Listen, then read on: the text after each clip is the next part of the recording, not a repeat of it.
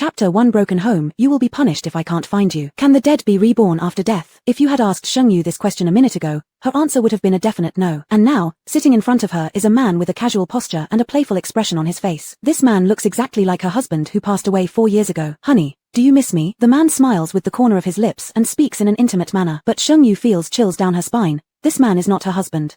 Beep, a new player entering the strange game detected. The scenario will start soon. Please prepare. Shengyu was unsure of the situation before her when suddenly a mechanical, chilling voice sounded in her mind. The voice continued, newbie reminder, this bizarre game is connected to reality. Death in the game means death in reality. Cherish life, follow the rules, and wish players a pleasant gaming experience.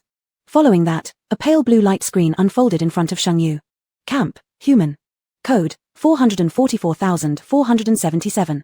Name, Shengyu, editable. Level, LV0, 0. Talents, none. Inventory **********. Scenarios completed, 0.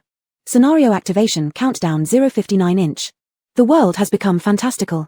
Shengyu looked at the man in front of her, who resembled her deceased husband Chu Yunyan down to the smallest detail, and hooked her slender finger slightly. The man was stunned for a moment, as if he didn't expect such a reaction from the woman, and instinctively leaned forward. At the very moment the man approached, Shengyu dealt him a ruthless slap so hard it made her own hand tingle. How painful. Wait. Pain. This isn't a dream. The man's side profile was white and smooth, with clear lines, yet the strong slap just now did not leave any mark on his face. Shengyu. Help. Who's the kind soul that slaps the NPC on their first day playing the eerie game? The NPC was also dumbfounded, his pitch-black eyes staring fixedly at Shengyu. He glanced at her red palm and eyed her up and down as if contemplating which part of her should be dismembered first. Shengyu decisively acted, smiling obsequiously. Dear, let's say I was swatting a mosquito for you, alright? NPC. Surprisingly, the NPC returned her a smile as well, though the smile looked quite unsettling. The NPC gently took her hand, blew on it twice. Honey, does your hand hurt? At this moment, a mechanical voice sounded again in Shengyu's mind. Countdown ended, the scenario game starts.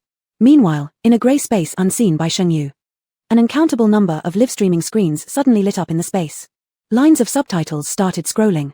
Oh ho ho, another newbie is here. Confetti. Condolences. Let me see what kind of scenario these rookies are getting.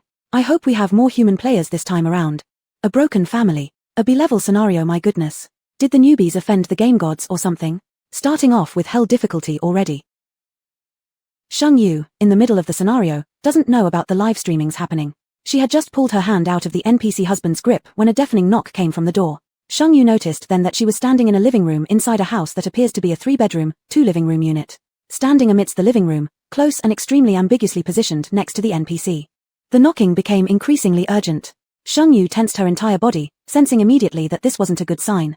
Outside the livestream, as the scenario began, more comments flooded the chat section. Someone noticed Shengyu's channel and upon seeing her face, quickly sent 3 consecutive messages. Holy cow. Hot chick player, X3. This message quickly drew some people to watch. Hot chick stay alive, hot chick go on. There cannot be an eerie game without beauties, just as there cannot be a West without Jerusalem. Hold up, you didn't use the 1-minute buffer period properly, did you, hot chick? Beautiful face but you can't eat beauty. Here it comes, the deadly kill at the opening. It's a B-level scenario. Facing eerie forces without understanding the rules. Rest in peace for 3 seconds. As Shengyu hesitated slightly, the knocks outside became even more intense, and the indistinct voices laced with anger outside sounded like the roars of wild beasts. Open the door. Open it now. Quick, open it. Shengyu, let me in. It's Mom. The roars grew increasingly sorrowful, making the gate shake fiercely. Dust fell all over the ground from the ceiling, and Shengyu, having been named specifically, felt involuntarily drawn towards the door. The moment her hand touched the door handle. Had Shengyu been able to view the live streams, her screen would be filled right now entirely with candles and flowers in her memory, indicating the viewer's mourning. Shengyu closed her eyes and took a deep breath. Just as she was about to gather her courage to open the door, someone suddenly tugged at her, then pushed open the grey iron gate. Outside the door stood a grotesque creature, its body covered in blood and torn flesh. Upon seeing the door open, it bared a huge bloody mouth, ready to devour this tasty human. But when it caught sight of the person who opened the door, its gaping maw paused. Shengyu, standing behind the husband NPC, could even see the quivering tonsils deep within the massive mouth. The grotesque figure. Shengyu. Slowly, the enormous mouth began to shrink back, and on the grotesque form with its blooded and shredded flesh gradually grew skin and hair, transforming into an unremarkable middle-aged woman. With a coy smile, the woman spoke to the husband NPC. Son, what are you doing? The previously playful husband NPC suddenly became dazed. His voice turned hoarse, playing a game. He looked like a fool. HMPH. The middle-aged woman chuckled dryly, and Sheng Yu sensed her unease around the husband NPC. The next second, the woman's gaze fell on Sheng Yu. Her demeanor shifted instantly, turning wild-eyed, her eyes flashing with a bloodthirsty glint as pieces of flesh dropped from her body. Daughter, being disobedient. You're fit to be eaten. What does being disobedient mean? Shaken to her core, Sheng Yu stepped back, a chilling fear creeping through her spine. It was at this very moment that she truly realized she had indeed entered this bizarre eerie game. As the monstrous mouth of the woman opened once more, about to swallow Sheng Yu whole, she tried to flee, but a hand grasped her wrist. Terrified, she saw the husband NPC extend his elegant, long, almost perfect fingers and manually shut the woman's cavernous mouth. It was an unsettling scene. Even more baffled was the middle-aged woman, whose bloody eyes revealed confusion. Who interrupted my spell? Little sister, be good, stay here, play games with me. The husband NPC enunciated each word clearly. In the fleeting moment of her shock, Sheng Yu seized a keyword. Sister. Game. So he had just been playing house with his sister before calling her wife. Sheng Yu thought she'd finally pieced together the truth. No wonder there was someone identical to her late husband who referred to her as wife. Then, maybe her husband really was dead after all? Before she could wallow in sorrow, Sheng Yu noticed the middle-aged woman restored to her ordinary appearance, showing no displeasure over the interruption of her spell. She silently carried the things in her hands and went straight to the kitchen. Sheng Yu. Husband, no, brother NPC again turned to look at Sheng Yu, his gaze deeper than ever as he said to her, the game continues. Sheng Yu felt utterly confused. How do you continue playing house? Was she supposed to call him husband again? As if reading her doubts, the brother NPC kindly explained, Sister, I've hidden something for you to find. If you can't find it, you'll be punished oh so gently. Sheng Yu still couldn't wrap her head around it. Was this some sort of children's game where they hide things? Chapter 2 Broken Home, Creepy Color / Sexual Game. In the grey space, 1/3 of the new player's live-streaming room disappeared from the skydome, with the grotesque mother's blood-filled mouth frozen in the final frame. A small number of people found the rules of the living room or returned to their own rooms to escape unscathed. And Sheng Yu, a player who almost relied on NPCs to get through the crisis, stood out among these people. Her live-streaming room was in even more chaos. No way, is the beauty cheating? Why does the frenzied ghost brother help his sister? Report. I figured it out. This beauty seduced the frenzied ghost. Pass it along. Seduction works. Wait a second, are you all seeing this? Isn't the brother guiding the sister to search for rules in the living room? What madness is the floor above talking about? This is the frenzied ghost, not bound by any rules. How would he help humans? Exactly. You believe the frenzied ghost helps humans before believing I am Emperor Qinsha. Send me 50 ghost coins, and listen to my revenge plan. Sheng Yu rummaged around in the living room and found a piece of paper under the coffee table that was blurred and soaked with wine stains. Living room rules. 1. Do not wander around the living room after 8 o'clock at night winking smiley. 2. Regardless of the time, if you hear knocking, you must open the door winking smiley. 3. The kitchen belongs to Mom, you can seek refuge there if you encounter danger winking smiley. 4. Grandma likes watching TV, if you see Grandma watching TV, watch it together. Sheng Yu frowned in confusion. The first and second rules seem somewhat contradictory, right? The man had somehow sneaked up behind Sheng Yu. He breathed into her ear, it's not this one, oh. The cool, hoarse, sensual voice startled Sheng Yu so much she nearly fell over. A freezing large hand touched her waist just as she lost balance. Little sister, keep looking. Otherwise, there will be punishment for you. The man's deep, raspy voice carried a seductive undertone, especially when saying punishment. An itchy sensation spread across her entire body. Sheng Yu took a deep breath, pretending that this make-believe game hadn't ended yet. She slapped away the large hand resting on her waist and turned to continue searching. In the live-streaming room. Wait, wasn't what I just saw a mistake? How come the beauty seemed to hit the frenzied ghost, but he didn't go berserk? I remember the last time a player looked at the frenzied ghost for too long, his eyes were immediately gouged out. Goodness, could this be an imposter of the frenzied ghost? Spread this news. The frenzied ghost is actually a sex fiend, he won't act madly toward beautiful female players. I have 2 disguise cards for sale at a low price. The search process went much smoother than Sheng Yu expected. The grotesque mother glanced at her several times from the kitchen, appearing reluctant to leave, but still restrained by the man and did not step outside the kitchen. During the search, besides finding the living room rules, she also discovered clumps of hair with scalp tissue, 2 tongues, an arm, and a kidney-looking organ. Looking at the relatively fresh kidney in her hand, Sheng Yu suppressed her nausea. She gave a glance at the man sitting calmly on the couch and flashed an innocent, obedient smile. With cheerfulness, she extended the kidney toward the man's lips. Her eyes suggested, want to replenish yourself? The man. What should I do? My wife doubts my ability. Sheng Yu had originally intended to test and gross out this man. But unexpectedly, the man, with cool, evenly proportioned fingers, gripped her wrist, lowered his head, and slowly, deliberately ate the kidney bit by bit, directly from her hand. Viscous blood covered Sheng Yu's hands entirely. Even Sheng Yu herself felt somewhat nauseated, her bright, charming face turning pale from enduring. After the man finished eating the entire kidney, he still seemed unsatisfied. He stretched out his soft tongue, lightly licking the blood from Sheng-yu's hands, sucking on her delicate white fingers. As he licked her palm, he gazed at her with dark, profound eyes, filled with passionate longing, as if savoring some supreme delicacy. This pervert. Sheng-yu struggled hard to suppress her shivers of disgust, utterly unable to accept such actions from the man wearing the face of her deeply loved husband. After finishing the last drop of blood, the man somehow pulled out a wet wipe and slowly cleaned Sheng-yu's palm, then said contentedly, "Thank you, little sister. It tasted very good. Darn it, what kind of live streaming room is this? I'm reporting someone engaging in obscene activities.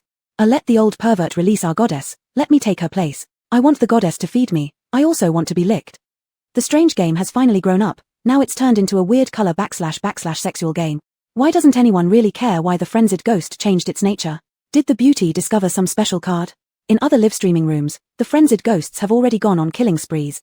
By the way, how many cards does the broken home have? I remember that no one has drawn a card that works on the frenzied ghost. No. Before this, because there is a rule-breaking ghost like the frenzied ghost, no one dared to enter this instance. We've explored less than 5% of the broken home. Sheng-yu stopped glancing at the man. She had almost searched everything that could be found in the living room. She circled around and glanced at the fabric sofa covered with bloodstains so much that its original color was unrecognizable. Ding, a flash of inspiration came to her. Sheng-yu stretched her hand into the gap of the sofa and quickly felt something, pulling out a photograph. Without time to check the photo, Sheng-yu heard the raspy mocking voice again behind her. "Time's up, little sister. You didn't find the present I prepared for you." Sheng-yu took a step back, warily looking at the man. At this moment, the man still had traces of blood around his lips, dark eyebrows, and eyes as ink, his black hair partially covering his eyes which were blood red, presenting an eerie yet captivating beauty. For a brief second, Sheng-yu became dazed, and inevitably superimposed the man before her with another person's face. But that person would never treat her this way, evilly. The man appeared extremely pleased. "You did well today, sister. Brother will punish you later tonight." After returning to her own room, Sheng-yu took out the photo she hadn't examined thoroughly earlier. It was a faded, yellowed family portrait containing 5 members: grandma, father, mother, brother, and herself. And on the back of the photo, there were clearly written the rules for passing the level. 1. Live in the house for 2 weeks, C level pass winking smiley. 2. Gain dad's affection, B level pass winking smiley.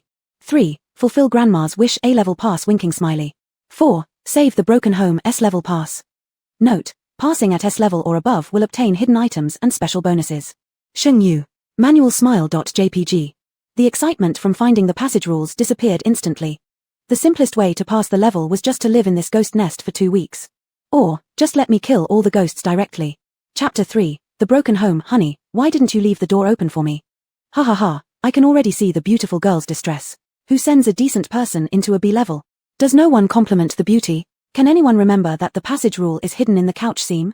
Last time, a player used 3 revival cards but still couldn't find the way to pass the level, and she found it so quickly. Sheng-yu carefully packed away the passage rules and began to survey her room. A typical bedroom layout, a bed placed in the center, a wardrobe against one wall, and a desk by the bay window filled with many books. After glancing around the room, Sheng-yu keenly noticed shredded paper in the trash can. Upon putting them together, it turned out to be the bedroom rules. Sheng-yu. Alright, am I digging my own grave here? Bedroom rules. 1. Sleep time is from 9 p.m. to 6 a.m. Lights must be off while sleeping, and there should be no sound. 2. Ignore any knocking on the door at night. 3. There is no one under your bed, remember that. The last one made Sheng-yu feel extremely chilled. Looking at the 1.5 meter wide bed draped with dark red bedding and the pitch black space beneath, everything appeared very strange indeed. After inspecting the bed, Sheng-yu unexpectedly found a diary tucked under the pillow. April 5th, 20XX, Sunny. Grandma came again. She insists that I drink Chinese medicine, which she claims was blessed by Buddha, and after drinking it, I'll become just like my brother. April 8th, 20XX, Overcast. Dad got drunk again, I'm scared. Every time Dad drinks, he beats Mom and me. Why doesn't Mom protect me? Drunk Dad must be avoided. April 12th, 20XX, Rainy. I don't want to go back to the psychiatric department for a checkup. I'm not autistic, I refuse to speak, and Grandma's Chinese medicine makes me unable to talk. April 14th, 20XX, Overcast. The herbal medicine tastes bitter. If only I could be as mentally impaired as my brother, then I wouldn't have to take this medicine. Every time I take it, Mom cries beside me. Why can't Mom protect me? Short words, but a huge impact. Sheng-yu rolled her eyes before collapsing onto the bed. Superstitious grandma, alcoholic dad, frail mom, intellectually impaired brother, and herself, who suffers from selective mutism. Life may continue, but the soul is twisted. Finally, I understand why it's called the broken home. Superstitious grandma, alcoholic father, fragile mother, mentally handicapped brother, and beautiful her. It's a classic novel protagonist setup.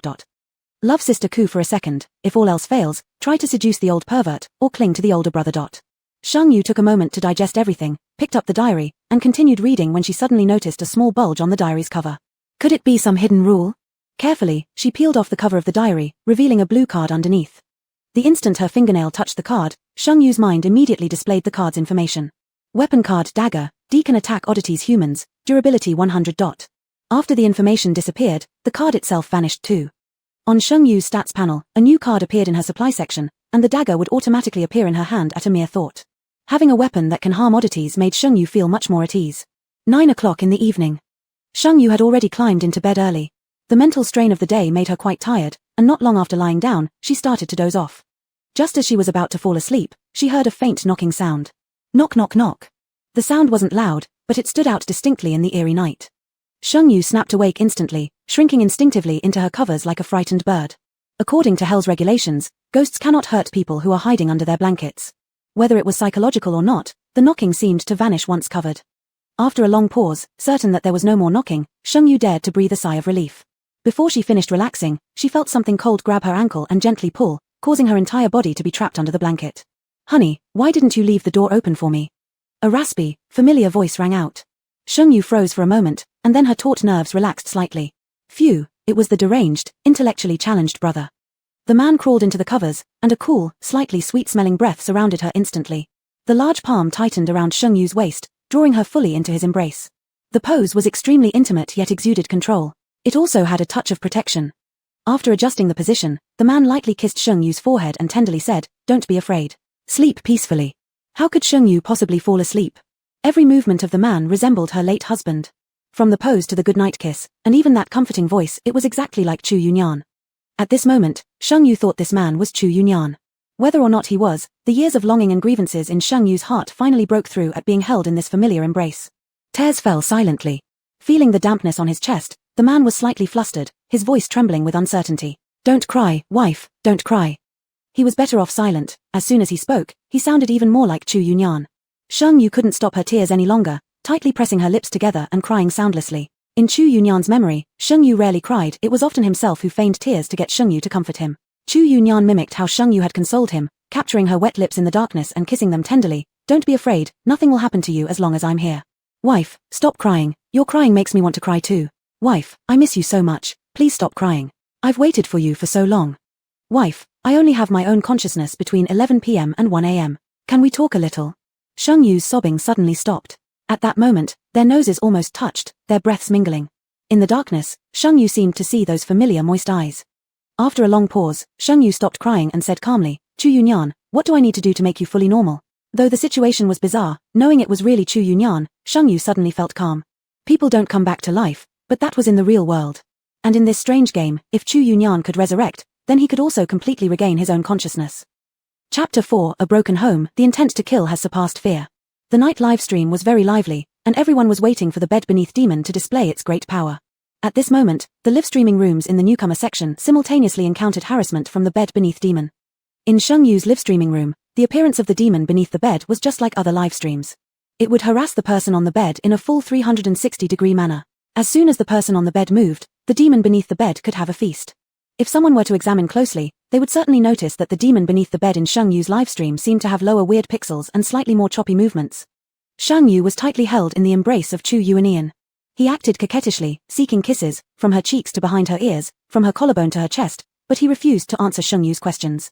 After a long time, Chu Yuanian said somewhat compromisingly yet with a hint of, "Honey, when you reach level 5, even without me saying so, you'll know." Level 5. Shang Yu remembered the information on her panel showing as LV0. Reaching level 5 did not seem too hard. Sensing Shang Yu's slackened vigilance, Chu Yuanian nudged vigorously against her chest. His icy hands craved every inch of her warm skin. Lowering his voice, seductive and alluring, he said, "Honey, let's do something meaningful."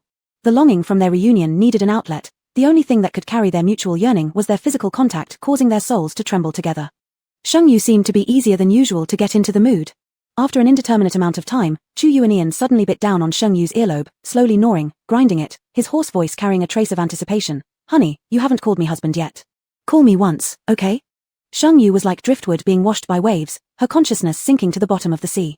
In a daze, Chu Yuanian's face suddenly appeared in the deep sea, dark hair and white skin, his lips covering the rosy hue below his eyes, looking beautiful like a sea spirit. Husband. Before losing consciousness, Sheng Yu thought. Being able to meet Chu Yu and Ian before dying, she could now rest in peace. 6 o'clock in the morning. A crisp doorbell rang, breaking the serene morning. Those who woke up before Sheng Yu were the group of netizens in the live stream. To be honest, the beauty sleeps really well. Yesterday, the demon under the bed kept jumping 10 times at her bedside, but it didn't affect her sleep. Ha ha ha ha ha, the demon under the bed has learned new tricks. Remember earlier it used to jump like dinosaurs surfing. Dang dang dang dang. The debt-collecting demon makes a stunning appearance. Not opening the door for over 5 minutes will enrage the big brother, driving the berserker ghost crazy which knows no distinction between friend or foe. Come on, place your bets. Let's see if the player gets his kidney taken away by the debt-collecting demon as repayment, or is torn apart by the berserker ghost going crazy everywhere. That must be the debt-collecting demon, which is only considered ethereal level weirdness while the berserker ghost is at least ghost level, right? Upon hearing the doorbell, Sheng Yu immediately woke up. Strangely, despite the exhaustion from the whole night, apart from the slight discomfort there, her spirit wasn't lethargic. And the man in the bed was clinging to her like an octopus, comprehensively locking her down. She pushed the man slightly, the gentleness in her eyes suddenly turning alert. This man wasn't Chu Yu and Ian. The doorbell sounded again. Rule 2 of the living room, whenever you hear knocking on the door, go open it. Sheng Yu tended to believe this rule didn't have any traps. Besides, she now had a weapon worth trying out. Walking out of the bedroom, heading towards the door, Sheng Yu swallowed her saliva. Her fingers just grasped the doorknob when suddenly a mocking and taunting voice sounded from behind, scaring her to goosebumps all over. Sister, were you satisfied with last night's punishment? If you can't kill the weird thing outside the door today, I'll eat you up again. She didn't know when the man had already gotten up. Standing sideways in the living room, dawn light illuminating half of his handsome face. His eyes showed amusement, his eyetails flushed red, revealing 2 parts of feminine beauty. The half-face hidden in darkness looked more like an animal ready to pounce, as if always prepared to devour her whole. Sheng Yu glanced at him.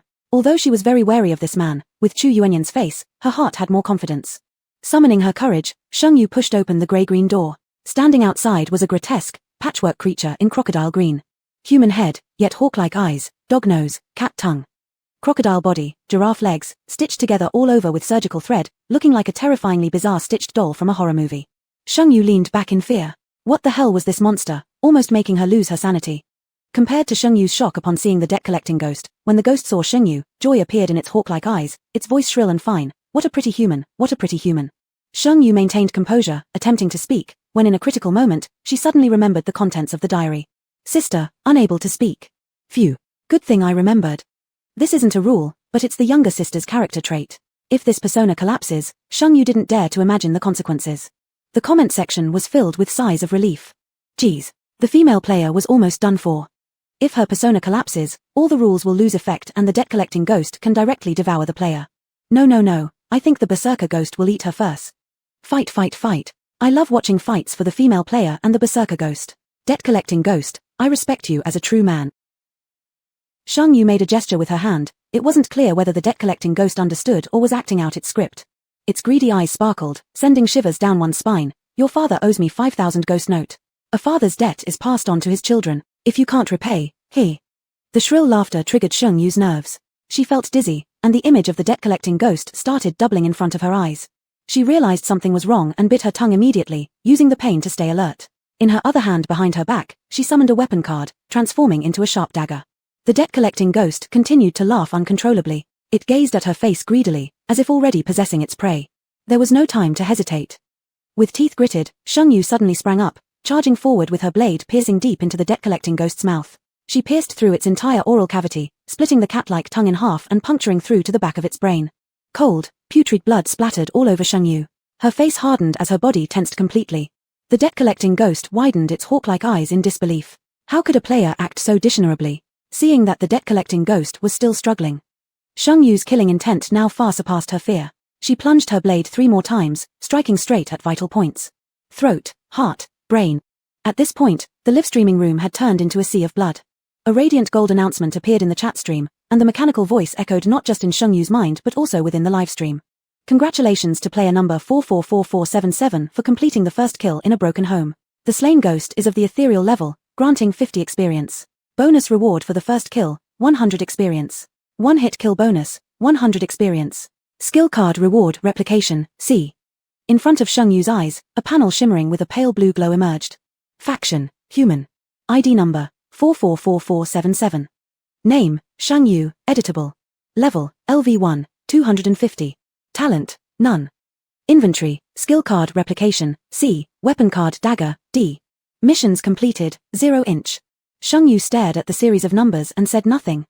Chapter 5 Broken Home, copy all inanimate objects. Just as Shengyu was about to burst the head of the debt-collecting ghost, the live streaming room's chat surprisingly went blank for 3 seconds. Until the announcement was issued, the chat in the live streaming room started to scroll furiously. Doubt, amazement, worship. A novice level 0 player has utterly destroyed a mysterious ethereal level ghost. By player levels, this is equivalent to defeating a level 1 entity. A cross-level kill, and it was an instant fatal blow. The buzz didn't just happen in the live stream, the Mysterious Ghost Forum was also a buzz.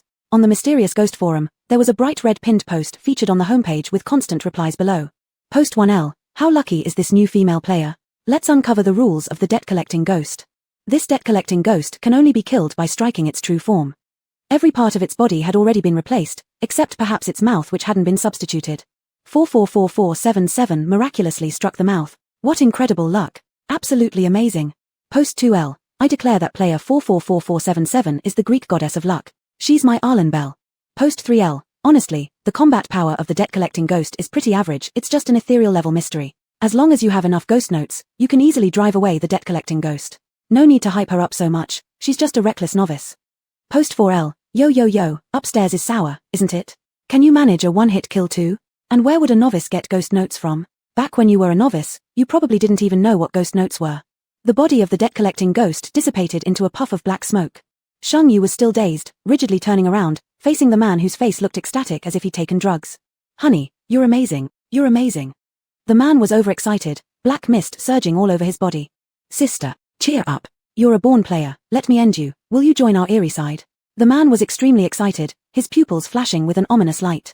Suddenly, one of his arms turned into a huge axe, ready to swing at Shengyu's head. Shengyu's face was covered with the blood of the debt-collecting ghost, making her feel unable to breathe.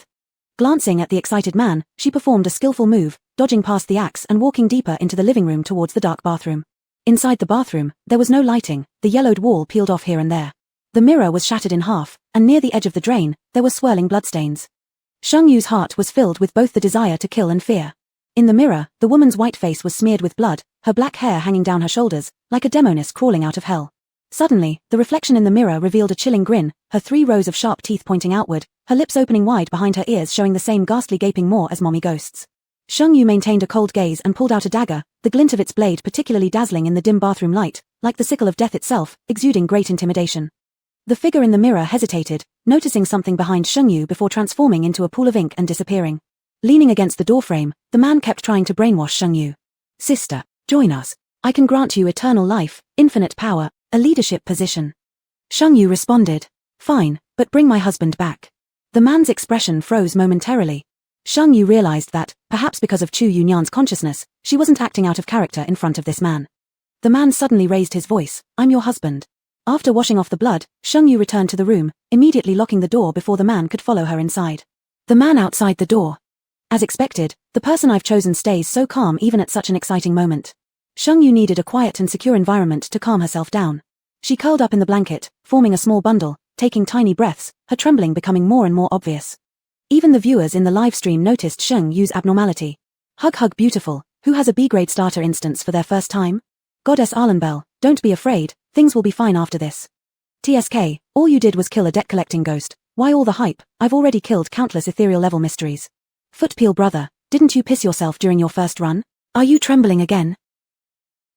Clutching her fists tightly, Shengyu continuously told herself, it was just a mysterious entity, she didn't kill a human being. After a long while, Shengyu calmed down. Opening her interface, she suddenly found an extra item in her inventory. Her inventory now lit up 3 sections, the first being weapon card Razorblade, the second section being the recently rewarded copy card. Skill card Copy, seek and copy all inanimate objects, with 10 uses. The last section that lit up seemed to have appeared out of nowhere. Joss Sticks, special supply for the eerie, 1 stick is enough to make eerie spirits go mad. Shengyu. At 10 in the morning, the sound of the gate opening and closing could be heard, followed by a rough male voice. Wu Xia, give me money, I'm going to win my money back. Not long after, Mommy Ghost's voice sounded, you went gambling again, didn't you? And you still want money? That's the money for our son and daughter's treatment. You're not allowed to touch it. Daughter, treating the son is fine, but why should we treat the money-losing daughter, little money loser? Come out. Heavy footsteps stopped outside the bedroom door, Then the sound of the door being pounded on followed. Little tramp. Get out here. Sheng Yu suddenly opened the door, stepped aside, and a short and plump man fell straight in. Looking at Sheng Yu standing by the doorway, his eyes turned bloodshot with anger. Little tramp, was that intentional? Sheng Yu feigned fear and shook her head repeatedly. Mommy Ghost stood in front of Sheng Yu, almost pleading. Our daughter is about to take the college entrance exam, please don't disturb her studies. Please, we only have this one daughter left, leave our family of 3 alone. Sheng Yu was slightly surprised. Mommy Ghost now looked much more normal and even protected her. It seemed the master bedroom must be explored, perhaps she could find Grandma Ghost's wish or something else there. After lunch, the short and plump ghost carried an iron box out of the bedroom and walked out of the house while Mommy Ghost was in the kitchen. At 4 in the afternoon, when Mommy Ghost went out to buy groceries, only Sheng Yu and the man wearing Chu Yunyan's face were left in the house. The living room was empty, and there was no TV mentioned in the rules. Seeing the moment was ripe, Sheng Yu ignored the man who had been following her closely, holding the dagger in hand, and pushed open the door to the master bedroom. The windows in the master bedroom were not opened, leaving the room pitch black. After waiting for 2 minutes and hearing no movement, Sheng Yu threw a paper ball inside. After confirming there was nothing unusual, she dared to enter. The space of the master bedroom was half larger than hers. The layout was similar to her own bedroom, with a dusty large bed, a full wall of cabinets, and a bay window piled high with clutter. In the corner, there was a dust-covered dressing table. Sheng Yu started searching from the dressing table. Within just 2 minutes, she found a prescription form in the bottom layer of the jewelry box. On the back of the prescription form was Mommy's rule. 1. Mom loves the children every day, except for naughty ones. 2. If problems arise that cannot be resolved, consult Mom. Chapter 6. Broken Home, Trapped in the Creepy World. The front of the document was a prescription slip, quite faded from time, making some characters unclear and hard to distinguish its efficacy. Remembering its contents, Sheng Yu returned it to its original place and began searching other areas. Soon, she found a stack of similar boxes among the clutter on the window seat. Inside was an instruction manual. For treating cerebral palsy. Literal cerebral palsy. Sheng Yu cast a glance at the man who had followed closely behind her, her gaze profound with implication. Man. Does she like me? At the bottom of the box, Sheng Yu discovered a pile of medical records. The name was unclear, but the gender was male, age 7. It was her brother's medical record. The room was too dim for Sheng Yu to see the specific details clearly, and she didn't dare take the records away. Suddenly, she remembered the C-level copy card in her inventory. It was just the right moment to check its effect. Ding, copy card used successfully. Sheng Yu now held 2 identical medical records, one in each hand. Her eyes sparkled as she turned around with a sweet, innocent smile. Brother, can you tell which one is the real one? The man's eyes dazzled momentarily, enchanted by her smile. Who's this wife? How adorable. The 2 sets of cases were identical, even the oil stains on the cover and the wear on the edges matched perfectly. Befuddled, the man shook his head, earning him a pleased smile from Sheng Yu, causing his gaze to drift uncontrollably in bliss. Sheng Yu returned the fake medical records to their original place and continued searching. Half an hour passed, and Sheng Yu finally found a pile of promissory notes under the bed. X year, X month, X day. Sheng Jinshan borrows 1,000 ghostly coins from brother who, to be repaid within 3 days. If unable to repay, use daughter's heart as collateral. X year, X month, X day. Sheng Jinshan borrows 500 ghostly coins from Three-Mouth brother, to be repaid within 2 days. If unable to repay, use daughter's thigh as collateral. X year, X month, X day. Sheng Jinshan borrows 800 ghostly coins from Big Tooth brother, to be repaid within 3 days. If unable to repay, use daughter's eyes as collateral. Sheng Yu. This old bastard should have been stabbed this morning. Looking at these promissory notes, Sheng Yu thought about a problem. Promissory notes are returned by the borrower, so those that haven't been returned, does it mean my entire body has already been mortgaged by this old scoundrel? This old guy made Sheng Yu furious. Remembering the rule for passing the level, gain dad's affection, she snorted. This old man probably loves the broken pieces of her. The master bedroom was almost thoroughly searched. Sheng Yu checked the time, it was nearly the time when Mom came back yesterday. She slipped out of the master bedroom and returned to her own room. The old man didn't come back last night, and she didn't know if he would return today.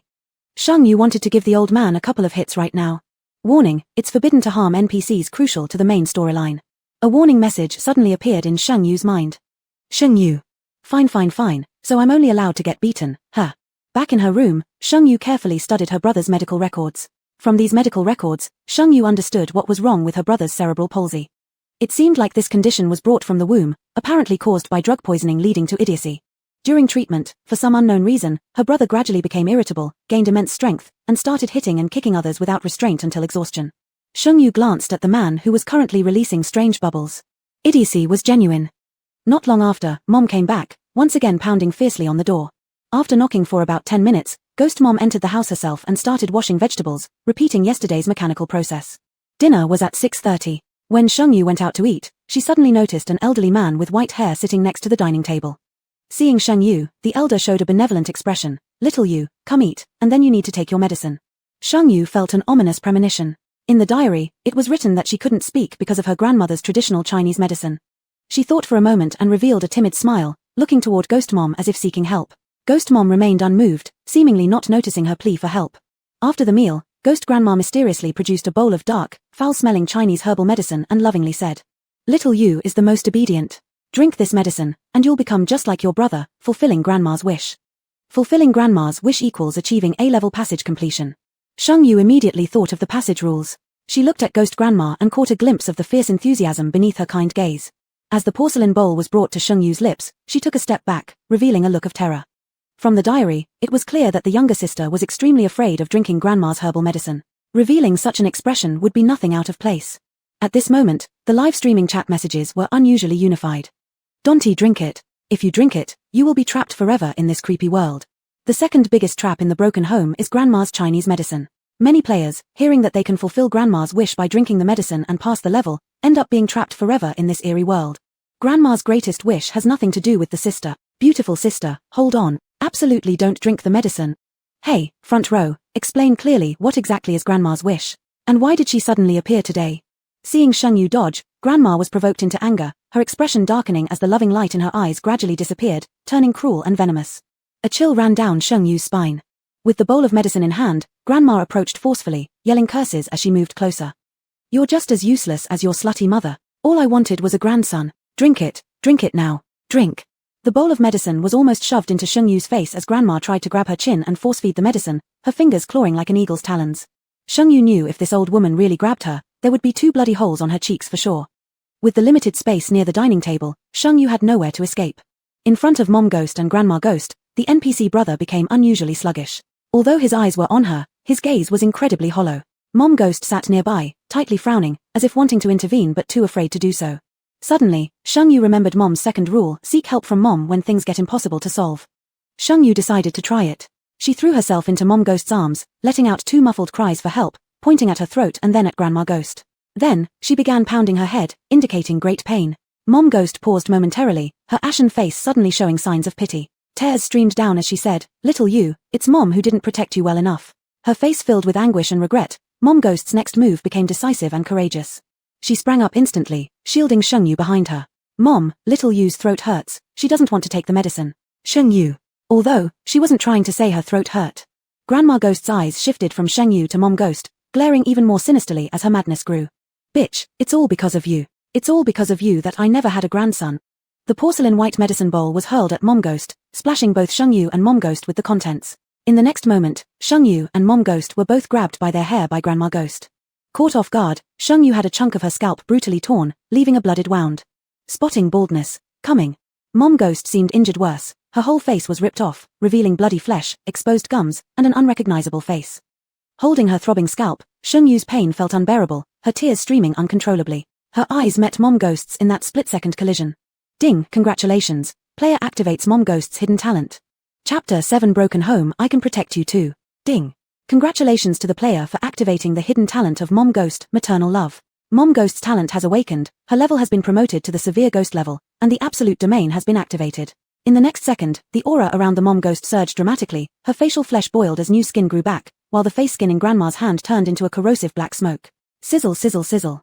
Half of Grandma Ghost's arm was corroded to pitch black, and she let out an anguished scream.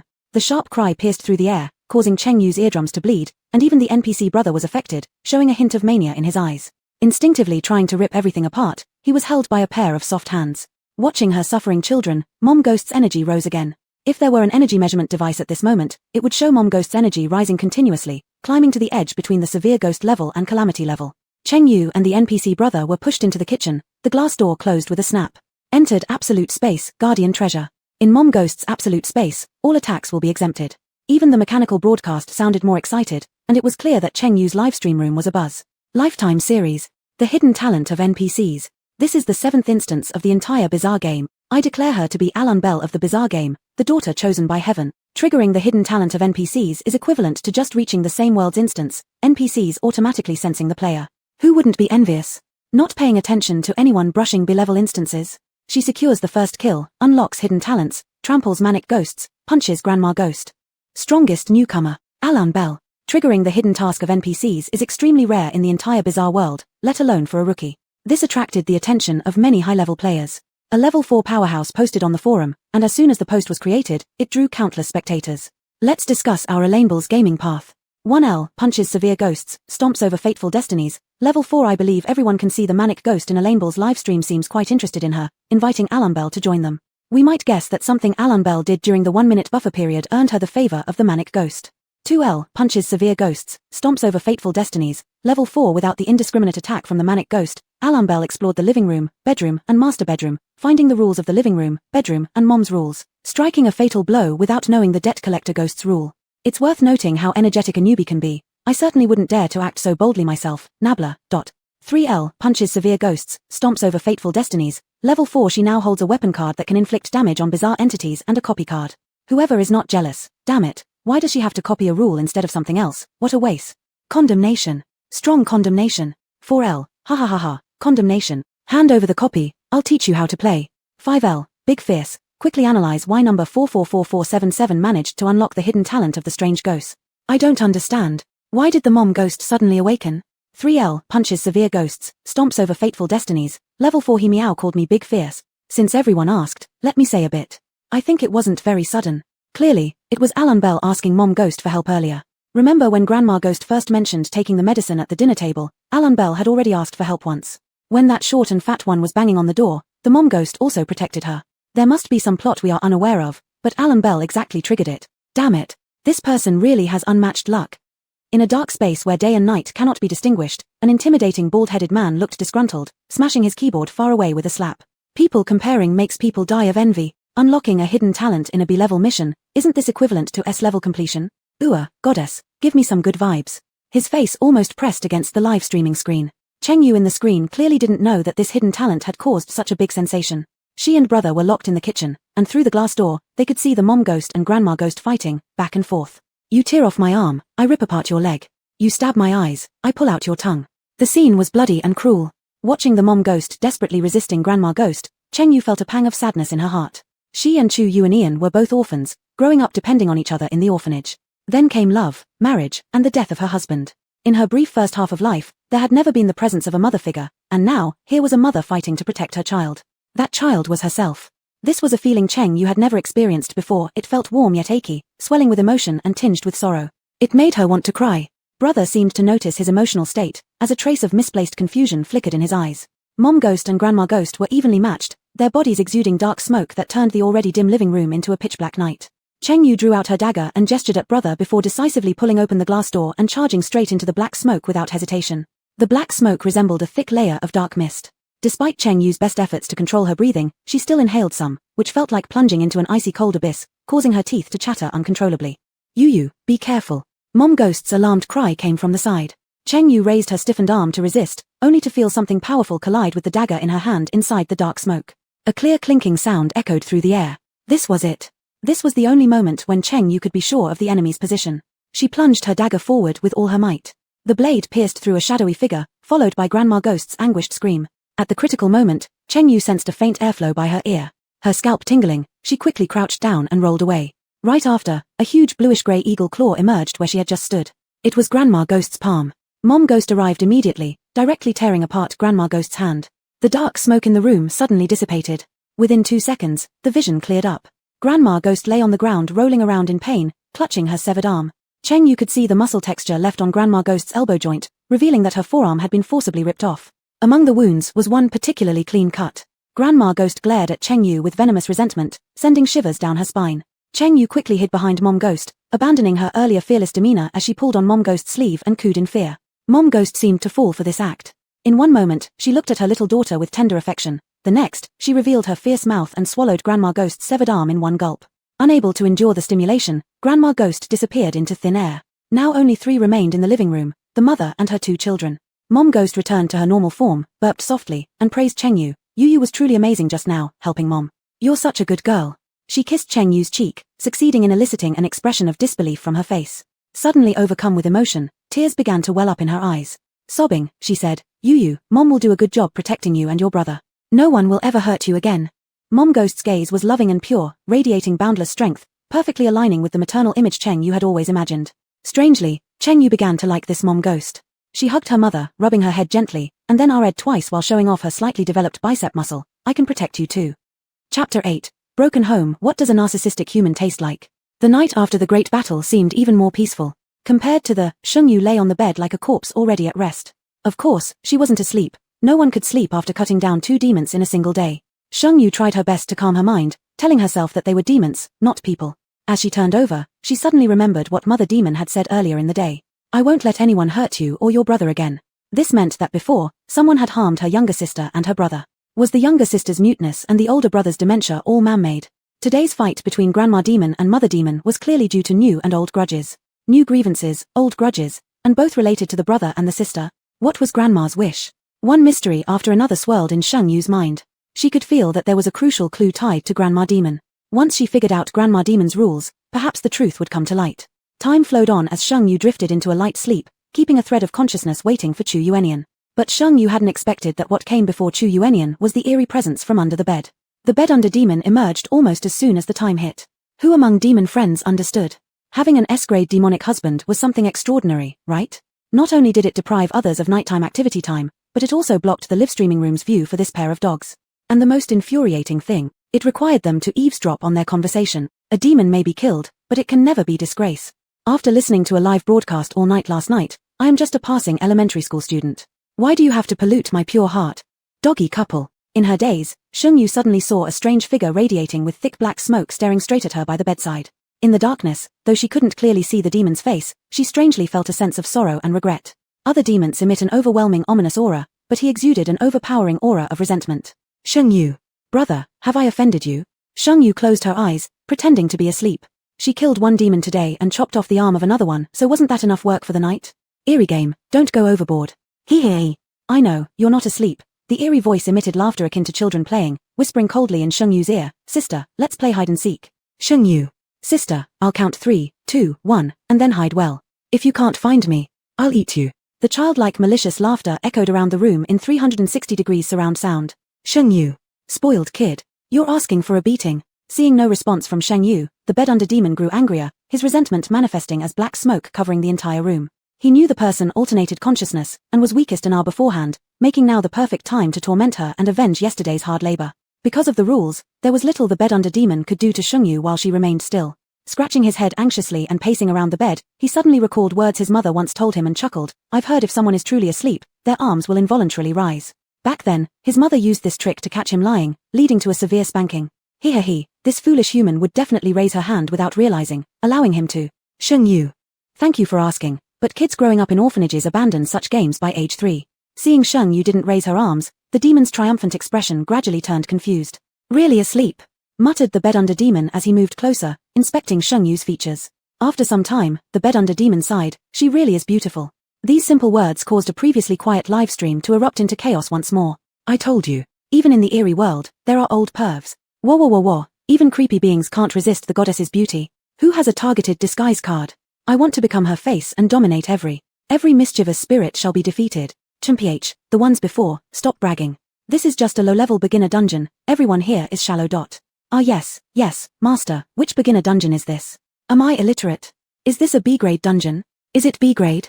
Big letter B-grade dungeon, featuring raging spirits galore. Sheng Yu nearly lost her composure, her mouth twitching slightly. Her subtle movement didn't escape the sharp eyes of the bed under demon, who excitedly shouted, You're obviously not asleep. So self-absorbed, aren't you? Ha. Today I'm going to taste how a narcissistic human feels. As he spoke, his originally normal mouth expanded exponentially and lunged toward Sheng Yu's head to bite. A gust of bloody wind rushed toward her, but Sheng Yu nimbly rolled to the side and got up, dagger already in hand. In the darkness, Sheng Yu was slender yet strong, like a ghostly figure, the sharp blade in her hand seemingly still dripping with blood. The black smoke that surrounded the bed under demon momentarily solidified, and at this moment, Sheng Yu displayed a dangerous smile. Bed under demon. Our mother's curse. When Chu Yuenian arrived, he saw a rather pitiful-looking bed under demon whispering secretly with the bedpost and Sheng Yu. What are you doing? Chu Yuenian glanced at the bed under demon, causing it to immediately snap to attention by the bed corner. Sheng Yu looked at Chu Yuenian as he took 2 strides instead of 3 and quickly slipped into the covers, hugging Sheng Yu tightly. He breathed deeply, affectionately saying, Wife, it's me. The familiar embrace, though cool to the touch, didn't bother Sheng Yu at all. She snuggled into Chu Yuenian's arms comfortably, just as she used to, softly recounting the events of the day. As Chu Yuenian walked in, Sheng Yu's livestream mysteriously lagged for a second, but only to show her chatting a bit more with the bed under demon before going to sleep. An eerie silence enveloped the livestream. On the screen, Sheng Yu had fallen asleep, yet the number of viewers in her livestream continued to rise, even more eagerly anticipating the following events. After listening to her experiences from the day, a deep surge of compassion filled Chu Yuenian's eyes. Wife, not all eerie beings need to be killed. As long as they don't violate the rules, they cannot harm you. Sheng Yu responded, I'll be careful. By the way, there are only 3 rooms in our house, 1 for me, 1 master bedroom, and 1 left over. Is it grandma's or yours? Due to the limitations of the rules, Chu Yuenian, despite being conscious, couldn't reveal any information related to the eerie game. Sheng Yu saw the frustration and faint pain hidden in his gaze. She already knew Chu Yuenian must have endured a lot in the world of eerie games. She hugged her husband softly, cooing gently, if you can't say, it's all right. I will find a way to restore you. Just wait for me. All words went unspoken, transformed into tender kisses filled with love. That night, Chu Yuenian simply lay beside her under the same blanket. At 3 a.m., amid the pitch-black livestream screen, an intermittent mechanical sound suddenly rang out. In the dark, the man softly bit down on Sheng Yu's earlobe, murmuring, Wife, you're alive again. Chapter 9 Broken Home, Unlucky to See. The rising tone mixed with a mocking intonation made Sheng Yu's hair stand on end, instantly sobering up. A wet and cool sensation came from her earlobe. Sheng Yu pushed the person away, glanced disdainfully at the alluring man whose lips were damp and crimson red, and carefully got off the bed and left. The man reclined on the bed, revealing a satisfied smile in the darkness. The sound of the television in the living room with its crackling static seeped through the walls into Sheng Yu's bedroom. Sheng Yu recognized it as today's law. What's going on? Do ghosts also need to learn the law? Tonight, Sheng Yu had just finished interrogating the ghost under the bed and learned that there was a hidden ghost television in her home. It would only randomly appear in the living room during midnight. She couldn't have guessed it would show up exactly today. Though there was some distance between the bedroom and the living room and the wall blocked the sound, she should not have heard anything. However, the sound from the TV ghost seemed to seep through as time passed, becoming increasingly clearer. In this cacophony, no matter how deeply someone slept, they would wake up. Clearly, this was the TV ghost forcing people out of the bedroom. After killing the debt-collecting ghost and threatening the one under the bed, plus sleeping with some strange being every day, Sheng Yu wasn't as afraid of the supernatural as she once was. What caught Sheng Yu's attention now was that among so many rules, only Grandmother Ghost's rule mentioned the television.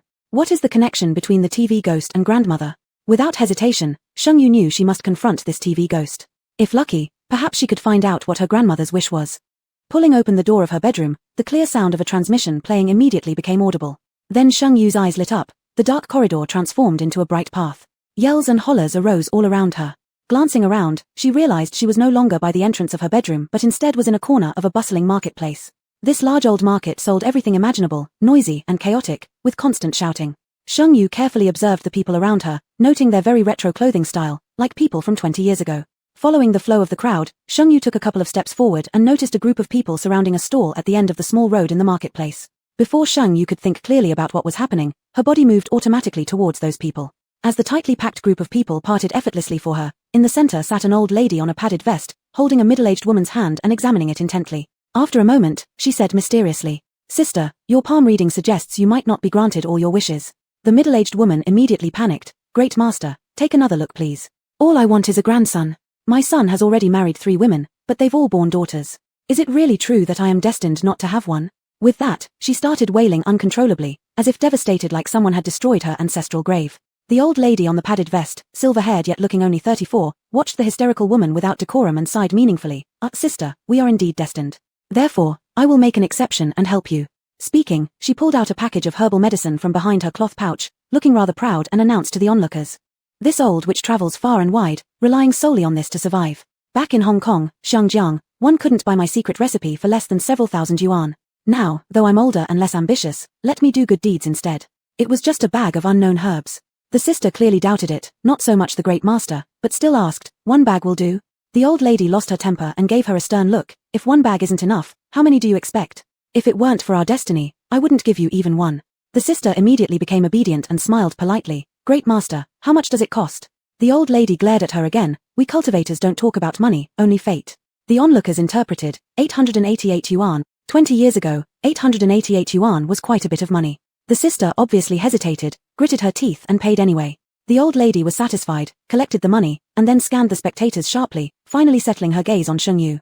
Young woman, among these people, you and I share the most destiny. Would you like me to take a look for you? While Sheng Yu was pondering why the old lady addressed her in such a way, someone behind her pushed her and shouted, Ms. Old Sheng, Haven't you always wanted to hold a grandson? Hurry up. By the time Sheng Yu realized what was happening, her hand had been grabbed by the old lady who forcibly spread it out. The silver-haired woman stuttered for a while, and then sighed deliberately again. Alas, another one destined not to bear offspring. Could it be that the goddess of sons is commanding me to help mankind? After saying that, the old lady's sharp eyes gazed at Sheng Yu with a look of pity. Sister, have you already lost 2 unborn grandchildren? Sheng Yu opened her mouth to say something indecipherable, but when she spoke it came out as, yes, great immortal, your divination is truly accurate. My unambitious daughter-in-law has been pregnant twice, and every time someone took her pulse they said it was a girl. Great immortal, please help me. Sending sons immortal. That voice belonged to Grandmother Ghost. Sheng Yu realized then that she had entered someone else's body and was watching an event from the past. The old lady was pleased with this title. Since you've called me Sending Sons deity, I naturally can't disappoint your request. With that, she pulled out another potion from behind her cloth pouch. It looked identical to the previous one and handed it over to the Grandmother Ghost. Grandmother Ghost was delighted, carefully cradling it in her hands as if it were some priceless treasure.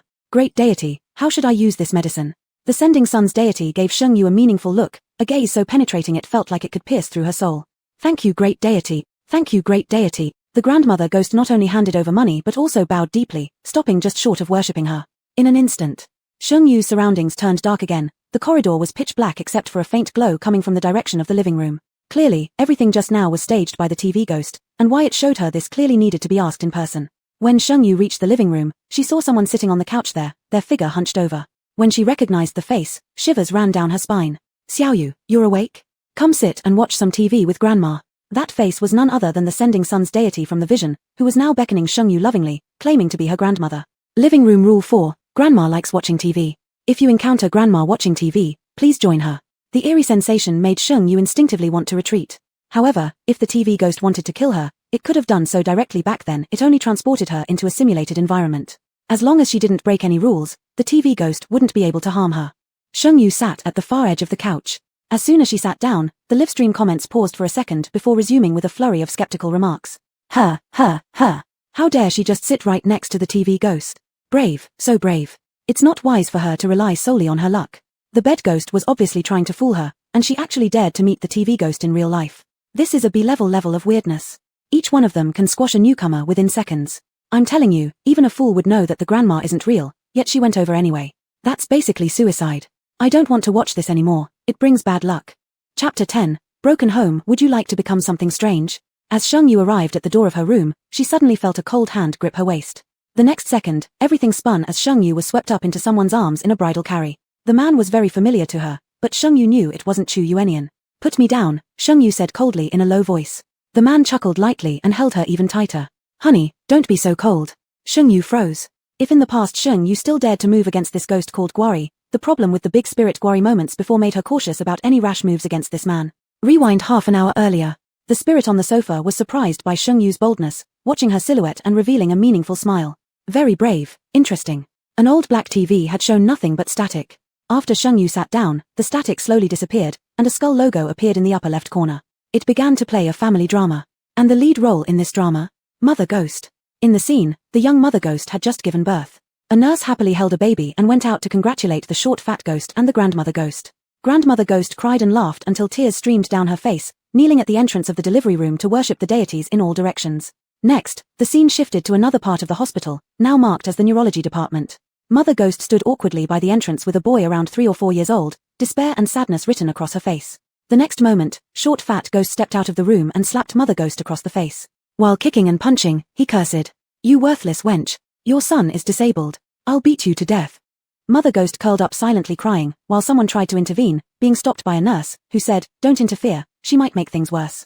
A seemingly composed and capable woman frowned in disagreement upon hearing this, saying, How can that man abuse his wife like that? We need to help her. The nurse restrained her again, explaining, This isn't the first time. Even if you help her and call the police, she'll forgive her husband in front of them, and will get scolded by her husband instead.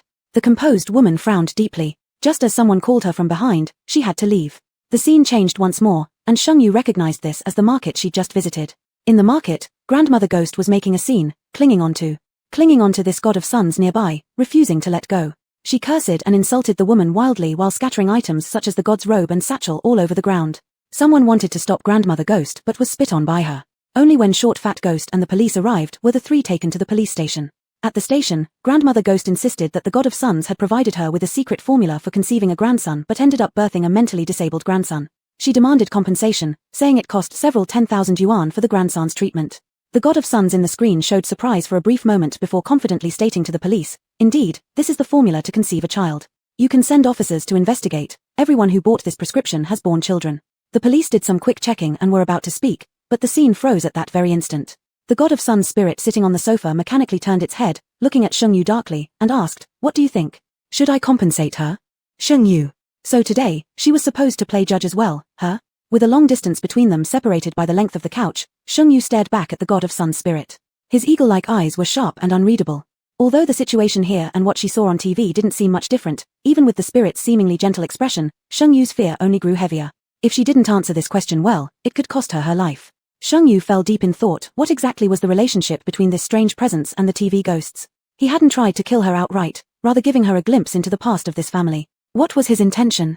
The god of sun's spirit seemed to have read Sheng Yu's doubts and remarked, "I'm not one of those low-level ghosts that eat people indiscriminately." Pausing as if thinking of something, he explained casually, "The eerie beings in the strange game world are divided into 7 levels. The lowest level consists of wandering souls. However, you've been lucky. There are no wandering soul-level eerie beings in your house."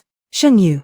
Then come the ethereal, terrifying ghost, ominous fate, calamity, destruction, king levels. And there's the indescribable topmost tier.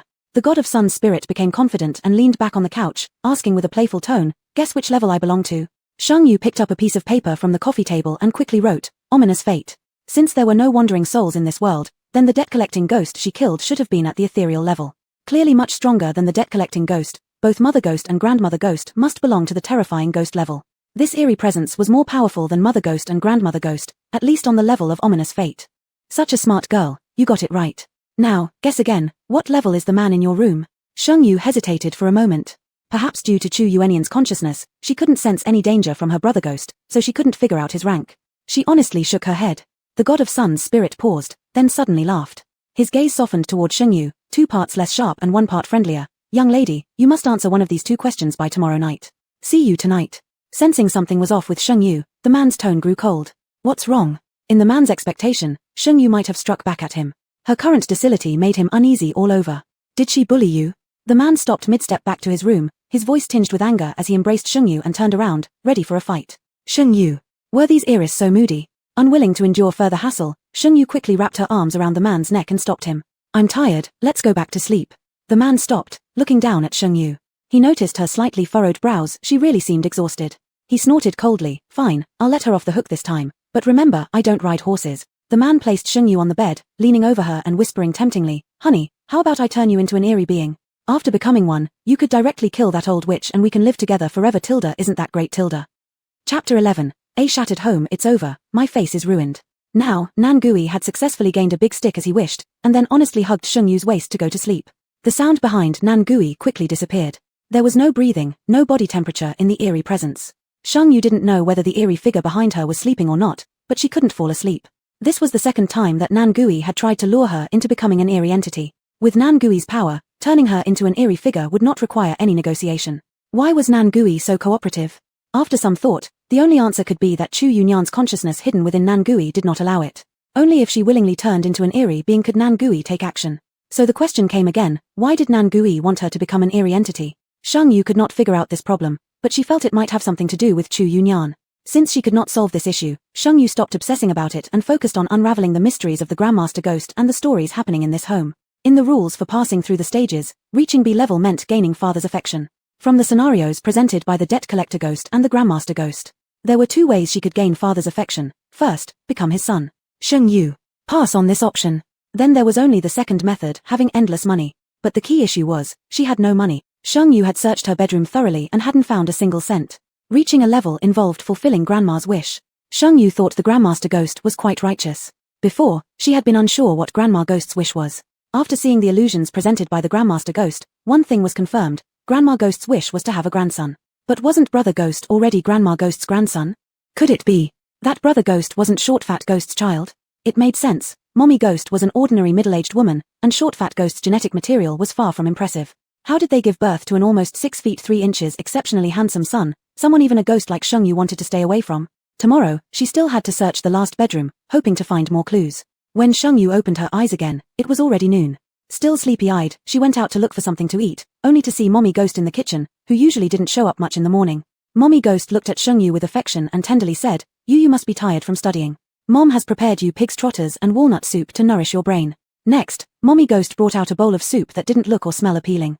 Even though the world of ghosts lacked warmth, Sheng Yu seemed to see the warm steam while Mommy Ghost was cooking the soup. She suddenly recalled many years ago when college entrance exams were approaching. Her desk partner always complained about the strange soups her mother cooked to replenish her brain. What others found annoying was exactly what Sheng Yu longed for. She didn't expect that her regrets would be fulfilled in the ghostly world. Despite how unappetizing the soup looked, Sheng Yu finished it without leaving a drop.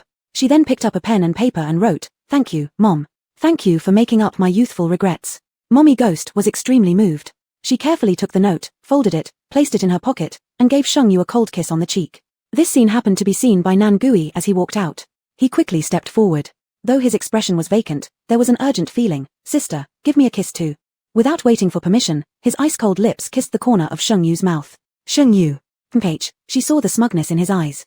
Mommy Ghost looked at the son with a complex expression, full of surprise, disbelief, and a bit of wariness. For Mommy Ghost, as long as the unstable Nan Gui didn't go crazy, it was fine. Being taken advantage of by this bizarre entity disguised as Chu Yunyan, Sheng Yu naturally felt uncomfortable. Since she felt unpleasant, she naturally wouldn't let this ghost be comfortable either. She narrowed her eyes and smiled before writing on the paper, Brother should drink the soup too, for brain enhancement. Yes, I'll get you some. Mommy Ghost went into the kitchen and soon came out with a bowl of identical soup and put it in front of Nan Gui. Nan Gui looked blankly at Sheng Yu. In his clear pupils reflected Sheng Yu's toothy but somewhat crafty smile. In the end, Brother Ghost drank a bowl of unforgettable broth. Just as the family was enjoying a harmonious moment, a sudden knock on the door interrupted them. Sheng Yu immediately became tense. After all, each knock never brought good news. According to the rules, Sheng Yu needed to open the door. Before she could stand up, however, a shadow shot to the door quicker than lightning. It was Mommy Ghost. She glanced at Sheng Yu and reminded, the kitchen is Mommy's absolute territory, and no one can harm you. The door opened to reveal a strange and unfamiliar eerie figure. One hand held the short fat ghost, while the other hand held a piece of paper. Sheng Yu had seen that paper before. It was an IOU. Another debt collector ghost had arrived. The debt collector ghost hurled the short fat ghost into the room and brandished the IOU, revealing a mouthful of golden teeth. Sheng Yu could swear that even this ghost's last rotten tooth had been replaced with gold. Debt collector ghost, he owes me 2,000 ghost dollars, and he already pawned his daughter to me. After saying this, the ghost turned its gaze toward Sheng Yu, its eyes widening in surprise, followed by an expression of sheer greed. This one, sold at least for 5,000 ghost dollars. Sheng Yu shivered involuntarily and hid behind Brother Ghost. Short fat ghost regained his composure. He looked at Mommy Ghost, his eyes filled with resentment as he threatened. Quickly hand over your private stash of money, or your daughter is going to be sold today. Realizing the threat wasn't strong enough, Short Fat Ghost added, ugly ones usually have their organs harvested and sold. Your daughter is so pretty, where do you think she'll end up? Mommy Ghost's hair stood on end from rage, black smoke billowing around her. In no time, the black smoke surrounded Short Fat Ghost completely. As soon as the black smoke made contact with Short Fat Ghost, his skin began to dissolve like it had touched concentrated sulfuric acid, turning pitch black immediately. Within just 2 breaths, Short Fat Ghost was completely corroded down to the bone. Just when Sheng Yu thought Short Fat Ghost would die for sure, another gust of black smoke swirled through the room, scattering Mommy Ghost's corrosive black mist and saving Short Fat Ghost. Next came cruel cursing echoing throughout the living room. You despicable woman, you actually wanted to kill my son, so I will kill your daughter. With those words, another jet of black smoke shot directly at Sheng Yu's face. Terrified, Sheng Yu stepped back, readying her dagger, but alas, the fog-like attack rendered her weapon useless. The black smoke was moving too fast, and she didn't have time to retreat to the kitchen. It's over. A wave of lament echoed through the livestream audience, countless candles flashing across the screen once more. It's over, the beauty is going to disfigure. This old hag, too vicious. How dare she attack the beauty's face?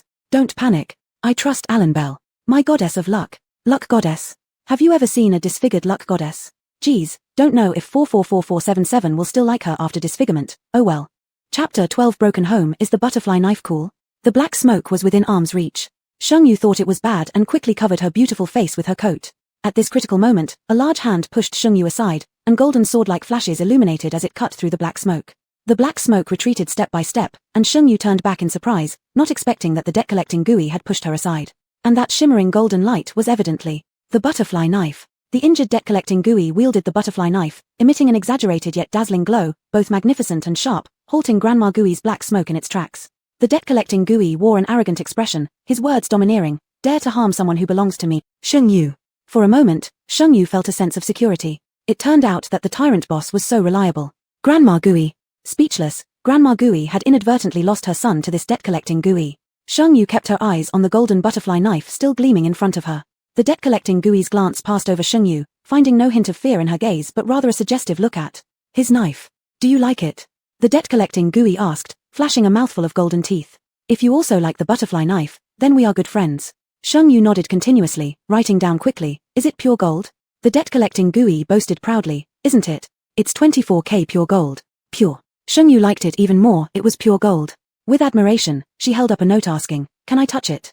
Seeing Sheng Yu's genuine affection, the debt-collecting Gooey, momentarily feeling he had found a kindred spirit, generously tossed the butterfly knife into Sheng Yu's hands. Sheng Yu took hold of the weighty solid gold butterfly knife. Simultaneously, unnoticed by everyone else, two identical solid gold butterfly knives suddenly appeared in the material inventory on Sheng Yu's panel. After carefully stroking the handsome butterfly knife, Sheng Yu wrote on a piece of paper, how much does this knife cost?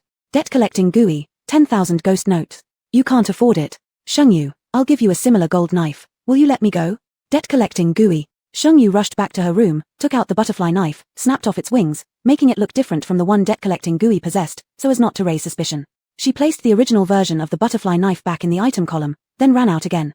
The chat room exploded with comments. What happened? Report. I'm reporting. Someone's cheating. Hold on, what's there to report? Isn't this a C-grade replication card obtained by the beauty through her first kill? Weep weep weep weep. Miss Goose is finally doing something useful. She used to copy useless rules, now she knows to copy solid gold butterfly knives. Weep weep weep. Replication card. Rare skill card. And it's C-grade. First kill reward goes to whoever Mueller is, I won't say. The debt-collecting Gooey received his own butterfly knife, detecting no differences. When taking the wing-broken butterfly knife from Sheng Yu, he bit it and confirmed it was solid gold. A trace of confusion flickered across his face. This knife seems familiar, as if it were my knife. Sheng Yu showed no signs of worry, smiling and shaking her head while patting her chest. Mine. The debt-collecting Gooey found Sheng Yu very pleasing. Could someone who loves butterfly knives be bad? Apparently, they both shared the same taste for gold. Most ghosts preferred ghost money and seldom appreciated human-valued gold. But Sheng Yu clearly suited the debt-collecting Gooey's preferences. The debt-collecting Gooey didn't have any doubts about the two knives Sheng Yu presented, weighing the broken-winged knife in his hand. It was heavy enough. He shoved the IOU into Sheng Yu's hands. Here. We're square. Sheng Yu took the IOU and gave the debt-collecting Gooey a heartfelt smile, sweet enough to choke on. The debt-collecting Gooey blushed slightly. You've got good eyesight. Having said that, he fiercely kicked the fat and short Gooey lying on the ground. Laro Deng, if you dare use your daughter as collateral again, I'll beat you every time I see you. Fat and short Gooey. With a huff of anger, the debt-collecting Gooey arrived and left in great satisfaction. As soon as the door closed, the atmosphere in the living room plummeted to freezing point. The fat and short Gooey looked at Sheng Yu with eyes like those of a starving wolf spotting a delicious morsel, greedily inching towards Sheng Yu, his voice raspy with avarice. Where did you get that gold? Sheng Yu stepped back, her dagger sliding out of its sheath. Mom Gooey stood in front of Sheng Yu, unsure where her daughter had gotten the gold from. But she knew that just now, if it weren't for her clever daughter, she might have really lost her. That old hag, actually daring to hurt her daughter's pretty little face. Mom Gooey was enraged, confronting Grandma Gooey and Fat and Short Gooey without yielding an inch. The atmosphere was tense, and battle seemed imminent. It appeared that today would end either with Mom Gooey's death or with Grandma Gooey and Fat and Short Gooey meeting their end. At this moment, an ill-timed voice broke the tense silence.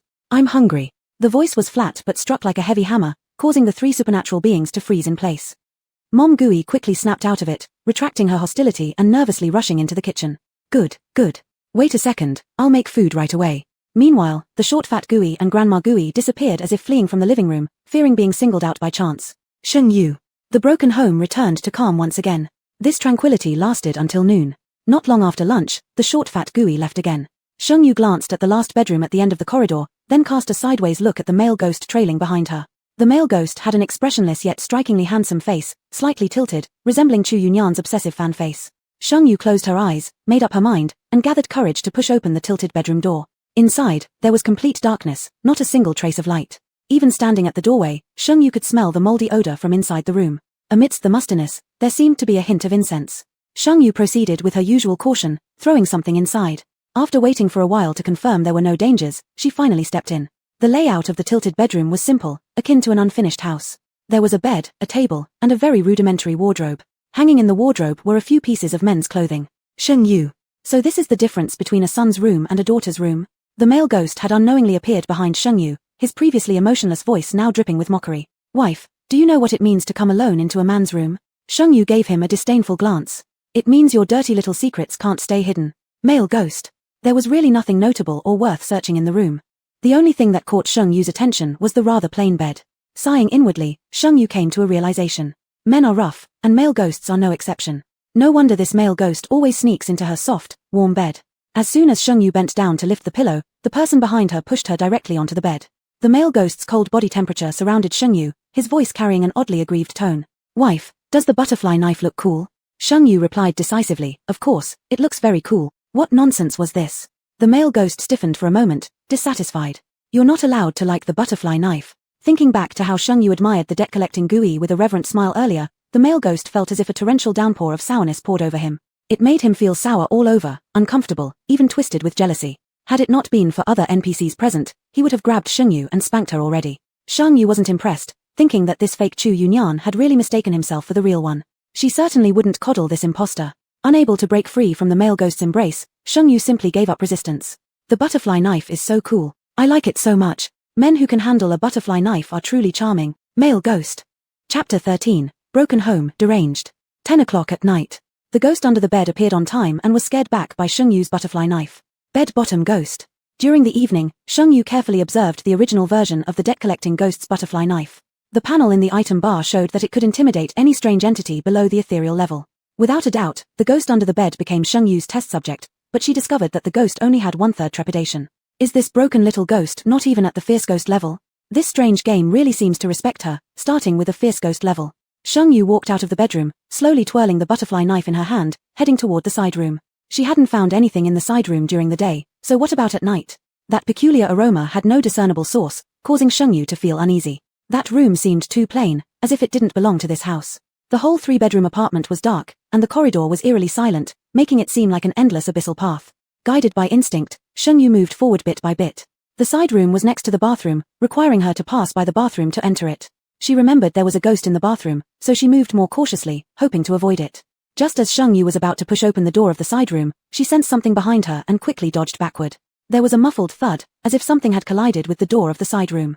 Sheng Yu's butterfly knife spun faster, CZZZ. More things kept approaching her but were swiftly repelled by the sharp edges of the spinning butterfly knife. Soon, it fell silent again. Despite the stillness, the hairs on Sheng Yu's body stood on end, her sense of danger persisted. Suddenly, she felt a sharp pain in her ankle. It was as though a rope tightly bound around her foot pulled her down to the ground, dragging her toward the direction of the bathroom. It was the mirror ghost from the bathroom. The livestream chat exploded with candle emojis once again. Among countless candles, a few sighs emerged. Sigh, this B-level script truly has eerie things everywhere. Mirror ghost, a silver coin veteran just waiting in ambush by the side room's entrance for players to step into the trap. Once dragged inside the bathroom, survival is basically impossible. No one knows where the main body of this old silver coin actually is. Isn't he the reflection in the mirror its main body? Some previous viewers clearly didn't do their homework. Previously, some players tried burning down the bathroom, smashing the mirror into pieces, yet the mirror ghost remained intact and unexpectedly killed the player in its shadow. Rest in peace. Wax candles candle hash. Farewell.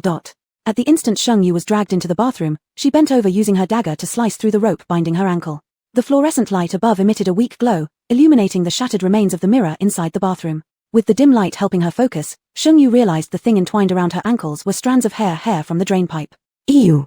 A shiver of disgust rippled across Sheng Yu's skin as goosebumps broke out all over her arms. Zixixixixi. The mirror ghost's laugh was wicked and grating, like a needle scratching against eardrums echoing in the narrow space of the bathroom. Sheng Yu, without hesitation, thrust her butterfly knife directly into the mirror. Cracks resembling spiderwebs spread throughout the mirror. Within these fractured panels, the blurred outline of the mirror ghost looked even stranger. Zixixixi, right now he is at his weakest time, yet you dare come out. Zixixixi, I will eat you. The drain pipe began gushing out more and more hair, which wrapped around Sheng Yu. She fought the encroaching hair with both her butterfly knife and dagger, but the amount of hair was overwhelming. It was like facing Tang Xuejian in spring, cut them endlessly, but they would never end.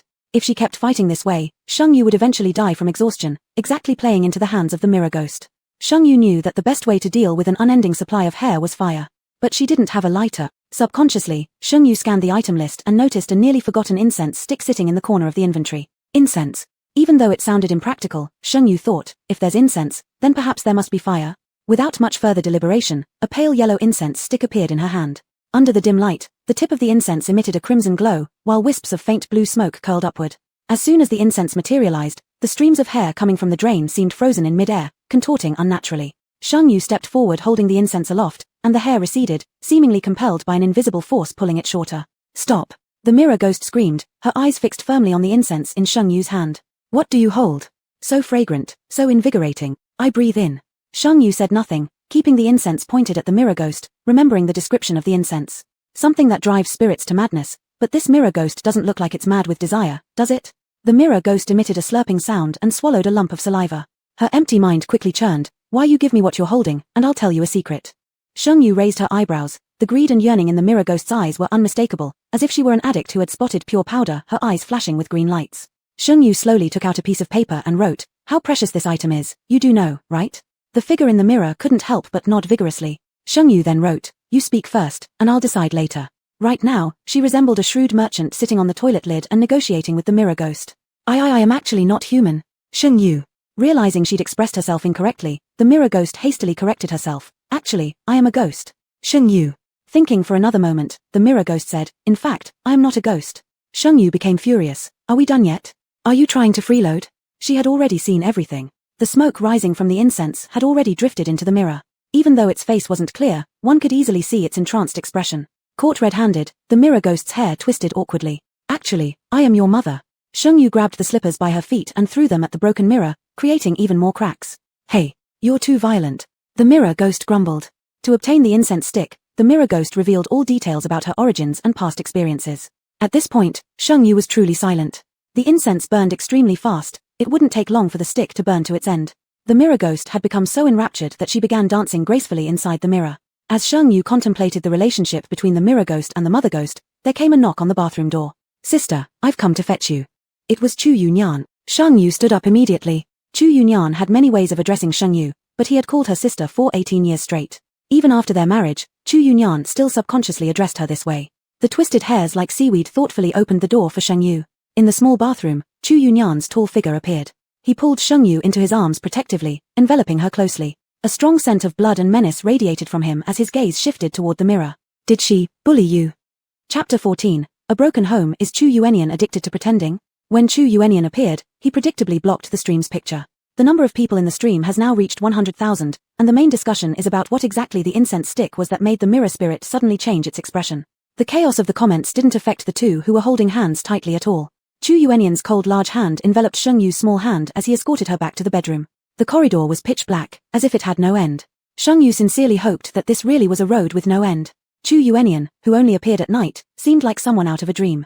After lying down in the bedroom, Chu Yuanian hugged her in his arms, and Shengyu's silence made him feel somewhat uneasy. "Dear, is there anything you want to ask me? For instance, why did he enter this game? Or why those spirits so feared himself?" "No, go to sleep quickly." Shengyu's voice was gentle as she hugged Chu Yuanian's waist. His touch was a bit cool, very comfortable on this early summer night.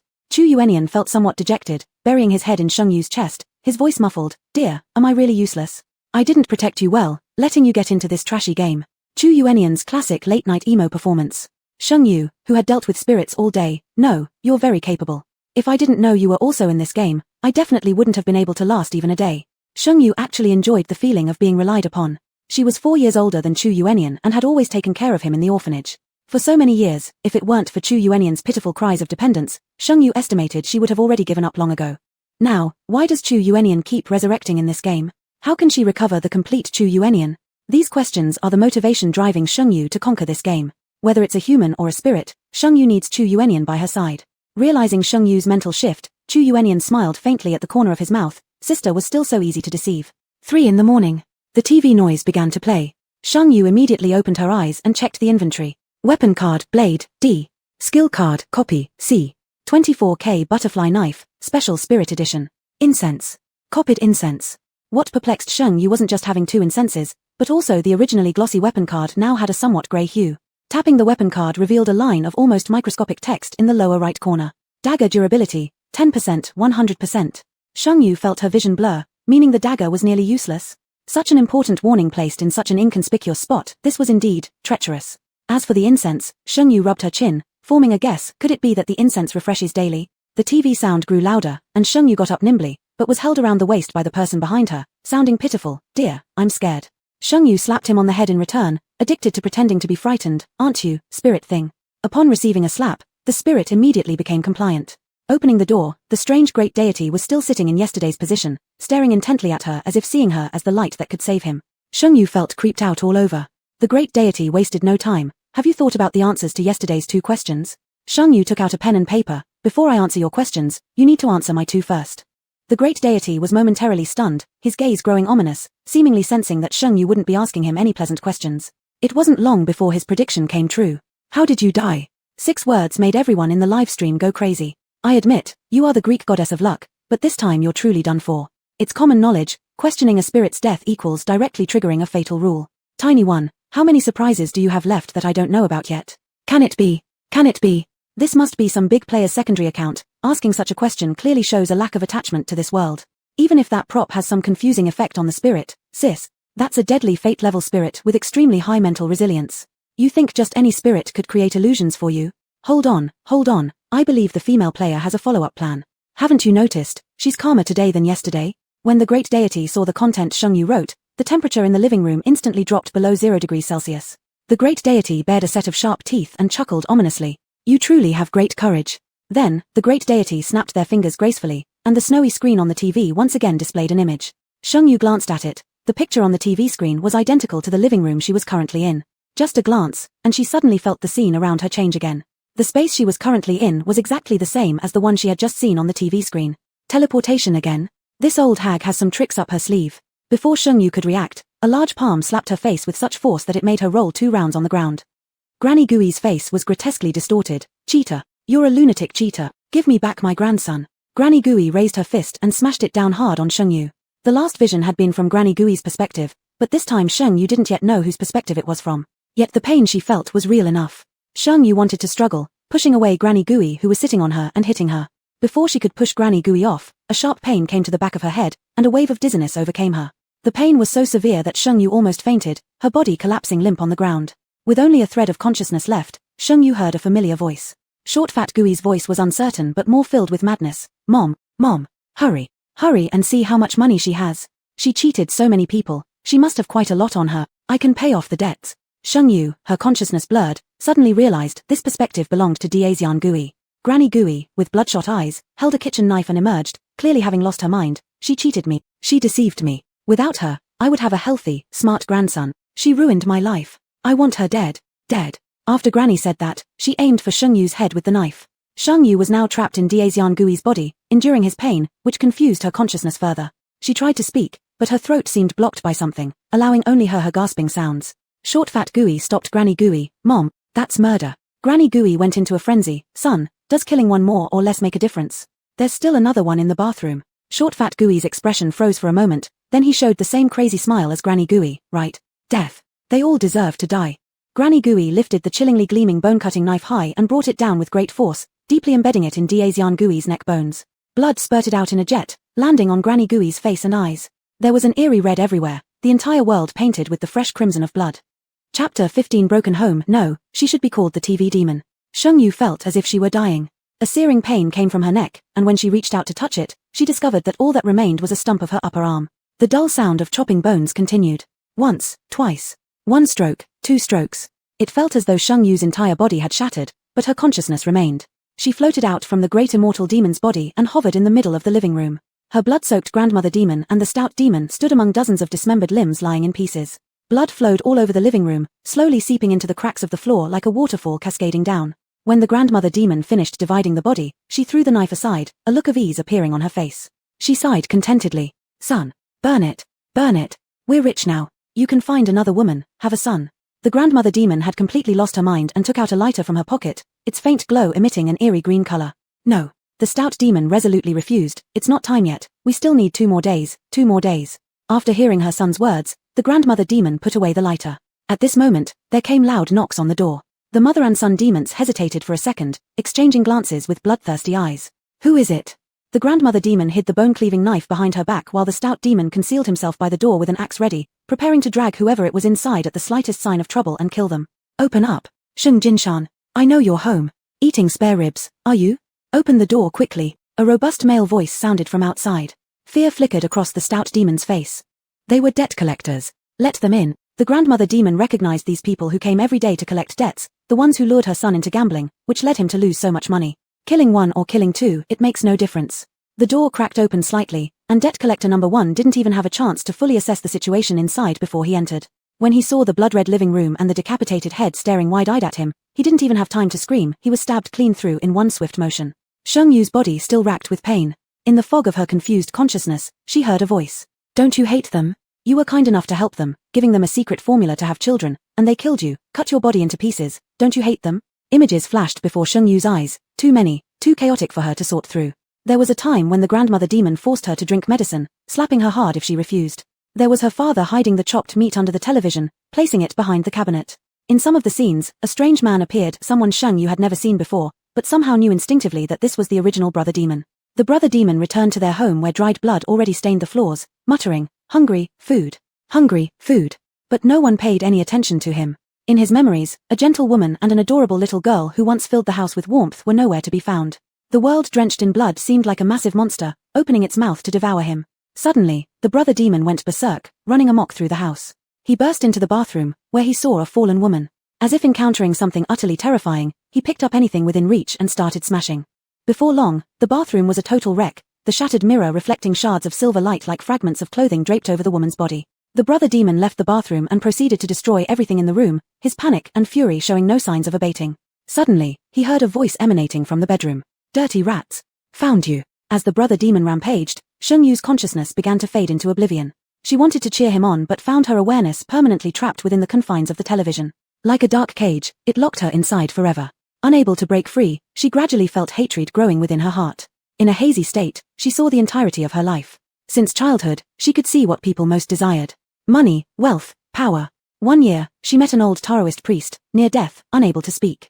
She knew that he wanted to see his disciple one last time, so she helped him make the call. The disciple was grateful and gave her a secret recipe, a formula rumored to enable barren women to bear children. At first, she didn't believe in it, but after trying it a few times and discovering it actually worked, she began profiting off it. Within 3 years, she amassed vast wealth. It was around this time that she encountered the disciple again, who warned her that her accumulation of bad karma was severe and urged her to accumulate good karma to avoid a wrongful death. Therefore, she specifically targeted families who looked distressed and would be doomed without a grandson, selling them the secret formula for having children. Isn't saving a family considered accumulating merit? But she still didn't expect to mess up. She was caught by the police, originally thinking everything would go smoothly, but then they detained her on grounds of superstition. 10 years later, she encountered again the person who had arrested her back then. With resentment in her heart, she gave an old woman a packet of dumb powder, falsely claiming it could turn a girl into a boy. The old woman seemed to know her reputation and believed in her completely. Another 8 years passed in the blink of an eye. She originally intended to finish one last deal before going home, but was seized by that same old woman who once received the packet of dumb powder, and dragged back to her house. She hated it. She wanted revenge. She wanted to leave this small TV box. She wanted to go kill the wicked mother and son. Sheng Yu's consciousness gradually became blurred, and she thought she was really just a medicine seller. Someone had harmed her, and she wanted revenge. Sister, I want to eat chestnut cake. Suddenly, a fleeting yet familiar voice appeared by Sheng Yu's ear. Chu Yu Nyan. No. She wasn't a medicine seller. She was Sheng Yu. Her awareness gathered, and Sheng Yu pulled out a pure gold butterfly knife, making a slash at nothingness. The black and red intertwined space seemed to have been torn open, letting a ray of light shine through. Sheng Yu quickly grabbed an incense stick, its faint red glow like a fierce flame slowly burning in the black void. Before her eyes blurred again, she found herself back in the original living room. At this moment, on the other corner of the sofa sat the great immortal demon. No, it should be called the TV demon. The TV demon stared unblinkingly, focusing on something in Sheng Yu's hand. What is this? I've sensed it hours ago. The TV demon's sharp eyes were filled with some doubts. She was an ominous creature of the deadly fate level, but now she couldn't see through what kind of artifact this incense stick was. It made her feel refreshed. The dissatisfaction, anger, and hostility in her heart seemed to have calmed down, gradually becoming peaceful. Sheng Yu panted heavily, as if she had just been fished out of water, her face pale like paper. If her personal attribute panel could be opened at this moment, it would surely show that her spirit value was less than 10.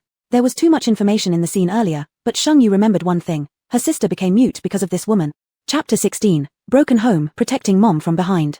For the rights and wrongs of others, Sheng Yu has always respected other people's destinies.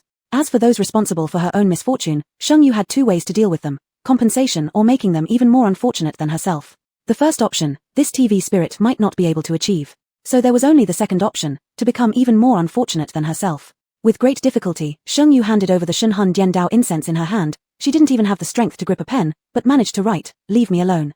The TV spirit took the stick of incense, took a deep breath, and it seemed as if every pore in its body felt unblocked, feeling calm and pleasant inside. Hey, how come it feels like someone is singing in my ear? On your heart, freely flying towards tilde tilde. Distant starlight tilde tilde freely wandering tilde tilde. Seeing the gradually entranced expression on the TV spirit's face, Sheng Yu's lips curved into a smile, her eyes dropping so that she looked like she was surrendering to fate. But beneath her gaze, murderous intent flickered. But Shengyu knew that the TV spirit before her eyes was more powerful than any strange entity she had ever encountered. Even dealing with a mirror ghost at the fierce level was already difficult for her, let alone combating such an ominous being, which would prove even more challenging. Her younger sister's revenge could not go unaddressed. The next morning, Shengyu was awoken by the sound of thunder. This was followed by the sounds of countless raindrops hitting the windows. It was strange indeed.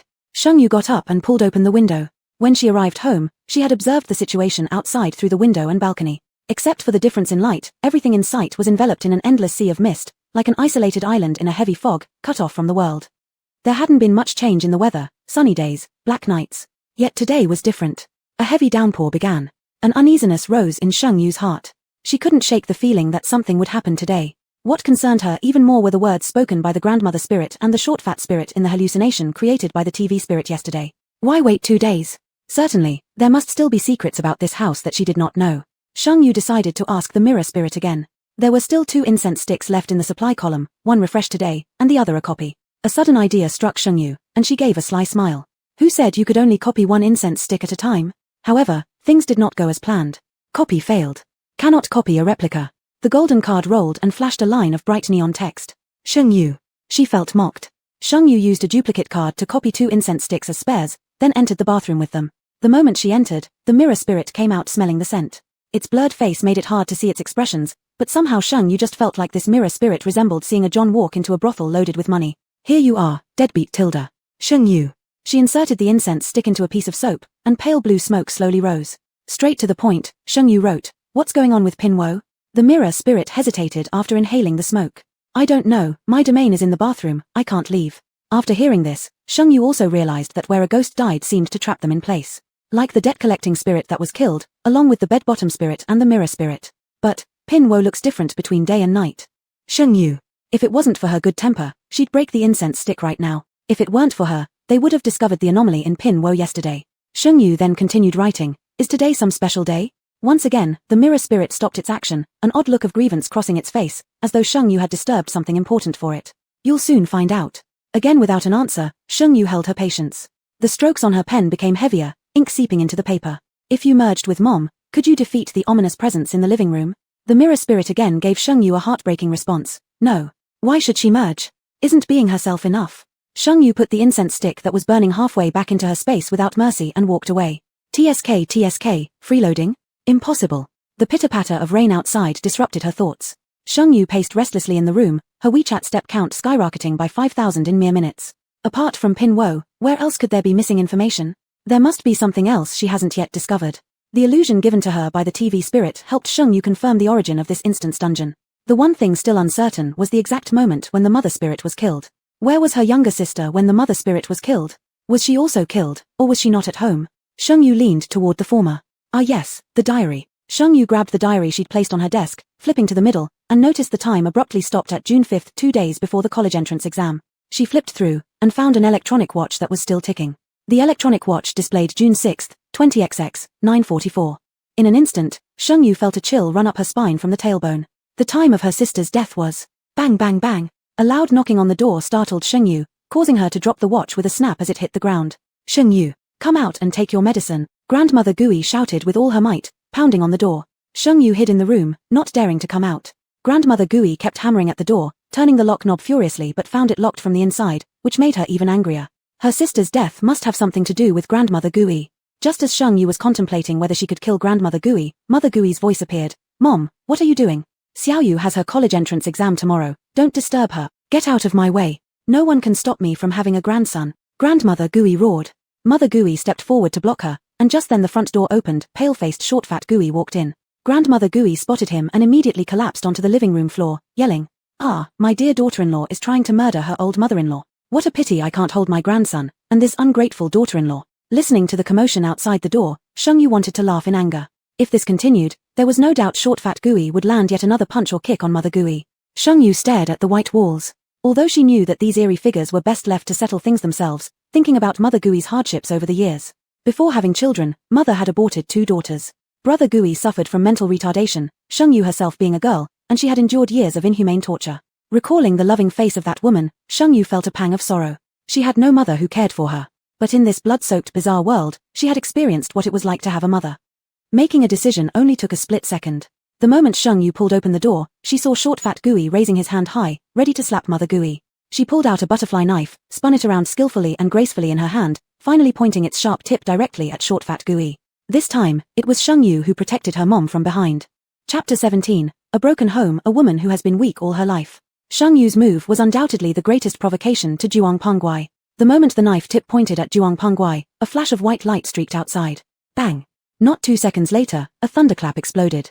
Zhuang Pengguai seemed stimulated by the thunder, his round body inflating like a balloon and filling the entire room. He loomed like a small mountain, toppling down towards Sheng Yu and her mother ghost behind her. Die! Those who disobey must die. Zhuang Pengguai's voice had completely lost its human quality, sounding more like a raging beast. The moment the giant body collapsed, Mother Ghost pulled Sheng Yu back rapidly. Just then, Little Ku's figure appeared so bravely in front of them. Mother Ghost found it unbelievable. The corridor exit was blocked, so Mother Ghost and Sheng Yu could only retreat into the bathroom. Zhuang Pengguai kept approaching, but Mother Ghost showed no sign of tension on her face, only full of maternal love and satisfaction. There was a soft glow emanating from her body. Yu has grown up and can protect Mommy now. Sheng Yu opened her mouth as if to say something, but Mother Ghost smiled and shook her head gently. Yu, don't be afraid. Mommy won't let Daddy hurt you. As she finished speaking, she was about to leave the bathroom, but Sheng Yu immediately grabbed her arm, and with her other hand tapped the broken mirror. A blurred shadow flashed in the mirror, asking, "What is it?" Sheng Yu grew anxious. Zhuang Pengguai's power had greatly increased. Plus, there was also Grandma Ghost present. This wasn't something Mother Ghost alone could handle. There's no time. The fragile glass door of the bathroom was crushed under the pressure of Zhuang Pengguai. His huge arm reached through the entrance. Sheng Yu faced him holding a butterfly knife. Compared to the enormous, rounded mass that was Zhuang Pengguai, Sheng Yu was flexible like a little fish swaying its tail underwater. She thrust her butterfly knife into him repeatedly, each stab creating a bloody hole. Sprays of foul-smelling blood shot out in thick streams, forming arcs in the air. Zhuang Pengguai's body deflated like a punctured balloon, quickly shrinking back to its original size. However, his expression turned even more sinister as he charged forward together with Grandma Ghost. Sheng Yu glanced at the uncooperative mirror ghost. "Since you're not going to play fair, don't blame me for being ruthless." She used the copy card to replicate 2 incense sticks. Only 2 chances remained on the card. She waved these 2 incense sticks in front of Grandma Ghost and Zhuang Pengguai as they lunged forward. Even 1 incense stick would stop a ghost at the fearsome level from attacking, and doubling the incense deprived Grandma Ghost and Zhuang Pengguai of their will entirely. Sheng Yu tossed the incense into the bathroom and dragged Mother Ghost away. Let them fight each other to death. Mother Ghost wanted to go too, obviously influenced by the smoke from the incense. Sheng Yu pulled Mother Ghost back into the master bedroom. Having no choice, she copied another incense stick, stuffing it into Mother Ghost's hands. "Here you go, extra helpings just for you." Mother Ghost held the incense stick, took a deep breath, and her expression softened even more, her eyes misty. "Thank you, Yu." It felt as though Sheng Yu's heart was touched by a gentle spring breeze, making her relax instinctively. She revealed a bashful smile, like a child who'd just been praised by their mother. "Wah, the girl is so cute. Wah, my wife is so beautiful. The goddess is so clever. Who would have thought of making them fight among themselves? Wait, isn't anyone curious what kind of item this incense is? Why are even fearsome level ghosts powerless against it?" The battle soon concluded in the bathroom. Mirror Ghost possessed the advantages of timing, terrain, and support despite fighting against 2 opponents. She wasn't at a disadvantage. Before long, Zhuang Pengguai fell. His whole body was turning cyanotic, the fumes he emitted transitioning from pitch black to a greyish hue. He looked close to death. Grandma Ghost hung on a bit longer, only to be ambushed by Sheng Yu returning. After several stabs from her blade, Grandma Ghost teetered on the brink. Mirror Ghost shot a glance at Sheng Yu, seemingly dissatisfied with her earlier actions. But upon receiving the 2 incense sticks, she quickly returned to the mirror, dancing gracefully inside. After all, Mirror Ghost and Mother Ghost were part of the same entity. By giving Mother Ghost a private lesson, some of the incense's effects would transmit into Mirror Ghost's system too. That partly explained why she managed to defeat 2 ghosts at the same level. Sheng Yu wondered if she could obtain cards after resolving Grandma Ghost and Zhuang Pengguai. As she prepared to take action, she heard the prompt sound again. No attacks allowed against key NPCs in the mission scenario. Sheng Yu. Mother Ghost stepped out from behind Sheng Yu. Suddenly, a cleaver materialized in Mother Ghost's hand. Sheng Yu understood. Mother Ghost's domain was the kitchen. Everything in the kitchen was interconnected with Mother Ghost. It seemed Mother Ghost had never seen her son Ghost and herself in such a weakened state. Gazing steadily at the 2 prone ghost figures on the floor, tears had already pooled in her eyes. "It's all your fault. You've ruined me." Mother Ghost cried out loud, large drops of tears falling onto the ground, transforming into rolling clouds of thick smoke. The smoke converged, revealing an image to Sheng Yu. The scene at the beginning was similar to what Sheng Yu experienced an hour ago. The turning point came when Sheng Yu appeared. In the picture, the younger sister heard the sound of her mother being beaten, chose to open the door after taking medicine, and tried to stop Zhuang Pengguai from continuing to beat the woman. But Grandma Ghost pushed her back into the room. Mom Ghost was dragged into the bathroom by Zhuang Pengguai, who began demanding money. Without the money, he planned to take nude photos of the younger sister to make money. In a panic, Mom Ghost grabbed a bottle of air freshener and smashed it onto Juong Pangwai's head. This act completely enraged Juong Pangwai. What followed was a brutal beating that left no traces of humanity. When Juong Pangwai finally stopped, Mom Ghost had no breath left in her body, drenched in blood with her face unrecognizable. Juong Pangwai, panicked, consulted Grandma Ghost on what to do next. The younger sister, realizing something was wrong, stepped out and overheard their plan. Upon encountering the younger sister, Juong Pangwai, having already killed one person, didn't hesitate over his daughter. He intended to take nude photos of the daughter.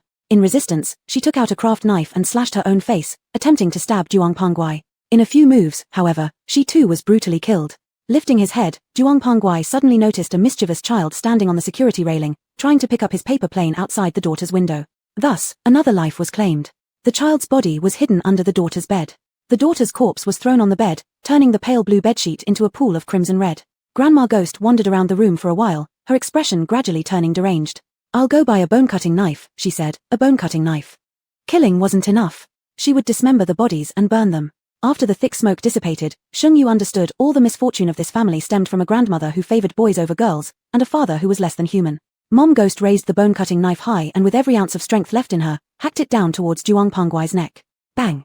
A tremendous crash resounded as Juong Pangwai's head was severed from his body, his eyes bulging wide, as if unable to believe that it was the woman who had been meek all her life who had decapitated him.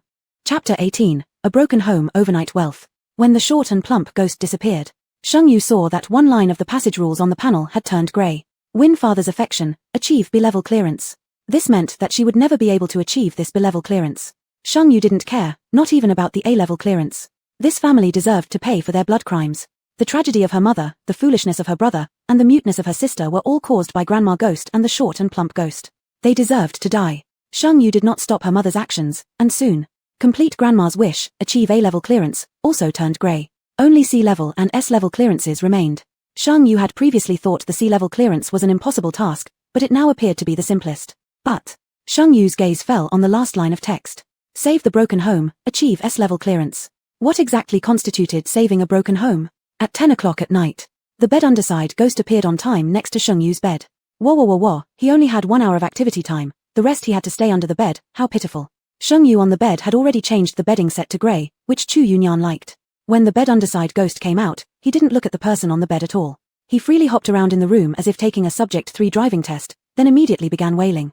Love your solitary walking in dark alleys, love your proud stance, love your confrontation with despair without shedding a tear, love your tattered clothes daring to challenge fate's gun, love how much you resemble me tilde woo tilde tilde. Sheng Yu. Sheng Yu. Times have changed, no one sings that anymore.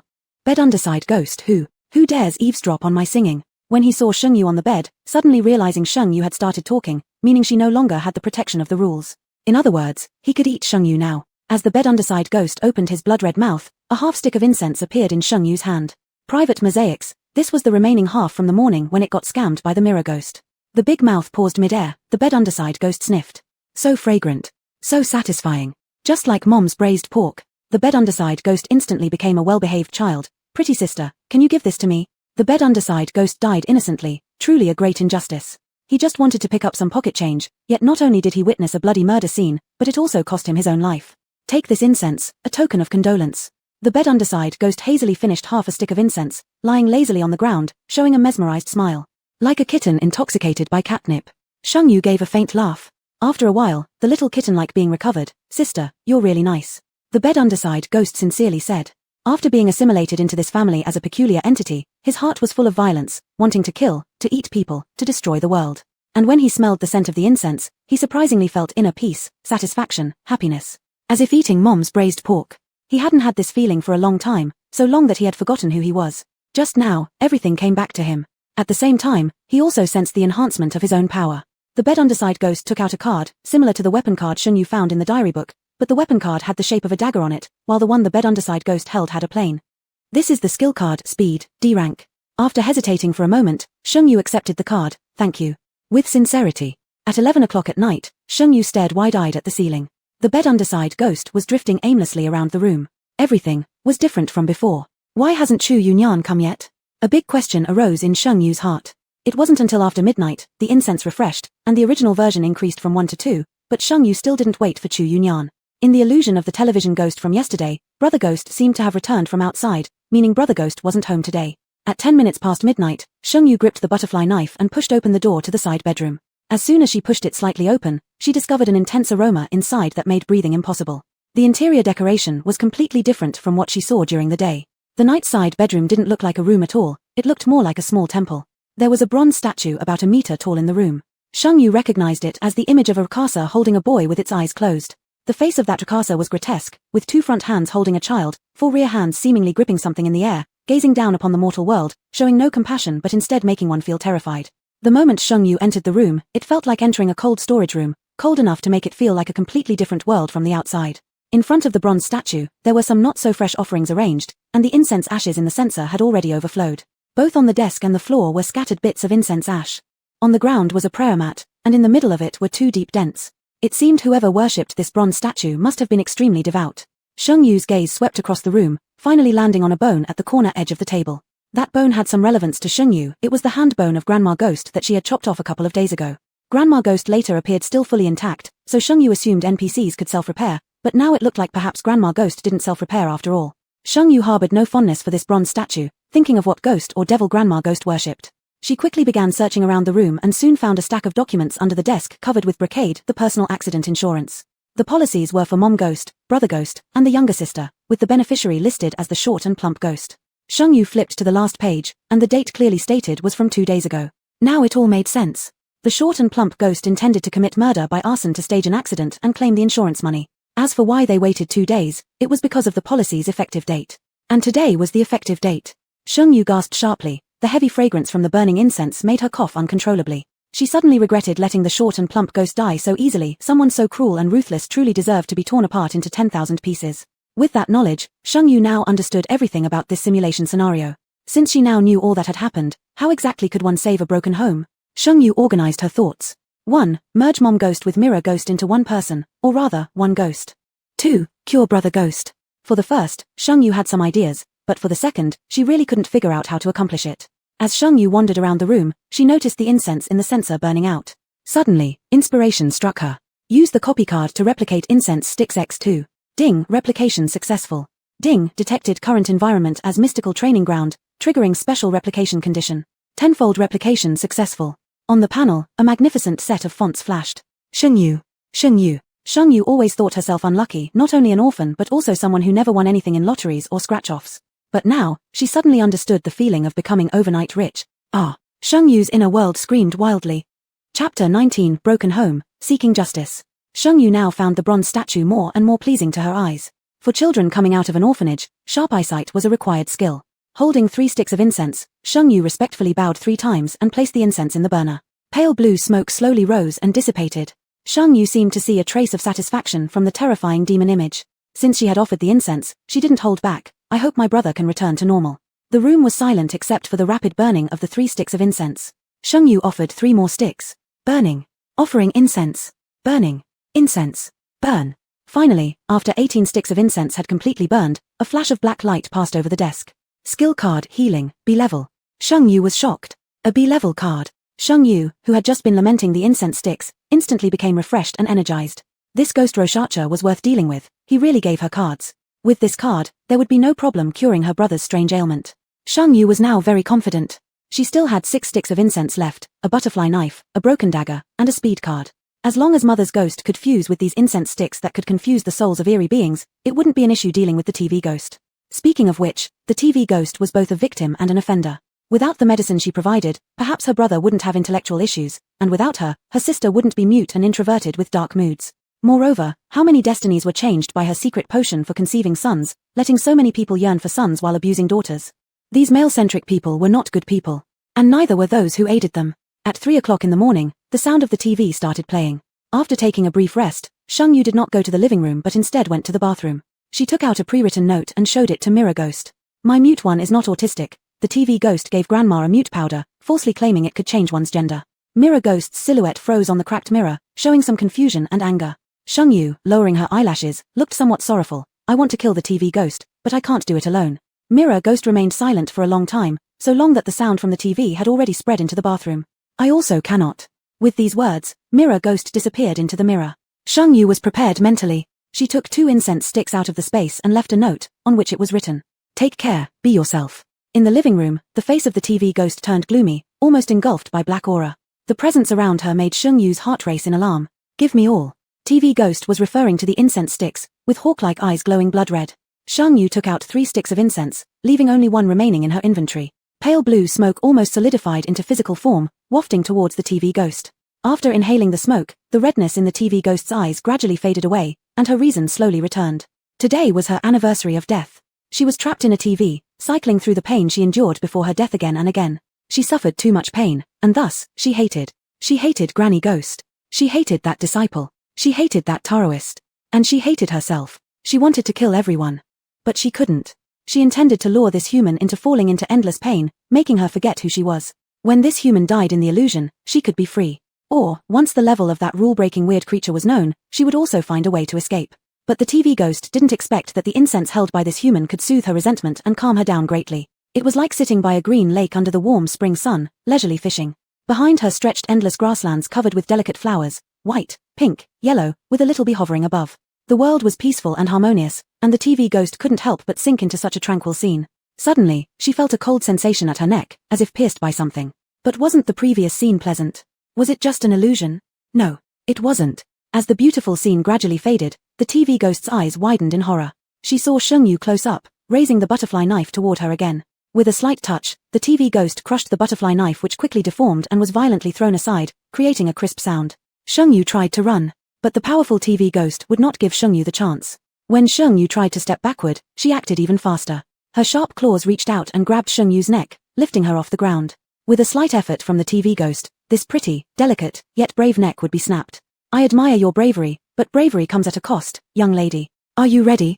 The TV ghost's neck was gushing blood, and in no time, her flesh withered away, exposing her eerie white bones. Yet, she paid no heed to it and even kindly explained.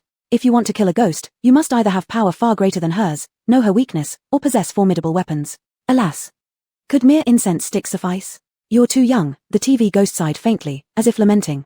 Her black claws tightened, Sheng Yu's face instantly turned bluish-purple, her eyes rolled back, and her consciousness began to fade. Just then, countless strands of black hair suddenly burst out from the ground, each sharp and pointed. Before Sheng Yu completely lost her breath, these hairs impaled the TV ghost's claw into shreds. The TV ghost drew in a sharp breath and looked towards the corridor, her gaze unusually grave. When had a second lethal-level ghost appeared in this house? Let's rewind 2 minutes. When the incense in the bathroom had burned out, Mirror Ghost did not show up. Instead, someone from outside opened the bathroom door. At that moment, Mother Ghost still appeared gentle, but with a firmness beneath her gentleness. Yu is going to die. Mirror Ghost, she's your daughter. Mother Ghost, you are me, aren't you? As if reminiscing, Mother Ghost slowly said. All these years in this home, only here could I pour out my sorrows. I would talk to my reflection about my grievances and pain, unknowingly transferring my resentment to you, right, Mirror? Mirror Ghost was the vessel that carried Mother Ghost's grudges, absorbing all her years of resentment, hatred, anger, and suffering. The mirror had become the dark side of Mother Ghost. Ghosts survive on negative emotions. If the two of them merged, defeating the TV ghost wouldn't be a problem. In the living room, Sheng Yu was already being strangled, leaving no more time for Mirror Ghost to ponder. Without hesitation, Mother Ghost turned and left. In her mind lingered the image of little Ku standing in front of her earlier, shielding her from the short and plump ghost. It was like a ray of light breaking through the deep, shadowy swamp, illuminating her heart steadily. Since the TV ghost was one of the masterminds behind harming her daughter, Mother Ghost decided it was time to seek justice for her daughter. Chapter 20A Shattered Home End. In the darkness, she couldn't see as a shadow slipped out from the mirror and slowly merged into her feet. At this moment, the eerie mother's power surged dramatically. An abundance of black, long, and thick hair spread forward, transforming into sharp needle points. Sheng Yu fell to the ground entirely, producing a muffled sound. The black hair now softened, gently climbing up Sheng Yu's cheek in an attempt to awaken her. Sheng Yu had just been near death. Now, though conscious, her consciousness seemed trapped in her mind, unable to control her body. The eerie mother and TV ghost soon began grappling with each other. The battle between these two deadly-level ghosts caused the livestream signal to become unstable. The picture flickered on and off, yet one could still catch glimpses of the fierce fight between the TV ghost and the eerie mother in those brief moments. The TV ghost dragged the eerie mother into an illusion but ignored the effect of the incense. It took less than 2 seconds for the eerie mother to wake up. The dense hair wrapped around the TV ghost while also ensnaring the living room's television. Like a python coiling around its prey, it applied a little force, and the TV exploded. Flying debris hit Sheng Yu's chest directly. On the verge of death, Sheng Yu suddenly sat up, gasping for air sharply, her soul returning. But she felt her throat hurting terribly, trying to speak but like her vocal cords were torn apart. Well, now she was truly a mute. Sheng Yu gave a self-deprecating laugh as the butterfly knife reappeared in her hand. The TV ghost obviously leaned toward mental attacks, but the incense seemed to counter such attacks, capable of quickly awakening the ghost's thoughts. Now she was dangling in the air like being suspended by steel wires, with a clump of hair wrapped around her neck. Her shriveled skin was torn off, exposing her white, bony neck that had a large crack on it. On the brink of death, the words spoken by the TV ghost remained vivid in her mind: to kill an eerie presence, unless you know its weakness. The crack on the neck bone is the weakness of the TV ghost. Sheng Yu changed the dagger, her eyes locking onto the prey like a leopard. The TV ghost sensed danger and tried to break free but was tied even tighter by the eerie mother. This is the moment. Sheng Yu leapt up suddenly, using the support of the hair, and plunged the dagger fiercely into the neck bone of the TV ghost. The neck bone split in two, and the TV ghost's head rolled around on the ground once. The hairs acted as if they had their own life, turning into millions of steel needles, piercing the TV ghost's head into powder. Before the TV ghost transformed into black smoke, it absorbed the TV ghost's energy. A mechanical announcement rang out. Congratulations, number 444477 has completed the main boss challenge. Killed entity, a deadly level ghost, gained 500 experience points, obtained 1 mental attack card, C. Sheng Yu paid no attention to the broadcast voice but instead looked at the eerie mother. The eerie mother was not in good condition now. The face originally filled with kindness now had only half left, the other side blurred. The mirror ghost. Sheng Yu thought about how the eerie mother and the mirror ghost combined, and now it seems although they had merged, a rejection reaction occurred. What should be done? The eerie mother and the mirror ghost both clearly endured immense pain. Meanwhile, the sky outside had begun to lighten up faintly. Suddenly, Sheng Yu felt something standing behind her, a powerful pressure rushing towards her instantly. Someone grabbed her collar and flung her onto the couch beside her. Sheng Yu. Excuse me. With her head spinning from the jolt, Sheng Yu struggled to rise and looked over. It was Chu Yunyan. No, it was Brother Ghost. Something was wrong with Brother Ghost. Surrounded by swirling black gas, he would only blankly shout, "Hungry, hungry, food, food. Hungry, hungry, food, food." Fear simultaneously appeared on the eerie mother and mirror ghost's faces, half on each. Good son, mother will cook immediately. The eerie mother couldn't stand up after the fight and crawled over to the Brother Ghost, saying as she did. A nerve must have been touched within the Brother Ghost, his whole body surrounded by more black aura. He grabbed the eerie mother, opening a blood-red mouth Sheng Yu had never seen before, swallowing the eerie mother down. Sheng Yu. Sheng Yu was dumbfounded. At this point, the Brother Ghost remembered there was a small cake left on the couch, wiped his mouth, and then walked over to Sheng Yu. Wait a minute. Ignoring her throat's tearing like pain, Sheng Yu wanted to speak but could only make sounds of Chem. The Brother Ghost circled Sheng Yu lightly sniffing, showing great interest as he stuck out his tongue to lick Sheng Yu's nose tip. Smells so good. The Brother Ghost smacked his lips. Sheng Yu. With the butterfly knife ready to strike, Sheng Yu couldn't bring herself to attack him because of the familiar face. The Brother Ghost crazily licked her face full of saliva. As the next second approached, his tongue was inching closer to her lips. Disgusting. Sheng Yu suddenly pushed him away, remembering she had a healing card. She hurriedly activated it. Ding. A gentle green beam of light vanished into Ghost Brother's forehead. Ghost Brother patted his forehead, and the dazed look in his eyes gradually faded away. His face kept changing as he suddenly opened his blood-red mouth again. Ooh! A shadow emerged from Ghost Brother's mouth. Mom Ghost fell limply on the ground, covered in mucus, gradually regaining consciousness. Sheng Yu noticed that Mom Ghost now seemed much more normal. With steady breathing, had she benefited from her ordeal? Mom Ghost shook off some goo from her body and looked at her son in the living room, and her daughter who was just as sticky. Son, are you still hungry? After saying this, Mom Ghost froze as she noticed the hollow eyes that were now sparkling with intelligence. Mom, Ghost Brother called out. This one word Mom crossed 20 years of time. Congratulations to number 444477 for clearing the instance dungeon, Broken Home. Now proceeding to grading. While Mom Ghost and Ghost Brother hugged and cried, Sheng Yu heard the sound of passing the instance in her mind. Suddenly, Mom Ghost wiped her tears. You have college entrance exams today. Quickly go freshen up and rest. I'll make breakfast for you. The announcement sounded again. Player exploration rate in the dungeon is 95%. Cleared hidden path. Rating is SSS. Rewards will be settled upon leaving the dungeon. Would the player like to leave the dungeon? Sheng Yu selected no. The live stream went black the moment Sheng Yu chose no, leaving only the final settlement screen of the dungeon. There appeared a countdown timer of 5 minutes on Sheng Yu's dashboard. She would be forcibly taken out of the dungeon after 5 minutes. Sheng Yu glanced at Ghost Brother. Ghost Brother was also looking at her, following Sheng Yu back to her bedroom. Honey. The instant the door closed, Ghost Brother embraced Sheng Yu and kissed her neck. You're so amazing, honey. Chu Yunyan. Sheng Yu couldn't believe it when she looked up and saw clear eyes filled with loving tenderness. Touching the brows and eyes of her lover, she asked, her voice raspy. Yesterday. Will we see each other again? We will. Chu Yunyan gently kissed Sheng Yu's lips, and then nuzzled her cheek with his nose, inhaling the familiar and soothing scent of Sheng Yu. With this affirmative answer, Sheng Yu felt at ease. As long as she could see Chu Yunyan, no matter how difficult the road ahead might be, she would brave through it. Honey, on the first day of the game, it seems you haven't found the thing I gave you. Time was running out. Chu Yunyan's gaze was mischievous, his pitch-black eyes filled entirely with Sheng Yu. Sheng Yu raised an eyebrow. Wasn't that just an excuse? Chu Yunyan released her, gently holding her hand and kissing the joint of her ring finger. Then he pulled out a red velvet jewelry box. Inside was a pair of exquisite wedding rings. Tears suddenly streamed down Sheng Yu's face like a heavy downpour, making the 4 years since Chu Yunyan's death feel damp and suffocating. Chu Yunyan. It was during the trip to fetch the wedding rings that Chu Yunyan met with a car accident. Chapter 21. Achieving fame in one battle. The 4 years had left no trace on Chu Yu. This person seemed to still be the one who once knelt down and proposed to her. He held the ring, kneeling with one knee on the ground, his dark eyes full of love, his voice tender and sincere. Wife, I'm sorry for making you wait so long. Sheng Yu closed her eyes briefly, suppressing the rolling bitterness in her heart. The past is irretrievable, but just like a light boat sailing past countless mountains, as long as he is alive and exists, everything will be fine. Noble, beautiful, graceful, cute Miss Sheng Yu, would you marry this poor, unwanted man who can only cry in your arms, but happens to be very handsome and the most obedient lover in the world, Mr. Chu Yunyan?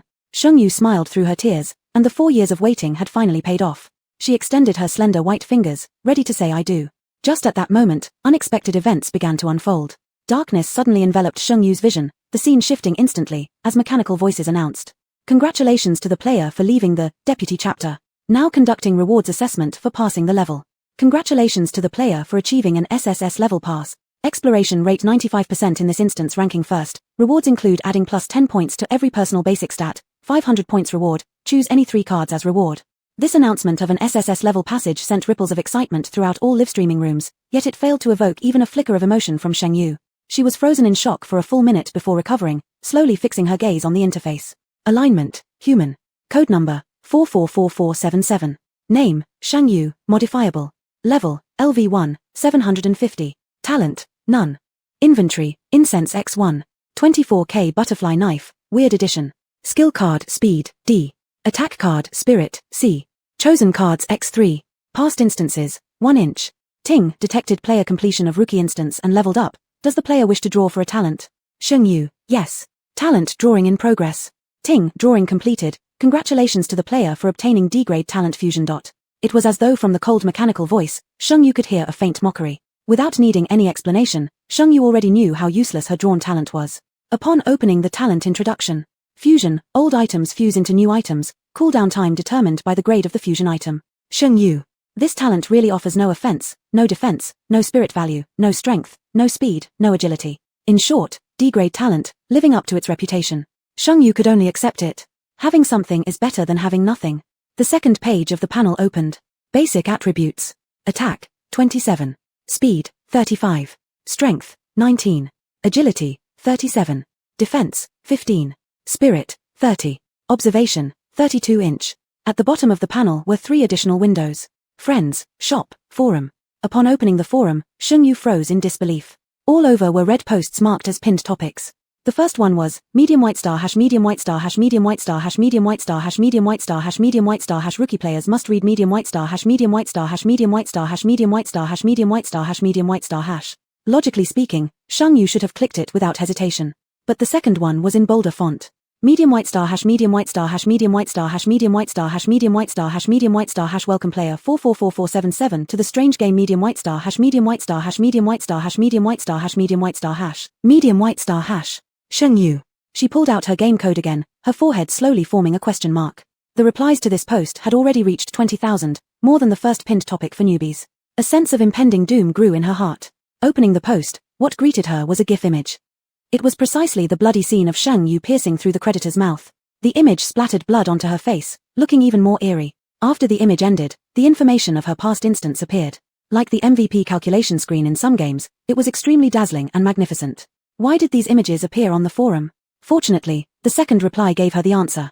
2L, welcome beautiful player number 444477 to the Strange Game family. Don't wonder why your video is here because the Strange Game is live streamed, and we see every single one of your actions. Sheng Yu. Does the Strange Game have any cracks in the ground? She wanted to relocate QAQ. Why didn't Chu Yu tell her that this game was broadcasted live? What about her scenes with Chu Yu? 3L, goddess. Look at me. Slurp slurp. You're so cool. Can we become friends? 4L, don't hog the bathroom and not poop. Can you ask something useful? Esteemed player number 444477, please let us know what incense you used in the love game. I'll pay big money for it. 5L, bonus purchase requested.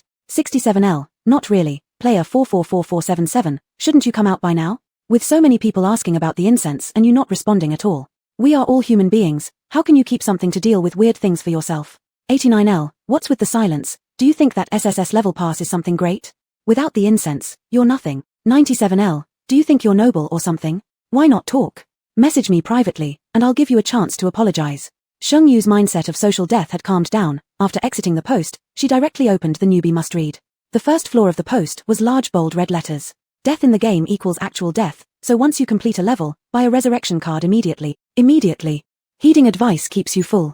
Sheng Yu opened the shop and found the resurrection card in the darkest corner. Ting, purchase successful, deduct 444 points. Now, Sheng Yu didn't have many points left. The second rule was regarding the strange game levels. When Sheng Yu saw the experience required for level UPS increase tenfold, she was dumbfounded.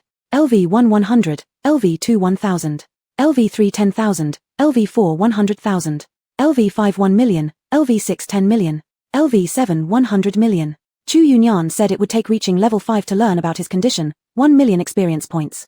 Who said reaching level 5 wasn't hard? Cards were divided into weapon cards, attack cards, defense cards, skill cards, and special cards. Card grades from highest to lowest were SSS, SS, S, A, B, C, D. The fourth rule introduced friendships and live streaming. For instance, gifts or tips received during a live stream could be exchanged for strange currency, which could be used within the game's instances. Newcomers don't have permission to activate gift or tip systems during their live streams. The fifth rule explained the use of points, which could be used in the store to purchase what you needed. Also, for every day survived in the virtual world, 20 points were required. Once points were depleted, players would be forced into an instance. Forced instances generally had lower exploration rates and were thus relatively harder. It was suggested to enter an instance one day in advance. The sixth and last rule, to leave the game, one must reach level 6. Afterwards, numerous users supplemented additional information. For example, when attack reached above 30, it would be enough to destroy low-level oddities, etc. On the forum, there were incessant calls to her, hoping she might inform everyone of what the incense was. By now, Sheng Yu had achieved fame through this bizarre game. She replied under the latest post. Thank you all for your care and concern. I truly don't know what the incense is. It appeared in my inventory after leveling up. After resting for a day, Sheng Yu was more or less recovered and once again entered an instance. When Sheng Yu's live stream reopened, viewers shouted, "This isn't the Greek goddess of luck but the goddess of the study king in ancient Greece. Welcome player Sheng Xin Yu to enter the game Wilderness Without People."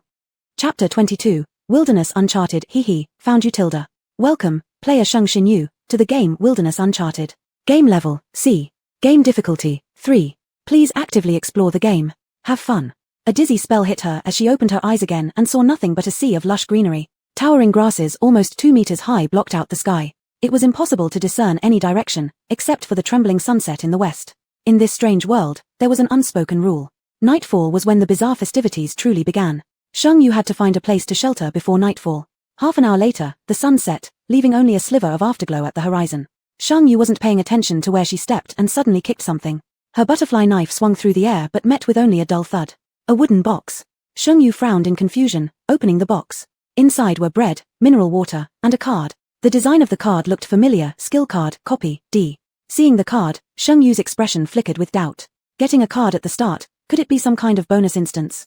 A bonus instance, as the name implies, not only makes passing easier, but the items inside are also easily obtainable. Emotions swirled in Sheng Yu's slender eyes. She didn't dare believe her luck was that good. But who could refuse a box with a card inside?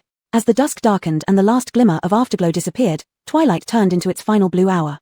On her journey, Sheng Yu discovered 2 more boxes, containing only food and some change of clothes. No cards appeared. Sheng Yu understood not every box contained a card. When she encountered another box, a sudden idea struck her. She sincerely washed her hands, burned incense, and bowed 3 times at the box, making someone unaware think she was praying at a tomb.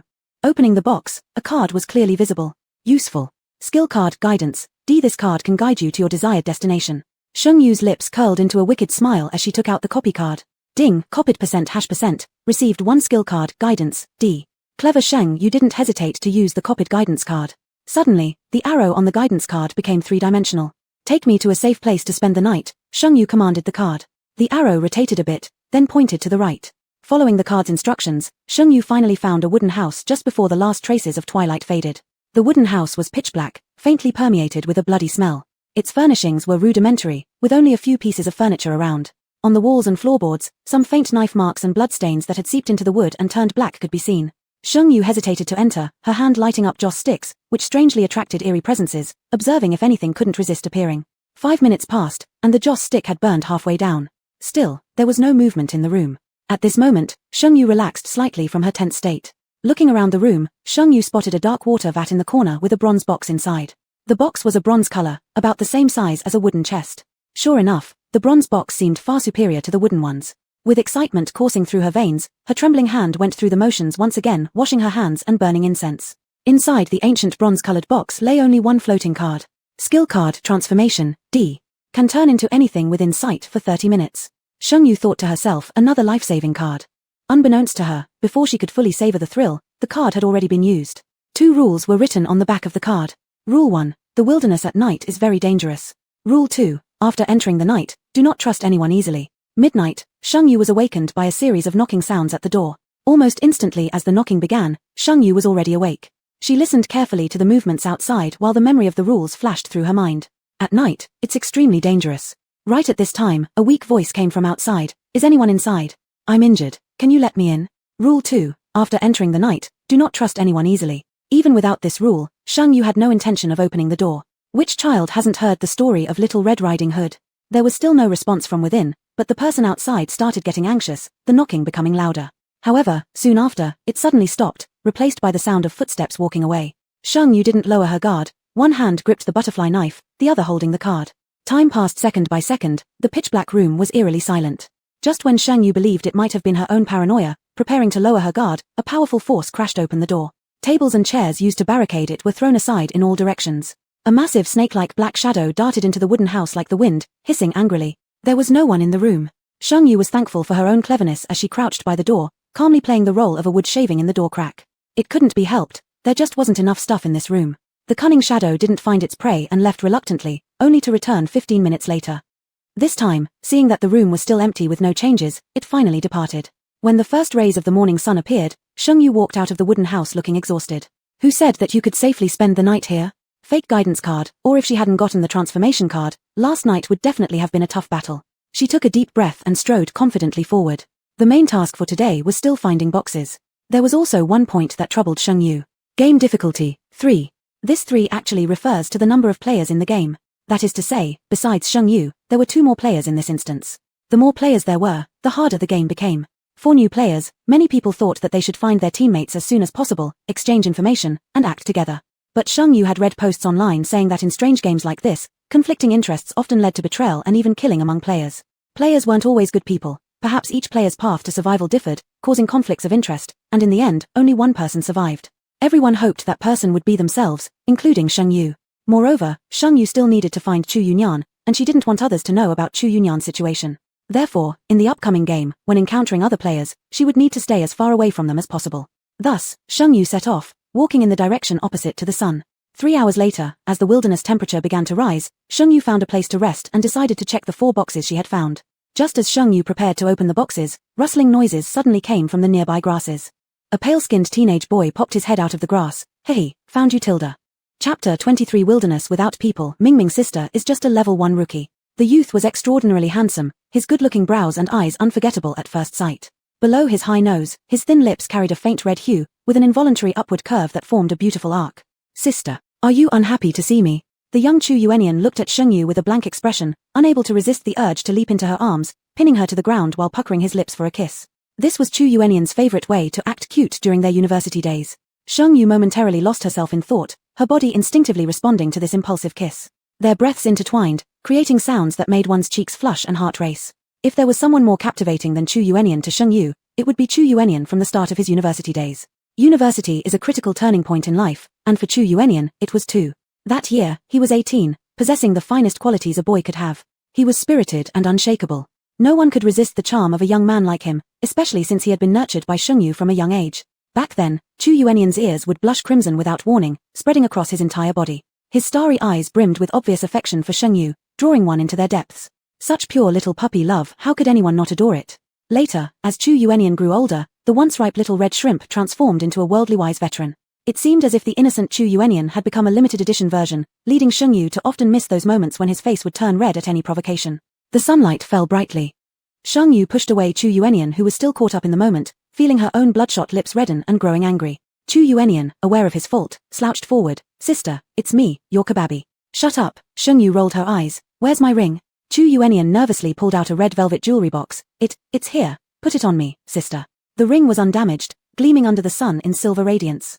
With the appearance of the ring, Sheng Yu no longer questioned his identity. Chu Yuanian, whether heaven or earth, life or death, you are mine. No matter where you are now, I'll wait, and I will find you. Her words were delivered as though seeking revenge. But the naive Chu Yuanian smiled brighter than a flower. He placed the ring on Sheng Yu's finger. A string of diamonds shone brilliantly, highlighting the delicacy of her slender fingers. The instant the ring was worn, Chu Yuanian's expression changed, plaintively complaining. Sister, they broke me into over a dozen pieces and scattered me into different dungeons. They're so mean, bullying a newcomer like me. Children who have left home do not cry when wronged outside. It is only before those who truly care for them that all their grievances pour out like floodwaters unleashed. Chu Yuanian was a little crybaby. Sheng Yu had known that since he was a child. She tenderly held him in her arms, coaxing him, kissing away the tears from his face, giving him several hugs and head rubs until she calmed the child down. Sheng Yu didn't know who Chu Yuanian referred to by them, but she knew one thing, this grudge was sealed. Viewers watched as Sheng Yu began eating bread after opening the chest, spending 20 minutes on one piece. Then suddenly, another person appeared on screen. Everyone realized the livestream footage must have been covered up earlier. Wait, does this sister already have the means to block the livestream at level 1? What are you talking about? The prop that blocks the livestream costs 1000 points, she just completed one dungeon, earning no more than 500 points. It might also be the NPC who blocked it. Didn't you see the rings on their hands? Is this a prop? A binding prop for NPCs? After indulging in some sweetness together, Sheng Yu began unpacking the crates. Chu Yuanian obediently watched beside her, his big watery eyes fixed only on her, making even Sheng Yu somewhat self-conscious. There were 4 wooden chests in total. Sheng Yu guessed that probably only within the wooden house could copper chests, or even higher-level chests, be found. First chest, burgers, Coca-Cola, chicken wraps. Second chest, dresses, underwear, skill card, copy, C. Third chest, plastic bag, coffee, durian mooncakes. Sheng Yu. Was the plastic bag given to remind her not to litter? There was only one chest left. Sheng Yu took a deep breath, washed her hands with mineral water, and lit incense in prayer. Sister, what is this? Chu Yuanian was drawn to the incense, smelling it and suddenly feeling his fading consciousness awaken again. Incense, I'm not sure what its use is. What do you feel? Sheng Yu asked. The incense had appeared in her supplies out of nowhere. She initially thought it was a game prop, but after leaving the game, she realized that in this strange world, only she possessed it. Chu Yuanian said, it enhances my consciousness, a mental type prop. Sheng Yu nodded thoughtfully. Indeed, the incense seemed highly effective for spiritual issues. Sheng Yu handed the incense to Chu Yuanian. She now had an abundance of copied cards, far too many for her to use the incense up, let alone ever finish it. If she could find a special scenario and land a critical hit, it would be even better. Sheng Yu opened the last box and took a glance. Hey, isn't this your favorite bag? Chu Yuanian exclaimed. The final box contained a bag, a durian, and a note. The note was barely noticeable. If Sheng Yu hadn't looked more closely due to not wanting to give up, she might never have spotted it. Sheng Yu felt slightly disappointed. This wasn't the way to clear the level, it was just a rule. Rule 3, when a golden chest appears, you cannot be alone. This alone was intriguing. Did it mean being with anyone, human, bizarre entity, or NPC would suffice, or did it imply that she must have a teammate? Another condition was a golden chest. So far, the best she'd seen were copper chests. Since the rules mentioned chests, it indicated there was certainly a connection between this game and chests. After resting a bit, under Chu Yuanian's enthusiastic prompting, Sheng Yu finally slung her beloved bag over her shoulder. Of course, before it stayed on her for long, Chu Yuanian grabbed it. After all, carrying the girlfriend's bag is lesson 1 in male morality, something Chu kept in mind. Hand in hand, they strolled slowly along the path. An hour later, Chu Yuanian halted. Sister, I need to leave. Chu Yuanian's eyes drooped sorrowfully. Today, thanks to this incense, I've been able to stay with you longer.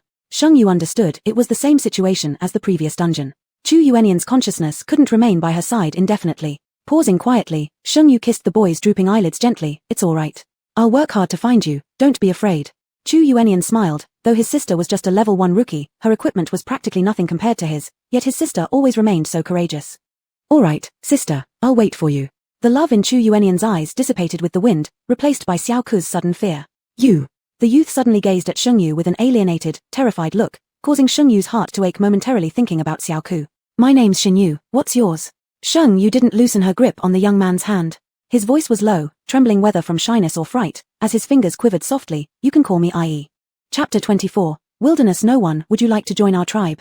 Yi was very timid and wanted to withdraw his hand from Sheng Yu's grip, but upon realizing Sheng Yu wouldn't let go, he turned beet red in panic, his eyes filled with entreaty. Chu Yu was too soft-hearted, making him an easy target for bullying, someone people might want to crush or mold as they pleased. Sheng Yu felt a ripple of amusement in her heart but kept a stern face. Yi, it's dangerous here, the grass is thick, if I let go of you, we'll get separated. Yi blinked his pitch-black eyes. Is that true? Sheng Yu nodded. It is, trust me. Ari gave in. Well, okay. Since Sheng Yu knew Ari was an NPC, she began asking him about the wilderness. 10 minutes later, Sheng Yu learned that this wilderness was much like ancient times, without nations, only tribes. Ari said he'd always been wandering outside, no tribe would accept him because he was too timid. He knew of 2 tribes, the Longya, Dragon-Tooth, tribe and the Jijiao, Chickenfoot, tribe. The people here had only one daily task, which was to look for these boxes. Their food, clothing, and shelter were all found inside them. With good luck, a single box could contain enough food for a month. And so, Sheng Yu took Ari across the grassland, searching for both boxes and a tribe. The sun started to slant westward, and the temperature gradually dropped. Around 3 in the afternoon, Sheng Yu spotted a box in the grass ahead.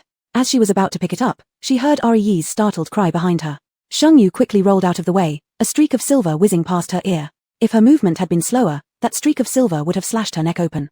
Who are you? The stranger asked first. Furrowing her brow, Sheng Yu looked over.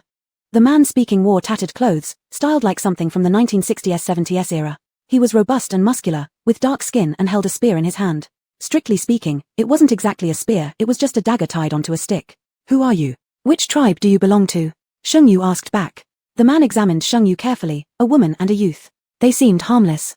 The man replied, I'm from the Longya tribe, are you wanderers? Sheng Yu remained cautious. How do you know we're wanderers? The man snorted, there aren't women as beautiful as you in the Jijiao tribe. After speaking, the man realized he sounded overly flirtatious and his face flushed momentarily as he waved his hands hastily. I didn't mean anything improper, it's just that you're really beautiful, with excellent bearing. This flustered explanation on the man's part put Sheng Yu at ease by 2 notches. She nodded, me, and my younger brother, we're wanderers. The man revealed an understanding expression, picked up the box on the ground, hesitated, and then pushed it towards Sheng Yu. So, would you like to join our tribe? Sheng Yu asked, what conditions are there for joining your tribe? The man responded, there aren't any special conditions, but loyalty to our tribe is required. From the man's disdainful attitude towards the Jijiao tribe, there was undoubtedly friction between the 2 tribes. Sheng Yu agreed with a nod, then turned to Ari. What about you? Ari cautiously shuffled behind Sheng Yu. I'll follow you. Sheng Yu found Ari's actions endearing and patted Ari's head. Good boy. Having joined a tribe meant that Sheng Yu finally had a place to stay that night. At 4 in the afternoon, Sheng Yu began heading back toward the tribe with Long Fei. Long Fei said, we must return to the tribe before it gets dark. Sheng Yu pretended to be concerned. Is the tribe absolutely safe at night? Long Fei looked at her with a puzzled expression. Of course the tribe is safe at night, we will have people guarding it with divine weapons. Sheng Yu became even more reassured. Joining a tribe not only ensured safety at night, but also aligned with Rule 3 she had seen earlier. Not being alone anymore, joining a tribe meant she wouldn't count as being alone, right? Long Fei followed the direction indicated by a little bamboo copter toy he carried, turning left and right until they returned to the tribe. Long Fei, you're back. As soon as Long Fei appeared, someone came over to greet him, glancing curiously at Sheng Yu and Ari. A more robust man hooked his arm around Long Fei's neck. Long Fei, are these newcomers? Long Fei walked straight through with Sheng Yu and Ari. Yes, I'll take them to meet the chief. What they called a tribe was essentially several dozen houses connected together, yet the population was surprisingly large, with everyone having their designated roles. What made Sheng Yu curious was why, despite the entire wilderness being almost entirely covered in grass, the area where the tribe resided was merely a patch of turf. The chief's room was in the middle of the first row. Long Fei knocked on the door. Chief, I've met 2 wanderers. Can they join our tribe? The chief looked to be over 50 years old, yet stood tall as a pine tree. His composed gaze contained careful scrutiny. Sheng Yu pulled Ari forward. Chief, greetings. My name is Sheng Yu, this is my younger brother Ari. We wish to join the Longya tribe. The chief looked over the 2 of them, and suddenly burst out laughing heartily. No wonder you brought people back. The Jijiao tribe could never cultivate someone with such bearing. Since you've come, then stay. Long Fei, since these are your recruits, you'll be their guide. Long Fei arranged their accommodations responsibly, saying, you can settle in for now, if you need anything, let me know. Oh, and males in our tribe must go out to search for supplies. Long Fei's statement was pointed. Ari shrank behind Sheng Yu. By the time they entered the tribe, the sky had already turned dim. Sheng Yu strictly followed the rules, tightly closing the windows and doors before pulling Ari onto the bed to sleep. At first, Ari kept some distance from Sheng Yu, but as the tribe's noisy hubbub gradually faded away, Ari inch by inch crept closer to Sheng Yu, murmuring, Sister, I'm scared. Sheng Yu wrapped her arms around him, resting her head on Ari's not-so-broad shoulders while hugging his waist. Immediately, Ari quieted down. The night passed without incident. Sheng Yu was awoken by a series of shrill screams. The screams were accompanied by fierce pounding on the door. It seemed whoever it was couldn't wait any longer. Before Sheng Yu even managed to get to the door, it was kicked open, revealing exactly the man she had encountered the previous day talking with Long Fei, Long Yi. So there is something going on between you two. No normal siblings sleep like that. The speaker was none other than Long Yi from yesterday. Sheng Yu furrowed her brows, her voice tinged with anger, barging in uninvited, kicking the door down. Are you taking advantage of us being newcomers? Bullshit. Stop pretending, Missy. Our tribe has always been safe, no incidents have ever occurred, until the two of you showed up, and now someone's dead. Chapter 25. Wilderness uninhabited. The more boxes, the greater the danger. Sheng Yu's face turned somber. I understand your frustration and anger. Death is not a trivial matter. You may suspect us, but do you have any evidence to say we committed murder? Long Yi was so enraged by the woman's composed attitude that he felt disoriented. With deaths having occurred, she still remained this calm. If it wasn't them, then who could it be? What evidence? You being alive is the best evidence. With just a wall between you, why are you unharmed while Long Chun next door is dead? Enough. The sound of the chief's voice came from behind the onlookers as they spontaneously made way for him. Chief Long Tien looked at Sheng Yu and Ari with a piercing gaze that made Sheng Yu's heart tremble. Xin Yu, Ari, it's understandable that Long Yi is upset. I hope you don't hold it against him. Now please come with me to my room, and let's talk about last night's events. This still implied suspicion towards them. Sheng Yu glanced at Ari, whose doe-like eyes were full of bewilderment. Fine. Sheng Yu had an idea. It seemed they couldn't stay long in the Longya tribe. There were only 4 people in the chief's office. Everyone else waited outside for the result. The chief asked Sheng Yu coldly, what happened yesterday? Be honest, unless you're some strange entity, we won't harm you. Sheng Yu gave a silent cold laugh. After nightfall yesterday, we went to sleep, all the way until dawn. The chief continued his interrogation. Do you have any evidence? Sheng Yu countered. Then what evidence do you have that we killed someone? The chief appeared annoyed by Sheng Yu's resolute attitude and grunted heavily before looking at Long Fei. You brought them back, now you solve this. Long Fei's expression was instead very calm, and he only asked Sheng Yu one question. Did you kill the person? Sheng Yu, no. Long Fei paused briefly, then looked at the chief decisively. It wasn't Xin Yu who did it. The chief looked strangely at Long Fei. Are you so certain? Long Fei, she isn't a weird creature. When we met her yesterday, she was picking up boxes, and moreover, she isn't a spy from Chickenfoot country. She has no reason to kill our people. Apparently, the chief was convinced by Long Fei, yet the tribal morale was uneasy. The chief had no choice but to let Sheng Yu go, take them away. Sheng Yu said nothing more and embarked on her journey once again with Ari. Long Fei felt somewhat guilty. I'm sorry, it was me who invited you to join, and now due to the tribe sending you off. Sheng Yu held a good impression of this honest NPC, holding Ari's hand. Don't worry about it. It's unfortunate timing that we arrived. We're already very grateful that you sheltered us for a night. These words truly came from Sheng Yu's heart. Before leaving, Long Fei gave Sheng Yu a bamboo copter. He said, this bamboo copter can take you to my permanent wooden house. Hopefully, the house can protect you. Mentioning the wooden house, Sheng Yu asked another question. Are these wooden houses built by you? Long Fei replied, not entirely. Some weird entities also build wooden houses to attract wanderers outside. Sheng Yu. She confirmed that the first wooden house she stayed in was built by one of these entities. But shouldn't the guidance card lead her to a safe place? After bidding farewell to Long Fei, Sheng Yu opened her supply bar. Without checking it, she wouldn't have known, but upon inspection, she was shocked. That D-level copy card used for copying the guidance card should only have 2 uses left, but it still showed 3. Meaning, the guidance card failed to copy correctly last time, leading her to a strange wooden house. Cold sweat broke out on Sheng Yu's back. Good. So the eerie game likes to play tricks like this, huh? Feeling the moistness in Sheng Yu's palm, Ari pinched her. Sister, what's wrong? Are you tired? Do you want me to carry you? What a thoughtful child. Warmth welled up inside Sheng Yu. She patted Ari's head and smiled in refusal. Sheng Yu used the copy guidance card again. Ding, copy successful. Received a skill card guidance, D. Seeing the reduced number of uses for the copy card, Sheng Yu finally confirmed that the guidance card copied successfully. Please guide me to find the boxes, Sheng Yu said to the guidance card. The guidance card transformed into an arrow, directing Sheng Yu's way. 2 hours later, the arrow disappeared, and Sheng Yu happily stopped to rest. In just those 2 short hours, Sheng Yu followed the guidance card and found 12 boxes, among which were 2 copper boxes. Sheng Yu believed finding the passage rules might be possible. After washing her hands and burning incense, Sheng Yu carefully opened the first copper box. Alcohol, pizza, skill card copy, C. Another copy card. Although the copy card was occasionally quite useful, Sheng Yu wanted to try other types of cards as well. The second copper box. Sheng Yu thought, this was already the 3rd day of the game. Wasn't it time for her to discover the rules for passing? The second copper box, fried chicken legs, coconut latte, peace card. New card. Sheng Yu saw the usage of the peace card.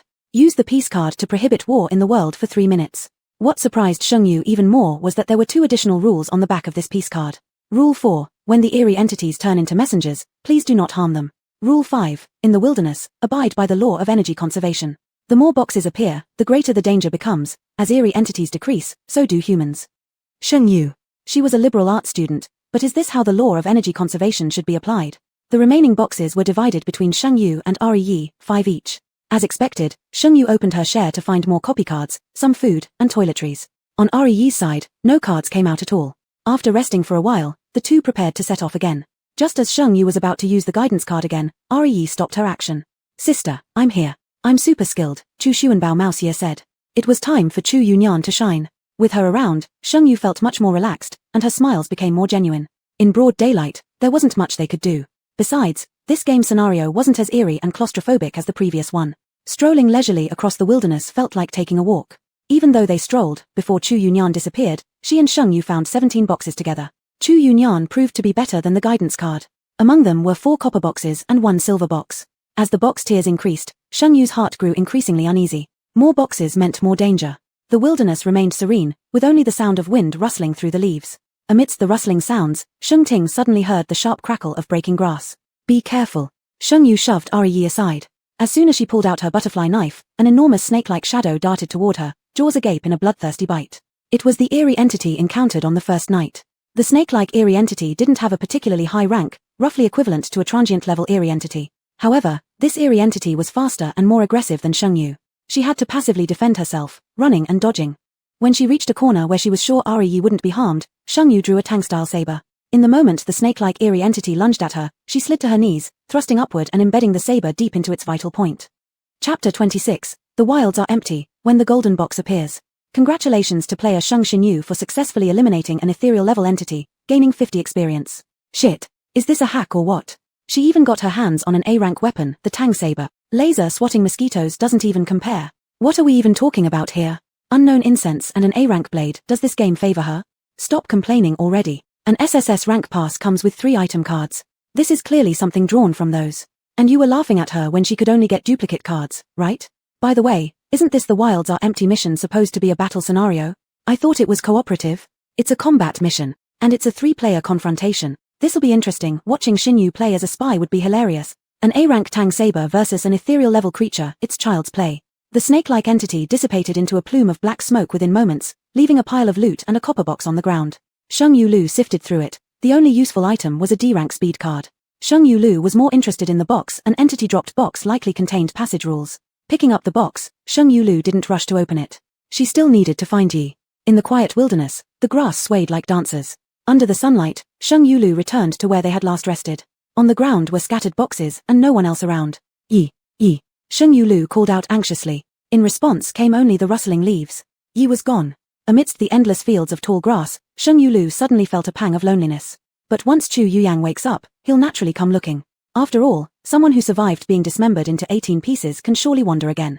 Sheng Yu Lu pushed aside her uneasy feelings and followed the wooden dragonfly toward the cabin to open the boxes.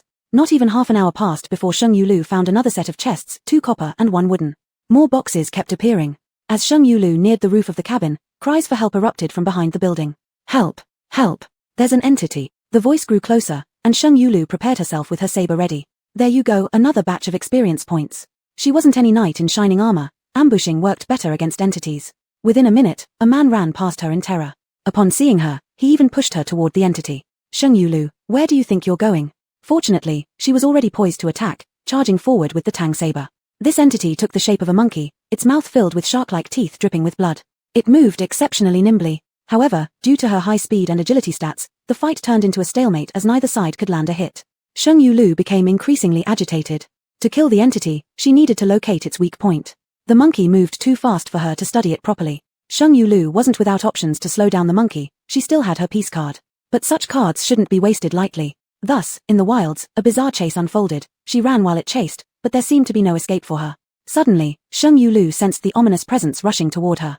Turning back, she saw the monkey grow wings, swooping down from the sky with eagle talons instead of feet. Sheng Yu Lu, this breaks every rule. Why does it have special abilities? Taking out the speed card, she used it even before having time to duplicate it. In the split second before the talons could grab her neck, her figure darted away swiftly, leaving behind only a sharp whistling sound. With the prey escaping, the monkey screeched. Infuriated by losing its target yet again, the monkey let out a frenzied roar as its aura surged once more. Such a small fry dared to provoke it. Adhering to the instructor's teaching, advance when the enemy retreats, retreat when the enemy advances, strike when the enemy is tired. Sheng Yu Lu maintained her speed advantage for 30 minutes, leading the monkey on a merry chase across the plains. Each time it was close to catching her, she slipped away just in time. During these instances, the monkey screeched and shrieked in anger. Once realizing that its eagle form was ineffective, the monkey immediately transformed into a cheetah and resumed chasing after her relentlessly. Sheng Yu Lu could only mutter, "Don't chase me, I don't have cough syrup." Live stream chat. While fleeing, Sheng Yu Lu effortlessly eliminated a roaming soul-grade entity that lunged at her. Just like the forums said, having attack stats of 30 or more allowed tearing apart roaming souls. Although Sheng Yulu's attack was only at 27, her speed made up for it. Congratulations to player Sheng Xinyu for successfully eliminating a roaming soul-grade entity, gaining 10 experience. Sheng Yulu. So little. With only 5 minutes left on the speed card, Sheng Yulu brought out the incense stick. In less than 2 minutes, the monkey reverted to its original form, its eyes narrowing as it chased after the incense Sheng Yulu held. Without hesitation, she drove her blade straight through the chest fur of the monkey, a patch of fur that stubbornly remained brown regardless of its transformations. Behind that patch of fur lay the monkey's heart, its weak point. Congratulations to player Sheng Xinyu for successfully eliminating A-grade entity, gaining 200 experience. By now, Sheng Yulu had accumulated 1000 experience points and advanced to level 2. The monkey-like creature dissipated into a wisp of black smoke. On the ground were 2 items and a golden box. Sheng Yulu recalled the third rule: when a golden box appears, you must not be alone. She had always assumed Yi would remain with her, but now Yi was gone, leaving no humans or entities around. She was alone. A massive wave of panic surged in Sheng Yulu's heart as she suddenly remembered the man who had pushed her earlier. He couldn't have run far. Taking out the guidance card, Sheng Yulu said, "Take me to the nearest human." The card transformed into an arrow, guiding her direction as she sprinted recklessly, even using the speed card once more. A minute later, Sheng Yulu caught up to the man. Upon seeing it was Sheng Yulu, the man displayed sheer terror. Private Mosaic. Private Mosaic. The sense of danger hadn't subsided yet. Sheng Yulu felt as if there was a guillotine hanging over her head, ready to fall at any moment. No, being alone is not allowed. Being 2 people isn't enough either. It must be a tribe. Will you let me join your tribe? Do you agree? The butterfly knife pressed against the man's neck, its tip sinking slightly into his flesh. The man screamed in pain, "Agree, agree, I agree." Suddenly, the man felt the pain on his neck vanish. Sheng Yulu released him, breathing heavily. The sense of danger finally dissipated. So, not being alone actually meant joining a tribe. Chapter 27, Wilderness with no people, 60 years less of wandering. Which tribe are you from? Sheng Yu looked down on the sinister man with scrutiny. The man was short, flat-faced, and his eyes brimmed with a thick sense of stealth. He was too different from the people Sheng Yu encountered in the Longya tribe. Like a rat from a dirty drain. The man, holding his bleeding neck, replied, "The Jijiao tribe. Are you going back to your tribe?" The man nodded, his eyes suddenly flashing with joy. This woman was a wanderer, she could kill such powerful strange beings, so she must be able to protect the tribe. He had to bring this woman back to the tribe. "Yes, please come back with me." After saying this, he bowed deeply to Sheng Yu. For this gesture, Sheng Yu accepted it without hesitation. If it weren't for her skills, she would have been killed by this man just now. On the way back to the Jijiao tribe, Sheng Yu picked up over 10 more chests, and the man's gaze toward her became increasingly frenzied. Sheng Yu didn't care at all, she only cared about the number of her chests. Fortunately, after the upgrade, the inventory also expanded a bit. 2 hours later, when only a faint light remained on the horizon, Sheng Yu finally arrived at the Jijiao tribe. Upon entering the Jijiao tribe, Sheng Yu realized how different it was compared to the Longya tribe. When she was in the Longya tribe, it felt like returning home. Now arriving at the Jijiao tribe, Sheng Yu could only ask, "Have you ever seen houses piled up like ghost graves?" The Jijiao tribe is one large cemetery. Have you ever seen an open-air toilet in the courtyard? It's the Jijiao tribe. Have you ever seen a toilet right next to the kitchen? The Jijiao tribe has that. Have you ever gone to the toilet instead of the kitchen to drink water? Sheng Yu. She once read in a book about a country where the water in the toilets was drinkable, So why wasn't this considered drinkable? But strangely, everyone in the Jijiao tribe dressed very brightly, completely clean, and greeted each other warmly with deep bows. The man took Sheng Yu around, bowing countless times along the way. Especially after knowing that Sheng Yu single-handedly defeated strange beings, these people bowed 90 degrees to her in gratitude, smiling like chrysanthemums. After the man explained Sheng Yu's situation to the chief of the Jijiao tribe, Chief Ji Dachan was delighted beyond measure. "Respected Miss Warrior, welcome to join our tribe." Sheng Yu smirked. "Excuse me." Chief GDA, with great sincerity and accent, pleaded on his knees. "Miss Sheng, please protect our members, our whole tribe will thank you." Sheng Yu stood straight, her tone light. "I'll do my best." After receiving her response, Chief GDA let Ji Qi, the man who brought Sheng Yu back, accompany her to tour the tribe and escort her to first-class accommodations. Along the way, many people learned Sheng Yu's identity and greeted her with deep bows. Sheng Yu. Ji Qi thought Sheng Yu was impolite. "Miss Sheng, since you have joined our tribe, please learn our customs and don't imitate the barbaric Longya people." Sheng Yu took out a butterfly knife, skillfully twirling it several times to reveal its sharp blade, and as she cleaned her ears, said, "What did you say?" Ji Qi. Upon reaching the lodging, Ji Qi left without a second thought. Sheng Yu thought that first-class accommodations would at least be a wooden house. But upon arrival, it turned out to just be a slightly larger grave mound. Good. She was in her 20s, but had already avoided 60 years of wandering. After ensuring no one was around, Sheng Yu took out the golden box that sparkled with gold light. Since this box could be part of the rules, it must be important. To be safe, Sheng Yu still performed a ritual offering, washing her hands sincerely and burning incense. Only after these operations did she dare to open the box. Inside the box was a golden slip of paper, which bore 4 prominent characters reading passage rule, causing Sheng Yu a wave of excitement. Passage rule. 1. Survive for 15 days, sea level passage. 2. Protect the tribe for 1 week with no casualties, B-level passage. 3. Kill 12 different strange beings, A-level passage. 4. Find and kill the Ghost King, S-level passage. With the passage rule, Sheng Yu was no longer aimless. On the forum, Sheng Yu learned that the sea-level passage isn't necessarily the easiest among the 4 passages, but it certainly offers the most trash rewards. Sea-level passage only yields a basic reward of 100 points, with no other props or cards. Sheng Yu had already killed 2 strange beings. Now, she aimed for A and wanted to challenge S. Sheng Yu repeatedly reviewed the passage rule and always felt something strange. 12 different strange beings? This actually could be interpreted in many ways. For example, if there were 100 kinds of strange beings, killing just 12 types would allow her to pass. Or perhaps the eerie beings would reappear in different forms. For instance, if the snake-like eerie being she killed was of the ethereal level, and that wandering level eerie being was a rat, and the monkey eerie being was of the ghost level. Could one type of eerie being exist in 3 different levels? Sheng Yu couldn't figure out the answer and could only continue unpacking the chests. 5 silver chests revealed 3 copy cards, 2 C-class cards and 1 D-class card. Sheng Yu felt her vision go dark. Was she some sort of cheap person that she could only get copy cards? At least give her a speed card or transformation card. The last silver chest once again yielded a rule. Rule 1. Night is the eerie being's home field. Their combat strength increases by 50% during the night. Rule 2. When there are fewer than 100 people, eerie beings don't fear day or night. Rule 3. When golden chests appear, eerie beings can invade territories. Sheng Yu's heart sank immediately. The golden chest had already appeared, meaning that the territory no longer provided protection for humans. Seemingly confirming Sheng Yu's suspicion, tonight's darkness seemed darker than usual, as if ink had been splashed all over, leaving not a single trace of light. Although Sheng shared the same surname, it wasn't the Saint of Holy Mother. Eerie beings were powerful enough at night when she couldn't see anything. Stepping out would be suicide. In just 2 seconds, Sheng Yu decided to ignore the life or death of the Ji Jiao tribe and continued opening boxes. After finishing the bronze and wooden chests half an hour later, apart from daily necessities, Sheng Yu also found 3 more D-class copy card. Copy card. Copy card. The night grew deeper, anger keeping Sheng Yu from sleeping. Could you possibly sleep in this eerie game? Outside, it was eerily quiet without even the sound of crickets chirping, the silence reminiscent of a chaotic graveyard.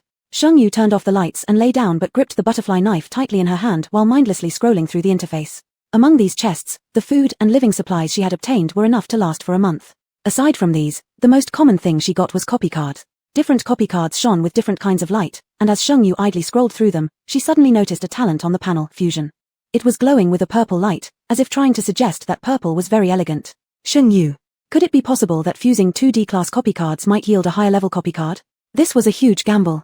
Sheng Yu took a deep breath. Damn it, let's go for it. The purple glow swallowed up the 2 D-class copy cards. Fusion countdown, 5 o'clock. Fusion countdown, 0:59. As fusion was about to succeed, Sheng Yu was filled with excitement akin to waiting for her monthly exam results. Right at that moment, a door push sound broke the silence. Sheng Yu's heated blood froze instantly, her whole body plunging into an icy abyss.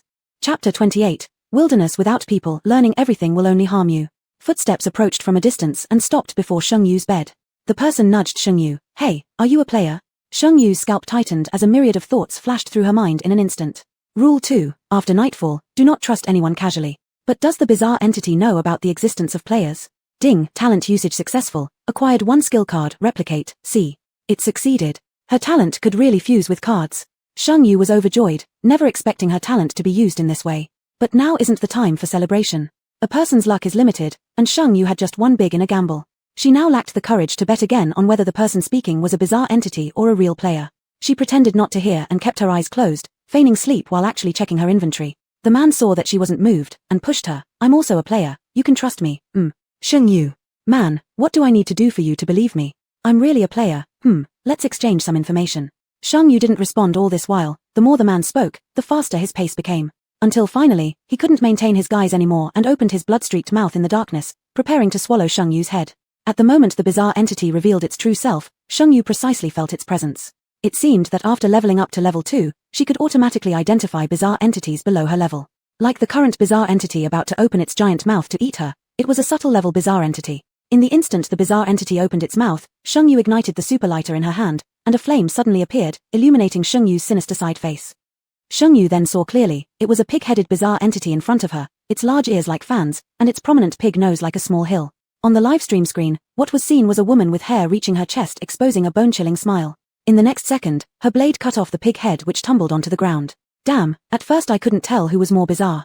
Boo hoo hoo, pigs are so cute, how could you kill a pig? When Sheng Yu thought the pighead bizarre entity had fallen, she suddenly sensed a wave of scorching heat rising behind her.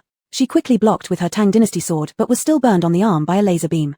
A first-class grave was split into two by this laser beam, with stone chips falling off, making the entire tomb precarious. Looking at the deformed Tang sword, curses started forming in her heart. Who said it was a subtle-level bizarre entity? Sheng Yu endured the excruciating pain in her arm and saw that the laser was emitted from the pig's eyes. And the body with the decapitated head stood up, walking towards the head and preparing to reattach it. If it were reattached, wouldn't the laser hit wherever it pointed? Sheng Yu swung the Tang sword, directly severing the pighead bizarre entity's legs. Now the pig head could only look in one direction, and the laser could only fire in one direction. Without a body, the pighead's laser was no longer as formidable. Sheng Yu pitted her own Tang sword, whose durability dropped directly by half. This Tang sword had killed two bizarre entities without any reduction in durability, yet now it lost half its durability. Sheng Yu felt she had never suffered such heavy losses before. You bastard. With a few quick slashes, Sheng Yu chopped the body of the pighead bizarre entity into pieces. Facing a pile of messy, stinky limbs, she was already able to remain unperturbed. The pighead bizarre entity grew quiet, seemingly realizing its doom, its expression deathly still, giving Sheng Yu the sense of a somewhat human-like despair. Sheng Yu squatted behind the pig head and asked, "How do you know about the players?" The pighead bizarre entity looked like it was ready to sacrifice itself heroically, remaining silent. Sheng Yu thought for a moment, "If you tell me, I may not kill you." The pighead bizarre entity suddenly opened its eyes, full of hope. "Really? Sheng Yu? Really? Pighead bizarre entity, Chinese don't lie to Chinese, right? Sheng Yu. Chinese don't lie to Chinese." Pighead bizarre entity, reassured, said, "I once met a human chasing after a bizarre entity saying he was a player. They were a pair, so I learned." "Sheng Yu. Are you Chinese?" Pighead bizarre entity, "What? Are Chinese good to eat?" Sheng Yu smiled, raised her knife, and with one stroke split open the brain of the pighead bizarre entity. Sheng Yu suddenly remembered that she was live streaming.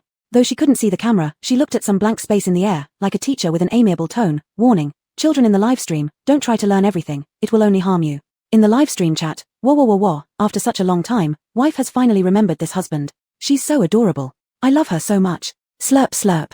She's so meticulous, she didn't act until she confirmed it wasn't a Chinese entity. Adorable. Holy crap. This smile is exactly like the teacher in the perfect score school scenario I just passed. PTSD right here. Wait, one sentence and everyone loses it. Sycophantic streamer, blacklist her everyone, I'll keep my wife to myself." The pighead entity's head turned into a wisp of black smoke and disappeared, leaving behind a silver box on the ground as well as a silver chess piece. In the silver box, a D-grade replicate card appeared, which no longer surprised Sheng Yu. True heartache isn't about making a big fuss. What surprised Sheng Yu was that the box actually contained gauze. Paired with the alcohol she had obtained earlier, Sheng Yu endured the pain while treating her wound before she started studying the silver chess piece. This item seemed familiar. Sheng Yu remembered seeing something similar after the monkey entity died, but her focus had been on the golden box at that time. It was only when she sorted through her supplies that she noticed this thing. Placing the two items together, Sheng Yu examined them: a monkey, a pig. This design, this pattern, these strange abilities. A ridiculous idea suddenly struck Sheng Yu. Despite all the noise Sheng Yu made, not a single person dared approach her in the dead silent night. When the first ray of dawn broke over the horizon, it marked Sheng Yu's fourth day in this scenario. After getting up and cleaning herself briefly, she opened the door to find Ji-Chi standing outside, respectful and enthusiastic, his eyes gleaming with fervor upon seeing her. "Miss Sheng, good morning." "Morning, what's the matter so early?" Ji-Chi said, "I'm sure you're already aware of what happened last night. We lost 16 people. Very tragic. Now our chief and the great priest are praying for blessings at the shrine. Would you like to join us?" In fact, only 5 entities came to the Chickenfoot tribe last night. Everyone who encountered an entity except Sheng Yu and the great priest had died. Even the great priest was injured. When Ji-Chi saw Sheng Yu emerge from her room unscathed, he regarded her as if she were a savior. Chapter 29, The wilderness is empty, she's a spy. Arrest her immediately. Ji-Chi gained a renewed understanding of Sheng Yu's strength, and along the way he answered all her questions truthfully and without reserve. From his words, Sheng Yu learned about a prophecy passed down by the tribe 1,000 years ago. When the person carrying the golden box appears, their guidance will decide the survival or demise of the tribe. Thus, the people of the tribe had been waiting for this individual with the golden box. It so happened that yesterday afternoon, just as Sheng Yu joined the tribe, the person carrying the golden box was encountered by other members of the tribe, brought back, and became the high priest. The high priest said, "Cards can be drawn from the box, and these cards can fend off the strange." At this point, Ji-Chi got extremely excited and asked Sheng Yu, "Miss Sheng, can you draw the cards?" Sheng Yu was slightly startled. "What, cards? How to make a man rip his heart out in one sentence?" Sheng Yu managed it. Her brief 4 words made Ji-Chi feel like life itself was crumbling, as if he'd lost all hope. They traveled on in silence until they reached a small altar in the middle of the cemetery. The other players hadn't appeared yet. Sheng Yu had thought perhaps others were just hiding very well before. Now, she didn't think much time would pass before finding them. This high priest must be a player. When a Yi opened boxes before, no cards were drawn. Shang Yu originally assumed it was because he had bad luck, but now it seemed only the real player could draw cards. The altar was incredibly crude, so crude that Shang Yu barely spared it a glance. A circular platform about 50 centimeters above the ground held a water jar. That was the altar. Standing on the altar was a tall, thin man who looked deathly pale, likely due to last night's injury. He knelt there surrounded by boxes. Ji-Chi mentioned that the high priest was named Wu Yu. Last night, he was bitten through the shoulder by some rodent-like strange creature. If not for his stasis card at the time, he might have met an untimely end. Still, that peculiar thing had escaped gravely injured afterward. While enduring great pain, Wu Yu opened the third box, which contained a transformation card. Beside him, Shang Yu stared greedily, her eyes gleaming. As Shang Yu showed surprise and longing, Ji-Chi's last bit of hope was crushed. No matter how talented Miss Shang was, she clearly wasn't the prophesied one. After Wu Yu drew another speed card, he stopped. Someone immediately helped him down. He wore black clothing, and though it was hard to tell the condition of his wound, Shang Yu still noticed the patch of darker color on the shoulder of Wu Yu's garment. Realizing that Shang Yu was looking at him, Wu Yu frowned slightly. He had heard that there had been another wanderer around yesterday. Was it a player? Wu Yu tightened his expression and scolded, "Who is this person, and why doesn't she kneel upon seeing the high priest?" Shang Yu. Great. I've met a fool. Ji-Chi interjected, "High priest, please forgive her. Shin Yu just arrived yesterday and doesn't know our tribal rules." Wu Yu was quite displeased. Then why hasn't anyone taught her? Before entering the game, Wu Yu was a local thug in the village, and he'd suffered greatly in this eerie game. For a while, he had to behave cautiously. Now finally, in a place where he was regarded as a deity, he even got injured for these ingrates. Wasn't it natural for him to put on airs? Ji-Chi tugged at Shang Yu. "Shin Yu, hurry up and pay your respects to the high priest." Shang Yu remained unmoved, casting a faint, indifferent glance toward Wu Yu. Her gaze was as cold as the snow-covered peaks of the Tian Mountains year-round, making Wu Yu feel an immediate sense of danger. "You're a player." Wu Yu glared fixedly at Shang Yu, certain that the woman before him was indeed a player. Shang Yu pretended to look surprised for a moment, then admitted straightforwardly, "Yes, I am a player." "You really are. Tell me quickly, what are the passage rules?" Shang Yu feigned another startled look, confusion flickering in her eyes. "What? Why should I tell you?" Her reaction suggested ignorance but also determination and readiness to fight back. This raised a trace of doubt within Wu Yu. How could any player be unaware of the passage rules? Unless... Wu Yu sneered. "Since you don't know what the passage rules are, yet you claim to be a player, Kai-Chi. She's a spy. Arrest her immediately." Shang Yu countered, "I'm a player. On what grounds do you say I'm not? What's your number then?" Ignoring the pain in his shoulder, Wu Yu pressed relentlessly. Shang Yu stammered, Why should I tell you?" Now, Wu Yu was absolutely convinced this woman was an NPC. No player would confess to being a player so readily. Wu Yu was extremely confident in the conclusion he drew from his reasoning. As Wu Yu let his guard down against her, a shadow of cunning flashed across Shang Yu's eyes. People might not necessarily believe everything others say. But if one has doubts themselves, they will inevitably look for clues to prove or disprove their suspicion. The moment Wu Yu began to doubt that Shang Yu wasn't a player, Shang Yu had already won. Looking at this woman's charming face, her skin was fair and smooth, her figure voluptuous, her long and slim legs seemingly able to take one's breath away. Wu Yu let out a repulsive smile. "Whether you're a player or not, I'll know after spending the night with me. We players all sleep together." He didn't care whether there was a live stream going on or not. After all, it wasn't just him among the players who forcibly slept with NPCs in the game. Shang Yu touched her pocket and pulled out a butterfly knife, spinning it into a sharp blade flower in her hand. "Is that so? I saw a player who got stabbed 20 times by something strange and still didn't die. You must be like that too, right?" The fierce expression on Shang Yu's face made Wu Yu feel a chill run through his spine. Damn, where did this savage NPC come from? Ji-Chi, watching Shang Yu about to offend the high priest, quickly pulled her away. Now, Wu Yu no longer wanted Shang Yu to stay in the tribe. Her existence was like saying, "You, as a player, are worse than an NPC." Before Shang Yu could think about Wu Yu's cards, she was dispatched by Wu Yu to search for boxes. It turned out that she also wanted to go out to find a Yi. The strange creatures invading the tribe at night seemed to have already proven that the wilderness tribe was no longer safe. The tribespeople originally searched for boxes in single-person teams, but now they were grouped in pairs of 2. Shang Yu walked alongside Ji Taro, a short and thin man who everyone said was the son of Chief Ji and would be the next chief. Throughout their journey, Ji Taro was extremely polite, showing concern for Shang Yu while his face broke into a wide grin like a blooming chrysanthemum. Shang Yu pretended not to notice him trying to pry into her past, and responded with answers that were superficial yet pleasing enough for Ji Taro. After 2 hours, they found 26 boxes. The more boxes they found, the more dangerous things became. In stark contrast to Shang Yu, Ji Taro was much happier, hugging the boxes as if he were holding gold. Shang Yu, looking at the grass taller than a person, suddenly asked, "For so many years, have people relied only on supplies in the boxes instead of thinking about farming?" Immersed in joy, Ji Taro answered indifferently, "This land cannot be cultivated." "Why? If the grass could grow so lush, it showed that the soil was fertile. Why couldn't it be used for farming?" Chapter 30, Wilderness Unpeopled. Jitaru, you are so kind. Jitaru said, it's because the people of the Rigger tribe are savage and ignorant, destroying the seeds. For 1,000 years, all seeds planted would only turn into grass. Later, it was our Jikaku tribe that prayed to the heavens, and the great god Amaterasu bestowed upon us the boxes that carry supplies for redemption. Go to hell! With a shout of anger, Shengyu saw a robust figure flash by, kicking Jitaru away with a foot. Shengyu. Recognizing the person who came, Shengyu realized it was Long Fei. At this moment, she suddenly felt a sense of kinship, finding it quite endearing. Xinyu. Long Fei was dressed as he had been before they met, holding a string of dozens of boxes, indicating a bountiful harvest. Shengyu smiled and acknowledged him, saying, Brother Long Fei. A look of guilt suddenly appeared on Long Fei's simple face. Xinyu, we wronged you 2 days ago, I'm sorry. Yesterday, 6 eerie things suddenly appeared in the tribe, and we suffered heavy casualties. The players from both the Chickenfoot tribe and the Rigger tribe had seen over a dozen deaths the previous day, so naturally, the Rigger tribe couldn't have avoided such devastation, likely suffering even more losses than the Chickenfoot tribe. Brother Long Fei, was there anyone at the tribe yesterday carrying a golden box? Shengyu suddenly thought of something, considering whether another player might have gone to the Rigger tribe in this 3-person dungeon. Long Fei looked sorrowful. It seems you already know about the prophecy, but no one appeared in our tribe yesterday. Suddenly, he seemed to recall something. Did a great shaman appear in the Chickenfoot tribe? Shengyu nodded under Long Fei's grave gaze. From the perspectives of both the Rigger tribe and the Chickenfoot tribe, these two tribes clearly hadn't seen eye to eye for a long time. The person holding the golden box was key to the survival of the two tribes. Meanwhile, the Chickenfoot tribe had already found their great shaman, whereas the Rigger tribe hadn't yet done so. It was understandable then why Long Fei's expression was so grim. Sister Xinyu, can you come help me up? Behind Shengyu, Jitaru's weak voice sounded. In the instant she turned around, Jitaru adopted an appearance of frailty and earnestness, but Shengyu did not miss the venomous resentment lurking beneath his eyes. Perhaps directed at Long Fei or possibly towards her. Long Fei recognized Jitaru and knew that Xinyu had joined the Chickenfoot tribe.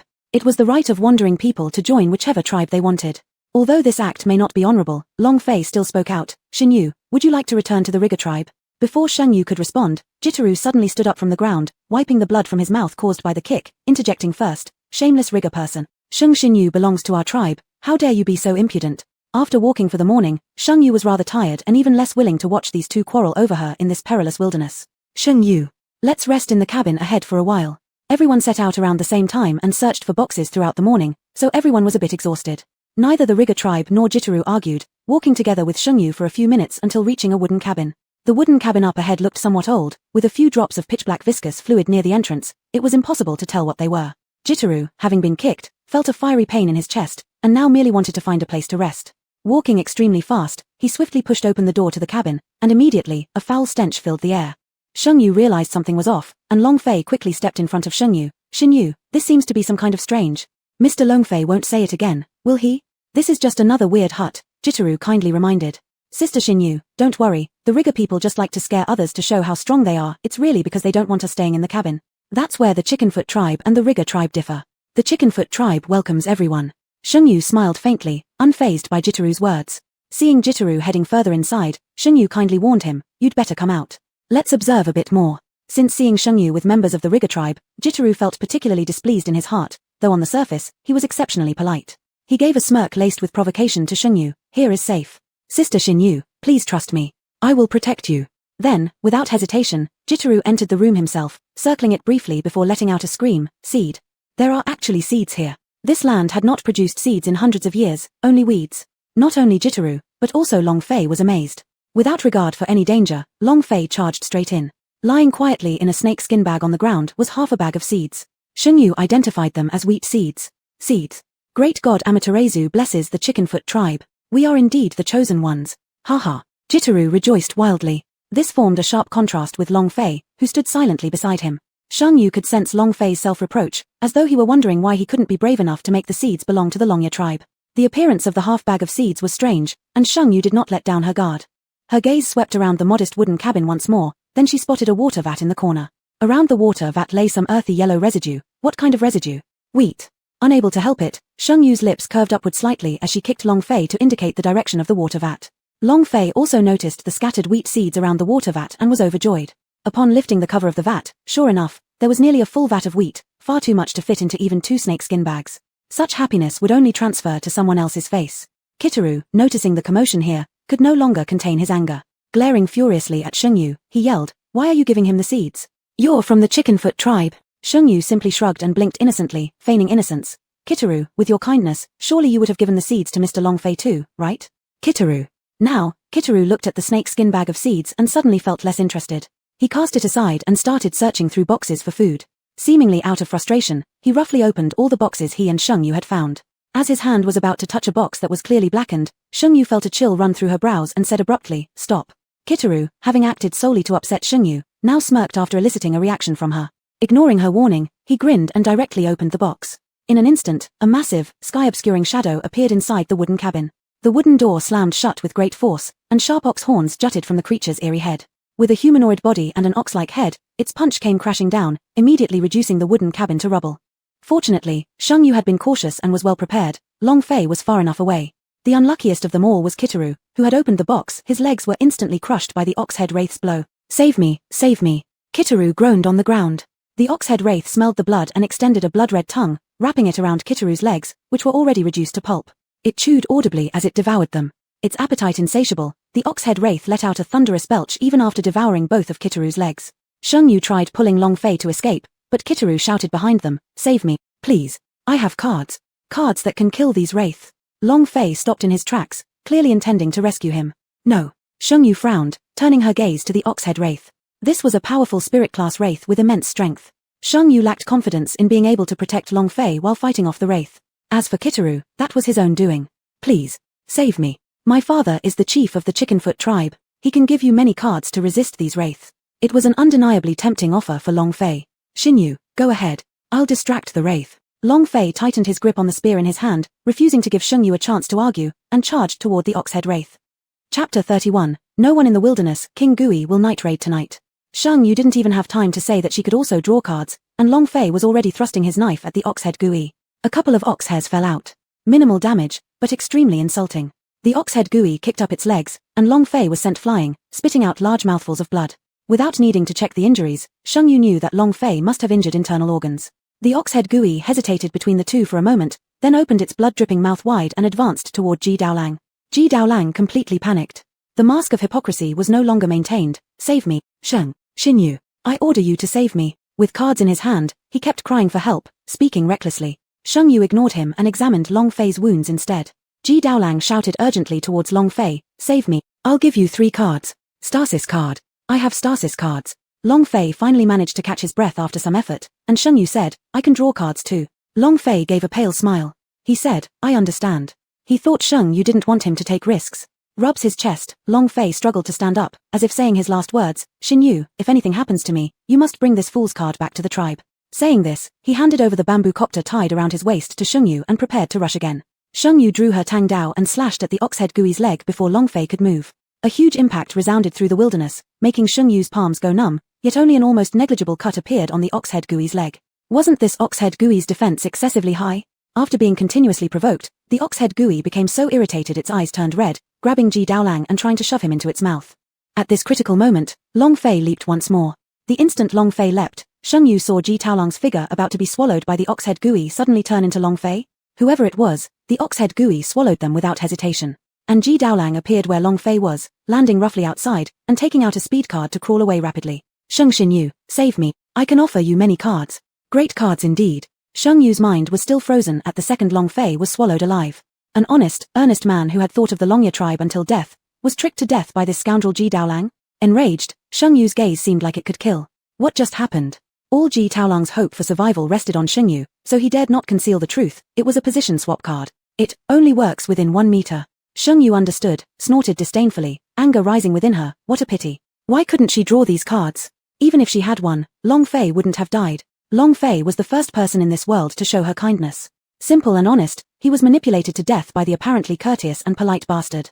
Save me. Please, save me. If you do, I will give all my cards to you. Ji Daolang knew that once Shengyu got the cards, there was no way she would save him. This ungrateful woman. The ox-head Gui did not give the two any chance to catch their breath and hurled another punch at them. Shengyu quickly dodged and took out incense. Blue mist started to rise.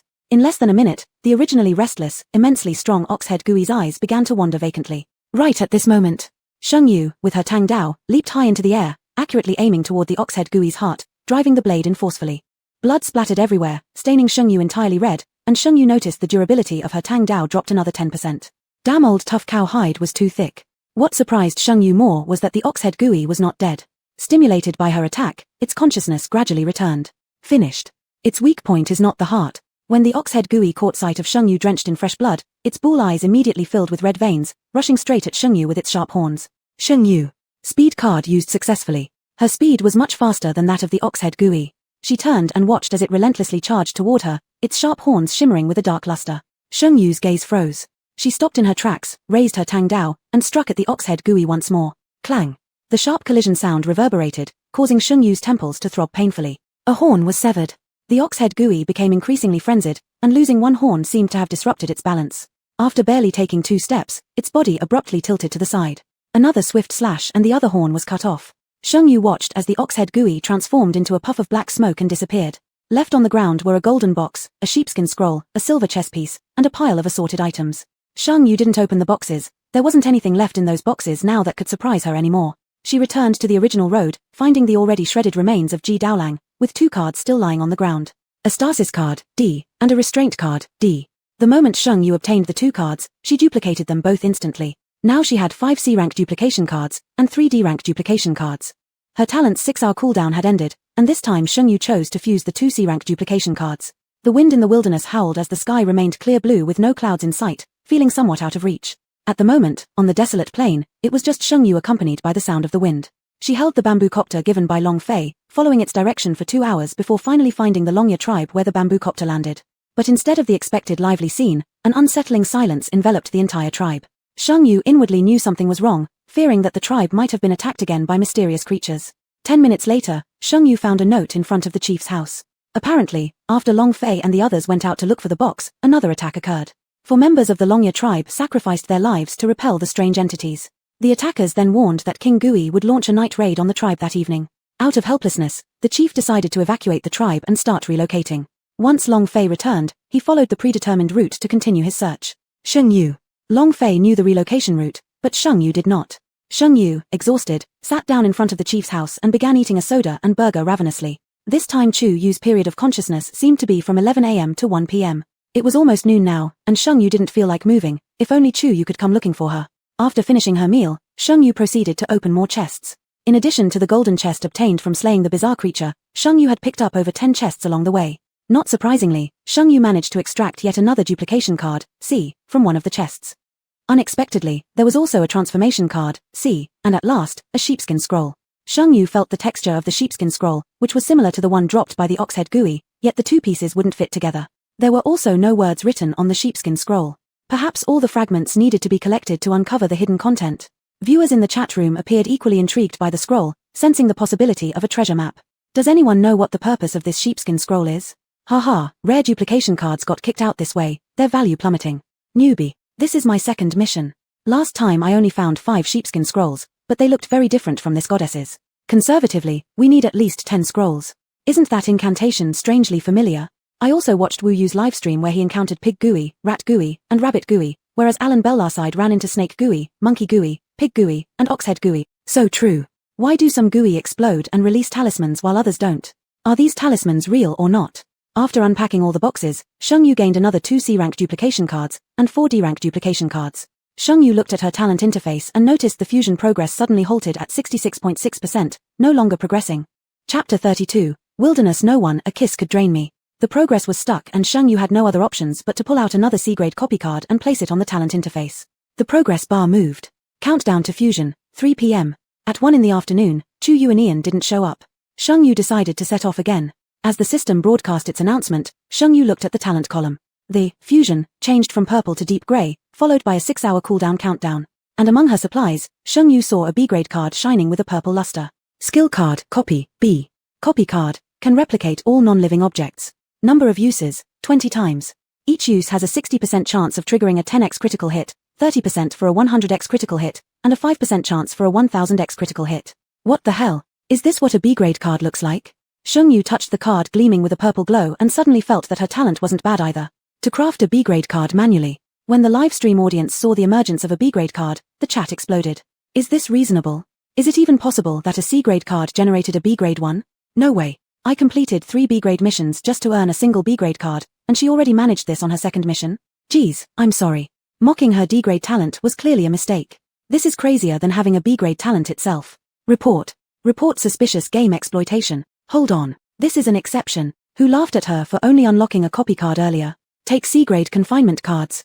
Stop talking nonsense. Damn, take these cards already. Swap 3 C-grade cards for a B-grade one. Don't you dare hog everything. The good mood from obtaining the B-grade card didn't last long. By nightfall, Shengyu still hadn't found any trace of the tribe. This vast wilderness, when would they reappear?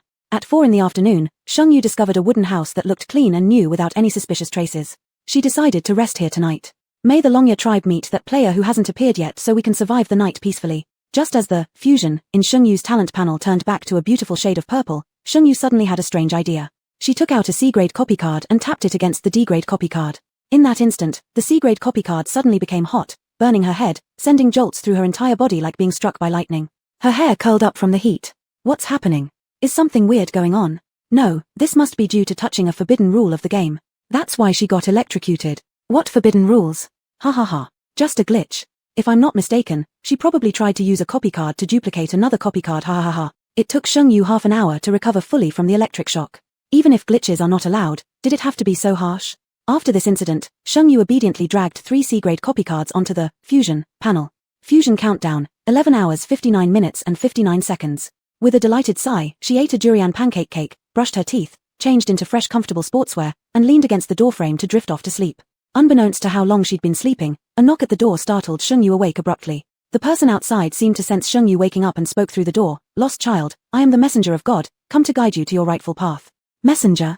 Rule 4. When something eerie transforms into a messenger, do not harm them. A tang knife appeared in Shengyu's hand as she cautiously stood behind the door. The divine messenger said, child, open the door. I possess what you seek, just offer me an equal exchange. Shengyu thought, if something eerie turns into a messenger, please don't harm them. Does this mean when they become messengers, they also can't hurt humans? This was a moment of testing courage. Holding the tang knife, Shengyu slowly opened the door. Outside stood a man draped in a wide white robe, looking youthful and familiar. Ai revealed a shy smile. Sister, surprised. Shengyu, more like frightened. Are you sure you should? Come inside. Ai walked in, bringing a bright candlestick with him, illuminating the whole wooden house. Sister, is there anything you want? After setting down the candlestick, Ai began pulling out items continuously from his wide robes, swords, daggers, flashlights. Things that had never before appeared in any of the chests she'd opened. There were also a few books and parchments. Shengyu paused, it was another parchment. Noticing her focus, Ai commented, Sister, you really have sharp eyes. He passed over the parchment and pushed it toward Shengyu. She reached to take it but then paused, suddenly asking, what's the price? Ai's ears turned red. Would my sister give me a kiss? Shengyu tilted her head, her gaze sharpening as she looked at Ai. Is that all there is to it? Yes, can my sister do it? Ai rested his chin on his hand, anticipation flickering in his eyes. The most proud thing about him, his most precious treasure, was his wife. If his wife kissed another man, he wondered if he'd still be able to smile after finding out. I disagree. I disagree. I disagree. Kiss me first. I'm the one she loves the most. I'm reporting this pervert trick. Damn this freak for trying to steal my wife. Shengyu curved her lips slightly and lifted Ai's hand, placing a soft kiss on the ring on his wedding finger. Ai. In the live stream. Ha ha ha ha ha. My clever wife. That dirty pervert dare try bullying my wife. Wife, destroy him. No, don't initiate an attack. Breaking rules leads to death. Ai's smiling expression froze momentarily before pulling 2 more parchments from beneath his robes. My sister is truly skilled, one kiss has drained me. He handed over the parchments with a worshipful and innocent look. With these 2 added, they now had 5 parchments. Sister, kiss me here. Ai pointed to his own lips. Shengyu remained unmoved, even raising the stakes. 2 more, how about a French kiss? Chapter 33, Wilderness. If Xinyu were willing to be my wife, that would be great. As soon as the words were spoken, Ariyi's entire body burned up, her face red like a delicate lotus flower in full bloom. Shengyu smiled with an easy posture. The initiative instantly returned to Shengyu's hands. All right, you said it. Ariyi became restless and excited. He stood up and left but came back within half an hour. Meanwhile, in the live streaming room. Ha ha ha ha, just came out of Wu's live stream. Ariyi beat up Wu's messenger who was looking for him and took 2 sheepskin scrolls. Nope, doesn't anyone find it odd? Why is Ariyi so good to Xinyu? Don't actually think he's some sort of sexual weirdo, right? Ariyi's level looks pretty high, doesn't he have his own consciousness? Is he a non-playable character, NPC? Has anyone been in this dungeon before? Tell us who Ariyi really is. Been there. Mother chicken. I randomly encountered NPCs, I don't know who Ariyi is. My exploration degree is only 35%. Ariyi tossed the sheepskin scrolls in front of Shengyu and leaned over close to her, pouting his lips. Sister, quickly enjoy me. Shengyu smirked as 2 sticks of incense quietly appeared behind her. A pale blue smoke spread out slowly. Since it was strange, there was no way to resist the incense.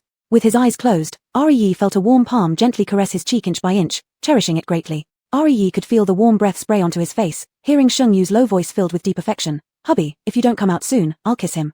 Yi only felt a sharp pain in his consciousness. When he opened his eyes again, it was already another person. With his wife nearby and empowered by the line of incense, Yu easily blocked out the livestream. In the livestream room, it showed Yi suddenly changed his mind and left, leaving Sheng Yu lying on the ground. The image quality was quite detailed, and for a while, no one could discover anything unusual. Sheng Yu spent a night being roasted. Before the daylight broke, Yu had to leave. In the quiet wooden house, Sheng Yu was still fast asleep. Yu was full of reluctance in his eyes. He kissed her forehead, turned around and left. If he could, he wanted to stay by sister's side forever. Unfortunately, he was too hasty in the final dungeon and was ambushed by 4 incomprehensible strange entities, torn into 18 pieces, scattered across different dungeons. One of those unnameables glimpsed Sheng Yu's existence and dragged her here as well, supposedly saving him, but who knows the real reason. At the last moment, Yu exhausted all his strength to arrange Sheng Yu's dungeons until level 3. As long as Sheng Yu passes these dungeons, he can gradually reclaim his body and gather power. Walking out of the wooden house, the first ray of dawn shone on Yu's body. There was a consciousness fighting for control over his body in his mind. During the brief shift of controlling powers, Yu warned coldly, "If you dare bother her, don't blame me for destroying your dungeon." Yi complained pitifully, "It's obvious sister likes me too, she kept holding my hand after all." Thinking about that scene, Yu couldn't help but want to devour this strange entity. However, it was impossible. Yi was a crucial NPC in this dungeon. If he died, the dungeon would collapse, trapping Sheng Yu here forever. Yu laughed coldly, "You're lucky, having a face she loves most. Without this face, she wouldn't even look at you twice." Yi, no. Even without this face, she would still like me. I'm so cute and pure, far better than you old perv. Yu, then use your own face in the next dungeon. Yi, are you sure she can pass this dungeon? Although Yi also thought that Sheng Yu passing was just a matter of time. Yu chuckled coldly, with pride in his tone, "She trained me personally. In just 4 years, I managed to fight my way up to where you are." When Sheng Yu woke up, Yu had already left. Last night was a gamble. Apparently, she won. 1 p.m. While picking up boxes, Sheng Yu suddenly noticed bloodstains on them. There was also a bloody finger lying beside them. There was someone nearby, who'd been attacked. Following the trail of blood drops on the ground, Sheng Yu ran over. She hoped it wasn't Longyear tribe. Unfortunately, things didn't go as she wished. Just when a rat-type strange entity was about to gnaw on that person's head, Sheng Yu threw her Tang Dynasty blade with all her might, nearly piercing through the rat's abdomen. The rat-like strange creature moved swiftly, glancing at the newcomer with its jet-black eyes, seemingly realizing it couldn't win, so it didn't hesitate to flee. Sheng Yu rushed over to help that person up. From his plain clothing, it was evident that he must be from the Longyear tribe. The man clutched his arm, which had been entirely torn off, revealing a bloody wound. Yet, with delight, he exclaimed, "Xin Yu, it's you." Sheng Yu quickly took out alcohol and bandages to stop the bleeding. The first words out of the man's mouth were an apology. "Xin Yu, I'm sorry, we misunderstood you. Dragon Chun's death has nothing to do with you. Stop talking, let me bandage you." Sheng Yu frowned. The bloody, dangling muscle fibers from the wound were quite shocking. Her face showed concern as she focused on her task. Her hair was tied back with a hairband, revealing a beautiful profile. Longxia's ears turned red. If Xin Yu would agree to be my wife, that would be wonderful. Unfortunately, just as he had this thought, Sheng Yu poured alcohol onto his wound, causing Longxia such excruciating pain that he immediately fainted. 2 hours later, Longxia woke up and brought Sheng Yu back to the new Longyear tribe. Calling it a tribe, it was essentially just a patch of grass surrounded by stones. Although the grass on the ground was only several dozen centimeters tall, it was slowly growing. This was not a long-term place. Seeing Sheng Yu and Longxia return, everyone gathered around. Some cared about Longxia while others apologized guiltily to Sheng Yu. Among them was Long Yi, the person who had kicked down Sheng Yu's door before. Sheng Yu waved her hand and retrieved the golden box, then said calmly in front of the astonished members of the Longyear tribe, "Could you take me to the chief?" Realizing the situation, Long Yi adopted a more respectful attitude toward Sheng Yu. "Little Great Priestess, please follow me." The chief was arranging the knight's defenses, his face full of worry. The tribe was already at the brink of survival and death, yet the Great Priestess hadn't appeared. At that moment, a glint of gold caught his eye. Looking closer, it was none other than Sheng Xinyu, who had been expelled from the tribe before, now holding the golden box. "Little Xinyu." The chief was shocked. "It's me, chief. Without further adu, how many boxes do we still have? I'll open them." We do. We have 100 boxes, all waiting for you." The chief couldn't believe it, his lips trembling. He led Sheng Yu to the center of the tribe. Everyone, upon seeing Sheng Yu and the golden box, recognized her identity and stood solemnly. Before opening the box, Sheng Yu confessed, "Chief, the cards I may draw could possibly be more replication cards." Chapter 34, Desolate Wilderness Incense triggered a 100-fold critical hit. Although I can only produce duplicate cards, I currently have confinement cards, stop cards, speed cards, transformation cards, and now with the addition of duplicate cards, protecting the safety of the tribal members should not be an issue, Shengyu added. Now for the chief, any card was better than having no cards at all. Not to mention this duplicate card, it's certainly no good either. With the duplicate card, isn't it that all cards could be supplied infinitely? It is far better than single-use cards. Seeing that the chief did not mind, Shengyu sat down to open the box. More than 100 boxes without any surprises. Shengyu opened 25 D-grade duplicate cards, 11 C-grade duplicate cards. Shengyu kept 3 C-grade cards and took out 1 B-grade card. She wanted to test the power of the B-grade card, something she had been eagerly anticipating for a long time. 25 D-grade cards, 75 replication chances, replicated 25 confinement cards, 18 stop cards, 17 speed cards, and 15 transformation cards. And there were also more than 20 non-guaranteed effect waste cards that failed but still produced cards. 8 C-grade cards, 80 replication chances, replicated 4 types of cards each with 20 copies. Through this process, Shengyu also discovered that using C-grade cards to replicate D-grade cards was successful 100% of the time, without a single wasted card. Next comes the highly anticipated use of the B-grade card. First attempt, replicate 1 confinement card. Second attempt, replicate 1 stop card. Third attempt, replicate 1 speed card. After 3 consecutive attempts without triggering a critical hit, Shengyu grew anxious, as did the people of the Dragon Tooth tribe. The livestream chat was filled with prayers with hands clasped together.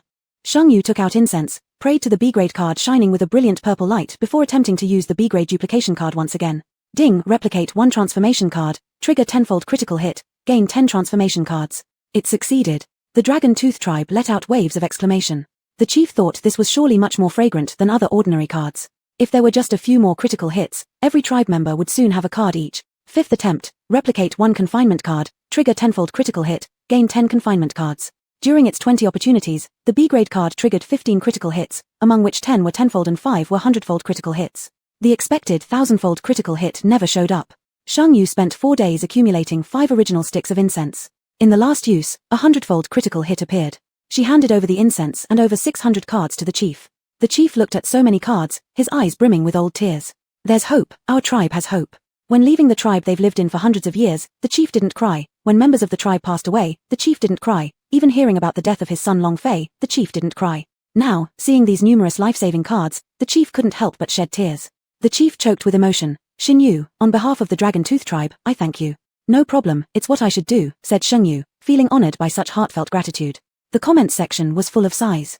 Anyone who dares say that the daughter is unlucky, pulling nothing but duplicate cards, how bad is that? Duplicate cards are super powerful. This is pure competition. I'm impressed. How can Ji Jiao tribe fight against Dragon Tooth tribe with so many cards? Cards alone can overwhelm them. I report, someone here has cheated. Zixixi, reporting guy is still around. Your Majesty, I just checked Wuer's livestream. He barely managed to get 45 cards, though there were C-grade ones. But he kept all C-grade ones for himself. Does this guy know what this confrontation means?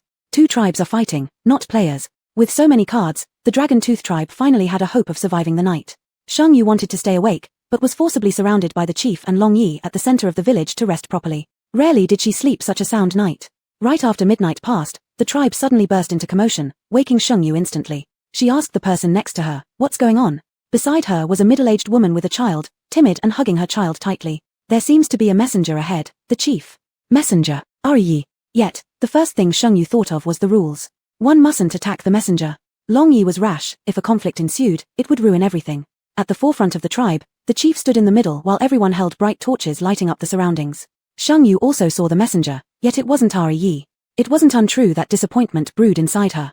Great priestess, you've come, someone cleared a path for Shengyu. Seeing Shengyu, the messenger lit up noticeably. Lost child, is there anything you want? As long as you pay the equivalent price, I will satisfy your request. Shengyu attempted to step forward but was stopped by Long Yi, who used his robust body to block her completely behind him. It's fine. He is the messenger who can conduct transactions, and I happen to have something I want. Shengyu gave Long Yi a reassuring glance before stepping forward and addressing the messenger. Do you have any parchment scrolls? The messenger smiled as he took out 2 pieces of parchment from his white robe. Child, what do you have to trade with me? Shengyu mimicked the same smile. Boy, what do you want? One moment calling her child and now boy, who's taking advantage of whom here? The messenger's smile vanished. Smiles may fade, but they'll always transfer. Upon hearing this boy, the tense nerves of the Dragon Tooth tribe finally couldn't help but crack. Even the usually steady chief couldn't suppress a slight curling of the lips. The messenger gritted his teeth. You're in for it. Price hike. I'm raising the price. Shengyu stood tall with pride. Absolutely. Messenger, 1 piece of parchment for 5 human hearts. Seeing the frozen expressions on the faces of the Dragon Tooth tribe members, The messenger beamed again with his peculiar smile. However, Sheng Yu didn't dawdle and immediately pulled out 2 sticks of incense. Pale blue smoke drifted into the air, immediately changing the messenger's expression. 1 stick of incense for 1 piece of parchment. 2. 3 sticks for 2 parchments.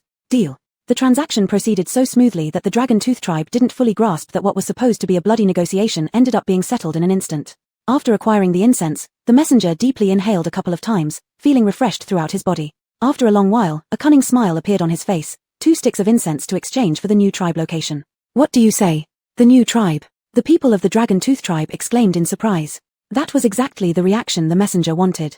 Inwardly, he regretted whether 2 sticks were too few.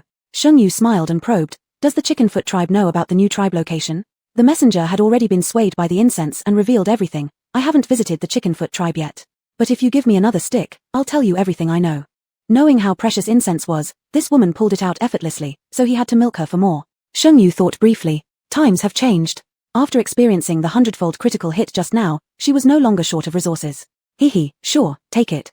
Chapter 35, Desolate Wilderness. Starting with 1 hand, all equipment has to be stolen obtained through fighting. After the envoy indulged himself for a while, he came to his senses and began to talk incessantly. This new tribe can only accommodate people from 1 tribe. Either you kill everyone on the other side or get killed by them. If even 1 person from the opposite tribe enters this new tribe, the protection will be lost. Am I not loyal enough? If you didn't know this, how many more people might die? What the envoy said was indeed true.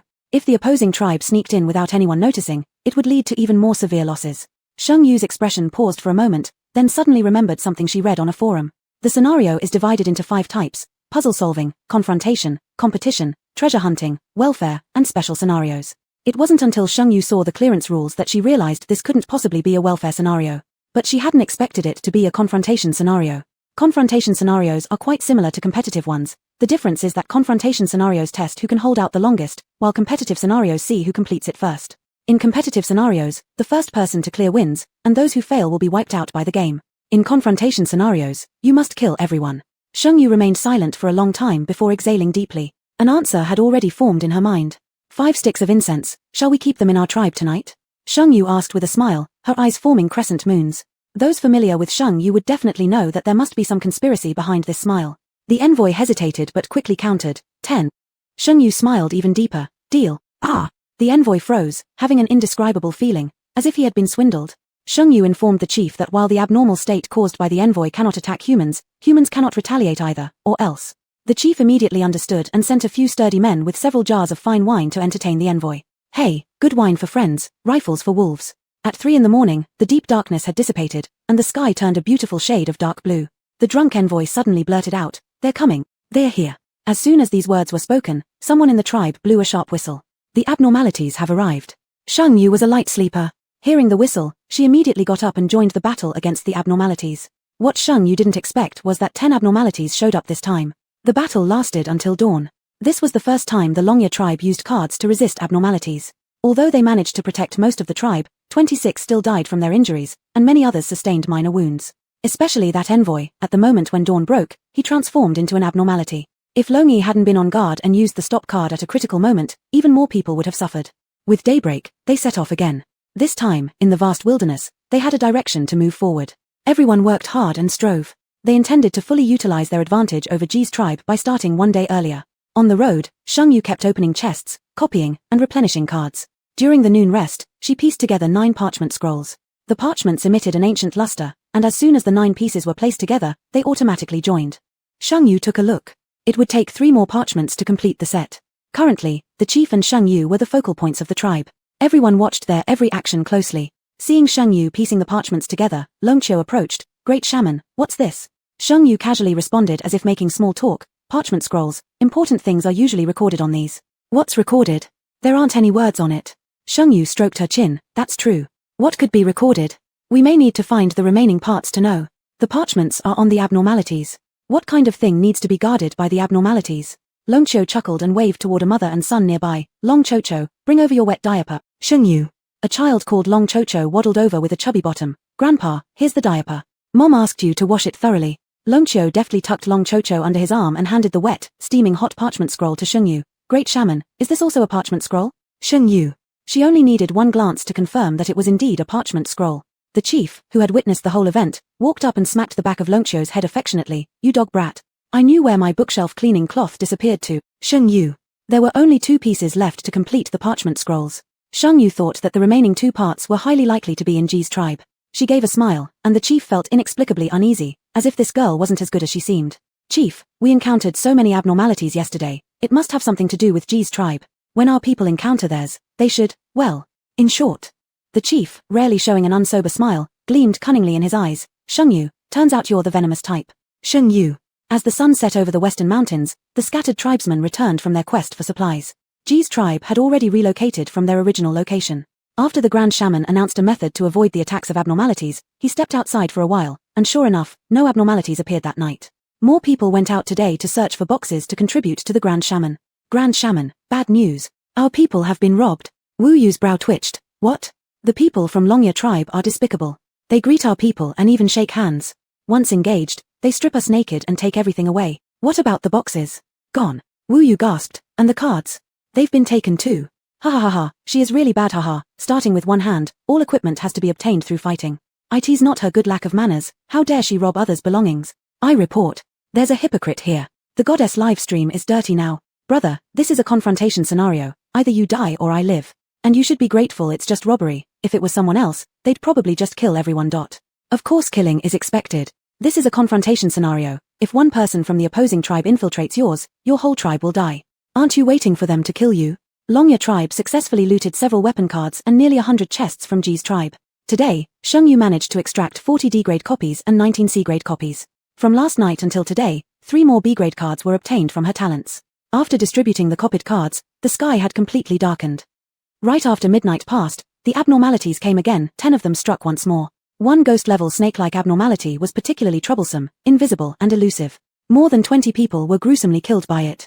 Sheng Yu looked around at the green grassland splattered with blood where Longcho, who was laughing and talking at noon, had now lost his head. This snake abnormality must be related to some kind of talisman. Sheng Yu didn't know how to deal with an invisible abnormality. Without hesitation, she took out a self-selection card. Ding, self-selection card used successfully. Gained skill card, tracking eye, A. Tracking eye, no living creature can escape your tracking. If they do, it means you're too weak. After using the card, Sheng Yu's vision suddenly turned black and white. In her line of sight, she could clearly see the snake abnormality just 2 meters away, gnawing on a corpse while glaring at her menacingly. The moment their eyes met, the snake abnormality shot towards her like a cannonball, its gaping mouth filled with fangs dripping blood. Chapter 36. The wilderness without people. If you've become an eerie, can you still pass the test? The tang sword left its sheath, and the serpent's fangs clashed with it. The tremendous impact sent Sheng Yu flying 10 meters away. From the snake's fangs severed by the tang sword, black, viscous venom oozed out, falling to the ground and burning a patch of grass into bloody red mist. Sheng Yu's arms felt as if they had been run over by a truck, numb and tingling, but there was no time for her to catch her breath. With the venomous tooth severed, the snake grew enraged, its body swelling. It lashed out fiercely with its tail, snapping the surrounding grass leaves in frustration. This made it easier for Sheng Yu to maneuver. Clenching her teeth, she once again raised the tang sword and charged at the serpent ghost. Though the snake ghost moved nimbly, Sheng Yu was even more agile. The snake ghost could not bite her, nor did its several attempts to whip her with its tail have any effect, failing to catch her shadow. Between dodging and pursuing, Sheng Yu found her chance and plunged her sword into the 7-inch mark of the serpent ghost, bursting forth with a dazzling white light. The snake ghost howled skyward, emitting a final mournful cry before collapsing on the ground, dissolving into a puff of black smoke. The people of the Longya tribe couldn't see the snake ghost, but they could tell that Sheng Yu was struggling. As soon as the snake ghost perished, the members of the Longya tribe quickly surrounded her to check her injuries. Congratulations to player Sheng Xinyu for successfully killing a fearsome ghost-level anomaly, gaining 200 experience points. In the grass nearby, among the blood pool, apart from a silver box, there was also an expected charm. Having dealt with the most troublesome anomaly, the others were repelled by the Longya tribe. Before dawn, the tribe counted their numbers. Originally a tribe of over 3,000 people, only 1,500 remained. After hearing this number, the chief said nothing, but his reddened eyes betrayed his grief and heartache. Subsequently, the chief issued orders, telling everyone to rest well before sunrise. After the sun rose, they would continue their journey. He was the chief, he had no time to mourn, no time to grieve. After 2 consecutive encounters involving attacks by 10 anomalies, based on their shapes, Sheng Yu confirmed her suspicion. These forms corresponded to the legendary 12 zodiac signs. What puzzled Sheng Yu, though, was that she had never seen a dragon-shaped anomaly or a chicken-shaped anomaly. There was also another matter that preoccupied Sheng Yu. Among these 10 anomalies, minus the one who became a messenger and the one a king of guile, all 10 were located within the Longya tribe. This was abnormal, very abnormal. As to why, Sheng Yu could think of only one answer. The third player. It definitely had something to do with him. Moreover, This player probably had deep ties with the anomalies. The golden light of dawn gradually appeared on the horizon, bathing the wilderness in its brilliance. Look, what's that? Amidst the golden glow, not far off, a mountain peak quietly appeared. On top of the mountain, the sunlight spread everywhere, nurturing life wherever it touched. Seeing the direction of the mountain, the chief's eyes revealed unmistakable joy and excitement. They had finally reached the new tribe. The appearance of the mountain invigorated the demoralized Longya tribe. Sheng Yu slowly moved forward in the group. Her injuries from the night before hadn't healed yet, and she carried a little child, Long Qiuqiu. Qiuqiu's parents had died at the hands of the serpent ghost, leaving only him alive, having been protected by his parents.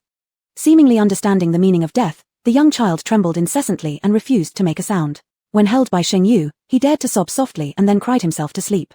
By noon, the mountain became increasingly clear, and they were almost at its base. Sheng Yu could no longer follow the main group. She needed to find the third player. After calming Long Qiuqiu down and under the worried gaze of the chief, Sheng Yu's figure disappeared once again into the wilderness vegetation. She demolished 3 low-level ghosts along the way and intimidated 4 ethereal class entities. Finally, Sheng Yu found the third player. Just as expected, the third player was now an anomaly. The rabbit-shaped anomaly gave a wry smile. On my first night in the game, I was killed by an anomaly. When I woke up again, I had become an anomaly. Sheng Yu asked curiously, since you've become an anomaly, can you still pass the level? The rabbit-shaped anomaly didn't conceal the truth and provided an answer that Sheng Yu did not expect. With the current development of this game scenario, you should know that this is a combat instance. But who says combat instances can only have 2 camps? We, the anomalies, are a camp too. Sheng Yu's breathing paused momentarily, her expression darkening slightly with understanding as she stated. So, the anomaly faction will be considered victorious if they kill everyone, correct? You agreed with the Ji Jiao tribe's people to exterminate the Longya tribe first, didn't you? Satisfied, Rabbit Gui nodded, saying, you're so smart. How about we cooperate? You help me eliminate the Ji Jiao tribe, and afterward, we duel. Yesterday, Rabbit Gui had met Wu Yu, and their encounter had not gone well.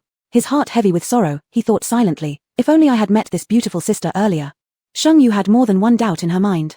Without clearing these up, she dared not joke around with the lives of over 1,000 people from the Longya tribe. As she spoke, she took out an incense stick and tossed it to the rabbit-shaped anomaly. I'll give you 10 of these incense sticks, and in return, you answer 2 questions for me. How's that sound? The rabbit anomaly had smelled the intoxicating aroma of the incense last night at the Longya tribe. Fortunately, being a special anomaly, he had a bit more resistance. Otherwise, he would have met his end last night as well. But Sheng Yu was too clever, so clever that the rabbit anomaly felt a little scared. Still, the allure of the incense to the body of an anomaly made him powerless to resist. With gritted teeth, the rabbit anomaly nodded. Ask away. Sheng Yu, why do anomalies repeat, and their powers differ each time? The rabbit anomaly hesitated. After inhaling deeply from the incense, the rabbit anomaly exhaled with a hint of enjoyment on his face. Anomalies don't truly die. As long as one anomaly remains alive, the others will respawn at midnight. Sheng Yu's expression gradually turned grave as the rabbit anomaly murmured softly, and here's some even less good news, the respawning anomaly's power levels are unpredictable, but they're always between wraiths and ghosts. The air grew silent, and Sheng Yu once again realized the difficulty of this scenario. To obtain a high-level clearance, all anomalies, including the king anomaly, must be killed within 24 hours. The reason the rabbit anomaly dared to tell her was simply because he believed it was impossible for her to kill all the anomalies within 24 hours. Even Sheng Yu herself thought it would be challenging, especially since some anomalies carried talisman-based abilities. At one point, Sheng Yu even considered uniting with Wu Yu and the 2 tribes to eliminate all anomalies, but alas, that was not feasible. After a while, Sheng Yu asked her second question. What about the dragon and rooster anomalies that haven't appeared yet? What's the deal with them? The rabbit anomaly replied, it has something to do with the tribes. You'll know when enough people have died. Sheng Yu then took out 10 incense sticks. I agree to cooperate with you. Cooperating with the rabbit anomaly seemed like the best way to protect the Longya tribe for now. After parting ways with the rabbit anomaly, Sheng Yu wandered around the wilderness for a bit longer, dealt with a phantasmal grade anomaly, and then returned to the Longya tribe via a bamboo dragonfly. As soon as she got close to the Longya tribe, she suddenly heard wave after wave of heart-wrenching cries. Chapter 37, Wilderness Without People became a substitute sacrifice unknowingly. Sheng Yu pushed aside the grass. Blood was everywhere, severed limbs were scattered about, and cries of agony echoed from her clansmen. The further she walked, the more bloodthirsty and cruel the scene became. Someone saw Sheng Yu return and knelt on the ground, pleading, Great Shaman, please, you're so powerful, save us. The one speaking was a woman who had lost an arm, and with her other hand tightly hugged a man's head. Great Shaman. Long Yi appeared, covered in blood, his face wet with tears streaming into the bloody water on the ground. Sheng Yu felt as if her blood had frozen. Her eyes swept over the entire tribe in a daze. What happened? She almost already guessed the answer. It wasn't strange, it was. Long Yi, suppressing his anger, his voice hoarse, barely held back his tears, it's the Chicken Claw tribe. They ambushed us, and their Great Shaman card is very strong. We couldn't resist. They targeted women and children. Wu Yu, is it really you? Sheng Yu closed her eyes, guilt and pain evident on her face, a tear slipping down her cheek. Indeed, kindness isn't worth a cent in this damn game. Where's the chief? Shang Yu asked. She had something to do and needed to inform the chief. Mentioning the chief caused Long Yi's tears to finally burst forth. The tough big man now had tears all over his face, his choked-up voice struggling. Chief, he lost a leg, and being old, he might not make it through tonight. Shang Yu's voice was calm almost to the point of cruelty. Do you want revenge? Long Yi paused his sobs, his eyes filled with boundless hatred. Revenge. We must have revenge. Shang Yu, gather 20 people, rest for a while, then we'll go to the Chicken Claw tribe. After Long Yi left, Shang Yu took out several D-grade weapon cards previously looted from the Chicken Claw tribe and dragged them all into the talent bar at once. A countdown appeared behind the purple, fusion. 29 minutes and 59 seconds. When merging D-grade copy cards before, it only took 5 minutes. This time, with half an hour, Shang Yu began to look forward to what would come out of the fusion.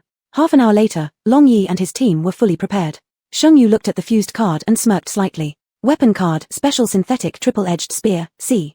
This triple-edged spear made from countless swords, spears, staves, and clubs had double heads and was roughly about 1.6 meters long. The sharp edges made anyone who looked at it feel dangerous. Using 2 C-grade copy cards, Shang Yu solved the weapon problem for 20 people. Equipping each person with 50 restriction cards, stasis cards, speed cards, and transformation cards, Shang Yu pulled out replicated guidance cards and followed its direction, approaching the Chicken Claw tribe. The Chicken Claw tribe members were bragging wildly about their great achievements today. Seeing how Long Yang's body was decapitated excited them greatly. There was no sign of the polite demeanor they had when Shang Yu met them. Demons are demons. A stasis card was thrown, instantly silencing the group who had just been talking moments ago. 10 seconds later, blood trickled from their necks, and their heads slowly rolled off. The Long clan has always been thrifty, and even now they still carry frugality in their bones. They rummaged through everything on the corpses without missing anything, submitting all to Shang Yu. Repeated cards were sorted for originals, which Shang Yu kept and tossed into the supply column. After resolving one batch, they moved on. By killing the third wave of enemies, they found a healing card, D, in the pocket of a corpse. Shang Yu did not hesitate, taking out a B-grade card and offering incense in worship. There were 17 critical hits in total, including 12 10-fold crits, 400-fold crits, and 1,000-fold crit. This 1,000-fold crit was timely rain indeed, totaling 1540 cards. Shang Yu had each person keep 20, and the rest were urgently sent back to the tribe, save as many as possible. As the sky grew dark, tonight was destined to be a sleepless night. After midnight, eerie occurrences would attack the Chicken Claw tribe. Eerie doesn't differentiate between tribes. Therefore, Shang Yu and Long Yi knew they had to severely damage the Chicken Claw tribe before midnight. Long Yi picked 20 youths, all strong young adults from the tribe. Adding the previous few ambush killings, these people had mastered the perfect timing for using the cards. Even if they encountered resistance from the Chicken Claw tribe, their weapons were a grade higher than those of the Chicken Claw people, making short work of defeating them. Compared to battling eerie phenomena, Shang Yu was less skilled at killing actual people, human beings, who are her own kind. Long Yi also dared not let Shang Yu lead from the front line, so Shang Yu simply stayed around to provide cover. Her opponent was only one. Ambushing the main camp of the Chicken Claw tribe and sneaking up on small groups was entirely different. After suffering more than 100 casualties from the surprise attack, the Chicken Claw tribe finally realized their situation. A large crowd of people quickly surrounded them, soon putting the Long Tooth tribe, which only had 20 people, at a disadvantage. But the reversal of the situation took only a few breaths. The Chicken Claw tribe had a variety of cards, but they were no match for the overwhelming quantity of cards the Long Tooth tribe possessed.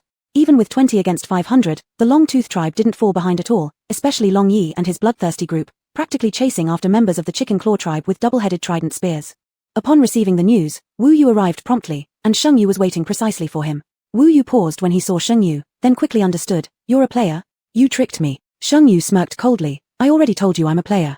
Fuck you. Before Wu Yu could finish his sentence, Shang Yu's tang sword pierced forward, cutting off his remaining words. Wu Yu had some insight and immediately recognized it as an A-grade sword. He couldn't believe it. This is a beginner's dungeon, you. How could you possibly have an A-grade sword? Shang Yu wouldn't explain to him, of course. With her dual-headed trident appearing in hand, she lunged viciously at Wu Yu. Stasis card. In the instant Wu Yu drew out his card, Shang Yu used the strength of the trident to leap out of the range of its effect. Damn, all he left behind were C-grade cards. D-grade cards had only a 3-meter radius, while C-grade stasis cards covered a 10-meter range. If Shang Yu hadn't been cautious, she would have almost fallen victim to his trap. The effect of the stasis card only occurred once. When a moving object entered the pre-existing stasis zone, it was unaffected by the immobilization. Thus, before Wu Yu even reacted, Shang Yu charged back holding her trident, pointing straight at Wu Yu's throat. Wu Yu had never seen such speed before, it rivaled the eerie phenomena themselves. Just a moment too late, Wu Yu activated the teleportation swap card and instantly exchanged positions with another figure nearby. As the trident pierced into the throat of that person, Shang Yu recognized him. It was the chief of the Chicken Claw tribe. From 3 meters behind her, Wu Yu was equally bewildered since he hadn't clearly seen who it was. In the chief's hands, there was an obvious machete. He'd come to help Wu Yu ambush Sheng Yu but unknowingly ended up as a substitute sacrificial victim. Chapter 38, Vast Wilderness. Sister, don't be sad. Every move of the high priest and the chief was being watched.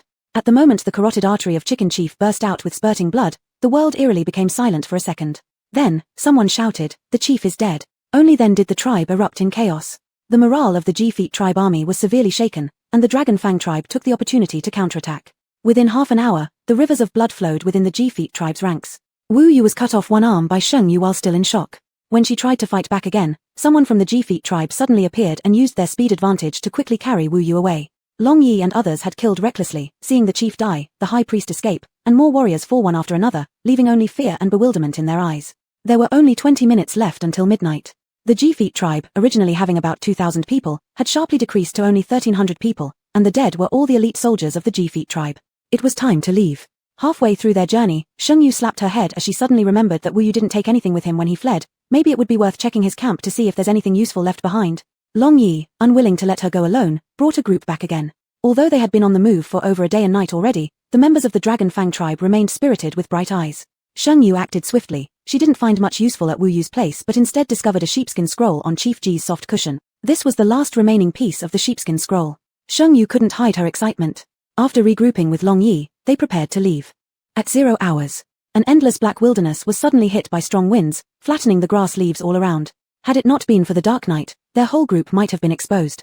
Sheng Yu looked toward the center of the storm. A shadow slowly emerged from the body of the chicken chief, causing surrounding objects, even the spilled blood, to rise up into the air slowly. Once the wind died down and silence reigned, an eerie chicken-like figure floated in the air. Its bead-sized eyes began surveying the surroundings, filled with pure crimson light. Just one glance from it made Sheng Yu feel immense danger. This chicken-shaped eerie figure represented the peak level of powerful ghosts. The G-Feet tribe, having just endured a bloody battle without even catching their breath, stared with faces of despair as this strange presence abruptly arrived. What made them even more desperate was that increasingly more eerie figures started emerging from the lush grasslands. Another round of slaughter was imminent. The 8th day of the eerie game. The G-Feet tribe was completely wiped out by the eerie beings. Except for a few individuals who had fled with Wu Yu. What chilled Sheng Yu and the others most deeply was the fact that the eerie entity responsible for the most killings was none other than the chicken ghost. It seemed like he knew that his strength was almost enough to upgrade, hence, he went on a frenzied killing spree amongst his own people merely to elevate himself, even going so far as to kill 2 other eerie figures. What do we do if this eerie thing comes to our tribe? Long Yi anxiously scratched his head. Sheng Yu said seriously, let's reach the new tribe as soon as possible. The new tribe can resist such eerie beings. By noon, Sheng Yu and Long Yi returned with the rest of their team. The atmosphere in the tribe was gloomy, the chief heavily injured. Long Yi didn't even have the time to rest upon his return before dealing with the affairs of the tribe. Thanks to the treatment cards sent back yesterday, most people had recovered already. Those who suffered injuries too severe for a D-level treatment card to heal were lying there gasping for breath. Among them was the chief. The consciousness of the dragon chief was clouded. When Sheng Yu appeared next to him, it seemed like he felt something and struggled to open his eyes weakly. He offered her a feeble smile. Sheng Yu felt mixed emotions. She now resented her inability to produce high-level treatment cards and regretted not chasing after Wu Yu sooner to get the C-level treatment card yesterday. Dragon Chief read what Sheng Yu thought and smiled faintly. High Priest. Xin Yu, meeting you has been the luck of our tribe. The replicated card is great. Please don't blame yourself. Sheng Yu looked at the chief. The chief continued, I am afraid I will not make it through today. The next chief will be Long Yi. Please help him more often. I will. I will definitely protect the Dragon Fang tribe well. Though they spent a short period together, during this time, Sheng Yu found it very pleasant. She had grown up without family, never knowing the feeling of being loved by relatives. If she had to describe how the chief made her feel, Sheng Yu thought the chief reminded her of her uncle. The chief smiled. In my life, the greatest regret was misunderstanding you. Fortunately, you came back. Oh, by the way, that sheepskin scroll I mentioned, I discovered it among the remnants of ancient texts from the tribe. Perhaps the remaining fragments could be found in these ancient records. The chief spoke endlessly, his voice getting softer and softer. The tribe stopped advancing and Long Yi and others gathered around the chief. The chief gazed at the nearby mountain peaks and smiled as he closed his eyes. Chief. The tribe was filled with cries of grief, and Long Yi sobbed uncontrollably beside him. Sheng Yu quietly stepped away from the center of the crowd, her heart heavy with sorrow. Sister, don't be sad. A voice sounded behind Sheng Yu, followed by a pair of large hands encircling her waist from behind, pulling her into a strong chest. Chu Yunyan said, they are all NPCs in this eerie game. Their deaths aren't real. Perhaps we'll meet them again in another scenario. Chu Yunyan's presence was brief, and as soon as his time was up, he vanished completely. Having been comforted by him, Sheng Yu felt a little better. She thought about the chief's last words and remembered some books she found in a chest left by the eerie beings after they died. She retrieved these books to inspect them and finally discovered another piece of sheepskin scroll in one of the tattered and unassuming books. The 12 pieces of sheepskin scrolls automatically fused together, revealing the truth of this scenario to Sheng Yu. 1,500 years ago, the Dragon Fang tribe was once the Dragon Fang nation. Their leader cultivated rice that could yield 2,000 kilograms per acre, and over 100 years, the Dragon Fang nation rose rapidly in power, far surpassing the neighboring Chickenfoot nation. Jealous and fearful of the increasingly powerful Dragon Fang nation, the Chickenfoot nation retaliated first by discharging wastewater into Dragon Fang land, intending to pollute it, then sent spies to steal the original seed of Dragon Fang's rice. After successfully stealing the seeds, they cracked its genetic makeup. They researched a drug and began using drones to spray it across Dragon Fang nation's fields. This contaminated the land, making it impossible for any crops to grow ever again. Only weeds sprouted afterward. Before the Chickenfoot tribe could rejoice, they discovered their own lands had been similarly polluted by the same agent. From then on, the land was barren, population numbers plummeted, and the world economy quickly regressed to primitive times. As the entire world fell into despair, they stumbled upon a mysterious box containing food and daily necessities. But this box also brought peril. Eerie beings appeared. From then onward, humanity in this world could only survive using the supplies provided by these boxes. In exchange for obtaining these supplies, ominous forces began to appear in the wilderness and started hunting humans, continuing until today. So this is the true story behind this scenario. I can't believe it. The Chicken Feet tribe deserved it. I actually felt sorry for them being massacred yesterday, but now I see they had it coming. Next time I enter this scenario, I'll slaughter a few Chicken Feet members first to vent my anger. It. This reminds me of before I entered the game when some Japs stole our nation's seed. That was vicious beyond belief. The chat erupted in anger, just like Sheng Yu, whose heart now burned with fierce resolve to kill. The people of the Chicken Feet tribe must die. Chapter 39 Wilderness without people. What is your weakness? As the sun set behind the mountains, the tribe still hadn't reached the mountaintop. This night was destined to be a long one. Long Yi appeared extremely restless. He had seen how Ji Gui appeared yesterday. He was now very afraid that the chief would become like that too, attacking his own people. Sheng Yu patted his shoulder to offer comfort. Don't worry, the night before dawn is always the darkest. What they needed to do now was to rest well. Before falling asleep with Long Qiuzhou in her arms, Sheng Yu thought, if only she could draw a card that would instantly restore her strength. At 10 o'clock at night, the tribe blew a sharp whistle. All members of the Longya tribe quickly responded according to their prearranged formation. Wu Yu was preparing to ambush Sheng Yu and hand her over to the mysterious force while she was weak, thus reaping the benefits without doing the work. He had assumed that according to the fifth rule, since all of the Jijiao tribe had been wiped out, with fewer humans and mysteries there would also be fewer boxes. Sheng Xinyu didn't have many cards left either. But he was wrong. This night, Sheng Yu used up all of her C-class and D-class duplicate cards. Now, everyone in the Longya tribe, from hair to toenails, was fully armed, each person having at least one card. When Wu Yu was caught by Long Yi, he looked utterly incredulous. Why? How can you have so many cards? It's like wearing fine clothes and not returning home. It's like being rich and not showing off. Killing without striking at the heart is like having a son but no anus. Sheng Yu's gaze was cold, but she smiled on her face as she took out a B-class duplicate card and waved it in front of Wu Yu. Do you recognize this? B-class. Duplicate card. How come? This is just a C-level book, at most a C-level card, and the mystery is at most a ghost level, so how did? Wu Yu fell into deep confusion, suddenly realizing that now wasn't the time for doubts, it was a fight against an opponent. Sheng Xinyu will kill him. You, please. Grandmother Xinyu, please let me go. I'll give you my cards. All of them. Please spare me. I'm willing to join your tribe. Long Yi kicked him with a foot. It's you. It's you who hurt the chief and the high priest. We can't let you go. Sheng Yu gave him a look that said calm down. What cards do you have? Wu Yu's face lit up. I have C-class shapeshifting card, C-class dagger card, C-class transformation card, C-class speed card, C-class flight card, C-class stop card. Good guy, all these are C-class cards. Without Wu Yu handing them over himself, after Long Yi searched his body, all the cards were given to Sheng Yu. He then left with Wu Yu. At midnight, the strong wind appeared again, similar to the situation when Ji Gui appeared yesterday. Not far from where the tribe rested, where the chief was buried, a high-pitched dragon roar resounded across the sky. A previously clear sky suddenly became filled with lightning and thunder, as if tearing a gap through the darkness. Immediately after, fireballs began raining from the sky, lighting up the wilderness instantly, and the fire quickly spread across the wild. Run quickly, Long Yi shouted, leading everyone towards the mountaintop. Sheng Yu stayed back to resist the strange forces. The first to arrive was Tu Gui. The man and Gui quickly exchanged blows. Tu Gui's speed was extremely fast, even Sheng Yu, who used the speed card, barely managed to withstand his attacks. While dealing with Tu Gui's attacks, Sheng Yu yelled, "Why are you fighting me so hard? We're both players. Let's talk it out properly once everything is settled, alright?" Tu Gui, who had planned to ambush Sheng Yu, decided to call a truce after the initial failed attempt. Alright, I agree. After Tu Gui came Miao Miao level of Shu Gui, its size resembling a basketball. She thought she could easily deal with Shu Gui, but saw that the nearby grass seemed to gain life all of a sudden, and countless blades of grass wrapped around her. A special Gui. Sheng Yu currently had 4 talismans. She wondered if collecting all 12 talismans would bring a special item like the parchment. The flexible grass seemed endless, annoying Shengyu, so she pulled out her card. Ding, a transformation card was copied, triggering a 10-fold critical hit, earning her 10 transformation cards. Using the transformation card, Shengyu turned into a massive cat with patterns, her body as large as a cheetah's. Before the grass could completely enclose her, her figure darted like lightning, biting the neck of Shu Gui. Shu Gui didn't even get a chance to struggle before turning into a wisp of black smoke. On the ground, a bronze box and a rat talisman remained. Shengyu couldn't use these talismans, so she looked at Tu Gui beside her. You have talismans, don't you?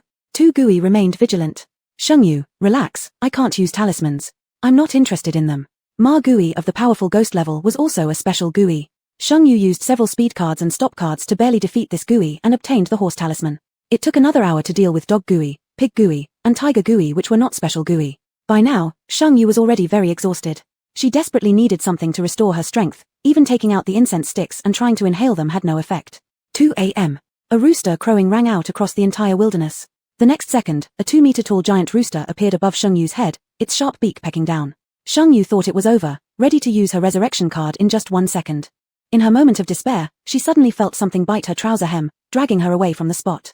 It turned out to be a dog-shaped Gui. And sitting on the back of this dog Gui seemed to be a figure resembling Yi.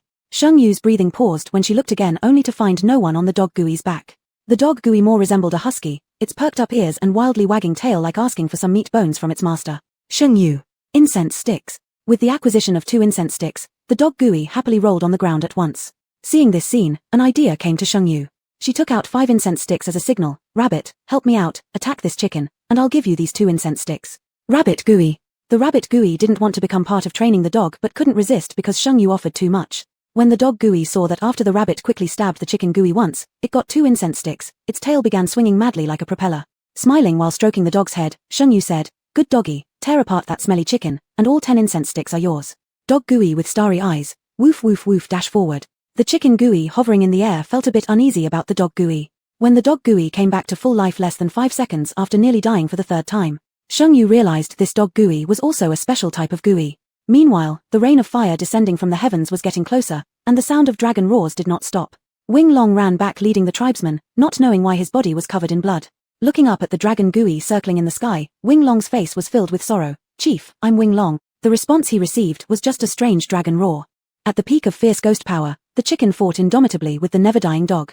Rabbit Gui moved closer to Shengyu. "Give me 10 incense sticks, and I'll join the fight too." "Oh no, Mama can't resist delicious incense, it's so addictive, even more than fungi." "Oh no, oh no, oh no." Shengyu would not refuse, of course. With Rabbit Gui's joining, the chicken Gui was unable to last half an hour. Moreover, this dog Gui not only could revive itself to full health. 10 minutes later, after the large body of the chicken Gui fell to the ground and transformed into the corpse of Chief Chicken, beside it lay a golden box and a chicken talisman.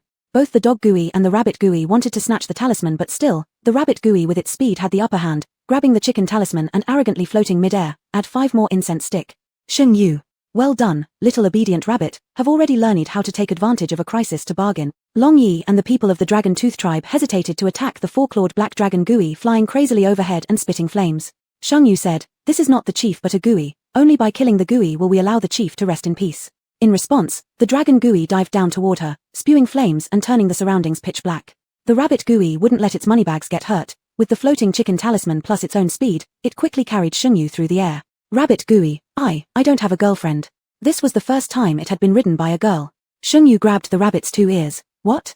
"Quickly, dodge." As the eastern sky was about to brighten, Shengyu and the rabbit finally severed the dragon Gui's antenna together. The sky lit up with thunder and lightning, and the dragon Gui became a corpse falling to the ground. After flying around for a while in the sky, when Shengyu returned to firm ground, she felt a wave of dizziness. When Shengyu woke up again, it was noon on the 9th day. As soon as she awoke, Doggy Gui started barking loudly. Yunyanshu furrowed his brows and rushed over to her side in 3 quick steps. "How are you?" Shengyu shook her head, trying to clear her mind. "I'm fine." Doggy Gui, woof woof. Shengyu took out an incense stick. Dog Gui satisfied. Only then did she realize she was in a brand new room. Yunyanshu explained, "You've reached a new tribe." Shengyu pointed to the dog Gui confused. "Can it enter the tribe?" Yunyanshu smirked, raising the corners of his eyes slightly. "Sister, only those who truly belong to the tribe can withstand the Gui." Meaning there were spies inside the Dragon Tooth tribe. Finding spies was something best left to Wing Long. Leaning against Yunyanshu, Shengyu analyzed her passage rules. A-level passage. Kill 12 Gui. Now only young Gui hasn't appeared yet. Just need a bit more to reach S-level passage. Find and kill the King Gui. Speaking, Shengyu raised her gaze briefly toward Chu Yunyan. the boy with red lips, white teeth, and youthful appearance. Lord Gooey King, what is your weakness? Chu Yunyan didn't seem the slightest bit surprised or secretive. Smash this guy's head, but how did sister know I'm the King Gooey? Sheng Yu rolled her eyes and stroked Chu Yunyan's cheek with increasing affection. I always thought one of the 12 Gooeys was the King Gooey. But judging by last night's situation, the sheep Gooey that I haven't met yet must have attacked Long Yi and the others using a different method. That means none of the 12 zodiacs are the King Gooey. The only one left on this wild land is you. Good job, my dear. Chu Yunyan couldn't help but nuzzle close. At 1 in the afternoon, Chu Yunyan disappeared. A bruised and swollen rabbit Gooey walked in, heartbroken and aggrieved. You and the King Gooey, you have something going on. Sheng Yu showed off her ring. Can't we just be a normal married couple? The world had turned magical, leaving the rabbit Gooey utterly bewildered. A human and the King Gooey? Married? Is this a story from Strange Tales from a Chinese studio, or is it about an overbearing King Gooey falling in love with me? The rabbit Gooey shed sorrowful tears. But yesterday you rode me, you need to take responsibility for me. Sheng Yu pointed to her own mouth corner and smiled. Doesn't your mouth hurt anymore? The rabbit Gooey touched its own mouth corner, a flicker of shame and anger flashing in its eyes, wailing softly because it got beaten up by its girlfriend's husband. If it hadn't been for the rabbit Gooey last night, they wouldn't have dealt with the chicken Gooey and dragon Gooey so quickly. Sheng Yu was quite grateful to the little rabbit Gooey, so she took out 10 incense sticks. Do you want me to take responsibility, or do you want the incense sticks? Of course, as adults we should choose. Sheng Yu smirked slightly, hinting at her lips. Of course, the incense sticks. Currently, there was only one more Gooey left, the sheep Gooey, to achieve A-level passage. Out of the 12 talismans, except for the dog talisman and rabbit talisman, there was still a tiger talisman and sheep talisman needed. Sheng Yu naturally wanted an SSS level passage. At this moment, the rabbit Gooey returned. Xin Yu, the Gooey rules have refreshed. Now, the time for Gooeys to regenerate is noon. Then, Sheng Yu's heart started pounding. Is the rule about killing all the Gooeys before midnight no longer effective? The rabbit Gooey shook its head. No, but, after tomorrow it might not be certain. This was undoubtedly a heaven-sent opportunity. Sheng Yu was precisely worried about finding the sheep Gooey. In the live broadcast room, the viewers looked at Sheng Yu so excited and asked uncertainly. Is she really a rookie? Do rookies chase ghosts like this? This must be a new account. Is anyone even concerned about this now? Shouldn't we guess what level this sister will pass at? At least S level. The exploration rate is also high, estimated around 80%. Chapter 40, Wilderness Unpeopled End. Not long after, the tiger spirit of ferocity appeared. 10 minutes later, the rabbit spirit, bribed by the incense line, handed the tiger charm to Sheng Yu. The sheep spirit remained unseen. Sheng Yu opened her tracking eye and began searching for the sheep spirit within the tribe. In the temporary infirmary, Sheng Yu saw a sheep-shaped spirit gnawing on an injured person's body, and it was in its soul form. For the ethereal sheep spirit, Sheng Yu easily handled it. Ding, congratulations player Sheng Xinyu on completing the level A trial of Wilderness Unpeopled. Would you like to continue the game? Sheng Yu paused only for a second before unhesitatingly choosing, yes. She was very close to achieving SSS clearance, and the stakes she had were enough for her to make a bet. Now, only the rabbit charm and dog charm remained. After stepping back in silence, the rabbit spirit's eyes once again displayed caution. The dog spirit, unable to sense the wrong atmosphere, pounced beside Sheng Yu and asked to be petted. As Sheng Yu stroked the furry little dog and looked at the rabbit spirit, she casually asked, "What is your username?" The rabbit spirit froze, his ear tips turning red as he became embarrassed to answer, "Love you 10,000 years." Had he confessed to his girlfriend? Would he get hit? Woo! Sheng Yu failed to notice the rabbit spirit's emotions and continued asking, "Have you used a resurrection card?" Love you 10,000 years was stunned for a moment, then suddenly opened his mouth in disbelief. Do you have a resurrection card? Such low-level trials are usually taken by beginners or semi-beginners. How could anyone afford a points card? Sheng Yu calmly nodded, gathering all 12 charms must have other uses, and our camps are different. One of us has to die. I'm willing to compensate you. The resurrection card is yours, 50 incense sticks, and you can choose any cards you want. This move could be considered quite sincere, not only moving Love You 10,000 years but also the audience watching live. Although using the resurrection card might make this trial seem wasted, which trial could offer control over such ethereal spirits with 50 lines of incense and so many card? Love You 10,000 years took a deep look at Sheng Yu. I accept. As humans, we shouldn't just focus on the present. When the thought of copying the resurrection card arose, Sheng Yu broke out in cold sweat from head to toe, and the sensation of being electrocuted surged through her. Dang dang dang, if it doesn't work, fine. Why always with the stun gun? With reluctance, Sheng Yu handed the resurrection card to Love You 10,000 years. Afterward, she pierced through Love You 10,000 years' heart, causing a silver box and the rabbit charm to explode out. The dog spirit rubbed against Sheng Yu affectionately. Gripping the three-sided spear tightly, Sheng Yu took several deep breaths but couldn't bring herself to strike. The obedient puppy seemed to see Sheng Yu's dilemma, licking her palm, then suddenly spitting out a charm. The shape of the dog spirit quickly shrunk, blood gushing from its wounds. Within 2 breaths, it lost vitality, transforming into a wisp of black smoke. Sheng Yu was silent, her eyes dim. At the instant when all 12 charms were collected, each charm emitted a gentle white light, floating in the air. 5 minutes later, the white light vanished, leaving behind only one card. On both sides of the card were patterns of taiji. Special card, all things live. The card had no explanation, leaving Shengyu momentarily at a loss. She could only store the card away. She looked around. This area was where the dragon spirit had poured fire rain yesterday. The fiery rain burned intensely, leaving everywhere covered in scorched black soil. As she walked along, Shengyu noticed something amiss. In places scorched by flames, no new blades of grass were growing. Shengyu had a hypothesis and took out her lighter to start another fire on the grassland. The flame spread but extinguished itself on the prairie within 10 minutes. And at this point, the spots that were first burned by the flames began sprouting new blades of grass, clearly contrasting with the scorched land next to them. The dragon spirit's fire rain could suppress the growth of grass. Shengyu suddenly remembered there were seeds she found in the wooden house last time in her inventory. She eagerly sprinkled them on the scorched soil. The All Things Live card seemed made for this exact moment. Placing the card on the ground, she chanted, "Grow." The taiji pattern on the card started rotating. A soft green light emanated outward from the card. The seeds she'd scattered barely touched the green light for 2 seconds before fresh young shoots emerged. The soil could now be cultivated. Joy filled Shengyu's eyes as she rushed straight back to the tribe and informed Long Yi of the matter. Long Yi murmured, "We've been encountering anomalies, but without the dragon spirit, naturally, there won't be fire rain, and the dragon spirit's fire will burn up all the malevolent grass here." It turned out the prophecy was true. The high priest truly could guide the direction of the tribe's survival. As entities refreshed, the dragon spirit didn't take long to arrive. Shengyu lured it with incense, leading the dragon spirit across the vast wilderness to set fires, burning all the evil grass on the prairie. Long Gui finally stopped in front of a black wooden house, where a person sat leisurely drinking tea. Shengyu was exceedingly familiar with this individual. "Sister, you're here." The young man's eyes lit up and he happily rushed over. Shengyu executed the now familiar Pan Judan maneuver, evading a Yi's embrace. It was already 10 o'clock in the evening.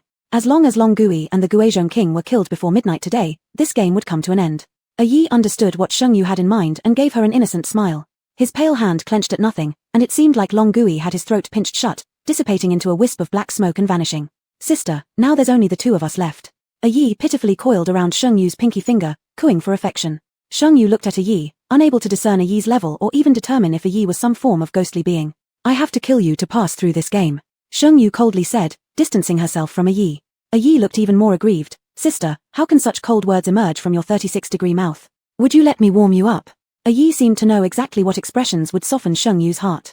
He had crimson lips and white teeth, dark but sincere eyes, pleading while cooing. "You're not him, so this act of yours doesn't work on me." Shengyu coldly pushed a Yi away. "Does it really not work? Doesn't sister like me?" A Yi drew closer. "Sister, give me a kiss and I'll tell you a secret, alright?" Shengyu said, "I'm not interested in your secrets." A Yi pouted. "Does sister know who I am? Or perhaps, who that pervert in the last game was? We're all the same person, we're all his darker side. He excels at pretending to be good in front of sister, when in reality, he's just a disgusting pervert, always thinking about tying sister up and doing unspeakable things to you." Shengyu acutely captured some information. "You are him?" A Yi, "That's right, we're all him, all consciousnesses spawned by him. That's why he can control us. Sister, do you like me or do you prefer him?" Shengyu laughed. So, the reason she wasn't repelled by a Yi or brother Guari was because of this. She reached out to gently touch a Yi's face, her gaze seemingly looking past a Yi toward another person. "As long as it's you, I like you." A Yi froze, clearly not expecting this reaction from Shengyu. Greedily rubbing against her palm, his reddened ear tips betrayed his emotions. Right now, he truly wanted to lift sister up, tie her up, and make her cry for him, go mad for him. Shengyu then asked, "So now, can I kill you?" The crazy emotions budding within a Yi came to an abrupt halt. A flash of surprise crossed his eyes. So, she was also insane. No wonder he'd said he was trained by her. "Come, sister. Kill me. I will wait for you in the Dome of Oddities. Please never forget me." A Yi's eyes flashed with crazed admiration. He handed Shengyu a silver dagger, holding her hand as he slowly guided the blade into his own forehead. Bright red blood flowed down as Shengyu watched a Yi ecstatically close his eyes, his lips curling into a satisfied smile. Congratulations player Sheng Xinyu on eliminating the boss replica, a ghost class entity, gaining 200 experience points, extra 100 bonus points, and acquiring skill card, Beguile, C, X1. Congratulations player Sheng Xinyu on completing the unpeopled wilderness replica. Now rating the performance. Replica exploration rate is 98%, completed hidden ending clearance rated SSS. Rewards will be settled upon leaving the replica. Do you wish to exit the replica? Shengyu chose, no. A countdown timer of 1 hour and 25 minutes appeared on Shengyu's panel, corresponding to midnight tonight. A Yi lay on the ground, as if asleep. Shengyu bent down, pressing her lips to a Yi's brow, her blood-stained lips lingering there, kissing his nose tip and then his thin lips. "Wait for me." In the wilderness breeze, a low whisper vanished into the darkness. Upon the sound fading, a Yi's body abruptly turned into a wisp of black smoke and disappeared, leaving behind a diamond chest. In the livestream room, viewers only saw Shengyu and the Guizhong King drink tea together before the latter suddenly died, with the screen announcing Sheng Xinyue's victory. Soon after, it was announced that Sheng Yu did not choose to leave the replica but returned to the tribe instead. The people of the tribe, following Sheng Yu's advice, had sown the replicated seeds on scorched soil. This batch of discovered seeds now constituted the world's master crop seed. After returning, Sheng Yu took out the All Things Live card, green light rippling over the land. Within just 10 minutes, the first batch of wheat had ripened. There were still some crates remaining in the inventory of the tribe and Sheng Yu. Sheng Yu opened all the crates, unsurprisingly finding nothing but duplication cards inside. With a batch of seeds replicated, the tribe members hurriedly planted them. Before leaving, Sheng Yu once again used the All Things Live card. This time, the green light covered the entire wildlands. The Longyear tribe permanently resided on the mountain peak, and the wildlands were now brimming with vitality. Chapter 41, Secondary Copy Settlement. Before leaving the copy, Sheng Yu left all the food and replication cards obtained from opening boxes to Longyi, along with dozens of D-level replication cards and 5 C-level replication cards. These items would be enough for the tribe until the wheat ripened. The eerie beings would not respawn, the eerie presence in the wilds had vanished.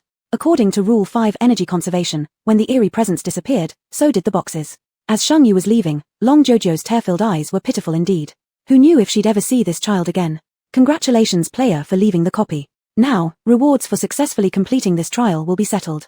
Congratulations for achieving SSS level clearance, exploration degree of this copy 98%, correction, exploration degree is 100%, topping the leaderboard of this copy, reward plus 10 to each individual base attribute, reward point 600, reward attribute card and optional card, choose one of 2, 3 pieces. Settlement completed, a light blue panel popped up in front of Sheng Yu. Faction, Human. ID, 444,477. Name, Sheng Xinyu. Level, LV2, 3400. Talent, Fusion. Inventory, Incense Sticks X10, Tang Saber, A, Replication Card, B, X5, Replication Card, C, X6, Optional Card X2, Attribute Card X2, Static Card, C, Restriction Card, C, Flight Card, C, Speed Card, C, Transformation Card, C, Teleportation Card, C, Mental Attack Card, C, Special Synthetic Triangular Spike, C, Guidance Card, D, Healing Card, D, Peace Card, Life Creation Card, Apple X1, Diamond Box, 24K Pure Gold Butterfly Knife. Completed copies, 2-inch. Although this copy left Sheng Yu feeling very tired, the returns were satisfactory. B-grade cards, and countless C-grade original cards. With these, she felt more confident as she entered the next copy. Looking at the apple in the corner of her inventory, she frowned. Hadn't she given all her supplies to Longyi? Ding, LV2 upgrade detected. Would you like to draw a talent? Sheng Yu, yes. Talent drawing in progress. The wheel spun, stopping after a minute on the largest colored section of the panel. Ding, drawing complete. Congratulations for drawing the D-level evolvable talent random. Another D-level talent. Taking a deep breath, Sheng Yu opened the introduction. Talent random. Upon entering a copy, randomly draw one same level talent. Upon successful completion of a copy, talent level evolves by 1 level, can be used once per copy. After reading the introduction, Sheng Yu's mood improved somewhat. Even though it was a D-level talent, the random talent could evolve, giving her hope for better days ahead. Second page of the panel, basic attributes. Attack, 37. Speed, 45. Strength, 29. Agility, 47. Defense, 25. Spirit, 40. Observation, 42-inch. Each attribute increased by 10 points. In the copy clearance rewards, Sheng Yu chose 2 attribute cards. Each attribute card could add 5 points. Without hesitation, she added all the points to defense. Defense, 35. With defense enhanced, the next time she fought an eerie creature, at least her injuries wouldn't be as severe. Sheng Yu vividly remembered how her arm couldn't lift after fighting against a ghost-class snake. Values on the panel, all above 30, put Sheng Yu at ease. Not knowing what the next copy would be, at least Spectre-class and Ethereal-class eerie creatures didn't pose much concern anymore. Even Ghost-class eerie creatures could be fought with assistance from cards. Opening the forum casually, Sheng Yu wanted to look up some more information related to the strange game. Much to Sheng Yu's surprise, the current featured thread on the forum was actually glowing star glowing star glowing star glowing star glowing star glowing star glowing star glowing star glowing star glowing star glowing star glowing star Sheng Xinyu, come get rich. Glowing star glowing star glowing star glowing star glowing star glowing star glowing star glowing star glowing star glowing star glowing star. Who could resist that? Clicking in, it turned out everyone was eyeing Sheng Xinyu's fusion talent, capable of fusing cards, and quite a few people were already at mentioning Sheng Xinyu for orders. Sheng Yu. She had previously thought this talent was useless, but now it seemed. This D-level talent was actually in high demand. Everyone knew fusion wasn't free, so they offered their own remuneration to tempt Sheng Xinyu to add them as friends and help fuse their cards. Sheng Yu browsed the forum and added 4 people as friends. 4L Bird Gun Exchange Laser, Esteemed Goddess Xinyu, C-level Prophecy Card Fusion with B-level. After completion, the original card will be yours, I just need 5 copies. 72L Gigi Negative Gigi, Sister Sheng, Sheng Sister, how many B-level cards to fuse into A? Will 100 Ghost Money do? 196L Sneak Eat Feet Skin, Look My Way Wife, 3 C-level body swap cards fused to B, send a binding card upon completion. 1004 L punch ghost kick evil destiny, Alan goddess look at me. Dream card D fused with C, the original card as your reward. I need 8 C-level dream cards copies, is that okay? Really, dream cards are quite rare. After adding everyone as friends one by one, Shengyu placed the fusion of B to A at the end. She hadn't fused A before and wasn't sure what the situation would be. The other 3 people had special cards that Shengyu wanted. On the first day of Rest in the Void, after successfully fusing the cards from Bird Gun, Foot Skin, Punch Ghost Kick, Shengyu began to fuse the B-level cards. Gigi provided 4 B-level cards, and the fusion time was 30 hours. The fusion countdown stopped at 6 hours. 1 more card was needed. It had cost Gigi the efforts of her entire family to trade for these 4 cards, and the price to acquire another one would be too high. Shengyu returned the cards unopened and naturally didn't take the 100 ghost money either. However, Gigi felt embarrassed and gave Shengyu a perspicuity card as the original card, which she could replicate and use freely. Now everyone knew that Shengyu had the most replication cards. After the talent fusion cooldown ended, Shengyu started to fuse her own A-level replication card. At the same time, Shengyu opened the copy page and clicked on the enter button in the lower right corner. After a wave of dizziness. Welcome player Shengyu to the game Deep Sea Taboo. Game level, C. Game difficulty, 5. Please explore the game actively, enjoy the game. Chapter 42, Forbidden Deep Sea, shout until you're hoarse and no one will come to save you. Shengyu found herself surrounded by a deep, deathly blue. Before she could figure out what was happening, an explosion resounded behind her, and a whip lashed harshly against her back. The fiery pain spread, and Shengyu's pupils constricted sharply. Her eyes, filled with shock and anger, turned toward the source of the attack. What a daring wench. Just wait until I teach you a lesson. Shengyu froze in the middle of preparing to retaliate when she realized the speaker was a merman.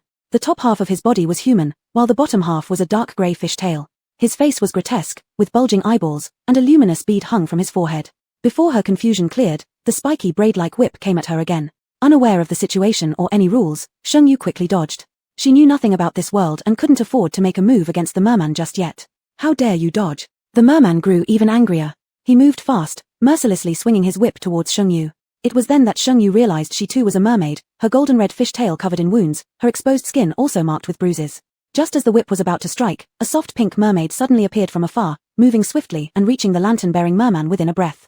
She held up a pearl the size of a basketball and said, "Master, look, we've discovered such a large pearl." The lantern merman was immediately distracted. Dropping his whip, the shining orb on his forehead emitted a glaring white light. Excitement radiated from him. Good, good, good. With such a large pearl, we'll all meet our quota for the month. As for you, he fondled the giant pearl, you're off duty today.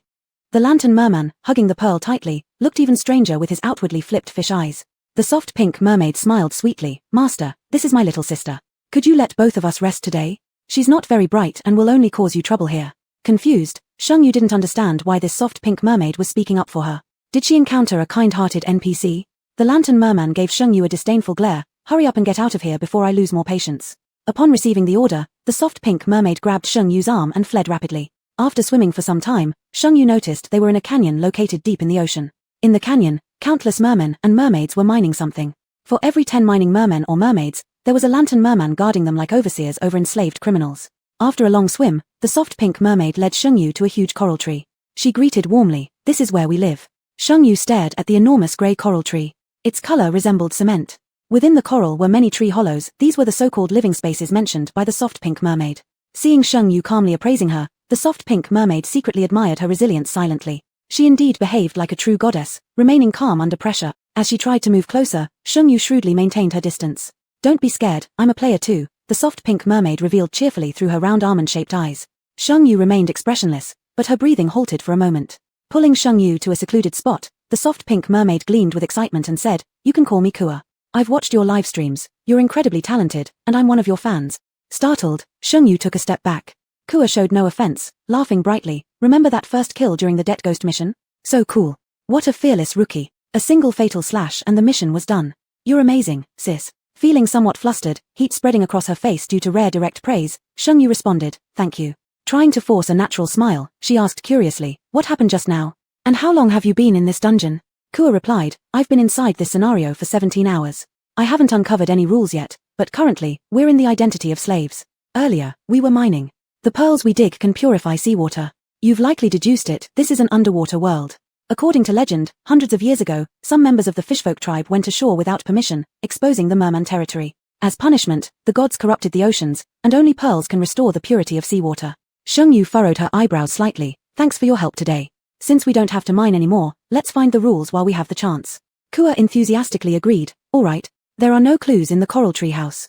At the pearl mine, there are lantern merfolk overseeing everything, so searching there would be impossible. Not far away, there's an ocean market, why don't we check that out? Perhaps they had arrived at an inopportune time. There weren't many people at the ocean market. The market consisted of dozens of uneven flat coral reefs of various heights, each suitable for placing merchandise. Over time, the merfolk used them for trading, gradually forming this ocean market. There were very few merpeople setting up stalls at the ocean market, so when Sheng Yu and Kua appeared, they immediately drew the attention of all the merpeople present. These weren't friendly gazes.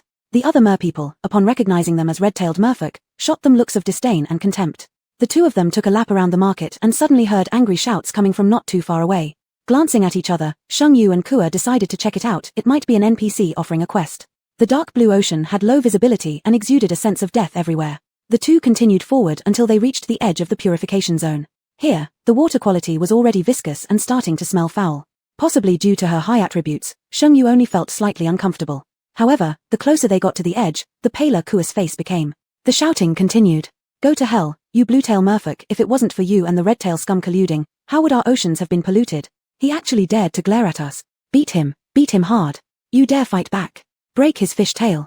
Sheng Yu looked at her own golden red tail, which stood out awkwardly against the black blue seawater. Should we rescue this bluetail merperson? Kua gasped, her breathing labored, her face turning pale green. Sheng Yu drew her tang knife. You go back first. I'll catch up. With that, she swam further toward the edge. A group of merpeople was gathered behind a coral reef. No wonder the attacking merpeople had so much stamina. They wore tiny pearls that formed a small purification zone around themselves, keeping them protected. As for the bluetail merperson, they weren't as fortunate. Their whole body lay motionless, except for a pair of eyes that shone frighteningly bright in the deep sea. There were 3 aggressor merpeople, each with brown or grey fish tails. Sheng Yu quickly disposed of them with 1 punch per assailant, handling the 3 merpeople efficiently. The bluetail merperson eyed Sheng Yu with the same hatred, and as Sheng Yu tried to pull them despite her difficulty breathing, the bluetail bit down on her finger. Enraged, Sheng Yu slapped the bluetail, knocking them unconscious. She dragged the now dull blue tail back into the purification zone. Sheng Yu and Kua brought the unconscious bluetail to a hidden corner far from the market. Kua placed a pearl-sized like a grain of rice on the bluetail's forehead. In no time, the bluetail awakened and swung their fist at Sheng Yu, but Sheng Yu caught their hand and twisted it behind their back. The bluetail tried to resist but was suppressed by Sheng Yu's force, whose grip pinned the bluetail's face firmly to the ground. Let me go, the bluetail shouted, filled with humiliation. Sheng Yu replied coolly, go ahead and shout. Shout until you're hoarse and no one will come to save you. Chapter 43 Taboo Deep Sea, Honey, can't you recognize me? The blue-tailed fish had very tough bones. Despite having been beaten by a group just now and still daring to resist, it showed no fear even under Sheng Yu's restraint. Annoying red-tailed fish, this is all your fault. The blue-tailed fish gritted its teeth. How dare you hit me, I'll tear you apart. A completely harmless shout. Sheng Yu patted the blue-tailed fish's face. It was quite refined looking with sharp eyebrows tightly furrowed, looking a bit volatile and rebellious. What happened to our beautiful red-tailed fish? Saying so, Sheng Yu swung her golden red fish tail. It was unimaginable how beautiful a tail of this color would look under the sun. After turning into a mermaid, Sheng Yu felt absolutely no discomfort, as if she were naturally a mermaid. Her ink-like black hair floated like seaweed. Just as Sheng Yu said the word beautiful, the blue-tailed fish's eyes locked onto her face and suddenly stopped talking. At that moment, he somewhat understood why the chieftain of the blue-tail mermaid clan would help the red-tailed fish. The red-tail mermaids, known for their beauty and elegance, really looked stunningly beautiful. Beautiful big tails, making one want to touch them. After a while, the blue-tailed fish reluctantly gave in, fuming. Let me go, I won't run or hit you anymore. Sheng Yu exchanged glances with Kua. Kua nodded. Sister Sheng, why don't we let him go? The blue-tailed fish glanced at Kua. She also looked good. Another glance. Still the previous one looks better. Sheng Yu released the blue-tailed fish and gave him a punch. Retract your lewd eyes. What's the deal between the blue-tailed fish and the red-tailed fish? The blue-tailed fish shook his injured tail and raised his proud head. My name is Yuxing, a noble blue-tailed fish. Sheng Yu. Kua. Yuxing said, 500 years ago, after your red-tailed fish fell in love with the 2-legged creatures from the land, divine punishment came down, killing most of the marine creatures. We could only survive by relying on pearls deep within the sea canyon. Since then, the red-tailed fish have become the main culprits responsible for the misfortune of marine life and have been punished to be slaves in the mine. Didn't you know? Sheng Yu. Then what has that got to do with the blue-tailed fish? Yuxing rolled his eyes and bared his teeth. Aren't they all because of your bewitchingly gorgeous red-tailed fish who lured our chieftain to find an elixir for you to transform into a 2-legged creature? That's what made you red-tailed mermaids leave and bring down divine retribution. Bewitchingly gorgeous red-tailed mermaids. Kua. Are you complimenting us by calling us beautiful? Looking at it this way, it indeed seems the red-tailed fish dragged the blue-tailed fish down too. Sheng Yu asked again, besides the blue-tailed and red-tailed fish, what other kinds of fish are there? Yuxing got angry. Which deep-sea canyon are you living in that hasn't caught up with the internet yet? Or did you simply fail to notice the black-tailed fish? Black-tail. The one who hit me was the black-tail. Gurgling. After getting explosive, Yuxing's stomach suddenly emitted a suppressed growl sound, as if protesting against his own overuse of energy. Sheng Yu. Kua covered her lips guiltily. Ha ha ha, I usually don't laugh. Unless she couldn't hold back. Yuxing's ear roots turned red as canine teeth emerged. Threateningly, I'll eat you later. Sheng Yu took a look at her supply column. Except for an apple, there wasn't any food. Using a copy card, she copied another apple for Yuxing. The moment the apple appeared, Yuxing's eyes lit up. It smelled so good. Sheng Yu noticed then that his eyes were slightly different, sparkling with a deep blue light, much like his fish tail. His face, which carried a hint of savagery, became significantly more handsome due to those eyes. Here. Sheng Yu threw the apple at Yuxing. Yuxing ate ravenously, not even leaving the core behind. He kept eyeing Sheng Yu longingly after finishing eating. For a fleeting moment, Sheng Yu thought she saw Chu Yunyan. Sheng Yu. There's none left, unless. Yuxing rudely interrupted her. Unless what? Hurry up and say it, don't dawdle. Sheng Yu stroked her chin thoughtfully. Unless you take us to find something related to the mermaid guidelines or the deep sea guidelines. Yuxing was puzzled. Where exactly are you from? Haven't you ever seen the mermaid laws at the entrance to the deep sea? Sheng Yu and Kua brightened their eyes, grabbing Yuxing and swimming towards the deep sea gate. On the way, Yuxing was explaining to them. Mermaids now lived at the bottom of the canyon, while the deep sea gate stood on the mountain peak. It was rumored that the mountains beyond the gates held the current palace of the Mermaid King. However, the current Mermaid King is a black-tailed fish who highly dislikes both blue-tailed fish and red-tailed fish. In fact, he dislikes the blue-tailed fish even more because the previous Mermaid King was the chieftain of the blue-tailed fish tribe. The deep sea gate is a 10-meter-long tunnel. Beyond the tunnel lies the sewage zone. Beside the gates on the rock walls, written in powders made from mother of pearl, were vivid mermaid laws warning all mermaids. But these laws, in the eyes of Sheng Yu and Kua, merely transformed into game rules. Rule 1. The deep sea also has daytime and nighttime. Rule 2. If you don't stay in your room at night, the world will change. Rule 3. Never leave the pure water zone. These 3 rules made Sheng Yu and Kua feel uneasy. Especially Kua, who covered her mouth in horror. I've been here for 19 hours, and the world I've seen has always been blackish blue. How do I distinguish between day and night? Sheng Yu and Kua were in the same situation. She suddenly grabbed Yuxing beside her and asked, is it day or night now? Yuxing looked at Sheng Yu as if she was mentally disabled. Are you blind? It's obviously night. Yuxing could tell the difference between day and night, but they couldn't. Almost instantly, Sheng Yu realized that there must be something wrong with their eyes. At this moment, the surrounding seawater began to surge, wrapping her and Kua in waves of currents. The next second, the current suddenly accelerated, pushing Sheng Yu and Kua in 2 opposite directions. Ah, my fruit! Yuxing cried out without hesitation and jumped into the current, rushing towards Sheng Yu. The speed of the current was extremely fast, and within the blink of an eye, Sheng Yu had already been swept out of the pure water zone. Rule 3. Never leave the pure water zone. Sheng Yu didn't know whether this was a rule that would certainly lead to death, and before she could figure it out, the current accelerated again. The slimy sensation of the polluted water zone made it impossible for her to breathe. Coupled with the high-speed current, Sheng Yu's vision went dark. Just before she passed out, she thought she saw a golden blue merman anxiously swimming toward her. Sheng Yu woke up due to a furtive touch on her leg. No, fish tail. TSK, dirty pervert. Sheng Yu gripped her butterfly knife, ready to slash at the person. Wife, are you awake?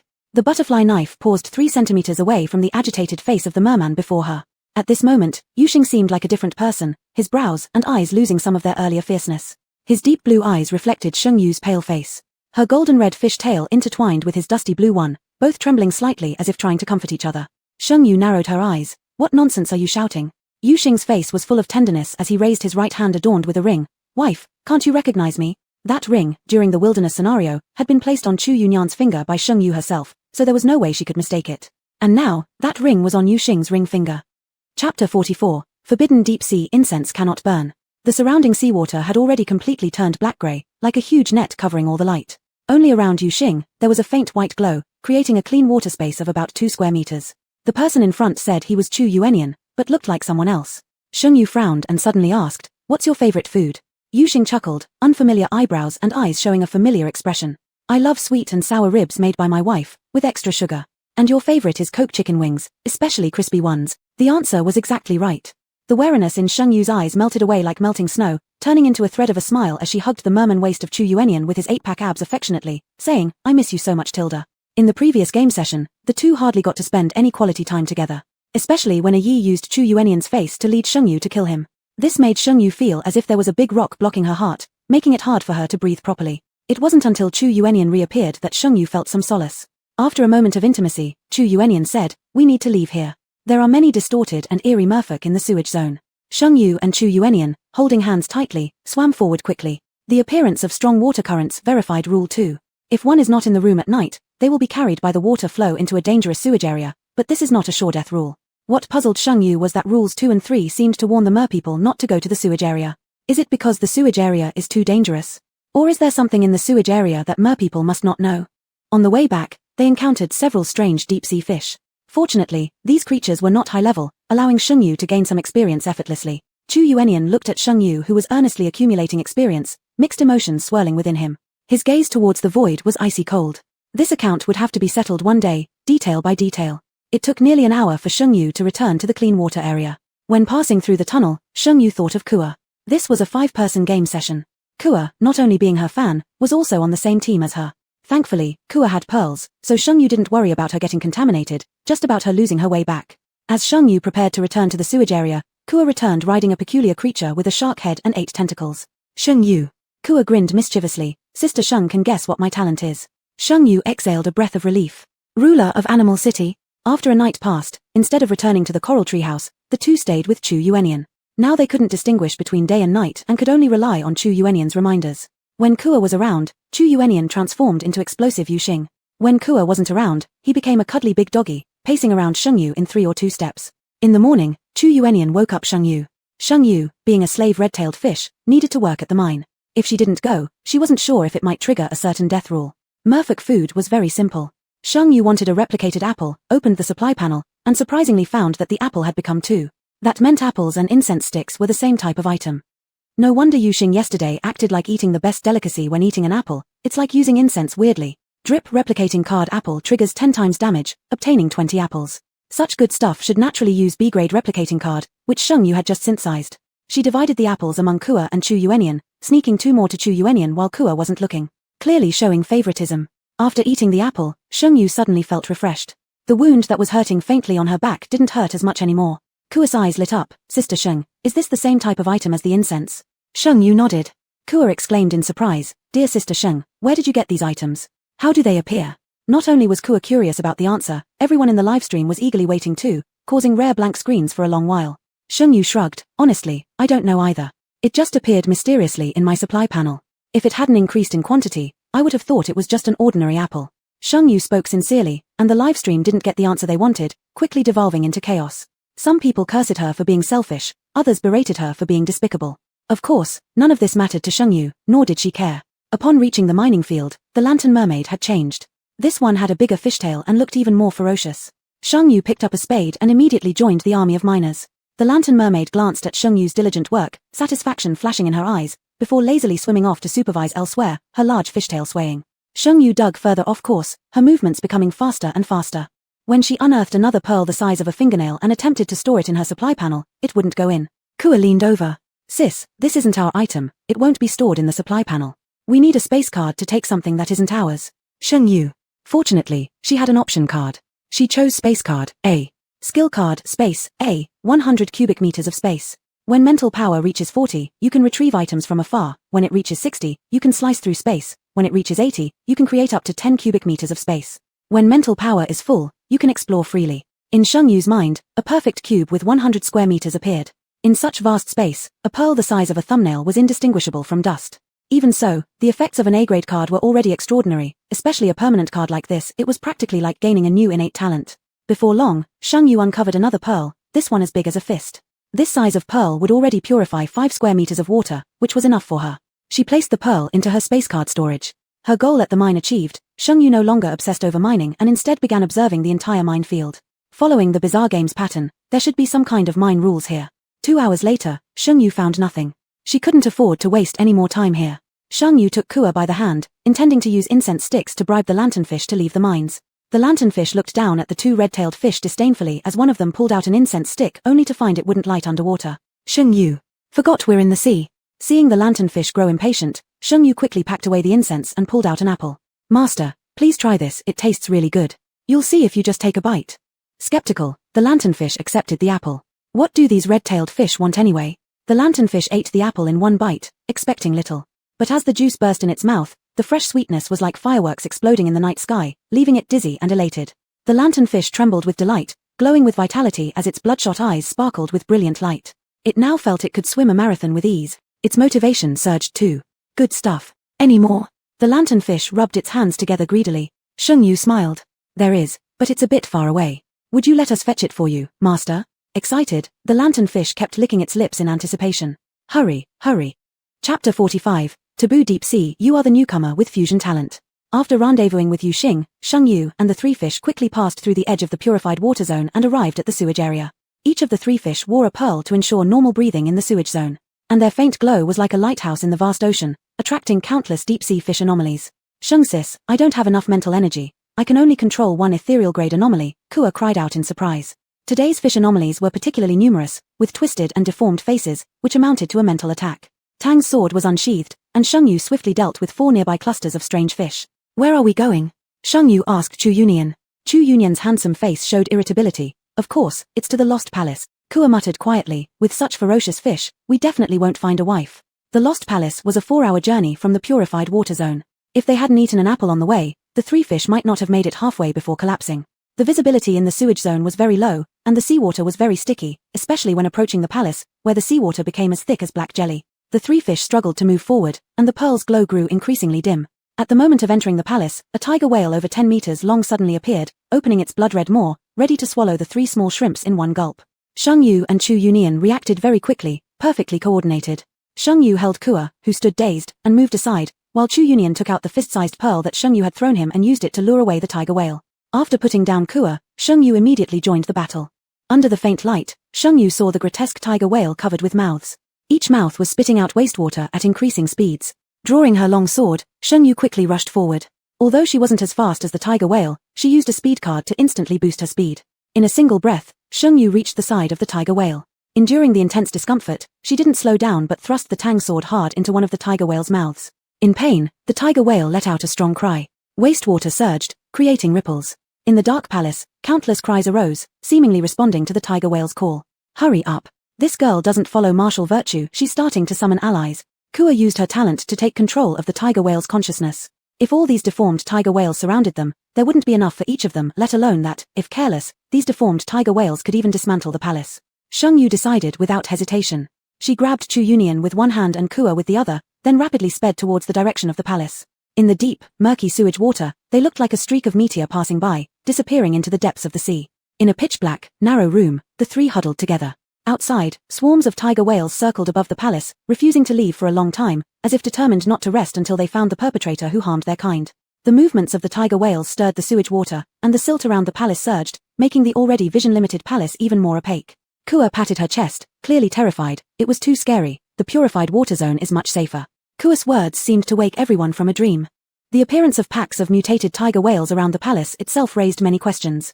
As if a group of guards, they didn't know whether they were guarding the palace or preventing outsiders from entering it. About an hour later, outside became quiet again. It seemed the group of tiger whales had left. Sheng Yu went out first. Before her eyes was pure darkness, lit only by the faint glow of the pearls that illuminated a very limited area. Once safety was confirmed, Sheng Yu allowed the other two to come out. The palace was too large. If they acted together, although it would be safer, it was also easy to get exposed, and their efficiency wouldn't be high. They must make use of every bit of time to find clues within the palace. On the surface, the three people split up, but in reality, as soon as Kua disappeared, Chu Yunian re-emerged from a corner, his fish tail entwining around, pinning Sheng Yu against the wall. A torrent of kisses fell upon her, releasing the pent-up longing in his heart. The underwater palace was vast, with at least 50 meters between the floor and the ceiling. Sheng Yu and Chu Yunian arrived at the Mermaid King's study first. The decoration here was extremely simple yet grandiose, exuding an air of authority. One could vaguely imagine how the Mermaid King wielded his power in this study. The room was in disarray, with a plethora of scattered shells on the ground, and the majestic coral pillars hung full of parasitic organisms. Wife, take a look at this. Chu Yunian stopped at a shell. The shell was covered with dust, grey in color, but the one he pointed to bore a fresh, delicate handprint belonging to a small girl. The handprint was incomplete, appearing slender and evenly proportioned, definitely female fingers. Has someone been here? Sheng Yu pondered. This was a 5-person instance, meaning someone had come before them. Chu Yunian opened the shell, revealing a clean square area amidst the dusty preparation. It looked like a card. There must be other players here. Oh no. Kua. Sheng Yu suddenly thought of something and darted out like a streak of light, swiftly swimming toward Kua's direction. Unfortunately, she was still a step too late. All she saw was Kua rapidly retreating, while just 2 centimeters away from her neck, a halberd was closing in. Bang! The loud sound of intense metal collision echoed throughout the palace. Sheng Yu's figure couldn't stop retreating until Chu Yunian caught her. Sister Sheng. Kua. Sheng Yu's arms went numb, and the durability of Tang's sword dropped by another 2 points. Are you also a player?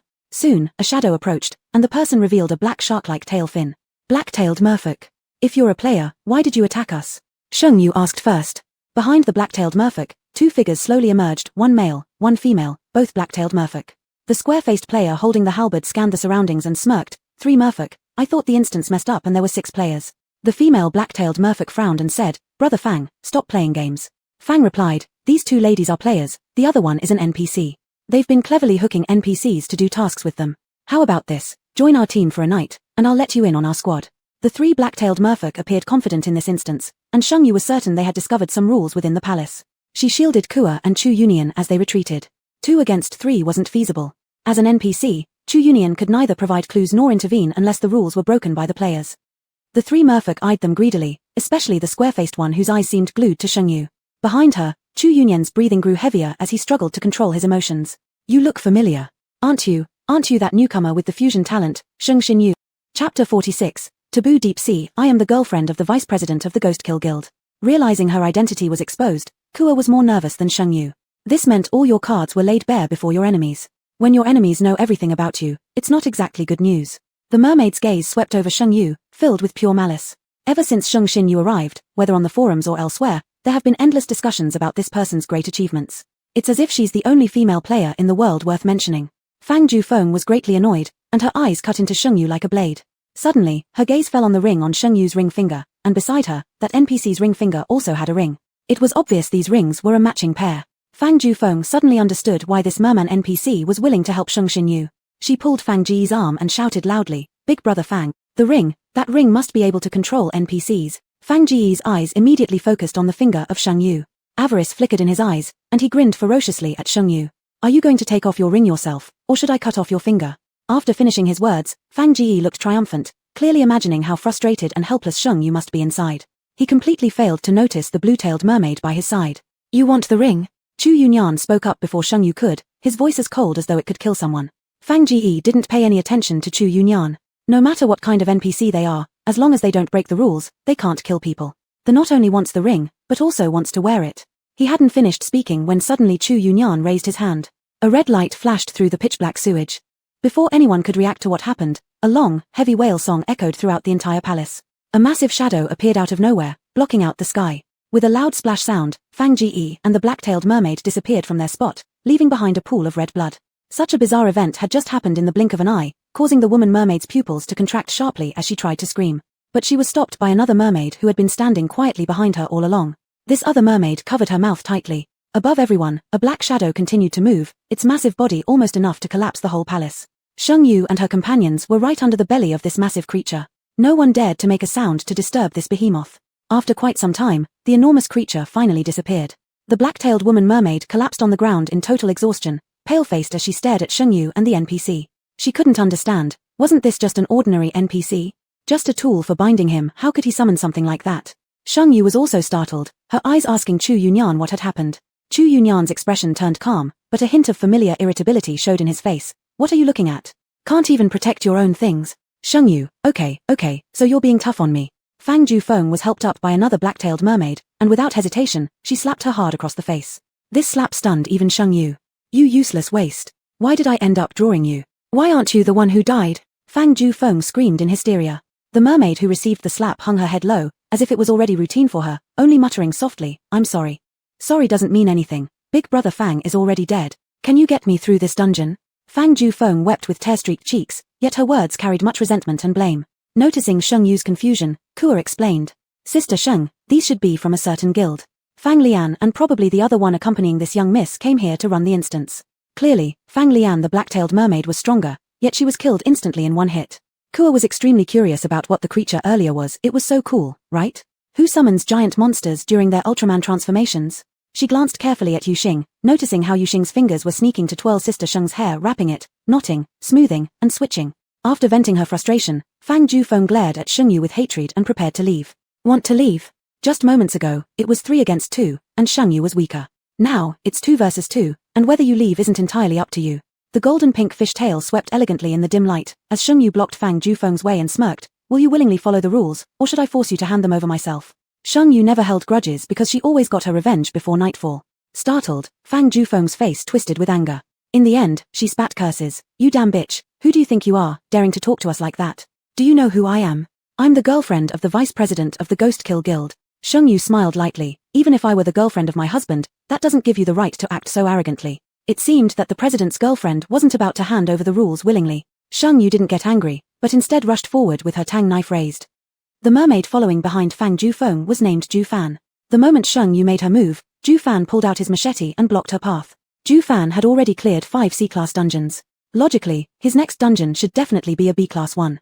Perhaps due to his good luck, he was chosen by Fang Jufeng, so this time it was still a C-class dungeon. As an experienced player like him, there were hardly any opponents left in a C-class dungeon filled mostly with rookies. Moreover, facing just a woman who had only entered 2 dungeons. At the instant the blades clashed, Ju Fan felt a tingling numbness in his palm. Before he could react, the next slash was already upon him. Struggling with all his might, alas, Sheng Yu's speed was simply too fast, her movements more flexible than the monkeys of Amazon. In Fang Jufeng's eyes, Ju Fan seemed to be holding back as if deliberately letting water pass through. She screamed curses. Ju Fan, kill her, or when we return to the guild, you'll regret it. Ju Fan. Damn, he really couldn't tell whether his luck was good or bad today. Fang Jufeng's talent lay in guidance. She possessed no combat power at all yet insisted on yakking from the sidelines. He abruptly drew his knife back and swiftly retreated. I can't beat her, her speed and agility are both extremely high. Waiting for him was another slap from Fang Jufeng, interrupted by Sheng Yu closing in. Rules, hand them over, or die. Here. Is this okay?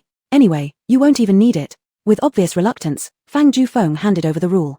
A pure black sheet of paper. Clearance rules, Black-tailed Mermaid. 1. Survive for 30 days, sea level clearance. 2. Explore all ruins, B-level clearance. 3. Stabilize Black-tailed Mermaid status, A-level clearance. 4. Conceal the truth of the deep sea, S-level clearance. Are these all the rules you found? Sheng Yu, looking down at Fang Jufeng, lifted her chin. A flash of dissatisfaction passed through Fang Jufeng's eyes. What else do you want? We merely arrived earlier than you. Evidently, Fang Jufeng belonged to the category of those who've been overly pampered, revealing every thought clearly on her face. You may leave. Sheng Yu took a step back. Her strength being equivalent to Ju Fan, further would bring no results. Chapter 47, Forbidden Deep Sea Yi Ari was not as good as the previous replica. Fang Jofeng obviously felt very reluctant. She could hardly believe that Brother Fang had been killed so easily. Although everyone had a resurrection card when they entered, without Brother Fang in this replica, how would she be able to pass? Moreover, this was a competition replica. If Sheng Xinyu obtained the rules of the red-tailed fish, then she would certainly be trapped in the replica. Ju Fan took a risk of getting slapped and led Fang Jofeng away. Kua was somewhat incredulous. Sister Sheng, are you really going to let them go just like that? Sheng Yu smiled and explained, what's most important now is exploring the palace. The 2 black-tailed mermaids quickly disappeared into the black sewage. Sheng Yu took out the duplicated guide card and quietly followed with Chu Yuenian and Kua. Fortunately, the seawater was dark, making it easy to hide their tracks. When they encountered Ju Fan and Fang Jofeng again, Fang Jofeng was complaining. What use are you anyway? Can't fight properly, can't even talk, how unlucky am I to have drawn you? Ju Fan. Fang Jofeng, we're going to the underground palace now. Go find the entrance to the palace quickly, you must be fast. Fang Jofeng, I originally thought that with Brother Fang here, we would surely pass the competitive replicas smoothly. Now only you are left. Hearing Fang Jofeng's words, both Sheng Yu and Kua showed surprise. For the competitive replicas, currently, there were 5 players, 2 red, 3 black, which meant they were divided into 2 camps. Kua gave a thumb up to Yu Xing who seemed to be suppressing his irritability all along. Brother Yu Xing is so amazing, he eliminated the strongest one on the other side in seconds. Yu Xing rolled his eyes and swam over to the other side of Sheng Yu with a flick of his tail. Sheng Yu took out the passage rules for the black-tailed fish again. Sea-level passage didn't matter. B-level passage was about exploring all the ruins. Currently, Sheng Yu only knew about the palace ruin, meaning there were other places as well. Judging by this, Fang Jofeng and her team likely chose this way of passing. What Sheng Yu was concerned about was A-level passage, which was to consolidate the status of the black-tailed fish. Since there were 2 camps, perhaps she could boldly speculate that the A-level passage for the red-tailed fish was to consolidate the status of the red-tailed fish. Thinking about this, Sheng Yu fell silent. The red-tailed fish had no real status that needed consolidating. If it wasn't consolidating status, then it must be rising up to solve the current predicament of the red-tailed fish. S-level passage was to cover up the truth of the deep sea. Premised on knowing the truth. The word cover up was used very ingeniously. Cover up. So this was something bad, covering it up could protect the blacktail tribe. Correspondingly, were the red-tailed fish supposed to reveal this layer of truth? Ju Fan soon found the entrance to the underground palace, where there was an array. Sheng Yu did not see clearly how Ju Fan managed to open the array, but she guessed it might be related to Ju Fan's talent. Upon careful thought, it made perfect sense. Ju Fan's talent wasn't fighting, hence why Fang Jiufeng was so unguarded. Before they got close, they heard a sudden scream from Fang Jiufeng stepping into the cave entrance, scaring Sheng Yu and the others into retreating immediately, thinking some kind of monster was attacking. They waited for a long time, but nothing came out of the cave. Kua asked uncertainly, Sister Sheng, should we go in or not? The entrance to the underground palace went downwards, and they were far away, unable to see what was inside. After a moment's contemplation, Sheng Yu said, it should be fine. The manfish is very powerful. If there's anything dangerous inside, he can bring that loudmouthed womanfish out. Just after finishing her sentence, her pinky finger was suddenly twisted hard. Chu Yuanian had gotten extremely close at some point, lowering his voice to ask sharply, who's powerful? Sheng Yu. Sister Sheng, there's no light in there. Kua fully trusted her sister Sheng. After Sheng Yu said it was fine, she swam in. Heaven knows how grateful Sheng Yu was to Kua right now. She stroked Chu Yuanian's face. Good boy, let's go first. Fang Jiufeng's scream was not because there was anything strange or monstrous, but because there was no light. The moment they stepped into the entrance, the faint glow emitted by the pearls disappeared completely. It was like a black hole, absorbing all the light, unable to see even the fingers right in front of them. Sheng Yu thought this was heaven-sent timing. She pulled Chu Yuanian back a small step before he could say anything, gently kissing his cool lips. In a split second, Chu Yuanian took control. He pressed one hand against Sheng Yu's waist and supported the back of her head with the other, raining urgent and intense kisses upon her. It was as if a drowning fish craved clear spring water, continuously sucking. At the dark entrance, beneath the still waters, the sticky seawater barely rippled. Their breaths entwined as Chu Yuanian dreamt of this familiar scent. It was hard one to finally meet, but it remained an unattainable yearning, something to admire from afar and never touch. The pent-up emotions within him unraveled in this moment, transforming into tenderness that tightly entwined the person in his arms, unwilling to let go for a long time. After who knows how long, Kua could no longer bear it. Shouldn't we go inside and take a look? As time ticked by second, young Kua, who had initially been curious but then became numb with impatience as she wanted to crawl into a hole and hide, couldn't resist speaking up again. She didn't dare imagine that even Sister Sheng could be captivated by superficial beauty. This merman certainly wasn't as good-looking as Yi Ari from the previous dungeon, right? Chu Yuanian still showed some dissatisfaction, but Sheng Yu firmly pushed him away. Luckily, the complete darkness hid her flushed cheeks. Darkness indeed conceals many things.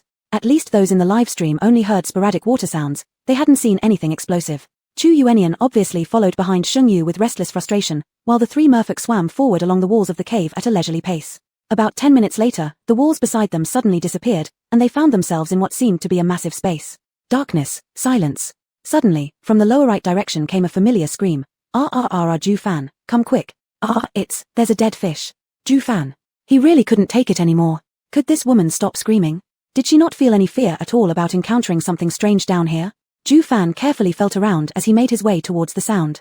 They were now at the bottom of the palace, where it felt like there was a dead merperson lying on the ground. As Ju Fan prodded further, his hand froze mid-motion, and a chill ran up his spine. This hand, it moved. Without hesitation, Ju Fan drew out his combat knife and lunged toward it. A muffled sound pierced through the air as the blade cut into flesh, and then all went silent.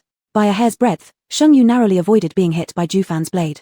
The seawater was viscous, and regardless of the size of her movements, it wouldn't cause ripples in the water. Ju Fan didn't notice that someone was right next to her. But Sheng Yu was certain of one thing. On the ground, there was more than just one corpse. Chapter 48, Taboo Deep Sea, punish the whole ocean just because of a fish. Ju Fan also realized what was going on beneath. There wasn't just one dead fish, this wouldn't be an ocean graveyard, would it? At this thought, Sheng Yu's whole body shivered instinctively as she moved closer to Chu Yuanian, seeking security. Before coming over, ropes had already been tied around the waists of the three people to ensure they could track each other's movements. Suddenly, Sheng Yu remembered that she still had the tracking eye, but she didn't know if it would work here. She activated the panel's option and turned on her tracking eye. Sheng Yu's vision became clearer, but when she saw the scene on the ground, she froze completely with goosebumps all over. There were hundreds of tightly packed mermaid corpses on the ground, all of them red-tailed mermaids and blue-tailed mermaids. The bodies surrounded a circle with their heads all pointing toward the center of the tomb. On one side, Ju Fan touched the ground and seemed to suddenly understand something. He quickly pulled Fang Jiufeng back with a hint of terror in his voice. You, quickly use your talent to check the direction. There aren't just one or two mermaid corpses here. Fang Jiufeng was frightened out of her wits but dared not even take a deep breath. After using her talent, she quietly said, on the left. The left happened to be right at the center of the tomb. Sheng Yu gently tugged at the rope. Now she knew the talents of the other two factions opposite her. Since neither of them had an offensive-type talent, things were simpler for her to deal with. Sheng Yu's speed was faster than Fang Jiufeng and the others. She arrived at the center of the tomb earlier than they did. In the middle of the tomb, there was a stone platform resembling a 9-tiered cake, and on its highest level was a small groove holding a deep purple sea urchin. The color alone clearly indicated how deadly poisonous it was. Sheng Yu couldn't help but look around again, glancing once more at the mermaid corpses. She was almost certain that the mermaids had died trying to obtain something from the stone platform. Was it this sea urchin? Ju Fan was already feeling around near the base of the stone platform and would soon discover them. As the only person who could see, Sheng Yu didn't have any other choice. Taking out a tang knife, she used it to lift the purple sea urchin and led Chu Yuanian and Kua towards the exit of the place. Just as they exited the tomb, the light returned, and Kua was still slightly adjusting to the brightness. They hadn't even managed to say anything before tremors began emanating from the palace beneath. The royal palace is collapsing, Kua exclaimed in alarm, and she was immediately pulled by Sheng Yu as they swam away quickly. The three soon escaped from the soon-to-collapse palace. The calls of countless orcas resounded in an unbroken cycle, bringing a touch of sorrow into the silent darkness of the ocean. Back at Chu Yuanian's quarters, Sheng Yu took out the purple sea urchin and described the situation at that time. Sister Sheng, you are truly amazing, Kua complimented immediately. Chu Yuanian, someone stole my line. All eyes focused on the sea urchin. What exactly was this thing? Why had all the mermaids died in order to either get it or protect it? Kua pulled out her gold thread soft-edged gloves. These are my D-level defensive gloves, no poison can harm them. Perfect for the task. After taking it in her hands and looking it over, Sheng Yu asked uncertainly, are you sure it will work? Kua replied confidently, trust me, sea-level poisons aren't that potent. Sheng Yu took out another pair of identical golden wire gloves. Let's use this replica version instead. Kua hesitated for a moment, then happily accepted them. Thank you, Sister Sheng. The moment the golden thread gloves touched the sea urchin, it was like pouring cold water onto a hot furnace, causing a sizzling sound and plumes of white smoke. Kua used some effort, finally managing to split open the sea urchin to reveal a transparent bead inside. When she took off her gloves, burn marks had already appeared in black on their surface. No. The durability dropped by 70%. Wah, my precious golden wire gloves, but I'm glad we only used the replica, Kua complained dramatically. The bead wasn't entirely transparent, it contained pure seawater blue, much like a glass jar filled with seawater. The moment the palm of Sheng Yu's hand came into contact with the bead, vivid images started floating in the air. Radiant skies lit up by bright sunshine, a vast expanse of emerald blue waters. Seagulls soared in the distance, their joyful cries drifting across the sea. A giant luxury cruise ship sailed on the sea. Suddenly several men leapt down from the top deck, spinning freely through the air as if competing in diving. Suddenly, one man hit the water improperly, being knocked unconscious by the water spray and sinking straight down to the ocean floor. By the time his friends noticed, he had already disappeared. Scene transition. In the deep azure sea, countless large pearls illuminated the mysterious underwater land. Sheng Yu and her companions caught sight of the palace before it had fallen into ruin. The place was magnificent, exuding an ancient and mysterious aura. Groups of strong and powerful black-tailed merfolk patrolled around the royal palace. Not far from the palace, a red-tailed mermaid was carefully plotting with a man. That man was the one who had fallen into the water. When he sank towards the seabed, it was this red-tailed mermaid who saved him. The red-tailed merfolk were known as the most elegant and beautiful among all merfolk, especially the female mermaids, who were even more strikingly radiant. Now the man had fallen in love with the red-tailed mermaid and repeatedly tried to persuade her to leave with him. Living under the sea for so long, the red-tailed mermaid yearned to explore the world above, and finally she resolved to come to the shallows with the man. Merfolk could not step onto land, so the man settled near the shore and spent his nights roaming through the ocean together with the red-tailed mermaid, accompanied by the pearl she had given him. The scene froze on the happy smile of the red-tailed mermaid. The pearl's glow slowly dimmed, turning back into a seawater blue, standing out jarringly against the black polluted water. Kea felt a mix of emotions. No wonder everyone hates the red-tailed mermaids. If it weren't for them, if it weren't for that divine punishment, how beautiful the seawater must have been. Who could argue? This beautiful ocean, teeming with countless lives, now turned into pitch-black sewage, compressing the marine creature's living space to only a patch of mountains. Sheng Yu stroked her chin thoughtfully. Something doesn't seem right here. Kea perked up immediately. What seems wrong? Sheng Yu explained. The legend says that because the red-tailed mermaid fell in love with a human, the seawater became polluted. But does it make sense to punish the entire ocean just because of one fish? Kea realized something amiss. The 7 fairies fell in love with Dongyong and were simply taken back. The 3rd Saint Mother gave birth to children but was only confined at her own front door. Nyolang and Jinyu stayed together, and still Jinyu was forced back for overtime work. Why, when a mermaid falls in love with a human, should it lead to the destruction of the whole ocean? Chu Yuanian couldn't help but smile slightly at Sheng Yu's serious analysis. A focused and dedicated wife really is irresistible. Chapter 49, Forbidden Deep Sea. I only have one talent at the SSS level. Perhaps the answer lies in other ruins. Like a TV series, the mermaid pearl in the palace may just be the first episode. As night fell, Kua found an excuse to return to the coral tree house. Jokingly, who wants to live with a young couple? She didn't know why Sister Sheng seemed so much like a married couple with an NPC. In any case, since such bizarre games already existed, dating an NPC wasn't strange. After traveling all day, the two people only dared to say some private words after Kua left. Before Sheng Yu could speak, Chu Yuanian skillfully turned off the live stream. Sheng Yu asked, this time there's no time limit. Calculating the time, Chu Yuanian had been online for nearly 24 hours. This was very different from the duration of the previous 2 copies. Chu Yuanian smiled, looking rather lazy as he lay on the bed made of shells. Of course it's because my wife is so powerful and crushed the first 2 dungeons. I managed to retrieve some power while they were reorganizing. Sheng Yu frowned. So what about this face? Chu Yu and Ian, I made a bet with them. They wanted to use the faces of other handsome guys to lure you. Sheng Yu continued to ask, what about that fish in the palace? Sheng Yu was actually quite scared. If that fish was something like Yi, she couldn't bear killing Chu Yu and Ian again. Chu Yu and Ian carelessly caressed Sheng Yu's tail with his fish tail. Ah, he ate my blood and flesh, so he listens to me pretty well. Upon hearing this, Sheng Yu felt a tremor in her brow and suddenly asked, what is your talent? Chu Yu and Ian raised an eyebrow, surprised that Sheng Yu would ask such a question. I have only one talent at the SSS level, Bloodmaster. My blood and flesh hold great power. Anyone who drinks or eats my blood will be under my control. When his blood or flesh is consumed by other mysterious beings, it creates an anchor point. If his strength becomes strong enough, he can manifest within any mysterious creature and replace them. Naturally, these mysterious creatures that consume his blood and flesh become his slaves. Maybe it was something on her mind during the day, or maybe Chu Yuanyan's situation lingered heavily in her heart. Sheng Yu rarely dreamt, but last night she did. In her dream, she held the mermaid pearl that played back past scenes, but instead, she saw another vision. The young man in the image slashed his palm open, blood gushing out. The surrounding mysterious creatures seemed drawn by some fatal allure and surged over en masse, continuously drinking his blood. In the picture, these mysterious creatures included her brother ghost, Yi, and some others unfamiliar ones. There was even a whale slimmed down to the size of a python. Hundreds, if not thousands, of these creatures surrounded the young man, latching onto him like leeches without leaving any space. The young man's complexion soon turned deathly pale, more abnormal looking than the mysterious beings around him. Suddenly, he looked through the water curtain as if he'd seen someone, a hint of compromise flashing in his eyes. His lips parted slightly, as if wanting to say something, but Sheng Yu couldn't hear it clearly. When Sheng Yu moved closer, the young man suddenly dissolved into chunks of flesh and disappeared. No. Sheng Yu woke up from her nightmare, now unable to sleep. By the time dawn broke, Sheng Yu arrived at the minefield, handed in 2 apples, and left with Kua. However, before reaching the gate of the deep sea, they encountered a group of aggressive blacktail merpeople, Fang Jiufeng and Ju Fan. Fang Jiufeng had a bandage on her head, and Ju Fan had a cast on his hand, both looking very disheveled. Yesterday's sudden collapse of the tomb left them no time to react.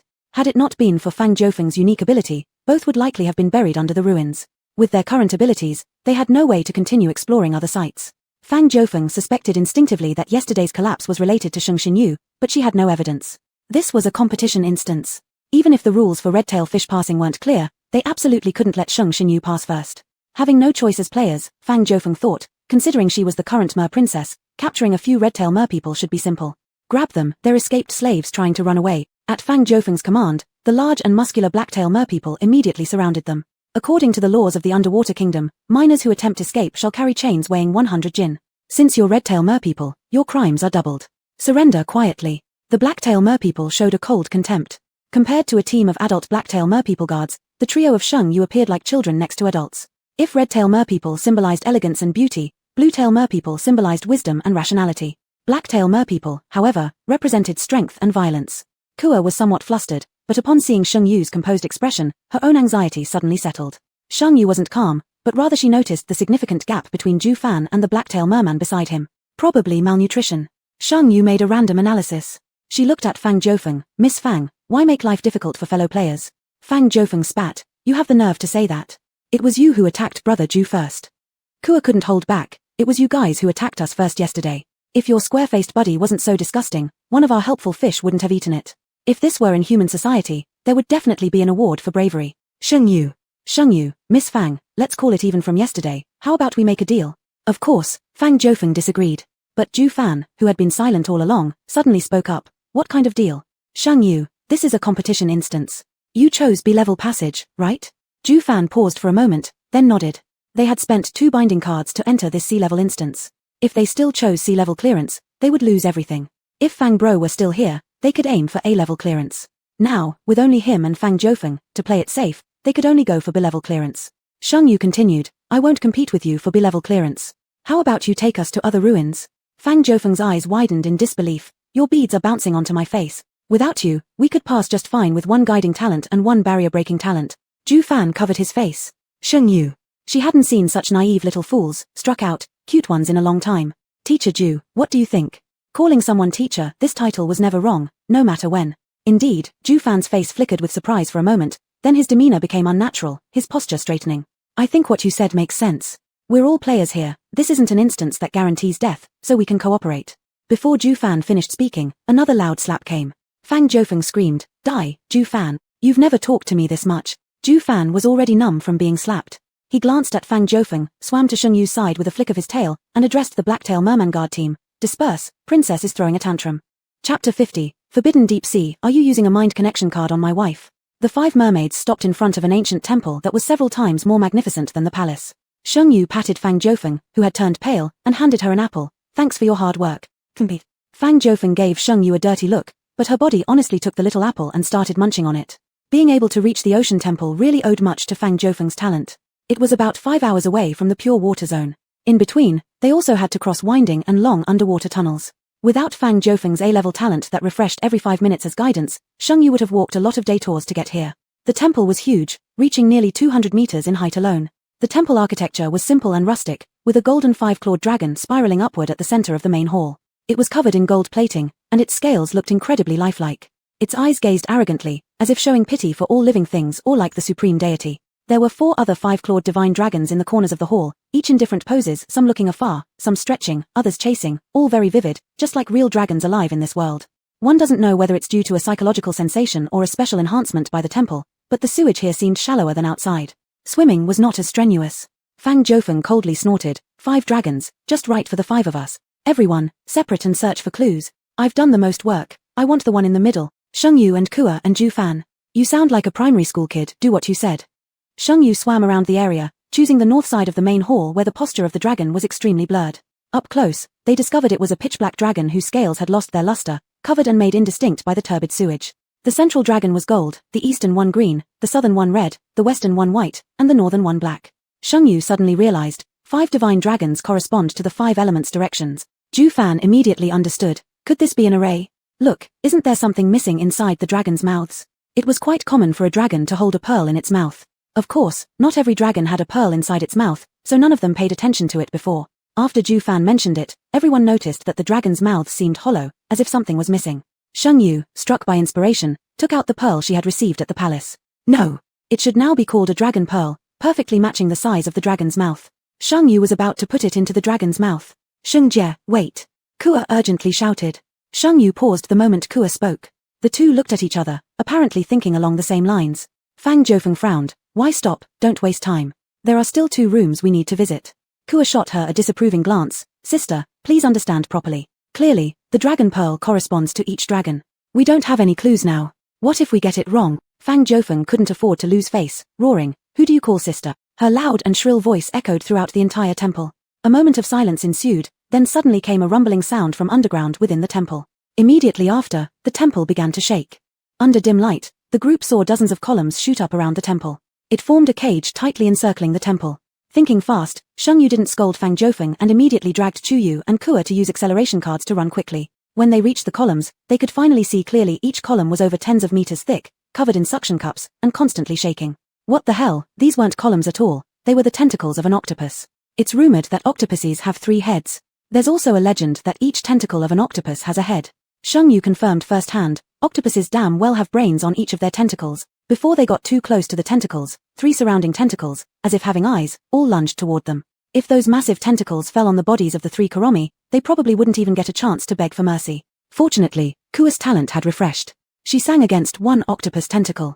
Go to sleep, Tilda, my dear baby Tilda. Kua, frightened by the tentacle, almost lost her singing tone entirely, humming a song off-key, but even so, the movement of the tentacle attacking Kua suddenly slowed down. It swayed back and forth listlessly, following Kua's song as it dropped down.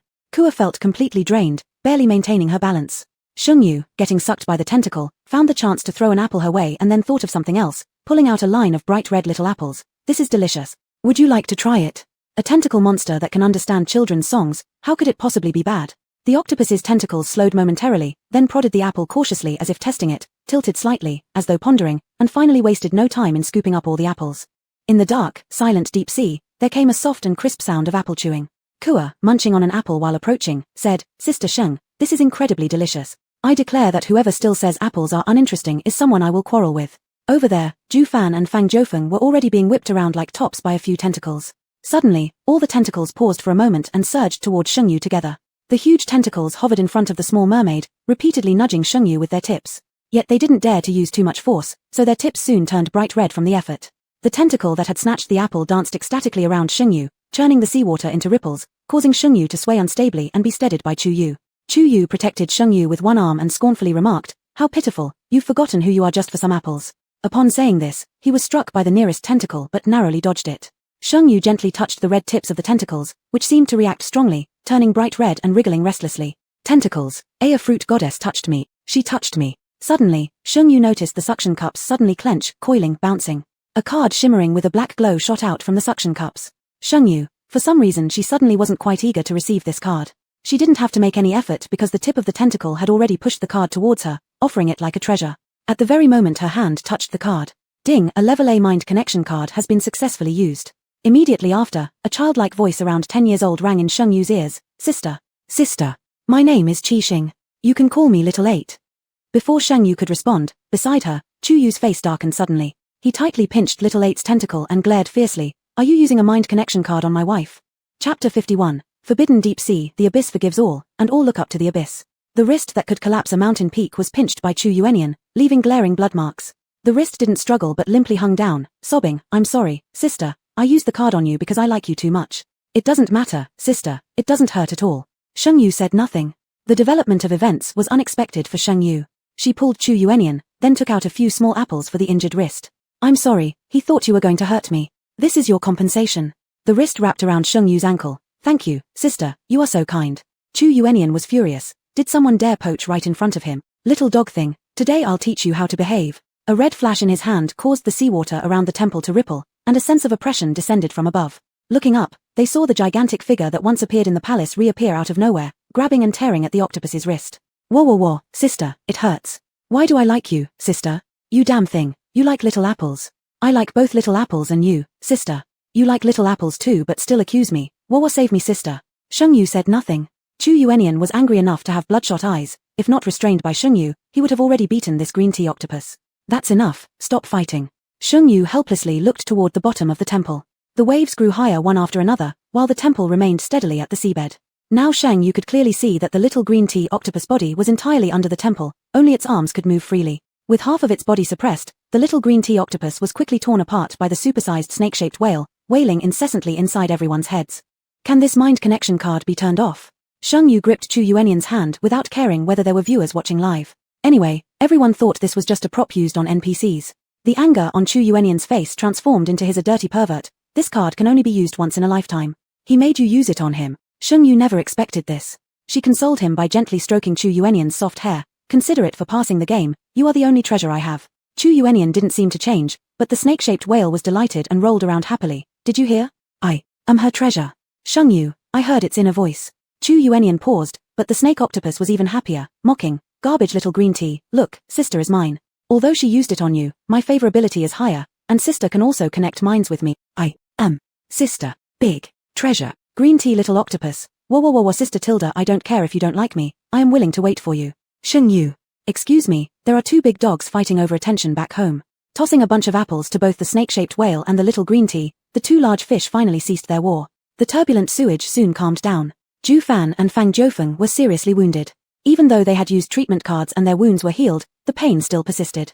Especially Ju Fan, Shang Yu could feel the killing intent emanating from him from far away.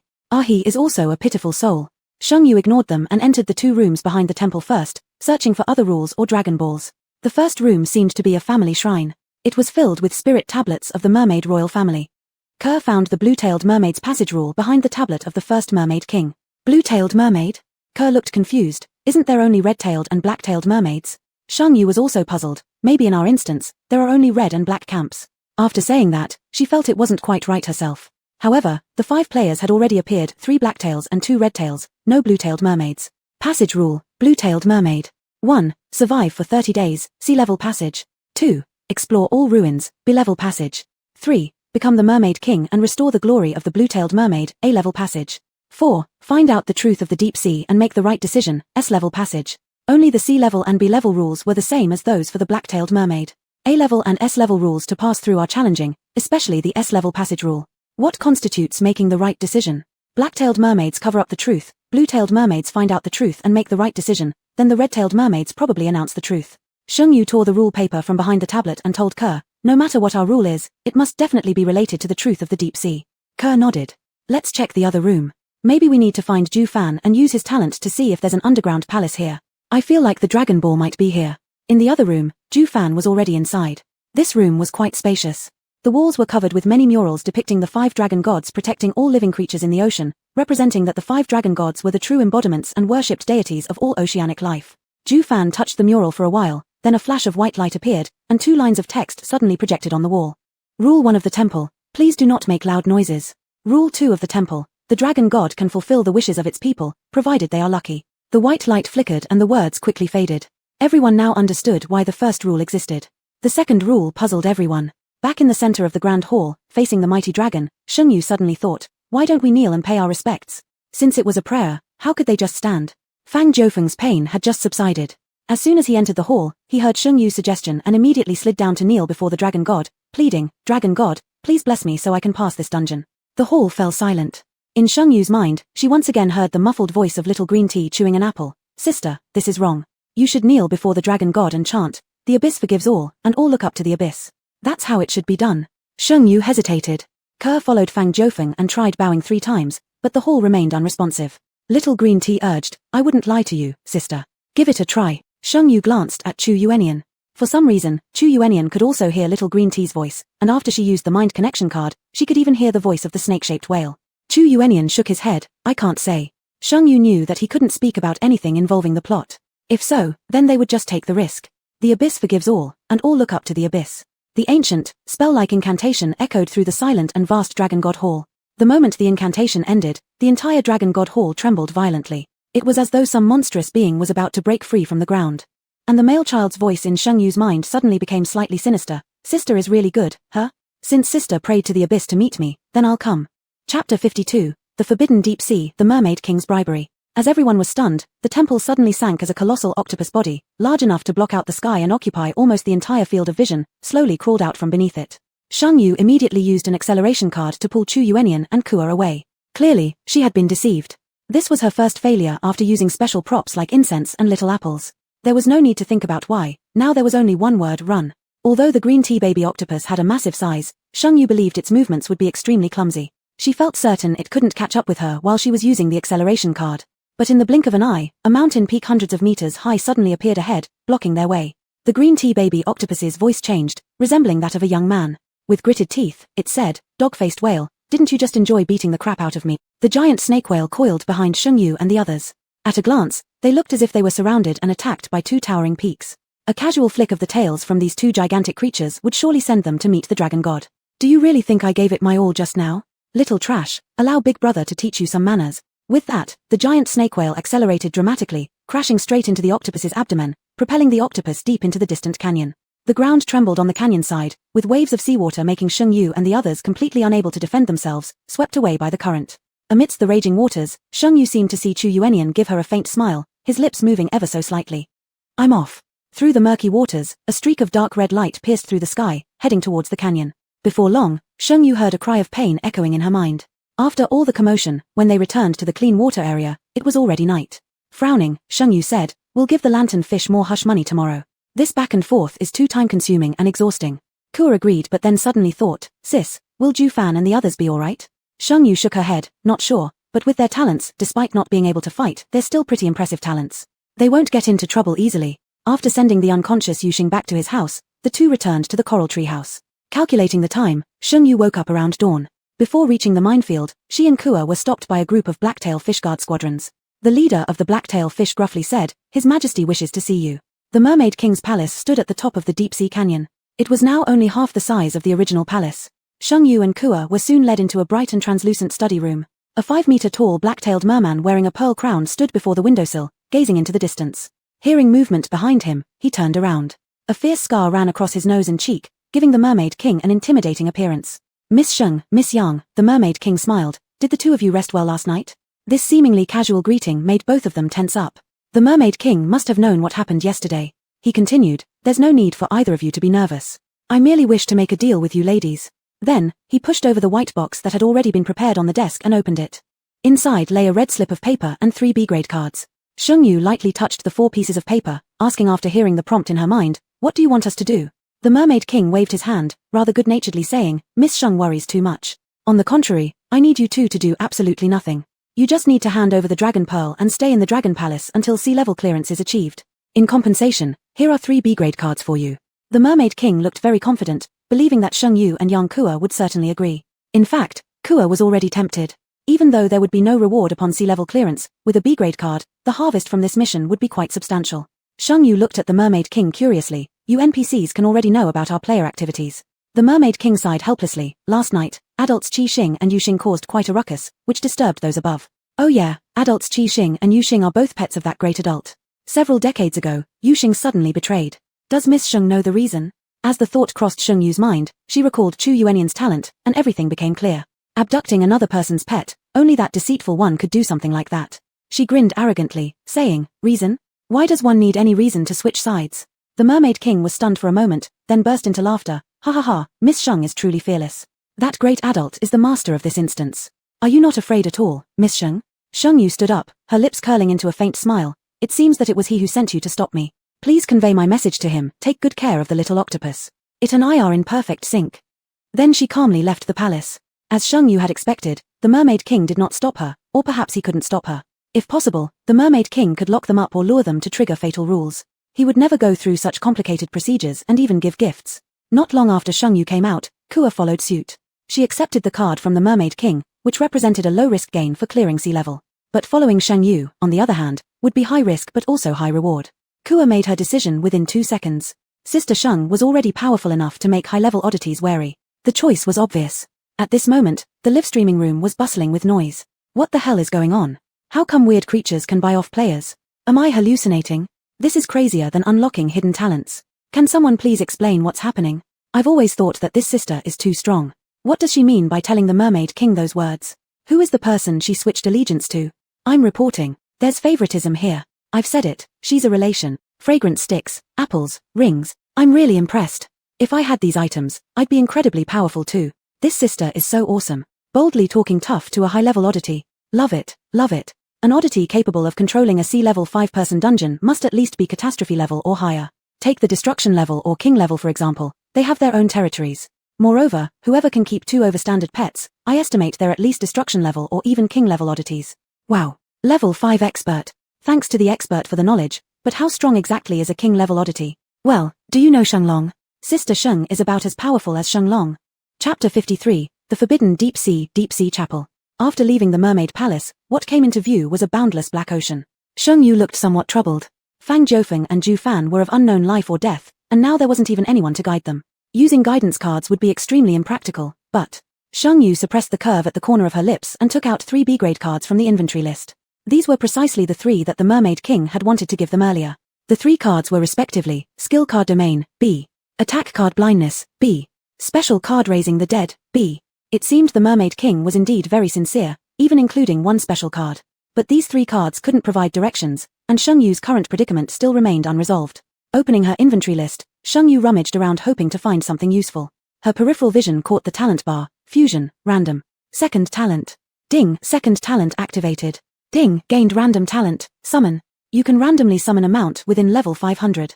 Sheng Yu. Is this reliable? Summoning a deep sea, DD. With no other options at hand, Sheng Yu could only use the talent. Summoning in progress. Summoning successful, your cute little 8 is on the way. Sheng Yu's pupils slightly contracted. Surely it wasn't that little 8 she thought of? Murphy's Law proved true, what people feared most was exactly what would happen. When Sheng Yu saw the peak suddenly appearing under the glow of the Black Mermaid Palace in the distance, she suddenly felt somewhat speechless, even laughing a little bit. How did it come about with just a D-level talent? When Kua emerged, she saw the familiar pointed tentacle tip holding Sister Sheng above it, almost inheriting Fang Jiufeng's talent for screaming aloud. Kua, Sister Sheng. Sheng Yu expressionlessly. Don't be scared, this is my deep sea DD. Then, she said to Little 8, Driver 8, please take my friend along. A shy and obedient male voice echoed in her mind. Okay sister, sister's friends are my friends. Then Kua was also dragged onto the octopus carriage. Little 8 cheerfully said, Sister, aren't you happy to see me? Thank you sister for letting me out yesterday. Little 8, Sister, let me guess where you're going. Since sister has been to the Deep Sea Palace and then the temple, I guess sister's next destination is the Deep Sea Chapel. Little 8, the Deep Sea Chapel is very beautiful. Before the sewage appeared, flowers bloomed there, and many beautiful little fish swam around. It's said that the first Mermaid King and Queen met, fell in love, and got married right there. Little 8, Sister, are we going there for a date? No. You trashy octopus, stealing my wife again. An irate voice suddenly came from behind Sheng Yu. Very familiar, without needing to look, everyone knew which explosive temperamental merman it was. Yu Xing moved quickly, reaching by Sheng Yu's side in an instant, questioning, "Why didn't you sleep with me last night?" He looked like a ferocious deity yet carried an air of, wronged, much like someone whose wife had committed adultery. Shengyu pursed her lips and revealed a touch of a sorrowful expression. "I thought you didn't like me." Before Yuxing could say anything, Little Eight slapped him hard. "Don't dare to scold, sister." As they eyed each other menacingly, Shengyu hastily intervened, giving each 10 small apples, calming down both these immature fish. The deep-sea chapel was located south of the purification zone. Although Little Eight moved fast, it still took more than 2 hours to reach near the chapel. If the temple's style leaned towards traditional Chinese architecture, then the chapel more closely resembled a Western cathedral, bearing some resemblance to the Notre Dame Cathedral in Paris, yet grander and more magnificent. The carvings on the buildings were also more exquisite. The outer walls of the chapel were carved with the creatures of the sea floor, from sardines, baby turtles, to sharks, killer whales, and octopuses. Every marine creature was vividly engraved. The final carving depicted a robust merman bending his fishtail as he knelt before the dragon god, who held 5 dragon pearls in his claws to pass to the merman. It seemed to say, "The affairs of all the sea creatures are entrusted to the race of merfolk to guard." Because Little Eight's body was too large to enter the chapel, Shengyu cajoled him gently. "Can you wait outside for a while, okay Tilda?" Yuxing proudly swished his tail around Shengyu with an annoying look that made Kua reluctant to even glance at him. "Sister, control him already." Little Eight was so angry his over 20 tentacles were all trembling with rage. He darkly twisted, saying, "Just you wait, I'll find my big brother." Finished speaking, Little Eight disappeared instantly. Yuxing showed disdain. "Trash, calling home because you're weak." Shengyu shot him a glare. "Didn't you call yours yesterday?" Yuxing lost his cool. "You shut up. You belong with me." The interior of the chapel had been eroded by seawater into a state of complete disrepair, yet the dragon god statue above still stood there majestically. Shengyu said to Kua, "Let's search separately and see if we can find another dragon pearl." The Mermaid King had specifically mentioned the dragon pearl. It must be related to the truth of the deep sea. The 3 of them thoroughly searched the entire hall. Yuxing found a green shell at the tail of the dragon statue. The shell was tightly closed, and when shaken, it emitted a rolling sound inside. Kua questioned, "Do you think the dragon pearl is in there?" Shengyu, "It sounds very similar. Should we try opening it?" Shengyu took out a butterfly knife and tried to crack open the shell. However, the shell behaved like it was alive, chewing up the pure gold butterfly knife in just a few bites and swallowing it whole. Fortunately, it was just a replica. Otherwise, Shengyu would have truly been heartbroken. Kua moved closer. "It's alive. Then let me try with my gift." Thinking about her talent made Kua blush slightly. "Sister Sheng, don't laugh at me." Little Bunny opens the door. "Hurry and open it. Mama's already back." The shell twitched. "There's hope." Kua softened her voice even more. Doggy opens the door, paws on top. Mousie opens the door, nibble nibble. Kitty opens the door, kick kick feet. Shell opens the door, ding dong bell tilde. After singing, Kua tapped gently on the shell with her finger. After a few breaths, the green shell slowly opened, revealing a green pearl inside. Kua's eyes gleamed brightly as she hummed a children's song while carefully retrieving the green dragon pearl. Nod nod head, pat pat waist, little shell does best job tilde. Upon removing the green dragon pearl, the clam muscle of the small shell began to tremble, constantly oozing water droplets, as if crying. Kua froze, feeling the heat emanating from the green dragon pearl in her hand. "Oh no, I really feel like I bullied a little kid." Shengyu suddenly felt a twinge of guilt, as if they had deceived a child of their candy. When they were at a loss, Shengyu suddenly remembered the fist-sized pearl she had hidden away. Without hesitation, she took it out and placed it where the dragon pearl had been. The shell immediately stopped crying, its trembling clam muscle letting out what seemed like a hiccup after crying. After placing the pearl, the green shell slowly closed, moving itself under the dragon god's feet where it remained still. Shengyu and Kua looked at each other speechlessly, and at that moment, the green dragon pearl projected an image once again. Chapter 54, Forbidden Deep Sea, Dragon Ball in progress. The building on the screen was precisely the temple that Shengyu and her companions had seen the day before. The underwater temple was shell white, with the sun casting a pale golden light through the crystal-clear seawater, spreading over the grand temple. It was magnificent and dazzling. This was the most sacred place in the vast oceanic expanse. And before the solemn and majestic dragon god, 2 mermaids knelt, one red-tailed and the other blue-tailed. The blue-tailed mermaid wore a golden ruby crown, her face heavy with seriousness. After a long pause, she sighed deeply. "Is what you said true?" The red-tailed mermaid also looked filled with sorrow, tears continuously rolling down, falling to the ground and turning into pearls. "Luo Zun, I beg you, give me the dragon ball. I must go ashore." The blue-tailed mermaid slowly removed her own crown, looking reverently at the statue of the dragon god. She then took out a pair of chalices and threw them. The chalices fell to the ground, one yin and one yang. At this point, the blue-tailed mermaid finally revealed a relieved smile. "The dragon god has agreed." The ruby from the crown was taken by Luo Zun and handed to the red-tailed mermaid. "Mingxing, take care, look after yourself well." The scene shifts, arriving at a Western-style church. Shengyu sees Mingxing, who has now transformed into human form, the only difference being that head of flamboyant red hair. She is clinging onto a man whom Shengyu recognizes as the human Mingxing saved. In the presence of a priest, the two kiss each other, the man revealing a happy smile while Mingxing, although smiling too, frowns slightly, carrying a hint of melancholy. Afterwards, the scene fast-forwards, showing Mingxing happily living together with the man, marrying, and having children. On Mingxing's child's first birthday, the man charters the entire cruise ship for a celebration. And at this moment, the sky is clouded with dark clouds, lightning-filled clouds covering the heavens. Sudden storms arise on the sea, wave upon wave rising high as if some colossal beast were stirring. The image stops here. After the blue Dragon Ball played the images, it slowly fell into Kua's hands. Kua thought for a moment, "Sister, you should keep it." Sheng Yu accepted it and placed it next to the first blue Dragon Ball. Including the Dragon Ball Mingxing brought ashore, there are now a total of 3 Dragon Balls. It was still early in the day, and they needed to quickly find all the remaining Dragon Balls. "What are you spacing out for? Let's go." As Sheng Yu turned around to leave, she noticed Kua still staring blankly in the same spot. Kua suddenly came back to reality and followed her anxiously. "Sister, didn't you think the projection earlier was strange? Is this truly divine punishment? Because Mingxing not only went ashore but also had children. A union between humans and demons must bring calamity." "Sheng Yu, good grief, has this person watched too many tearjerker short dramas?" She explained. "Has your family ever opposed you dating someone?" Kua, Sheng Yu, imagine if your family opposed your relationship with your boyfriend, and you've already made up your mind about staying together. At that point, would you feel more sorrow or determination? Kua pondered briefly. "Maybe I'd feel more determined than sad." Sheng Yu, "That's right. And it looks like the blue-tailed mermaid wasn't heartbroken but rather desperate. The red-tailed mermaid wasn't resolute, she was more hopeless." Thinking it over, Sheng Yu added, "Mingxing and Luo Zun, instead of just saying goodbye, it seems more likely they were preparing for death together." Kua lit up with understanding. What they said was indeed vague. So, there must be something on land the red-tailed mermaid had to reach. But what could it be? Driver Basie, 8-tentacled driver, was already waiting outside. Seeing Sheng Yu come out, he gracefully spun around, and upon closer inspection, white gloves, not socks, were actually fitted onto each of his tentacles. "Hey, sister, I can shrink. I'll listen to sister. If sister wants me to enlarge, I'll enlarge Tilda." To prove his words were true, the mountain-sized little octopus disappeared into thin air. Sheng Yu instinctively felt her long hair lightly sway downward. A Q-version octopus hair clip was already perched on one of her tresses. Sheng Yu couldn't help but laugh. She cradled the little octopus in her hand and poked it gently with her fingertips, immediately sensing the same feeling as yesterday when the little octopus touched her. "Little BA, we're going to the next ruin. Can you take us there?" Sheng Yu softly coaxed him, her tone making the little octopus ecstatic. Yes, you can trust and rely on me." Upon finishing, he puffed his chest out like a proud rooster, his body expanding to whale-sized dimensions. Sheng Yu and Kua sat on little BA's shoulders and zoomed along the depths of the sea. 3 hours later, deep-sea driver DIDIBA stopped beside a pitch-black structure. The building resembled a 9-story pagoda, with wind chimes hanging from the tip of each level, although broken and incomplete. Driver BA Sai introduced enthusiastically, "Sister, this is the deep-sea altar. Every mermaid king must defeat the strongest black-tailed merman here to ascend to the throne.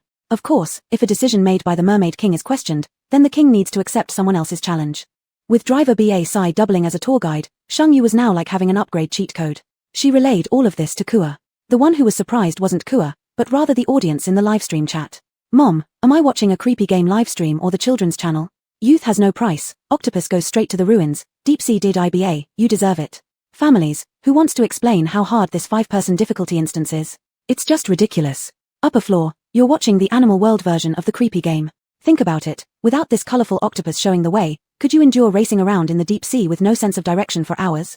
Don't talk anymore. I just came out of the instance with sea level clearance. We had no clue where the ruins were and could only dig for pearls every day. When I finally got out, I found that I'm the only unlucky sap.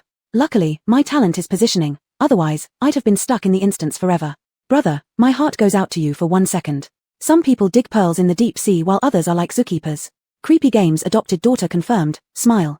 Give me 5 A-grade cards as compensation, and I won't report you." Sheng Yu took out more than 10 small apples to reward BA Sai and received a bunch of affectionate nuzzles from him. Yu Xing complained beside her, "I helped you find the green Dragon Ball, and you didn't give me any little apples." Sheng Yu. To be honest, being a parent of 2 must be tough. It's truly difficult to treat everyone fairly. Fortunately, both fish weren't very smart, so Sheng Yu again pulled out over 10 little apples for Yu Xing and said, "Whoever can find another Dragon Ball, I still have more little apples and red flowers for rewards." After saying this, the 2 fish forgot about munching on their apples and immediately dove into the deep-sea altar. Kua looked afar with her hand shading her eyes at the figures of the 2 fish and gave Sheng Yu a thumbs up. "Sis, your dog training skills are really something." Sheng Yu smirked slightly, with a glint of amusement flashing in her eyes. She gently patted Kua's head and tossed an apple to her. "Kua also gets rewarded, you're great too." Chapter 55, Taboo Deep Sea, the White Dragon Ball. The dais had spiral steps. When Sheng Yu first entered, he saw distorted and eerie fish carcasses scattered on the ground. Upstairs, the sounds of combat continued with a ping-pong-like rhythm. Sheng Yu's heart tightened as he quickly shouted, "Leave me some. It's all fun and games until someone messes with experience points." Sheng Yu gripped his long sword and swiftly caught up to 2 bloodthirsty big dumb fish. These strange creatures were not particularly high level, and with the two small fish accompanying him, the sound of experience points in Sheng Yu's mind never stopped. Kua watched as Sheng Yu displayed remarkably proficient movements, leaving her somewhat speechless. Regaining her composure, she pulled out her weapon and followed to clean up the remnants. The higher they ascended, the stronger the bizarre creatures became. As a result, Sheng Yu's speed in eliminating these anomalies gradually slowed down. Fortunately, the two fish always prioritized her, supporting her as they battled their way together to the top floor. The top floor was very simple, with niches on all four sides. In the center stood a pedestal where a delicate white box rested. Sheng Yu took a bite of an apple to restore strength and eyed the white box, guessing that the Dragon Ball must be inside.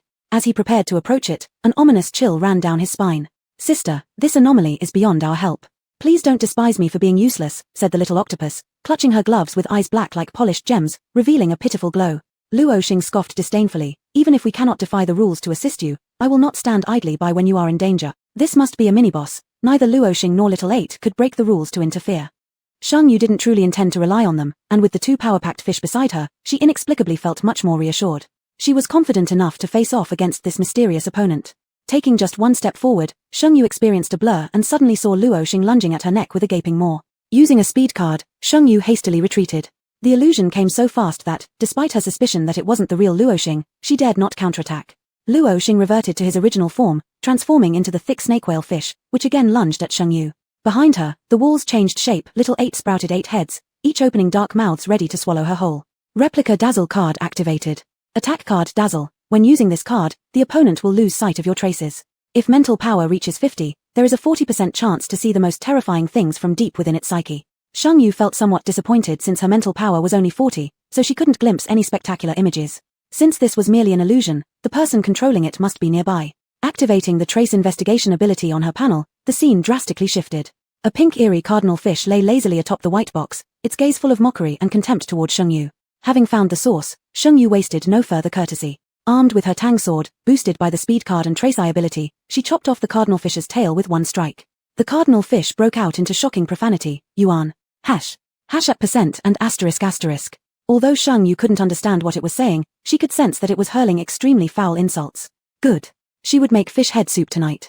With the speed card and trace eye enhancing her abilities, the cardinal fish's illusions and invisibility became completely ineffective. Almost as soon as they met face to face, the cardinal fish lost its advantage and was chased around by Sheng Yu. It barely took 10 minutes before the pink cardinal fish was reduced to sashimi by Sheng Yu. And thus, she successfully obtained the white box. Upon opening it, inside was a white Dragon Ball. Once again, the projection of the Dragon Ball appeared. The vast, azure depths of the ocean had already triggered an alarm, causing countless marine lifeforms to flee in all directions. Black wastewater spread inexorably behind them. Luo Zun, leading the mermaid clan, activated the golden Dragon Ball, trying to stop the expansion of the contaminated water. Unfortunately, the ocean was too vast, and there was far too much wastewater. No matter how hard the mermaid clan worked, they were unable to hold back the sewage that increasingly corroded the ocean ecosystem. In another moment, a volatile black-tailed mermaid screamed before the polluted waters. It must be Mingxing, the red-tailed mermaid who left the clan and betrayed the sea. This is the punishment of the dragon god. The story spread quickly, one telling 10, and 10 spreading to hundreds. Some people disagreed with this narrative, but once they discovered that Mingxing had taken the mermaid clan's Dragon Ball to venture ashore, they demanded that Mingxing be captured and the Dragon Ball returned to save the ocean ecology. Regardless of how Luo Zun tried to explain that Mingxing stepping ashore was approved by the dragon god, no one seemed to care anymore. Under the pollution, countless marine compatriots died or mutated, harming even their own kind. An overwhelming fear loomed over the entire ocean. They desperately sought a solution, a vent for their anger, an excuse for disaster's cause. Rather than calling it the misfortune of all oceanic species, it might be better described as the mistake of a single individual allowing their hearts a brief reprieve and hope.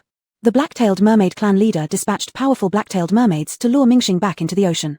The final image froze on Mingxing bound to a giant stone pillar in front of the temple. Awaiting Mingxing was an inhumane torture. After seeing all this, Sheng Yu felt somewhat disappointed. They still hadn't uncovered the truth behind Mingxing's arrival on land. Exiting the dais, the seawater was as thick and dark as ink. The faint glow on Sheng Yu and Kua's bodies was insignificant amidst the vast ocean. Facing such seawater, how desperate must the marine creatures have been at that time? They didn't know what wrongs they had committed that they had to suddenly endure this catastrophic disaster. What could it be? Driver Bashi hit the road again. 5 hours away from the deep-sea dais, after crossing a high mountain, a majestic and solemn tomb came into view. The tombstones in the small burial areas around the mausoleum had collapsed, showing obvious signs of ruin. Tour guide Bashi introduced, "This is the Mermaid Cemetery, originally a forbidden place for the mermaid race. But after the polluted water arrived, everything except the clean water area became off-limits to them. The round structure ahead is the tomb of the Mermaid King. It's said that after their death, the The bodies of the mermaid kings are always buried here. Even before reaching the tomb, Sheng Yu heard a familiar scream. Ju Fan, you come over here quickly, there are bugs. Sheng Yu. That person wasn't dead, which didn't surprise Sheng Yu. What was surprising was that Ju Fan was still with her. To last this long, she was definitely someone tough. Sheng Yu developed some respect for Ju Fan. Casually walking forward, Sheng Yu saw Ju Fan using a military knife to drive insects away from Fang Jiufeng. The insects were crawling out of the tomb passage, probably triggered by some mechanism set off by the duo. Seeing Sheng Yu, Fang Jiufeng shrieked, you're actually not dead. Kua stepped forward. Who did you curse? Even if you died 8 times, we won't die. Fang Jiufeng jumped up, not out of anger, but because she was bitten by the insects. Suddenly, a gleam passed through her eyes, and she dragged Ju Fan to run behind Sheng Yu. Sheng Yu caught her intention, and placed a tang sword in front of her, coldly commanding, go back. Ju Fan. This crazy woman is pointing a knife at me. You, quick, quick. Fang Jiufeng couldn't finish her sentence. The memory of Brother Fang's disappearance flashed in her mind. She couldn't lose Ju Fan again, or she would surely be stuck in this dungeon. Ju Fan continued to hack at the insects without even sparing Fang Jiufeng a glance. Guard 8, knock them out, Sheng Yu commanded in a cold and merciless tone. Understood, Your Majesty. Guard 8 saluted with one tentacle while the others didn't delay, taking just a few strokes to knock Fang Jiufeng and Ju Fan unconscious. Neglected Yuxing turned angry and transformed. Why didn't you call me? I could have knocked them out too. A huge snake whale appeared, its eyes seemingly spitting fire. Inside, Sheng Yu thought. With a cool and indifferent look, she said, Yuxing, kill these insects. Having received his mission, Guard Yu was thrilled. With short fins crossed over his waist, he declared, count it as your good sense. My queen. As his heavy body descended, all the insect fish on the ground were completely wiped out. Chapter 56, Forbidden Deep Sea Supplements. There were many traps in the tomb, but brute force somehow worked miracles. Yuxing relied on his massive size to bulldoze through, and Sheng Yu effortlessly arrived at the main burial chamber. Inside the main tomb, there stood a huge golden red coral rock coffin. It was extremely vibrant. In the center of the front side of the coffin, a red dragon pearl was embedded. Seeing this scene, Sheng Yu and Kua simultaneously had the same question. Whose coffin is this? The red dragon pearl was brought ashore by Mingxing, and then Mingxing was captured by the black merfolk and brought back. So why did the red dragon pearl end up here? Sheng Yu stepped forward, and as her finger lightly brushed against the dragon pearl, a ghostly red figure appeared above it. Mingxing. Mingxing glanced over Sheng Yu and said approvingly, so you truly are a descendant of my red-tail merfolk. Mingxing could be considered the ancestor of the red-tail merfolk. Sheng Yu didn't know whether or not she should call her great-grandmother and simply said dryly, hello. Mingxing was exceptionally beautiful, with a vivid red fish tail covered in light purple scales that shimmered with a faint golden glow. She had a striking red hair, a broad and gentle face, with slightly upturned eyes revealing an ineffable beauty. Since you're a red-tail, you may ask me 3 questions. However, I can only answer with yes or no. Even if she couldn't answer directly, having the source present was akin to being told the answers outright. This opportunity was precious. After excluding questions that could be explored for answers later, Sheng Yu asked her first question after much deliberation. Can gathering all 5 dragon pearls solve the issue of ocean sewage? Mingxing smiled and shook her head, no. Sheng Yu thought for a moment and asked another question. Does completing the hidden level require solving the problem of marine sewage? Mingxing nodded, yes. For the final question, Sheng Yu looked at Kua. Do you have anything to ask? Kua shook her head, I don't have anything to ask. Can we save this opportunity? Mingxing remained silent, nodded again, gave Sheng Yu and Yuxing behind her a deep glance, then her figure gradually disappeared. At the same time, a crisp unlocking sound was heard, and the groove around the red dragon pearl opened, ejecting the pearl upward. As soon as Sheng Yu made contact with the pearl, the projection reopened. It connected with the scene from the white dragon pearl. Mingxing was bound to a stone pillar, and Luo Zun had already removed his crown and was being restrained by 2 blacktail merfolk guards. Unlike expectations, Mingxing did not put up any resistance. Instead, she said to the chief of the blacktail merfolk tribe, if my death can pacify the dragon god's wrath, then I, Mingxing, will die without regret. The leader of the blacktail merfolk hesitated with pain. No matter what group they belonged to, all merpeople were part of their one big clan. Sacrificing a fellow tribesman to appease the dragon god was heartbreaking. But the merpeople were the royal family appointed by the dragon god to manage the sea, naturally possessing wisdom. They had to give all marine life a proper explanation. With a single command, water imprints flowed into Mingxing's skull. Not a single scream or plea for mercy escaped her as she passed away. The scene then shifted to the merfolk mausoleum. Luo Zun and the blacktail merfolk sealed the coffin and placed the red dragon pearl atop it. Luo Zun said, it seems now that only the dragon pearls can maintain the cleanliness of the oceans. All races have lost trust in me, Ying Chen. You take the pearl and the tribe to retreat to the South Sea. Ying Chen angrily retorted, you should have told me why Mingxing went ashore. She grew up with you since childhood. Am I not the same? Luo Zun seemed to remember something and fell into reminiscence, curving his lips slightly and saying, Mingxing said, if I tell you, perhaps tomorrow you'll have to lead your tribe ashore. Ying Chen was flustered, shouting, you all. Luo Zun patted him on the shoulder, the underground palace of the royal palace is dangerous. I'll take people there to retrieve the dragon pearls. Ying Chen, the future of the merfolk and all ocean creatures is in your hands. The scene then switched. The sea seemed to split into two halves. One half was already invaded by sewage, while the other was filled with fresh blood. Ming Xing's sacrifice had not brought about any turning point.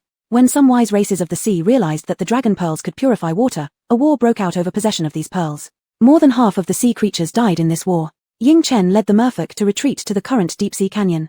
Other wise races took control of several old ocean cities. Unfortunately, within 100 years, all these intelligent races vanished in seas polluted with sewage. The dragon pearls eventually drifted back to their original locations. The scenes came to an end. Sheng Yu and Kua were struck silent upon seeing the tragic state of the oceans. Kua took a couple of breaths before speaking. Sis, we're still missing the most crucial segment of memory. Sheng Yu turned to swim towards the exit of the tomb. Let's go back to the current palace. Kua, her. Sheng Yu explained, the last dragon pearl should be in the hands of the merking. It is the last pearl that upholds the existence of the clean water zone. Kua immediately understood and said angrily, that's why the merking was willing to let us go. He has no fear. The most crucial pearl was in the hands of the merking, so they still had to return and find him. Upon returning to the clean water zone, Sheng Yu didn't rush to look for the merking. It was nighttime now, and they needed rest as well. Besides, the merking might just be waiting for them since he felt secure about holding the pearl. Of course, Sheng Yu wasn't going to fall into his trap. After washing up, Little 8 transformed into an octopus hairpin and perched on top of Sheng Yu's head. Yu Xing lay on her left, and Kua on her right had already fallen into a deep sleep. Kua's constitution wasn't as strong as hers. To have made it this far, she must have been exhausted. In such a quiet, solitary, and dark deep sea, fortunately, Kua was there with her. After hearing Sheng Yu's steady breathing, Yu Xing quietly discarded the 8 hair clips, and his fishtail intertwined with Sheng Yu's before drifting off to sleep. Sheng Yu slept uneasily. She had that dream again, where the dragon pearl projections showed scenes related to Chu Yu and Ian. In a space interwoven with red and black, Sheng Yu saw 5 men dressed differently sitting around a round table. Chu Yu and Ian sat opposite them, drenched in blood. Someone began speaking, another sneered, and yet another glared furiously. Chu Yuanyan's expression remained resolute, and Sheng Yu could read his lips clearly. I want to go back. I want to go back. In the end, after voting, 3 people raised their hands. Chu Yuanyan's body began to split apart, but before these 5 acted, his head along with 2 arms detached from the rest of his body. The other parts were absorbed by the 5 individuals. Finally, Sheng Yu recognized the voice of the one wearing a feathered crown. What a delicious supplement. Chapter 57 Taboo Deep Sea, he poisoned me. Sis, you're not happy. Ever since she woke up in the morning, Sheng Yu's expression had been unpleasant. She didn't say a word on the way to the palace and looked very cold and solemn. Kua thought that her former head teacher who had served for over 20 years wasn't as intimidating as Sheng's sister looked right now. Sheng Yu shook her head silently. She didn't think that what happened yesterday was a dream. It must be something Chu Yu and Ian really went through. Thinking about the stubborn look of that man in her dream and those seemingly noble individuals directly absorbing Chu Yuanyan's body made Sheng Yu want to kill someone right now. But there was nothing she could do at this moment. She could only pass the game and obtain a higher rating.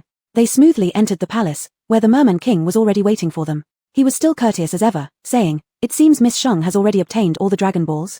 It's much faster than I expected. When he saw the blue-tailed mermaid by Sheng Yu's side and the exquisite little 8-chapter octopus hairpin on her hair, he shook his head with a chuckle. With these 2 around, direction, distance, or even some weirdness in the ocean would be meaningless to you, Miss Sheng. You are truly remarkable. No wonder the other person is getting anxious. This one looks more troublesome than the previous one from back then. Sheng Yu did not bother with small talk and directly said, since you knew I would come, you must know my purpose. I want the last Dragon Ball. The Merman King remained calm, sitting in the large black-backed soft chair and began telling a story-like account. Miss Sheng, since you have already collected all the Dragon Balls wandering outside, you should also know that even if you gather all 5 Dragon Balls, it still won't solve the ocean's problems. So why not stop here? The deal we made yesterday is still valid.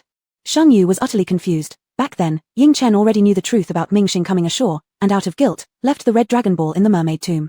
Since Ying Chen already knew this truth, presumably, so do you. Why are you stopping us from revealing the truth? The Merman King slowly shook his head. Sometimes the truth isn't that important, Miss Sheng. Unless you can solve the sewage problem, I will not give you the Dragon Ball. For such a vast ocean, solving the sewage problem is no easy feat. After the Merman King finished speaking, a period of silence fell into the study. After a long while, the sound of knocking on the door broke the silence. The guard outside the door said, Your Majesty, Princess Jofeng requests an audience.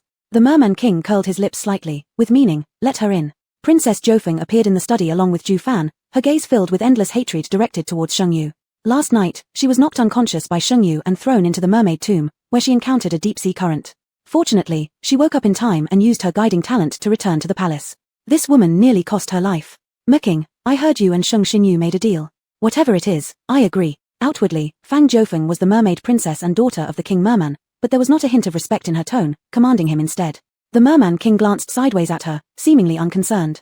Fang Jiufeng grew flustered. Was this king refusing to deal with her? She hurried forward anxiously. If I kill Shengyu, you help me pass the level. How about that? The merman king chuckled coldly. Miss Sheng truly has a good temper. Back in the day, that individual would have killed anyone like this waste immediately. Shengyu focused her gaze momentarily. Was it referring to Chu Yuanian? However, this was not the time for such musings.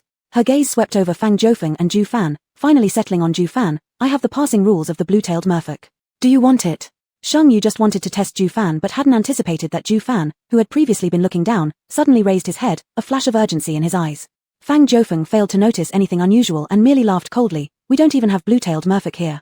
Your conditions have no appeal whatsoever. Shengyu smiled faintly, looking at the Merman King. Perhaps you might believe me. If I get the last Dragon Ball, there may be a way. The corner of the Merman King's mouth lost its smile, as he said seriously, Miss Sheng, I cannot risk the lives of my people on a mere possibility. Since that was the case, Shengyu stopped dwelling on the matter and left with Kua.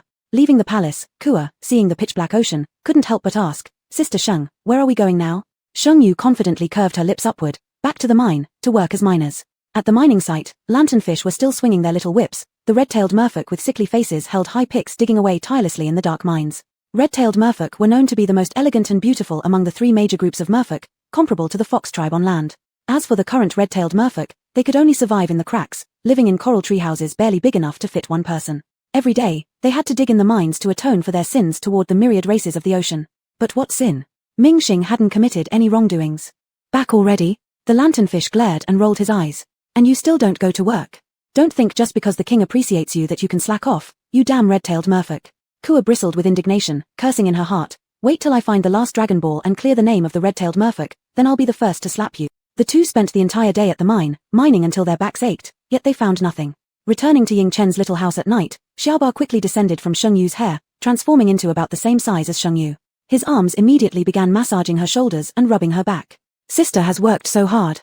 If it weren't for the fear of scaring those lanternfish and causing trouble for you, I'd kill all of them. Xiaoba's technique was impeccable. It seemed he might have studied somewhere else. Soon, Shengyu felt quite refreshed.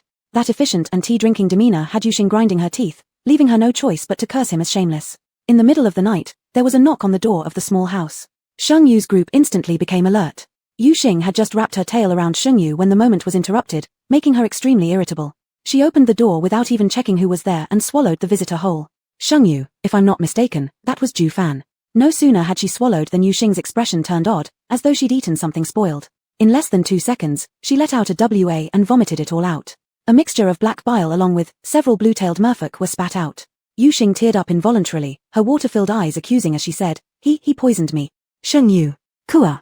On the screen's live chat. Wow, this Kua really lucked out. He managed to defuse an accidental kill by swallowing someone. Damn, they are blue-tailed merfolk. That explains how both red and black camps know the passage rules for the blue-tailed fish. Did Goddess already know? That's why she mentioned the blue-tailed passage rule to Ju Fan. She was using bait law enforcement. Ha ha ha, I wonder what it feels like to be swallowed and then thrown back up. Watching this is giving me food envy tilde. Reporting this, someone here doesn't observe hygiene etiquette. There's random regurgitation everywhere. Chapter 58, Taboo Deep Sea, I want to die with her. Ju Fan's face was ashen, and he looked utterly disheveled. Shengyu remained silent.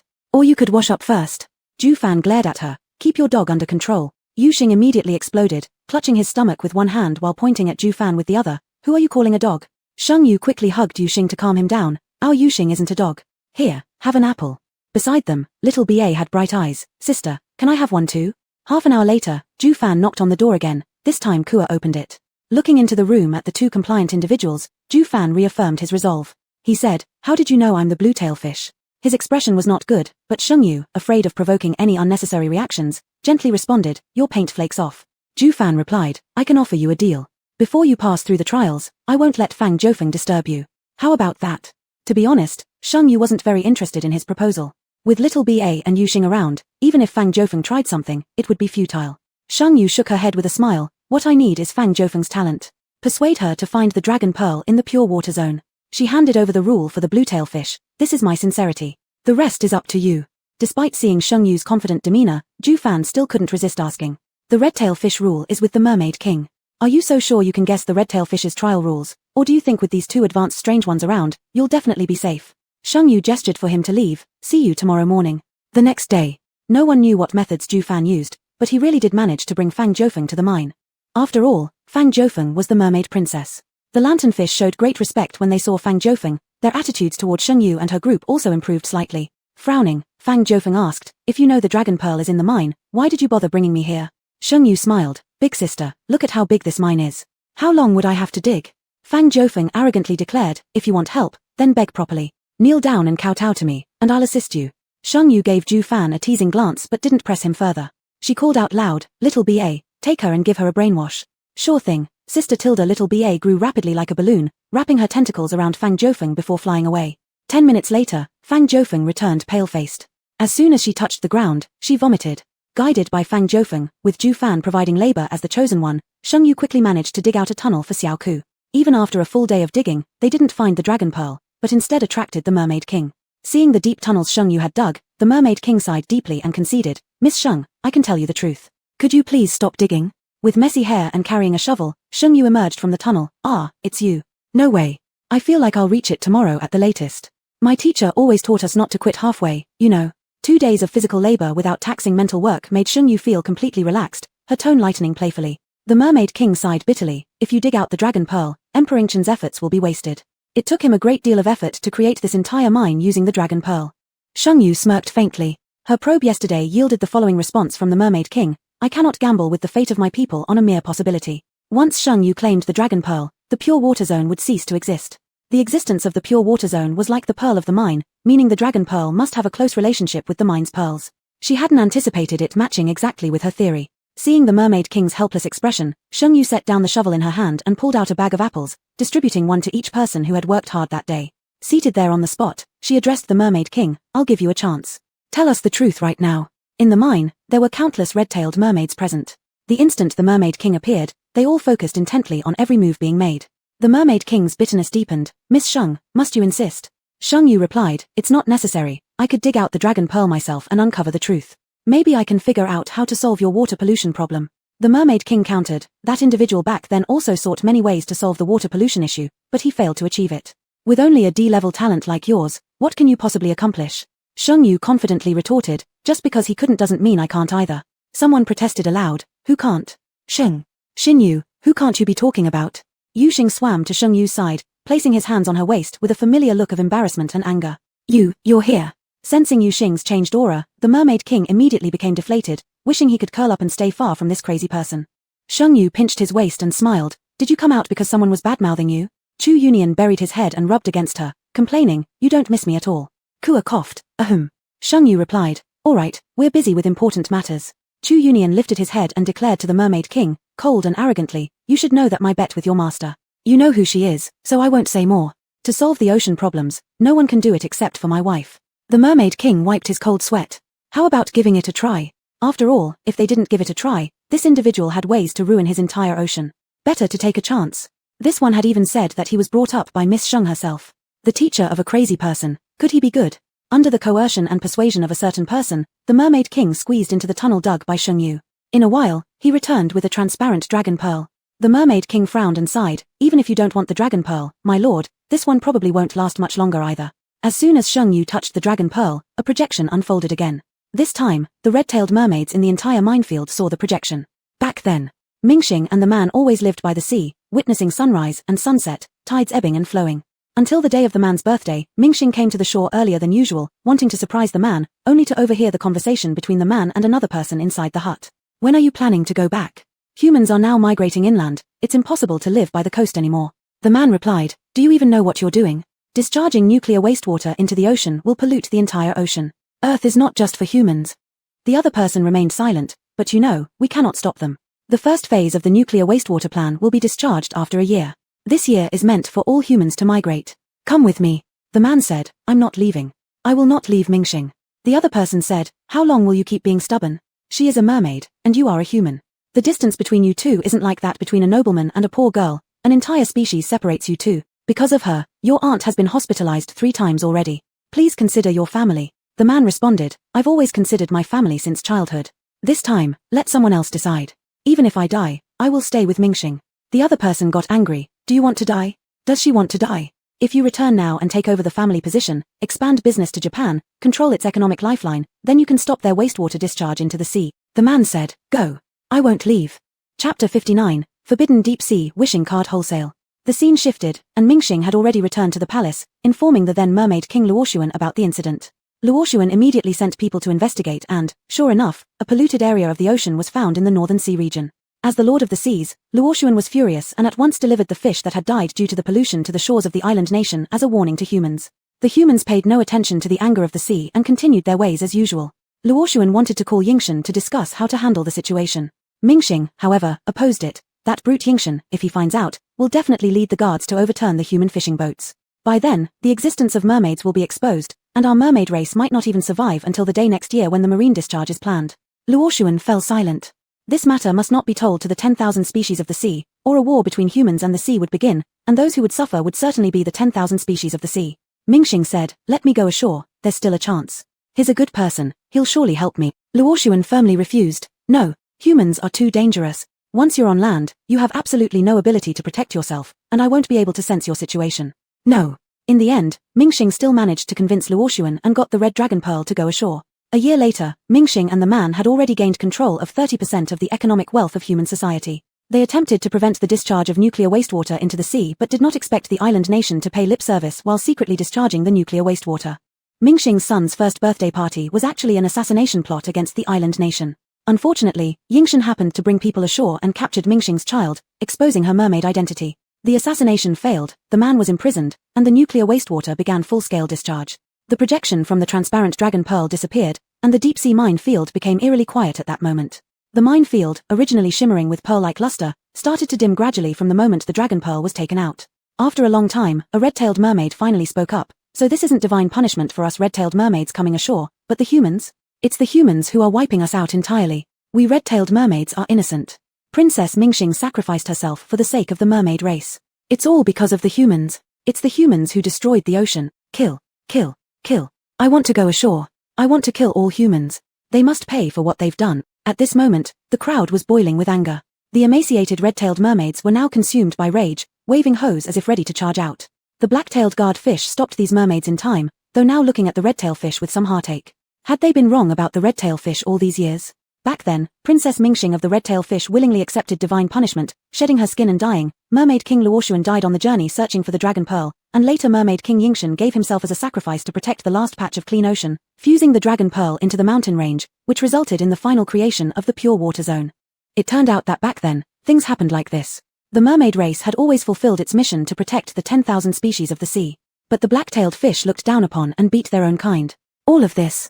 Some black-tailed fish were already trembling uncontrollably, shedding tears constantly. After the excitement, the red-tailed mermaids burst into sobs, as if washing away the grievances of these years with their tears. The red-tailed mermaids were burdened with guilt from birth. Every day of adulthood was spent repenting endlessly, without end. And today, right here, the truth finally came to light. There was nothing wrong with the red-tail fish. Red-tailed mermaids were also part of the mermaid race guarding the ocean. In the face of the commotion behind them, the mermaid king just quietly sat on the side embracing his fish tail, as if these scenes had played over countless times in his mind. Shengyu took a deep breath. Even though she was mentally prepared, seeing such facts still filled her with countless emotions. Mingxing's bold gamble in taking the red dragon pearl, her brave fearlessness when facing divine punishment. What an extraordinary mermaid. Suddenly, Shengyu seemed to realize something, her eyes flashing as she asked the mermaid king, "You knew the truth long ago." Mermaid king has known the truth all along, that Mingxing was innocent, so why didn't you say anything? It sounded like she was asking the mermaid king, but also questioning herself. The mermaid king could not give her an answer, but those red-tailed fish behind her who had ceased crying provided one. One red-tailed mermaid shouted loudly, "Fellow clan members, our century of shame has been cleared today, but we cannot fight among ourselves. All of this was caused by humans. It was humans who ruined the ocean and made all species of the sea lose their homes. Fellow clan members, we must bravely resist and treat humans in the same way we would treat fish. Let's go ashore and declare war on humans, flood their islands, overturn their fishing boats. Kill, kill, kill." The mermaids' rallying cries were quickly met with fervent responses. Now, not only the red-tail fish but also the blue-tail and black-tail fish in the minefield had murderous looks on their faces, all filled with hatred for humans. Shengyu suddenly understood. Mingxing had faced death willingly, shouldering all consequences by herself, to prevent the mermaids from hating humans and waging war against them. She was protecting all future generations of mermaids with her own body. No, the offspring of all 10,000 species of the sea. Shengyu's breathing became unsteady. There was no turning back now. The last dragon pearl supporting the pure water zone had already been removed. It wouldn't take a few years before the pure water zone lost its function entirely. This was the great calamity that threatened all the oceanic species. After retrieving all the dragon pearls, 2 of them looked abnormal in color, one was blue, and one was transparent. Why had the colors of the dragon pearls changed? Kua asked casually beside her, if we collect all 7 dragon pearls, can we make a wish? Is this a mini version? The 5 dragon pearls lay motionless on the ground, producing no reactions. Xiaoba, let's go to the shrine, Shengyu said. Placing the 5 dragon pearls back into the dragon statue's mouth might allow them to fulfill their true purpose. The Mermaid King left a group of mermaids behind to settle the red-tail mermaids, then accompanied Shengyu and the others to the shrine. The shrine had sunk deep into the abyss. Xiaoba appeared somewhat guilty. He had rushed out too quickly earlier, accidentally flipping the shrine over with his bottom. Fortunately, his sister didn't blame him. Driver BA acted like a parachute, slowly descending with everyone else into the depths below. The dragon gods corresponding to green, white, and red were clear enough, but the transparent and blue ones remained mysterious. The Mermaid King remarked, I remember that King Yingchen held a yellow dragon pearl. Yellow corresponds to earth in the 5 elements. Then blue must be the water dragon pearl. Once the 5 dragon pearls were put back into place, 5 beams of light shot skyward, illuminating the entire shrine. The dilapidated shrine was instantly restored to perfection, the walls shimmering with iridescent hues as the scales of the 5 divine dragons sparkled, even more sacred and dignified than before. Finally, the 5 lights merged together, forming a card that landed in Shengyu's hand. Special card, wishing. You are a lucky fish, and the dragon god will grant your wish. Shengyu caught the card without hesitation. I want 10 wishing cards. The card began to burn in her hands, a flame shooting up and igniting her hair. Chu Yuenian acted swiftly, cutting off her burning hair to prevent the fire from spreading. How could a flame that burned underwater be so easily extinguished? Shengyu scowled darkly. Are you incapable of granting such a request? I didn't ask for 100 cards, just 10.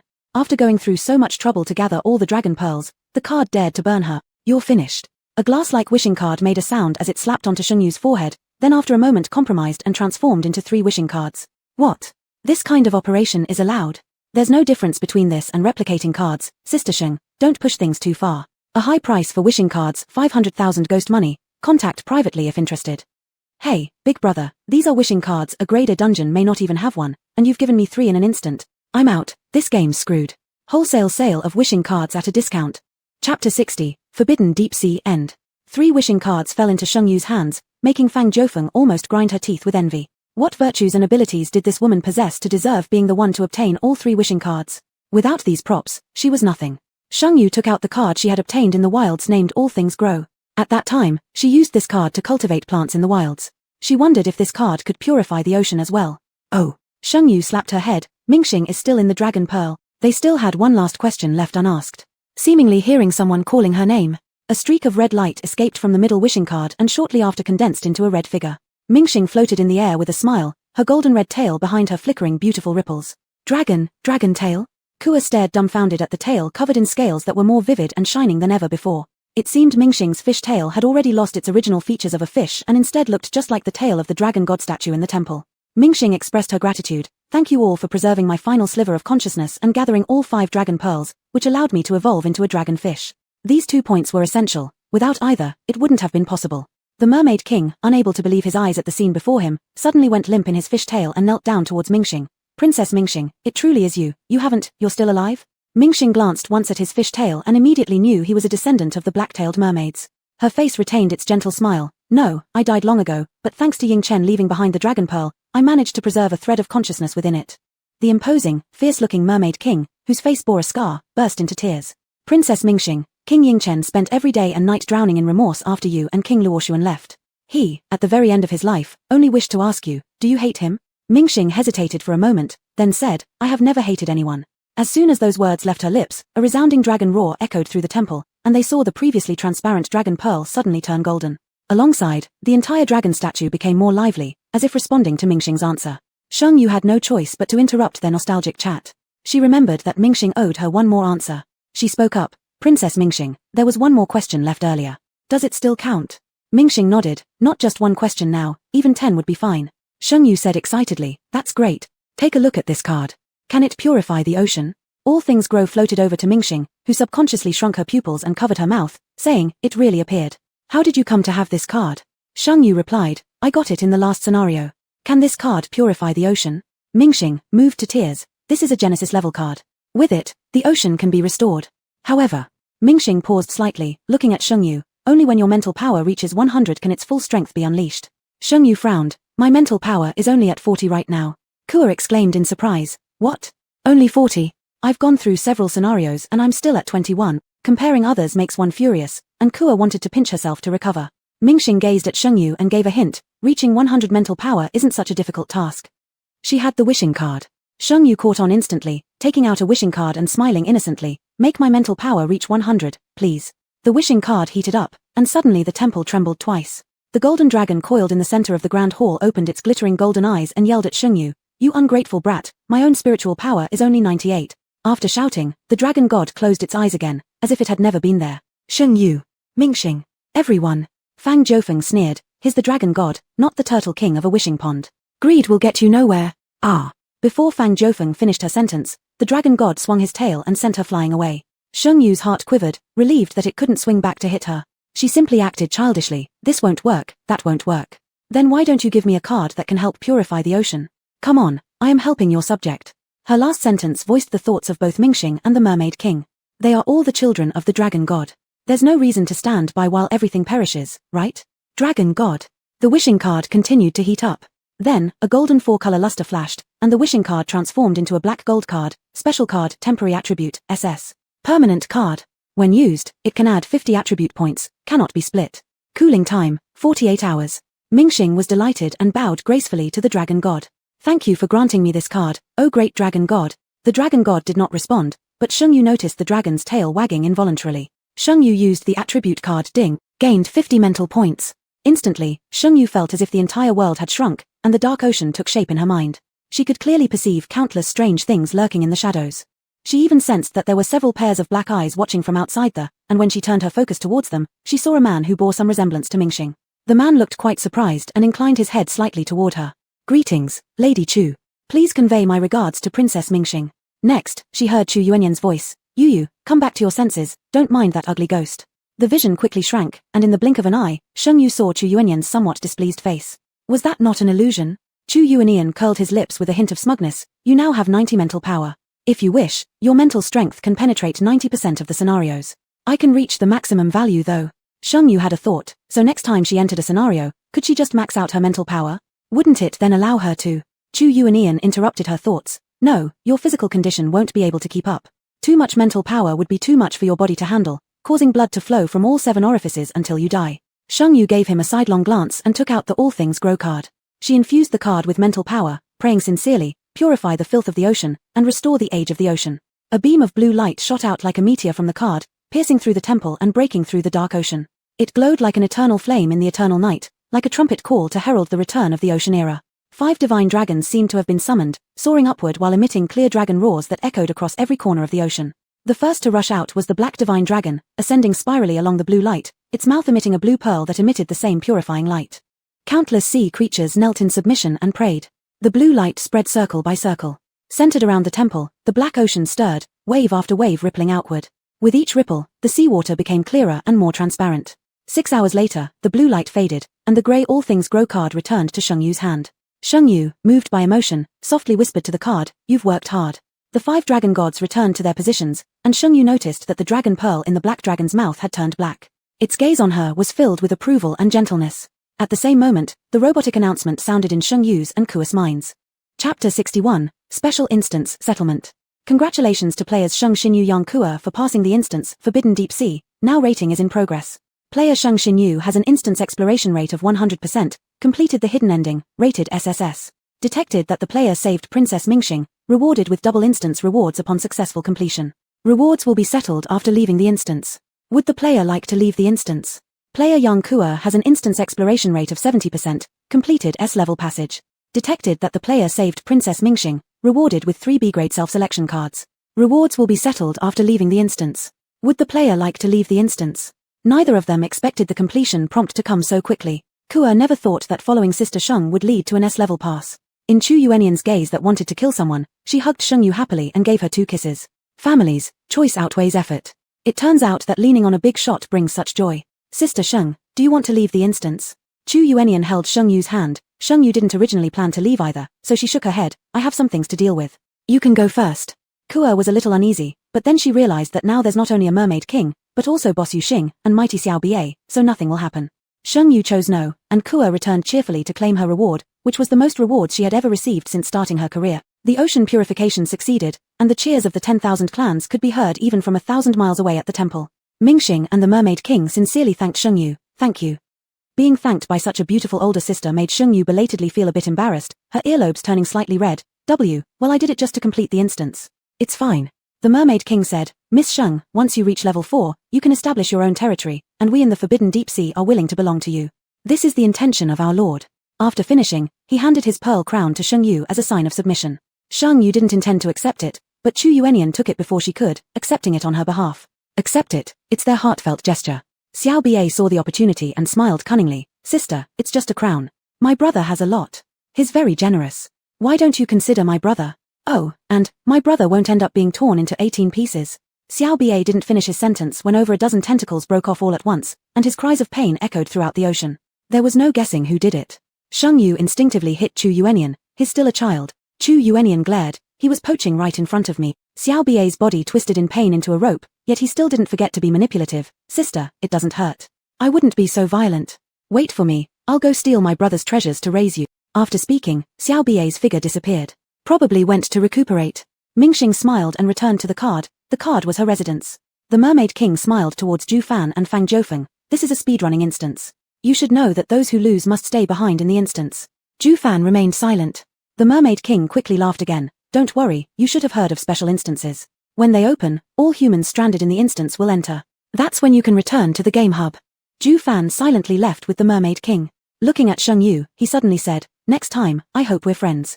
Shengyu was smart and skilled, especially when compared with someone else, highlighting how intelligent Shengyu was and how stable her emotions were. Besides, only those who have entered the instance know if the person next to Shengyu was really a NPC controlled by props. Soon, only Chu Yuanian and Shengyu remained in the temple.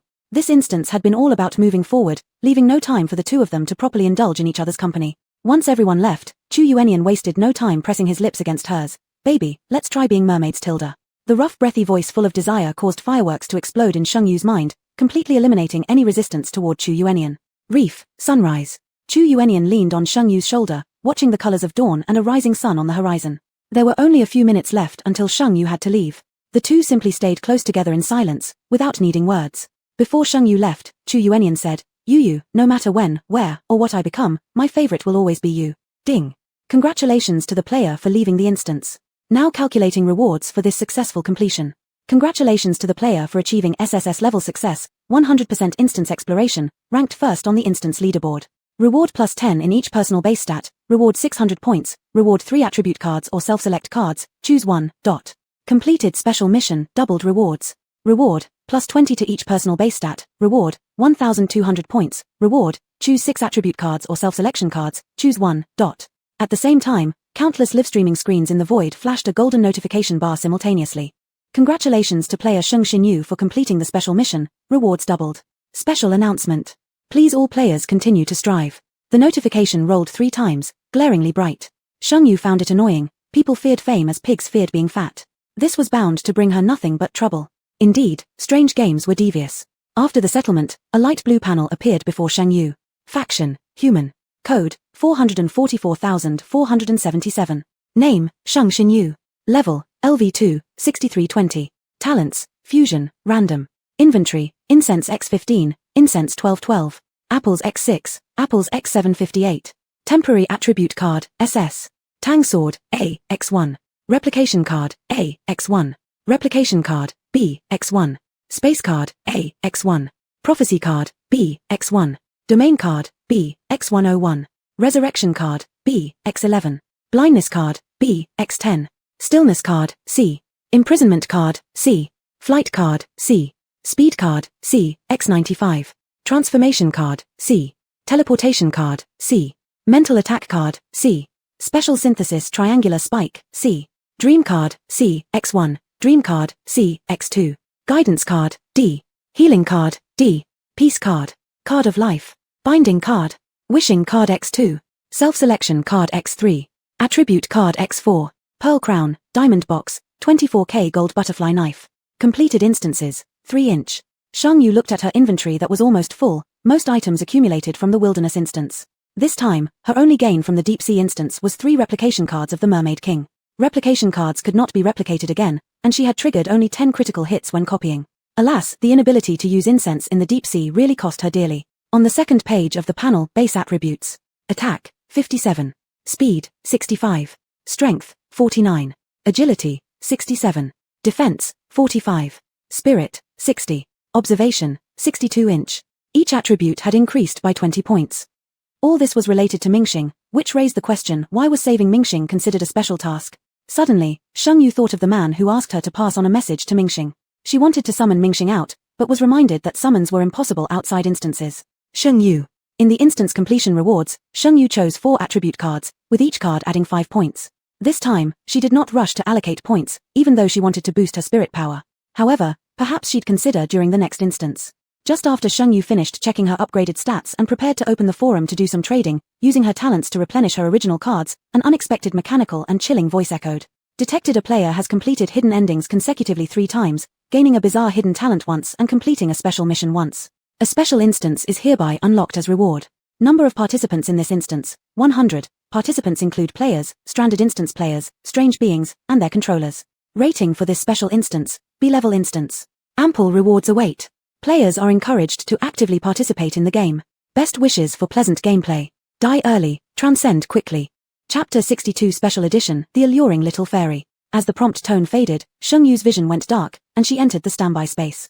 Please select supplies. After selection, this game edition store will no longer open. Sheng Yu sneered inwardly, why didn't you open the store in other editions? The store panel popped up. The first line was written in glaring large letters. High risk, high return, multiple props, multiple opportunities. Behind the big words was a striking blue background red letter button, loan. Sheng Yu. All the items in the store were half price, like a fire sale during a clearance season, as crazy as if Huang he was running away with his sister-in-law. Excluding the 444 points for the first purchase of a resurrection card, and 40 by 2 survival points after 2 editions ended, Sheng Yu still had 1756 points left. Now that the resurrection card is half price, hesitating for even a second is disrespectful to the resurrection card.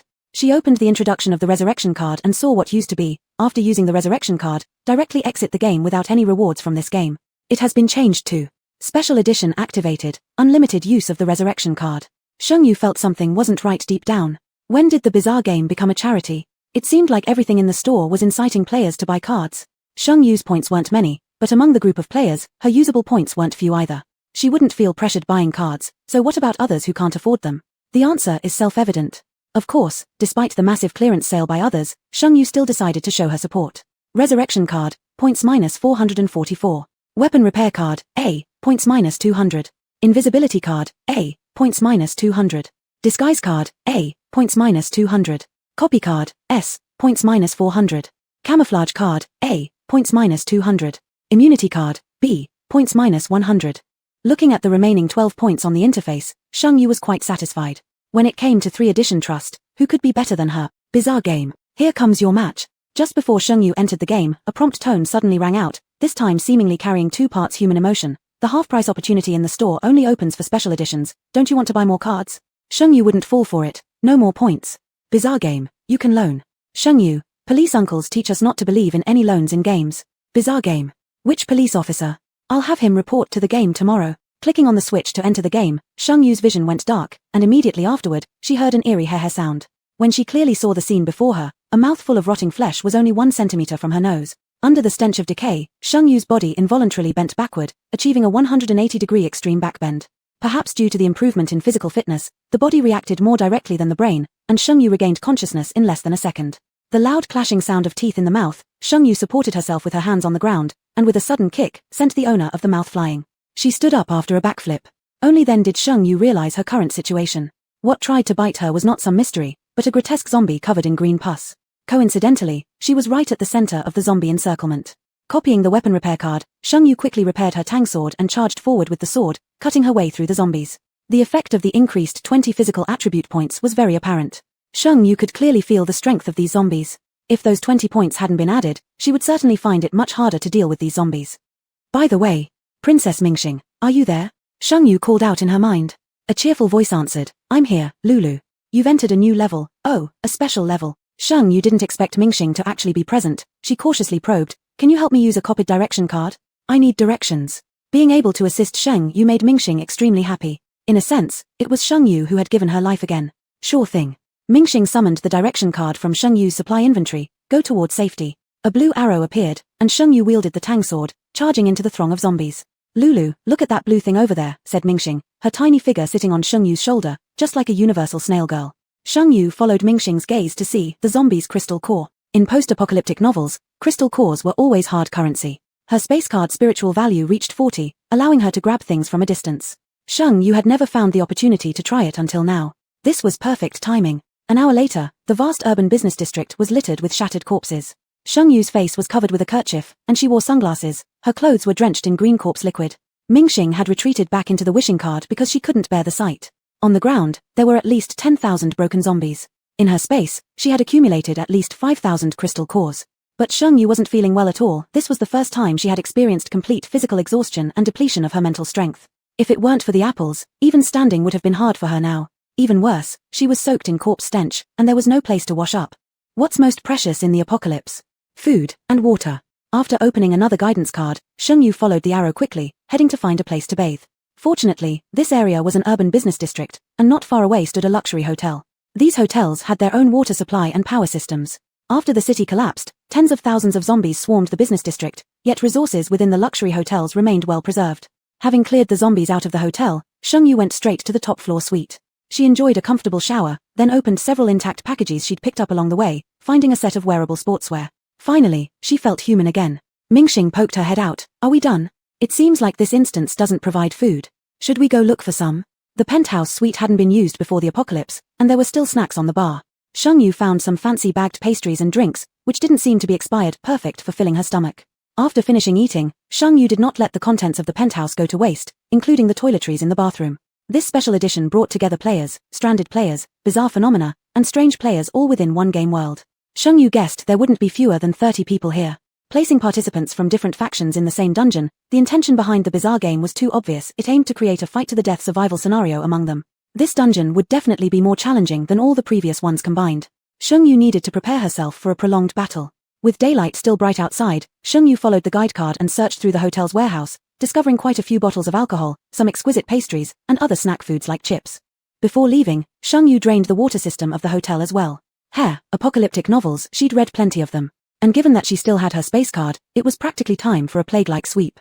Just before she left, Sheng Yu glanced toward the reception desk in the hotel lobby. That's where two zombies had met their end at her hand earlier. She had always been curious, could the hotel records reveal who stayed in which room? Sheng Yu sheathed her tang sword, looking somewhat guilty under Mingxing's odd expression. Curiosity. The hotel's power system was still functional, and so were the computers. After tinkering around, Sheng Yu checked the guest log. Sure enough, the front desk of a hotel was a great spot for gossip. Take a look. A man came with 3 women to check in last week. And here, 2 men made 28 reservations in a month.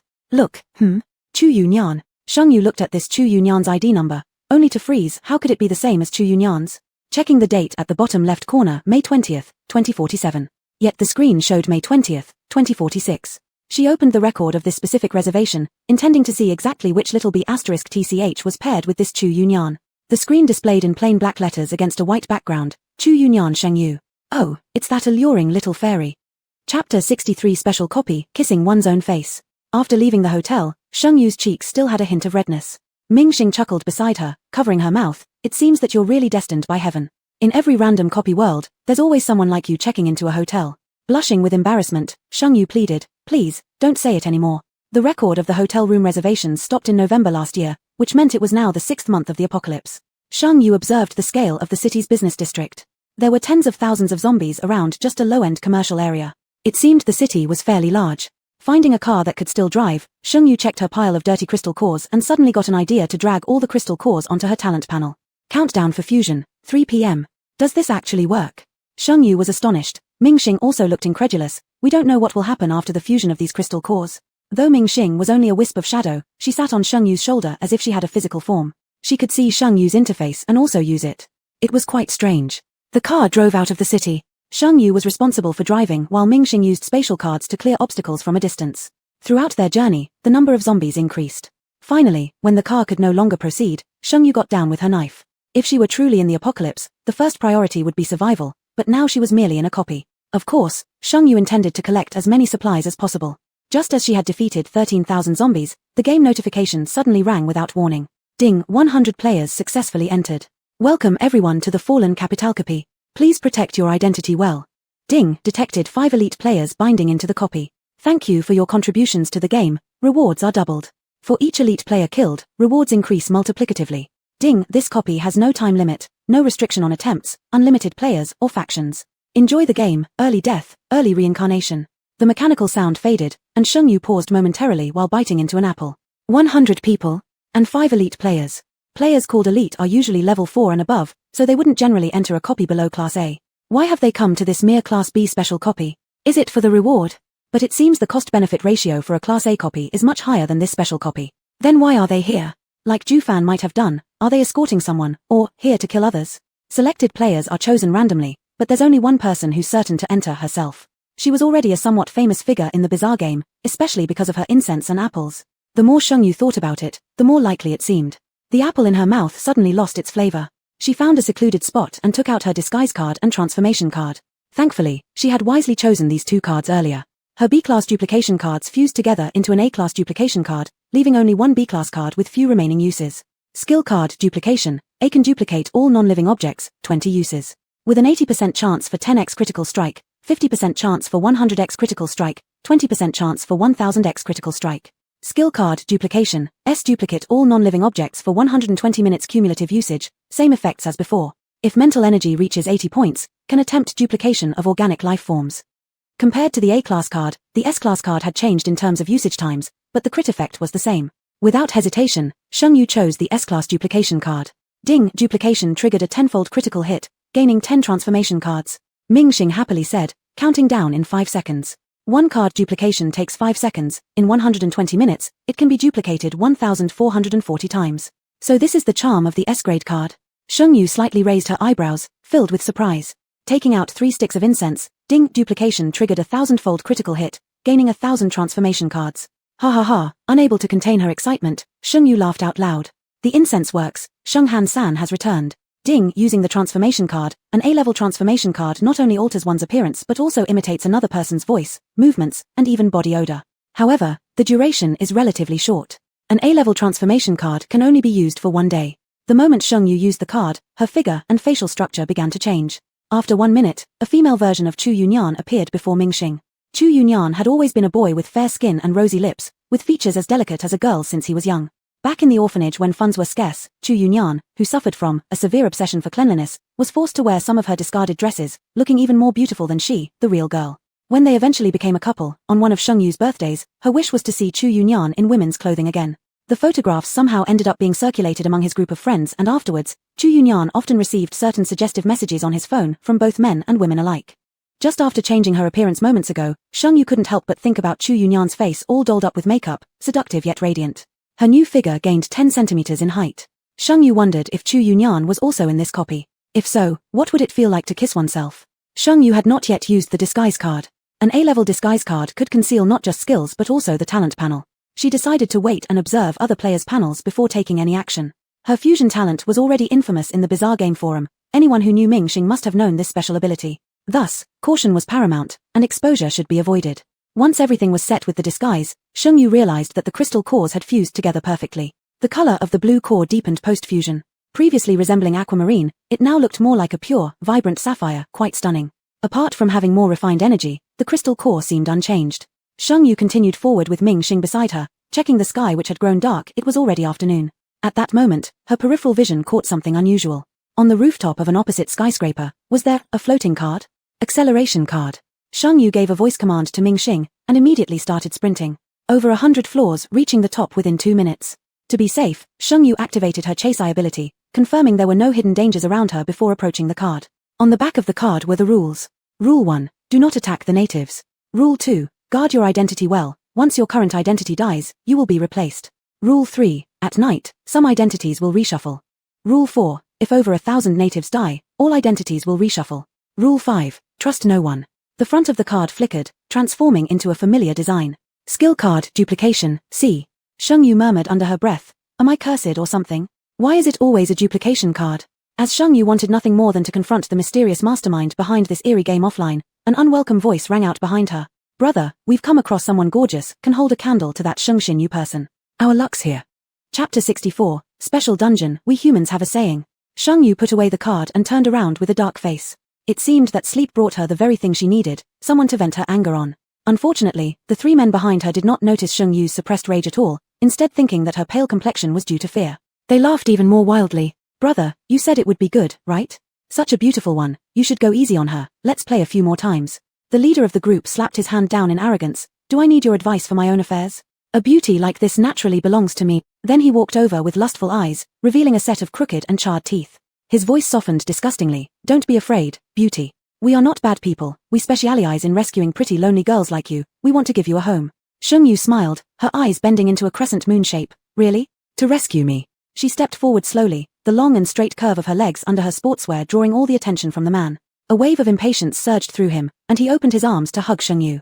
Suddenly, the angle of the beauty's lips deepened, then he felt a chill in his heart, instinctively looking down.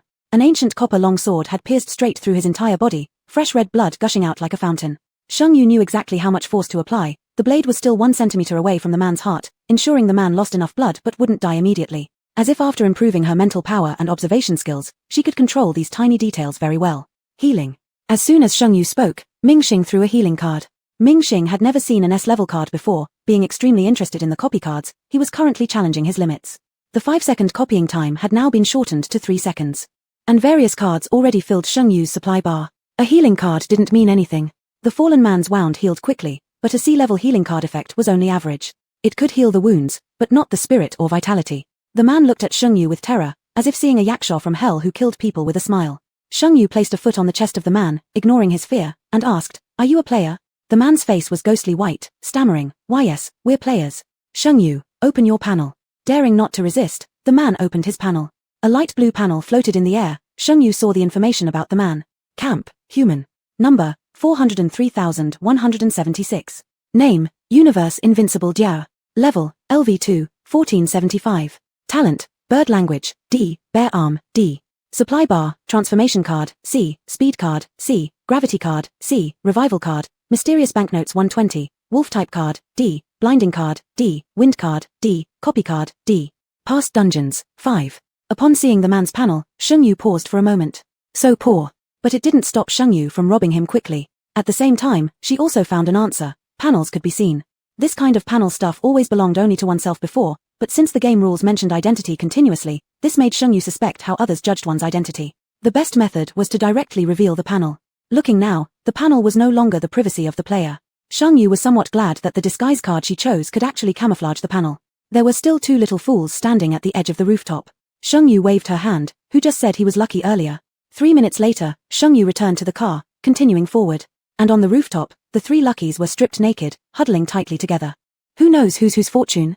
Shengyu continued to look at the rules. A sudden inspiration struck her. Star, what if we pretend to be natives? Mingxing's pink golden dragon tail flicked lightly with delight, brightening up his eyes upon hearing this. You are so smart. Rule 1. Do not attack the natives. Shengyu said, becoming a native ensures safety. Secondly, the natives appear twice in the rules. As important NPCs, they must know the rules. Mingxing, if we get lucky, we might even find the passage rules. In unison, both agreed. However, night was fast approaching. Rule 3. At night, some identities will be reshuffled. Out of caution, Shengyu decided to check into a hotel, to see what would happen during the first night of the special dungeon. At midnight, Shengyu saw her panel flash briefly, without any changes. Mingxing sighed in relief. No change, our identities remain the same. We've got too few rules so far, the changes around us may not necessarily be advantageous. This is probably the best state for us now. The second day of the special dungeon. At 6 a.m., Shengyu got up, washed up, nibbled on some pastries, ate an apple, and then went downstairs. Finding a supermarket with more zombies, Shengyu was responsible for cutting down the zombies while Mingxing handled the supplies. Their cooperation grew increasingly. In the apocalypse world, apart from food and water, medical supplies were also crucial. 10 minutes later, Shengyu looked at the huge red letters on the hospital capital First Hospital. The number of zombies here could rival a large shopping district, estimated to be at least 100,000 zombies. Mingxing uncertainly suggested, maybe we should just go. With so many zombies, wouldn't Shengyu get too dirty? Still wearing her veil and sunglasses, Shengyu replied, Stars, you probably don't know, but there is a saying among us humans if you've come this far. Mingxing gave up trying to persuade her and tossed her an acceleration card. Hurry up. An hour later, Shengyu's storage space was already filled to the brim. The next step was to find a place where they'd easily be discovered and wait for the natives to come pick them up. Why don't we go find them? Mingxing asked. Shengyu smiled slyly and replied, Stars, you have lived in human society, haven't you? We humans have a saying the best hunters often use. Mingxing quickly answered, the simplest cooking methods. Hey, that answer was too good. Shengyu said playfully. She continued, in this dungeon, 100 outsiders suddenly appeared. Surely it's not only us who got the rules or thought about disguising as locals. But think about it, the apocalypse has been going on for 6 months. The sudden appearance of new residents screams outsiders. But I, as a skinny, pitiful person being picked up, am much more convincing as a local resident, right? Ming Xing's eyes sparkled. You're really amazing. Next time, I'll introduce my son to you. Sheng Yu, surprised, thought, wow, I consider you as a sister, and you consider me as your daughter-in-law. Reaching outside the fourth ring road, Sheng Yu acutely noticed that there were far fewer zombies here. There were also traces of zombies whose heads had exploded. Some of the roadside shops also showed signs of having been searched. This was the place.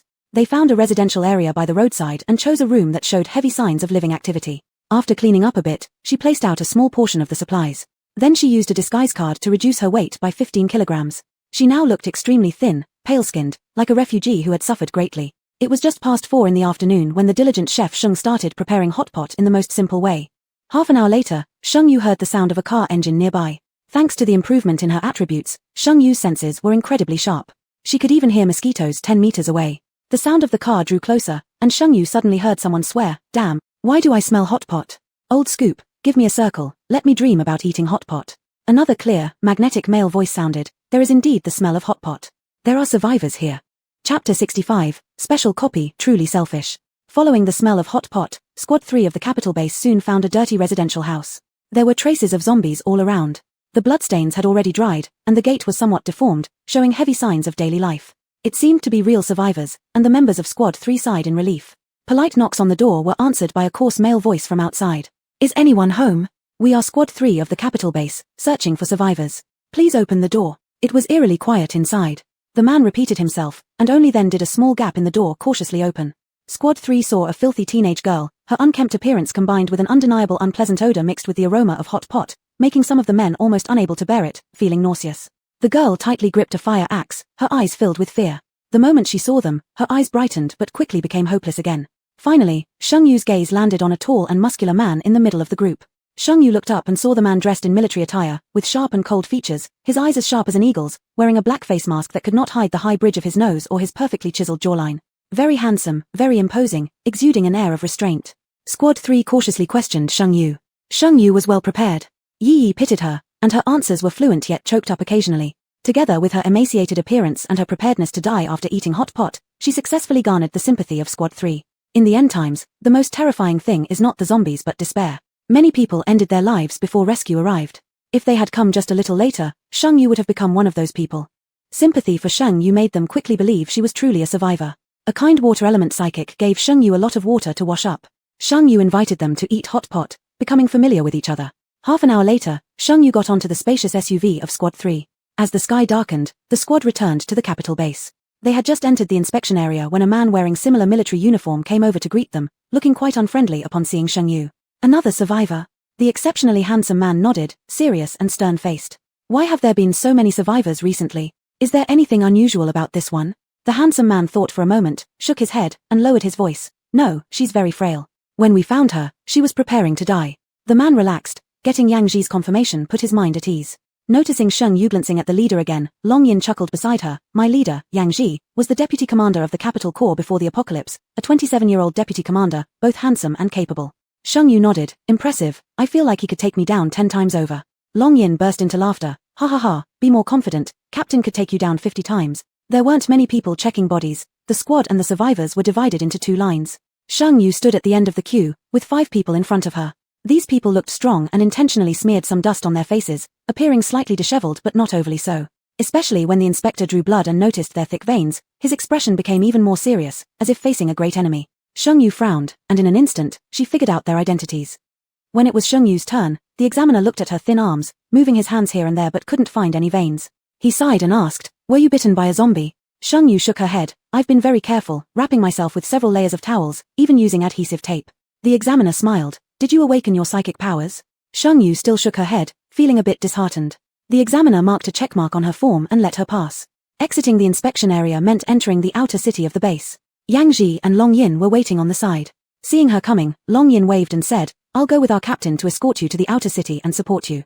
Even though Sheng Yu had already guessed the conditions of the outer city wouldn't be good, what she witnessed in person was still shocking. In the narrow corridors, garbage and sewage were everywhere, along with some excrement. The stench nearly caused her to faint. Luckily someone caught her. Lifting her head, Sheng Yu saw Yang Ji's deep gaze. New, unused, Yang Ji handed over a clean handkerchief, as if specially prepared for her. "Thank you." Sheng Yu accepted it and took a few more steps forward, examining the structure inside the outer city clearly. Each room was approximately 3 square meters, barely able to fit a bed and 2 footsteps worth of space, with doors hanging precariously loose. Narrow and suffocating, damp and dirty. Living in such a place long term, Sheng Yu felt being a native resident here wasn't desirable. Suddenly, Yang Ji's voice rang out. The conditions in the outer city are terrible, only ensuring basic survival for the common people. If you want better rooms, unless you have psychic abilities or supplies. This statement sounded a lot like a hint. No, it was a hint. Yang Ji must have seen something. Sheng Yu looked into his profound gaze and found that the man who had always been cold-faced softened his eyes slightly. You can trust us. Long Yin, covering his nose, said, maybe we should discuss this outside. Deciding to come clean, Sheng Yu thought Yang Ji was more perceptive than she had expected. Underneath the starry sky, Long Yin erected a soundproof barrier, winking at Sheng Yu before leaving. Sheng Yu feigned guilt as she asked, how did you know I have psychic powers? Yang Ji, I've been to that neighborhood. There were some high-level zombies inside, someone without powers couldn't have survived. Sheng Yu, damn. Sheng Yu confessed, I possess space-related psychic abilities. Yang Ji didn't appear surprised at all, as I suspected. How large is your space? And how much supply do you have? Sheng Yu, I don't want others to find out. Could you keep my secret if I share some of my supplies with you? Yang Ji understood, Chunyan was still too weak. A person holding treasures could become a victim of jealousy without fault. He nodded, I'll help you, and I won't take any of your supplies. However, your psychic ability is precious. If you don't mind, why not move in with me? Sheng Yu hadn't expected Yang Ji to be so easygoing. She eyed him suspiciously. Why are you helping me? Yang Ji stayed silent for a long moment before finally answering. Indeed, there's selfishness involved. Do you know Chu Yunyan? Chapter 66, Special Instance, Wolf Tail half-tied at the back. It had been a long time since anyone had so candidly mentioned Chu Yuenian's name in front of Sheng Yu. Sheng Yu slightly paused, knowing that this Chu Yuenian was not the other Chu Yuenian.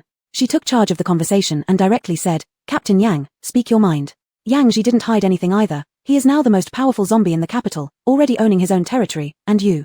You resemble him a lot, also surnamed Chu. I can't help but suspect whether you two know each other. Sheng Yu used the face of Chu Yuenian, and the zombie resembling her was also named Chu Yuenian, which was quite obvious. Sheng Yu nodded. Yes, I know him. Where is he now? Yang Ji replied, I last saw him in the North District. Tomorrow we will go to the northern Third Ring area to collect supplies. Do you want to come? If you do, the team might find out your identity. However, I can guarantee everyone will keep your secret.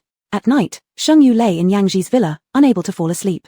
Mingxing was rolling around in the sky, rummaging through her supply inventory as if playing a matching game. Suddenly, Mingxing sat up straight and said to Sheng Yu, you've collected all price levels of duplication card.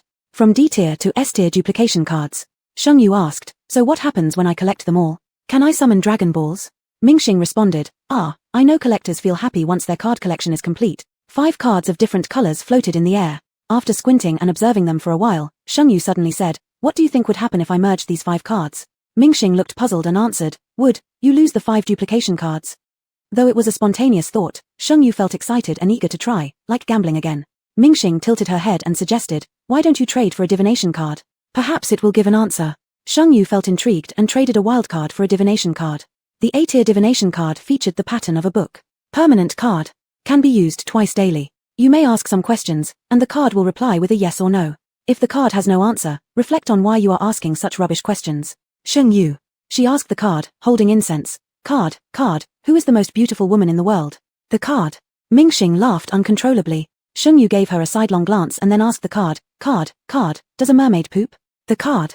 Mingxing, Sheng Yu. The rules on the back must have been written specifically for people like you. The card was utterly speechless. Mingxing angrily said, you've just wasted 2 chances. Just then, Sheng Yu pointed at the clock on the wall. Ding dong. The sound of midnight struck. Sheng Yu stopped messing around and asked, card, can I fuse the 5 S-tier cards? The pages of the book on the card flipped, and slowly revealed a word. Yes. Sheng Yu dragged the 5 cards together, seeing the countdown in her talent panel. Countdown 48 hours. 2 days, much longer than any other fusion process. Sheng Yu couldn't contain her anticipation. On the 3rd day of the instance, Sheng Yu once again boarded the 3rd squad's off-road vehicle, but this time as an official member of the 3rd squad. Before they set off, Sheng Yu saw the players from yesterday. They had joined various squads. Upon hearing that Sheng Yu was also an ability user who arrived yesterday, many probing gazes shot toward her. When they noticed her emaciated figure, many of them revealed expressions of disappointment or coldness. Most people thought she didn't seem like a player, but a small number who were more cautious maintained a skeptical attitude. Let's go, ordered Yang Ji with a cold tone. Before entering the urban area, Sheng Yu handed out snacks to everyone. Everyone cheered and cried tears of joy. They were all soldiers, and the materials they found had to be turned over to the base. Who knows how long it had been since they had eaten their fill? This cheerful atmosphere came to a halt on the 4th ring road. The zombies ahead had completely blocked the road, forcing them to get out and clear the zombies. Yang Ji, all members, get out and clear the zombies. Chunyan stays behind. Shengyu raised her hand. I can kill some zombies too. Yang Ji remained silent. Then be careful. Shengyu held a knife and followed behind the others. At first, everyone still protected her, but later, upon realizing how ruthless and accurate this girl was, they let her fend for herself. Mingxing disliked the dirty and bloody scene, picking up crystalline cores while counting, her eyes casually glancing at the countdown on the talent interface. Suddenly, she impulsively threw the crystalline core away. A blue crystalline core disappeared instantly, and the countdown, 38 hours 47 minutes and 36 seconds, quickly changed to 38 hours 42 minutes and 35 seconds. Damn, this thing actually accelerates the talent bar. Shengyu paused at Mingxing's exclamation, and a stinky-mouthed zombie immediately lunged toward her. In the next second, it was dismembered by countless blades. Yang Ji frowned, his body surrounded by sharp blades, his handsome face etched with worry. Don't lose focus. Who could stay focused in this situation? It turns out crystalline cores can be used as accelerators. Shengyu's heart howled in frustration as her movements became fiercer. Damn it, going all out. The other few were ability users who watched as this young girl chopped zombies like watermelons, their competitive spirit igniting. Yang Ji stood silently to the side. A task that originally would take an hour to clear the zombies now only took half an hour. Shengyu was a little tired as Yang Ji approached and supported her frail body, astonished that such immense strength came from what once was Xiaoke's body. Long Yin exclaimed, Captain, I want some cuddles too. Just then, the sky suddenly boomed with thunder, and an instant gale swept in, filling the heavens with dark clouds. Damn, it's the Zombie King. Long Yin immediately panicked. Quick, back to the car, retreat. It's a level 5 Zombie King. Yang Ji's expression grew serious, instinctively glancing at Shengyu, who instantly understood. Is it Chu Yuanian? Before Yang Ji could respond, the man known as the Zombie King appeared in the air. He wore a retro black robe, appearing like a king looking down on the world with disdain. His hair was slightly disheveled, his wolf tail half-tied at the back of his head. His skin gleamed unnaturally white, his lips as if stained with blood. His narrow eyes tilted upward at the corners, purple pupils shimmering with dangerous electric currents. His thin lips curved faintly, his smirk carrying a mix of detachment and dignity, resembling a noble meticulously cultivated by a prestigious family. This Chu Yuanian was unfamiliar, yet even more alluring. In an instant, Shengyu's heartbeat drowned out the faint rumble of distant thunder. Chu Yuanian scanned the team of ability users below coldly. You are seeking death? His icy voice cut through the air, followed by countless streaks of lightning striking down, one aimed directly at Shengyu. Has Chu Yuanian not recognized her?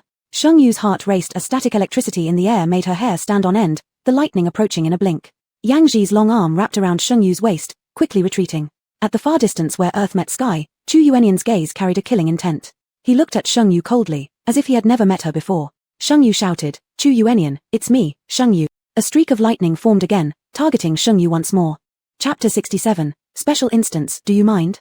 Shengyu pushed away Yang Ji, her eyes filled with confusion and anger. Realm card. Skill card Realm, B creates a 5m x 5m x 5m realm space for 30 minutes. Any attack inside the realm will be converted into energy accumulation. If the realm is broken, it only proves you're a weakling. The lightning beam as thick as a water bucket disappeared into the invisible realm. The next moment, the lightning beam formed in Shengyu's hand and fiercely struck Chu Yunyan.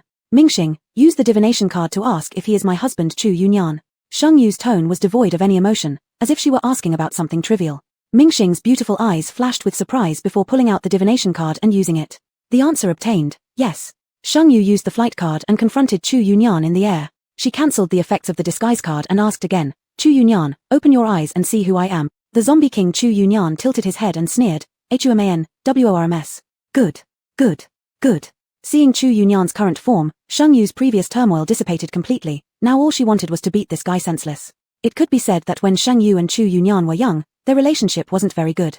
Shengyu was the big sister among the girls in the orphanage, while Chu Yunyan, despite being younger, became the leader of the boys at 4 years old thanks to his toughness. Two tigers cannot coexist on one mountain. Chu Yunyan challenged Shengyu multiple times and eventually, after repeated suppressions, became Shengyu's top servant. Later, when Chu Yunyan grew up, the situation reversed, male above female below. Shengyu hadn't disciplined rebellious kids for quite some time. In an instant, Shengyu slapped the mental attack card in her hand, then rushed forward quickly, enveloping Chu Yunyan in her realm. Subsequently, the restriction card and stop card were both thrown out at once. Chu Yunyan never expected that this frail woman, who looked like a breeze could blow her over, had so many tricks up her sleeve. For a moment, she really pinned him down with her seamless combination of movements and cards. Just in these few brief seconds, Shengyu slapped Chu Yunyan's face. Take a good look, my name is Shengyu, your wife. Chu Yunyan was stunned by the slap. What is a wife? Is it delicious? And in this instant, Shengyu had already exchanged out a marvelous rope with the self-selection card. Weapon card, marvelous rope, a permanent card, durability 100%, perfectly fits the curves of humans, abnormalities, animals, corpses, and all living things, automatically reduces the combat strength of bound objects by 80%. Note: this rope is clean and pure, not suitable for improper uses. The transparent rope tied around the zombie king Chu Yunyan, who was incredulously covering his face. The next second, he was dragged out of the sky and crashed onto the ground. At this time, Sheng Yu's disguise effect recovered. The members of the third team looked at Sheng Yu with unspeakable expressions. Long Yin spoke first. This zombie king, he's fake, right? Old Dao gave him a slap on the back of the head, glanced at Yang Ji, and hesitated to say more. This girl is too dangerous, Captain. You can't handle her. Sheng Yu explained, sorry, I deceived you before. I'm not only a spatial ability user, but also a wind element ability user. Being able to fly, accelerate, and use wind element abilities, isn't that normal? Old Dao, just that. Just that. But he could only force a laugh. Young Miss Chu, you're really capable. I said it before, how can such a frail little girl survive for 6 months in the apocalypse? Sheng Yu looked at Yang Ji. Yang Ji was also looking at her, as if he had known she wasn't telling the truth all along. After a pause, Yang Ji opened his mouth. Is he your? Sheng Yu, he is my husband. Yang Ji was silent, a shadow of darkness flashing in his eyes. Then what do you plan to do? Sheng Yu also fell silent. This Chu Yunyan, who didn't recognize her, had completely disrupted her plans. She wanted to impersonate a native resident, find the rules, and at the same time hide from those high-level players. Now, with the zombie Chu Yunyan in tow, there's no way they would be able to return to base. Troublesome. Sheng Yu took a glance at Chu Yunyan, who was still trying to break free from the ropes, and flew off the handle, punching him twice. With Sheng Yu's currently high strength values, those 2 punches solidly knocked Chu Yunyan unconscious. The third squad. No matter how powerful the zombie king is, he's still a henpecked husband. Yang Ji lowered his eyes. We are going to search for supplies. With the zombie king around, we can save a lot of trouble. Will you come with us and bring him along? Sheng Yu, you aren't afraid? Yang Ji pulled out a gag from his backpack. Do you mind? Very much against his will, Chu Yunyan was tied up, gagged, and tossed pitifully into the trunk. Long Yin's feelings towards this zombie king instantly shifted from hatred to sympathy, secretly vowing to find a gentle girlfriend in the future. Sheng Yu had ample space in her dimensional pocket, and though it was nearly full, she could still stuff in quite a few more things after rearranging. They swept through about a dozen shopping districts. By the time they returned to the base, it was pitch dark. The members of the third squad were thrilled. It had been their most bountiful run ever. When they were just 1 kilometer away from the base, Sheng Yu suddenly frowned. There was an intensely pungent smell of blood in the air. Hurry back. Something might have happened at the base. Such a strong stench of blood, could it be a zombie siege? Yang Ji's expression turned grave. He'd smelled it too. With hearts pounding, the group hurried back to the base. The base was now cloaked in darkness, its gates tightly shut. The man who had greeted them enthusiastically the day before was nowhere to be seen. Something's wrong. Everyone, full gear, advance with caution. Yang Ji's blades unsheathed around him as his entire body radiated an ominous coldness. The iron fence and gate surrounding the base were intact, so it didn't seem like a zombie attack. That meant there was trouble within. Many possibilities flashed through Sheng Yu's mind. The rules don't allow attacking native residents. If a native resident dies, identities get reshuffled. Whoever attacked the native residents must want the identities reshuffled. So who was behind this? And why did they want the identities to change? All these questions swirled in Sheng Yu's mind as she turned to warn Chu Yunyan, you're not allowed to make a sound. Be obedient and I'll let you rest a little later. Chu Yunyan. Evil woman, if you untie me, I'll eat you alive. With Mingxing keeping an eye on Chu Yunyan, Sheng Yu confidently followed Yang Ji into the base.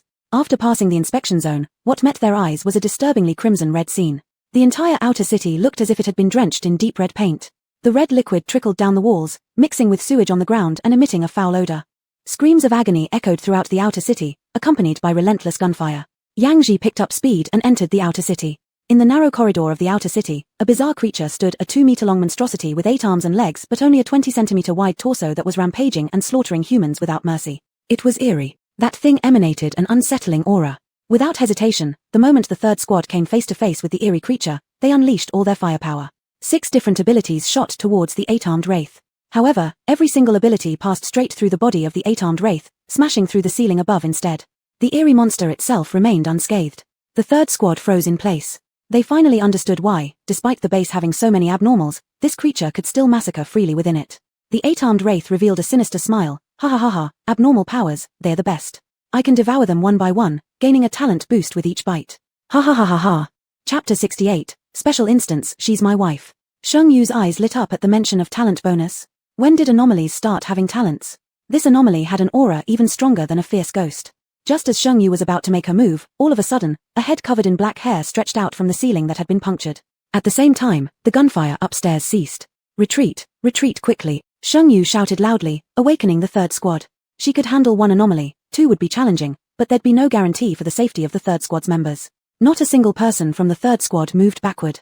They stood before the towering anomalies like a solid wall, their eyes gleaming with determination and readiness to die. Since the onset of the apocalypse, they had already prepared themselves to sacrifice. Why fear life or death? Behind them were more civilians, ahead unknown monsters. They could not retreat, not even a step. The black-haired anomaly leaped down from the ceiling, its laughter grating on the ears. These people have powerful abilities. How about splitting them equally? 8-arm anomaly, each of us gets a floor. Don't ruin the rules. Black-haired anomaly, don't be so stingy, Chem. By the way, why can't I see through this woman's abilities? Both anomalies' gazes fell on Shengyu, making her feel nauseous from the way they sized her up. Suddenly, a tall figure emerged before her. Yang Ji turned his face slightly and said, Chunyan, you take the zombie king and leave first. Through Shengyu's gaze, she could see Yang Ji's resolute, stern profile. Her delicate eyelashes quivered lightly, yet her voice remained calming. Shengyu took a deep breath and responded firmly, I am also a member of the third squad. If everyone stays, so will I. Yang Ji frowned, his tone becoming heavier, you're different. Looks like we arrived too early. The ability squad hasn't died out yet. Just as Shengyu was about to draw her sword, a voice that sounded like it was watching the show rang out suddenly. Fine, since we're here, let me do the local inhabitants a favor. As soon as those words were spoken, the expressions of the two anomalies discussing how to distribute the abled ones changed drastically, as if they had encountered their natural enemies. Their already strange faces were filled with terror. Blast. The man coldly uttered just one word, and the bodies of the two anomalies exploded instantly, splashing foul-smelling blood everywhere, reducing the two anomalies into a pile of fragments. This scene caused Shengyu's heartbeat to accelerate, and her breathing paused momentarily. With just one word, the two anomalies vanished into ashes. How strong was this person? What was his talent? Was this the power of a high-level player? If these 5 high-level players really came to chase her, Shengyu experienced panic for the first time. Could she survive this instance? Yang Ji tightened his face and stepped forward, addressing the man. Thank you for helping us out. Do you know what kind of monster this is? He seemed not to have heard the man say we arrived too early, thanking the man while carrying a trace of respect. The man appeared pleased with this attitude, nodding slightly. This is an anomaly. All right, lead me to your base leader. One word was enough to deal with the anomalies they couldn't budge. This person had the qualification to meet the leader. Shengyu hid Chu Yunyan at Yang Ji's home, then hurriedly ran to the central building. In the meeting room of the central building, the man sat carelessly in the chair, his long arms resting behind his head, his posture leisurely and unrestrained, exuding an air of superiority. Even upon seeing the base leader, he didn't get up. The leader didn't seem to mind at all but instead came over smiling to shake hands with the man. We've heard it was you who killed the monster. What's your honorable surname? Would you mind telling us which base you were previously at? The lanky man with the sharp-eyed glare possessed a demeanor no less imposing than the leader himself. He slightly parted his lips, and his nonchalant words made the leader's expression change drastically. My codename is Yang Ling, or you can call me Lord Lin Cheng.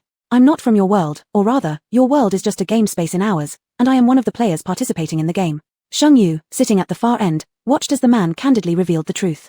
The leader and several base high-level officials each showed looks of horror, and the faces of the third squad became somewhat unsightly. Only Yang Ji maintained a cold, merciless expression without any change. After a long pause, the leader asked, Lord Lin Cheng, what exactly did you mean earlier? Could you elaborate a bit more? Lin Cheng slowly replied, my meaning is that this is just a game. Your world was destroyed at a certain point in time. Perhaps.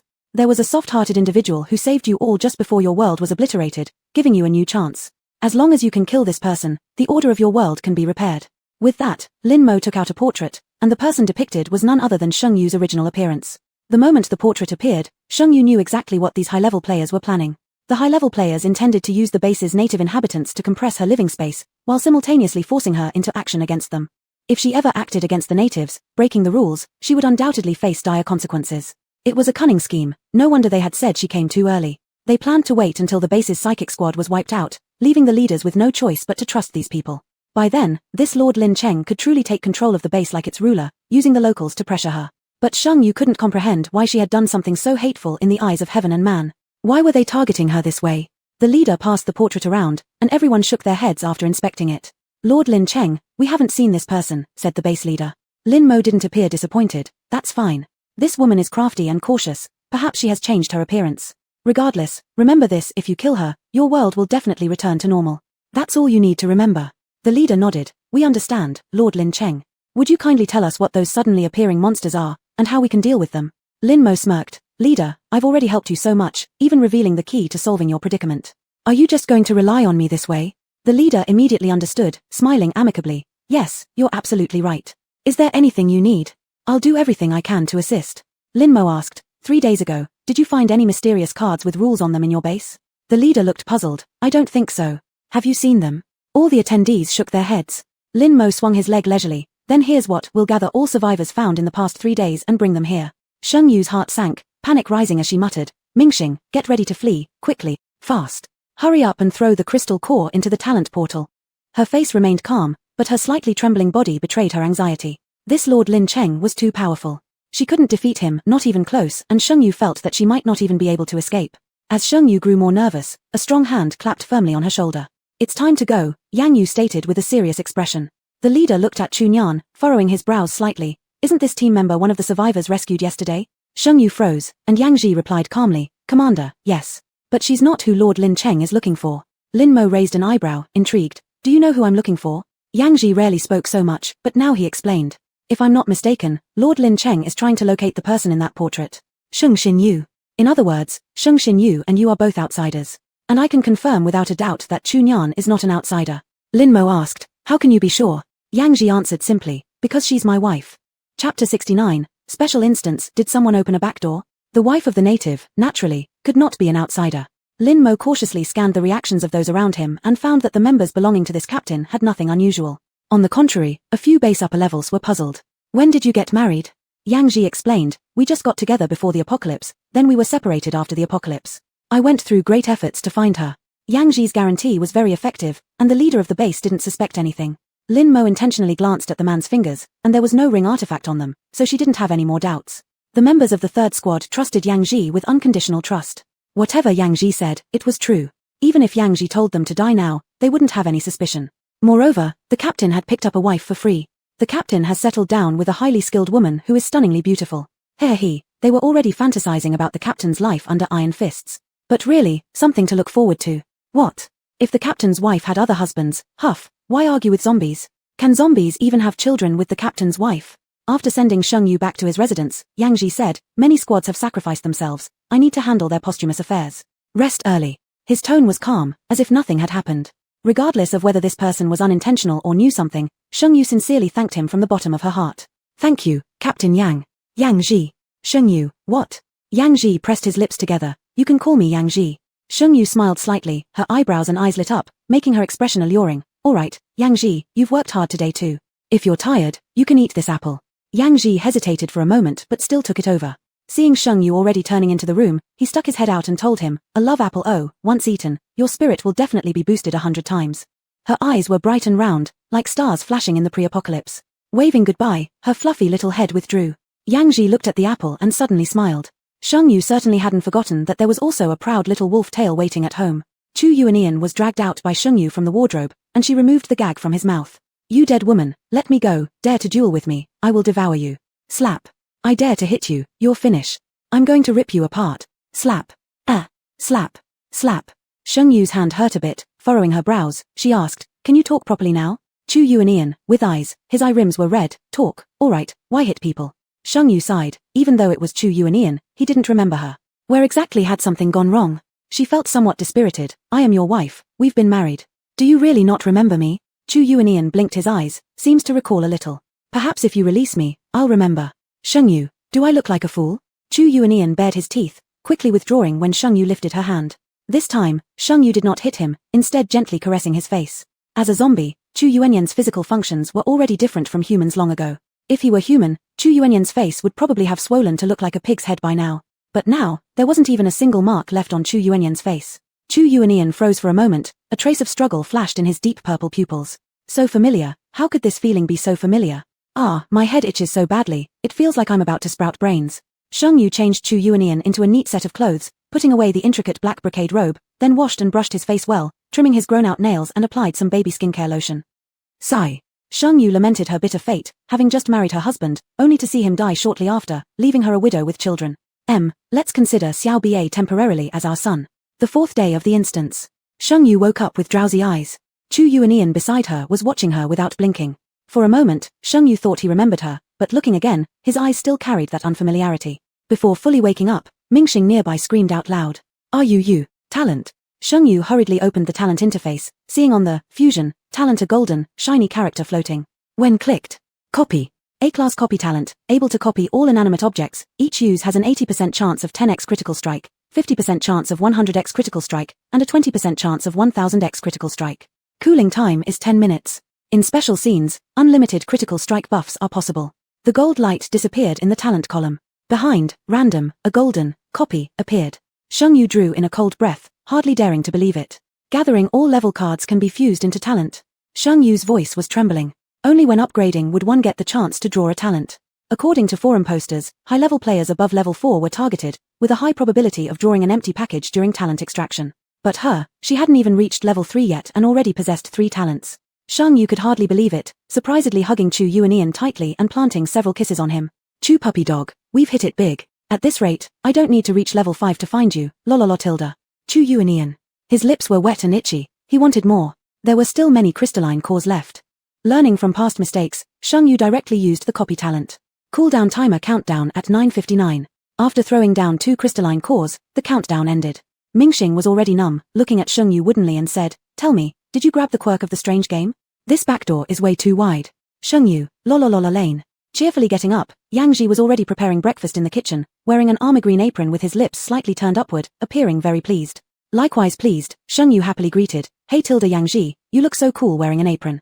Sheng Yu only told the truth. Any man who wore an apron would automatically have a filter for being a virtuous wife or mother. Especially Yang Ji, who normally looked cold, putting on an apron just added to that contrast effect. Yang Ji looked at Sheng Yu, his gaze no longer cold. "I've prepared bread and milk for breakfast, is that okay?" Sheng Yu happily took out 2 apples, dessert after meals tilde. The happiness within her had overflowed, but stopped abruptly when she saw a piece of white paper on the dining table. "Yang Ji, where did this come from?" On the front of the white paper was a funnel. And on the back were written rules. Rule 6. People with spirit value below 30 will encounter terrifying events at night. Rule 7. Only players can leave the game when the scenario ends. Rule 8. After becoming weird for more than 72 hours, do not participate in Rule 3.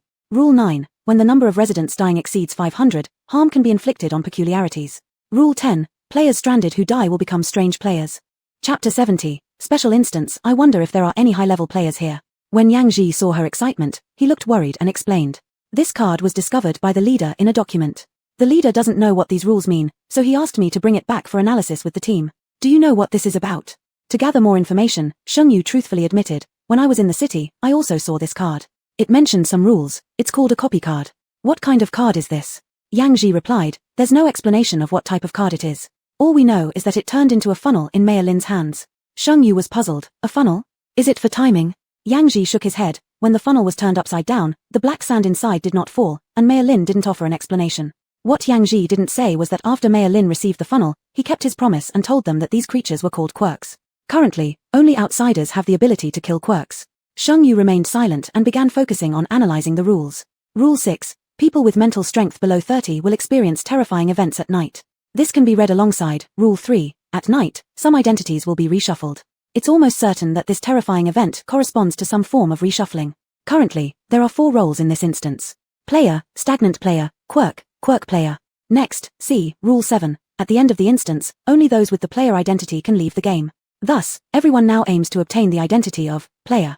Last night, those quirks were likely the result of reshuffled identities between player and stagnant player, which explains why the quirks are killing natives. Rule 4. When the number of native deaths exceeds 1000, all identities will be reshuffled. Only through this can their identities be reshuffled and new ones obtained. Of course, they still have options. Rule 2. Protect your own identity. Once your identity dies, you will be replaced winking smiley. Kill players, replace players. Upon reading this, Sheng Yu suddenly felt a wave of panic. She began to find the concept of this instance absurd. Rule 10. After the death of a stagnant player, they become a quirk player. Does a player die for real or do they turn into a quirk? If players transform into quirks after death, and then go on to kill other players or quirks, it creates a never-ending cycle. Until all players successfully clear the instance, the game ends. Now, without a defined clearing rule yet, obtaining the clearing rule as soon as possible would be advantageous. This isn't a race-based instance but rather an ordinary clearance one. As long as the clearance rule is completed, anyone can exit the instance, meaning the last few remaining players may face entanglements from stagnant players, quirks, and quirk players. There might be up to 75 of them. Although Sheng Yu's mental points were high and she had apples to maintain them above 30, the situation was still grim. Several high-level players were targeting her. The simultaneous appearance of these high-level players wasn't coincidental, they all sought her. That means currently Mei Lin is at the base, and the other hidden high-level players must be searching elsewhere in the capital. Together, they formed a web, covering major areas in the capital just to capture her. But why? Sheng Yu was very confused. Was it because of the incense, or did they mistakenly believe she had an item that could control NPCs? Sheng Yu thought it wasn't that simple. There must be another reason. Yes, Fang Jiufeng, the union member. She couldn't help but laugh at how ridiculous it was, dispatching 5 high-level players just for Fang Jiufeng. This union was certainly generous. Most members of the base's psionic squad had perished, leaving only 2 teams intact. Yang Ji continued leading Dao Laro, Sheng Yu, and others out to look for supplies, while another team stayed behind to guard the base. Accompanying them was Zombie King Chu. Team 3, today, aside from finding supplies, our mission also includes finding cards. These cards are extremely important for outsiders and might serve as a crucial bargaining chip in our negotiations with them, Yang Ji coldly commanded from the passenger seat, sometime after leaving the base. Understood. Team 3 obeyed Yang Ji's orders absolutely. Sheng Yu silently marveled at Yang Ji's competence. He could infer the importance of the card based solely on the fact that Mayor Lin needed it and even went so far as to propose using it as a negotiation condition. Moreover, Yang Ji had quickly adapted to the notion that they were merely living in a doomed world, maintaining steadfast resolve throughout. In Sheng Yu's eyes, Yang Ji was the most capable man she'd ever met. Yang Ji handed Sheng Yu the map of Kyoto. Where did you last discover the card? Based on memory, Sheng Yu pointed out Qinglong Tower. Qinglong Tower was to the east, and the base to the north. Was it a coincidence? As Yang Ji thought, he drew several circles on the map and connected them to form a perfect circle. Southeast, northwest, it formed a ring. To the peaceful Daoist shrine, Yang Ji commanded. The peaceful Daoist shrine was located in the western suburbs of Kyoto. Before the apocalypse, it would have taken about 2 hours via the city bypass highway. But now, they moved intermittently, clearing zombies along the way. When they finally reached the shrine, it was already 2 p.m. in the afternoon. Long Yin asked curiously, "Captain, why are we here at the shrine?" It's not like they were going to ask the ancestral master for divine thunder to strike the zombies dead. Cheng Yu took the map from Yang Ji's hand and saw the circled areas. She questioned, slightly confused, "Do you suspect that the cards aren't random?" Yang Ji nodded. "When I was a kid, my grandfather told me that there are 4 places in Kyoto where great malevolent energies gather. 400 years ago, an immortal who descended from the heavens marked these 4 spots and established objects of suppression there to safeguard Kyoto's geomancy." On the map, 4 circles were drawn. The base in the north, the Azure Dragon Tower in the east, the peaceful Daoist shrine in the west, and the Emperor's Palace in the south. Being a native of Kyoto, no one knew the city better than Yang Ji. And if there truly were any special places, they were most likely the ones Yang Ji mentioned, the 4 spots of gathered malevolent energy. The ancient, weighty doors creaked open. They had assumed the priests in the shrine had also turned into zombies, but to their surprise, the temple was completely empty. What greeted them was a forest of lush green trees, serene and full of natural charm, evoking a sense of antiquity. It felt as though they had entered a place separate from the rest of the world, untouched by the destruction of the zombie outbreak. Cheng Yu remained vigilant, unsure if any high-level players were hiding within. If she couldn't fight them, she could run, but what about the third squad? Yang Ji scanned the front courtyard of the shrine and said, "Everyone, search separately, stay alert. Safety comes first." "Yes." Just as Cheng Yu was about to leave, Yang Ji spoke, "Stay with me." Under Cheng Yu's slightly perplexed gaze, Yang Ji remained unfazed, stating matter-of-factly, "You're a girl, it wouldn't be safe for you alone." Cheng Yu blinked. "Big brother, wasn't I brutal enough killing those zombies? Didn't I collect the most spirit cores on this journey?" Still, Yang Ji had helped her so much and cared about her well-being, so Cheng Yu didn't refuse. The two entered the shrine. Cheng Yu stared at the stern statues of the 3 pure ones in the main hall, kneeling down obediently before offering incense sticks into the burner. Only then did she proceed with Yang Ji around the statue and enter the inner courtyard to search. They'd barely begun searching the bookshelves when suddenly Long Yin's desperate scream pierced through the air outside. "Ah, Captain, save me." Chapter 71, Special Copy. "Oh, my name is Zun Wukong." In an instant, Yang Ji unleashed all his powers. A steel plate 10 centimeters thick descended from the sky, encircling Long Yin in the center and blocking the next wave of attacks. Almost simultaneously, the third team appeared in the quiet courtyard. The bluestone pavement in the backyard had already been shattered by the steel plate. The front part of the steel plate had melted due to high temperature, with sticky and scorching iron juice flowing onto the ground, making the bluestones rise up a puff of white smoke. "Who are you?" Old Dao shouted loudly. In front of the steel plate stood a teenager aged 17 or 18, 170 centimeters tall, with yellow hair, ear piercings, and chewing on a toothpick. He was surrounded by a layer of flames, just like a Yang. "Your grandpa." Slap. Before the yellow-haired youth finished his sentence, a water jet shot straight towards his face, extinguishing the flames surrounding him instantly. Failure. This action directly enraged the yellow-haired youth, who gathered a huge fireball and threw it at the water-type abnormality user. The water-type abnormality user wasn't weak either, summoning dozens of water jets raining down from the sky. The two quickly became embroiled in a fierce battle. From inside the courtyard to outside. However, the water-type abnormality user soon fell back. The talents of high-level players cannot be underestimated. This flame was not ordinary flame, its temperature was outrageously high. "Let me handle this." Sheng Yu already had a plan to deal with this ghostfire youth, revealing a sly smile to Yang Ji. Strangely, Yang Ji, who was just concerned about her safety, did not stop her now. He simply said, "Go ahead, I'll support you." Her response was a curving smile. Yang Ji's furrowed brows relaxed slightly, his expression softening unconsciously. Sheng Yu took out the degrade Gale card sent by the Little Blessings. Mingxing was very helpful, immediately triggering 1,000 critical hits. 1,000 Gale cards, and see if I can fan your kidney stones away. Upon seeing Sheng Yu, the yellow-haired youth sneered, "I don't fight women." Sheng Yu smiled and winked, "Someone as manly as you is pretty great. I really admire you, so you won't fight back shortly, right?" With Chu Yu's universally appealing face that infuriates both gods and people but charms both genders, the yellow-haired youth's mind was captivated by her gaze, subconsciously replying, "Of course, you have good eyesight, don't you?"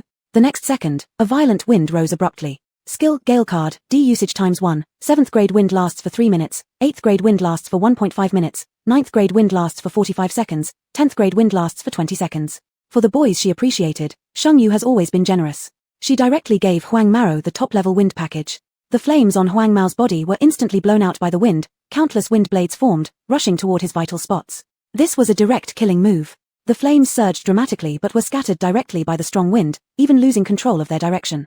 Huang Mao's face changed dramatically, and he activated his second talent, bear transformation. His body expanded instantly, transforming into a giant bear over 7 or 8 meters tall, charging fearlessly against the wind, running and jumping from a height of over 10 meters directly towards Sheng Yu. Sheng Yu showed no panic and even revealed a satisfied smile. Using flying card and shadow swap card simultaneously, she directly swapped positions with the airborne giant bear, floating in mid-air using the flying card. And the giant bear never expected Sheng Yu to have this move, taking no measures to buffer at all.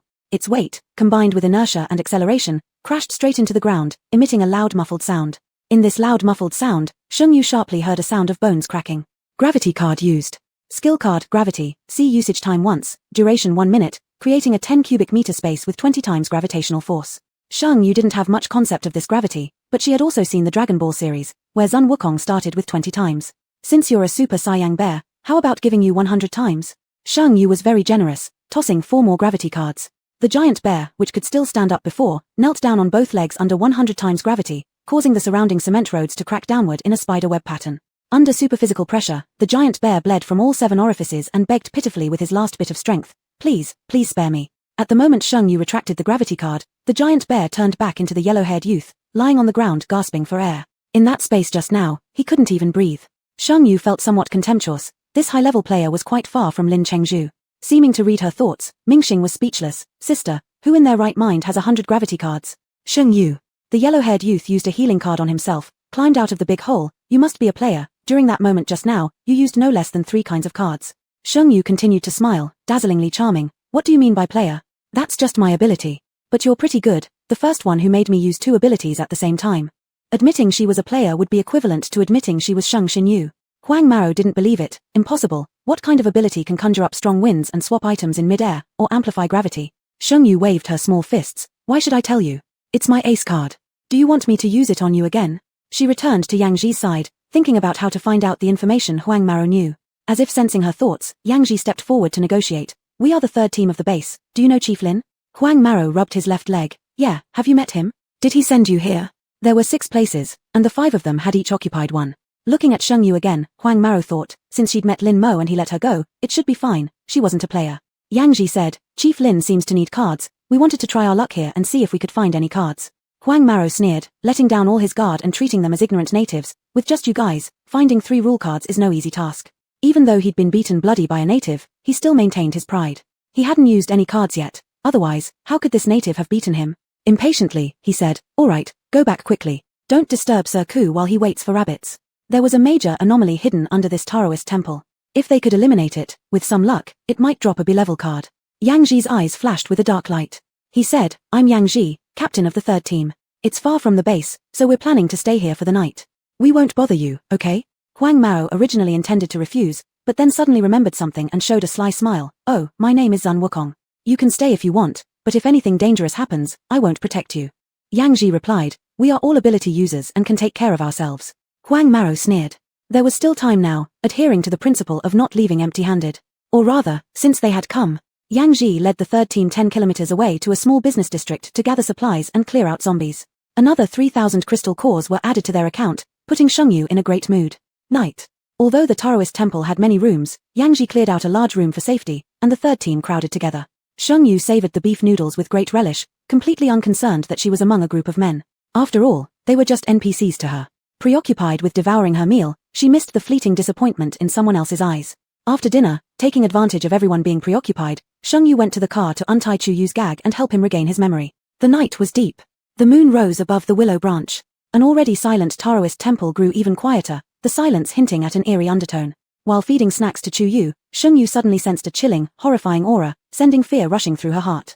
This level of weirdness was higher than any she had ever encountered before. Chapter 72, Special Instance, The Creepy Taoist Temple. Shengyu's heart was on high alert as she looked at Chu Yuenian. There's a very powerful being in there. I'm going to fight it, and I'll let you go, but don't attack me from behind when the time comes. If I die, run as far away as possible. Her face was more solemn than ever. Zombies have no emotions, so logically speaking, Chu Yuenian shouldn't be able to perceive human feelings. Yet now, he could strangely sense the fear of the woman who claimed to be his wife right before him. It seemed like she was more afraid for him than for the entity inside. This emotion was maddening. Electricity flickered in Chu Yuenian's eyes as he asked fiercely, "Then what if you don't die?" Shengyu suddenly smiled, a faint smile that nonetheless bloomed more brilliantly than any flower. She said, "If I survive, will you come back and continue to be my husband?" After speaking, Shengyu lightly kissed Chu Yuenian's lips, fleeting as a dragonfly skimming water yet filled with an indescribable love. Shengyu retrieved the rope card and left the car, her back showing an undeniable resolve. Chu Yuenian thought, now that the woman had released him, perhaps this was the best moment to attack. But she had explicitly forbidden him from ambushing her. So what should he do now? He grew restless, his brain feeling insufficient. Above the level of fierce ghosts lies the ominous fate level, above the ominous fate level lies the calamity level. Shengyu's only encounter with an ominous fate level strange being was during the first instance, where she had almost died. Now, the strange being inside the temple was even stronger than one at the ominous fate level. The best choice for Shengyu now would be to flee. But she couldn't. One fierce ghost level anomaly equals 200 experience points, one ominous fate level anomaly equals 500 points, and one calamity level anomaly 2000 experience points. She urgently needed experience to enhance her level. She wanted to uncover more truths about the strange being game. Moreover, if her guess was correct, Huang Maro was preparing to ambush the calamity level anomaly, like the cicada being caught by the mantis while the oriole waits in the background. This time, Shengyu decided to be the hunter. Parking the car outside the temple, Shengyu hadn't even stepped into the temple when two man-shaped anomalies drifted out from the stone lions at the entrance. They were none other than the disappeared Taoist priests of the temple. These Taoist anomalies still wore their navy blue Taoist robes. Their facial features showed no distortion, only their eyes had completely lost their whites. "Evil beast, intruding into my temple at night. You must die." The two Taoist anomalies roared in unison, raising their peachwood swords gracefully and executing an impressive set of Tai Chi sword techniques. With the speed card activated, Shengyu's tang knife clashed with the peachwood sword, producing sparks and ringing metallic sounds. In just 2 minutes, the Taoist anomalies realized they couldn't subdue Shengyu. So they quickly began forming hand seals, muttering incantations. By the decree of the Heavenly Emperor, all thunder deities are summoned, communicating upwards through infinite realms, commanding downward upon the underworld. Where the spell reaches, action is swift and urgent. Urgent order. Thunder struck across the sky as a wrist-thick bolt of lightning descended from the heavens straight toward Shengyu's head.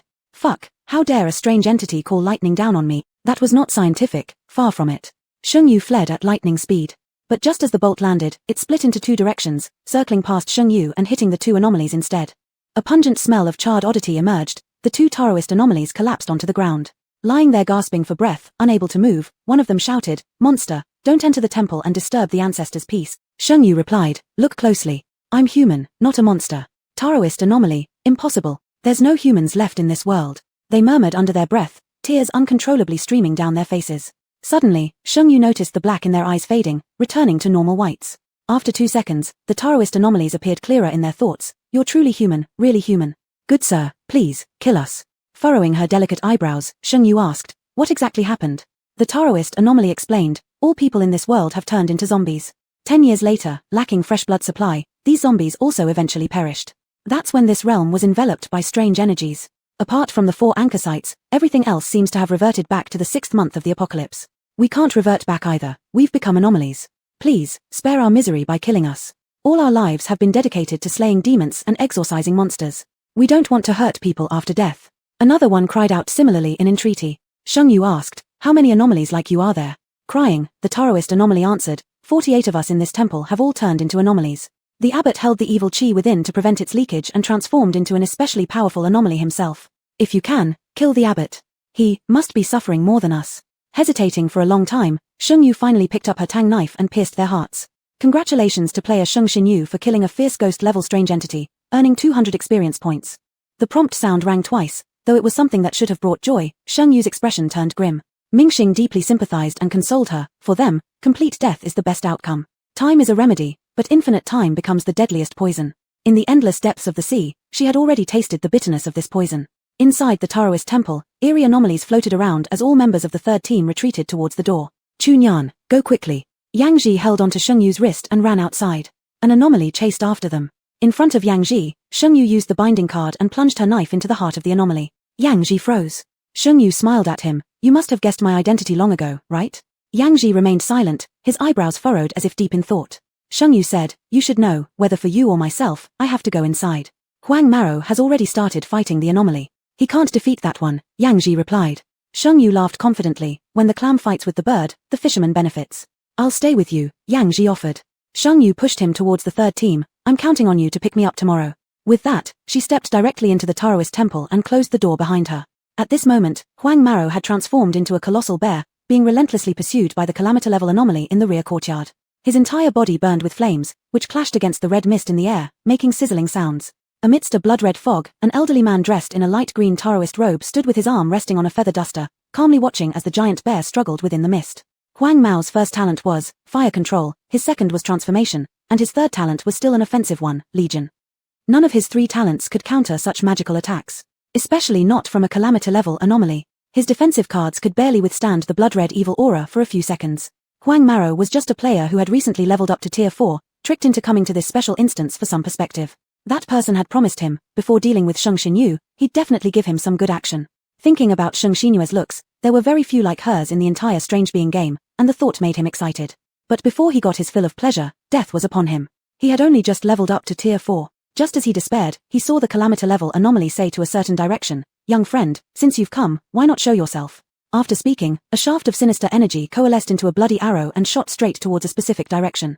If someone measured it, they would find that the arrow was exactly 1.7 meters off the ground, precisely aiming for Sheng Yu's forehead. Chapter 73, Special Copy, Kill the Blonde to Eradicate the Root. Sheng Yu, who had used the invisibility card, swiftly dodged. She thought that the blood arrow would lose its target and dissipate, but unexpectedly, it chased her around the courtyard like a radar-guided missile. Yu, the old man has locked onto you mentally. Mingxing noticed that the elder's gaze followed Sheng Yu as if he could see through her invisibility. Spiritual attack card. The enigmatic abbot could see through an A-level invisibility card. It was unclear if a C-level spiritual attack card would work. Sheng Yu, with great confidence, threw 3 cards in succession. If the level is insufficient, more cards will compensate.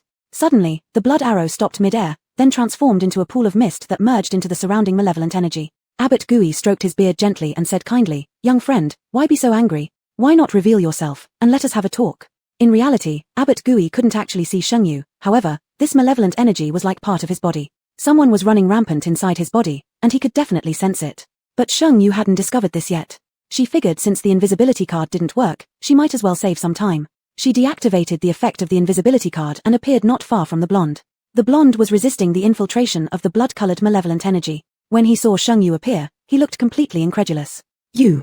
The blonde's breathing was rapid, his head clouded by anger.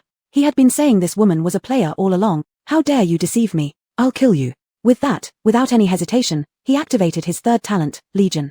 In the blink of an eye, 3 identical giant bears appeared within the malevolent energy, covered in flames. They opened their foul-smelling mouths and surrounded Sheng Yu. Sheng Yu threw out 3 gravity cards. Instantly, the 3 giant bears were pinned to the ground, causing the blue stone pavement to shatter and sink. Abbot Gui frowned slightly, concern evident on his face. This is the blue stone pavement left behind by the ancestors. Though the old man seemed kind and amiable, the eerie aura emanating from him was indeed terrifying. Sheng Yu flattered sweetly, Uncle Daoist, I didn't mean to do it, it was purely for self-defense. Abbot Gui showed him face-saving respect, flicking his whisk broom to condense the malevolent energy. It enveloped and crushed the 3 giant bears, turning them into a bloody mist that scattered in the air. So this was Calamita-level Enigma? Unbelievably strong. The blonde's talent suffered severe damage, and he spat out a mouthful of blood. With bloodshot eyes, he unleashed a massive flame straight toward Abbot Gui. Abbot Gui remained calm, flicking his whisk broom to condense the malevolent energy into a shield, repelling the flames outside. The blonde refused to give up, immediately throwing 2 cards. The cards took form in the air, revealing 2 imposing black shadows. One was a ferocious black tiger, the other a tall-cloaked Grim Reaper. The tiger's coat was sturdy, resistant to the invasion of the malevolent energy, and it pounced forward directly. On the other hand, the Reaper materialized silently behind Abbot Gui, lifting a sharp scythe high above its head, seemingly aiming to claim his life. Abbot Gui no longer remained still. His body rapidly dissolved into the red-hued malevolent energy, re-emerging in another direction as a new figure. The tiger missed its target. However, the Reaper acted as though it had its own lock-on feature, reappearing again behind Abbot Gooey at the moment he became visible, swinging its scythe down quickly. The broom rose, colliding with the scythe. The powerful collision caused waves of force that made even Sheng Yu, protected by an immunity card, take a few steps back. Sheng Yu had the immunity card activated. Otherwise, how could she remain so composed amidst the malevolent energy? Because of this, the blonde knew this player must be formidable, and he yelled at Sheng Yu, "Do you have any defense cards? Give me one, quick." Sheng Yu glanced at him. The blonde continued shouting, "Give it to me quickly, take your chance now and help me take out this enigma, we'll split the spoils evenly." At the moment the broom extended out, the tiger bit onto Abbot Gooey, swallowing him whole. However, the arm bitten off regrew instantly. Abbot Gooey swung his fractured whisk broom at the tiger's head. The tiger emitted a shrill roar that echoed across the sky before disappearing. Right at that very moment, Sheng Yu sensed fluctuations in the malevolent energy in the air. That condensed image of Abbot Gooey wasn't the real entity of this calamity-level enigma. The true essence of him was this malevolent energy. The form of Abbot Gooey was merely his puppet. The words the TV ghost had told her when it tried to kill her earlier still echoed in her mind. To kill a ghost, unless you're absolutely stronger than it, unless you know its weakness, unless you have a powerful weapon. Almost instantaneously, Sheng Yu's thoughts raced through numerous considerations. By the time she lifted her gaze, a decision had been made. Whether or not this calamity-level enigma would die was uncertain. But Huang Maro had to die, and he had to die before the calamity-level enigma. Otherwise, using incense later would certainly expose her. And having Huang Maro stab her in the back was something Sheng Yu absolutely couldn't accept. However, this was Sheng Yu's first time killing someone, and she couldn't help but ask herself, did it really have to come to this? The tang blade was already unsheathed, and Huang Maro looked at her long sword, finding it eerily familiar. Then he noticed the way she held the sword. "Sheng Xinyu, you're Sheng Xinyu," Huang Maro exclaimed in shock. The abbot's enigmatic face twisted into an even more unsettling smile, as if sensing Sheng Yu's hesitation, a malevolent aura swirled towards her, enveloping her entirely. He was provoking her ferocity. The immunity card was burning rapidly. Mingxing replaced one card after another just as fast. You need to know they've come here to kill you. If you don't kill them, they'll kill you," Mingxing said urgently. Under the pressure of the oppressive energy, if Sheng Yu's savage nature were provoked before she killed, her mental state would be heavily influenced by the sight of blood. It might even become a heart demon, which would severely impede Sheng Yu from progressing further in her quest. Sheng Yu took a deep breath. If earlier she still hesitated whether to just knock him unconscious and call it a day, when Huang Maro recognized her, that brief flash of murderous intent in his eyes had already solidified her decision. Killing Huang Maro was the only way to completely uproot the threat, leaving no room for future troubles. She used 5 gravity cards, restriction cards, and stasis cards consecutively. Huang Maro was immobilized on the spot, bent over by the immense gravity pressing down on his spine. At this moment, he felt the chill of death looming close. The woman before him seemed to transform into a true Grim Reaper. Her tang blade rose high, then plunged downward at lightning speed through Huang Mao's horrified gaze.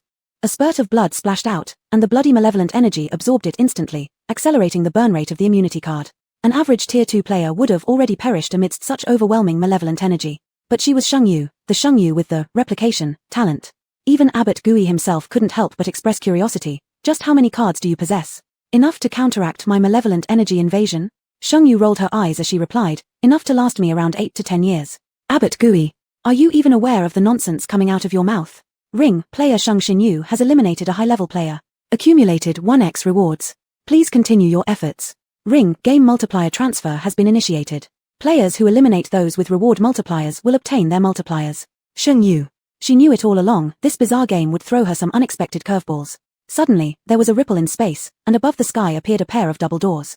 2 agile men stepped out from them and charged straight toward Sheng Yu. Chapter 74, Special Copy, Dead Daoist Friend but Not Poor Daoist. Sheng Yu's heart sounded a loud alarm, assuming these 2 were high-level players. She immediately clung to them and cried out, "Uncle Daoist, save me." The head of the Taoist monastery looked as if he was constipated. "Ha ha ha, look at you, I've told you not to be so showy when going out, you scared people off, right?" The 2 men, one of whom emitted a sinister and eerie laugh. He came striding through the air, standing before Sheng Yu with horns on his head and a thin long tail swishing behind his buttocks. His face looked peculiar as he said, "This face of yours is somewhat familiar." The man beside him stared at her for a moment and said, "It's that dismembered person next door." Double-horned tail Eerie didn't recognize Sheng Yu in disguise. But Sheng Yu recognized him. The debt collector ghost from the first copy, the owner of the 24K butterfly gold knife.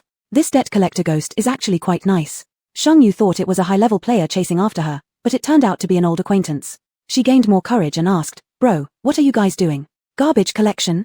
As they didn't respond, the debt collector ghost and the other Eerie directly took out a sack, stuffing Huang Mao's body into it. Seeing they weren't speaking, Sheng Yu hurriedly took out some incense sticks and passed them over. This smell was irresistible to the 2 Eris, who indulged themselves in deep inhalations.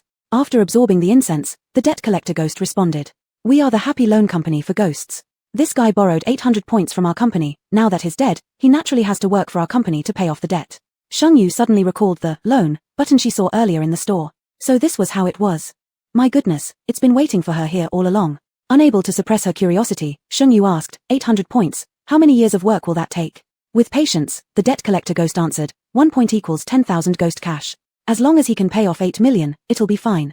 Sheng Yu. 8 million, even 8 million yen would be quite a sum of money. Just before leaving, the debt collector ghost fished a card out of his trouser pocket. Here, we don't exploit you either.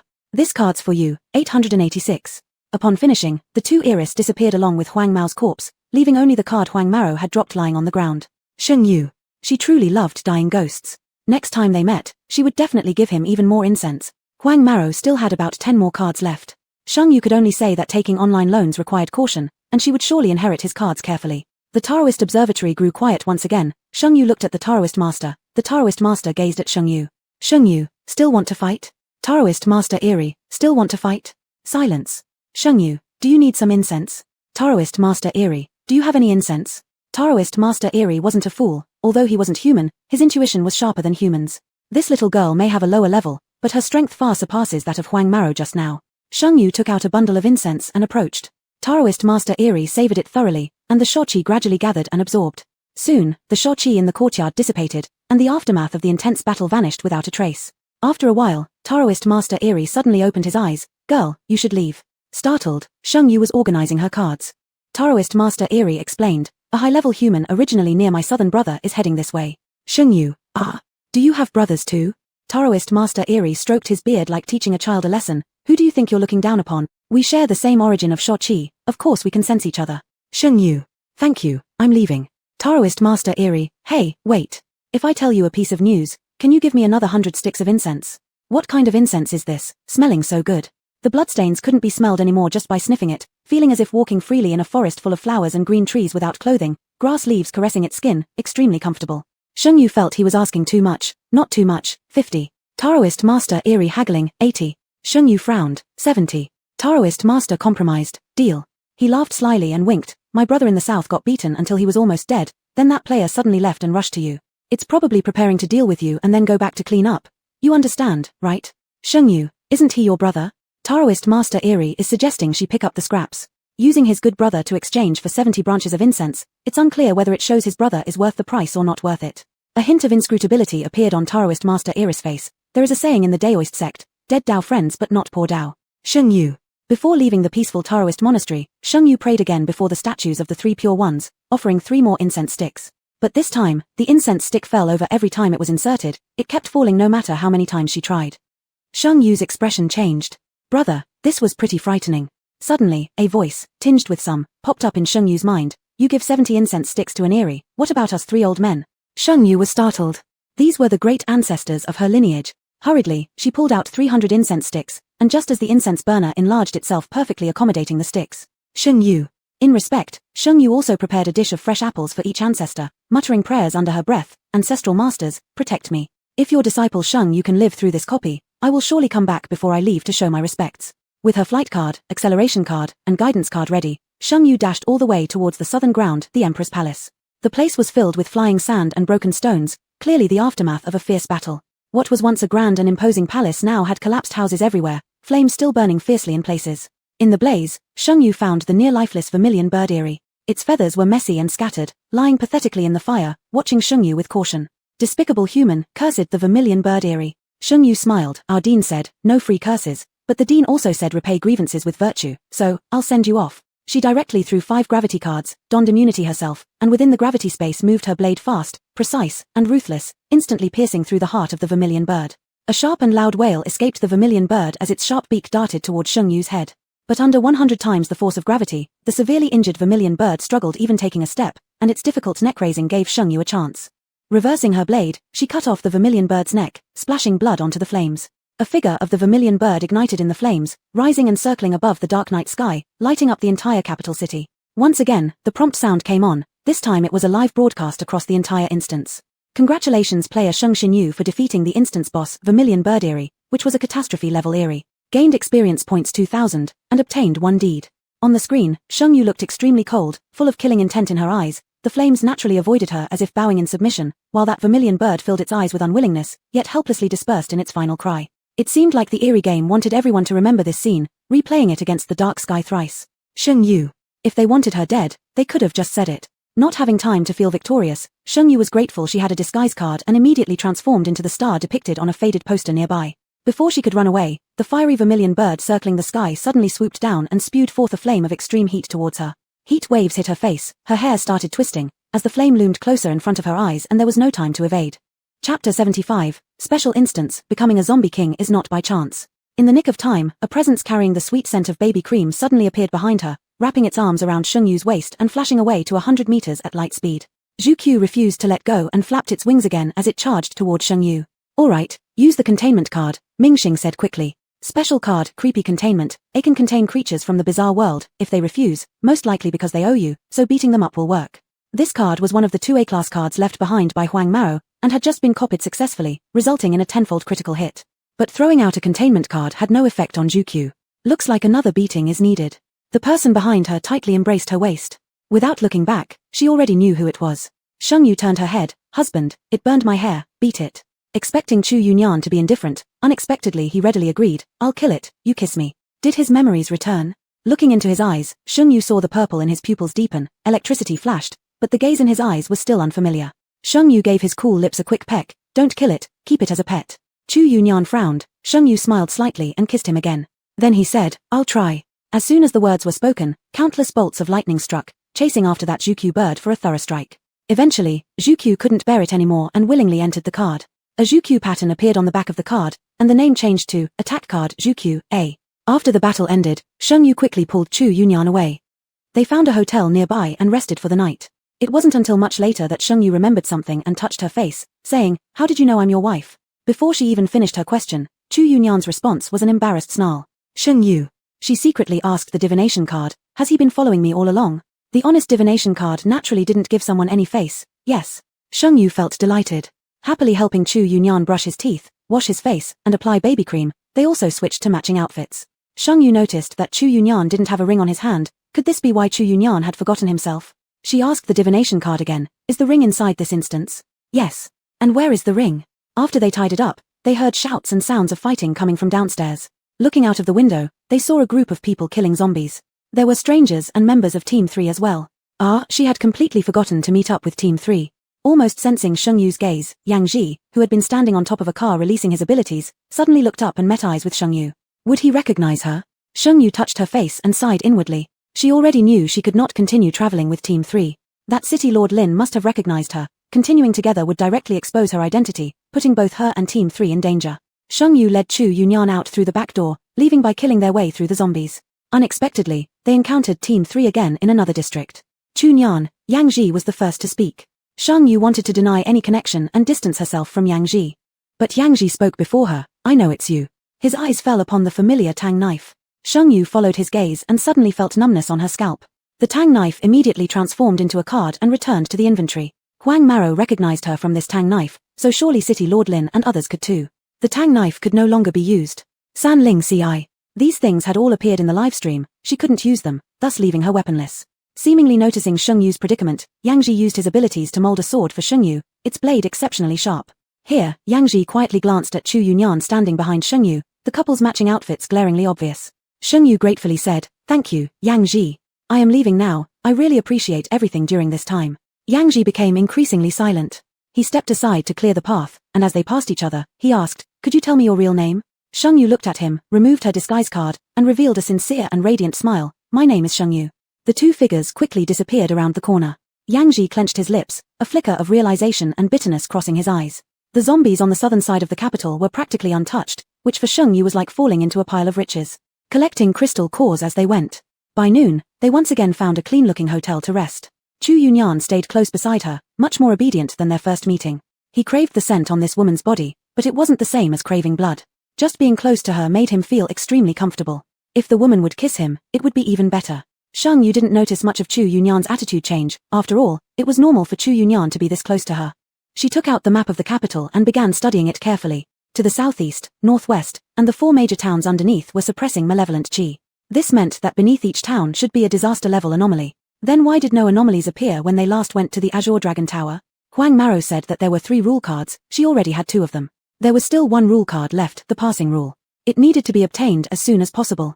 Chu Yunyan saw her lost in thought with the map and casually picked up the pen nearby, circling on the map. Wife, this is my home. Sheng Yu held her breath. On the map, there were the ring-shaped 4 great towns, and in the middle, a small round circle appeared. If this were divided into black and white colors, below the ring Chu Yunyan drew would be an equal distance drawn circle. The image thus formed was a yin-yang Tai Chi diagram. Chu Yunyan becoming the zombie king wasn't by chance, he was precisely at the center of the yin-yang eye, then the other place at the yang eye is the rule. If southwest represented yin, symbolizing the appearance of anomalies, then northeast, representing yang, was the rule.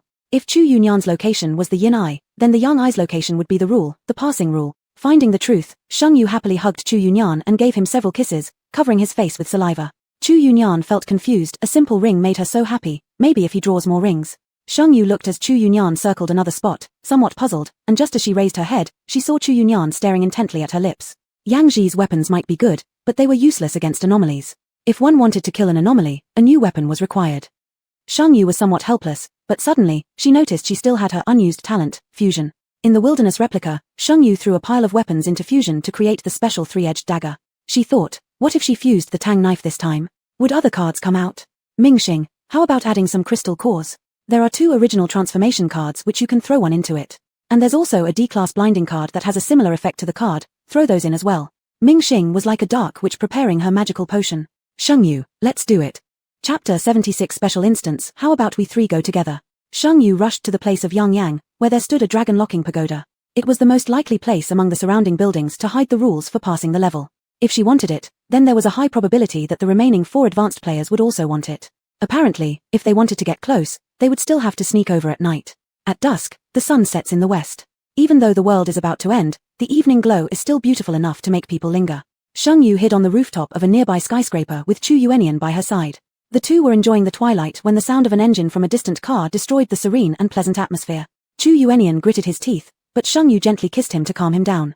Someone's having fun. From the rooftop, you could see a Wuling Hongguang parked in front of the dragon-locking pagoda. A familiar person was tied up and dragged down from the car, with tape over their mouth. Yang Kea and Ju Fan. And next to Ju Fan were Fang Jiufeng and another man. The 2 were acting intimately, and when Fang Jiufeng saw Yang Kea, her expression immediately became sinister. She took a step forward and slapped Yang Kea twice. With her mouth wrapped in tape, Yang Kea could only glare angrily. Slut, did you have fun clinging to Sheng Xinyu in the last instance? Then I wonder if Sheng Xinyu will come to save you now. Yang Kea's expression turned mocking. Fang Jiufeng slapped her again, pinching Yang Kea's chin and said, I'll give you one chance. If you kowtow to me 3 times right now, I'll let you go. Yang Kea's look was clearly 2 words, trash. As she was about to hit again, Ju Fan stopped her, don't hit her anymore. That slap didn't land on Yang Kea, but instead landed on Ju Fan's face. He puffed out his cheek, without any expression. Just now, Sheng Yu had opened the pursuit eye and found out the identity of the man beside Fang Jiufeng. As expected, he was a level 4 player. All 3 of his talents were S-grade. His aura rivaled Lin's City Lord, much stronger than Huang Mao. Since the dragon-locking pagoda had been occupied by high-level players, Mingxing thought this was walking into a trap, asking, are you still going? Ding, the fusion countdown has ended. A brand new weapon card appeared in Sheng Yu's hand. Attack card, unnamed weapon, a weapon not recorded in the arsenal, can change shape, triggers blinding effect when mental value exceeds 50, doubles damage against oddities, gets critical hit bonus in special environments. This was a pitch-black triangular sword. The sword's edge was black and lusterless, yet it gave an inexplicable sense of sharpness. It had a heavy texture, but just right for Sheng Yu with her current strength attributes. With a flick of her thoughts, the triangular sword transformed into the appearance of a Tang Dynasty saber. Another transformation made it become a cleaver, kitchen knife, green dragon crescent blade. With another flick, it turned into nail clippers, ear scooper, nail file. Mingxing. Sheng Yu, then call it change as you wish. With this new weapon, Sheng Yu felt much more assured. She asked Mingxing to ensure there was always a certain amount of all cards in stock. After making sure Chu Yuenian was taken care of, she used the invisibility card to quietly infiltrate the dragon-locking pagoda. At the blue moment of sunset, the sky looked beautiful. But inside the dragon-locking pagoda, the light was somewhat dim. The dragon-locking pagoda was an open tourist attraction. The zombies inside had already been cleared out. Broken limbs and bloodstains were everywhere. In front of the 9-story red lock dragon pagoda, there was a courtyard with corridors. Sheng Yu saw several people surrounding Yang Kea. Among them was a bald man who had only the whites of his eyes, no black pupils, forcing Yang Kea to meet his gaze. After just 3 seconds, Yang Kea's pupils scattered, and she had lost self-awareness. Release her and let her contact Sheng Xinyu. We, can catch turtles in jars. Ju Fan untied the ropes on young Kea and tore off the tape around her mouth. Seeing young Kea opening her panel, finding the friends list, and clicking on Sheng Xinyue's name. Sister, I'm at the dragon locking pagoda, where are you? At the same time the message was sent, a sudden message popped up on Sheng Yu's well-disguised panel. Simultaneously, the man with no eye white suddenly looked towards Sheng Yu's direction, startling and shouting loudly, Sheng Xinyu is here. Realizing immediately, Ju Fan stepped forward and used his talent, barrier break. Even though Sheng Yu mentally prepared for these people to be strong, thinking with so many cards she could run away if things got too bad. Yet she didn't expect to be discovered so quickly. She quickly surrounded herself with the effects of an immunity card, but it was a B-level card and couldn't resist Ju Fan's A-level talent. Her figure instantly exposed in everyone's sight. Just at this moment, the level 4 man next to Fang Jiufeng, Tu Lin, narrowed his eyes, activating his talent. Rockshaw. An eerie shadow suddenly appeared, and the surrounding temperature dropped instantly. Sheng Yu felt an overwhelming chill, unsure if it stemmed from within or the deathly aura emanating from Rockshaw. With 3 heads and 6 arms, cloaked in a deathly energy, Rockshaw's gaze locked onto Sheng Yu. In the blink of an eye, he was already in front of her. On his 6 hands appeared tridents at some unknown moment, thrusting toward her with such speed that they cut through the air audibly. Rockshaw might be fast, but so was Sheng Yu, whose speed card boosted her agility for swift evasion. Truly, change as you wish could transform into anything she desired. At the mere thought, it morphed into a flexible whip. Before anyone could react, the whip ensnared the trident, pulling it into the space card. For a second, Rockshaw paused, all 3 heads turning to the empty hand now devoid of its weapon. Tu Lin had not foreseen this, someone daring enough to seize Rockshaw's weapon. This S-grade talent summon, how dared Sheng Xinyu? Instantaneously, Sheng Yu's figure vanished. Ju Fan's face shifted slightly as he realized Sheng Yu had utilized another invisibility card. His talent wasn't ready yet. The bald man with white eyes couldn't perceive the scene before him, but he also knew Tu Lin's first talent hadn't phased Sheng Xinyu. Still, it falls on me. With a snort, something began to sprout from the bald man's bare scalp, growing rapidly into protrusions. In no time, Sheng Yu had already stolen all of Rockshaw's tridents while remaining invisible, enraging the multi-armed being into indiscriminate attacks, plunging the surrounding temperature well below 0. The bald white-eyed man frowned, retract your talent. Such extreme cold was detrimental to spore growth. All it would take is one spore to touch Sheng Yu, even a strand of hair, and he'd gain control over her. Aware of the white-eyed man's talents, Tu Lin smiled wryly, watching Rockshaw vanish. He started retreating swiftly as the air grew damp and sweet, indicative of something flourishing unseen. Holding her breath, concentrating fully, Sheng Yu increased her mental value sharply, noticing the fine powdery particles floating invisibly in the air. She didn't trust these were harmless. Glancing once more at the bald white-eyed man, fungal fibers swayed above his head. It seemed these spores lived, moving purposefully toward her, swallowing her up. She retreated again, pulling out 3 vermilion bird cards and hurling them forward. At once, the fiery light illuminated the dragon-locking pagoda as 3 blazing vermilion birds spiraled around Sheng Yu. In an instant, the countless generations of the bald white-eyed man's spores were incinerated into nothingness without a trace of ash left behind. Not only did the flames illuminate the sky, their scorching heat caused the fungus atop the bald man's head to wither and melt, forming a sticky residue on his bare skull. As the 3 fiery vermilion birds ascended, circling for 2 seconds in the heavens, they seemed to recognize something similar, and cried out. There's someone who looks exactly like me. How about we 3 go together? In perfect agreement. The 3 vermilion birds fused into a single massive phoenix, transforming into a colossal bird of fire that swiftly dived towards Fang Jiufeng and others. The bald white-eyed man, his fungal fibers burnt, seethed with pain and anger. But his own talent wasn't potent enough in attack, yelling, "Old 2, if you don't activate your 3rd talent soon, we'll all end up grilled." Chapter 77 Special Copy. The head tumbled on the ground. Tu Lin, his face cold, threw out a card, vacuum card. The enormous fire phoenix disappeared instantly into the dark night sky. He looked at somewhere with eyes full of cruelty and disdain, along with a bit of annoyance. Sheng Yu, I originally wanted to leave you a complete corpse. Since you prefer punishment over courtesy, don't blame me. Sheng Yu's toughness was within their expectations, but what truly shocked them was how quickly Sheng Yu adapted to the strange game. If it wasn't nipped in the bud, the bizarre gaming order would definitely be disrupted, and everyone would perish. Considering this, Tu Lin hesitated no longer and activated his 3rd talent, True Scene. In an instant, the surrounding space began to twist, and a thick eerie atmosphere rose. A concentrated, oppressive aura immediately enveloped this area. The invisibility effect of Sheng Yu's invisibility card disappeared again. The moment her figure appeared, the scene changed once more. Tu Lin was seen sitting high on a court dais, dressed in a blue-grey official robe. Behind him was a painting of clear skies and white sun, with Ju Fan and others standing on either side. The atmosphere was bizarrely gloomy and sinister, as malformed and eerie heads hung high on both walls. Limbs were hung from the ceiling, horrifying to the extreme. In the grey mist of ghostly air, there was also some ghastly red light of bloodiness. Dang! A loud sound of the wooden hammer striking the table rang out, and Tu Lin rebuked furiously. Bold Sheng Xinyu, you have indulged in slaughter in the human world. This judge will now sentence you to go to the copper pillar hell, where death absolves sin, and you shall not enter the cycle of rebirth. It turned out that this was an imitation of a magistrate's verdict in hell. This scene was a vision of hell. Go to hell, Sheng Yu cursed loudly. Someone had gotten too obsessed with playing the part of an official, performing nonsense. Little did she know, two eerie figures suddenly emerged in the air, stepping forward to control Sheng Yu's hands. In the next moment, the scene changed again. A massive copper pillar, red-hot and glowing, shot up into the sky. Everywhere around were grotesque grins, screams, and cries of pain, echoing near and far, instilling fear from the very depths of one's soul. Sheng Yu's mental value started to drop. These two bizarre beings were extraordinarily strong. Their hands like iron clamps firmly held Sheng Yu down, making her unable to move. They dragged her straight toward the copper pillar. Even though they were still several dozen meters away from the copper pillar, Sheng Yu could already feel its scorching heat roasting her skin, causing searing pain. This was not an illusion, it was real, a true copper pillar hell. Tulin didn't just throw her onto the copper pillar directly because he needed a proper setting to summon the real hellish scenario. What should she do? What should she do? She currently had no card to resolve this crisis. Incense, incense. Sheng Yu pulled out the incense, but the moment she did, it vanished without a trace. Tulin's voice echoed through the copper pillar hell, Sheng Yu, give up on that. Here, in my realm, all your efforts will come to naught. After 2 seconds, the voice continued, if you're willing to hand over all the incense to me, I can consider offering you a simpler way to die. Yes, I'll give it to you. Sweat trickled down Sheng Yu's chilled body, and she agreed without hesitation. Tulin sneered coldly, I see, you've realized the gravity of the situation. Hand it over first, and I'll spare you. Sheng Yu wasn't foolish. She retorted, let me go first. Tulin scoffed, you dare bargain with me? Sheng Yu knew there was still a glimmer of hope and tried reasoning with him, you must be eager to uncover the secrets of the incense. I can give you the incense, there are still 511 sticks left, all for you. I'm not going anywhere anyway, but conversely, if I gave them to you and you still didn't spare me, then what can I do? Tulu, I'm showing plenty of sincerity here. Tulin replied, I need all the apples too. Sheng Yu fell silent for a moment, don't push your luck.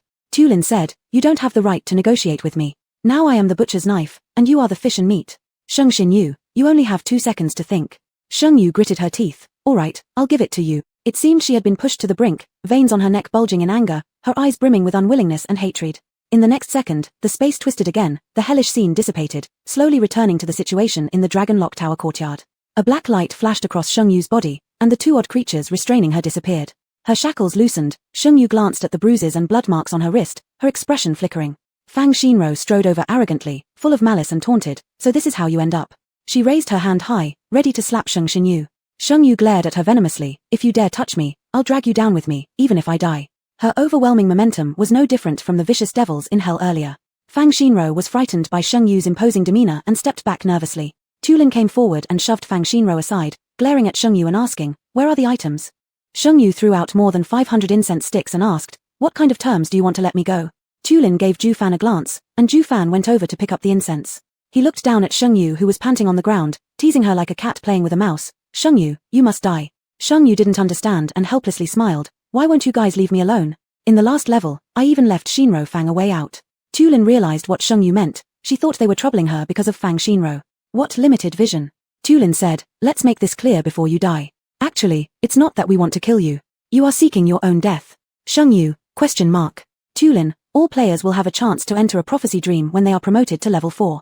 One of the level 5 players entered this prophecy dream and saw someone who had consecutively passed SSS rankings 3 times and destroyed the strange game using the only set of special props in the game. You might think that the existence harming people, being destroyed is good, isn't it?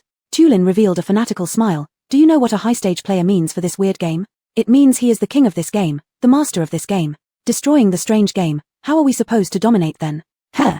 Sheng Yu, so you think that person is me and are afraid that I'll shatter your dream of being regional emperors? Tulin laughed heartily, ha ha ha, isn't it obvious why you fit perfectly the description in the prophecy? There's an old saying, better wrongfully kill than wrongfully release. Then he became very resentful. Due to you, the 2 levels, Desolate Wilderness, and Forbidden Deep Sea, have been eliminated from the strange game levels, and our territory has become even less. You've taken away our chances to occupy more levels. Sheng Yu, if you don't die, then who should? The man with white eyes came over, you've talked enough, let's send her on her way. Tulin took Ju Fan's military knife, aimed at Sheng Yu's neck, and slashed hard. A dull sound followed by splashing blood everywhere, Sheng Yu's head tumbled on the ground. Chapter 78, Special Instance like a spasming snake spirit. Sheng Yu's head was still on the ground, with blood seeping out non-stop, quickly forming a pool. The military knife had a special card enhancement, Death. This card could ignore some resurrection items or rules, ensuring that at the moment Sheng Yu's head was cut off, she would truly and completely die. But, damn it, she still escaped. After waiting for a long time without hearing any announcements, Tulin realized he'd been tricked by Sheng Yu. Enraged, he crushed the head on the ground with his foot. Brains splattered everywhere. The pale-eyed bald man had a dark expression, his breathing becoming labored due to the tension. Black fungal threads once again grew on his bald head. Staring blankly beside him, Yang Kua stiffly sent messages to Shengyu, but the prompt was a huge exclamation mark. When did this happen? How exactly did she escape? Tu Lin roared furiously, unsure whether his anger stemmed more from being deceived by Shengyu or the thought of being mocked by the other two players. Pointing at Fang Jiufeng, he spoke in a chilling tone, use your talent to locate her. Inform Laro Lin and Laro Pai. He didn't believe that 4 high-tier players would be outmaneuvered by a mere level 2 player. Fang Jiufeng soon identified a direction. Thinking they were about to leave directly, they saw Tu Lin pull out a card and, just as the clock struck 0, swapped Fang Jiufeng and Kua's identities. Fang Jiufeng, player. Yang Kua, stranded player. Afterward, following Fang Jiufeng's guidance, they quickly departed. The air became quiet again. Around the ruined Lock Dragon Tower, there was nothing but desolation, no zombies, no human presence. The solitary tall tower stood with its red walls spotted and aged. A long while passed, even the crow perched on the tip of the tower didn't wish to stay any longer here, flapping its wings and leaving. As night passed, the morning sun rose, and even a rat nearby yawned before leaving. A new day had officially begun. Warm yellow sunlight spread into the yard, shining on an inconspicuous, bloody severed hand. Ah, burning, burning, burning. A cry broke the silence of the courtyard. The severed hand suddenly transformed into a grey translucent figure, quickly floating toward the inside of the Lock Dragon Tower. Its movements, however, resembled a snake spirit who had just learned to walk and twisted like it was spasming. Right before the sunlight filled the courtyard, Shengyu's figure slipped into the dark corners of the Lock Dragon Tower, where she finally dared to breathe heavily. She was really alive. Ming Xing only dared to show up after confirming that the surroundings were safe. Both of them were terrified. Last night, when they were still in hell, Shengyu activated her second talent, Random. The Random talent evolved into C-grade, Puppeteer. At the exact moment when the strange entity controlling her vanished, she had already switched identities with the puppet. From a rational standpoint, she should have immediately left the Lock Dragon Tower. But when she saw the scattered fragments of limbs and heads all over the floor, a bold idea formed in her mind. An ancient saying goes, fortune lies amidst danger. Another ancient wisdom, the most dangerous place is also the safest place. So Shengyu used a transformation card to become a zombie severed hand, hiding among the chopped flesh for an entire night. When Fang Jiufeng used her ability, Shengyu was startled, thinking she was about to be discovered. Unexpectedly, Fang Jiufeng pointed in another direction. Truly grateful for the blessings of the ancestors. Shengyu thought back to the night when she became the strange entity and sighed deeply. In hell last night, Shengyu's mental points had dropped to 60. Then, she kept using her mental energy to maintain the puppet's thoughts, causing her mental strength to rapidly decline. By midnight, her mental points were down to 29. With the identity shuffle, she inevitably became the strange entity. Shengyu worried that being an oddity might make her look ugly, like the 8-handed oddity or the black cat oddity. However, apart from not being able to touch the ground with her feet, she remained true to form as genuine floating spectre, showing no other changes. Inside the Lock Dragon Tower, it was pitch black. Dust swirled everywhere, giving off a musty smell. This place had already been searched thoroughly by Tu Lin and his group. It was uncertain if Tu Lin and the others had found the passage rule. Now, with the bright sunlight outside, Shengyu the ghost could not go out, so she could only try her luck picking up leftovers inside the Lock Dragon Tower. On the 4th floor, Shengyu heard familiar cries.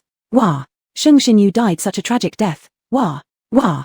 You're so beautiful, you mustn't have ever fallen in love yet. Wah! And now you've died. Wah! Rest assured, we will meet soon, and then we can continue together. Shengyu's face darkened as she recognized who this person was. The rabbit oddity from the wilderness without people. Shengyu pinched her throat behind him and opened her mouth coldly. No need to wait long. You can see me right now. Mom, there's a ghost, Aya. Shengyu gave him a kick with an impassive face, but because she was in ghost form, it didn't cause any real damage. What are you doing here? The rabbit oddity, or rather love you 10,000 years, screamed twice and realized the person they'd been yearning for was right in front of them. They were so shocked their jaw dropped. You're not dead. Oh wait, you're dead. Shengyu. Sometimes she didn't know why her fists inexplicably clenched. After some friendly conversation, Love You 10,000 Years told everything they had seen in the past 2 days. Tu Lin and the others found the Lock Dragon Tower the day before yesterday. They also thought the passage rule was here. But in fact, the passage rule wasn't here. Here, there was an injured oddity after a great battle that was casually eliminated by Tu Lin and his group. It dropped something that made Tu Lin's team very excited. There were still some ghosts on higher floors, even stronger than that.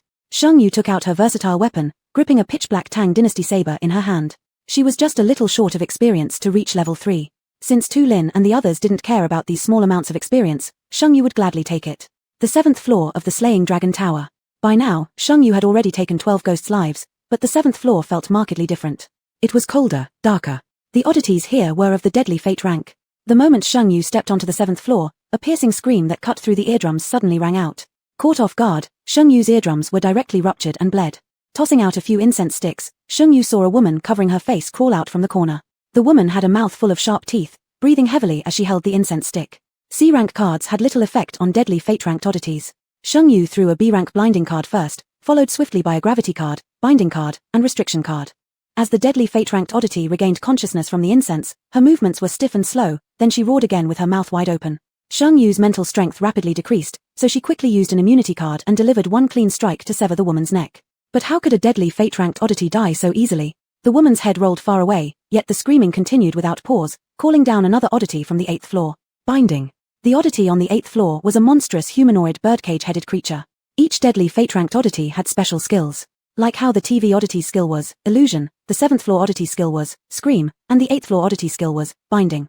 At the moment the skill activated, countless chains appeared in the black space, all heading towards Sheng Yu to bind her. Chapter 79 Special Copy Chu Yunyan, We Have a Son. A fierce look flashed in Sheng Yu's eyes.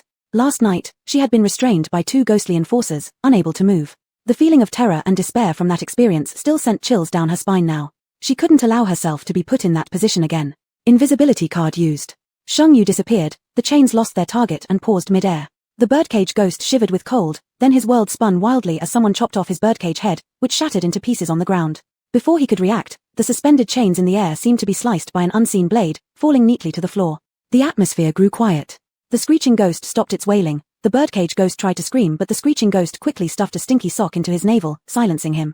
Hey, sir, please be merciful, don't kill us. We admit our faults, the screeching ghost begged in a shrill, ear-piercing voice. From the moment Sheng Yu disappeared, the screeching ghost knew it was over. What a ruthless woman. So it dropped to its knees without hesitation, so skillfully that it made one's heart ache. Sheng Yu reappeared, her chin pointed at the 2 ghosts. Admitting fault must come with sincerity. The screeching ghost froze for a second before understanding what this meant, twisting its face into a picture of extreme suffering as it cried loudly, "What bad luck have I encountered? This month, I've already paid the 3rd wave of protection fees. Oh my god, is there no law or order left?" The birdcage ghost spat out the smelly sock, shakily reattaching his head while saying in a voice resembling a parrot, timid yet defiant, "You won't get any money from us, just take my life if you must. Life is unbearable anyway. The first 2 we can't handle are one thing, why does even a low-level player have to bully us?" Sheng Yu. How did she end up sounding like some evil person who bullies others for power and profit when you guys were the ones who attacked me first? But the 2 grotesque creatures crying had no dignity left. Perhaps because Sheng Yu was also now part ghost, a bit of compassion arose within her. Sheng Yu negotiated with the 2 ghosts, "I'm only 500 points away from leveling up. Will one of you volunteer for martyrdom?" Both the birdcage ghost and the screeching ghost simultaneously recoiled in horror, retreating and shaking their heads as if they were looking at a demon. After a long silence, the birdcage ghost tentatively asked, "How about we guide you to find the treasure of the black dragon instead?" Sheng Yu was surprised. "You actually know where the black dragon's treasure is hidden?" The screeching ghost chuckled slyly. "We followed a powerful elder for 300 years. Then, visibly sorrow filled the screeching ghost's expression.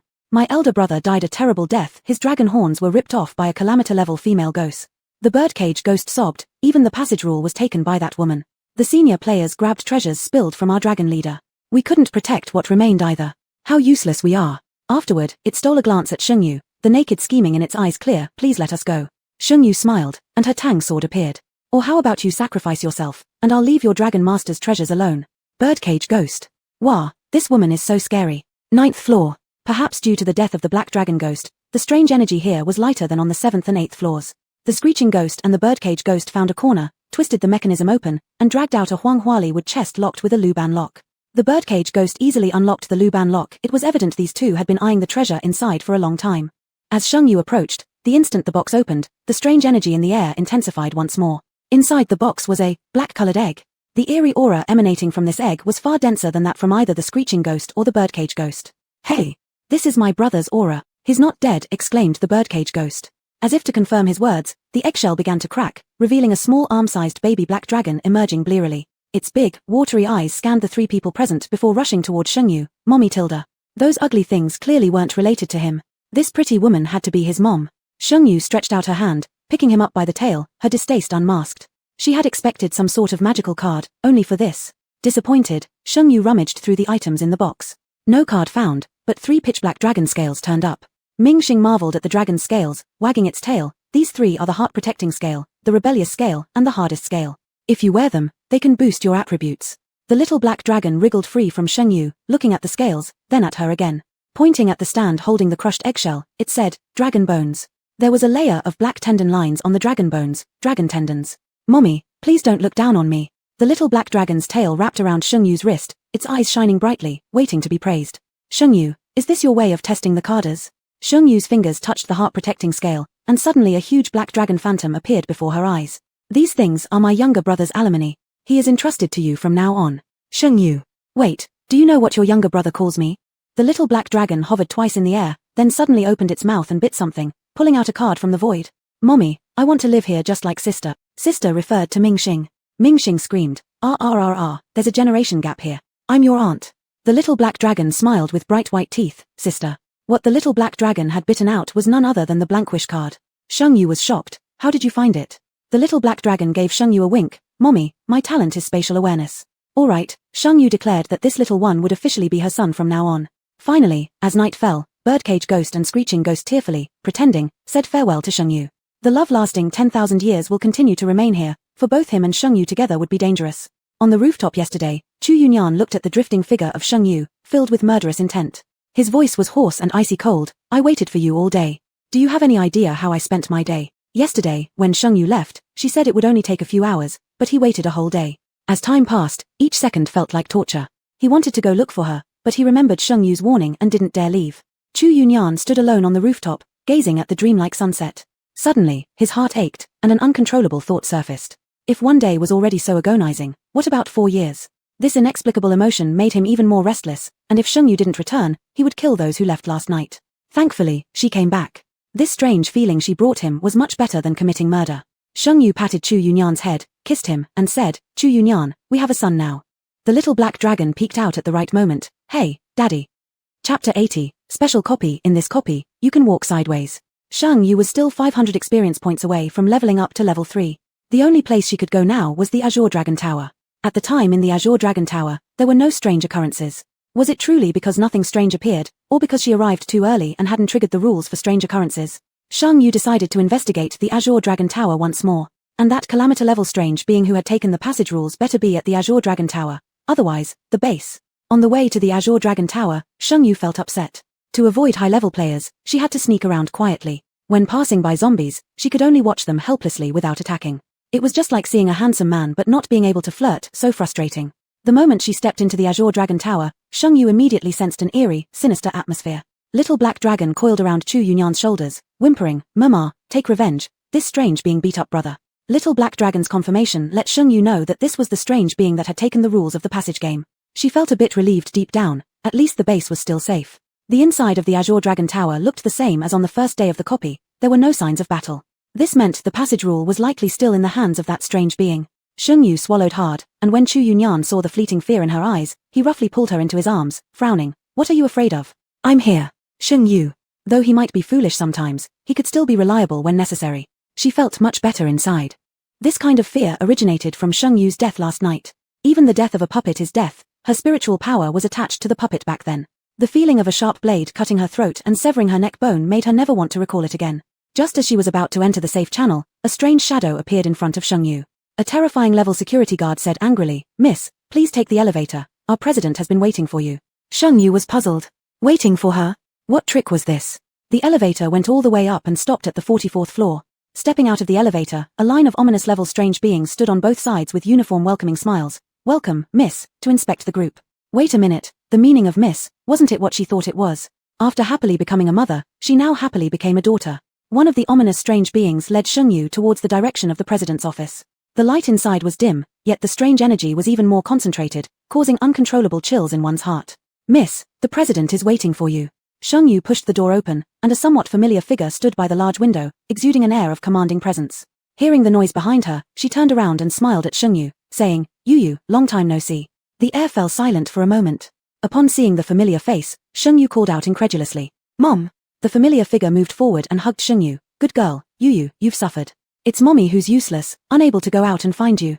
This strange being was none other than Mom Ghost from the first copy. At this point, Mom Ghost had completely changed her appearance.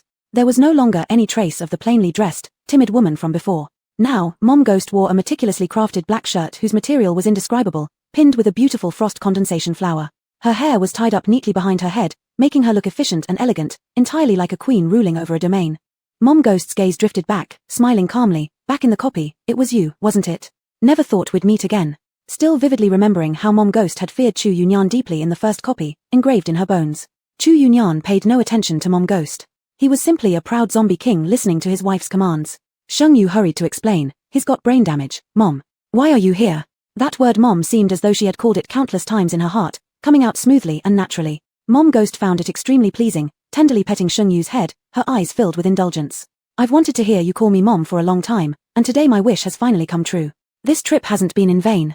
Mom Ghost recounted the events after Shengyu left the copy and why she was here. After Shengyu left, Mom Ghost absorbed the strength of TV Ghost, stepping out of their initial home, entering higher-level copies, gradually increasing her strength. Once she reached the Kilometer level strange being status, she didn't have enough time to settle in a specific copy when she received notice from above. There was an issue with the special copy, binding 5 high-level players. In addition, a Kilometer level strange being in the original copy temporarily upgraded and disappeared. Thus, non-fixed copy strange beings were called in as temporary residents of the special copy.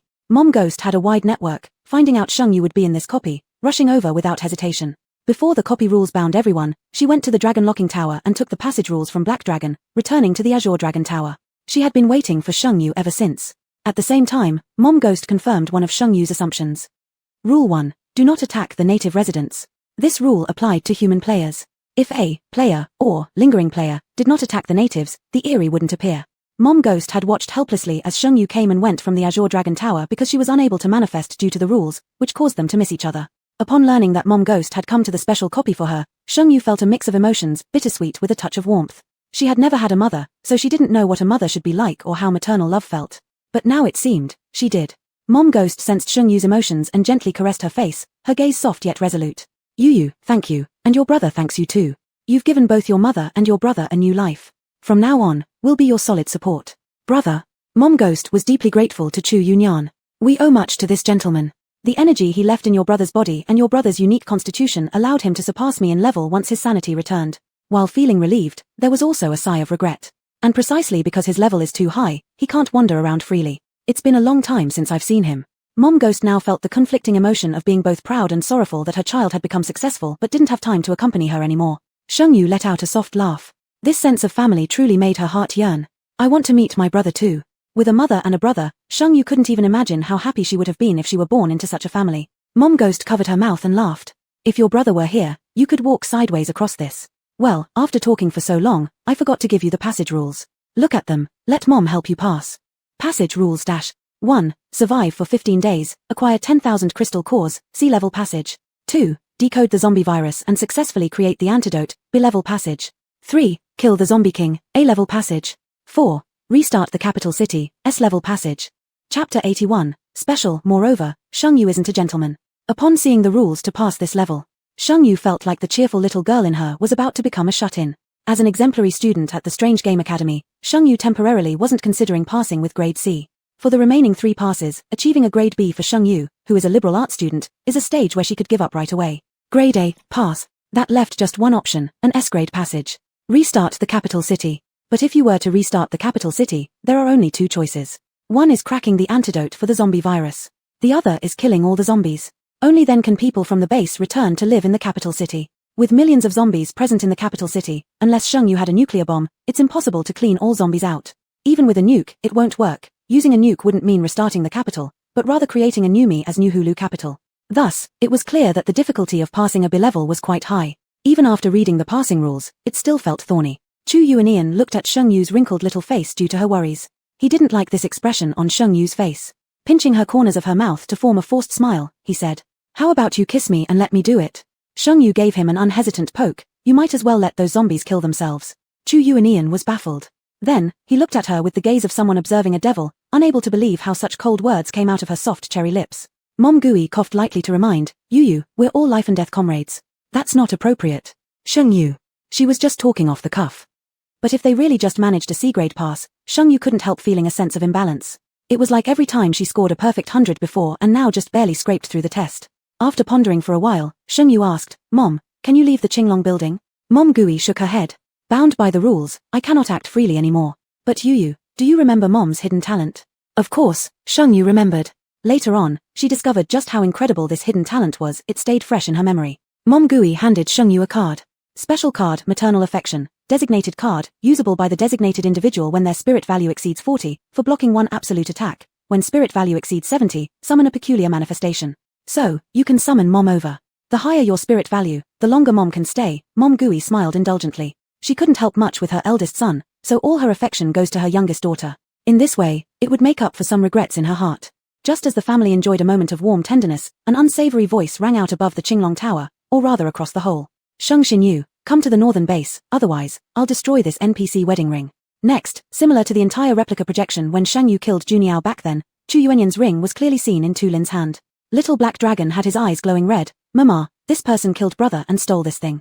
Clutching her teeth, Sheng Yu seethed in anger, truly unbearable. In a direct clash, Sheng Yu would absolutely be no match for Tu Lin and others. But the instructor once said, to unite all possible forces. For instance, that particular person from the Ping'an Taoist temple. He must have many more trump cards.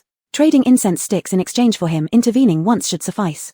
Incense sticks. Thinking of this, Sheng Yu fished all the incense sticks out from her dimensional space, grinningly saying, Mom, you definitely need these. 19,000 roots of incense filled Mom Gooey's CEO office, stunning the crowd of peculiarities present. Mom Gooey covered her mouth in surprise. How? How did you get so many incense sticks? Mom, I have the duplication talent. Yesterday, I started with 19 incense sticks, multiplied by 1,000, and here we are. Mom Gooey. What to do? Suddenly, she felt like her daughter perhaps doesn't really need her much after all. Prepared to set off for the peaceful Daoist shrine to find Master Guan, Mom Gooey suggested she withdraw part of the incense sticks. Sheng Yu flashed a mysterious smile and activated her talent, replicate. Ding, duplicate incense x20, triggered a 100-fold combo, received 2,000 incense. Ding, detected current environment close mother-daughter bond, triggered a special usage environment, succeeded in a 100-fold duplicate, obtained 2,000 incense. 4,000 incense arrived instantly, though insignificant compared to the previous total of 19,000, it surprised Sheng Yu. Yet another special environment. She immediately began duplicating other things, receiving a 100-fold bonus with no restrictions on the number of times. Sheng Yu smirked, displaying a sly grin as cunning as an eerie ghost. Hey. When arriving at the peaceful Daoist shrine, without waiting for introductions, boldly pulled out 200 incense. Master of the shrine, let's do business. The abbot of peaceful Daoist shrine. This woman has something nasty up her sleeve. After a brief chat, 2,000 incense sticks and 2 cards were presented. Special card Evil Chi Erosion Immunity. Designated card, usable by the designated individual, immune to evil chi for 3 1-hour periods.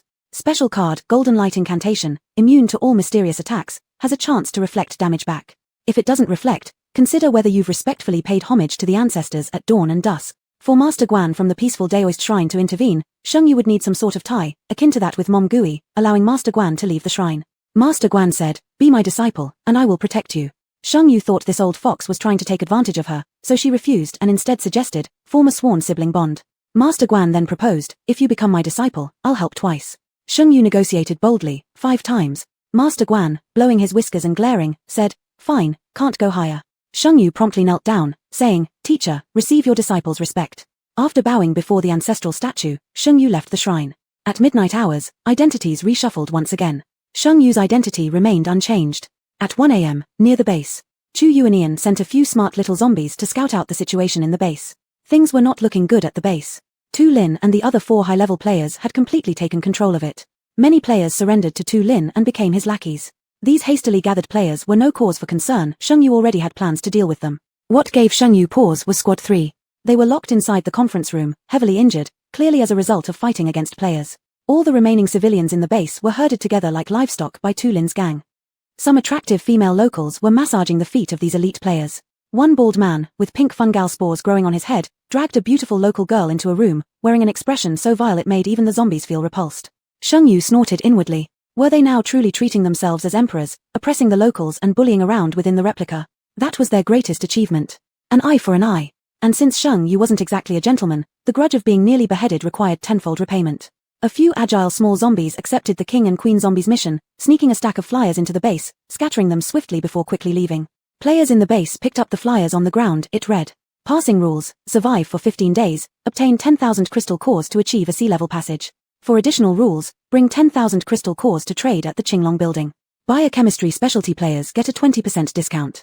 Chapter 82, Special Instance. Let me reintroduce myself, I'm. Among the players, there were those with the talent to distinguish truth from falsehood. When their talent confirmed that the rules for passing written on the flyers were true, all the people whose identity was still, player, erupted with excitement. After a quick exchange of glances, everyone had reached a consensus. It was now the 6th day of the instance, with another 9 days left until day 15. Their best option right now wasn't a sea level pass. It would be too easy for others to snatch the victory from them, and they still had to maintain their player status. Rather than aiming for an easy win, it would be better to accumulate crystal cores for a higher level passage through the instance. The sooner they completed the passage, the sooner they could leave. The remaining players all rushed out of the base together, heading toward the Green Dragon Tower in the east of the city. Tu Lin tried to stop them, but Lin Mo halted him, saying, "Let them go. This is Shang Xinyue's trick." Lin Mo was the highest-ranked person among them. His interests differed from those of others. His interest was killing everyone stronger than him. Shang Xinyu was one such person, and she needed to die early. The black-faced tattooed man who hadn't shown his face until now said, "It seems that Shang Xinyu has already found the passage rules. As long as she holds the passage rules, these players might defect at any time. Their departure might even be a good thing." The bald white-eyed man, hearing the commotion, returned and smirked disdainfully upon hearing this conversation. He wasn't mocking the black-faced tattooed man. Instead, he was laughing at Shang Xinyue's folly for letting go of potential cannon fodder. After the players left, Shang Xinyu and Chu Yuenian entered the base.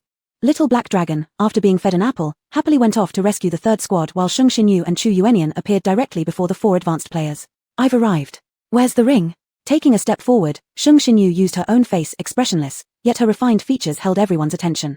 Her whole black sportswear seemed to blend into the night, or maybe she was like a dancer in the dark. Chu Yuenian stood behind Shang Xinyu in matching sportswear, appearing more like a knight guarding the night. Lin Mo took out a velvet ring box. "This ring has no effect on other anomalies. Tell me why, and I'll return it to you." Shang Xinyu didn't believe they'd honor their word. Scum. What kind of credibility could they possibly have? She casually replied, "It's just my wedding ring, why make such a fuss about it?" Lin Mo's eyes darkened slightly as he tightened his grip, trying to crush the ring right in front of Shang Xinyu. This was meant to be a warning shot for Shang Xinyu. But things did not turn out as he planned. Behind Shang Xinyu, Chu Yuenian's eyes flashed with a streak of crimson light, and countless thunderbolts as thick as buckets rained down on Lin Mo simultaneously. Caught by surprise, Lin Mo quickly activated his ability, Truth. Vanish. Dozens of lightning bolts disappeared from the sky, but at the same instant, new bolts of lightning began brewing, striking Lin Mo again without giving him a moment to breathe. Recognizing the undead king, Lin Mo's mind briefly crossed a thought which he had no time to dwell on. In a manner of surrender, he shouted, "I'll give you the ring back." His talent was high in level, requiring a 3-hour cooldown period after use, and now he simply lacked the energy to hasten its cooling down. Besides, his cards were intended for combating the anomalies and saving his life, leaving no choice but to beg the zombie king for mercy. Just then, Lin Mo realized that the face of the undead king looked strangely familiar. Chu Yuenian moved incredibly fast. His ability was lightning, though it couldn't match the speed of actual light, it was several times faster than sound. In 0.5 seconds, he grabbed the ring. In another 0.5 seconds, he returned to Shang Xinyue's side. When Chu Yuenian obtained the ring, his heart overflowed with the feeling of reclaiming something lost. He joyfully passed the ring to Shang Xinyu. Sharing a tacit understanding, Shang Xinyu took the ring and gently slid it onto his ring finger, husband tilde. The tone rose softly at the end, causing a tingling sensation to run up anyone's spine. This tender call made Chu Yuenian's eyes flash with even more fervor. His purple irises gradually darkened, turning into a vivid red. Paired with his pallid, bloodless skin and demonic features, he resembled a vampire from the Middle Ages. His half-tied wolf tail loosened and fell over his shoulder. The scattered bangs before his forehead covered part of his eyes, creating an impression of somber and morbid beauty when viewed from afar. His slender neck lines were graceful, his clavicles delicate yet seductive. Shang Xinyu thought if he wore a silver metal necklace at this moment, it would be a mix of elegance and wildness, exuding a kind of aesthetic beauty where one hand could easily crush someone else's skull. Once all his memories gathered, all Chu Yuenian saw in his eyes was sorrow. He enveloped Shang Xinyu in his embrace, apologizing remorsefully and guiltily, "I'm sorry for making you suffer." Shang Xinyue's eyes were slightly moist, but it was clearly not the time for complaints or comfort. She leaned her head against Chu Yuenian's shoulder and said firmly, "No problem. Just help me take revenge." Chu Yuenian lightly kissed Shang Xinyue's tearful corner of her eye, his scarlet gaze sweeping across the 4 people opposite him, speaking coldly with evident anger. "Do you want to know the secret of the ring? A wedding ring between my wife and me, and you dare to touch it? Killing my wife, sending her to hell? What are you, to dare seek such a death?" Chu Yuenian's tone was filled with the thunderous wrath of a tempest, as if countless bolts of lightning had been infected by his anger. The energy contained within became even more ferocious. Each of the 4 drew out different cards in response. The bald white-eyed man and Tu Lin clearly showed evident panic. This is the aura of a destruction-level anomaly. How can there be a destruction-level anomaly here? The bald white-eyed man panicked. Shang Xinyu had also noticed. This Chu Yuenian was terrifyingly strong.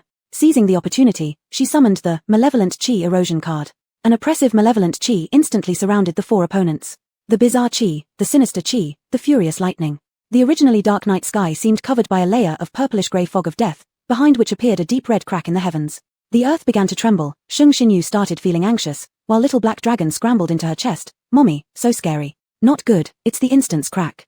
The instance is about to explode." Fear spread across the faces of the 4. If the instance exploded, no one would survive. Some low-level players or anomalies might simply be obliterated into non-existence. Enough, a somewhat familiar figure appeared before the deep red crack. Mr. Chu, your true self is here, and the explosion of the instance won't benefit you. The voice was cold yet magnetic, overlapping with someone Sheng Xinyu remembered from her past. Above the sky, the person radiated an eerie aura that matched Chu Yuenian's, beginning to repair the crack in the sky. Unsure whether it was due to the person's persuasion or Chu Yuenian's worry about the real explosion of the instance. He sneered faintly, the eerie aura gradually receding, but the thunder continued to fall without end. With the absence of the eerie chi, the pressure on the four diminished significantly, though their tightly strung nerves didn't ease, in fact tensing further. Suddenly another destruction-level anomaly appeared, unknown whether ally or enemy. The man emerged from the shadowy night, his gaze fixed on Sheng Xinyu all along. Smiling at her, rarely seen on him, he said, "Hello Sheng Xinyu, let me reintroduce myself. I'm Yang Yu, a destruction-level anomaly. Of course, if you prefer calling me Yang Ji, that works too." Chapter 83, Special Copy. This is a summoning card. Yang Yu extended his hand in friendly gesture, an elegant and gentlemanly motion that made Chu Yuenian feel as if he were facing a great enemy. He directly took Sheng Yu's hand before she could react, with a forced smile. "Hello, Mr. Yang, this is my lover, Sheng Yu." This blatant declaration and possessiveness. Yang Yu's gaze fell upon their clasped hands, where electric lightnings flickered, strange energy swirling. Sheng Yu separated their hands, gave Chu Yuenian a nudge, then apologized to Yang Yu. "His brain is defective, sorry." "Yang Yu, don't mind him." The emotions in Yang Yu's eyes were indiscernible, leaving Sheng Yu feeling a bit uneasy and guilty. From a distance, the four advanced players saw this scene, especially Tu Lin and the white-eyed man. They thought they were doomed. They had killed Sheng Yu last night, and it was certain Sheng Yu would settle accounts with them. In fact, it was exactly so. After calming down two strong yet petty anomalies, Sheng Yu's eyes immediately turned towards the bald, white-eyed man. She opened her lips lightly, asking, "Where's Kua?" "Ah yes, Yang Kua." The white-eyed man lit up with joy. He still had a hostage. Yang Kua, whose eyes were pure whites, was controlled to approach by the white-eyed man. He directly choked Yang Kua by the neck and said to Sheng Yu, "Sheng Xinyu, your good sister is in my possession now. Kill yourself right away, and I will let her go." Sheng Yu looked at the bald white-eyed man as if observing a moron. "Donate your useless brain to zombies. It's better off being eaten by them. Chu Yuenian, don't eat it. You'll get diarrhea." The white-eyed man got furious, gripping Yang Kua's neck even tighter. Sheng Yu's gaze darkened slightly but remained undisturbed. "She's merely a companion from the last copy run. Saving her is due to my kindness, not saving her is also justified. But it's certain, to prevent you all from spreading the rumor of me watching someone die without helping, all of you will have to explain yourselves here tonight, Tilda." Who would have guessed, in just one night, Sheng Yu would transition from the meat yesterday at the mercy of others into today's butcher. Lin Mo and the black-faced tattooed man exchanged glances and both activated their talents simultaneously. Lin Mo's second talent, Trapped Beast. Black-faced tattooed man, Hidden Wing Insect. When Yang Yu stepped in to fill the gap while they fought, they knew the card wouldn't explode. Since Yang Yu didn't want the copy to blow up, he wouldn't intervene, perhaps even suppress Chu Yuenian's strength. If Sheng Xinyue's trump card was Chu Yuenian, even if she didn't die, four people together could strip her. Zhuchue card X6. 6 fiery jukes soared high, spiraling and merging in the night sky, forming an immense fire Zhuque far more powerful than the one that attacked Sheng Yu before. The Zhuque bird instantly locked onto the man with black tattoos responsible for its near death. If it weren't for him, it wouldn't have ended up imprisoned in a single card now. A loud phoenix cry filled the air as Zhuchue's flames devoured and burnt the hidden wing insect to ash, emitting clouds of black smoke. The black smoke curled around Zhuchue's tail feathers, beginning to corrode them. The pain triggered sharp cries from Zhuque. Its tail feathers are Zhuchue's weakness. The Zhuque went mad with pain, but in its last flicker of rationality, it cast a pitiful look at Sheng Yu. "Master, save me." Another 6 Zhuque cards ignited, covering Zhuchue's body with red flames under which grew substantial red feathers. The attack on its tail feathers was incinerated completely. Revenge, old and new grudges combined, and the sky resounded with phoenix cries as burning flames swallowed the black-faced tattooed man. Over at Sheng Yu's side, an emerald blue anomaly shaped like a lizard with a tiger's head and snake's tail lunged at her. Countless bolts of lightning thundered down, and the next moment Tu Lin unleashed his talent True Illusion, dragging Chu Yuenian into it. Sheng Yu felt a pang of worry. She knew how terrifying that talent was, but Yang Yu reminded her, "Don't be distracted, he's fine. Even if that man went to hell, he'd probably be treated like an honored guest." The reptilian anomaly went wild with rage, acting as though it had been trapped for 800 years. Malevolent Qi Erosion. While activating Malevolent Qi Erosion, Sheng Yu tossed a handful of incense sticks, and as expected, the frenzied movements of the lizard stopped for a couple seconds as it continuously inhaled the scent of the incense. Blind Eye cards. Next, Sheng Yu pulled out the versatile item, transforming it into a sharp spear that pierced directly through the head of the lizard anomaly, much to Lin Mo's shocked eyes. It was only then that Lin Mo finally understood, so long as Sheng Yu had incense, any anomaly in front of her lost its menacing power and ability. Lin Mo felt relief wash over him at that moment. Thank goodness he hadn't gone to Lock Dragon Tower to ambush Sheng Xinyu yesterday. Originally, he had thought killing one level 2 player among 5 would certainly be foolproof. But clearly now, the price of killing Shang Xinyu would be far greater than they imagined. Not worth it. There were more than just him among the high-level players, and it was not worth bankrupting himself to kill Shang Xinyu for these people. He glanced at Tu Lin, who looked ghastly pale, clearly unable to handle what had transpired in the true illusion. This one cannot be saved. As for the white-eyed man, Lin Mo gazed at Yang Kua's corpse on the ground. This one cannot be saved either. Having made his decision, Lin Mo used a card to rescue the black-faced tattooed man from the raging fire. Simultaneously, he took out another card, and the moment it disappeared, a door materialized behind him. Lin Mo said to Shang Xinyu, the mountain may not move, but the water will flow. If the water doesn't, the road will twist. If the road doesn't, the clouds will shift. And if the clouds don't, then I'll turn myself tilde see you again. After saying that, he attempted to open the door and escape. But why wouldn't this damn door open? Yang Yu was surrounded by a low-pressure aura, with frost lurking in his eyes as he stared at Lin Mo and said, "You think you can come and go as you please on my territory?" Lin Mo's heart sank, but he also became resolute. "Don't assume I'm scared of you because you're destruction class strange energy. Take a look at this." In Lin Mo's hand was a black silver-edged card. Just looking at the card's luxurious luster gave away its undoubtedly high rank. Yang Yu remained indifferent, still wearing his camouflage combat suit, his current atmosphere oppressive, like an invincible war god.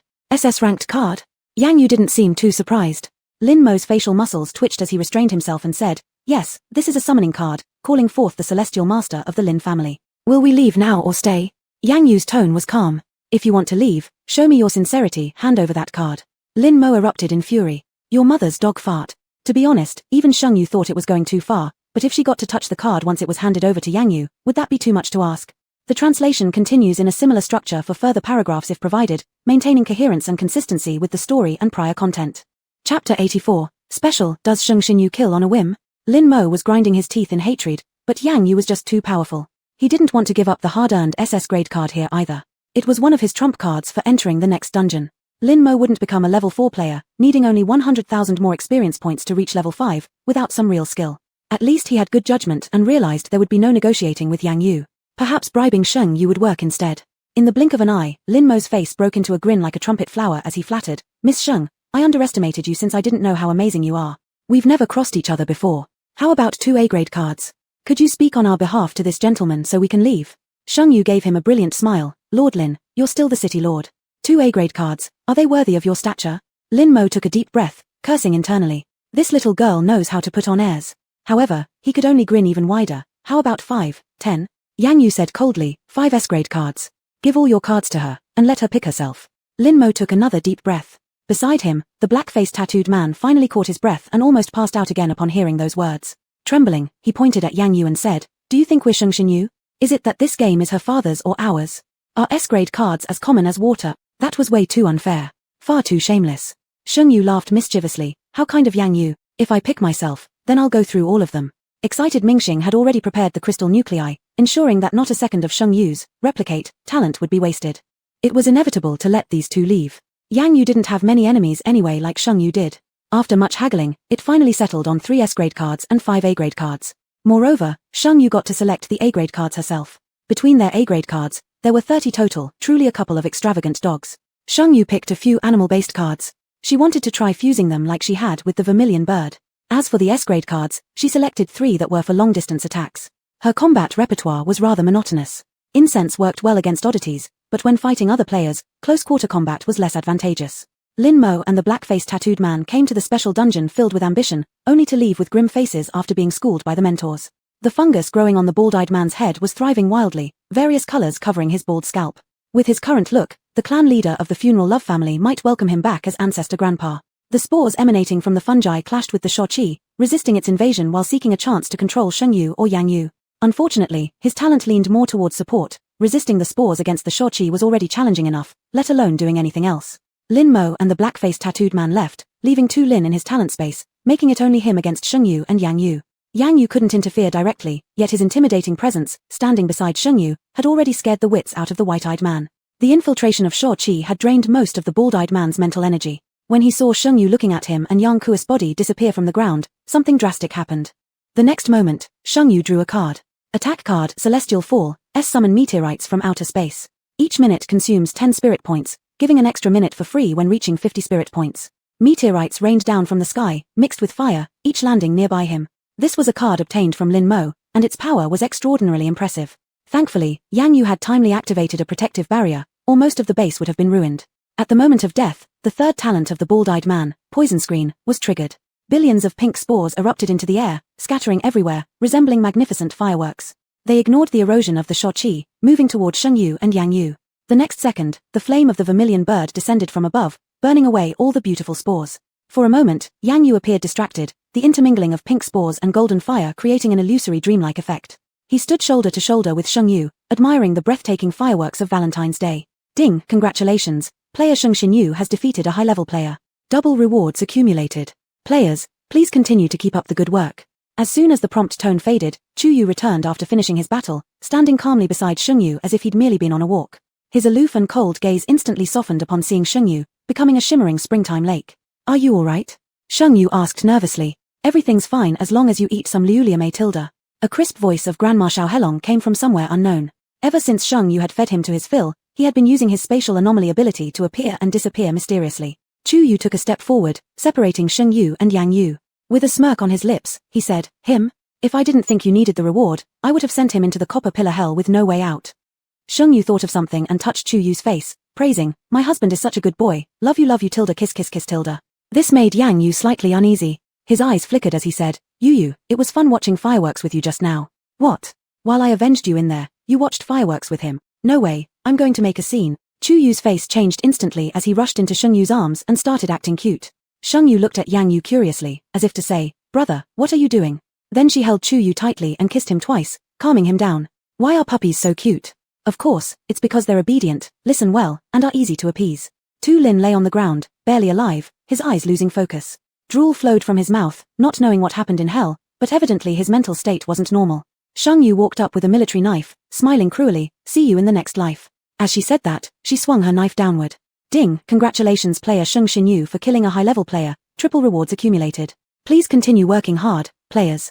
The entire game announcement set off an explosion among the ghost friends who couldn't see the live broadcast of the special dungeon. Everyone was curious about what had happened in the dungeon. 3 high-level players, Sheng Xinyu killed them at will. After taking care of Tu Lin and the white-eyed bald man, Sheng Yu didn't see anyone come to collect the bodies. It seemed that neither Tu Lin nor the white-eyed bald man had loans. She was a bit disappointed. Collecting Tu Lin's and the white-eyed bald man's few remaining legacies, Sheng Yu prepared to return to her mother's embrace. Yang Yu continued to hide his identity and rebuild the human base.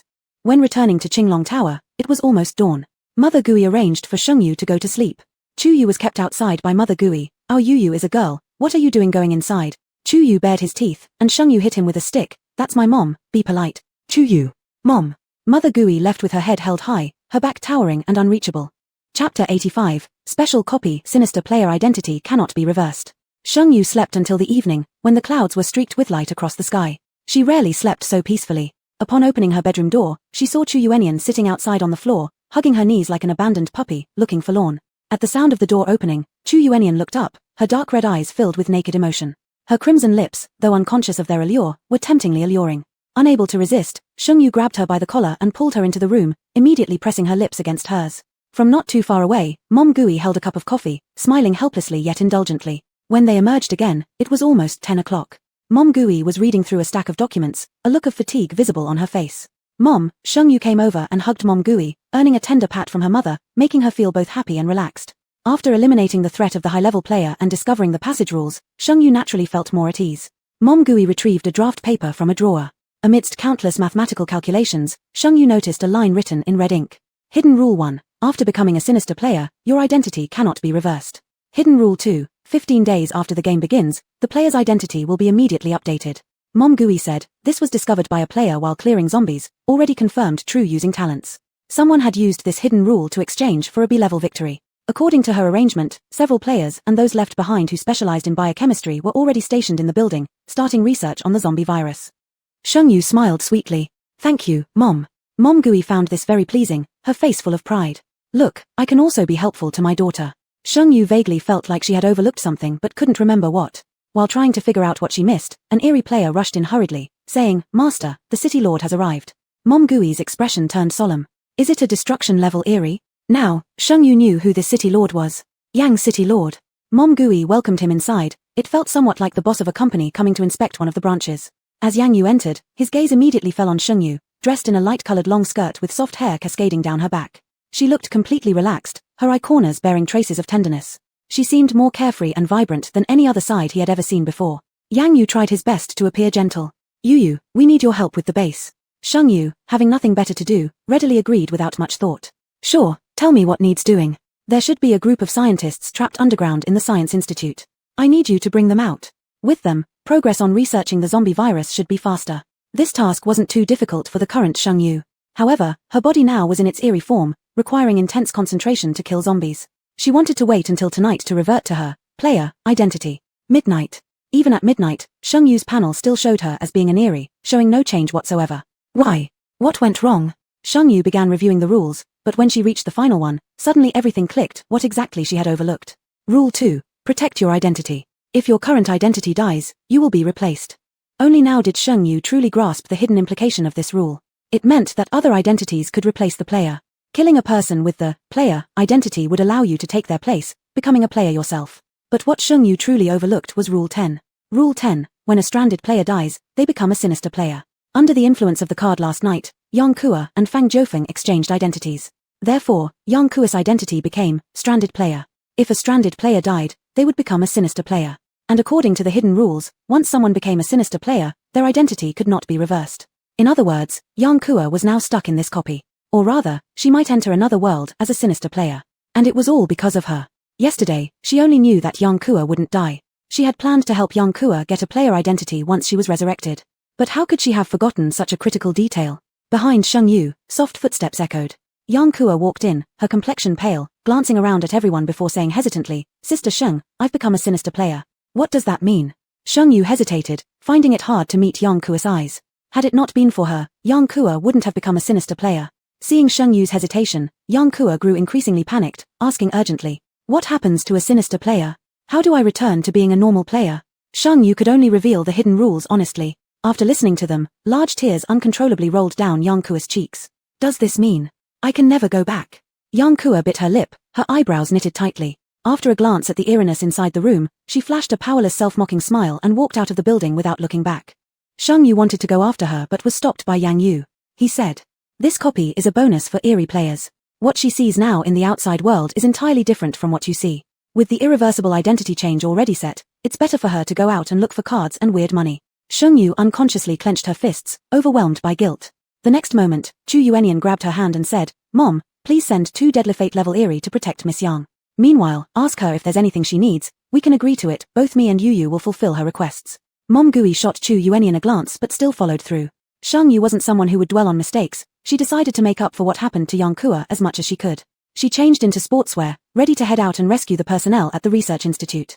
Just as she went downstairs, she was surrounded by a group of players. The leading young man wasn't very polite, his tone even tinged with accusation. Are you Sheng Xinyu? Did you discover the passage rules? Already in a foul mood due to everyone's unfriendly gazes, Sheng Yu replied coldly, yes. If we're all players, since you've found the passage rules, why do we need to trade crystal cores for them? How selfish you are. The man's indignant words drew unanimous agreement from the surrounding players. Exactly. Are you planning to monopolize the crystal cores? Let us tell you, we already know their secret. Just hand over the passage rules and everything will be fine. It's obvious that you're no good person, associating with eerie beings. You have no idea, she has always relied on her looks to lure eerie creatures to pass through, right? Heh, do you think she killed people while having orgies with those players? Besides this, I can't figure out how else she managed to kill high-level players. You don't need to give us the rule either, or let us play with you too. Sheng Xinyu, don't mistake our kindness for weakness. Hand over the passage rules. Sheng Yu smiled faintly, her voice crystal clear. I'll tell whoever I like about the rules I found. Go find the rules yourself if you have the ability. Seeing Sheng Yu refuse to give face, the young man became angrier. You, don't think that because you've killed a few high-level players, you're something great. I don't believe you still have the strength to fight us so many. Give us the passage rules. The players around him quickly responded, taking out their cards and aiming at Sheng Yu. Sheng Yu looked up at the pitch-black night sky, slightly curving her lips, suddenly grateful that in this eerie world, murder didn't lead to jail. She curved her lips again, transforming the weapon of whimsy into a sharp blade in her hands, cutting directly across the throat of the leading man. Instinctively, the man clutched his neck, the gushing blood impossible to stop despite his efforts. Sheng Yu had already prepared for battle, but unexpectedly, these people, upon seeing Sheng Yu killing directly, were utterly frightened and scattered, unable to utter a single word of defiance. In the dark night sky, only a few stars twinkled. An ancient saying goes, gratitude grows when one receives an ounce of rice but turns to resentment when given a bucket of grain. She had intended to use these people to clear zombies, yet she also gave them a fair chance to live. But never did she expect they'd turn against her, thinking she was still a good person after killing 3 high-level players. Chapter 86, Special Instance, completed. Sheng Yu single-handedly infiltrated the research institute, rescuing 15 scientists from underground. Beneath the research institute was a small shelter, built to preserve knowledge in case of enemy attacks or disasters. It contained enough supplies and resources for 100 people to survive for 2 years. Boarding the minibus, Mingxing assisted Sheng Yu in clearing the way. They arrived safely at the base before dawn without any major incidents. Sheng Yu handed over the scientists and the supplies stored in her spatial ring to Yang Yu. Yang Yu took Sheng Yu home to rest, while Chu Yu kept close watch on her with the alarm triggered, refusing to leave her side. The 8th night of the bizarre game. Sheng Yu received instructions from Yang Yu to return to the research institute and retrieve the machines and data there. After another fierce battle, the crystal cores collected in Sheng Yu's spatial ring had piled up like a small mountain, far exceeding 100,000. Everyone now knew the use of crystal cores, and all were fighting hard to kill zombies. Out of 20 million zombies, only 15 million remained. Relying solely on them would be impossible to clear them all. Sheng Yu thought they must hurry to develop a reagent to neutralize the zombie virus.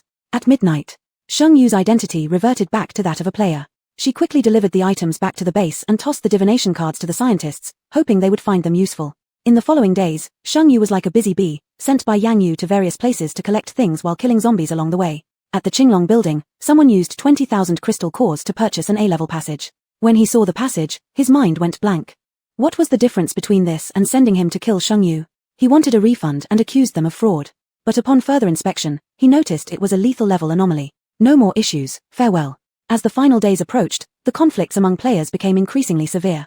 Most players had already revealed their true colors. Most had accumulated enough crystal cores but lacked only a player identity. Some hadn't adjusted to the strange world and didn't dare kill others, choosing instead to stealthily steal crystal cores and sell them cheaply to the Qinglong building. Others resorted to outright murder and theft, only to be killed in return. The ultimate showdown began at midnight on the 14th night. The 24 players with their identities fled in different directions. Some successfully left the instance right at midnight. More did not manage to escape, leading to even more ruthless competition. Accumulating 10,000 crystal cores became harder and harder. Sheng Yu finally managed to have a short rest, learning Taoist arts from the abbot of Ping'an Temple.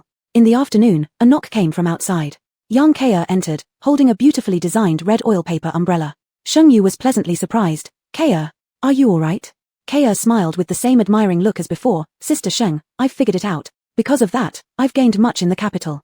She swayed the umbrella in her hand, clearly enjoying it. This instance was a benefit mission of the bizarre game, where the strange gamers barely participated in the struggles between regular players. They had their own rules for survival, which differed from those of human players. However, the cards were universally applicable. Many bizarre gamers scavenged during the mutual killings among the players. Finally, Sheng Yu expressed her apology. Kea, I'm sorry. It's because of me that you've become. Kea comforted her. It's okay. Everything happens for a reason. I accept my fate, Sister Sheng, and you should too. Sheng Yu felt there was something deeper in her words, but knowing how uncomfortable she would feel if others harmed her and prevented her return to the original world, she interpreted it as Kea venting. Sheng Yu then presented Kea with 500,000 crystal cores and 100 A-level cards. In that other world, it might not differ much from ours. All these are for you, Kea. I'm sorry, I hope you can forgive me. Seeing such a large pile of items, Kea momentarily lost her composure. Perhaps, in 10 instances, she wouldn't earn this much. A flicker of pain passed across Kea's face, but then she packed the items away. Sister Sheng, I have some business to attend to, I'll take my leave. 10 days later, with the help of the divination cards, the research institute successfully developed a reagent for the zombie virus. Drones started to spray the reagent over large areas. 15 days later, survivors in the base began cleaning up the capital. Completion of the S-class passage was imminent, and the time for farewells was drawing near. Sheng Yu said goodbye to Mother Guari and then paid another visit to Ping'an Taoist Temple. Respectfully burning incense to the 3 pure ones, she thanked them for their blessings. Following the abbot's instructions, she physically exorcised all her senior brothers, earning 5,400 experience points. The 2 bizarre entities in Suolong Tower had joined Mother Guari's Qinglong building. The rabbit anomaly experienced a stroke of luck, finding a critically injured player, inheriting his crystal cores and leaving the instance.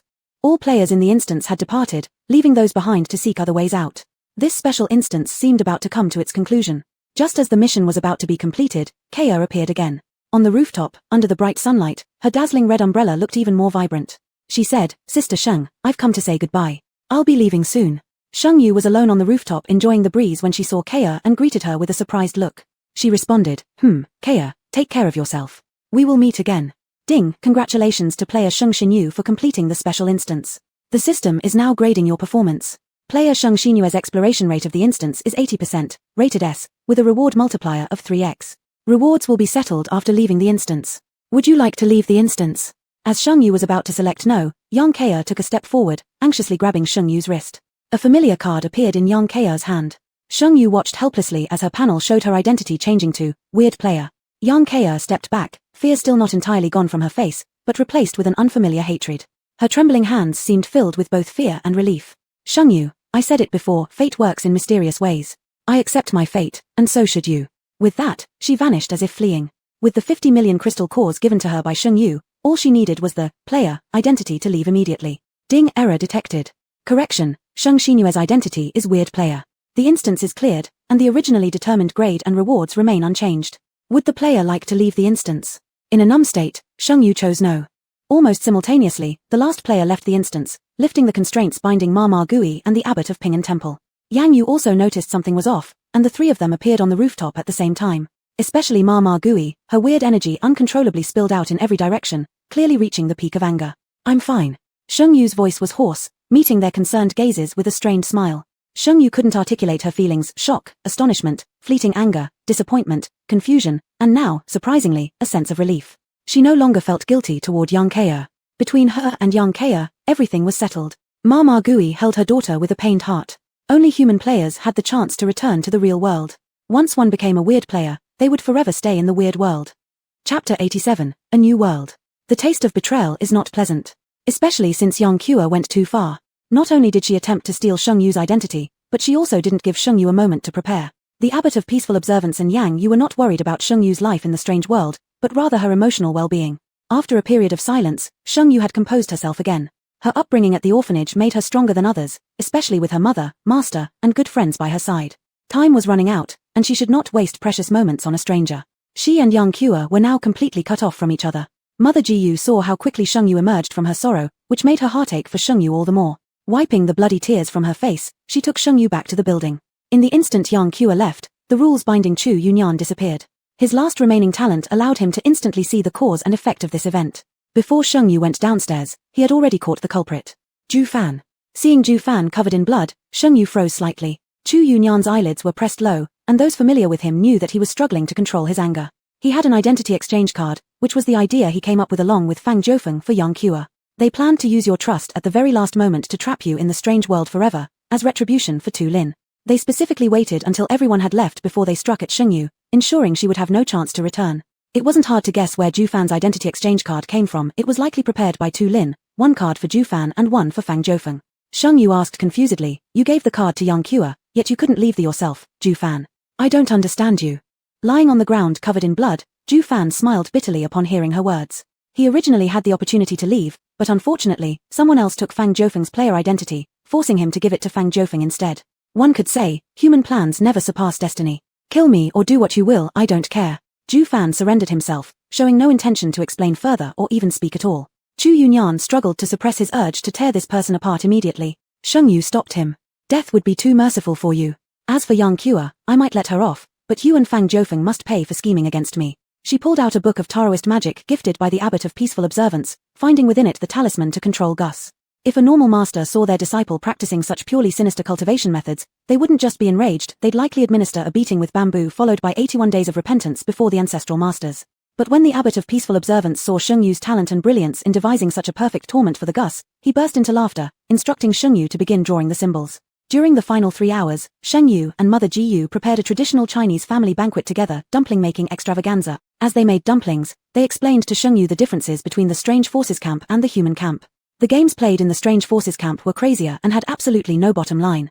Here, it was like an eternal space. So long as you had points, so long as you had GU currency, life was unlimited.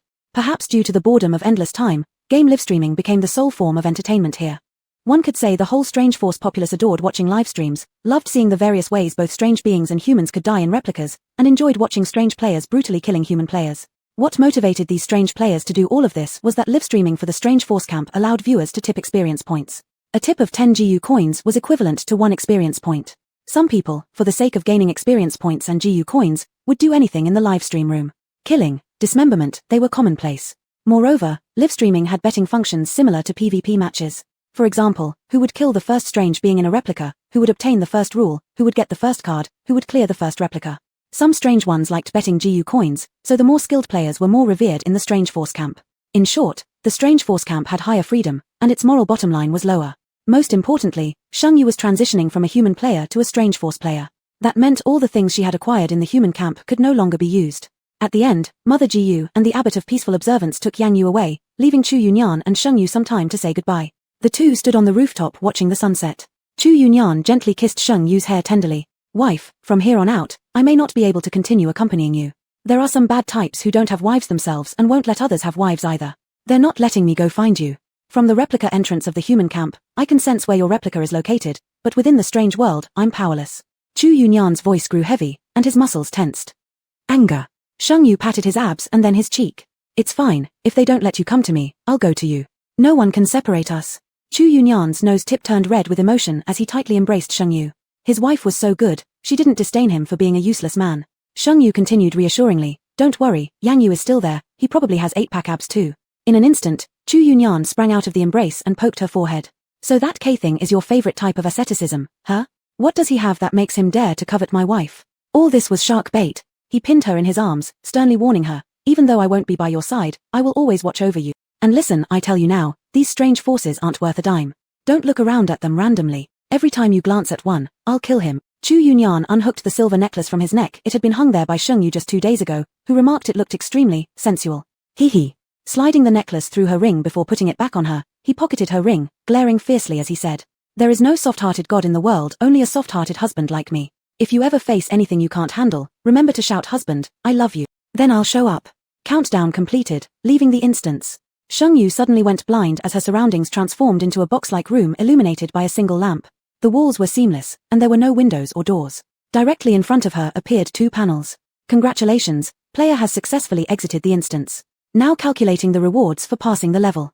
Congratulations, player achieved SS grade passage. Exploration rate, 80%, ranked number 1 on the leaderboard for this replica. Rewards, plus 10 each to all personal base stats, 500 points, 3 cards of either attribute card or self-selection card, choose one. Killing 3 advanced players, reward tripled, but personal base values do not apply. Reward, 1,500 points, 9 cards of either attribute card or self-selection card, choose one. Sheng Yu opened her panel. Faction, GU. ID, 444,477. Name, Sheng Xinyu, can be changed. Level, LV3, 15,400. Talents, Fusion, Randomization, Replication. Inventory, Incense X35, Incense X27 647.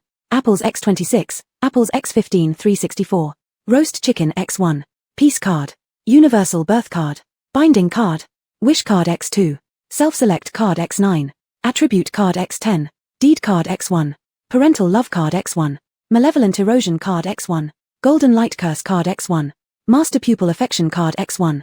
GU Containment Card, A, X1. Revive Card, B. Temporary Attribute Card, SS. Revival Card X2. Pearl Crown, Diamond Chest, 24K Pure Gold Butterfly Knife, Peaceful Tao Techniques. Past instances, 4. In other words, apart from incense, apples, and special cards, everything else she owned was gone. The bright and charmingly terrified expression on Sheng Yu's face as it registered another screen shocked even herself. Not long after, livestream comments began to roll across the screen. Holy crap, such a gorgeous female player. Is she newly transferred from the human side? They really treat their people well over there, don't they? I'll shower her with money to defeat Gus. Beautiful lady, are you scared about arriving here? Spend a night with me, and I'll protect you from now on, alright? User I'll shower her with money to defeat Gus tipped a coffin box, 520 GU coins. Chapter 88, Yang Yu's Extra Story. I am a soldier. When the world was destroyed, I accidentally entered a dark basement. It wasn't until I got here that I remembered the legend of Jing, the story of the 4 guardians. Turns out, it's all true. One regret is not being able to die alongside my comrades. Another regret is never seeing again the girl who wore a veil. I don't know how much time has passed. When I regained consciousness, the world seemed changed. A layer of chains called rules was bound to my body. I waited in a room at the base for players to kill me or for me to kill them. Thus, day after day, over and over again, I finally understood my current predicament. After absorbing all the evil energy from the Northern Guardian site, I became the strongest person in this instance. As it was about to be reopened as a special instance, I decided to escape from here. So, I concealed my traces and went to finish my last regret. That day, an ordinary day, I watched the squad chatting idly on the car and suddenly smelled a hot pot smell I had never experienced in my memory. There's a poem line. At the time, it was thought to be common. I didn't take it seriously. We followed the procedure to look for survivors. At the moment of opening the door, I really thought she was a survivor.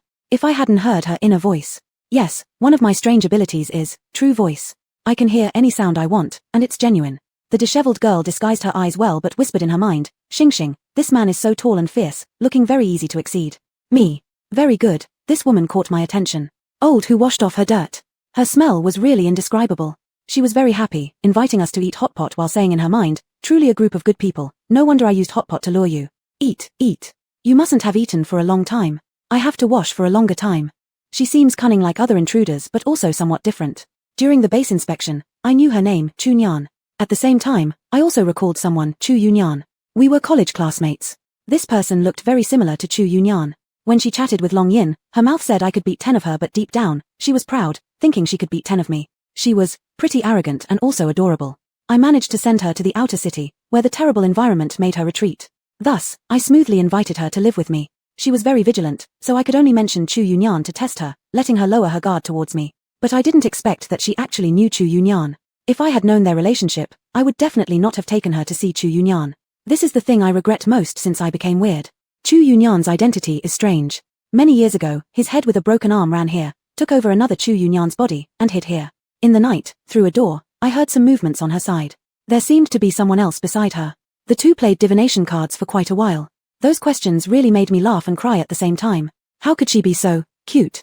That night was a long-awaited good sleep for me. The next day killing zombies, she was amazing, wearing the face towel I gave her, which suddenly reminded me of someone.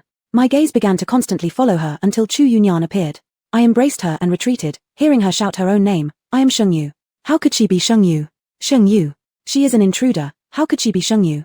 Sheng Yu doesn't look like that. Chu Yunyan fell easily. Damn, this fake bastard pretended to be pitiful, he did that to deceive Sheng Yu in university. Bastard, even turned into a zombie wants to fight with me. I harbored hope, but when Sheng Yu said Chu Yunyan was her husband, I didn't hear her inner voice. Or rather, at that moment, she was speaking the truth. Since knowing she was Sheng Yu, it's like I foresaw the next move of this game. Chu Yunyan's identity put her in a dilemma. She wanted to leave and run away with Chu Yunyan. Impossible, I can't let Sheng Yu leave my sight again. Something happened when we returned to the base. In the meeting room, I felt Sheng Yu's nervousness. City Master Lin took out a photo of Sheng Xinyu. I immediately recognized it, that's Sheng Yu. It's Sheng Yu's real appearance. In order to cover for her, I said she was my wife and secretly rejoiced in my heart. Chu Yunyan, she is my wife now, mine. That City Master Lin had no eyes, shouldn't he have let us kiss to verify? What a great opportunity, wasted by people like him. I must make him pay someday. Back at home, I acted like a pervert and secretly eavesdropped on my wife talking with her real husband. Their chat was going well. Why not keep going and hit each other again? After switching the target of true voice, I heard Chu Yunyan's inner thoughts. Did she slap me? No, this feeling, why does it seem so familiar? I'm not sure, let's try again. TSK, this force, this angle, could she possibly be my wife? Damn, why does this woman look so alluring while hitting me? So enjoyable, how good she is at slapping me. She has already hit me so many times, why isn't she smiling? Jesus, how beautiful she looks when slapping me, her waist is so slender. Me. A lovesick brain, even a dog would piss on such behavior before walking away. Sheng Yu really got heartbroken in the end from slapping this sobbing and fawning man. Should I try that tomorrow? No, I'd just be a substitute. I need to make Sheng Yu see me as better than that lovesick zombie. The next morning, I got up early to prepare breakfast for Sheng Yu. She woke up happy, having gained a new talent. She had every reason to be joyful. I think she will be happier in a moment because I've discovered another rule. Men should still have some use. What kind of man needs to ask his wife for baby cream? Sheng Yu realized the rules of the instance. She's smart, understanding our current situation well. I decided to take her to the peaceful Daoist temple. The weirdness there became much more manageable after absorbing the abbot's mental energy. His mental value greatly diminished the hostility within the temple. It's an eerie place but one that can understand human language. There, I witnessed her true strength and memories blurred in my mind began resurfacing. The distance of time seemed infinitely close. There was a beautiful and stubborn girl with black veil who exposed only her determined eyes. Against countless tides of undead, she fought solely to find the man who sacrificed his chance of escape in order to save her. Since then, I haven't seen Sheng Yu. This Sheng Yu seems like her, but also doesn't. Later, we parted ways. Just as I left, I overheard Chu Yunyan's inner voice. He hid by the side of the temple, muttering, "Why did this woman ask me to run earlier? Does she really think I'm weak? What does it mean if I don't die, continue being her husband? Haven't I always been? Is that bitch capable of magic or something? Why do I want to protect her so much? That's enough. Listening further would drive me crazy. I admit, I have a teammate I can't let go, which prevents me from always staying by Sheng Yu's side. I admit, back then, I couldn't create a diversion to draw the zombies away for her since I had to bring more people back. I admit, I couldn't put Sheng Yu as my top priority forever." Chapter 89, Mountain Village Teaching Support, Creepy Games, No Limits. Sheng Yu saw the scrolling on the board and remembered what Ghost Mom had said. The live broadcasts of the creepy faction don't distinguish between copies and rest periods.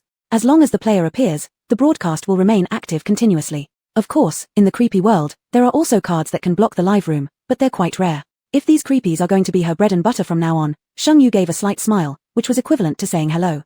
Holy cow, so beautiful. Beauty's mom opens the door for Beauty. Beauty has arrived home. Big brother Gonde Morshiang, Aya, such a beautiful player, how could she just arrive in the creepy faction now? It looks like the propaganda of the creepy faction isn't good enough. Big brother Gonde Morshiang tipped 1 candle, 10 ghost coins. Shengyu smiled and looked at her name on the panel. It seemed like she needed to change it to something more appealing. Reward seeker or husband 18 yuan, which one should she choose? Another prompt sounded. Ding, level 3 upgrade detected for the player. Would the player like to draw a talent? Shengyu originally wanted to choose yes, but after glancing over, she suddenly noticed the chat rapidly filling up. Streamer wait, want to draw talents. Holy cow, did you get a talent card at level 3? Flying King, talent card. Don't be too absurd. Flying King tipped 3 spirit plates, 444 ghost coins x3. Flying King, quickly tell us how you got 3 talents at level 3. The live room became bustling with noise. Many viewers realized she had already reached level 3 and obtained 3 talents, and soon enough this news spread quickly. In no time, over 1,000 eerie beings had joined the live room. Shengyu smiled faintly. Thank you Flying King for your tips. There is indeed some luck here. Below, I am about to draw a talent, everyone help me take a look. No one could resist the charm of a top-tier beauty's smile, not even the Iris could. Comments asking about the talent were completely drowned out by compliments praising her appearance. Talent drawing in progress. As the wheel spun and came to a halt after a minute, the needle accurately pointed to one line of the wheel SSS grade talent. Ding, drawing completed. Congratulations to the player who has drawn the SSS grade talent, True Sword. Shengyu blinked. Whose family gives a sword name like this? The live room fell silent for a moment before all the comments unanimously turned into ha ha ha ha ha. And grass cao cao. Naturally, there were also many comments among them asking, let's see how sword Y our streamer really is. Streamers, show some skin and I'll tip 1 soul banner, 1444 ghost coins. Ha ha ha my god, should I pity or envy you TM having an SSS grade talent? Eerie Stock King. Buy stocks, anyway I'm envious of your SSS grade talent. Just because Sister Koo has 4 talents, I'd kick in to join the shares immediately. Eerie Stock King tipped 1 soul banner, 1444 ghost coins.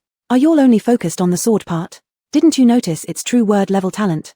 Aren't they always true word level talents on the human side? What background does the streamer have? 4 talents, what's going on? Ignoring those words, Shengyu opened the description of the talent. True sword, the sword of an invincible hero. Shengyu. It works. At least it's an SSS level. Fortune turns around unexpectedly. Woo woo woo, thank you Grandmaster for your kindness. The comment section continued its clamor. Shengyu thought for a moment and changed her new nickname. Husband 18 yuan. After changing, Shengyu immediately turned around and went to sleep.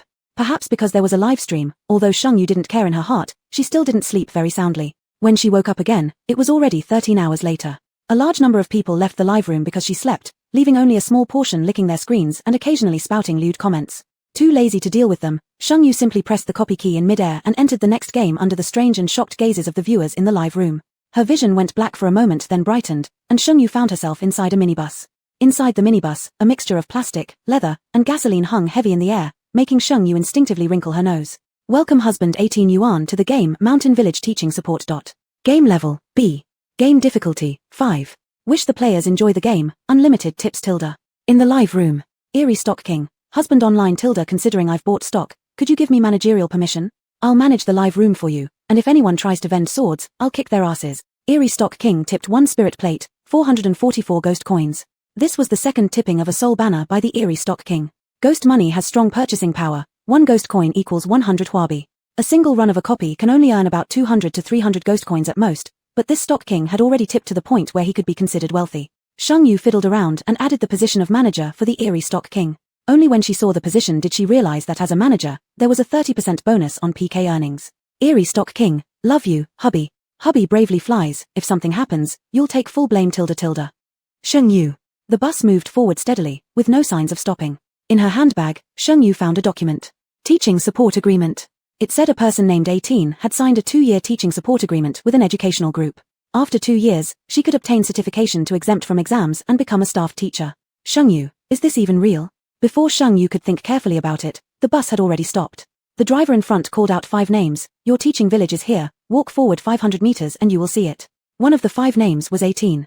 She got off the bus with 5 others, 4 women and 1 man. While Shengyu looked at the other players, they were also sizing each other up. After the bus stopped and drove away again, the sky grew dim and night would soon fall. All players, right? The man spoke first, adjusting his gold-rimmed glasses, his gaze lingering on Shengyu.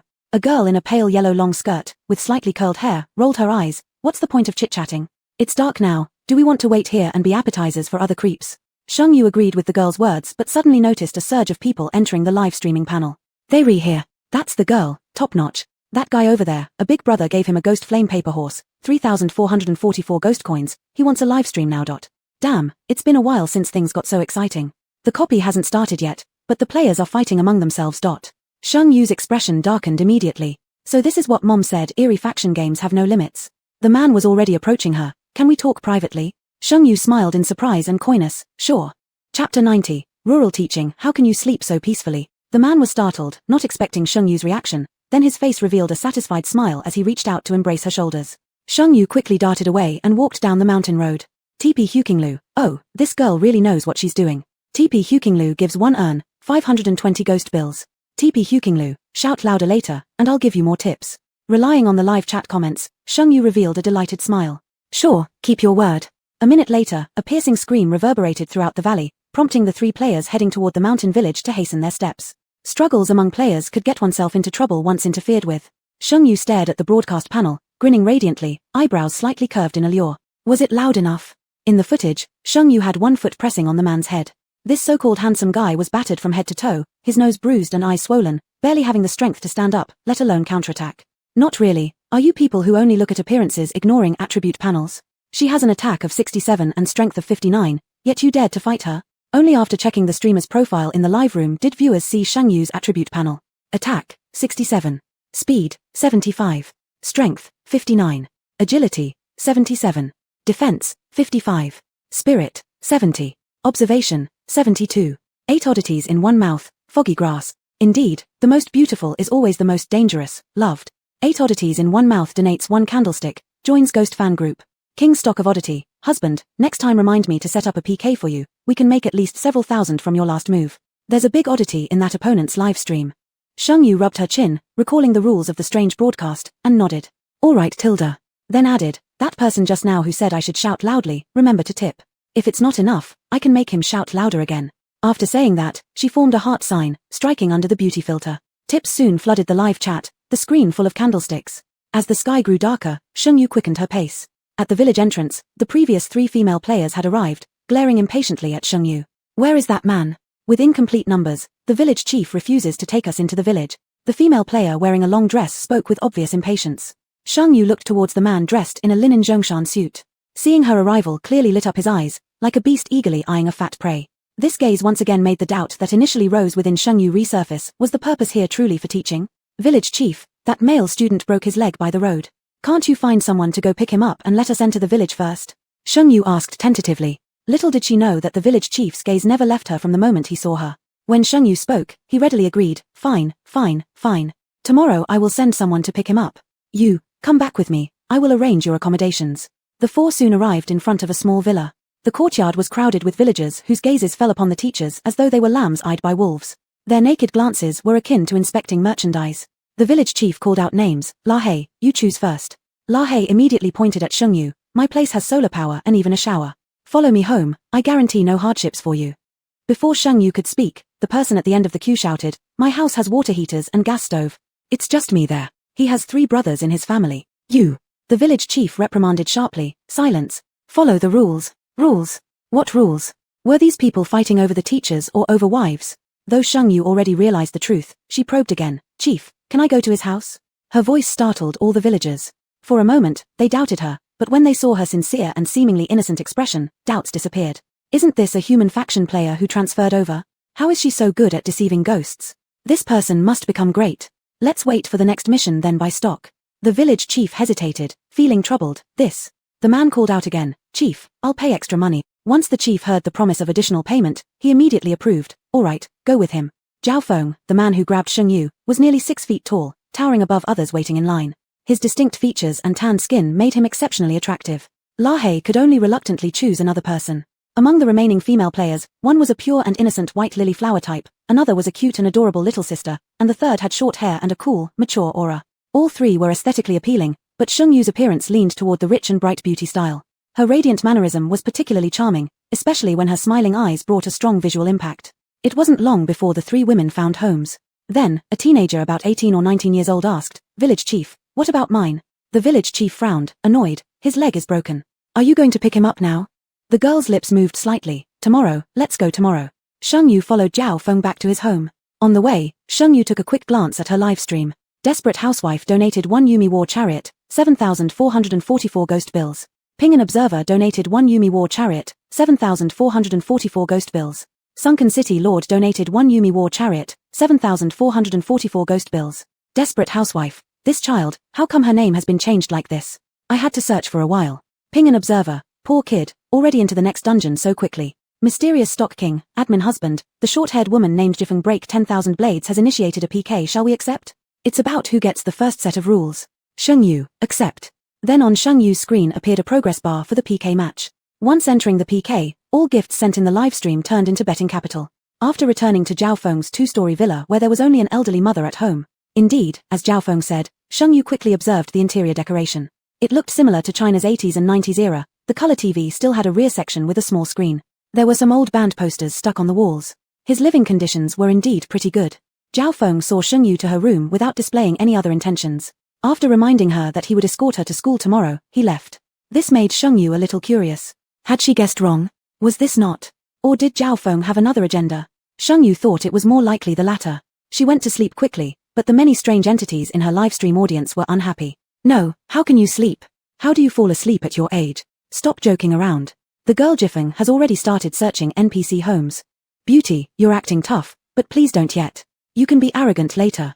Flying Ascension King, my 3 spirit plaques, damn it. That was my last savings. Get up right now to look for the rules. When she checked the donation page, Sheng Yu saw a line of candles. The person was not dead yet, but the assets in the underworld had exceeded tens of millions. There were also a few wreaths, 44 ghost bills, and Flying Ascension King's 3 spirit plaques.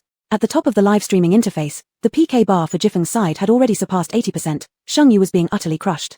No wonder the strangeness of her live stream was so urgent. It's real money. Thinking about it, Sheng Yu still explained.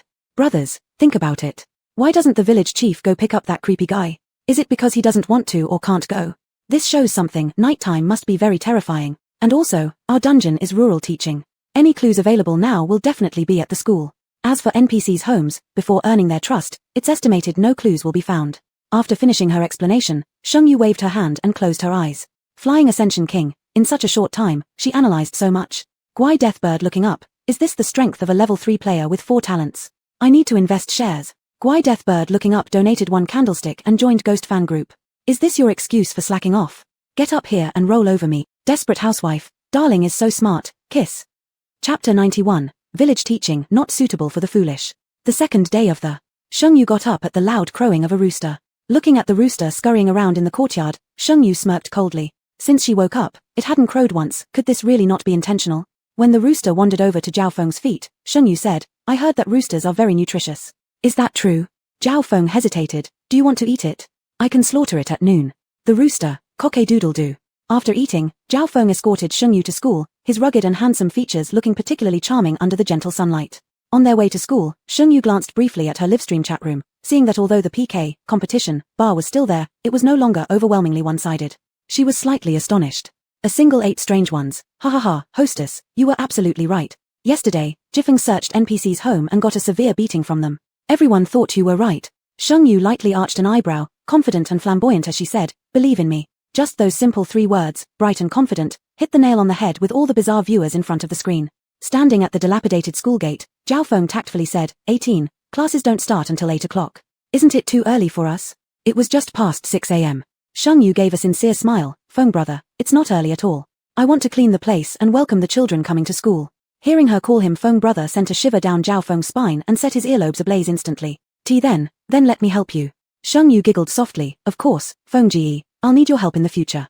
These ambiguous words made Zhao Feng's heart beat like a drum, and his walking became awkward and clumsy. This so-called school was more like 3 connected tile roof houses. One was the teacher's office, another was the classroom, and the third one was half collapsed. It was the teacher's dormitory. Sheng Yu entered the teacher's dormitory first.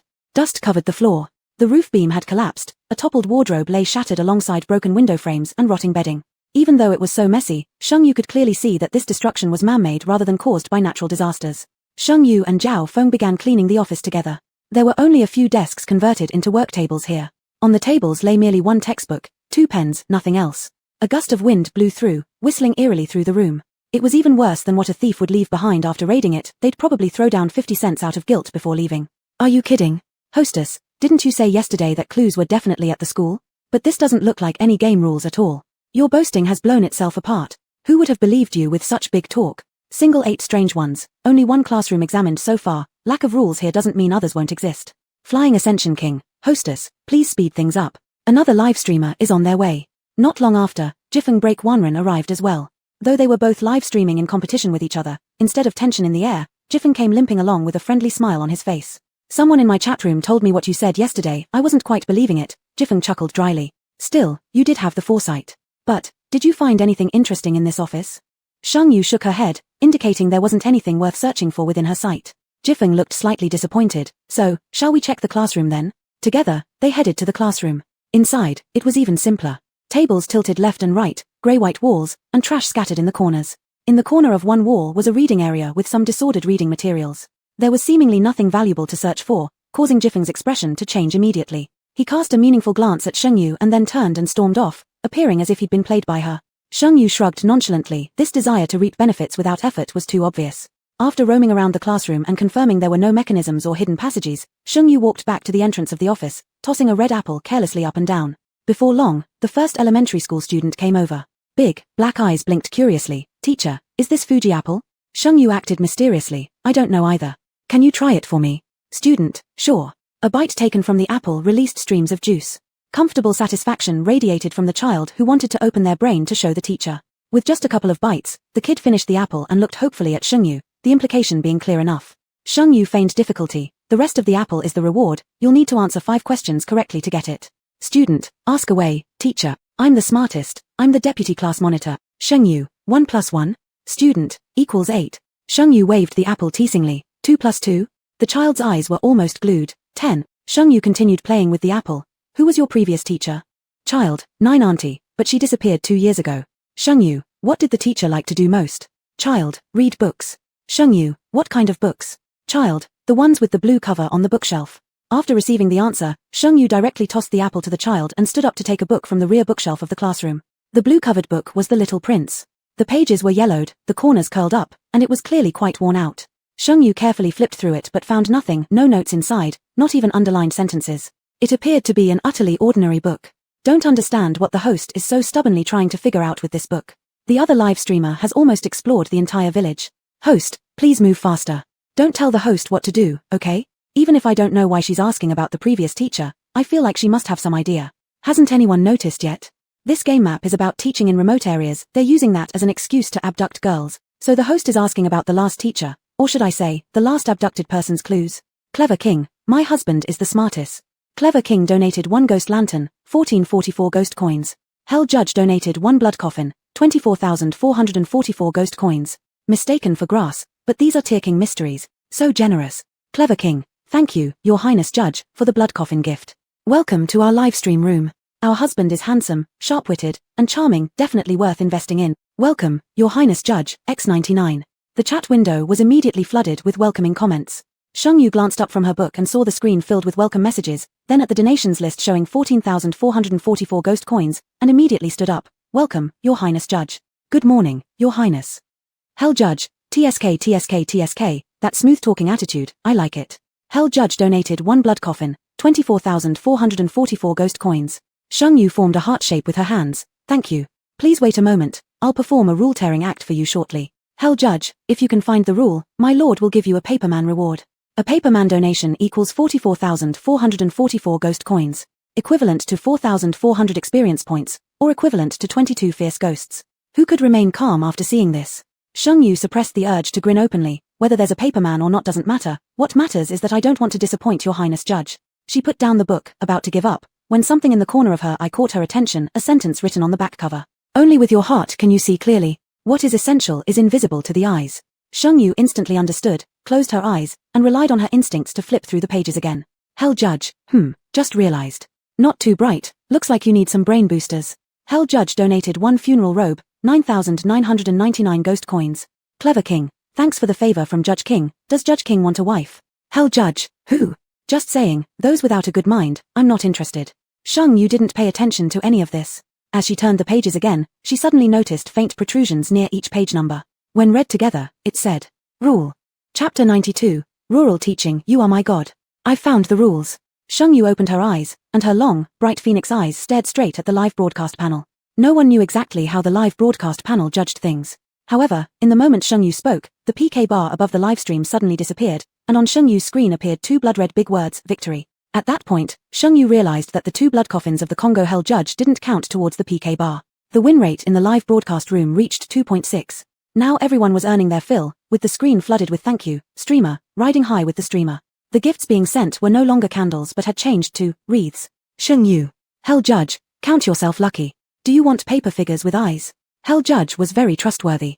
Seeing the reaction of the PK bar confirmed that this woman who looked like she lacked brains really did find the rules. Sheng Yu asked hesitantly, what's the difference between ones with eyes and those without? The Eerie Stock King dared not let the T-Class Eerie explain himself, so he hurriedly sent a comment. With eyes, it can be used as a card. Without eyes, it's just plain 44,444 ghost money. Sheng Yu looked at the screen, caught in a dilemma. She wanted the cards. She also wanted experience. The Hell Judge reclined lazily on the couch, his leg propped up, looking at the extremely beautiful woman in the image, every frown and smile exuding charm.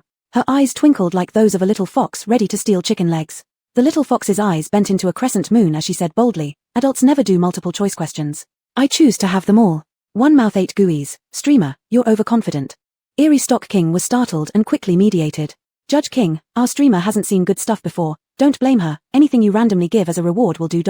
Sheng Yu waited for a few seconds and seeing no response from the Judge King, she calmly went back to analyzing the rules. Rule 1, you are a teacher, and you must fulfill your duties. Rule 2, at night, you must hide in a place where others cannot find you. Rule 3, stay away from the corpses in the village. Rule 4, beware of the full moon night. Rule 5, the teaching support time is 7 days. These 5 rules, each one of them seemed incomprehensible. The first rule stated they were volunteer teachers and needed to perform the duties of a teacher, which meant giving lessons. But the 5th rule said the teaching support time would last for 7 days. What did this mean? Would they cease to be teachers after 7 days, allowing them to move freely? Or did it imply that after the 7th day, the first rule would lose its effect, allowing the villagers to act accordingly? Sheng Yu inclined more toward the second interpretation.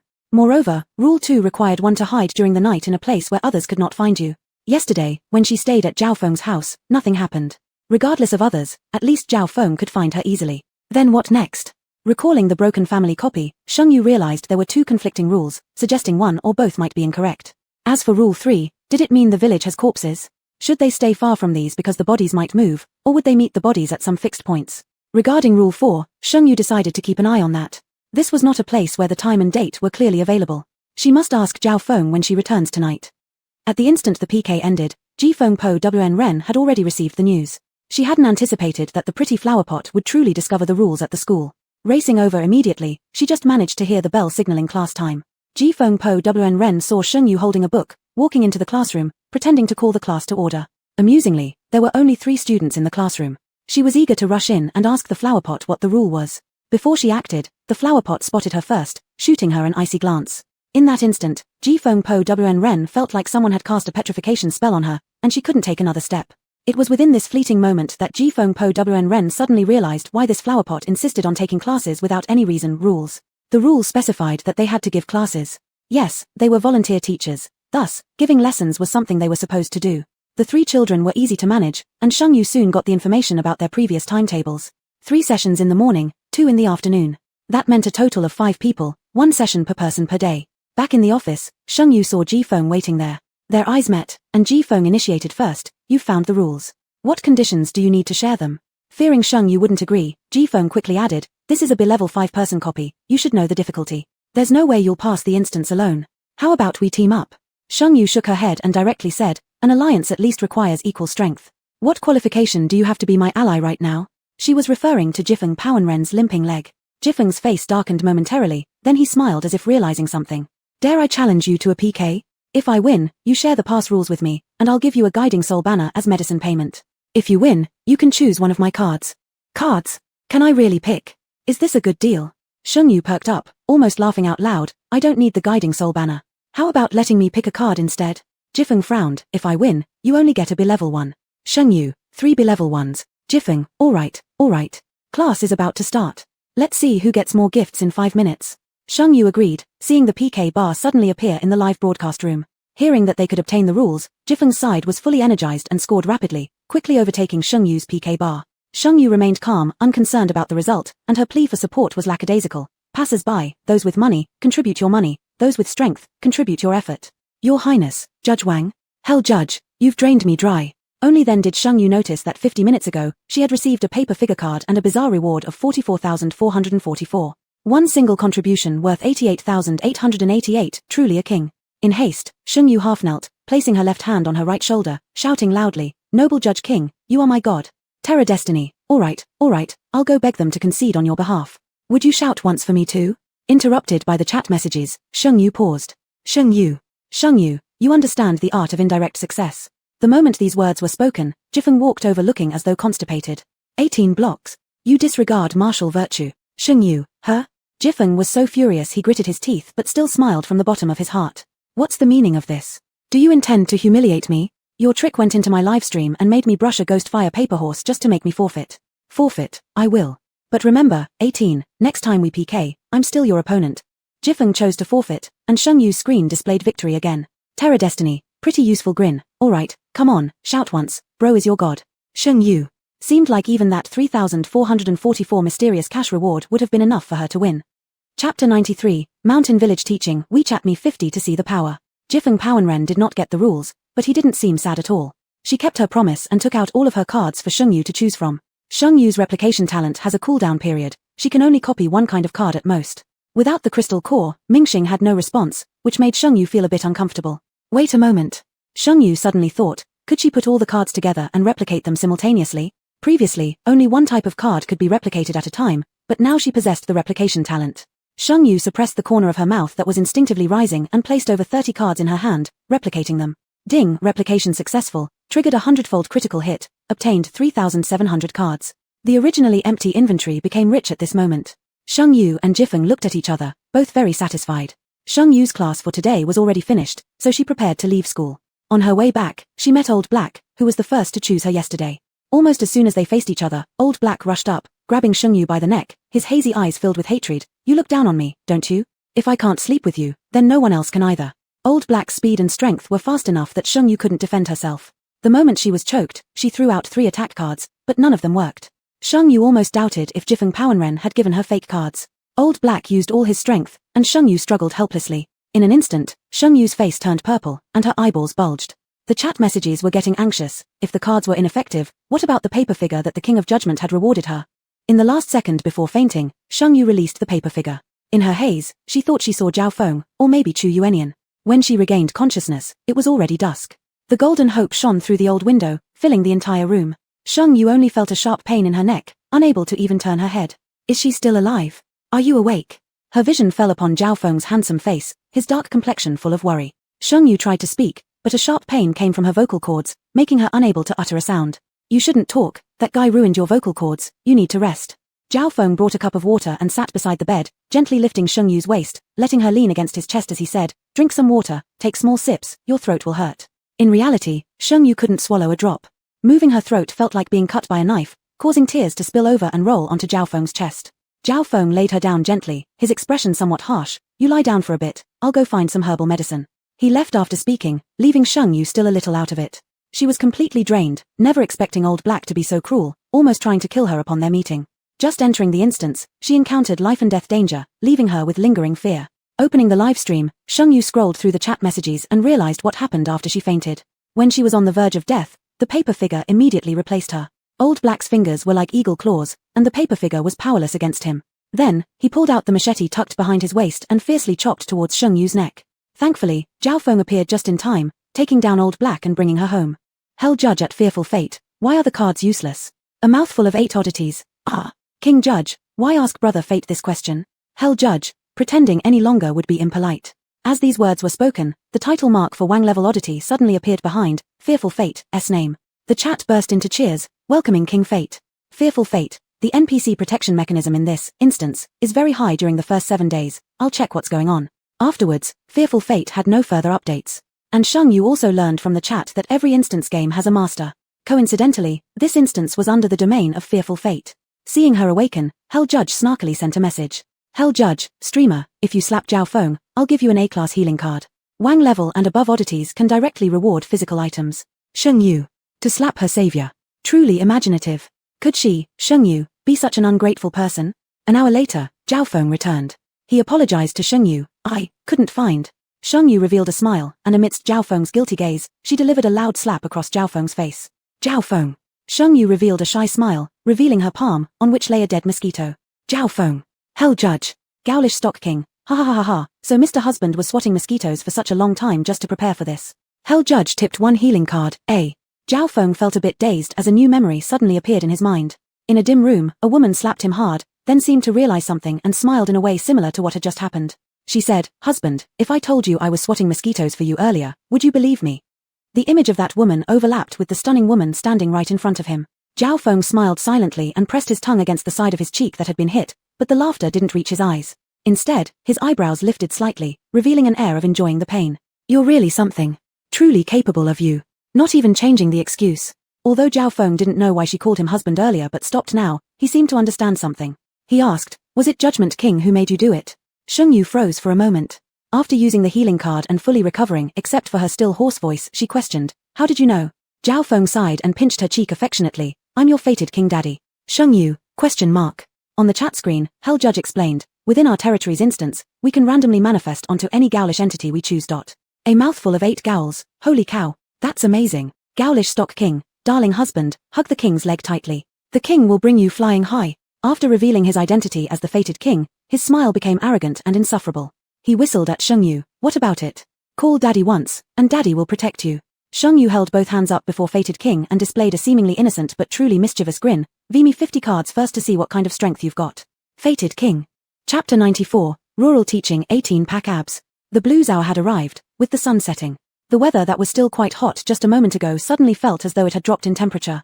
Sheng Yu got up to head to the bathroom for a shower, and Fear Tianming followed close behind. Even when Sheng Yu entered the bathroom, he did not intend to stop trailing her. Sheng Yu, what do you want by following me? Not like this tone, as if he's some sort of pervert. Fear Tianming nervously touched his nose but stubbornly said, aren't I just concerned about your safety? He himself didn't understand. Inexplicably after that memory appeared in his mind, he always wanted to stay right beside this woman. Even some restricted images came to his mind. He vaguely remembered the slender waist of the woman, her soft cough. The live stream had an auto-sensor function, so Sheng Yu finished her shower quickly and was ready to return to her room. She was somewhat skeptical about Rule 2, but the night being dangerous is indisputable. When Fear Tianming saw her come out, his legs moved faster than his brain could think, and he followed her all the way to the door of Sheng Yu's room. They looked at each other. Sheng Yu. Fear Tianming.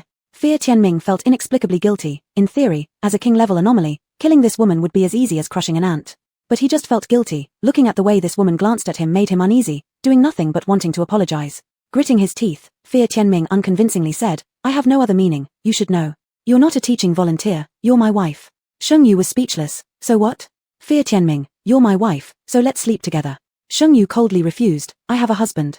Fear Tianming, I know, it's me. Sheng Yu, look at my name, do you know what it means? Fear Tianming, do you mean you want me to have 18-pack abs? I'm not a super corn freak. Sheng Yu showed her teeth in a smirk, my husband has been dismembered into 18 parts. Do you want to experience the same? Fear Tianming, Hell Judge, ha ha ha ha ha, I want to see the 18-piece king. Strangeness Stock King, wow, your name really holds such deep meaning. Grow a great shark, wait, did someone swap mosquitoes for the king? Anyone? Grow a great shark sends a blood coffin reward, 14,444 strange coins. It's the Shark Emperor has arrived. Nope, these king-level strangenesses, you all give rewards of blood coffins. I hate rich people like you.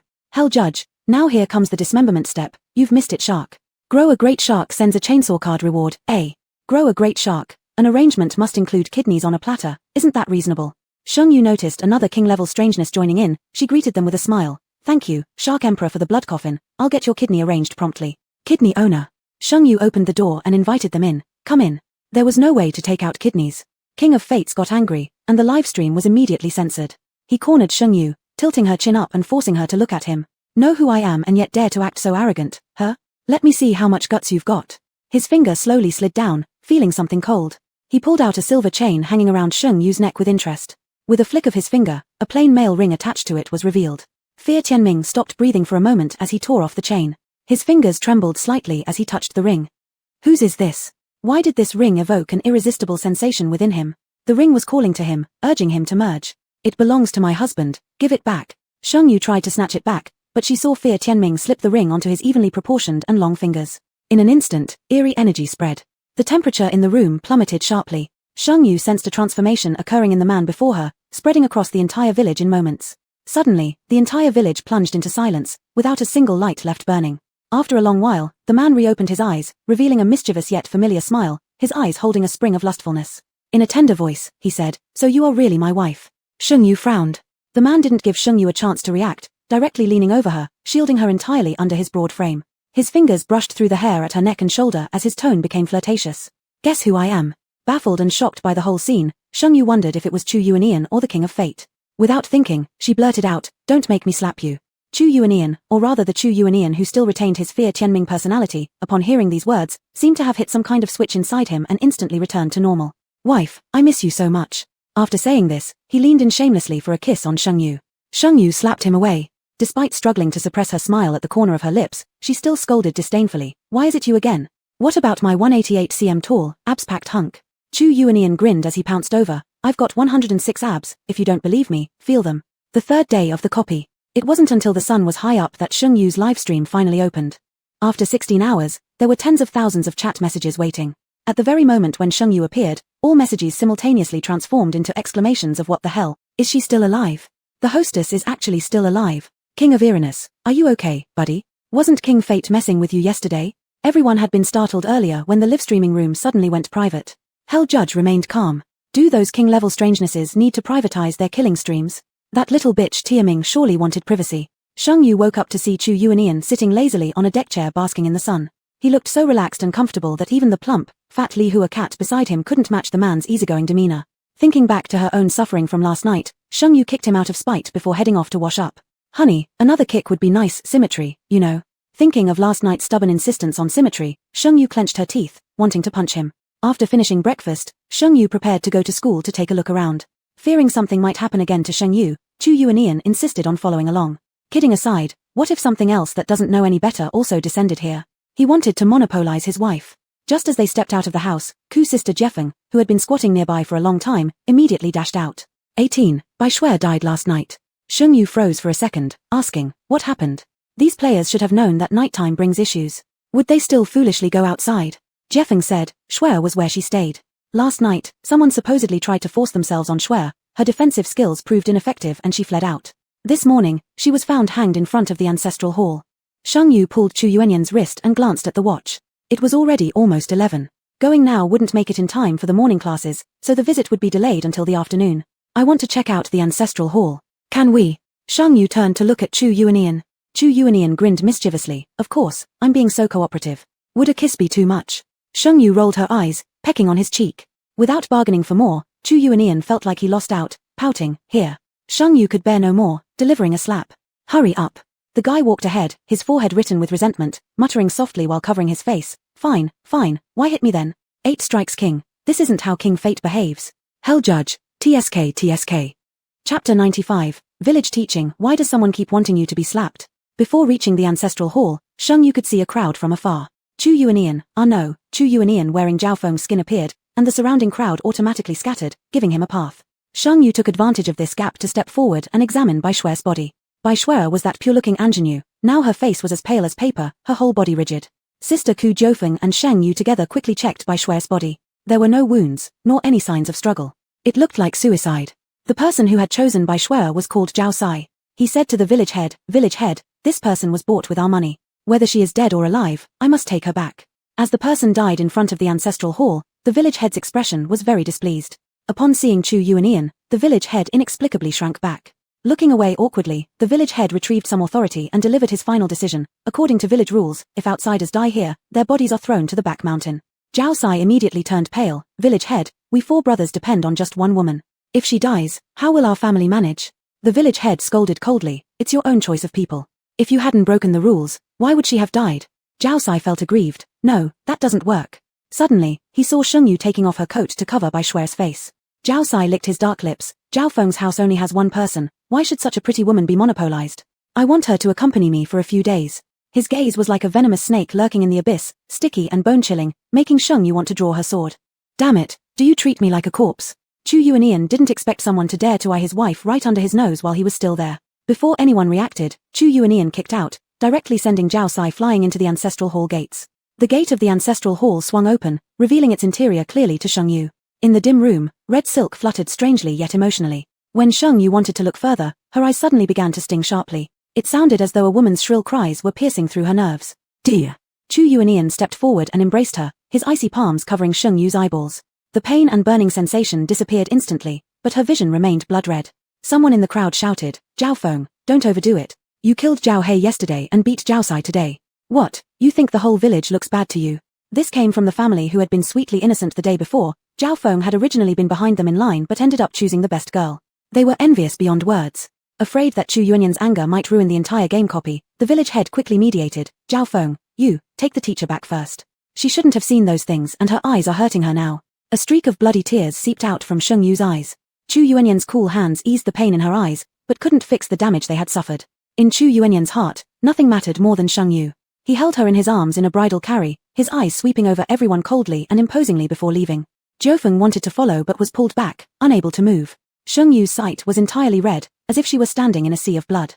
Occasionally within the sea of blood, there were struggling figures, confusing Sheng Yu about whether this was a hallucination or not.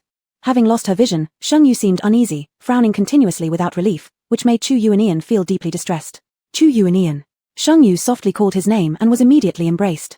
The familiar embrace relaxed her slightly. It's fine, I'm here. Chu Yuanian kissed her hair gently, trying to give her a sense of security. Sheng Yu thought about what happened in the ancestral hall.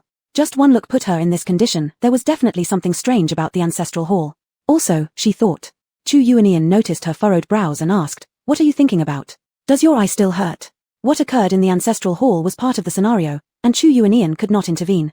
The most he could do was to alleviate Sheng Yu's pain. Sheng Yu shook her head. Treatment cards are ineffective on eyes, so it's probably not an injury. I estimate we'll need to find something specific to heal them, but that can wait. I'm worried about this afternoon's class. In my current state, if I go teach, will the rules recognize it? Without much thought, Chu Yuanian instinctively replied, take a leave of absence and I'll help you, PUH. Before he finished speaking, a mouthful of blood sprayed out, his complexion turning ghostly white instantly. The mysterious aura around him dissipated by half. Realizing something was wrong, Sheng Yu panicked and hugged Chu Yuanian's waist. What's wrong with you? What's happening? Chu Yuanian spat out the blood in his mouth, leaving smears of blood on his handsome face, which added an extra layer of dark beauty to his demeanor. But Sheng Yu couldn't see it. It's nothing, I just talked too much and got hit by the rules. While Chu Yuanian described it casually, the chat room witnessing this exploded with reactions. Raising sharks. Whoa, whoa, whoa. The King of Fate can alter the rules, yet he was punished by them anyway. Hell Judge, TSK TSK TSK, such simple mistakes still get made. Yama's Register, incredible. When have we ever seen the King of Fate lose control? Yama's Register tipped one blood coffin, 14,444 eerie coins. It's the King of Pointing. My livestream has gone crazy. Xiaoka's broadcast actually has 4 royal tier eerie entities. Eerie Stock King, greetings to the King of Points, your majesty is generous. Yama's Register, if the host is cursed, one slap from me to you would get rid of it, and I'll give a curse removal card to ensure it happens. Chu Yuanian read these comments from the livestream chat room to Sheng Yu. Sheng Yu, your reputation isn't very good. Why do so many people want to see you slapped? Chu Yuanian puffed himself up proudly. That's because they've all been slapped by me. Then, he shouted at the broadcast panel, even if my wife slaps me, I'd accept it willingly. You wouldn't understand how it feels to watch us kiss. Now hand over the curse removal card. Yama's Register, filthy bastard. Chu Yuanian hugged Sheng Yu tightly and chuckled. Wife, he agreed. Saying that, he took a bite of Sheng Yu while she was in his arms. Raising sharks. Can't stand it anymore, can't stand it anymore. Hurry up and give him the card. Yama's Register tipped one curse removal card, A rank. No need to ask, when royal tier eerie entities act, there's no card below A rank. Sweetness forever, visiting from next door, hello your excellences. Our host, Xiao Tian Tian, is extremely cute and loves to flirt. Come check out our live stream. Are you serious? Running off here to recruit. Don't you have a home? Sweetness forever has been kicked out of the live room by Eerie Stock King. Yama's Register, if I'm not mistaken, the curse relates to the plot. We might as well wait before using it. As night fell, Chu Yuanian embraced Sheng Yu and drifted into sleep joyfully. However, Sheng Yu slept uneasily, knowing this was the effect of the curse. It was a dream bathed in blood, where an ugly face loomed before her, exactly like Zhao Sai's from earlier. She was Bai Shuer, who had barely escaped Zhao Sai's household. Finding refuge elsewhere in this highly xenophobic mountain village was extremely hard. After walking only 2 steps, Bai Shuer saw a woman ahead dressed in red. How could players who entered a B-rank scenario be without any vigilance? Just as Bai Shuer tried to escape, another woman in red appeared behind her. Bai Shuai couldn't evade them and ended up following them back to a house. The women told Bai Shuai that they were all kidnapped and brought here. Now they had gathered together to find a solution. There were more than 10 women in red, possibly even more. They hoped Bai Shuai would join their alliance against the villagers. Sheng Yu could feel Bai Shuai's mental state plummeting rapidly, and before long, Bai Shuai agreed to join them. Next, they revealed the method for Bai Shuai to become part of their group. Sheng Yu, wake up. Chapter 96. Village teaching you, monk, are stingy. Chu Yuanian's urgent voice alerted Sheng Yu to the fact that something was wrong. Without any hesitation, Sheng Yu used the curse removal card, and the wave of bloody redness before her eyes receded. The scene she witnessed next made the hairs on the back of her neck stand up. Chu Yuanian had his hand on his chest, with spots of fresh blood on the corner of his mouth. And now she was standing at the entrance of the shrine holding a hemp rope meant for hanging. If Chu Yuanian hadn't awakened her, the next one to die would have been herself. Chu Yuanian was clutching his chest, his face looking unwell, clearly having been drained again by the rules. Sheng Yu ran over in pain. How are you? At this moment, the large doors of the shrine suddenly opened, countless flying red silk ribbons fell to the ground, transforming into figures of women. There was no eerie aura about these women as they silently stared at Sheng Yu, their resentment dark and menacing. Chu Yuanian wasn't in a good state right now, having taken 2 hits from the rules within a single day. Even after merging with an alter ego with the strongest talent, he still felt terrible. My dear, it hurts, Chu Yuanian whined while leaning against Sheng Yu's embrace, like a big kid rubbing his arm against hers. Sheng Yu was extremely worried and handed him an apple. Eat this and see if it works. Chu Yuanian shook his head. I want a hug. Sheng Yu hugged him close, rubbing his back while meeting the venomous glares of those women. The lead woman was named Chunying. Her crimson robe was so deep it bordered on purple, her face looked around 30 years old, but her voice sounded ancient, akin to someone 70 or 80. Someone actually fell in love with the men here. You truly deserve to die. Upon hearing this, Sheng Yu surmised that these people must be the women who had been abducted to this place. They were all pitiful souls. Sheng Yu didn't wish to tangle with them, her only concern right now was Chu Yuanian's injuries. Seeing Sheng Yu about to leave, Chunying realized that she wouldn't be able to dissuade this woman. Her countenance instantly turned hideous as a mental force shot towards Sheng Yu. Sheng Yu had already seen through their tricks, taking a bite of the apple to stabilize her mental energy. Releasing Chu Yuanian, her long sword emerged from its scabbard. In one stroke, she severed the red robes and hair of the women. The might of that one sword stroke froze both Chunying and those behind her in terror. Someone shouted, how could it be possible? You, how can you harm us? Her fingertip brushed across the sharp blade, and Sheng Yu kindly explained, this sword is called True Sword, the invincible sword. All the women in the shrine eyed Sheng Yu with hatred. One pointed at her and cursed, you're also a woman, how dare you collude with them? We should unite if we want to escape from here. Sheng Yu's lips curled into a cold smile, the unity you speak of means letting us die alongside you. Rule 3, stay away from the corpses in the village. These corpses were the women right before her eyes, whether they were already dead or living under some other guise. But these women were certainly not allies. Spending time with them would affect one's spiritual stamina. The method of joining them involved hanging oneself at the shrine's entrance. Bai Shuai was influenced and induced to death by them. Chunying coughed twice. This isn't death, it's immortality. Sheng Yu gave a derisive laugh. Regardless of what it is, the choice must be ours to make, not yours. She put her long sword away and helped Chu Yuanian to leave, warning them before parting, I won't interfere in your affairs, but don't involve me either. Don't hurt my husband again. Chunying knew they couldn't keep this woman anymore, but they were so close, just 3 more people. Just 3 more women, and they could achieve immortality and leave this place. As Chu Yuanian groaned continuously on the way home, Sheng Yu felt a surge of pity, unsure just how severe his injuries were, given that even the strange aura around him seemed almost non-existent. Returning home, she helped Chu Yuanian lie down on the bed. Suddenly, Sheng Yu remembered something extra in the supplies, roasted chicken. Smelling the aroma of the roasted chicken, Chu Yuanian abruptly sat up in bed, his eyes locking intensely on it. What is this? Seeing his improved spirit, Sheng Yu's mood brightened too. She teasingly said, Big brother, come and eat some chicken Tilda. Chu Yuanian swallowed hard. Staring at the roasted chicken, he felt an unprecedented longing deep within his soul for the first time. He stopped making jokes with Sheng Yu, tore off a fatty drumstick, and stuffed it into his mouth. Once the roasted chicken entered his mouth, the rich fragrance of the fat spread everywhere. The chicken was tender beyond imagination. Each bite contained an abundance of succulent juices, smooth and practically requiring no chewing at all to swallow. After finishing the entire chicken, Chu Yuanian let out a deep breath, and once again the sinister aura enveloped his body as his complexion regained a bit of color. Really works. Sheng Yu had only tried it, but now it seemed the results were good. Chu Yuanian shook his hand, the grease on his fingers having been cleaned off. He leaned against Sheng Yu, boneless, just a little weak still. Need my wife to hold me, and a kiss would be even better. Sheng Yu. One mouthful of 8 ghosts, streamer, such amateur acting, don't get fooled by it. As the chat messages just scrolled by, Sheng Yu lowered her head, her index finger hooking Chu Yuanian's chin, leaving behind a tender kiss. Eerie Stock King. Stop spoiling your husband too much. Hell Judge donates 1 soul eye card. Hell Judge, clean your eyes, but what is that? It can actually heal injuries from the rules. Sheng Yu consoled a certain puppy, took a moment to wash her hands, glanced at the chat, and replied, "Don't know, it appeared after an upgrade. Have you Wang-level ghost hunters not seen this? Hell Judge, haven't seen it. Growing big sharks, haven't seen it, curious, want to try. Yama nominates, feels really good to eat.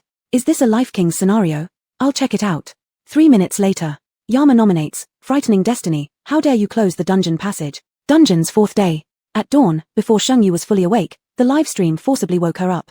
Eerie Stock King, husband, hurry up, someone started a forced PK, 1 mouthful of 8 ghosts, no martial virtue, sweetie, I'm going to scold you to death. Shengyu checked the forced PK details, each player in every dungeon got 1 forced PK opportunity. The person forcing PK against her was that cute little girl, sweetie. Because it was a forced PK, as soon as Shengyu woke up, the livestream split the screen into 2 halves. One side showed a sleepy woman wrapped in a man's arms, appearing delicate and charming while nested snugly within his embrace. The other showed a messy-looking little girl, with dirt all over her body and 2 dried leaves sticking to her hair. The PK bar already showed a countdown starting for 10 minutes. Within 10 minutes, whoever received more gifts would win. Sweetie said, 18, come to the back mountain.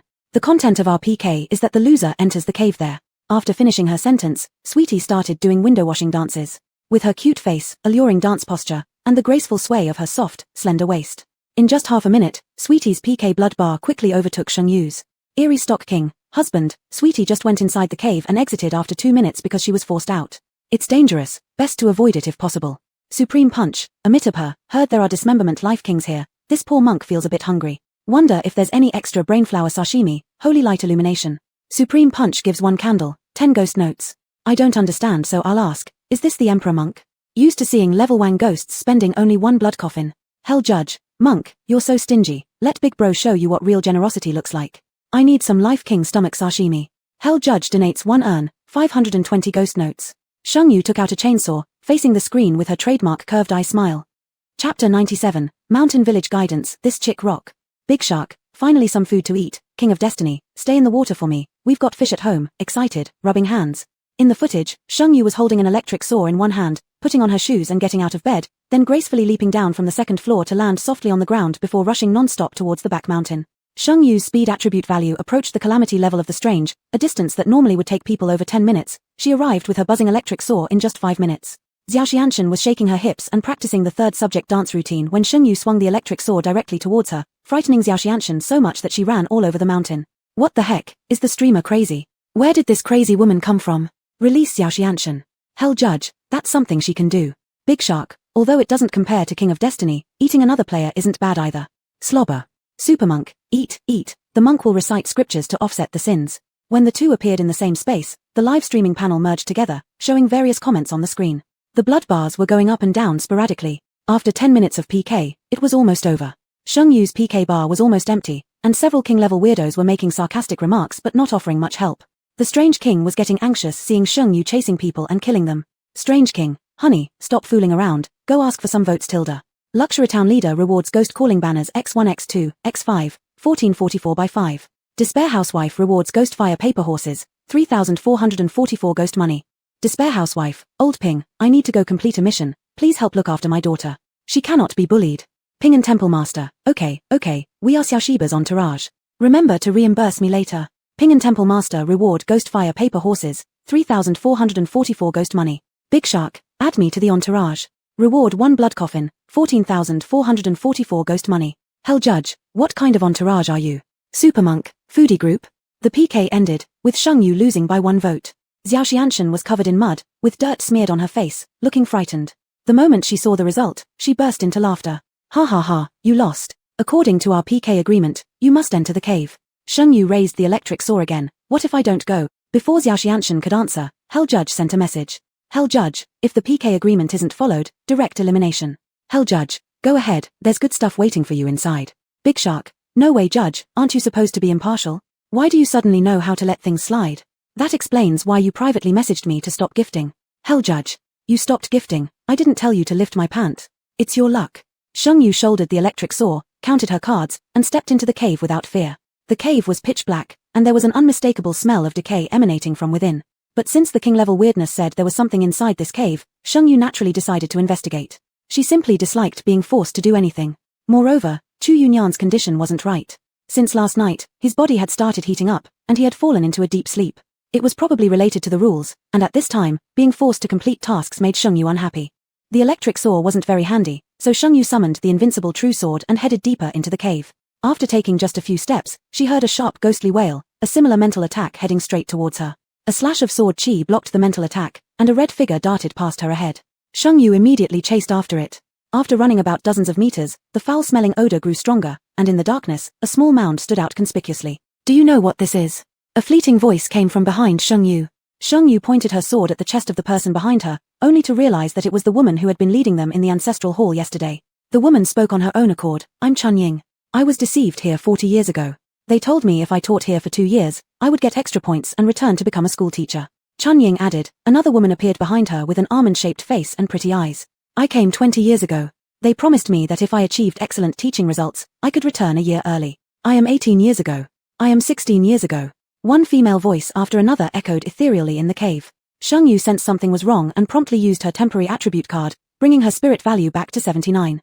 Cold sweat broke out all over her body as she unconsciously found her spirit power had already dropped by 40 points. "Huh. Your spirit power is incredibly strong," Chunying said curiously. "How did you manage that? Could you tell us?" Shengyu swung her sword, igniting it with a flicker of true fire. "I said, don't even think about messing with me." A hint of surprise flickered in Chunying's eyes. "You've met them and still managed to come out alive. You're truly impressive." Seeing Shengyu's confusion, Chunying explained, "We aren't the same person. Can't you sense it? I am a peculiar being, while she is a corpse. But our goals are different. I seek revenge, while their wish is simply to escape and live. However, we both need one thing, spirit energy.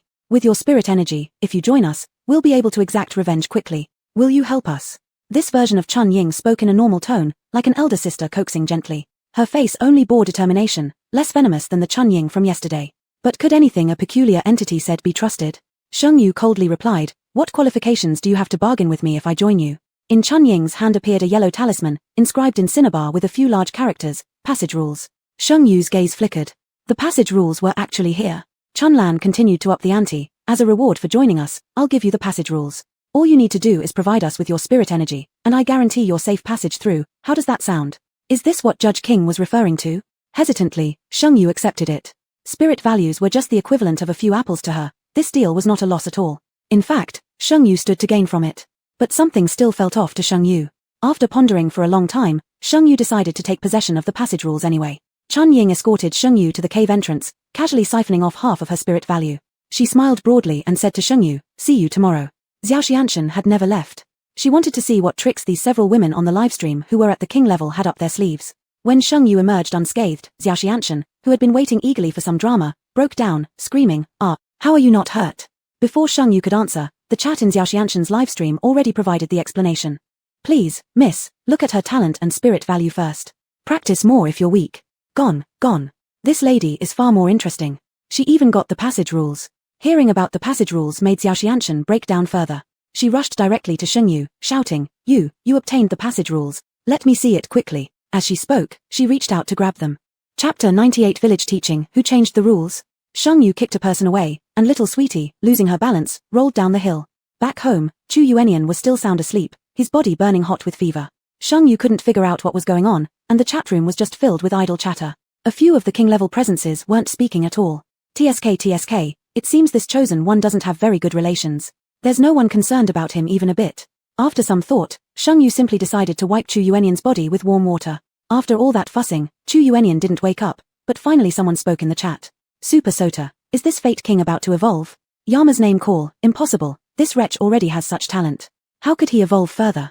"Hell Judge, I suspect that roasted chicken is poisonous. Transport it over here for me to taste, and I'll prove your innocence." Raising a great shark, "Brother Judge, you're still so high." Shengyu. She took out the roasted chicken, first showing it around in front of the live broadcast panel, then handing it over to Chu Yuanian's bedside. "Big Brother Chu, it's time for dinner Tilda." Shengyu's voice was sickeningly sweet, dripping with honey, winding into people's hearts with affection. Her eyes brimming with feelings matched with her bright and beautiful face, leaving others utterly defenseless. Raising a great shark, F***K. Why is this the Fate King's dungeon? I want to go in too. Yama's name call. Smart people have already closed all the dungeon channels. Cool. Hell Judge, old silver coin. Chu Yuanian was awakened by an inviting aroma. He playfully begged while his eyes were still closed. "Wife, so tired. Can you feed me please, Tilda?" Shengyu. In front of the livestream, Shengyu had to take care of her bedridden, disabled husband who can't manage daily life activities. Only after finishing everything did Sheng Yu have time to open the yellow paper, row by row of crimson words catching her eyes. Passing rules. 1. Enter the ancestral hall and come out alive, C-level passing. 2. Survive for 30 days, leave as one person, B-level passing. 3. Rescue survivors, A-level passing. 4. Get one villager's confession, S-level passing. Sheng Yu. These rules to pass cannot be said to be simple, they are just bizarre. Based on Sheng Yu's current understanding, entering the ancestral hall, depleting spiritual energy, dead. Surviving 30 days has always been C-level passing, suddenly becoming B-level passing, harder than C-level. Also requiring to leave alone. What does this mean? Is there anyone who wants to leave with the strange occurrence? Unsolvable. Rescue survivors. This means there are women in the village who haven't been trafficked in yet, but also haven't died. Who is this person? She hasn't seen many women since entering the village. Troublesome. S-level passing? That's out of the question. Given the situation Sheng Yu witnessed in the cave at the back mountain, these people cannot confess their sins. They have normalized and rationalized the act of buying people as normal. Just like going to buy groceries, bargaining is completely natural. Their mothers, wives, even their daughters-in-law are bought. To make them recognize this error and repent would be equivalent to asking them to curse their ancestors. Right at this moment, Sheng Yu suddenly remembered, they buy women to return, to continue the family lineage. B-level passing, isn't that saying getting pregnant won't allow one to leave the dungeon? Sheng Yu sucked in a breath of cold air, nudging Chu Yuenian who had just fallen into dreams. Chu Yuenian was still half asleep, stretching his arms to embrace her in his chest. Wife, don't worry, I'll be fine soon. Not that, this dungeon cannot involve pregnancy. Thinking about the fact that countless people are watching in the livestream, Sheng Yu felt humiliated and almost wanted to die, her face flushed red with embarrassment. Mysterious Stock King, my husband looks cute when his face turns red. Come on, let auntie kiss you. Raising a great shark, all dungeon passages are closed, the Shark Emperor shows up, unmatched by any rival. No, I've modified the rule on you. Even after doing it 100 times a night, you won't get pregnant. Chu Yuenian snuggled closer to the person in his arms, sniffing a familiar scent before falling back to sleep contentedly. Sheng Yu. What? What did he modify? What rules did he tamper with? Who changed the rules? Sheng Yu stood stunned for several seconds, belatedly remembering what the chat said. Fear-filled Destiny's trick is to change the rules. Such a godlike skill, it must be SSS level, right? Then glancing again at her own panel, fusion, random, true sword, struck off. Sheng Yu fell silent once more. Hell Judge, the son of the rules is this reckless. One punch salvation, Amitabha Buddha, Destiny benefactor, the poor monk wishes to guide you now. Yama's name call, life dog, if you dare, open the dungeon and let's see who wins. Swallow 8 gals. Wait, are all king-level mysterious beings this strong? Doing it 100 times a night. Relieved to know she wouldn't get pregnant, Sheng Yu changed into fresh clothes and headed to school for class. At the school, a man stood on the podium, enthusiastically teaching an English lesson with friendliness and warmth.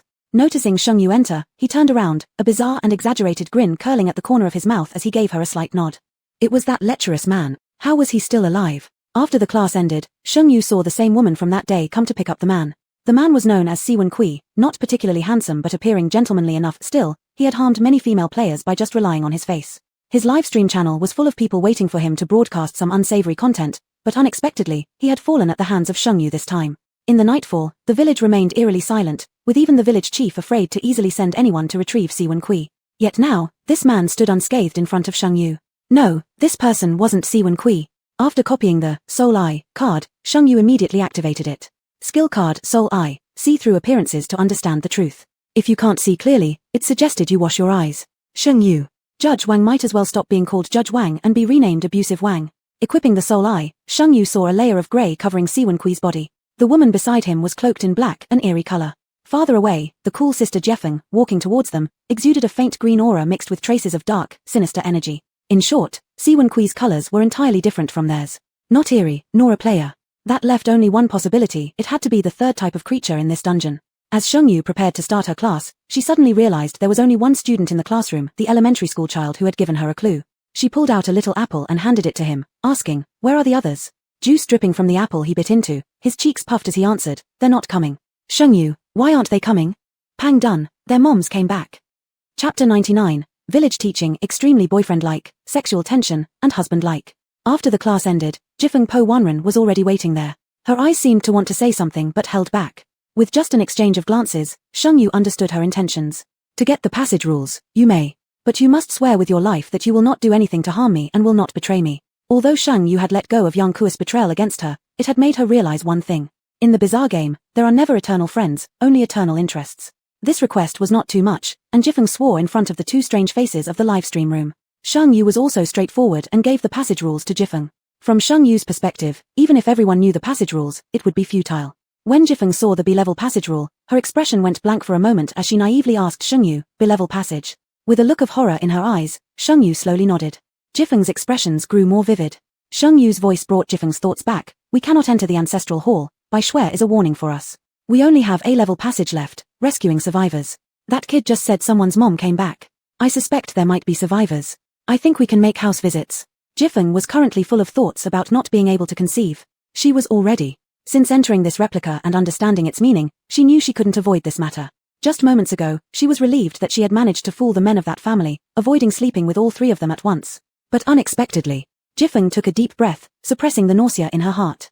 She decided to aim for A-level passage, obtain points, and switch to a new body. Jifeng agreed. Alright, after the class, we'll go together at noon. While waiting, Sheng Yu wasn't idle either. There was one thing she was quite worried about. The hidden rules. Last time, they failed because of the hidden rules, and this time the replica only has 5 rules, meaning there must be other rules existing. Finally, Sheng Yu fixed her gaze on the teacher dormitory that had been intentionally destroyed.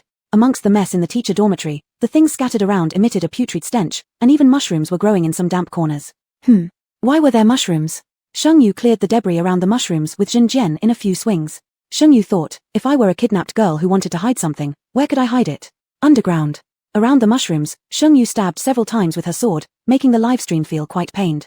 Not exactly, streamer. That's SSS grade talent, not a shovel. Wah, which king level player is here? I have a shovel card, could anyone help send it to the streamer? My heart hurts. Hell Judge, I appreciate your attitude that treats SSS grade talent like nothing special. On the 5th stab, Sheng Yu hit something hard. Jin Jian continued to be used as a shovel, and soon she dug out a purple sandalwood box from the ground. Opening it, inside was a dampened photograph whose face was no longer clear, along with an ancient book underneath. The writing in the book was blurred, unreadable. On the back of the ancient book, however, there was clearly written a row of delicate words in cinnabar ink. Hidden Rule 1. Do not trust anyone, do not believe everything you see winking smiley. Hidden Rule 2. Leave here, and leave before the full moon night. Another mention of the full moon night, it was mentioned in Rule 4 too. Rule 4. Beware of the full moon night winking smiley. Today is the 12th day of the 5th lunar month. There are only 3 days left until the full moon night. Sheng Yu immersed herself in thought. Suddenly a sound of footsteps came from beside her. Classes were over. Jifeng walked out of the classroom, just in time to see Sheng Yu coming out holding the box, surprisedly asking, did you find something again? Sheng Yu, it has value, but not much. With the live stream going on, Sheng Yu couldn't hide the existence of the hidden rules. Worthy of note is that although the live stream sees the rules obtained by the players, they cannot type them in the live stream chat. Together, the two left the school gate, preparing to visit the home of the student living at the village entrance. Knocking on the door of a tiled house at the village entrance, a woman around 30-something opened the door, appearing gaunt and with empty eyes. Who are you looking for? The woman, seeing the two women dressed brightly, already guessed their identities. When she got a good look at Sheng Yu's appearance, her eyes quickly flashed with a hint of darkness. She immediately put on a smile, her attitude becoming kinder. You're the new teachers, right? Please come in. As Sheng Yu and Jifeng stepped into the gate, the woman abruptly closed the door. An unknown strength from her frail body caused her to swing the hoe next to her and strike down toward Sheng Yu's head. If that were to hit, it would likely mean immediate disconnection. Sheng Yu had been on guard against the woman all along. While dodging the hoe, she quickly moved in and pinned the woman's arm down, pressing her hard onto the ground. Are you out of your damn mind? You know we're teachers and you still attack us. Jifeng couldn't help but curse. Ha ha ha ha. Teachers? What teachers? You're just a bunch of fools who were deceived here, thinking highly of yourselves after being trafficked to this place. The woman's face pressed against the ground as she burst into a bitter laugh. Her laughter drew out the men from inside the house. There appeared 3 or 4 muscular dark-skinned men, one of whom was holding a male infant not yet a few months old. Upon seeing the scene, the men charged forward with their fists raised. Let's go. Seeing the situation turning unfavorable, Sheng Yu dragged Jifeng over the wall and jumped out. First home visit failed. Jifeng frowned, clearly not expecting such a scenario. What should we do next? Should we keep going? Sheng Yu shook her head. No need. We've already confirmed her identity as a survivor. As for the other mother who came back, it wasn't hard to deduce that she too had returned after giving birth. These survivors harbored great hostility. It made sense. When someone stayed in the mud pit for too long, they would rather pull others down to feel the torment of being stuck in a quagmire. Lost in thought, Sheng Yu headed back home, intending to check up on Chu Yunyan. Passing by the kitchen, however, she saw a tall and athletic man with a bronze skin cooking shirtless. When he saw Sheng Yu return, Chu Yunyan raised his eyebrows, flashing an impish and devilish smile. You're back, wash your hands, we're about to eat. The irritation in Sheng Yu's heart strangely disappeared. She hugged Chu Yunyan's strong waist from behind, resting her face against his back. Her entire body relaxed like a taut string set free, all her sharpness melting away. Feeling any better? This pose brought immense enjoyment to Chu Yunyan. his hidden smile growing even more unrestrained. My wife has miraculous healing skills, the reincarnation of Hua Tuor, the ultimate Cai-1G in the game, Chemo's nightmare. How could anything escape my wife's hands? Cooking finished, dishes dished out, all done smoothly in one breath. Chu Yunyan cleaned up before turning around and hoisting her onto his chest. He bent over, using his shoulder to lift Shengyu, allowing her to sit on his shoulders. With his other hand carrying a tray, he walked towards the dining room with an extremely boyfriend-like, sexually intense, and husbandly demeanor. The chat room erupted in astonishment. Can the Life King be so skilled at flirting? I have to take notes. Yama's mark, sassy guy, giant shark, playful person, instant ascension, light skin tone flexed biceps. The monk can also do this. Hell judge, lustful monk. Chapter 100, Village teaching. Those close to vermilion turn red, those close to debt turn poor. After dinner, Shengyu washed the dishes while Chu Yuanian leaned lazily by the sink. The picture was so harmonious that the live streaming room all shouted this was a weird version of rural romance. Looking at the faint annoyance on Shengyu's brow, Chu Yuanian suddenly spoke up. Wife, what's my name? Shengyu instinctively said, You're Shen Jin. You. Zhao Feng. Just as she wanted to scold him, Shengyu remembered Chu Yuanian wouldn't ask this question for no reason. He was Chu Yuanian and also, the NPC in this episode, Zhao Feng. And she was currently Zhao Feng's bought wife. Talking with Zhao Feng and understanding the situation of the village would be acceptable, right? Chu Yuanian raised his eyebrows, looking quite pleased with himself. Whose wife is that smart YA Tilda? Shengyu knew this was Chu Yuanian avoiding the rules. Fearing Chu Yuanian would again be penalized by the rules, she indirectly asked. Today there was only one student in class. The other two's mother came back. What were they originally doing? Did they go to have babies? Chu Yuanian coughed, frowned, and scolded her. Why do you ask about that? Just focus on teaching your lessons. Shengyu remained silent for a moment. Is this really happening? All right. Shengyu gently cleared her throat, softening her voice. We will also have children in the future. You must let me trust you. Chu Yuanian looked grim, his voice becoming a bit harsher. I'll tell you, if you ever try to run away, I'll beat you to death and throw you into the infant return cave behind the mountain. And, I warn you, don't even think about running away. No one in this village can escape. If you are caught back, your legs will be broken. Also, that Li auntie at the east of the village, you're not allowed to see her. Shengyu behaved obediently, nodding meekly. All right, don't get mad. I'll listen to everything you say. Hell judge, hehe, who could act better than you two? To the east of the village, nestled against the mountain, stood a solitary wooden house surrounded by a simple fence, looking very humble. When Shengyu and Jifeng arrived, Auntie Li was watering the vegetable garden in the yard. Seeing them, she paused momentarily before her eyes flashed with joy. Are the two of you the new teachers from the village? Auntie Li smiled kindly, rubbing her hands continuously, appearing both nervous and excited. Jifeng and Shengyu exchanged glances. Yes, we are here to look for one of our students. We didn't expect to end up here. Glancing at Auntie Li's expression and seeing no suspicion on her face, Jifeng continued, we rarely see women in the village. You're the first one we've encountered. Upon hearing this, Auntie Li's face revealed a flicker of tension. You haven't noticed anything strange yet? Seizing the opportunity, Shengyu replied earnestly, of course, we know. But we don't know what to do. Can you help us? Auntie Li asked hesitantly, there are only the two of you. If it's just two, then I'm also powerless. What about three? Auntie Li managed to suppress her excitement but still hinted darkly, then I do have a way, though it might require some sacrifices from you. Shengyu grasped Auntie Li's hand eagerly, as long as it helps us leave here, we'll do whatever it takes.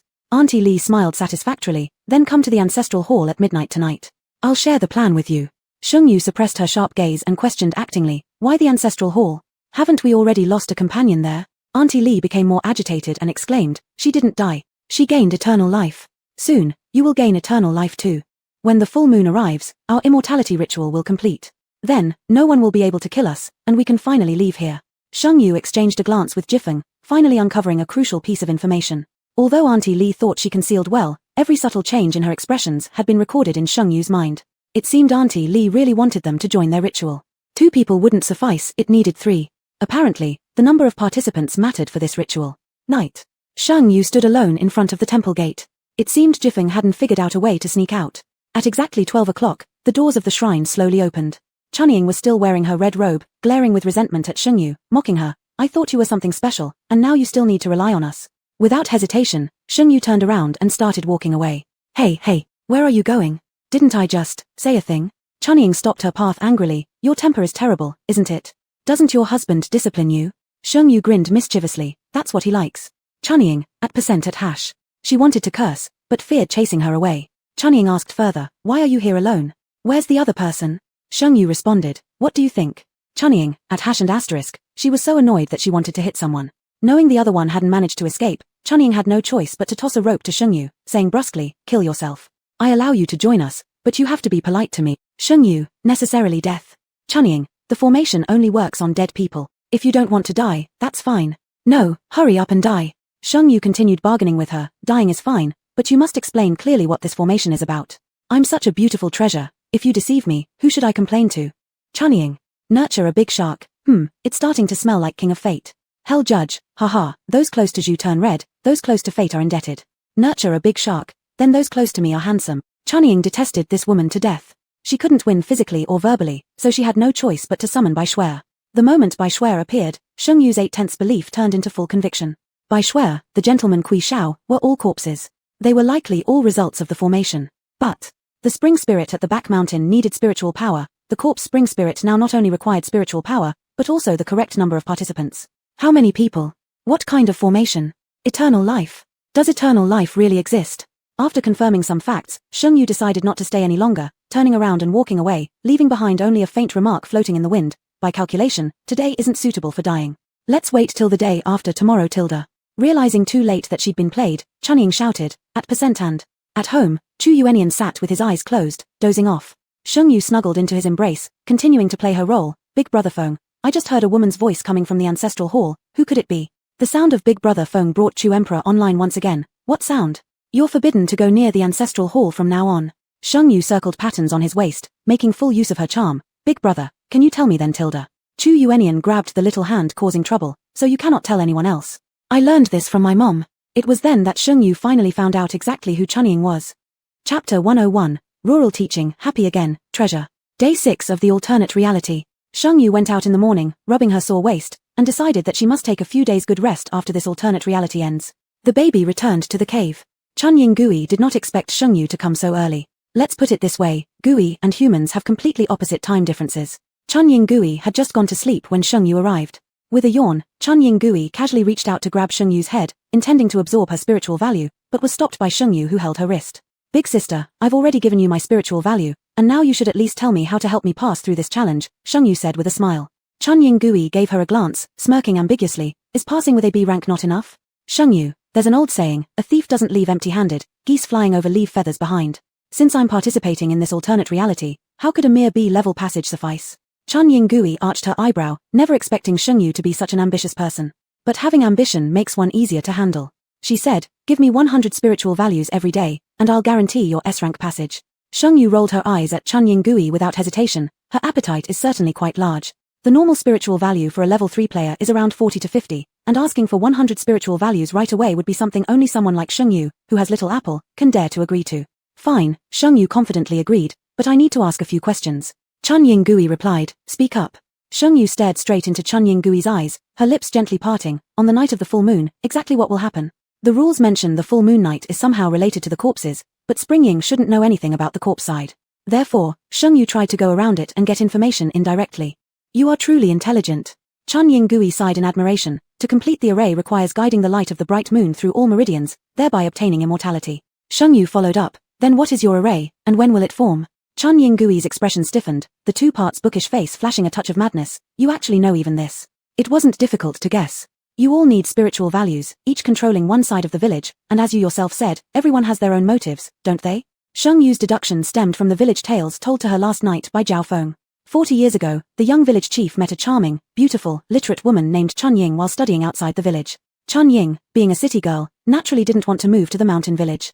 Later, the chief lured her back under the pretense of teaching support, then confined her within the isolated mountainside. Even more intolerable for Chunying was that the chief's brother also fell for the bookish girl. Together, the brothers violated her. During childbirth, Chunying experienced severe bleeding and delivered a daughter before being cruelly abandoned at the Yinhui cave. Unbearably shattered by this ordeal, on a rainy night, dressed in red, she hanged herself at the entrance of the ancestral hall. From that point onward, strange incidents plagued the village until 3 years later when an elderly woman named Grandma Li arrived, setting up an array which dispelled the anomalies. The village recovered peace.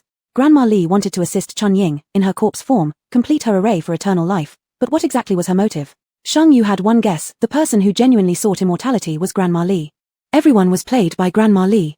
So if Chunying Gui needs spiritual values, it's clearly tied to the array. What does she aim to do? I merely seek revenge. Everyone shall pay. Chunying Gui's eyes brimmed with madness. She cast a cold glare at Sheng Yu, containing her emotions with restraint. Hand over your spiritual values, and you may leave. Don't blame me for being unfriendly if you press further. Sheng Yu directly went to the school from the Yinhui cave. A solitary elementary school student was already sitting by the classroom door. Seeing Sheng Yu, his chubby body sprang up instantly, waving to her. The boy was named Zhao Bin. Sheng Yu sat with him outside the classroom nibbling on a small apple. Looking at the teacher-fairy-like profile of 18 teacher, Zhao Bin felt this was the happiest time since he was born. After a long pause, Zhao Bin hesitatingly spoke. Teacher, I heard you really like Uncle A-Foam. So, will you leave here? The village was so small, any movement or news at anyone's home became known across the whole village in no more than 10 minutes. Her nightly revelries with Zhao Feng were already widely spread throughout the village, though she hadn't expected the elementary school kids were aware too. Sheng Yu appeared awkward, ears turning slightly red as she forced composure. Children should not meddle in adult matters. Ha ha ha, look who's shy. Queen of Eerie Stock Market, TSK TSK TSK, how cute when she blushes, finally understand why the King of Destiny loves pinching the baby's cheeks. Judge of Hell Realm, corrupting children, punishment for you, come let me rub. 8 Guys Ghost, Your Majesty, Judge King, how come you're online every day? All top-tier eerie beings have their own realms. The Judge King's talents were uniquely special. Anything unsolvable in the big or small eerie worlds gets thrown to Judge King. So why was Judge King so idle today?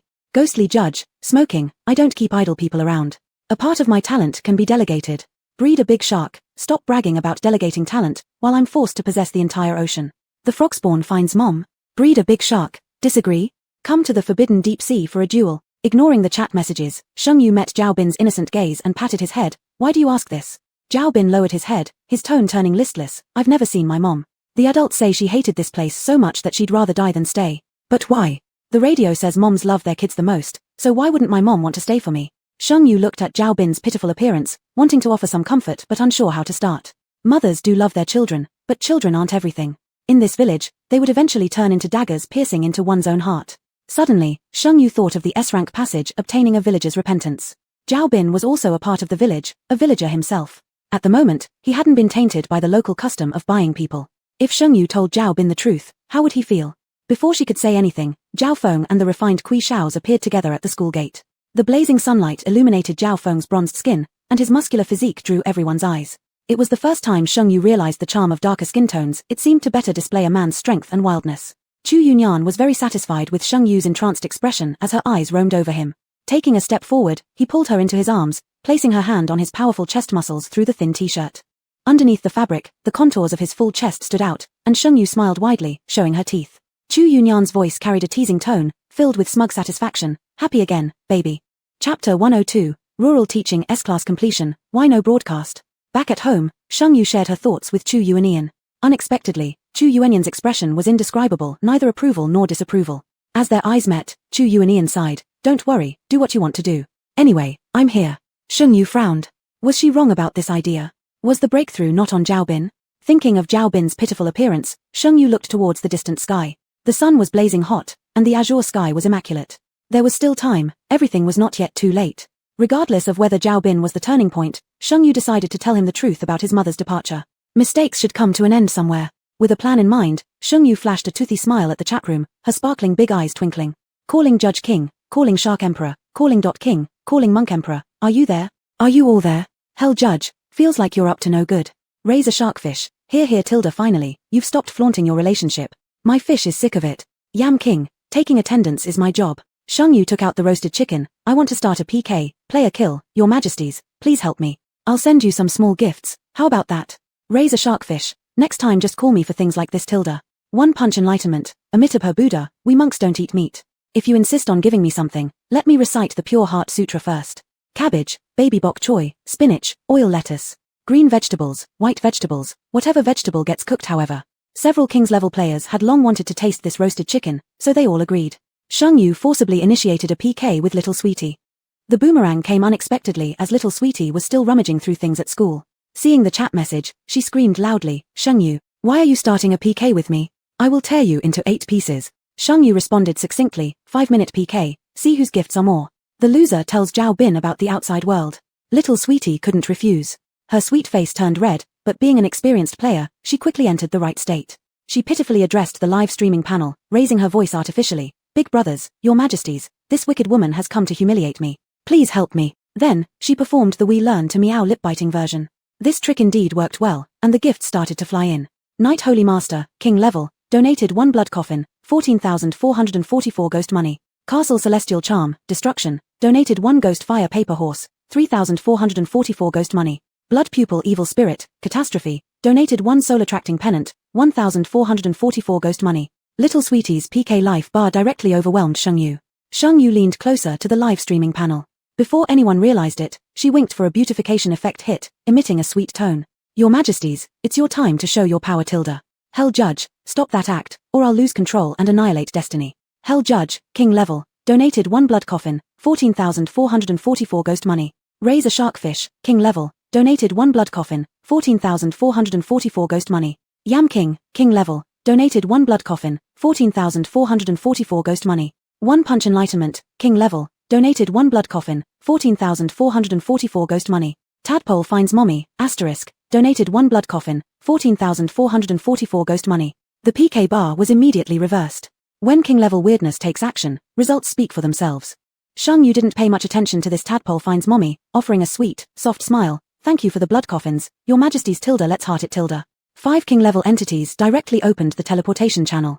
After sending over the roasted chicken, Shengyu supervised Little Sweetie to complete the task. On the other side, Mr. Kui, who appeared refined, had just finished his class, and Little Sweetie began chatting with Zhao Bin. Little Sweetie's looks easily put others at ease. Let alone that she was Zhao Bin's teacher, within a few words, she won Zhao Bin's trust. In Zhao Bin's wide-eyed admiration, Little Sweetie depicted the world outside, telling him how people lived outside, how they married and had children, then narrating her own deception that brought her here. She also mentioned that she didn't hate the place, but rather the force and deception. After finishing, Zhao Bin was utterly stunned. It was like a fairy tale story. It completely overturned Zhao Bin's previous understanding. His chubby face was filled with astonishment and bewilderment. Meanwhile, Shengyu was preparing to illuminate Zhao Bin's mind, and if lucky, might be able to clear the level directly. Chu Yuanian stopped her, handing her a warm cup of water. Shengyu gulped it down. Chu Yuanian resisted again and again but ultimately pinched Shengyu's rosy cheeks. In the next instance, there's no need to call anyone. I can obliterate them with just one hand. In Chu Yuanian's memory, Shengyu rarely utilized her stunning beauty. This time, not only did she give a wink, but she also acted coquettish. He had seldom heard such a seductive tone from Shengyu. Just imagining it, Chu Yuanian couldn't help but want to devour those so-called king-level weirdos. Shengyu noticed his slight mood and couldn't help but giggle, sending him a sweet wink. This wink is exclusively for my husband. Don't frown, I'll be back soon. After saying that, she kissed Chu Yuanian's cheek, leaving him utterly without a temper, his heart melting into cotton candy. Just as they arrived at the school gate, Shengyu overheard Little Sweetie and Mr. Kui chatting about her. Upon seeing Shengyu, both of them stiffened. Caught in the act, Little Sweetie felt thoroughly awkward. On the contrary, Mr. Kui appeared much more composed. Smiling, he said to Shengyu, 18 teacher, why don't you share the rules for passing? Strength multiplies with numbers after all. Shengyu walked past him without even sparing a glance, turning instead to Little Sweetie, haven't found the rules yet. Little Sweetie picked at her toenails, found a partial copy. Shengyu tossed the rules to Little Sweetie, look at the third clause. Don't get deceived. Little Sweetie wasn't dumb. Ever since Shengyu instructed her to tell Zhao Bin about the outside world, she had guessed Shengyu's intentions. To persuade Zhao Bin to switch sides. Although she didn't know what use a child could serve, Little Sweetie still conveyed everything she was supposed to. Shengyu was doing the same, handing over the rules while subtly warning her to beware of Mr. Kui. From then on, Little Sweetie's gaze towards Kui changed. She and Shengyu shared the same question. If this Kui was no longer a player, why was he still coming to class? What were his motives? Though Shengyu was unaware of Kui's plan, she knew one thing. The Ancestral Hall's array was still missing 3 girls. As long as all 3 were present, control would remain in their hands. Zhao Bin sat alone in the classroom, hugging the book asterisk the Little Prince asterisk, lost in thought. Seeing his loneliness, Shengyu couldn't bear it and took out an apple to cheer him up. Too sad to resist the apple, Zhao Bin cried while munching on it and asked, 18 teacher, is everything Miss Sweetie told me true? Shengyu nodded. Yes, the outside world is very fascinating. Your mother isn't that she doesn't love you, it's because she was tricked by this world. She had no choice. Seeming to understand somewhat, Zhao Bin finished the apple with hope gleaming in his eyes. Teacher, are my dads really bad people? Are uncles and grandfathers doing bad things? On the verge of repentance, Shengyu gave another small nod. The light in Zhao Bin's eyes dimmed. After a long pause, he lifted his head. I'm sorry, teacher, I will definitely help you escape. His chubby face was filled with earnestness. Shengyu smiled, sincerely praising him. Zhao Bin, your mother would be proud of you. As the words fell, Shengyu sensed something amiss. Even though Zhao Bin had apologized, it didn't quite feel like full repentance yet, right? S-class completion, why was there no broadcast? Chapter 103, Rural Teaching, she escapes, he pursues, she can't fly away. 7th day of the... Shengyu took a deep breath, got up, and habitually opened the live streaming panel. But at just this glance, Shengyu's movements paused. Ghost King saw Shengyu wake up and immediately sent a chat message. Baby, big trouble, Xiao Tiantian and Ji Feng died last night. Now Grandma Li is coming towards you. Why so sudden? How did the 2 die last night? Ji Feng and Xiao Tiantian are dead, so the initiative lies in Chunying's hands with the bodies. Grandma Li is on her way to kill her. In the live stream, Ghost King summarized. Xiao Tiantian's mental strength was low, directly lured into suicide. Ji Feng almost died from torture by that family. When he came out for shelter, he met Grandma Li, who lured him into committing suicide. When she woke up, her home had been robbed, leaving Sheng Yu speechless. No one was at home. Chu Yunyan must be going to walk through the plot. Sheng Yu quickly packed up and rushed straight to the school. At the very moment she stepped outside, she nearly came face to face with Grandma Li. Sheng Yu's speed was quick, but Grandma Li's speed wasn't slow either. An aged face, a dried-up body, yet with the speed of a leopard. Sheng Yu desperately wanted to turn back and shout, "Don't chase me, I don't have fast-acting cough syrup." The scene felt familiar. In front of the school was an open area used for student activities during breaks, which now became the battlefield between Sheng Yu and Grandma Li. Sheng Yu remembered clearly what Zhao Feng had said. Grandma Li broke the curse of the ancestral hall, meaning this old woman probably has some tricks up her sleeve. Sheng Yu made a sharp stop, drew her true sword from its scabbard, and turned to stab toward the madly charging Grandma Li. With no time to dodge, Grandma Li performed an extraordinary backbend far beyond human limits, narrowly avoiding the long sword. She then waved her talismans and began muttering incantations as the talisman ignited without fire. Several streaks of lightning suddenly split towards Sheng Yu. Sheng Yu swiftly dodged as the lightning left behind scorched black marks on the ground. Grandma Li thought to herself, indeed this girl was the hardest to deal with, not only high spiritual values, but also exceptionally fast speed. Thinking about this, she retrieved another talisman, red paper with black words, emanating an aura of death. If Sheng Yu had used her soul eye, she surely would have discovered the dense death chi contained within it. Trap! Grandma Li bellowed. An invisible dark net emerged towards Sheng Yu. A piercing white edge formed from the true sword sliced through the net. At that instant, Sheng Yu noticed her spirit points were rapidly decreasing. Stunned, Grandma Li wondered, what kind of sword is this? Why is it so powerful? Apparently, it was time to ramp up the intensity for this little girl. Watch as Grandma Li drew a charm in midair and slapped it onto her own chest. Then, she collapsed like a deflated balloon, shrinking rapidly. However, her overwhelming power kept rising and would soon surpass all the strange occurrences Sheng Yu had encountered. Abbot Pingen, a mix of death chi and weird chi, disciple, summon me quickly. I want to feast heartily. 3 continuous messages appeared, leaving Sheng Yu no choice but to notice. Using the Master-Apprentice Bond card. In the blink of an eye, Abbot Pingen's figure appeared at the school gate, a massive killing aura covering a 50-meter radius around them, startling birds out of the nearby forest. Disciple, take a good look. Sheng Yu, what? Abbot Pingen, because, this move will be super stylish. As he spoke, Abbot Pingen swung his fly whisk, coalescing blood-colored killing chi into countless sharp blades that simultaneously flew towards a stunned Grandma Li. Grey death chi surrounded Grandma Li, colliding intensely with the blood-colored killing chi. The resulting force violently pushed Sheng Yu into the school. Sheng Yu climbed out from beneath the rubble, looking again, seeing the blood-colored killing chi swallowing up the death chi. Abbot Pingen's expression grew increasingly exhilarated. Such a nourishing meal, such a nourishing meal. And Grandma Li, pale as gold paper, realizing she couldn't defeat the person before her eyes, turned and attempted to flee. But no matter where Grandma Li ran, the blood-colored killing chi followed closely. She escapes, he pursues, she cannot fly away. Sheng Yu wiped the dust off her face, watching the scene of middle-aged Temptation Village unfold.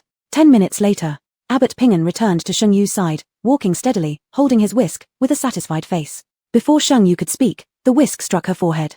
The strength was just right, confusing her without harming her brain. Sheng Yu, covering her head, exclaimed, "Why hit me?" Abbot Pingen was frustrated that his disciple hadn't studied more books and cursed helplessly. "Monkey boy, I always tell you to read more books, but you didn't. Now you can't even see through this little coup formation, really angering your master." Saying this, he raised his chin slightly and extended his hand toward Sheng Yu. "Sheng times monkey boy times Ning, ah?" Abbot Pingen knocked Sheng Yu once more, saying, "Incense line, not something I need, but the ancestor master misses you." Submissively offering up the incense line, just before she left, Abbot Pingen struck Sheng Yu again, leaving behind a blank card. "Dropped from that old woman, it's your lucky day." The last strike from Abbot Pingen had carried some force, causing Sheng Pohu to squat on the ground clutching her head in pain.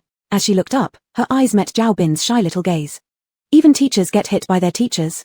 At 4 o'clock in the morning, while it was still dark, Zhao Bin had run to the area near the school to stake out after his dad had left. He wanted to protect teacher BA. Up until this moment, he had witnessed everything that had transpired and now curiously stared at Sheng Yu as she squatted there, holding herself.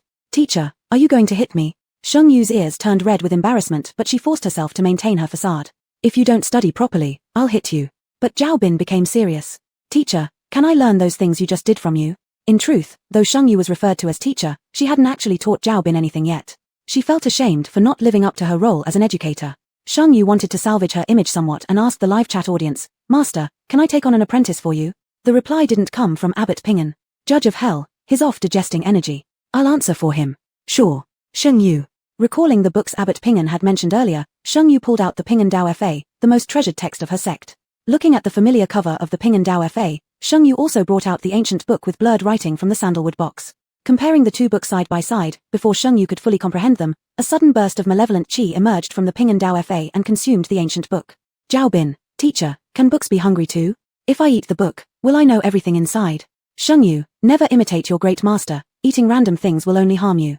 Though Zhao Bin only half understood, he gazed at Sheng Yu, filled with yearning for power. He might be small, but he knew only strength would allow him to protect the ones he cared about. Sheng Yu soon began teaching Zhao Bin some basic knowledge, growing more amazed by how quickly he picked things up. No matter what she taught, Zhao Bin absorbed it all rapidly. In merely half a morning, they went through the foundational teachings step by step. No wonder even King Pian had suggested taking on an apprentice. Sheng Yu sent King Pian a thumbs up telepathically. Hell judge, if you must thank me, then bring another roasted chicken. Growing big sharkfish, King Pian, shameless. Chapter 104, Mountain Village Teaching Support. If you want to pass the level, you have to join us. Zhao Bin had heard from his fathers that today was a full moon night. Although he didn't know what was terrifying about the full moon night, every time it was the first full moon night for teachers in the village, everyone would get nervous. They would hide in some cellar and come out again the next day. Zhao Bin wanted to tell Sheng Yu not to follow Uncle Feng to the cellar. The fathers said that this time, all the teachers who came here were dead, others lost their wives, and they wanted to do something bad to teacher 18. After listening, Sheng Yu fell into silence. That is to say, she could be easily eliminated as soon as she showed herself in the village now. The village wasn't safe, home wasn't safe, and the school had collapsed. Now, the only place that could still be considered safe was the Yinghui cave at the back of the mountain. In the Yinghui cave, Chunyi Ngi was bizarrely playing with a leg bone. When she saw Sheng Yu come over, she flickered her eyelids. Your luck isn't too bad. I've heard that 2 people died last night. Her tone was natural, but Sheng Yu still noticed a hint of excitement in her voice. Alright, Sheng Yu casually dodged, not interested in chatting. After paying 40 spirit points as venue fees, Sheng Yu sat cross-legged on the ground. After the book of ancient texts was devoured by the Ping and Dao Fa, the already thick book became another 2 inches thicker. Especially in the array chapter, annotations of the arrays actually appeared. With the scorching summer heat outside, the chilling atmosphere inside the Yinghui cave was like an air conditioner turned on. Holding the Daoist text, Sheng Yu couldn't help but ponder the implications given to her by the abbot Ping and when he left. Upon seeing the 5th-ranked evil array in the Daoist text, Sheng Yu felt particularly familiar. Eternal life array, 49 women hanging themselves from the same place, filled with immense resentment before death, willingly offering all their resentment. Using this array and reciting the long incantation continuously could enable one person to gain eternal life. One person achieving eternal life. But back then Grandma Li mentioned that everyone would become immortal. So, were the women in the shrine deceived? Grandma Li had actually intended for more than 40 abducted women here to become sacrifices for her own eternal life. However, despite all her planning, she hadn't anticipated falling into the hands of Abbot Pingen. Seeing the difficult expression on Sheng Yu's face and the book in her hands, Chunyi Ngi revealed a trace of panic in her eyes. How did you end up with this book? Sheng Yu returned to reality, her mind rapidly calculating. I found it at the school. Have you seen it before? Ho ho. Chunyi Ngi forced out an unnatural laugh. Why would I have seen it? I was just curious. Are you a Taoist priestess? It had to be admitted, Chunyi Ngi's acting skills were very average. Sheng Yu mused aloud. But last time, didn't you say we need to attract the silver moonlight into our body to achieve immortality? Chunyi Ngi's gaze wavered, awkwardly responding, yes, that's what I've heard. This might not even be an array. Sheng Yu asked further, eternal life is what countless people seek and can never obtain. Don't you feel tempted by it? Chunyi Ngi turned around, her voice turning cold. I don't want anything. I only want revenge. If these people truly gain eternal life and kill everyone in the village, then I will have my revenge too. An odd entity whose heart is only fixated on revenge, chasing after merely the fleeting joy brought by taking vengeance in that split moment, wouldn't let such a once-in-a-lifetime opportunity slip away without trying for herself. Even though Chunyi Ngi tried to appear uninterested in the array, she had no idea Sheng Yu had already picked up on her unusual behavior. Sheng Yu continued reading books inside the cave until dusk. The evening glow of summer resembled a sweet orange-flavored soda drink, intoxicating. A blurry outline of a half-moon appeared in the western sky. It wouldn't be long before the full moon night arrived. Sheng Yu wiped off dust from her seat and stood up. She had found the message passed on by Abbot Pingen. To verify whether the information was genuine, Sheng Yu shouted loudly in the dim Yinghui cave, Sister Chunying, I've decided to help you take revenge. Shall we blow up the cellar right away? The clear voice echoed throughout the cave. Suddenly, a ghost claw shot out of the dark depths of the cave and directly choked towards Sheng Yu's neck. Her sharp true sword was drawn in an instant, severing Chunying's nails cleanly. Not knowing if it was due to pain or being caught in the act by Sheng Yu, Chunying's face contorted horribly, blood seeping endlessly from her 7 openings. No further words needed, Sheng Yu understood perfectly well. Odd Judge, why alert the enemy prematurely? On the livestream comments, the Odd Judge expressed great confusion. Normally, under circumstances where one holds a tactical advantage, the best strategy is to lie low until the opportune moment strikes and eliminate the target all at once. Why did Sheng Yu choose the opposite path instead? Sheng Yu blinked, Judge Wang, why are you so fond of watching weird live streams? Hell Judge, not because I love watching them, just that I want to see you. Raise a big shark. Yang Wang point call? That's not right, Judge, your ideas are very dangerous. A super degree gifted mop to Hell Judge, brother, cleanse your eyes. Cough, cough, alright, actually I have a wicked sense of humor. Sheng Yu cleared her throat uneasily. You know, she knows I figured out her plan. Now that it's the critical moment, she will surely be on guard against my interference with her 40-year scheme. I've always been so careful, now it's her turn to taste this feeling. Hell Judge, worthy of you. Yang Wang point call, how come you are more vengeful than me? Raise a big shark, you're so bad, but I love it. A super degree gifted mop to Hell Judge, brother, cleanse your eyes. The reality indeed went as Sheng Yu had anticipated. As the sky grew darker, Chunyi Ngi became increasingly anxious, yet there was nothing she could do but wait quietly for the moment when the eternal life array would be completed. At the village entrance, Zhao Bin anxiously waited there. When he saw Sheng Yu, he immediately pulled her into hiding in the bushes. Teacher, I discovered a secret, Zhao Bin said nervously. Sheng Yu raised an eyebrow. What happened? Shouldn't you be hiding in the cellar with your family? Zhao Bin randomly picked up a few pebbles and laid out the outline of an array on the ground. Teacher, I reviewed the arrays you taught me and walked around the village. Then I found an array. Is this? Zhao Bin pointed to 5 small stones. The Yinghui cave above, the school below. The ancestral hall on the left, Grandma Li's house on the right. The cellar is in the middle, it forms a perfect 4-star surrounding moon array. Sheng Yu was once again impressed by Zhao Bin's talent. Even after learning just the basics, he was already able to determine what kind of array it was. Looks like that hit from my master wasn't wasted. Sheng Yu was about to say something more when a man's figure suddenly appeared at the village entrance, Scholar Kui. Scholar Kui revealed his grade A guidance card and looked in Sheng Yu's direction. Teacher 18, come out and talk about the rules for passing the level. The deathly aura surrounding Scholar Kui became denser as the sky darkened. Sheng Yu pressed down Zhao Bin's head which was about to peek out. Stay here, don't go anywhere. Saying this, she stepped out of the grass. Seeing her come out, Scholar Kui started to persuade, Teacher 18, your rules for passing are fake. If you want to pass, you have to join us now.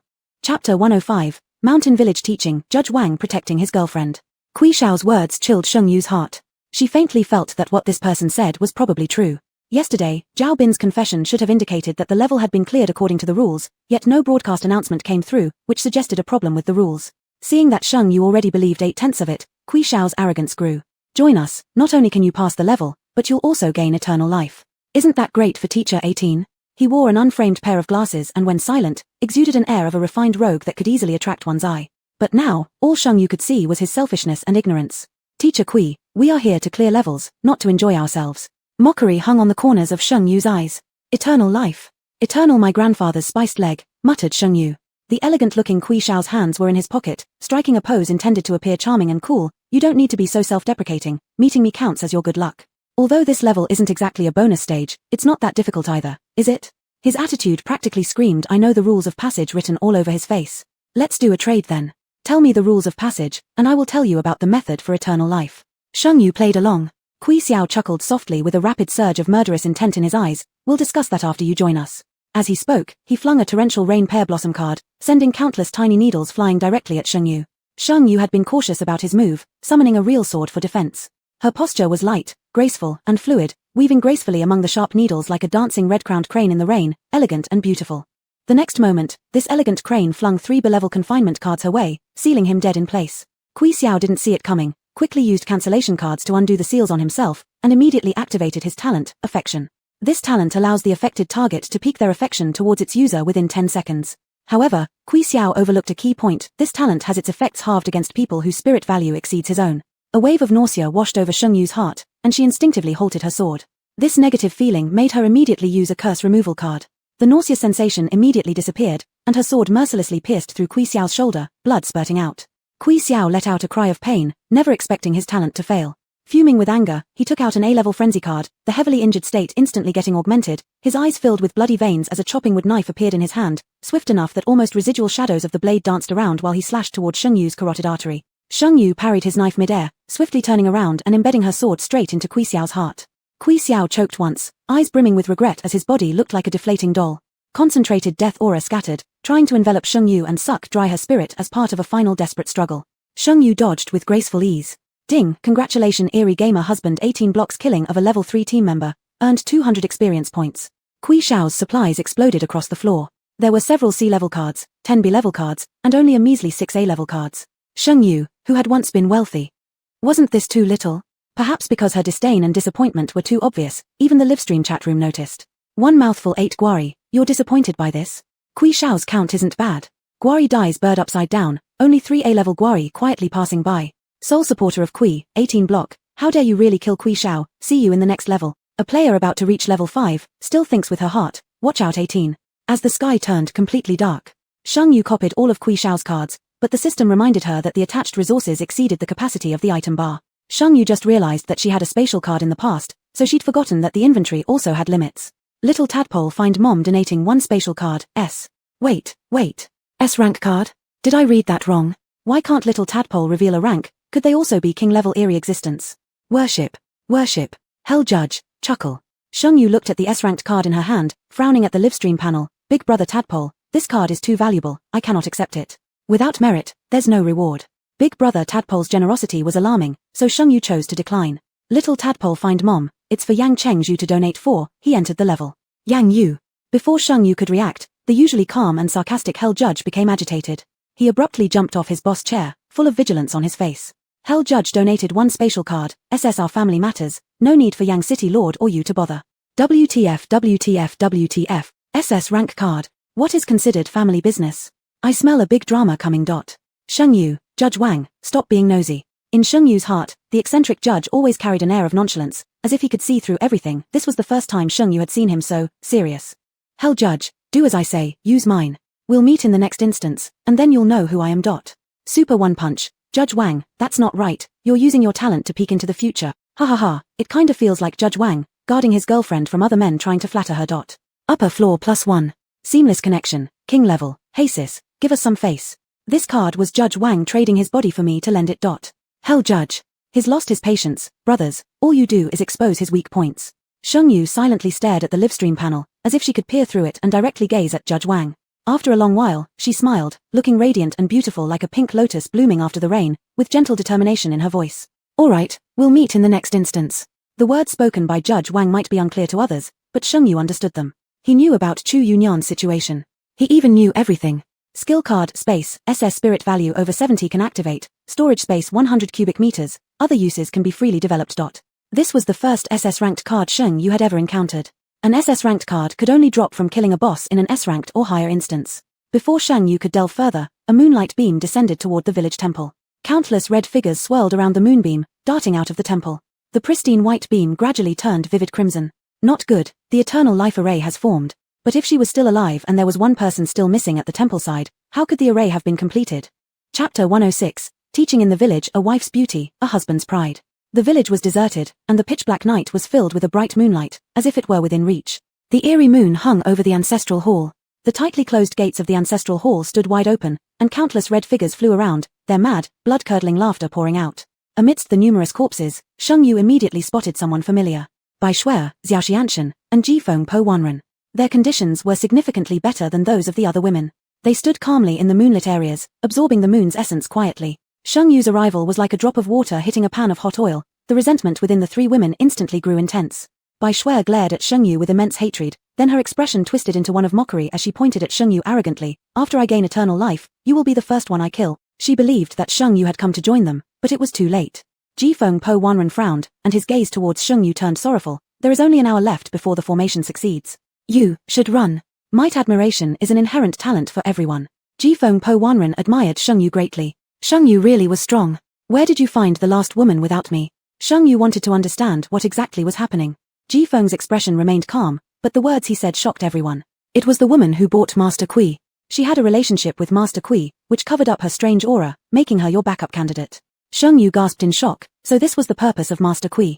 Jifeng continued, we who are sacrificed can't see sunlight, I can't leave the ancestral hall, you'd better go quickly. Later on, Spring Sister will bear our resentment. If Spring Sister loses control, she might harm you. Upon hearing this, Sheng Yu burst out laughing. No matter whether Spring Sister was bizarre or real, she had been acting from beginning to end. You have been deceived. The eternal life formation can only make one person immortal. While speaking, Sheng Yu suddenly realized. If Spring Sister knew about the resentments, then she must have known the truth of the formation. Thus, from beginning to end, it wasn't Grandma Li wanting eternal life, it was Spring Sister herself. Then why did Grandma Li help Spring Sister? Did this corpse Spring Sister know there was another powerful sacrificial formation outside the eternal life formation? Jifeng was slightly stunned, her eyes flashing with shock and confusion. Instinctively, she rebutted, "It's impossible." But even as she spoke these words, she felt they lacked conviction. Bai Shuai snickered beside her, "You're jealous of us and trying to cause discord, wanting to stop us from completing the formation." One of Sheng Yu's mottos in life was, "Never debate with fools." She turned to Ji Feng, "Once the formation is formed, will any of you actually survive? It's still unknown. Do you want my resurrection card? How can the formation be fake? The passage rules are already false. Is the formation also fake? Then what in this level is true?" Ji Feng shook her head, retreating unwillingly to accept the reality.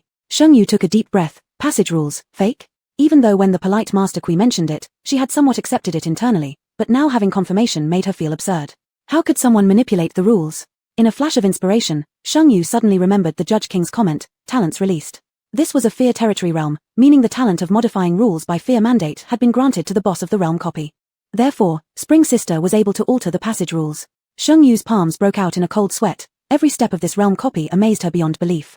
At the moment of retreating, Sheng Yu collided with a solid wall of a man. Chu Yunyan supported her body with one hand, looking somewhat worried and self-reproachful.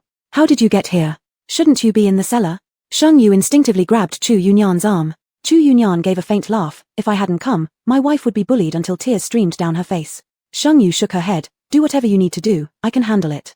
Chu Yunyan understood. Sheng Yu was afraid he would touch the rules again and end up unconscious. For some reason, Chu Yunyan thought back to many years ago when he was interning at a company, where his mentor was a nearly 40-year-old middle-aged man.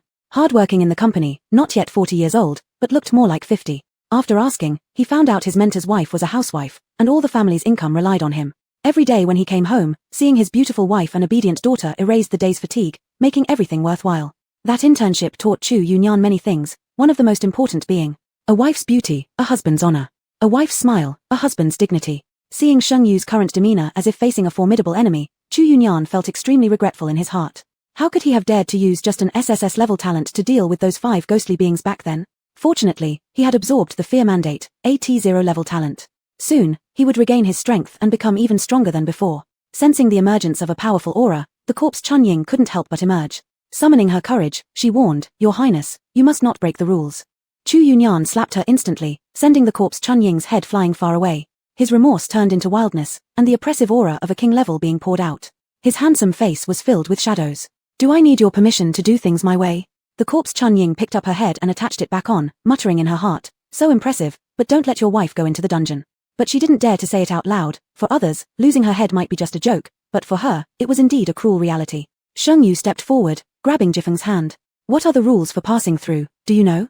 Jifeng shook his head. It was said by Grandma Li.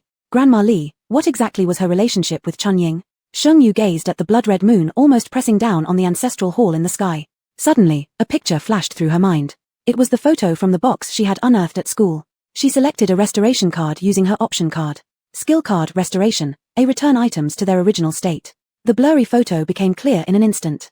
On it was a warm family of 3. Grandma Li, Chunying, and a woman resembling Chunying. At this moment, all the clues in Sheng Yu's mind connected together, making everything comprehensible. Above the eternal life formation was actually the sacrifice of loved ones formation. Chunying's sinister goal was to sacrifice all the villagers. In the next moment, before Sheng Yu could do anything, a sharp pain suddenly surged in her neck. Before slipping into unconsciousness, she saw Xiao Tian holding a large rock, expression indifferent. "Thank you all for your votes and rewards. Love you tilde tomorrow is the end of the dungeon tilde let's unveil the mystery. Chu Yunyan, a wife's beauty is a man's glory. I am the most glorious man in the game. Zhao Bin, a teacher's beauty is a student's glory. I am the coolest elementary school student in the game." Chapter 107, Mountain Village Teaching, knowing a little about Taoist magic. Sheng Yu opened her eyes again, only to see that the moon in the sky had turned into a deep blood red, or perhaps the whole village was enveloped in blood. She was lying on an ancient and mysterious altar. Not far away, figures were darting around, and someone seemed to be fighting. Sheng Yu felt a throbbing pain at the back of her head as she recalled what happened before she fainted, muttering an oath. This little sweetie, Xiao Xianshan, is truly ruthless. The ones who bite are usually silent until they suddenly attack without warning. Use the healing card. A clear voice tinged with concern sounded beside Sheng Yu. Only then did she notice Chu Yuanian bound tightly like a pig for slaughter nearby. And there was also Zhao Bin. However, Zhao Bin's condition was somewhat indescribable. Who knew someone had stuffed a baseball in his mouth, mixing his tears and saliva together in a filthy and nauseating manner. Sheng Yu stepped back half a pace. What's the situation now? After using the healing card, the pain gradually dissipated, and Sheng Yu regained some clarity. The Eternal Array had a falling out at the crucial moment, and they're fighting right now. Chunying Gui has taken away the village chief and his son. Chu Yuanian filled her in on the missing parts of the story. This kid came to save you and can actually use talisman magic, which enraged Chunning Gui and got her captured. Sheng Yu looked at Zhao Bin, suddenly finding this child endearing again. In the distance, Jifeng Bai Shuai and Xiao Xianshan were full of resentment as they struggled fiercely with corpse Chunying. When Xiao Xianshan saw Sheng Yu awake, she issued an order, 18, what are you looking at? Why don't you come and help? Sheng Yu rolled her eyes helplessly. Who was it that knocked her unconscious just now? And now it seems like nothing happened. Help her. Yes, help was necessary. Otherwise, if Chunying Gui's sacrifice array succeeds, she would likely need to leave this scenario using a resurrection card, making all their efforts in vain. After sending Zhao Bin to a safe place, Sheng Yu felt a powerful energy rapidly approaching. Blood-red Chunying Gui hovered in the air, looking down at the battle below. After a long pause, an expression of dissatisfaction crossed Chunying Gui's face as she lowly reprimanded, waste. In the next second, her figure appeared behind Xiao Xianshan, ghost claws plunging straight towards Xiao Xianshan's heart. Xiao Xianshan hadn't realized what had happened when she lost her vitality. Having killed Xiao Xianshan, Chunying Gui's next target was Bai Shuai, but she was pushed back a bit by Sheng Yu's swiftly released genuine sword. Upon seeing it was Sheng Yu, Chunying Gui's malevolence and madness fully manifested, no trace of the earlier sympathetic older sister remained. I warn you, I won't kill you, so don't ruin my good work, Chunying Gui made her final concession. But this was merely out of respect for that king-level enigmatic entity. Once it, all would die. Straightforwardly, Sheng Yu asked, was it you who altered the passing rules? What are the real rules? You're still thinking about passing, it doesn't matter telling you, S-class passage requires the confession of the village chief's family. As she said this, Chunying Gui burst into laughter towards the sky. Ha ha ha, rest assured, they have already begun their confessions. They will repent to me with their lives. Looking at Chunying Gui's appearance, recollections flashed through Sheng Yu's mind, evoking a sense of sorrow within her. Is it worth it? Sheng Yu couldn't help but ask out of compassion. Years ago, Chunying Gui died wearing a red dress at the entrance of the Zhao family village ancestral hall. This incident caused surrounding villages to dare not associate with Zhao family village, let alone marry their daughters off to it. Later, Zhao family village came up with two plans. 1. To find someone to remove the curse from the ancestral hall. 2. Following the example of the village chief, abduct brides from outside. Coincidentally, Chunying's mother, Grandma Li, arrived in Zhao family village to check on her daughter, discovering the truth. Interestingly enough, Grandma Li had some knowledge of Daoist magic. She volunteered and stayed in the village. Appearing as though she solved the supernatural disturbances in the ancestral hall, in reality, she told Chunying Gui about the eternal array, conspiring with her daughter and allying with Zhao family village, luring many teaching volunteers to become sacrifices in their eternal array. As time went by, Chunying Gui wasn't content with mere immortality, she wanted the entire Zhao family village to accompany her in death. In an ancient book, she discovered the close relative sacrifice array. The close relative sacrifice array required 4 close relatives' bloodlines, positioned in 4 directions, forming a 4 stars arching around the moon formation. The ancestral hall, the infant return cave, Grandma Li's house, and the school were the 4-star positions prearranged long ago. The altar where Sheng Yu had just been unconscious served as the moon position. Below the altar lay the cellar Zhao Bin spoke of. Chunying Gui intended to use Sheng Yu's mental power as the guide. The fresh blood of all Zhao family village residents in the cellar as the shape. And the bones of 4 close relatives as offerings, completing the grand sacrifice. The 4 sets of close relatives' bones included Grandma Li as one, the current village chief counted as another, and the third one being Chunying Gui's own corpse. The last one, buried beneath the school dormitory, was Chunying's younger sister. That sandalwood box was her sister's relic. This meticulously planned scheme had been devised by Chunying Gui over 30 years ago. After the abbot of Peaceful Dao consumed Grandma Li, Chunying Gui took the village chief's son, her own grandson. Now everything was ready, all that was left was tonight's favorable wind. Chunying Gui burst into uncontrollable laughter as if she'd heard the greatest joke in the world. Worth it? What worth? For whom are you questioning my actions, my mother? Ha ha ha ha ha. Chunying Gui laughed even more maniacally, releasing an eerie aura from her body as though trying to vent decades of pent-up resentment. My mother. Because she knew some demonic tricks, she and my sister were forced to support agriculture. Later, to clear her name, she coerced me into becoming a teacher at the school. If it weren't for that, how would I have fallen prey to that beast? Over there, the great battle was nearing its end. Bai Shuai was throttled by corpse Chunying, who was draining every ounce of resentment from her. Bai Shuai's body gradually became translucent until only a piercing scream remained. Jifeng Bai retreated behind Sheng Yu, desperately pleading, give me the resurrection card, please. Judge of hell, you can give it to her. Sheng Yu pulled out the resurrection card, which activated with a chime. Jifeng Bai instantly disappeared before their eyes, already leaving the scenario. Even though she had gone, her resentment still lingered, and the last vestiges of it were absorbed by the corpse. Sheng Yu thrust her sword swiftly, plunging it straight into Chunying Gui's chest. An invincible blade dealt irreversible damage to any eerie creature. At this moment when she should have dissipated, Chunying Gui showed no fear, only excitement with her bloodshot eyes. Too late. It's too late for you. The third watch of the hour has struck. My formation is complete. Ha ha ha ha ha. Sheng Yu, recalling being hit on the head 3 times by her master, came to a sudden realization. A violent wind arose, dark clouds obscured the blood moon, and 4 bloody light pillars suddenly shot up from each direction. In the distance, the cellar began spilling streams of fresh blood outside. The close relative sacrifice array needed only Sheng Yu's mental power to succeed. Sheng Yu quickly retreated, but her brain endured a sharp splitting pain as her spirit energy plummeted rapidly. The blood-red light pillars were just one breath away from merging with Chun Yingui's body. It seemed as if time was running out. The reason Chun Yingui waited until achieving immortality through her corpse to initiate the sacrifice array wasn't superfluous. It was because she intended to use the eternal array to elevate her strength to the king level. If they couldn't stop her, even with destiny fear in place, Sheng Yu might not make it out of this scenario alive. Her second innate ability, random, activated. Ding. Congratulations on obtaining a temporary talent, Steal Stars and Replace Moon. Chapter 108, Rural Teaching, complete. Behind Sheng Yu, there was a figure of Xiao Ku who was rushing towards Sheng Yu. He desperately wanted to tackle Chun Yingui. Just now, he felt the change in the energy within the array. At the same time, a vague memory appeared before Jiao Ta's eyes. This reminded him of a rainy night a few years ago when he was thrown out of the house for making his younger brother cry. It's my grandma, teacher. Zhao Bin's shout, filled with tears, broke through layers of blood pillars and reached Sheng Yu's ears. In that instant, Sheng Yu instinctively activated Stealing Stars Changing Moon. The blood-colored light pillar, filled with immense power, was about to enter Chun Yingui's body. Yet, the momentum on Zhao Bin's body began climbing wildly. Xiao Ku's body could not handle the tremendous energy. Zhao Bin let out a pained cry, and cracks started appearing on his body as if it would explode at any second. Hell Judge, all things grow. Before the Hell Judge's barrage went out, Sheng Yu had already taken out the All Things Grow card. The card shone brilliantly, and a warm pale green light enveloped Zhao Bin. On the other side, the moment the bloody pillar entered Chun Yingui's body, she waited for an increase in strength. When the blood column disappeared, her body didn't show any changes. By the time she realized this, Zhao Bin's aura had already reached the peak of the destruction level. Originally a stout body, under the enhancement of the array and the All Things Grow card, became balanced and much taller. Looking at Zhao Bin's features at this moment, he truly bore a resemblance to Chun Yingui. You, how could you actually? Seeing that face and the person behind him, Sheng Yu, Chun Yingui instantly understood everything. No matter how many calculations were made, how many plans devised, she never thought she would lose to a mere child.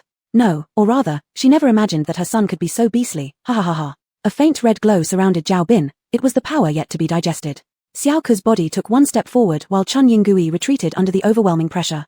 Zhao Bin's face, cold and serious, radiated an obvious intent to kill. Just a glance from him, filled with high-level strange aura, was enough to make Chun Yingui tremble uncontrollably. I'm your grandma, you can't harm me. The innocence in Zhao Bin's eyes had long disappeared. He just saw the scene in the cellar, with countless flesh flying and exploding. On his body, not only did he bear the strength of his loved ones, but also the resentment of hundreds of people in Zhao village. Kill this old witch. Kill this old witch. Zhao Bin raised his hand slightly, and a blood-red long sword appeared in his hand, somewhat similar to Sheng Yu's true sword. Zhao Bin, Sheng Yu called out to him. Zhao Bin turned back indifferently, only to be embraced by someone. A strong hand pressed his head against the person's chest.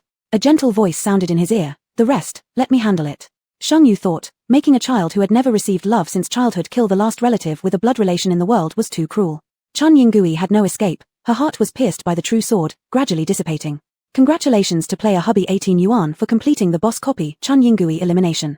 The eliminated anomaly is an ominous level anomaly, gaining 500 experience points, receiving X1 special card temporary level up, and receiving X1 deed.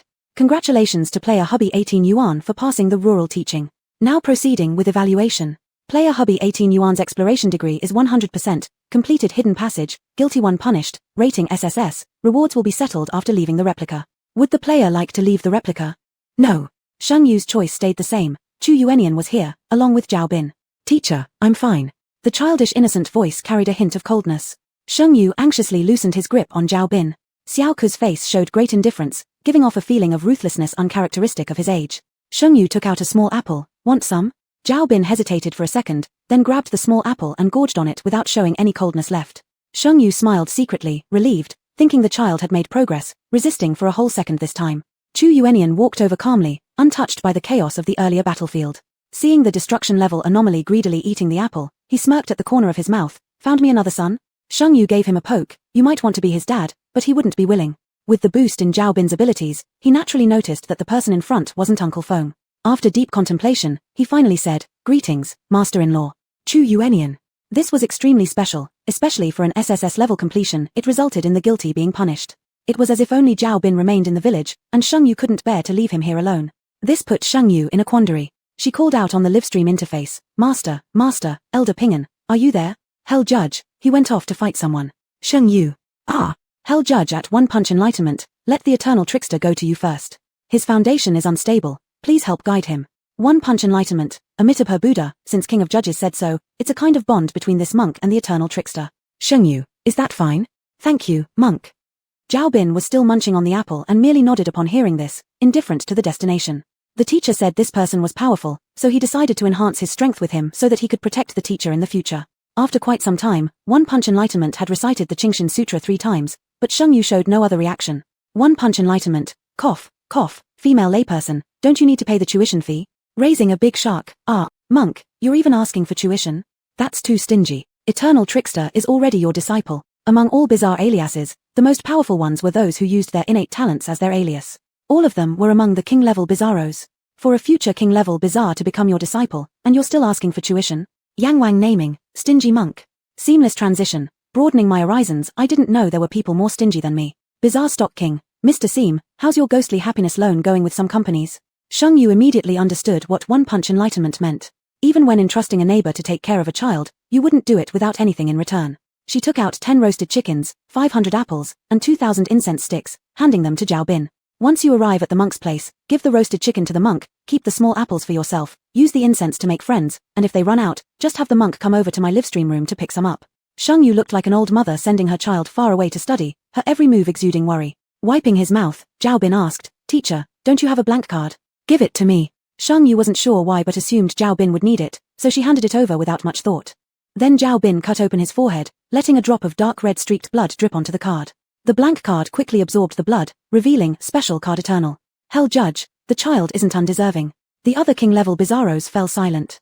This act of stripping his talent and transferring it into the card required at least 100 years to recover from. Ordinary bizarros, no, even they themselves as king-level bizarros lacked the audacity to do something like this. Yet, a mere child did not hesitate a moment before separating himself from his own innate talent. Since the day Zhao Bin reached destruction level, the rules of the bizarre world were etched into his mind, and he understood the gravity of this action. It was a man's promise. As Shengyu stared at the card in her hand, her eyes reddened slightly. Zhao Bin seemed unfazed. Teacher, I promised I would protect you. Chapter 109 Escaping the Mysterious Market, Fine 1,000 Mystery Coins. After Zhao Bin left, Shengyu didn't have time to tidy herself up before being directly carried home by someone. Later, Chu Yuanian let out a sigh of satisfaction. His whole body clung to Shengyu like an octopus as he muttered, it's good that we changed the rules.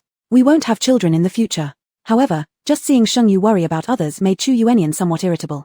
His wife was his, her person was his, and her heart belonged to him too, nobody could take her away. Shengyu. Forget it, raising one child was already exhausting enough. After another intense bout of intimacy, Shengyu was mercifully released back into the mysterious space. The live stream started again. Mysterious Stock King, ha ha ha ha. I've made a fortune. Baby's SSS level, clearance, is unbelievable.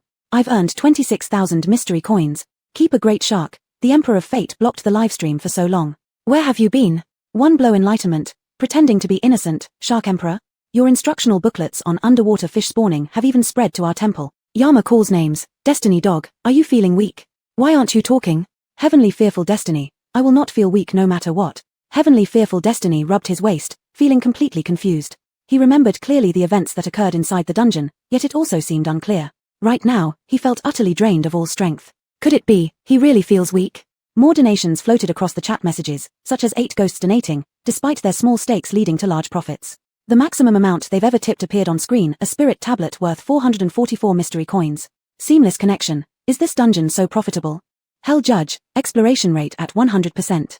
No one survived aside from Eternal Mystery, 1:100 odds were still too low. Ding, congratulations to the player achieving SSS level passage clearance with an exploration degree of 100%, ranking first in the leaderboard. Reward, plus 5 points in each basic personal stat, reward points, 600, reward cards including attribute cards and selection cards, choose 1-3. Ding, detected a total of 226,159 mystery coin tips from all players within this dungeon.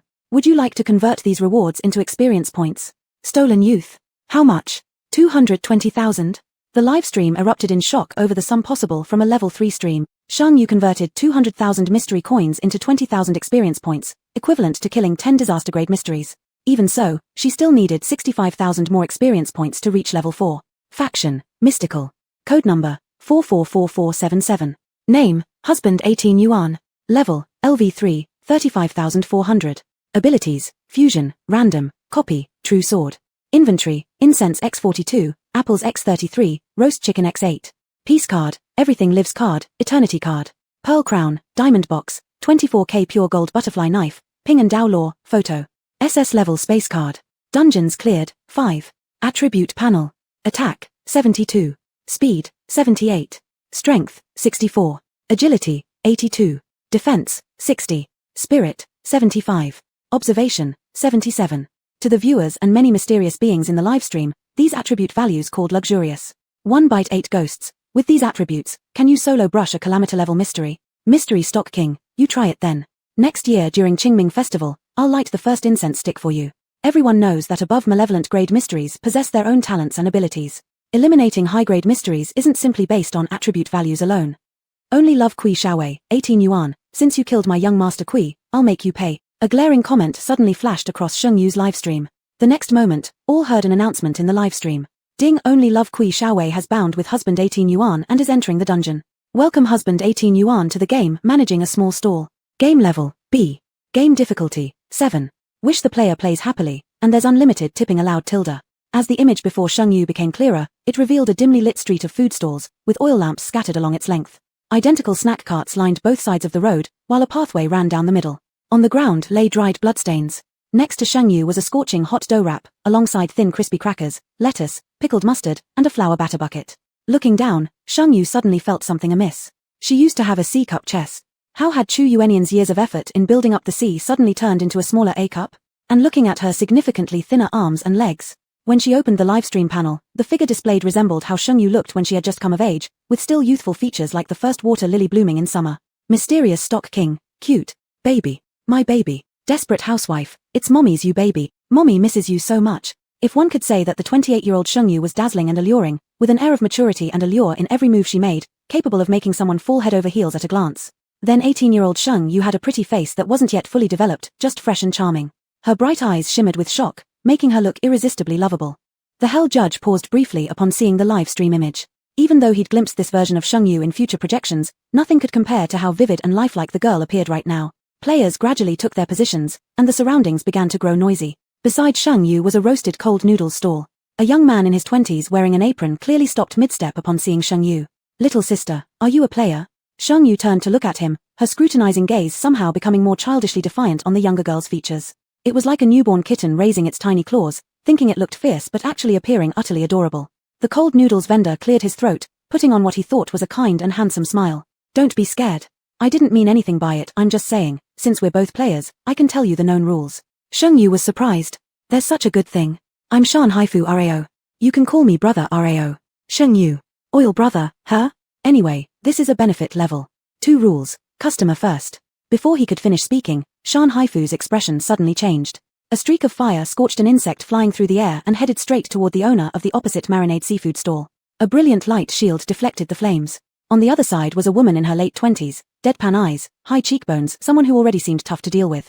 You dare to eavesdrop when I'm explaining the rules to my younger sister? Eat shit. Spoken in Cantonese. Shan Haifu's abrupt shift in tone, delivered in a strong Cantonese accent, left the woman speechless. Beside the woman stood a middle-aged man operating a grilled flour stick stall, calm and collected as ever. I've said it long ago, if you want to know the rules, cough up 500 ghost coins. Poor bastards shouldn't be entering dungeons anyway. Spoken in Cantonese. Fury bubbled inside the woman. Though attacked by Shan Haifu for eavesdropping, which she knew was wrong on her part. Why did this man have to mock her so disdainfully with such a strange accent? Just as the woman prepared to unleash her talent, a detached male voice sounded, echoing like a judgment from hell itself. Player only love Kui Xiaowei causing trouble twice in succession on Ghost Street. Fine, 1,000 ghost coins. Chapter 110, Escaping the Ghost Market, Yang Keka's sliding knee. Only love Kui. Sheng Yu's eyes showed a little more curiosity. This is a player who is about to level up to 5, but how does he still look like having potential for pure love? Also, with only love Kui's current level, shouldn't he have entered the B level by now? There, only love Kui saw a black bullhorn ghost shadow sliding out from the ground. The strong aura instantly made the surrounding vendors their expressions. Only love Kui obviously sensed something was wrong and soon paid the fines, looking at Sheng Yu with even more viciousness in his eyes. Shan Haifuyao then said, see? Rule 2, in the Ghost Street, you cannot disobey the urban management officers. In this dungeon, the ghost money earned by players running snack stalls can be converted into experience points at a ratio of 5 to 1. Sheng Yu wondered, why do you know so many rules when we enter the dungeon together? RAOGE, how long have you been here? 3 months. I'm planning to stay until I reach level 5.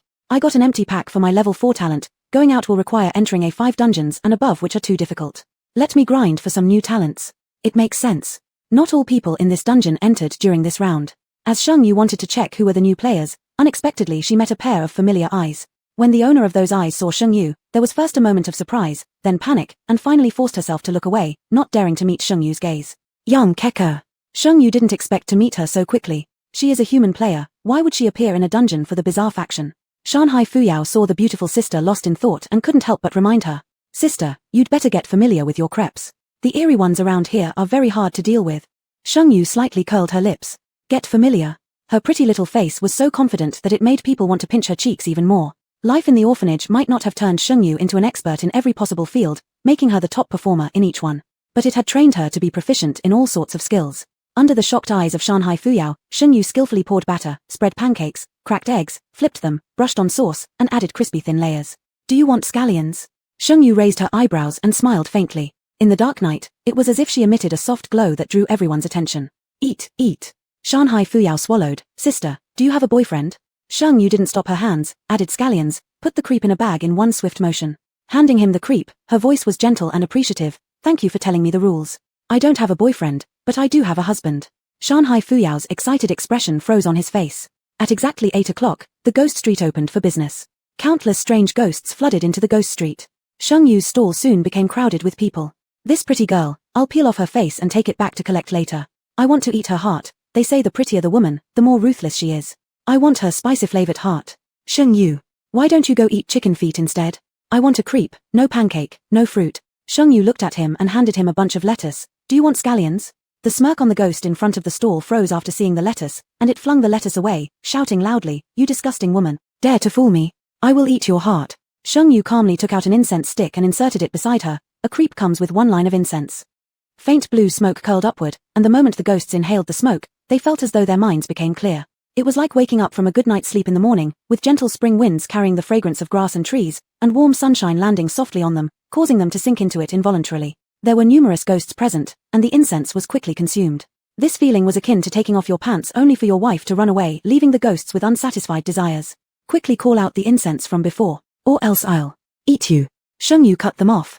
With a furrowed brow on her youthful face, she said, or else I'll report you to the urban management for robbing. At the mention of urban management, these ghosts immediately calmed down as if their throats were gripped tightly, and soon lined up obediently. Sheng Yu secretly rejoiced in her heart. It was the right gamble. The constraint of rule too indeed applied not just to players. On Sheng Yu's side, the eerie atmosphere was harmonious like kindergartners waiting for their teacher to distribute milk. And on Yang Keka's side, the situation was rather awkward. Her luck was really quite bad. She had drawn a baked bun stall. The hardest step in making baked buns was sticking the buns to the scorching hot oven. In just a few short minutes, Yang Keka had already been scalded 3 times. Sheng Yu hadn't given her any ghost money, and she herself didn't have any either. There wasn't anyone around her like Shanghai Fuyao who could freely tell her the rules either. She didn't dare to act rashly now, fearing to offend anyone. The green-skinned ghost in front of her stall grinned maliciously. If you can't produce a baked bun within a minute, you will have to compensate me with your thigh. Yang Keka became anxious and accidentally trembled her hand as it entered the scorching hot oven, getting burned again. The pain made tears well up in her eyes. Instinctively, she looked towards Sheng Yu's direction, only to see Sheng Yu skillfully making crepes, handing them over along with an incense stick to the ghosts. Unexpectedly, that ghost didn't leave but went back to queue up for another incense stick.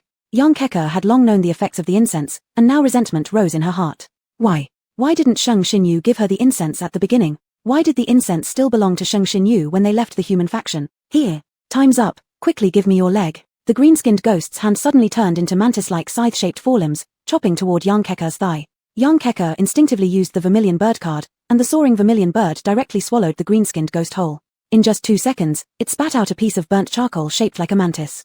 The ghost street instantly fell silent. In the ghost street, killing a ghost requires a fine of 5 million ghost notes or 10 years of hard labor. The black bullhorn ghost shadow appeared again, this time holding a trident pointed at Yang Keka, whose face was pale, almost biting her lips until they bled. All the ghosts curiously surrounded her. It had been many years since anyone dared to act violently in the ghost street.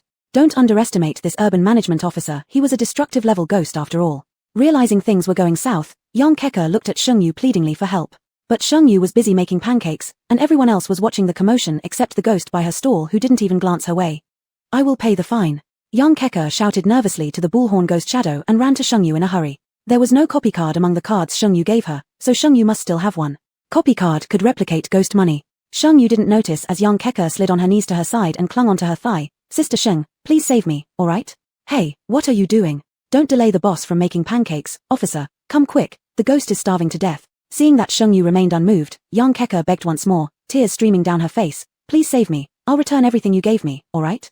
Please, save me one more time. I was deceived by Fang Zhofeng back then. She lured me with her cards. As the bullhorn ghost approached, its terrifying aura came closer.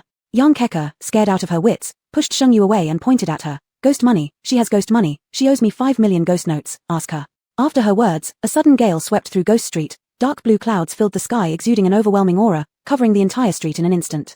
A magnetic voice full of authority resounded. What do you offer in exchange for ghost money? Chapter 111, Escaping the Ghost Market. This guy always hits her soft spot. Under the immense pressure, all the bizarre entities present had no choice but to kneel in submission. Yang Keka's uneasy eyes flickered, and she stood frozen in place, eventually locking onto Sheng Yu's slightly confused face. Only Sheng Yu felt nothing. Standing among the kneeling oddities, he stood out like a crane among chickens. The ghost street was very long, so long that neither the entrance nor the end was visible. Amidst everyone's submission, a towering figure broke through the darkness and appeared not far away. The man had a face as handsome as jade, his hair neatly tied in a crown, sharp eyes exuding authority. There was an untimely small mole on his tall nose, his thin lips slightly pressed together, emanating a cold and severe demeanor. He wore a splendid blue brocade robe with golden embroidery, and around his waist was a broad green ribbon embroidered with auspicious clouds. With each step, he resembled a powerful minister in the imperial court commanding respect and awe. When the man stopped in front of Sheng Yu, a trace of emotion finally welled up in his pitch-black eyes. At this moment, the live-streaming room exploded with chaos. What the heck? He's way too handsome. Is he not afraid of dying? Yama calls, still the Judge King is more flirtatious. Nurture a big shark. Wasn't this the robe the Emperor personally bestowed on him when he became the top scholar? He actually dared to wear it. Fate of fear, miscalculated. One punch exaltation. Binner, quickly go wash the cassock our master lost to the black bear demon. The bull-horned ghost knelt halfway down. Your Highness, Judge. Seeing Sheng Yu gazing at him vacantly, Hell Judge's eyebrows lifted slightly, clearly pleased. He restrained the laughter creeping to the corners of his mouth, and his cold gaze turned to Yang Keka. Do you say she owes you money? King-level anomaly. Yang Keka's whole body trembled. Her only hope now rested solely on Sheng Yu, forcing herself to cling to this one truth. Yes, she owes me money. Sheng Yu looked at Yang Keka, a self-deprecating smile crossing her otherwise non-threateningly beautiful face. Betrayal doesn't come without a trace. Some people are just inherently despicable. Hell Judge's expression grew extremely cold, his eyelids slightly lowering as the king-level anomaly aura crashed down again. Killing or lying to evade responsibility on the Ghost Street, fine of 10,000 ghost notes, or 20 years of service. Yang Keka, crushed by the king-level anomaly aura, couldn't straighten up but still argued stubbornly, how can you say I'm lying?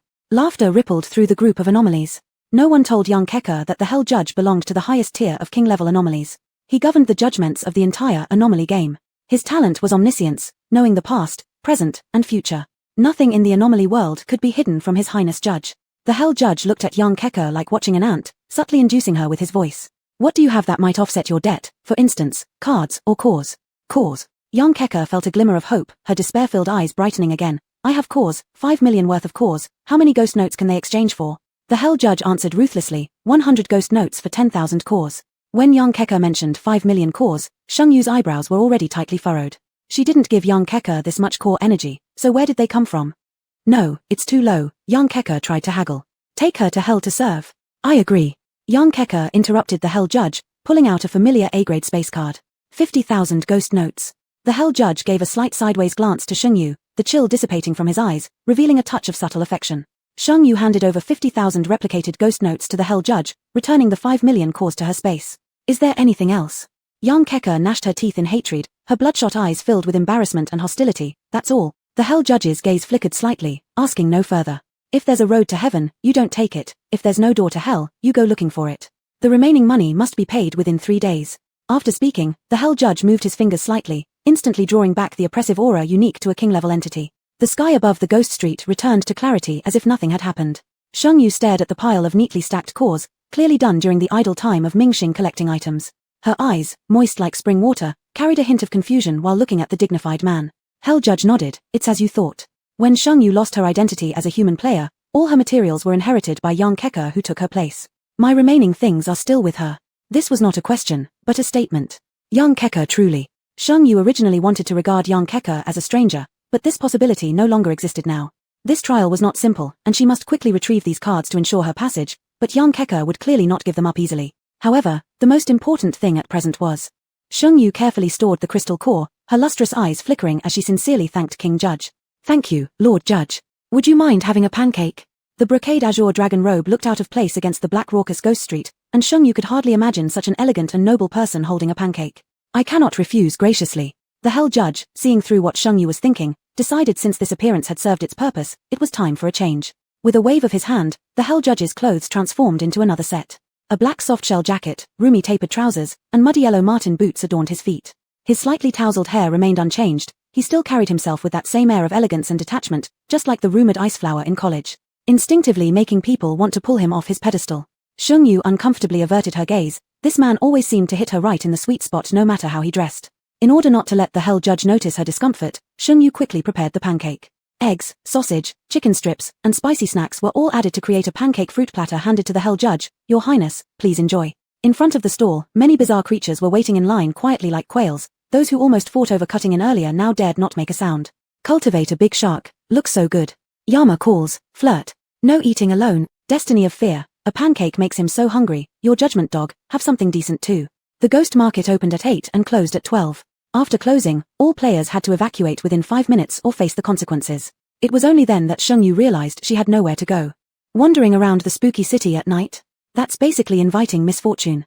Initially, Shanhai Fuyao thought about inviting the pretty younger sister back to his place, but after seeing the king-level anomaly standing guard by her side, he touched his nose awkwardly and left. Seeing Sheng Yu getting ready to leave, the Hell Judge, who had been sitting calmly on a little stool nearby, finally stood up. Let's go home. Chapter 112, Escaping the Ghost Market. All the words you said are mine. At the first sight of the girl, Judge of Hell understood in an instant what was called fatal attraction. Even if she just stood there, he couldn't help but want to get closer, to embrace her, to claim her as his own. He knew this was instinct.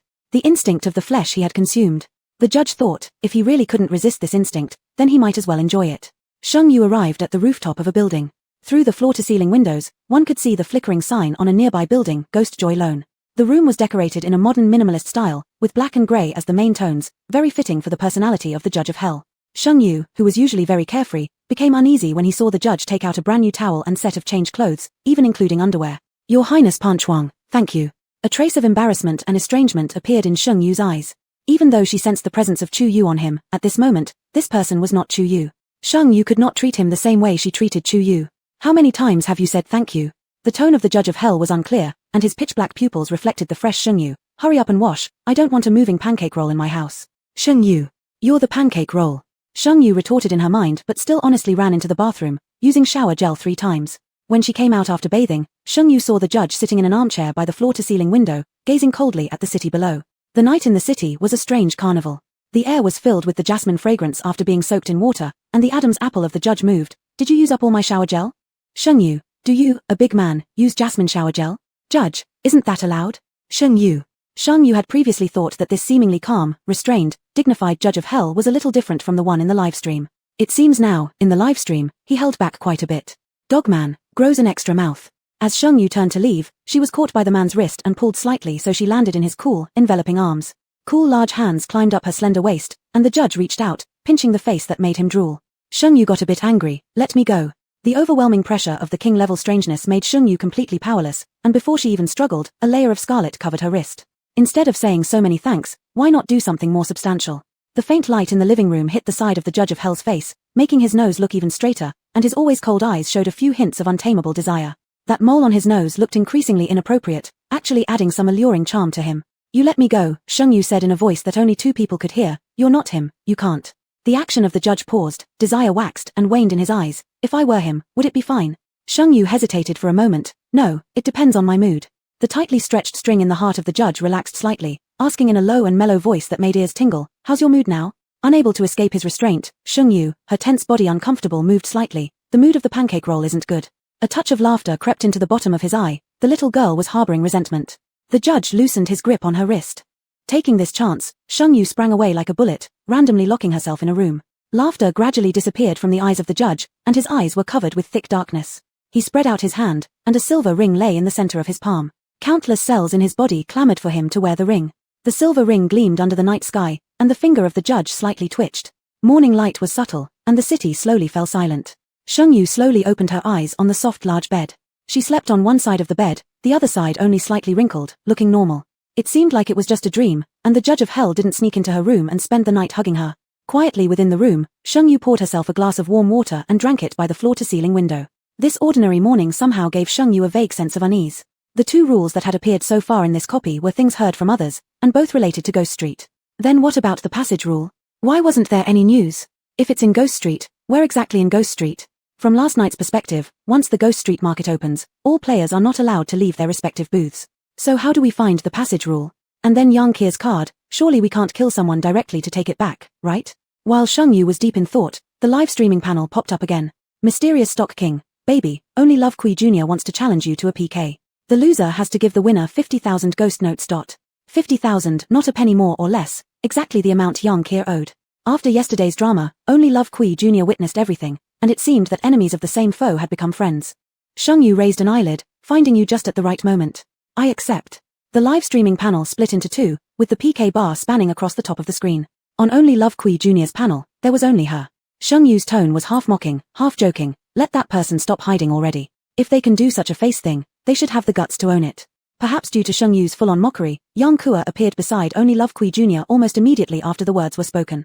Sheng Xinyu, I've truly underestimated you. Yang Kua's eyes were filled with cruel hatred, her features contorted from animosity, turning vicious. Sheng Yu lazily leaned back on the plush chair, eyes flickering with scorn. Those are all my lines. You said them. Only Love Kui Jr. didn't want to hear any banter between these two. She blocked Yang Kua, 5 minutes. Whoever gets the most gifts wins. The loser must borrow 50,000 ghost notes here at this Ghost Joy Loan Company. Only Love Kui Jr. had looked into the workings of Ghost Joy Loan. It was a company where 1 second you borrowed 10 ghost notes, the next you'd have to pay back 100 in integrity loans. She aimed to ruin Sheng Xinyu. Sure, Sheng Yu replied smoothly, but if you lose, I want all the cards on Yang Kua. She had indeed figured it out. Yang Kua's suspended heart finally sank. Sheng Xinyu, how utterly hypocritical of you. These are the rules of the eerie game.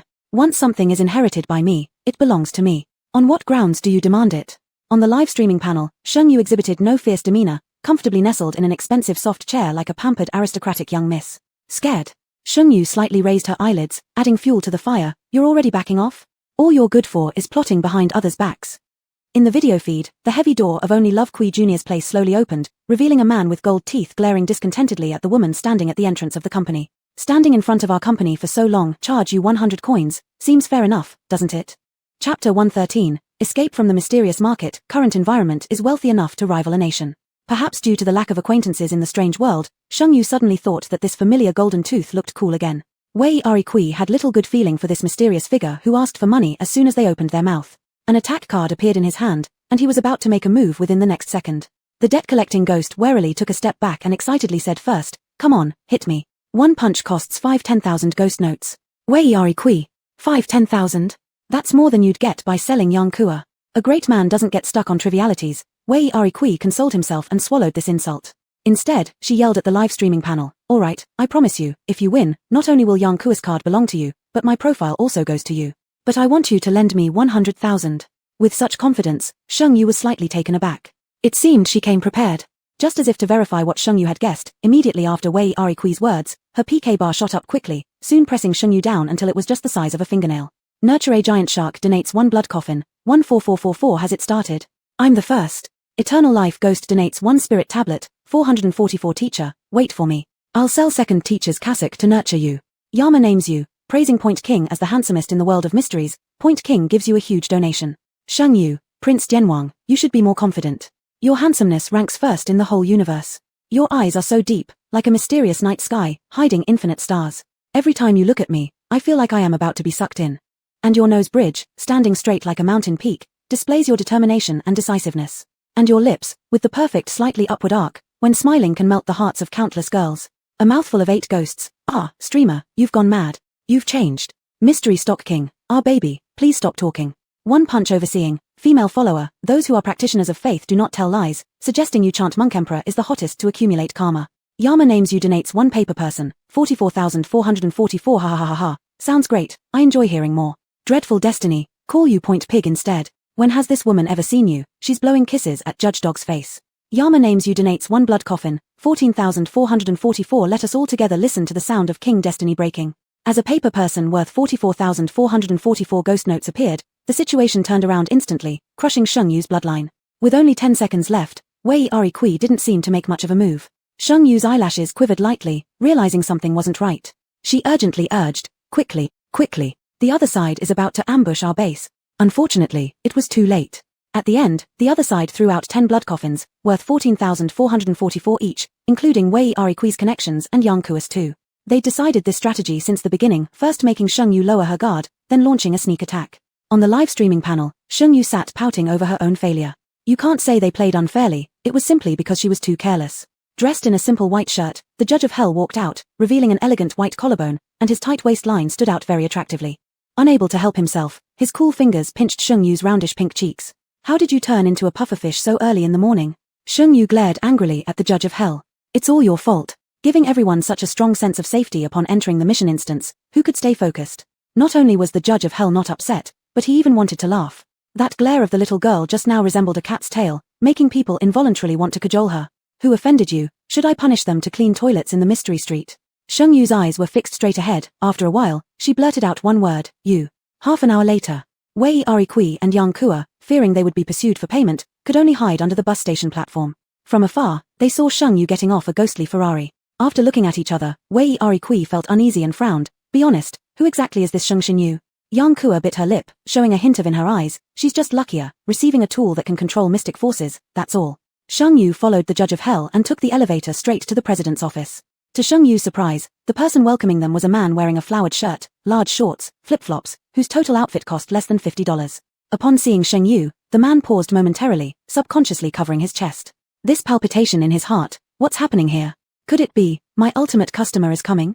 In Sheng Yu's rounded eyes, filled with surprise. Is this the president? Seamlessly controlling the accelerated heartbeat, he pulled out a contract and 100,000 ghost notes from his drawer.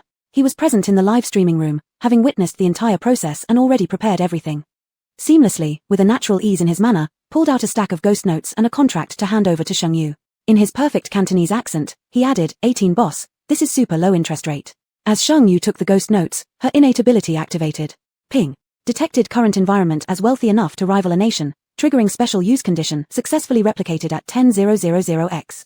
The 100,000 ghost notes in Sheng Yu's hands instantly multiplied into 10 billion ghost notes. It was an unprecedentedly fast way to become a billionaire. Sheng Yu masked her excitement with clear, water-like eyes, lightly quivering her lashes as she reached for the thin contract. Daily interest, 50%. Sheng Yu. Seamless seemed concerned that Sheng Yu might not appreciate the value of this deal and explained with visible discomfort on his face, 50%. Let me tell you, it's like cutting off my flesh. If anyone else were here, I'd charge them 300% daily interest. If you knew, this feels like slicing my own meat. Anyone else, I'd be charging 300% daily interest. Sheng Yu silently gave him a thumbs up. You deserve your wealth. With such interest rates, even a billionaire or trillionaire couldn't endure the pressure. Sheng Yu now had a plan in mind. She held up a roasted chicken. Feng Boss, how much do you think this chicken is worth? Feng Boss, under his flowery shirt, tensed his back immediately. He fixed his gaze hungrily on the enticing golden brown chicken. Leaning against the sofa, the Judge of Hell, who usually maintained an aloof air, rarely made tea himself. But after pouring Sheng Yu a cup, he spoke, this roasted chicken can heal internal injuries. That statement struck a chord deep within Seamless' heart. His talent was powerful, but it left many side effects. The accumulated dark injuries across his body made him look no better than a sieve when spread out. Seamless squinted his eyes and revealed a determined expression, 2 roasted chickens, and we'll settle the 10,000 ghost notes account. Sheng Yu curved her lips into a shallow smile, making her appear both obedient and adorable. Deal. A spark lit up in Seamless' eyes as his merchant instincts took over. 18 teacher, would you be interested in joining our auction in 3 days?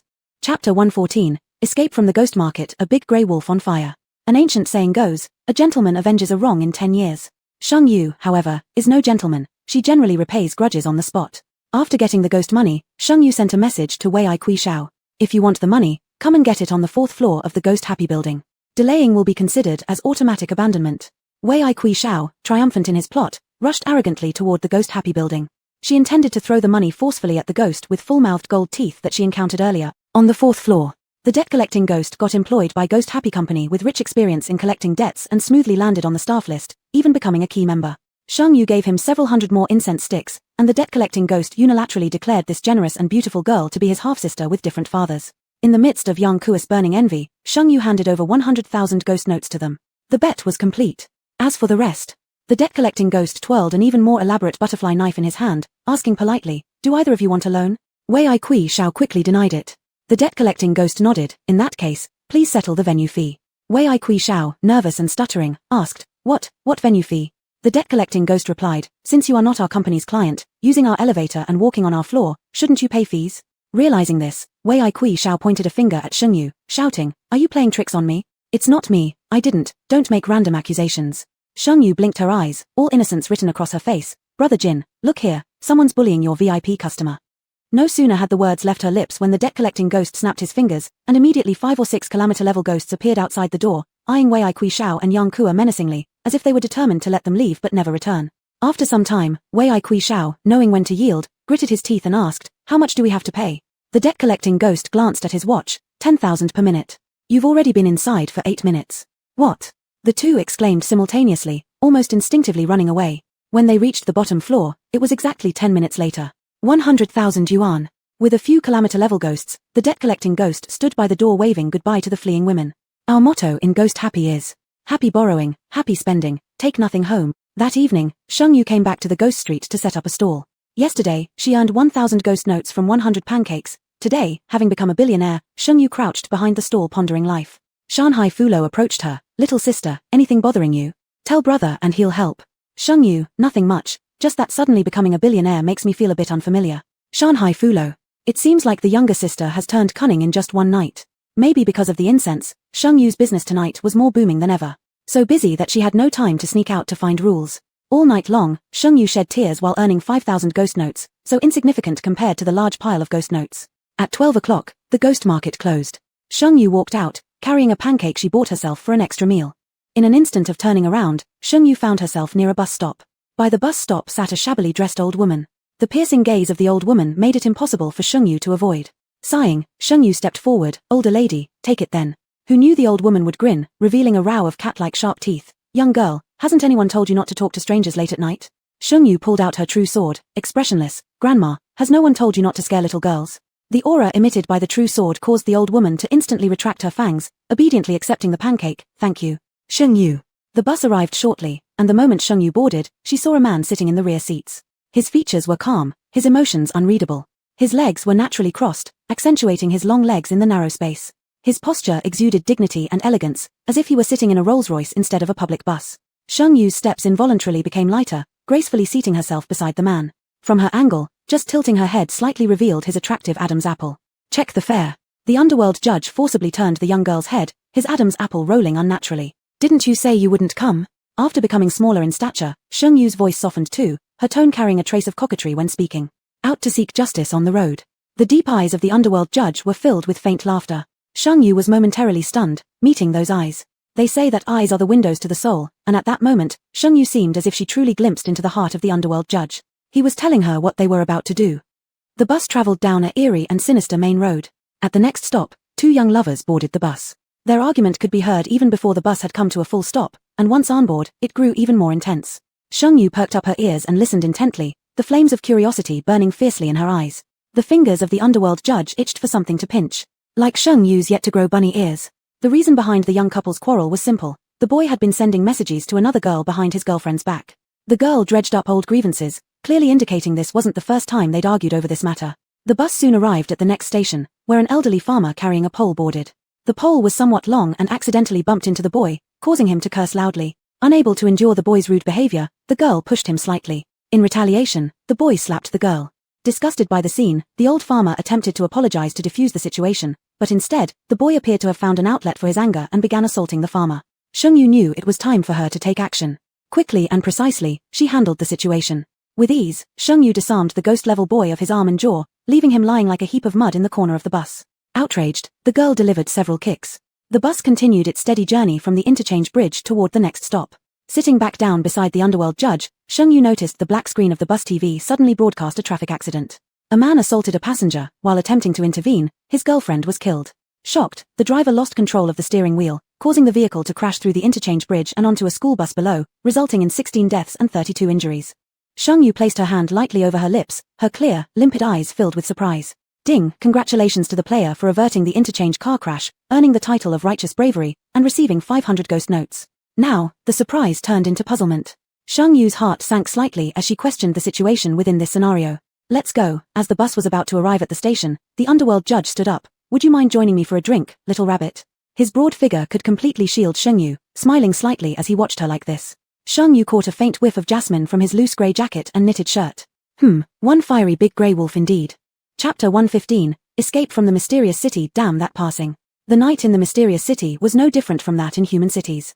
Sheng Yu followed the footsteps of the Hell Judge, pacing forward in a dark alley. Her wrist was held by him, and the faint jasmine fragrance almost surrounded her. After walking for an unknown duration, the Hell Judge casually pulled open an iron door. An overwhelming DJ sound came rushing, and inside there was a chaotic frenzied dance. To the rhythm of the DJ, some people took off their heads to shake, others swung their intestines over their heads while swaying. The Hell Judge completely protected Shengyu in his arms, but the disobedient little white rabbit insisted on poking her head out to look around and ended up getting her beauty noticed. A man dressed in a suit with an air of arrogance staggered over.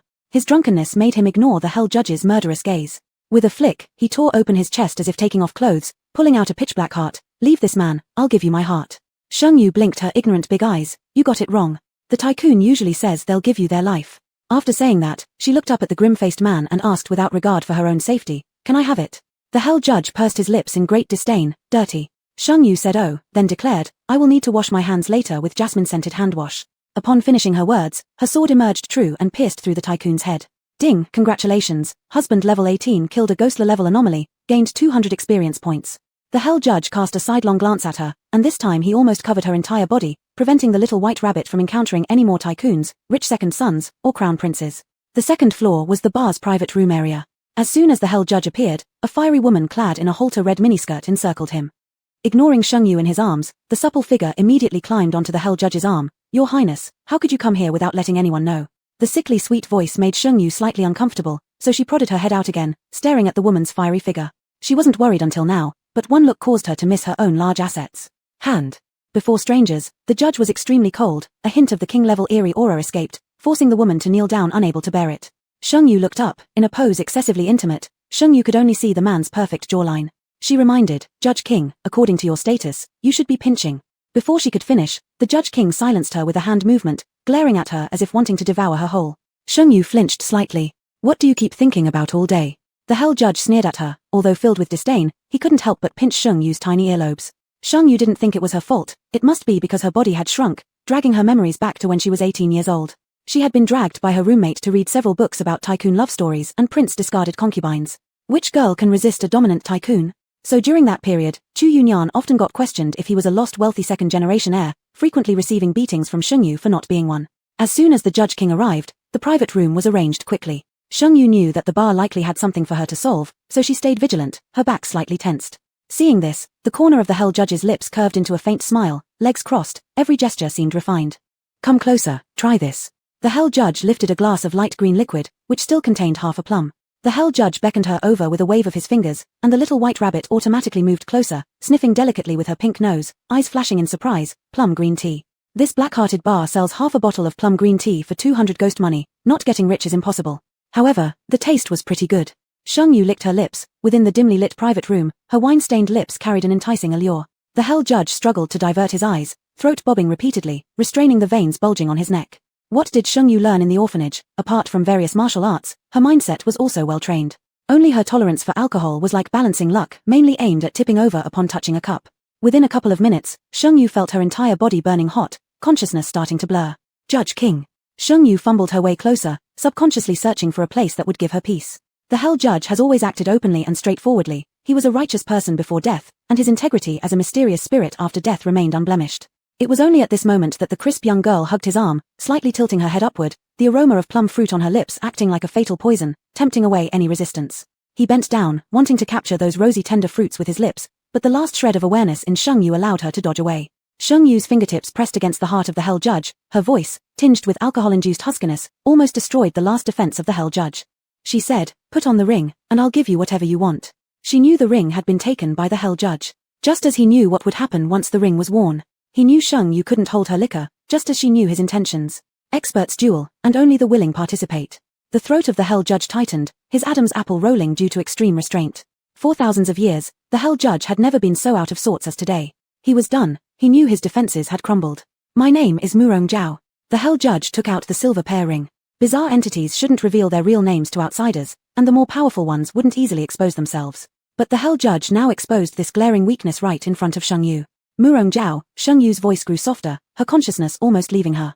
The Hell Judge smiled faintly, and at the moment of putting on the ring, he grabbed Shengyu's chin and kissed her fiercely. He restrained her waist, forcing Shengyu to tilt her head back as she endured the overwhelming kiss. The aroma of plum wine and jasmine intertwined. The man kissed heavily, each bite intense. Under the influence of the alcohol, Shengyu's body went limp, helplessly clinging to the man's shoulder. After an indeterminate amount of time, Sheng Yu felt her breath stolen, physiological tears gathering at the corners of her eyes, producing an oxygen-deprived whimper. It was pitiful, making one want to care for her deeply. Only then did the man stop, his noble features brimming with deep affection. Yu, don't provoke me. Sheng Yu was momentarily confused whether this was Chu Yunyan or the judge. It should be Chu Yunyan. She knew that in each scenario, Chu Yunyan's character would differ slightly, influenced by the owner of the body. The man clearly wasn't satisfied yet. His cool fingers gently caressed Sheng Yu's swollen lips, his gaze flaring with desire again, like a famished wolf who spotted a tender white rabbit, radiating longing from his very core. Shall we go back? The man's voice was seductive. To hell with that ridiculous level completion. What could possibly be more important than rest? Chapter 116 Escape from the strange market. You were the one who threw yourself at me. After an unknown length of time, Sheng Yu suddenly felt a cool sensation in her consciousness, and she gradually became more alert. The time has come, came Chu Yuanyan's voice behind her, tinged with unfulfilled desire. His hand was still on Sheng Yu's chest, his fingertips yearning to go downstairs and finish off those bastards right now. Shouts could be heard from below, piercing through the thick door of the private room. Sheng Yu's face turned crimson as she pushed him away and rushed downstairs. Chu Yuanian followed her down the stairs, his expression grim and commanding. Downstairs, the DJ's music had stopped some time ago. A large crowd surrounded one of the booths, layer upon layer of people pressing inward. Everyone was cheering them on. Sheng Yu squeezed past a bystander to ask about what had happened. It turned out that the woman kneeling among the crowd sold alcohol here to raise tuition for her younger brother but was noticed by Master Shu, who wanted to force himself onto her. The woman's brother just happened to come to pick her up after work, saw his sister being insulted, and so attacked Shu. As you can imagine, there were consequences. Master Shu wiped his swollen mouth corner, furious, and looked down at the nearly unconscious young man lying on the ground, whose grip on his sister's collar hadn't loosened even while knocked out. An evil thought sprang into his mind. He intended to take the girl right then and there in front of everyone. Just as he was about to remove his pants, a slender figure kicked him over directly. Having kicked the man, Sheng Yu blinked her large, water-like eyes apologetically. Sorry Tilda, it said that ugly people have kind hearts. You won't hold this against me, will you? This flippant comment hit Master Shu straight in the core, enraging him thoroughly. The Shu master, with his undershot jaw and turtle nose, shouted furiously at the people around him. Bind her up. I'll kill her. No one dare. A constrictive and oppressive voice rang out from the back of the crowd. No one knew when Chu Yuanian had appeared there. His presence was overwhelmingly powerful, impossible to ignore even without the eerie aura of a king-level entity. A dark grey jacket, paired with an aristocratic sweater, exuded a dignity far above anyone else present, completely incongruent with the disco ball lights of the flashy bar. The Prince Judge. There was a sharp intake of breath in the crowd.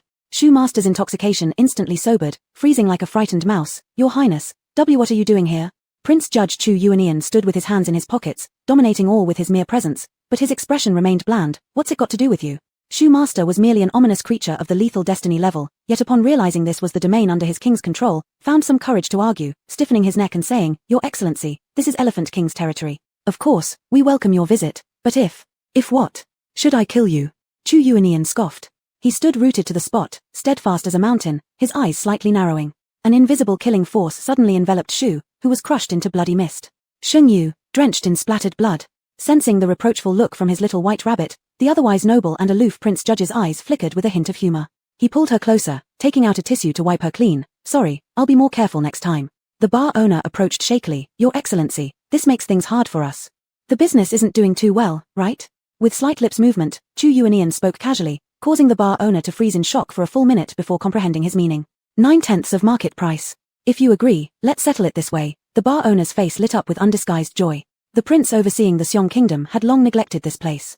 It would be wonderful to unload this quickly and return to Xiong Kingdom. Chu Yuanian retracted his gaze, landing it on Sheng Yu's slightly damp cheek, which had been gently wiped and was now pink and shiny. He extended his fingertip and prodded her round cheek teasingly, feeling an inexplicable urge to take a bite. Sheng Yu raised her head, resonating silently. How much? I'll buy it.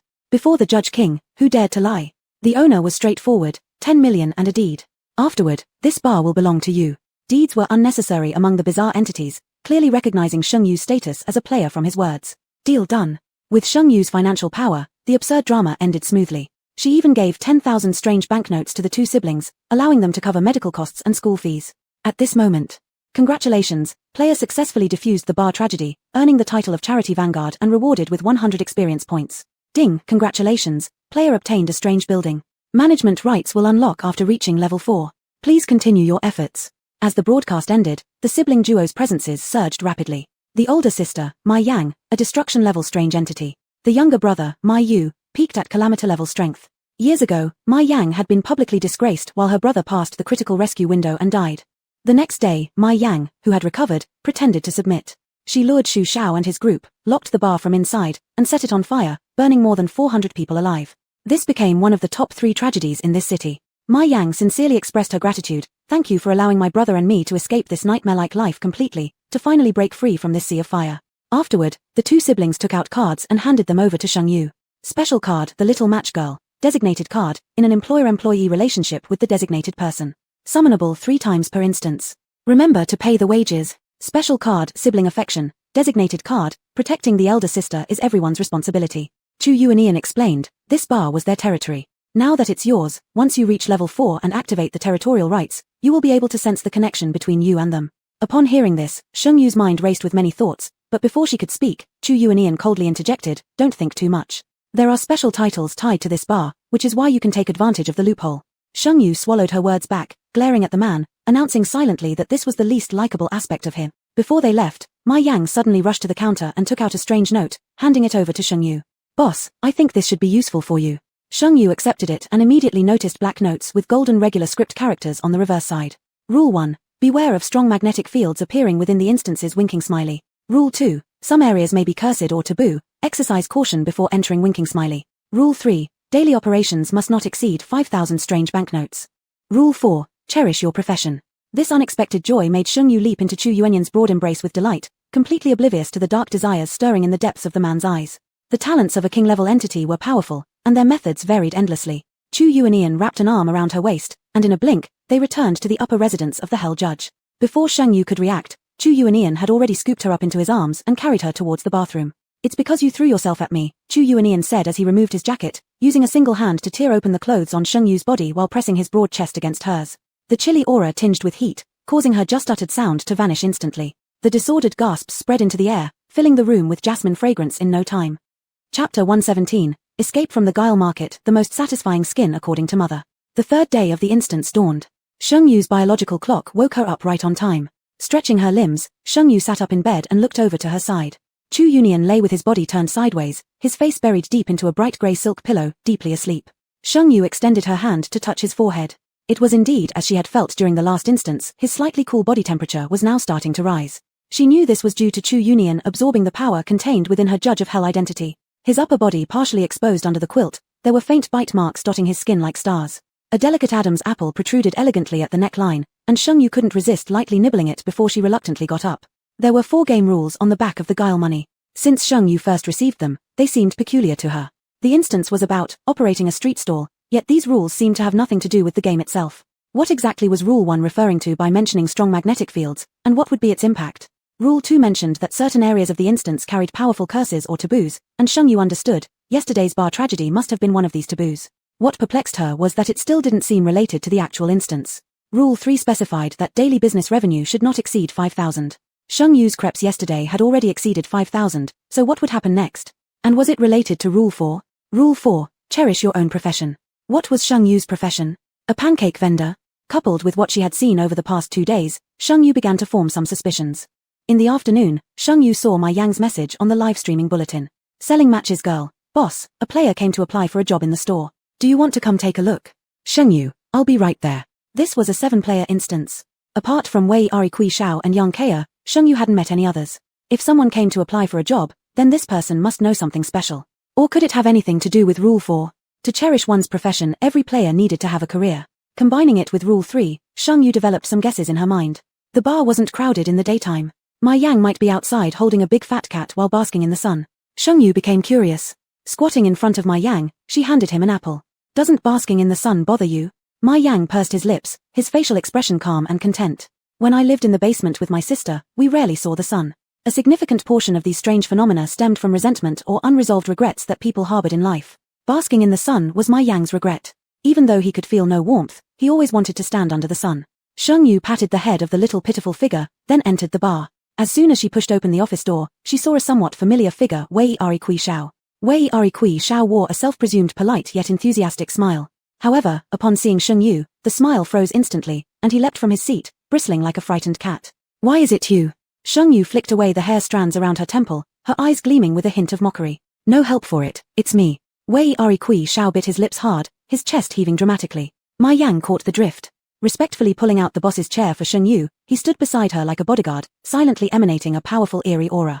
Wei Kui Xiao sat back down on the chair, his face filled with humiliation. President Sheng, I've come to apply for the job. Sheng Yu's narrow eyes slightly squinted, a plan forming in her heart. Leaning back casually in her chair, she displayed an air of forgiveness. I can hire you, but you must let me see your worth.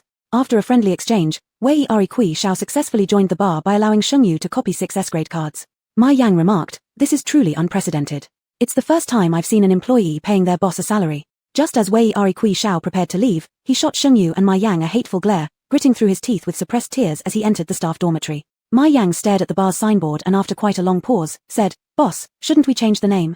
The photographs on the bar sign showed fire damage, so charred that the original name was no longer visible. With a sweep of her hand, Sheng Yu handed over 50,000 guile money bills to Ma Yang. You arrange it. Let's call our bar Jiu Bar. Ma Yang asked in puzzlement, Boss, is there a story behind this name? Sheng Yu smiled. This morning, I read a biography about a Zhuang Yuan who rose from a 9th-rank county magistrate all the way to becoming prime minister. His courtesy name was Jiu, which I thought sounded great. Ma Yang nodded understandingly. Just as he heard Sheng Yu looking at the row of empty spaces by the gate saying, set up some automatic vending machines, I want to sell things. At 7 in the evening, the bar opened its doors on schedule. Sheng Yu was still dressed in a black tracksuit, her hair tied up in a high ponytail, giving off an energetic and vibrant aura that matched her 18-year-old face. Ma Yang, under Sheng Yu's arrangements, shouted with all his might, the bar is open for business. Spend 100 guile money to get a free bundle of incense. As he spoke, he swung the incense bundle in his hand continuously, releasing wisp after wisp of pale blue mist. In no time, the bar was filled with customers. Wei Kui Xiao stood by the register looking utterly devoid of any will to live. If she had another chance, she would definitely run for the hills without hesitation. This Sheng Yu really treated people like beasts of burden, she thought bitterly. By 8:45, Sheng Yu had already restocked 3,000 bundles of incense, while the automatic vending machines had started smoking from overwork. 3 out of 5 machines had broken down entirely. At this moment, the newly renovated entrance of Jiu Bar was suddenly kicked wide open, the shiny new door flying several meters before crashing straight into the counter where Wei Kui Xiao was taking payments. Looking up, Sheng Yu saw a monstrous figure with 4 eyes and a back full of bony spikes. Its body was covered in a layer of black liquid resembling venom from the movies. Its 4 eyes darted in different directions, emitting a terrifying but slightly dim-witted aura.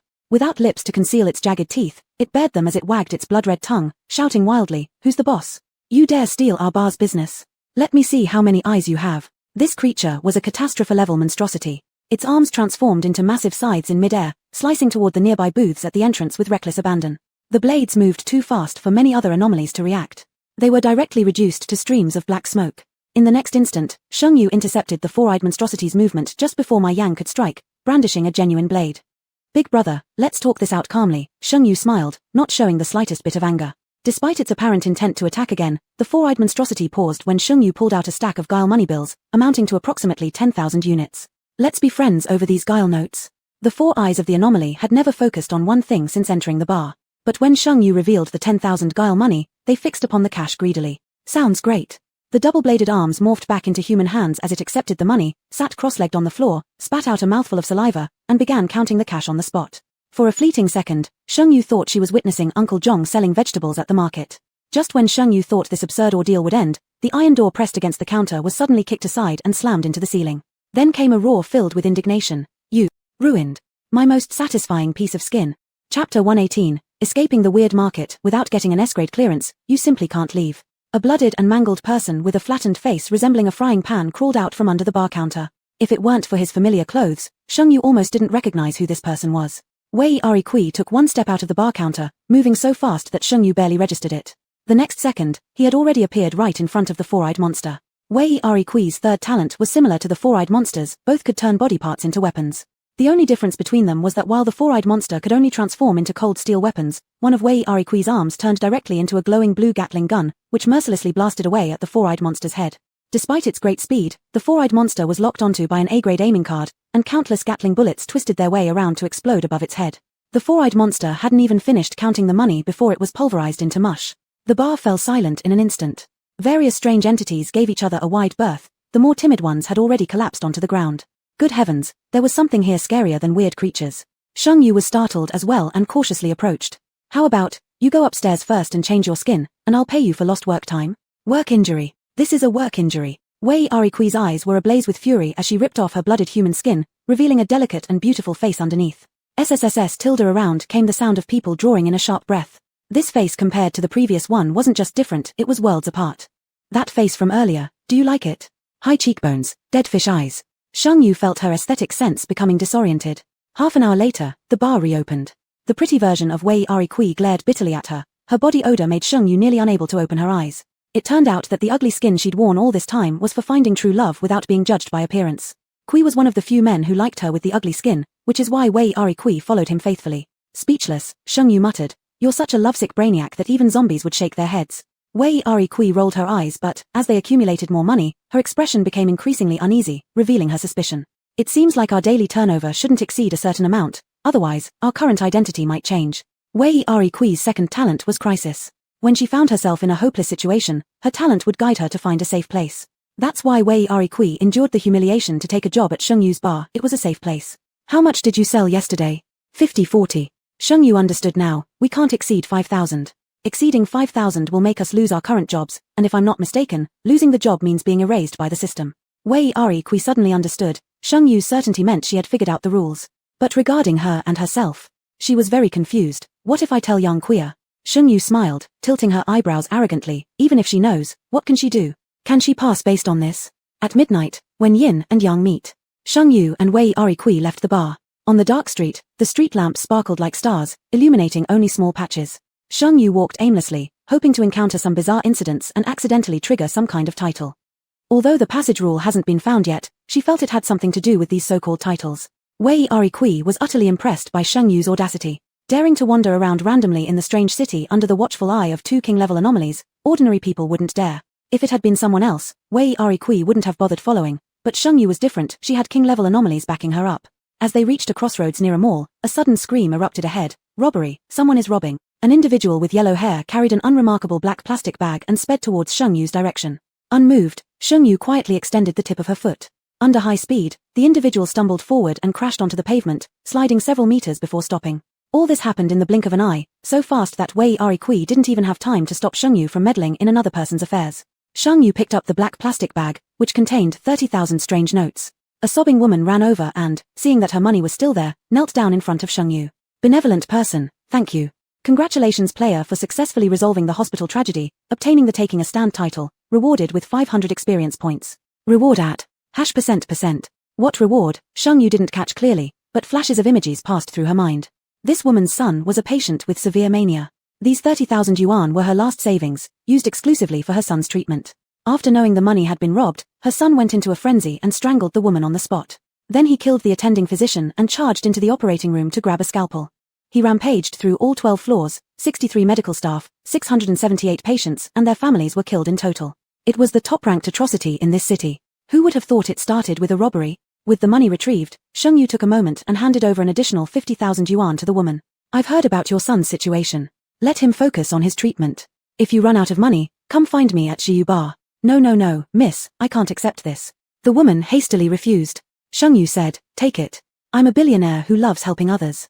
Her face froze for a moment, then the old woman broke into tears. There are still so many good people in the world. As the woman left, there was no announcement from the broadcasting system. This didn't surprise Shang Yu. She wasn't disappointed either. Wei Ari followed beside her, looking up pitifully with a sickly sweet voice. "Boss, don't you think I look like the long-lost little sister you never knew you had?" Shang Yu felt a chill down her spine, goosebumps scattering everywhere. "Don't talk nonsense in the middle of the night. Don't be mean, sister, my dear sister. I'm your half-sister from different fathers and mothers." Seeing Wei Ari about to cling onto her again, Shang Yu quickened her pace, leading to a chase through the dark streets.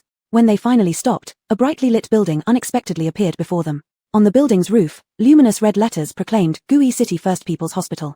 Shang Yu found it familiar but couldn't place why when suddenly Wei Ari blurted out an uncharacteristic curse. "Son of a bitch, we're done." Disgusted, Shang Yu stepped back half a pace. If her supposed little sister ever talked that way, she'd give her a big beating.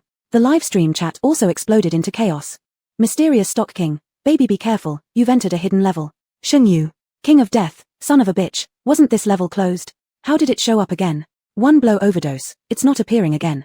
It's more like Lady Player's game has glitched and linked with this level." Wei Ari swallowed nervously. "We're done. I shouldn't have come out with you. You need an S-level clearance to escape a hidden level. Wah, my life is over." The clamor gave Shang Yu a headache as she stared at the ordinary-looking hospital tower, yet somehow it sent shivers down her spine. Her tone remained eerily calm. "Didn't Yang Kua tell you about my track record since I entered the scene? Wei Ari, with tears brimming in her eyes, asked hesitantly, what kind of record? Was it something super impressive? Sheng Yu smiled faintly. To be honest, since I debuted, I've cleared everything at SS grade or above. Chapter 119, Escape from the Ghost Market. Hey, wife. In front of the brightly lit building, the shrill sound of ambulance sirens pierced the quiet night sky. The road they came from had long disappeared into the darkness. Sheng Yu and Wei Ari stood in front of the building, feeling a chill down their spines. They both knew that even someone as powerful as Ma Yang, with destruction-level eeriness, could only recreate the scene of his own obsession. But here, the eeriness had recreated the entire appearance of a building. Its strength was evident. Wei Ari's level was much higher than Sheng Yu's, but at this moment, she instinctively moved closer to Sheng Yu, seeking some reassurance. Are we going in? Wei Ari asked, pinching the edge of Sheng Yu's clothes. Sheng Yu nodded, offering her a bit of comfort. Since we're here, let's settle down. We won't die so easily. Perhaps it was true what Yang Kua said, there was a magical force around this Sheng Xinyu, one that made people believe and feel at ease. After entering the emergency room door, the surroundings brightened for the two of them, and it was already daytime. Let's go to the nurse's station first, Sheng Yu decided. Get a nurse's identity, so we don't violate any rules. Now tied to the same fate as Sheng Yu, Wei Ari took out an A-grade invisibility card and disguise card to give to Sheng Yu. The two used the cards to get uniforms and nameplates from the nurse's station, then used the disguise card to change the photos and names on them to their own. Sheng Yu glanced at Wei Ari's nameplate, name, Qiu Xian. Qiu Xian lifted her chin defiantly to meet Sheng Yu's probing gaze. What are you looking at? Sisters bidding farewell to love-induced foolishness. Sheng Yu blinked innocently, appearing somewhat pure-hearted. No, I just wanted to ask, Qiu Xian, is this Qiu Xian from the Fat Penguin series? Wei Ari was stunned for 2 seconds before reacting, grabbing Sheng Yu and starting to scratch her. Who the hell is Fat Penguin? Just as they left the nurse's station, they encountered a cold-faced head nurse. What's all the noise about? How disgraceful. Qiu Xian glared at Sheng Yu. Sheng Yu obediently apologized to the head nurse. Qiu Xian was scolded by the head nurse once again and finally ordered, you two, take a report to the neurosurgery department. Don't grin like fools, hurry back. The two of them, like students being reprimanded by their homeroom teacher, quietly boarded the elevator upstairs. Sheng Yu flipped through the report in her hand. Jushinao, male, mania patient, normal blood test results, drug stimulation excluded. Sheng Yu's mind flashed with scenes she had seen on the road earlier. This was the hospital where the mania patient killed. Before she could inform Qiu Xian, the elevator doors slowly opened. The sounds from the floor transitioned from blurred to clear, with screams piercing their eardrums. Amidst the deafening screams, a blood-soaked man with a sinister grin appeared, and the moment he saw the people in the elevator, he threw a punch. Sheng Yu's heart jumped to her throat. Watch out. Although the sword was drawn, it wasn't fast enough to match the man's speed. The madman smashed the skull of the nearest patient, brain matter mixing with blood spraying onto the shiny walls of the elevator. In the next second, the man grabbed the sword. The raging man seemed unable to feel the pain in his hands, and bright red blood dripped from the blade. Fun. The man laughed wickedly, attempting to choke Sheng Yu's neck. By now, Qiu Xian had reacted, blocking the man's assault with an A-grade counterattack shield and forcing him out of the elevator. With more space, the two of them gained a slight chance to catch their breath. The neurology floor was now a river of blood, bodies broken and scattered everywhere, and the smell of blood in the air made them nauseous. Qiu Xian tossed all her cards to Sheng Yu. Hurry up and copy them. Dozens of cards were quickly copied. Frowning deeply, Sheng Yu urgently said, where's your Gatling gun? Pull it out and blast him. That ridiculously powerful talent can only be used once per dungeon. As she spoke, Qiu Xian, holding a felling axe, engaged the enraged man in close combat using the advantages provided by the cards. Being a level 5 player, she could exchange blows evenly with the destruction-level eerie entity. Ghost Stock King. Baby, if I have so many S-class cards, I can do it too. Having Sheng Yu around meant they could almost overwhelm even high-level eerie entities just by stacking cards, right? Sheng Yu joined the battle, and the madman realizing he was losing ground began retreating upstairs. Upstairs were the operating rooms. He cannot enter the operating room, Sheng Yu's voice broke in urgency. She clearly understood the consequences if the madman got hold of a scalpel. But it was too late. The madman shattered the wall with one punch, seizing the razor-thin scalpel from the lead surgeon, and the eerie aura surrounding him intensified further. What the hell kind of ghost is this? It gets a buff boost just from picking up a scalpel, Qiu Xian shouted hysterically, yet her movements did not slow down. A finger-wide felling axe clashed with the bright scalpel. The axe was cleanly severed into 2 halves. Qiu Xian couldn't believe it, and then she focused on the real sword in Sheng Yu's hand. Xin Yu, quickly copy the sword in your hand for me. Sheng Yu was being pressed hard, fighting with all her might as she roared lowly, this is my F*** king talent. The extremely sharp surgical knife combined with the speed and strength of the madman slashed many cuts on Sheng Yu's body, fresh blood spattered spots on the ground forming vivid red plum blossoms. What the hell? Sheng Yu hissed and exchanged glances with Qiu Xian. Both leaped up simultaneously and swapped weapons mid-air. By the time the maniacal man realized what was happening, Qiu Xian already had the real sword and pierced straight through his heart from behind. Congratulations to players Wei Ari, Sheng Xinyu, and Larogong Shi Bie Kuai for completing the first kill in Unjust Hospital. The eerie entity killed was destruction level.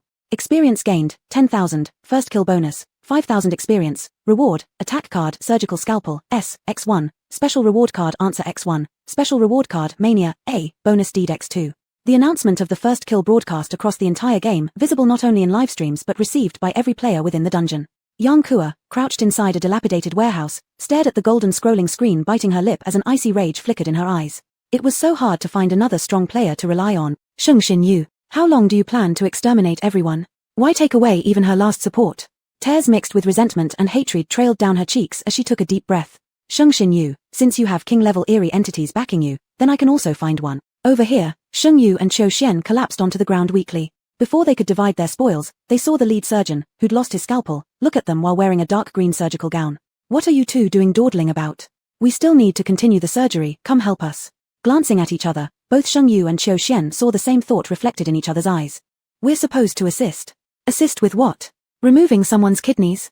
Little did they know, their prediction came true. When Sheng Yu and Qiu Xian entered the operating room, they saw a man lying on the operating table with his face covered by surgical drapes. The man had already been cut open, and the doctor held the surgical knife cutting into his kidney. Qiu Xian accidentally glanced at the nearby surgery order form. Xiezhong Shu, male, 28 years old, scheduled for an appendectomy. She nudged Sheng Yu with her foot, giving a meaningful glance. Sheng Yu followed her gaze and unintentionally noticed a barely noticeable scar on the man's hanging arm. Just that glance made Sheng Yu freeze. The next second, Qiu Xian's talent, crisis, activated again. She was about to say something when she saw Sheng Yu abruptly tear off the surgical drape. The man's face was pale, his features exquisitely handsome, raven-black eyelashes fluttering slightly. He who should have been in a deep coma gradually opened his eyes. His pitch-black pupils instantly locked onto Sheng Yu, flashing a smug smile. Hey, wife. Chapter 120, Escape from the Weird Market, We Will Never Be Apart. Qiu Xian's talent, danger, kept flashing, almost more terrifying than having a knife at her neck. What was even more terrifying was that as soon as the stunningly handsome man finished speaking, her senior sister her ancestor Sheng directly slapped him. Qiu Xian. God, if I have sinned, please let an 18-pack abs beauty come to punish me, not letting me watch my teammate slap the mouth of a high-level weirdness. At this moment, Qiu Xian had already thought about where she'd like to be buried. But then, that devilish man revealed a secretly delighted smile, throwing a flirtatious glance at Sheng Yu, his eyes full of charm and temptation, his voice seductive. You've recognized me, haven't you? Sheng Yu's face remained blank as her gaze scanned the scar on the man's wrist, asking in a low voice, why do you have his body? This scar was left when Chu Yunyan was a child climbing trees. It was also the first time Chu Yunyan had begged her with sweetness. She remembered it very clearly. This man looked exactly like Chu Yunyan, and even his body was the same. He was the one who had been enticing Sheng Yu to become strange in the broken family scenario. At the time, there were 3 layers of consciousness in the older brother's ghost body. The older brother himself, another was Chu Yunyan, and also a man who savored kidneys like French cuisine. This was the freak. The man straightened up, kicking away the main surgeon, stuffing his kidneys and intestines back haphazardly, picking up the needle and thread nearby to sew himself up, performing all these actions effortlessly. Amazed by my craftsmanship, aren't you?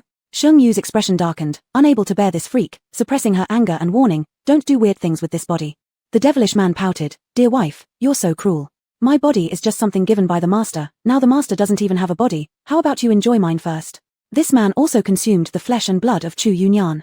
Tired of arguing with him, Sheng Yu asked, stop talking nonsense, what exactly is going on with this scenario?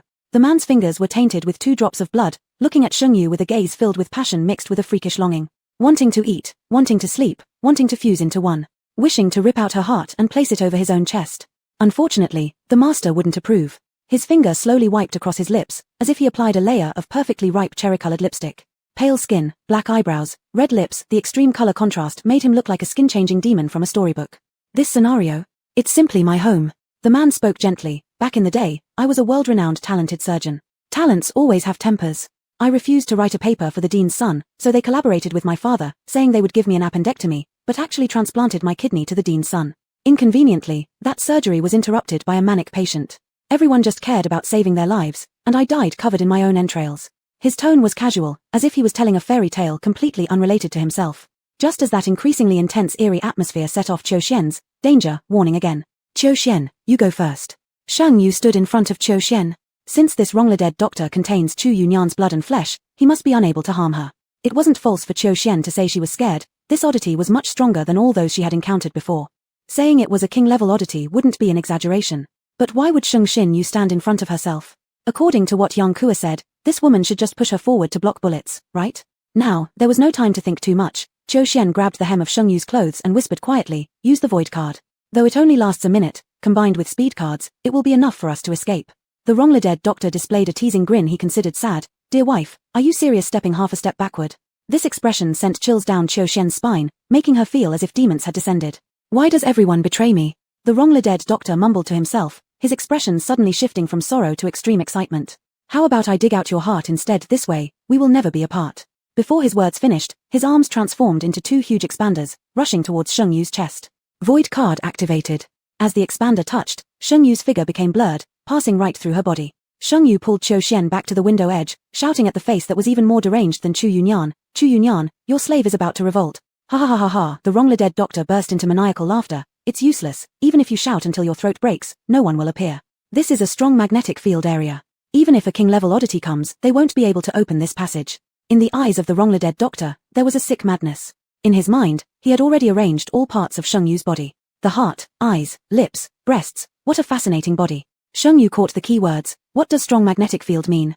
The wrongly-dead doctor, perhaps feeling confident that Sheng Yu couldn't escape, explained patiently. The appearance of a strong magnetic field distorts space, distorts time, and can even affect the game of weirdness. So give up already. My dear wife, I truly love you so much, I will definitely treat you well. As soon as the effect of the void card wore off, the expander once again lunged at Sheng Yu. Sheng Yu's expression turned grim instantly. She didn't know what the wrongly-dead doctor had done, but she lost all contact with her cards. The expander collided with Sheng Yu's true sword. The tremendous force of impact caused her internal organs to shift positions. A mouthful of fresh blood spewed out, the sweetness mixed with the taste of rust wafting away. My dear wife, you smell so good. The wrongly-dead doctor took a deep breath, indulging in the moment, wearing an expression as if he were on cloud nine. This sight disgusted Sheng Yu immensely. If Chu Yunyan acted like this, she would certainly teach him some civility. After his euphoria subsided, the hands of the wrongly-dead doctor transformed into surgical scalpels, ready to directly cut open Sheng Yu's chest. Don't. Qiu Xian hurled all her cards. However, the effects of the cards were sealed off, falling onto the ground like waste paper. Just at that moment, Sheng Yu suddenly heard a familiar sweet little voice by her ear. Mommy Tilda, I've come Tilda. Chapter 121. Escape from the strange market. Young man, you need to practice abstinence. A familiar, long-missed soft voice sounded, and Sheng Yu's bright eyes flashed with a hint of astonishment. In the blink of an eye, the knife of the wrongful death doctor was about to cut open Sheng Yu's chest. Suddenly, a black figure tore through the space and appeared. With a twist like a dragon's tail, it directly sent the scalpel flying, and the tough scales produced the sound of metal clashing with the scalpel. Little black dragon. Sheng Yu's lips spread into a smile, and her face could not hide her surprise. The next second, little black dragon kept blowing on its own tail while looking tearfully at Sheng Yu with a crying tone. Mommy, it hurts so much. Sheng Yu's joy turned into heartache as she held little black dragon tightly, blowing soothingly on him. Hey, look what I brought back for you. Little black dragon spit out a familiar-looking black silver-edged card from its mouth. SS class card. Before Sheng Yu could recognize it, Qiu Xian let out such a loud exclamation that Sheng Yu's eardrums almost hurt. This was the SS class card that Lin City Lord took out in the special dungeon. If it weren't for thieves stealing, they'd worry about thieves having it on their minds. Ever since Lin Mo took this card out, little black dragon had his eyes on it. Such a powerful card, of course, should be given to Mommy. Little black dragon explained, I hadn't come out from that person's space when Mommy entered the dungeon, all the way until Mommy entered this dungeon, I could then slip in through the crack. Mommy, quick, praise me. Thinking about how self-assured Lin City Lord looked holding that card made Sheng Yu couldn't help but smile, saying, my baby is truly talented. Little black dragon proudly raised his chin, winding his dragon tail around Sheng Yu's shoulder, rubbing against Mommy. The wrongful death doctor came back to his senses and looked at little black dragon with excitement and surprise on his face. Dear, is this our son? Your wife is just great Tilda. Being able to bring in such top-tier life forms. Upon hearing this, Sheng Yu wasn't angry, but little black dragon exploded first, his dragon whiskers sticking straight up. Dog thing, fake stuff. You don't deserve being my father. Mommy, use the card to finish him off. Sheng Yu rubbed the SS class card, inexplicably feeling unable to replicate it. The wrongful death doctor was enraged, a trace of a cold laugh overflowing at the edge of his lips, his arms transforming into drills, and the roaring mechanical sound carrying a taste of death. You too must die. The overwhelming strange power from the wrongful death doctor locked onto the two people and one dragon, the intent to kill spreading across the entire floor. Using SS class card. On the blood-streaked floor, a golden bagua pattern appeared. Then a middle-aged man in a celestial master outfit appeared before the operating room. With just 10 centimeters between the wrongful death doctor's drill arm and the celestial master, the latter showed no fear, angrily shouting with righteous vigor. Small evil spirit, how dare you act so wildly, you cannot be allowed to do evil. As he finished speaking, Lin Tianxia bit his finger and drew a talisman in mid-air, yelling, break. The talisman formed instantly and pinned itself on the chest of the wrongful death doctor. The wrongful death doctor was paralyzed, like a balloon punctured by a needle, his strange power leaking outward, and his aura immediately weakening. So intense the evil air is, I must not let you stay today. Lin Tianxia furrowed his monobrow, pondering briefly, unknowingly pulling out a pitch-black peachwood sword and an octagonal mirror. These two items seemed to have a natural control over strangeness. Wherever Lin Tianxia went, the wrongful death doctor continued retreating and avoiding him. Trap. Edict. At the final moment, the wrongful death doctor glanced towards Sheng Yu's direction and was pierced right through the center of his brow by Lin Tianxia's sword.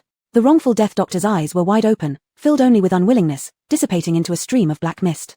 Sheng Yu averted her gaze, knowing that it wasn't Chu Yuanian, yet seeing that face still made her feel heartbroken uncontrollably. Ding, congratulations to player Mr. 18 Yuan for completing the boss-killing mission in the wrongful death hospital instance. Destroying level strangeness killed, earning 10,000 experience points, special card reward demagnetize, weapon card surgical tool, S, deed X1, golden kidney. The broadcast echoed throughout the whole instance. Since the wrongful death doctor appeared, Sheng Yu's livestream became blacked out. This sudden announcement caught everyone by surprise. Yama points, that dead girl did something big behind our backs. But on Sheng Yu's side, the crisis was not yet over. After dealing with a destroying level strangeness, Lin Tianxia turned and saw Sheng Yu and Qiu Xian trembling together by the window, hugging each other. Lin Tianxia's single-line eyebrow slightly furrowed. What kind of beings are you? Human bodies, eerie atmosphere, weird species. Especially the one on the right who looks around 17 or 18. Why is the eerie energy emanating from within? Peachwood sword and octagonal mirror absolutely intimidated the strangeness. Sheng Yu and Qiu Xian felt a chill rise from the bottom of their hearts. Lin Tianxia had a naturally imposing demeanor that made Qiu Xian stutter. We are not, things, are not, we are good citizens, really good citizens. Lin Tianxia's frown deepened as he scolded sternly, Xiao Ku is young, so speak properly.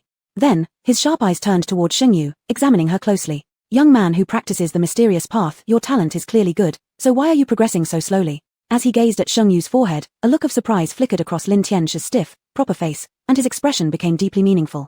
Young man, if you wish to practice the mysterious way, you need to abstain from desires. Lin Tianxia looked at Sheng Yu, recalling his own disciple who had been blinded by a female phantom and fought with him. He sighed heavily. Sheng Yu.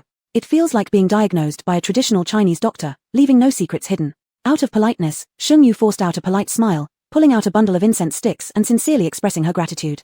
Lin Tianxia, thank you for helping us. Lin Tianxia slightly arched an eyebrow. The incense was of remarkable quality. The usually rigid man let out a fake cough. Since you are also a practitioner of the Tao, I will offer these on your behalf to the ancestral master. Only after saying this did he accept the incense, muttering under his breath, why is there no wine? If there were wine, he could offer it to the ancestral master and enjoy a small sip afterward. Sheng Yu. 200 incense sticks carried Sheng Yu's heartfelt sincerity. Even if Lin Tianxia had a thick face, he couldn't take something offered by a younger person without returning the favor. He stretched out his fingers, and 3 talismans appeared in his hands, transforming into 3 cards. These 3 talismans might be helpful to you. As he spoke, a pattern of Tai Chi and Bagua emerged beneath his feet, and Lin Tianxia's figure gradually dissipated. All 3 talismans were S-class cards. Big win. Qiu Xian's beautiful face still held traces of fright-induced pallor, yet her eyes sparkled with excitement. Man, this Sheng Xin you must have been reborn as a lucky star. Both were still reveling in their happiness when they suddenly felt dizzy, and the building began swaying left and right, showing signs of imminent collapse. Mommy, quick, find the way back, the place is falling apart. Little black dragon grew anxious, curling its tail tightly. Let's go, this way. Qiu Xian gripped Sheng Yu's hand, dragging her toward the exit. Her natural talent for detecting danger would guide them to a relatively safe place. After running out of the hospital, they entered an extreme darkness. Not knowing how long they had run, they finally stopped in front of a barrier. The surroundings were pitch black. Even while holding each other's hands, they could not see one another. Suddenly, loud thuds sounded from the other side of the barrier, as though someone was furiously pounding against it with their fists. In the distance, buildings collapsed with a thunderous roar. The black ground started sinking, revealing a bottomless abyss. Just then, cracks appeared in the barrier, letting through beams of faint light. Immediately, the cracks widened, revealing a ghastly pale face. Yu. Chu Yuanian's voice was raspy to the extreme, nearly just a whisper. His arms strained to hold open the crack, veins bulging on his neck and arms, his usually noble face now resembling a piece of golden paper, devoid of all color. The collapsing speed was extremely fast, reaching their feet within the blink of an eye. Qiu Xian's body suddenly lost weight, and in the next moment, she plunged into the bottomless abyss. Chapter 122. Escape from the strange market. Our relationship doesn't need formalities. From the first glance at Chu Yuanian, Sheng Yu saw his difficulty. Without hesitation, he took out the self-selection card and chose the eagle claw rope. The Class A eagle claw rope had locking functions on both ends. One end was inserted into the pillar behind Chu Yuanian, and the other end secured the falling Qiu Xian. Sheng Yu climbed out of the crack along the rope, then quickly pulled it back. The moment Qiu Xian was pulled out, Chu Yuanian could no longer hold on, kneeling on one knee with a mouthful of blood spilling out. Chu Yuanian. Sheng Yu supported Chu Yuanian's body, her voice tinged with a trace of sorrow. The once composed and dignified man now had only a thread of breath left, his gaze unfocused and drifting away. This reminded Sheng Yu of the look in Chu Yuanian's eyes before his death in the hospital. A huge wave of panic enveloped her. Don't be afraid. Chu Yuenian noticed Sheng Yu's trembling, and weakly patted her cheek. Leaning against Sheng Yu's chest, he wanted to say something more, but his consciousness was abruptly drawn into another scene. The top-floor residence, where Sheng Yu had settled Chu Yuenian down, then walked out with red-rimmed eyes. Just now, she'd seen Chu Yuenian's skin flush with blood, oozing out due to the violent exertion that had torn the skin apart. The doctor specializing in untimely deaths had said that the simulation they were in was so hard even a king-level anomaly couldn't find its entrance. Qiu Xian, seeing her pale face, worriedly asked, "How is our benefactor?" Hearing this title, Sheng Yu couldn't help but take another look at this lover of Master Kui who seemed to love boldly without fear. Such audacity and adaptability made people unable to dislike her. With an unusually serious expression, Qiu Xian looked down, as if making a decision, and opened her mouth to speak. "Could you tell me about your relationship with young Kiro?" Qiu Xian and Sheng Yu had experienced life and death together.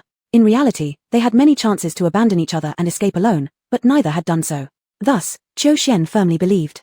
This Sheng Yu certainly wasn't the cold-blooded person described by young Kiro who sacrificed others for personal gain. Sheng Yu raised her eyebrows, surprised flickering in the corners of her eyes, and explained their situation in a few words. In summary, she had nothing to feel guilty about. After hearing, Qiu Xian slapped her thigh, anger in her brows. How shameless can she be? "Let's go reclaim your card right now." Sheng Yu laughed briefly, stood up, and said, "Take a good rest first. Tomorrow morning we will divide the spoils from the hospital." Back in the bedroom, Chu Yuenian slept soundly. Sheng Yu crawled under the covers, hugging his thin waist, and let out a content sigh. This was Chu Yuenian, the irreplaceable Chu Yuenian.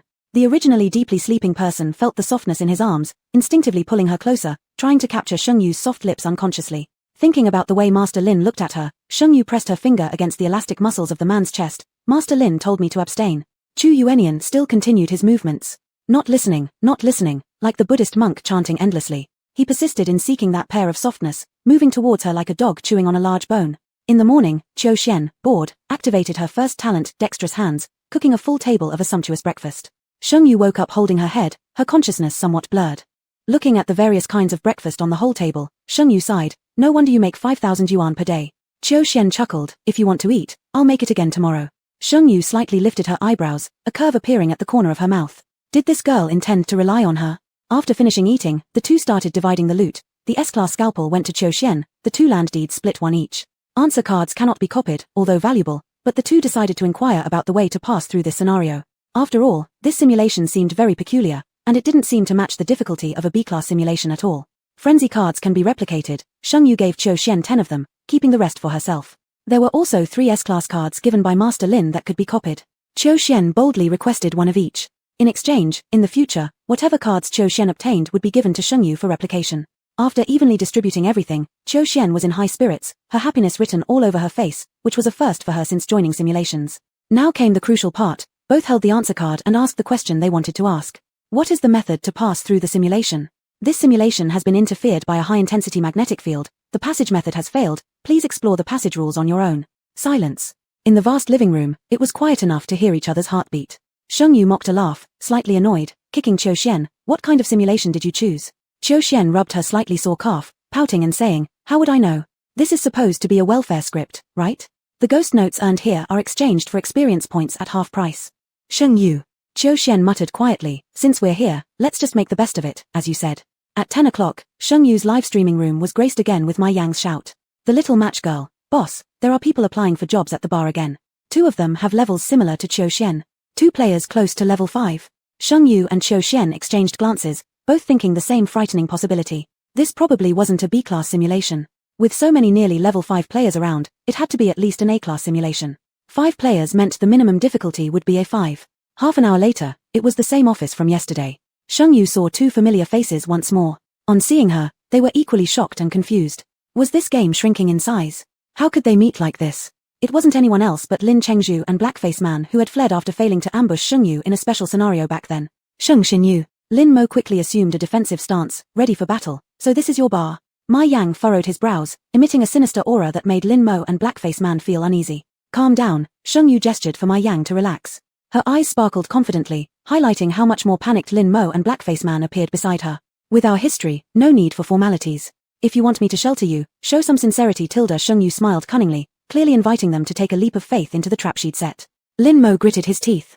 They were all players, aware that players needed professions. This Sheng Xinyu knew exactly that point, which gave her the edge to manipulate them so effortlessly. Out of pride, Lin Mo wanted to leave.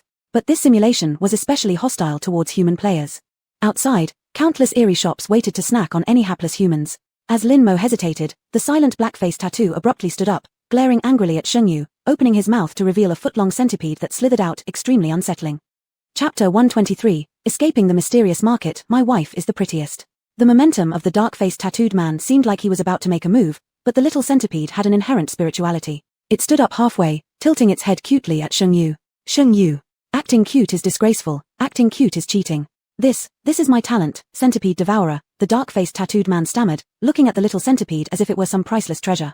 Lin Mo explained in good time, this centipede was raised by a Zui for 16 copies. Its strength can solo kill a disaster-level eerie creature. If the centipede is injured, a Zui will suffer the same injury. This was equivalent to exposing one's vulnerability. Shengyu slightly turned her eyes, thinking this man who looked so fearsome acted quite honest. Alright, I agree, Shengyu decided. With unclear conditions within the current copy, it was safer to keep these two high-level players under close watch rather than letting them wander around outside. At least inside the bar, employees cannot harm the boss, which added an extra layer of protection. The centipede was taken over by Ma Yang. The little centipede, with black hues and a tinge of red veins, did not look capable of single-handedly slaying a calamity-grade strange entity. Instead, it resembled a simulation hairpin that nestled by Ma Yang's temples. It occasionally raised its head to act cute towards Shengyu and Qiu Xian. Azui's face displayed deep pain and indignation, unsure whether it was because his weak spot was seized by others or that the centipede he had raised easily became someone else's hairpin. In a place hidden from the two, Shengyu secretly made hand signs and recited the incantations of the ghost-controlling art, placing a restriction within the centipede. Just at that moment, Shengyu suddenly found another restriction that echoed hers. That is to say, another person who had been restricted was also present in this copy. How could this be? Wasn't he supposed to be in the fallen capital's instance? After Lin Mo and Azui finished their employment processing, the large boulder hanging over their hearts finally settled. At this point, Lin Mo's face revealed a smirk of pride, losing the former obsequiousness toward Shengyu. He leaned back, crossing his legs. Boss, how about we make a deal? Shengyu frowned, sizing up the old sly dog Lin Mo with disdain. You definitely have more cards up your sleeve. Lin Mo chuckled lowly. I have hidden rules. Let's exchange them with yours. What do you think? Shengyu exchanged glances with Qiu Xian. Deal. Hidden Rule 1. All players change professions. Player factions may also change. Hidden Rule 2. When more than 3 players achieve passage conditions, after 24 hours of stagnation, a new type of instance mode will be initiated. The 4 people faced each other, harboring ulterior motives. Lin Mo and Azui sneakily glanced at Shengyu's expression. Hidden Rule 1. Could change faction identities. Does Shengxin want to return to being human? After all, only humans can leave the game. But what Shengyu considered was how to change identity. Surely it wouldn't still involve killing, would it? This is a 7-person instance. The stranded player is also present, thus human players and eerie players are both 3 in number. So the existence of this stranded player becomes thought-provoking. And there's Hidden Rule 2. Stagnation upon reaching clearance conditions? Is this related to magnetic fields? What's even scarier is if it's a magnetic field problem. Then even if they now reach the clearance conditions, without an announcement, they wouldn't know themselves. This level A7 instance really lives up to its reputation. Qiu Xian tapped her fingers on the table, unusually serious. Have you ever thought that precisely because there was no announcement, a new instance mode would begin? That is to say, this instance never planned for us to clear it and leave normally. This new instance mode is our inevitable path. Though those who first attempt something may be strong, under suitable circumstances, no one willingly faces the unknown. Especially not in this eerie game where death lurks at every turn. Shengyu nodded in agreement. Also about changing factions, I always feel the game has a trick up its sleeve. Qiu Xian agreed wholeheartedly. This instance simply offers no way out. Without the SS level card brought by her dear nephew, they truly would have met their end in that hospital. At 2 p.m., Shengyu received an invitation to an auction from Jin Ya's debt-collecting ghost. Having witnessed Shengyu's prowess, Qiu Xian didn't wish to leave her side for even a second now. Sister Sheng, everyone attending such important occasions usually has their own lackeys. I can't let you go without one. Please bestow upon me this honorable yet arduous mission. She clung tightly to Shengyu's thigh, her gaze resolute as if pledging loyalty to the party. Shengyu. Sister, aren't you already almost a level 5 player? Can you try to show some ambition?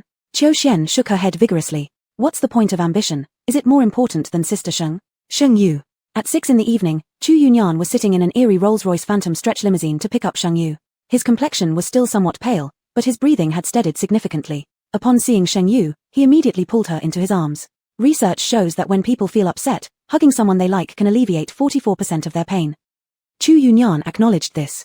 The moment he held Shengyu, he felt his entire body relax.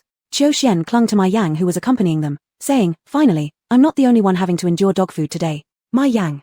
The auction venue was located at the city center. Tonight, the mysterious city lit up its rare lights.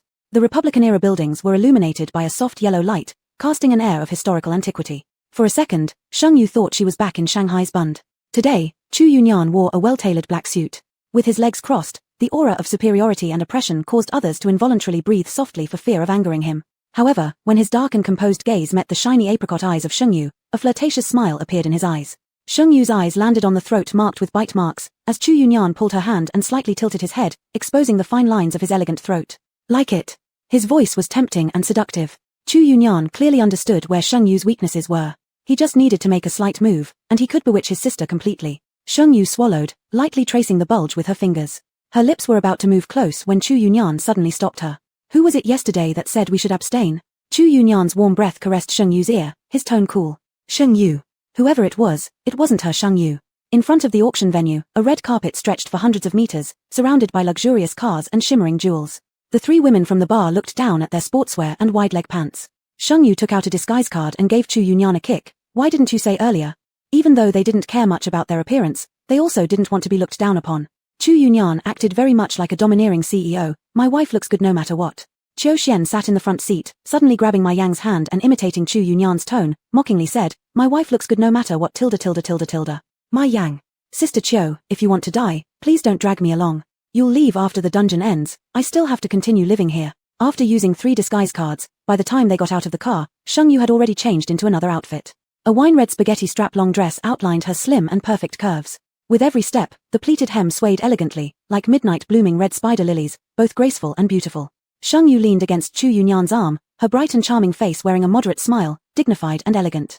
Even standing beside the powerful king-level eerie entity, she did not appear inferior. Instead, they made a perfectly matched couple, exuding a sense of compatibility. As the attendant guided them towards the private room, a man holding a champagne glass blocked Shengyu's path. However, his gaze was focused on Ma Yang behind Shengyu. Chapter 124 Escape from the Mysterious Market Wife, she bullied me. Hey, isn't this fire girl from the bar? The one defeated by our governor. How dare you show your face again? The man smirked disgustingly and looked Maqiang up and down. Shengyu stopped in her tracks and gave the man a sidelong glance. A calamity-level anomaly, even someone McHugh couldn't defeat. How could he dare to provoke Maqiang? Maqiang's eyes turned cold, and her originally black hair slowly changed into fire red. Her voice was tight. Tell me, before I kill you, will your governor be able to save you in time? Qiu Xian, ever the pragmatic one, immediately chimed in, dissatisfied. Do you know about experience points when fighting? Let me handle it, it's at least worth 2,000 experience points. With that, she took out an S-class scalpel and sharpened it with relish. The man. What? Just because of some trash talk, you're going all out. Can't you take a joke? When he glanced up again, a king-level anomaly stood right in front of him, making the man tremble instantly. Panicking, he fled. Qiu Xian smirked smugly, Sister Sheng, look at the quality of that lackey compared to me. You're getting quite the bargain, Tilda. Shengyu. Why is Qiu Xian becoming more uninhibited lately? Inside the private room, Shengyu relaxed and asked casually, what's going on? For a calamity-level anomaly to dare provoke Maqiang, there's only one explanation, there's something stronger behind him. At least stronger than Maqiang. Maqiang opened her mouth somewhat shamefully. There are territorial disputes between anomalies. The stronger the anomaly, the greater its thirst for power. When their own resentment and desires can no longer provide them strength, they must expand outward. They use their own territory as a center point, connecting various anomaly regions to gain the resentment of other anomalies to enhance their strength. These anomalies then become affiliates of stronger anomalies. Players like to call these anomaly regions instances. But the anomalies still refer to multiple interconnected regions as cities, just like they did in their lives before. Maqiang continued. This mysterious city was originally formed by the connection of a destruction-level anomaly, the corrupt governor. Back then, the corrupt governor wanted to force Maqiang, but after being refused, Maqiang directly sealed her anomaly region. Later, Maqiang sought refuge under another king-level anomaly, coincidentally during the time when Sowing Total first appeared. He defeated the corrupt governor, becoming the new master of this mysterious city, making Maqiang's life a bit easier. However, the corrupt governor always believed that Maqiang conspired with outsiders, which caused him to lose control over the mysterious city. He has harbored resentment against Maqiang ever since. That person earlier was one of the corrupt governor's henchmen. Shengyu sighed, feeling sorry for Maqiang, whose life had been tragic enough before death, only to still be bullied after becoming an anomaly. Qiu Xian cried while listening and swore that after they left, she'd personally go find and deal with that henchman. Let him know who truly reigns as the king of lackeys. The auction soon began. At the start, insignificant items were being auctioned off. Shengyu liked a set of jade jewelry. The starting price was 1,000 ghost notes. In the real world, such high-quality imperial green jade would cost at least 300 million yuan or more. But here, in the anomaly world, no one would spend money on useless jade jewelry. Room 4 bids 5,000 ghost notes. 5,000 ghost notes once. 5,000 ghost notes twice. Just as the gavel was about to fall, a nearby room lit up. Room 4444 bids 6,000 ghost notes. Qiu Xian teased with a smirk, TSK, Sister Sheng, even here you've found someone with similar tastes to yours. That's rare indeed. Only older women usually appreciate jade stuff, right? Sheng Yu bid, 10,000 ghost notes. Room 4444 countered with 11,000. Sheng Yu frowned, sensing something was wrong, so she increased her bid to 20,000 ghost notes. Chu Yuanian leaned back on the couch, lips curling with amusement. It's Yang Kuya. As soon as Yang Kuya called out 21,000, Sheng Yu promptly went to 25,000. Sure enough, room 4444 raised the bid to 28,000. Sheng Yu leaned against Chu Yuanian, the sharpness in her eyes dissipating, her pretty features taking on a touch of defiance. I don't want it anymore. To keep bidding would only fulfill Yang Kuya's intentions. Who gets screwed is yet to be seen. Duong, the wooden hammer fell. Congratulations to room 4444 for acquiring auction item number 29. Chu Yuanian sat elegantly and gracefully, holding Sheng Yu around the waist, his voice tinged with tenderness. Kiss me, and I'll tell you about her situation. Sheng Yu ignored the two super bright lights and smacked a kiss on Chu Yuanian's throat knot. Chu Yuanian touched his brow, voice playful. She got hit, 2 slaps. TSK, quite valuable, isn't it? After intermission, some powerful artifacts above the ominous level began to appear. Among these ghostly energies are powerful grudges or desires, making them the best choice for enhancing the power of anomalies. Chu Yuanian had his eyes on a face mask, with a starting bid of 50,000 ghost notes, increasing by 10,000 each time. Chu Yuanian's crimson lips parted lightly. 100,000 ghost notes. The auction house, which had been buzzing with discussion, instantly fell silent as all eyes turned toward booth number 4. The most prestigious booth in the entire auction house. To throw down 100,000 at once was already enough to make some destruction-level anomalies leave. But no one expected that booth 4444, who had just taken a quiet loss, would light up again. 11,000. Chu Yuanian sneered. Although he smiled, an ominous air emerged from his slightly downturned brows. Wife, she's bullying me. Sheng Yu lifted her lashes, and in the depths of her pupils gathered a soundless malevolence. Qiu Xian, go tell them that if they want to bid, it has to be at least 10,000 more. If they can't keep up, then let them quit. Qiu Xian, ever dutiful, somehow got hold of a megaphone and started shouting loud at the door of the private booth. You bastards, don't come here making noise without money. Do you think this is a vegetable market near your home? You even dare to shout out 110,000? Show some real skill and bid 200,000 directly, or else go back, wash up, and sleep. Your mom is waiting in bed to sing lullabies to you. The auction house immediately fell silent, all gazes focused on booth number 4. Qiu Xian felt refreshed, even wanting to press a play button for a little surprise across the hall to everyone. Even the hosting spirit was dumbfounded. When had he ever seen such a spectacle? So now, Qiu Xian shouted, we're bidding 300,000. Inside their booth, Yang Kuo, her swollen cheek after using the healing card still hurting, looked at how Sheng Yu was only being shielded by Kui, gritting her teeth so hard they could break. She had thought Sheng Yu might be someone formidable. But ultimately, wasn't she just someone who abandoned principles for profit? 500,000. Yang Kuo just cried out when a man in a white uniform grabbed her throat with a cruel expression. How dare you say 500,000? Chapter 125, Escaping the Ghost Market. Success of sisters makes one feel even more depressed. The man turned on his charm too quickly for Yang Kuo to react, and she instinctively prepared to take out her card in retaliation. But suddenly, a voice from the auctioneer downstairs broke through. Box number 4 bid 70 million. Sheng Yu's bright, confident face flashed in Yang Kuo's mind. 70 million. Pulling out 50 million had almost cost Yang Kuo her life, yet Sheng Xinyu could easily come up with 70 million.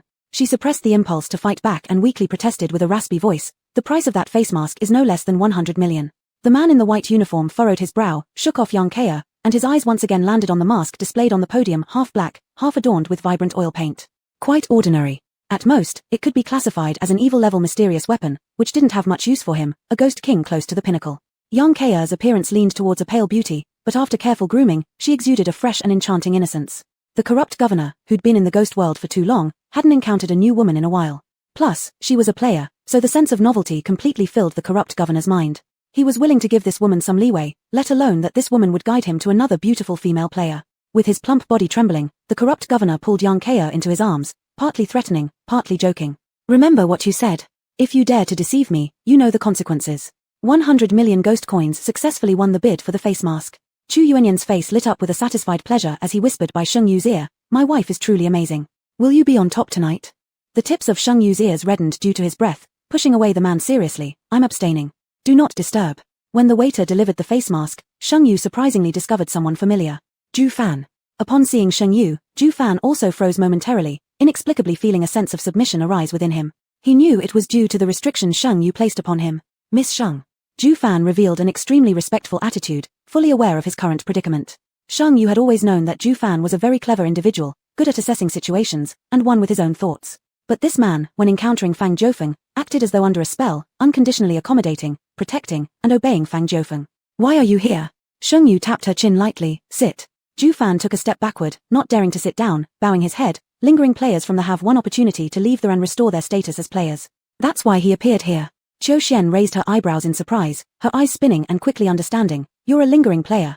So now, there's still one more mysterious player who hasn't shown up. Ma Yang commented, it seems this person deliberately stayed hidden, planning a surprise attack.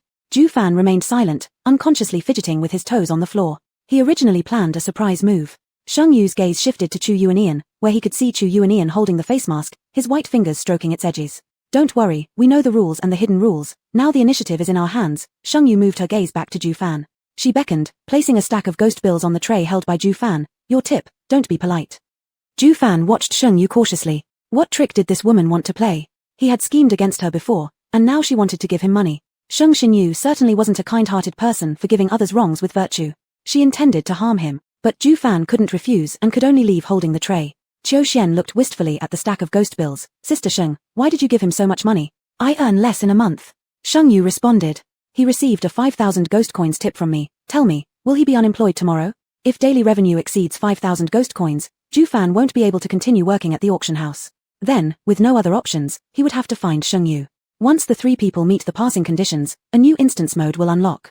Sheng Yu didn't want to go into battle unprepared, hence she kept everyone under her watchful eye. The auction gradually approached its end. As the closing piece of this auction, when Sheng Yu's roasted chicken was served, there was a flurry of noise among the guests downstairs. Such a big auction house, the final piece is just a few roasted chickens? Are you kidding us? This probably isn't just any roasted chicken made by Feng General himself. How dare they treat us like fools? The roasted chicken is even being used to make fun of us. Feng General should consider going back home to farm if the auction house can't survive. How about this? Perhaps this roasted chicken is not meant to be food but for some skin trade business. While everyone was clamoring, Feng Zong, who had never shown his face, casually walked onto the exhibition stage wearing flowery pajama shorts and flip-flops. Feng Zong was tall, measuring at least 6 feet 3 inches. He also wore a brown frog-shaped sunglasses on his nose bridge, looking as if he just walked out from the Hong Kong movies in the last century. The cheap flowered shirt and shorts mysteriously seemed luxurious on him, and his whole person exuded an air of recklessness. The tall figure stood on the stage, scanning everyone around, then snatching the microphone from the host ghost. You. He successively pointed to 4 people, seamlessly grinning with a mouth full of white teeth. Congratulations to you all. You no longer have the qualification to step on your grandpa's territory. Seamlessly making a stylish snap, the few who had been talking non-stop just now instantly exploded, turning into a blood mist that splashed all over the nearby ghost. Continuing without any pause, he said, sorry, we've made a mess for you all. As compensation, we'll give you all an 80% discount on loans. In Cantonese, sorry lads, made it messy for y'all. As compensation, loans will be at 80% for y'all. In everyone's mind, compared to being a king-level eerie entity, Seamless was more like a businessman. To the extent that many forgot that Seamless was the strongest eerie entity standing at the top of all eerie entities. The supreme king-level eerie entity. Seamless threw the microphone back to the hosting ghost and descended from the exhibition stage in a leisurely manner. As if sensing some kind of gaze, he suddenly looked up, his eyes meeting Sheng Yu's who was peeking out to see the commotion. Seamless missed a heartbeat, then immediately, he saw a familiar man beside Sheng Yu. But the man had a dark face at the moment, emitting an aura that caused him an irresistible urge to submit. Rough. Seamless cursed under his breath, how did the judge become so scary? The hosting ghost began to describe the effects of the roast chicken. This way, originally having a little resentment in their hearts, every eerie entity started to shine with eager eyes. The competition for the 3 roast chickens was very fierce, finally selling each for a price of 1 million ghost coins. Shang Yu gained an income of 3 million within the night. Qiu Xian hugged Ma Yang beside her and lamented, it is sad to fail oneself, but it's even more disheartening to see our sister succeed. Ma Yang. Before leaving the market, Seamless sent over a set of pure jade jewelry and a pink diamond ring the size of a pigeon's egg. The 3 bar girls gathered together to admire them. Sheng Yu only kept an emperor green bracelet and the pigeon's egg. No woman can resist diamonds. If there is, it must mean the diamond is not big enough. Sheng Yu gave the rings and earrings to Ma Yang and Qiu Xian. Ma Yang glanced at the overly excited Qiu Xian. Are you still feeling heartbroken? Qiu Xian. Ha ha ha ha ha. Who wouldn't like jade? Ha ha ha ha ha. Exiting the auction house, it was just past midnight. The city lights dimmed inch by inch in front of the car. Qiu Xian was chatting with Ma Yang about the time she first met Yang Kea. Suddenly, the simulation hairpin perked up on Ma Yang's temple, its pea-sized black pupil shining with excitement. Giggling, foods here tilde. Chapter 126, Escape from the Ghost Market. Bad man, why don't you go help Mama? Before the appearance of the master seamstress, the corrupt governor had always been the boss of this city. He had a clear understanding of his own strength. In life, he was the governor of the police general department, a position that shot him to the top. In death, he became one of the top ghosts. So when Yang Kea mentioned that there was a new female player in the instance who looked particularly attractive, he was moved. Governor, that woman is very powerful, and it seems there is an even more powerful ghost behind her. Let's not provoke her. This short sentence completely ignited the corrupt governor's desire to conquer. In his lifetime, no matter how chaste or formidable the women were, they all eventually succumbed. In this city, the corrupt governor believed that, apart from the master seamstress, no one could defeat him. Just a level 3 player. The thought of the woman being at a dead end and pleading for mercy filled the corrupt governor with indescribable satisfaction. The Rolls-Royce came to a slow stop. Chu Yuanian lazily lifted his eyelids, his eyes as still as deep pools, revealing no emotion. Wife, can we level up to 4 in this instance? Sheng Yu nodded slightly. We're still 40,000 short. The 5:1 exchange rate for ghost money into experience points was only available at the pancake stall. Revenue from the bar and auction sales cannot be exchanged for experience points. With the rewards from the hospital adding up to just 20,000 experience points, they were still 45,000 short. Chu Yuanian's gaze landed on the corrupt governor, hinting with meaning, in a bit, we'll only need 30,000 more. The warm headlights lit up a blocking figure. The corrupt governor and his lackeys. The 4 stepped gracefully out of their car, moving as elegantly as if they were strutting down a runway. When enemies meet, blood boils especially red. Flames erupted from Ma Yang's black hair, red flame patterns emerging under her exposed skin.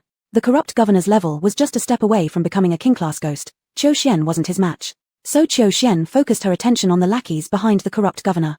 Only those standing have the right to become the king of lackeys in the final battle at the Forbidden City's peak. The real sword in Sheng Yu's hand slid out of its sheath, radiating sharpness. The moment Sheng Yu appeared, the corrupt governor's eyes lit up. She was indeed gorgeous and beautiful.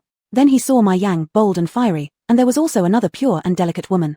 At the thought of being able to possess such 3 exquisite women simultaneously, the corrupt governor couldn't help but get excited. Facing a quasi-king-class ghost, Sheng Yu didn't dare to be careless. She immediately used a temporary attribute card, adding all bonuses to her attack.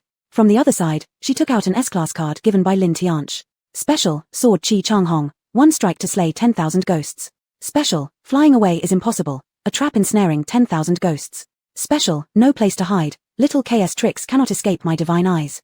Upon seeing the description of the card, Sheng Yu was almost certain that Lin Tianch had written it himself. It truly reeked of hubris. Ma Yang and Sheng Yu quickly engaged in battle with the corrupt governor. Chu Yuanian sat atop the Rolls-Royce's hood, legs slightly crossed, glancing sideways at the little black dragon coiled on his shoulder. Awake? Why don't you go help your mama? The little black dragon supported his head, sighing unhappily. Bad man, why don't you go help Mama Tilda? Watching the two gradually gain the upper hand, Chu Yuanian casually tossed a purchased opera mask, his voice calm. If you want the body, show me your true strength. The moment the mask was thrown, it transformed into a red-faced ghostly shadow, emitting a melodic tune. Dressed like the red-faced guangong from traditional opera, its power should not be underestimated. It could hold its own against the corrupt governor in a one-on-one fight. After gaining some breathing room thanks to the mask, Sheng Yu rejoined the battle. Half an hour later, the self-proclaimed invincible corrupt governor was cut in half by the red-faced mask, lying on the ground in his dying breaths. His eyes were full of disbelief. How could he possibly lose? Just as Sheng Yu was about to claim the experience points, Yang Kea suddenly jumped out. Sheng Xinyu, I beg you, please let the governor go. Yang Kea's sudden appearance wasn't surprising to Sheng Yu. What was surprising was that Yang Kea would plead for the corrupt governor. Move aside, or I will kill you too. Sheng Yu coldly rebuked her, the sword's glow pressing close to Yang Kea's throat. Sister Sheng, I know you must hate me. I'm willing to return all your cards. Can we still be friends like before? Yang Kea cried with tears. I was deceived by Fang Jiufeng. I was just too afraid. When Yang Kea realized that following the corrupt governor had no future while being strangled by his hands. Why couldn't any ghost protect her like Sheng Xinyue's men did? After much consideration, Yang Kea finally understood she lacked a key item. Therefore, when the corrupt governor made his move, she had already planned in her mind. If the corrupt governor won, she would plead for Sheng Xinyu to spare him. She would mend fences with Sheng Xinyu and try to retrieve the ring later. If Sheng Xinyu won, she would protect the corrupt governor, showing herself as someone righteous and emotional, then return the cards to Sheng Xinyu to repair their relationship. Sheng Yu's eyes slightly lowered, flashing a touch of irony that Yang Kea couldn't see. She turned her head toward Ma Yang. Do you agree? Ma Yang paused for a moment. Agree. Sheng Xinyu raised her chin, then hand over the stuff. Aside from the crystal cores that Sheng Yu had already retrieved, Yang Kea returned all the cards, though they amounted to far less than half of what she originally held. Fortunately, a few S-class and A-class original cards were still there. After taking back the cards, Sheng Yu delivered the killing blow to the corrupt governor right under Yang Kea's hopeful gaze. Ding, congratulations player Chu Yuanian on defeating the corrupt governor. The elimination level is destruction grade. Experience points earned, 10,000. Special rewards, whistle card, A, handcuff card, S, attack card, revolver gun, land deeds X6. Yang Kea was utterly speechless, her finger trembling with accusation. You killed him, Sheng Xinyu. How could you break your promise like this? Is it Sheng Yu slowed down her words, filled with obvious sarcasm. I thought it was just his fate to be killed by me. Yang Kea immediately went deathly pale, seemingly realizing some horrifying scenario. It only took her an instant to figure out that no matter what, she needed to make Sheng Xinyu forgive her. Yang Kea wept pitifully. Sorry, Sister Sheng, I'm sorry. I was so scared at first and got fooled by Fang Jiufeng. Please forgive me. Before Sheng Yu could say anything, Qiu Xian shoved her aside. Yang Kea, don't you have any shame? Qiu Xian's tone was stern and righteous. Anyone trying to replace her status better ask her surgical knife first. Yang Kea had her well-rehearsed emotions choked up in her throat, her face frozen mid-expression. Qiu Xian deliberately stood in front of Yang Kea, her eyes shining with a gleam of gossip. Sister Sheng, ahead there are some people exposing each other's misdeeds, and they're fighting. It's fresh juicy drama going on. Chapter 127, Escaping the Strange Market, Initiating a New Copy Mode. Eating melon seeds is real. Not wanting Sheng Yu to see Yang Kua next is also real. Qiu Xian hates betrayers most in her life. No one understands the taste of betrayal better than her. It's like a torrential downpour in life. Even when the rain stops, people are still trapped in the storm, unable to move on or let go. In countless sleepless nights, you'll question yourself, deep self-exhaustion. Everyone thinks Sheng Yu is a very strong person and she wouldn't care. Only Qiu Xian knows that deep down, Sheng Yu has always cared about this matter.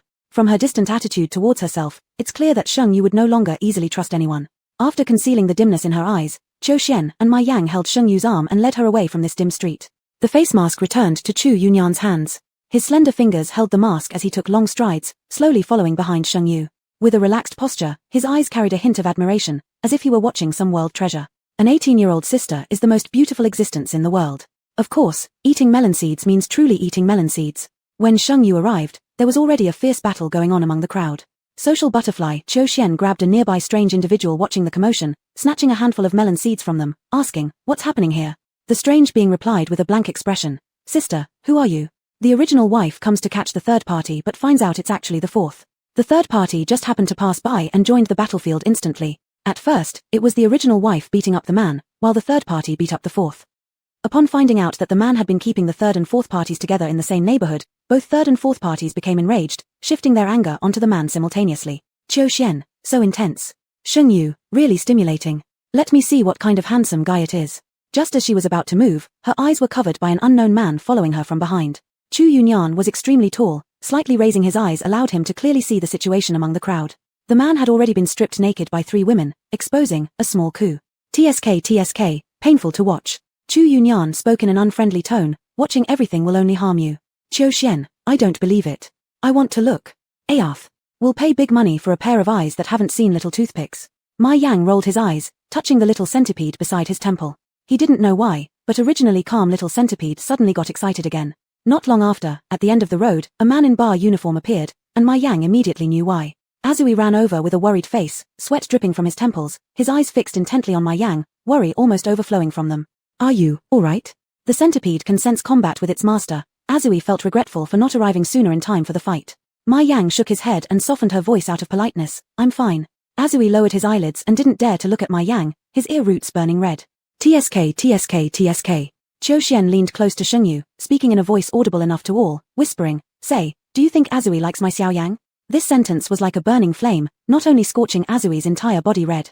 Ma Yang was burned too, stepping back to create distance between the two, becoming visibly uncomfortable. Azui isn't very old, his menacing and fearsome appearance hides a soft teenage heart. He looked down and fiddled with the corner of his clothes, his shy voice barely audible. No, I. Ma Yang, being a higher-level strangeness, gave Qiu Xian a glare, quickly adjusting her expression, and refused. You're a player, I'm a strangeness. We have no future. Azui abruptly lifted his head, looking at Ma Yang's cold face, his dark eyes almost glistening with tears. Too pitiful, Qiu Xian sighed. Ding, congratulations to player Wei-loved Suishao for understanding the intricacies of the strange market, earning the title of onlooker, gaining 500 experience points. Qiu Xian paused momentarily, seemingly taken aback. Title?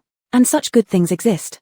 Eating watermelon seeds and having pies fall from the sky. 5th day of the copy. Shang Yu was woken up by a series of quarrels.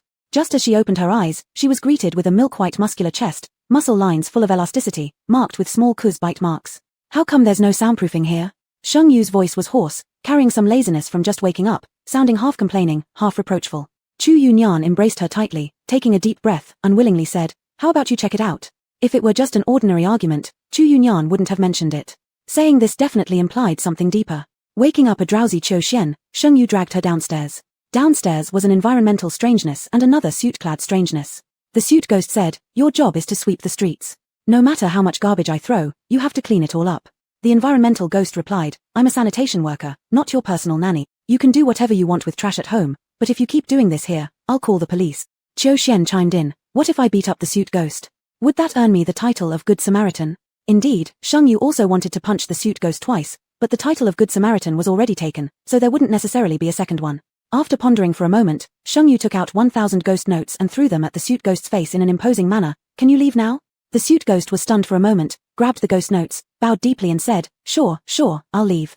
Thinking the matter had been settled, Sheng Yu didn't expect the environmental ghost to protest. Why should you just walk away?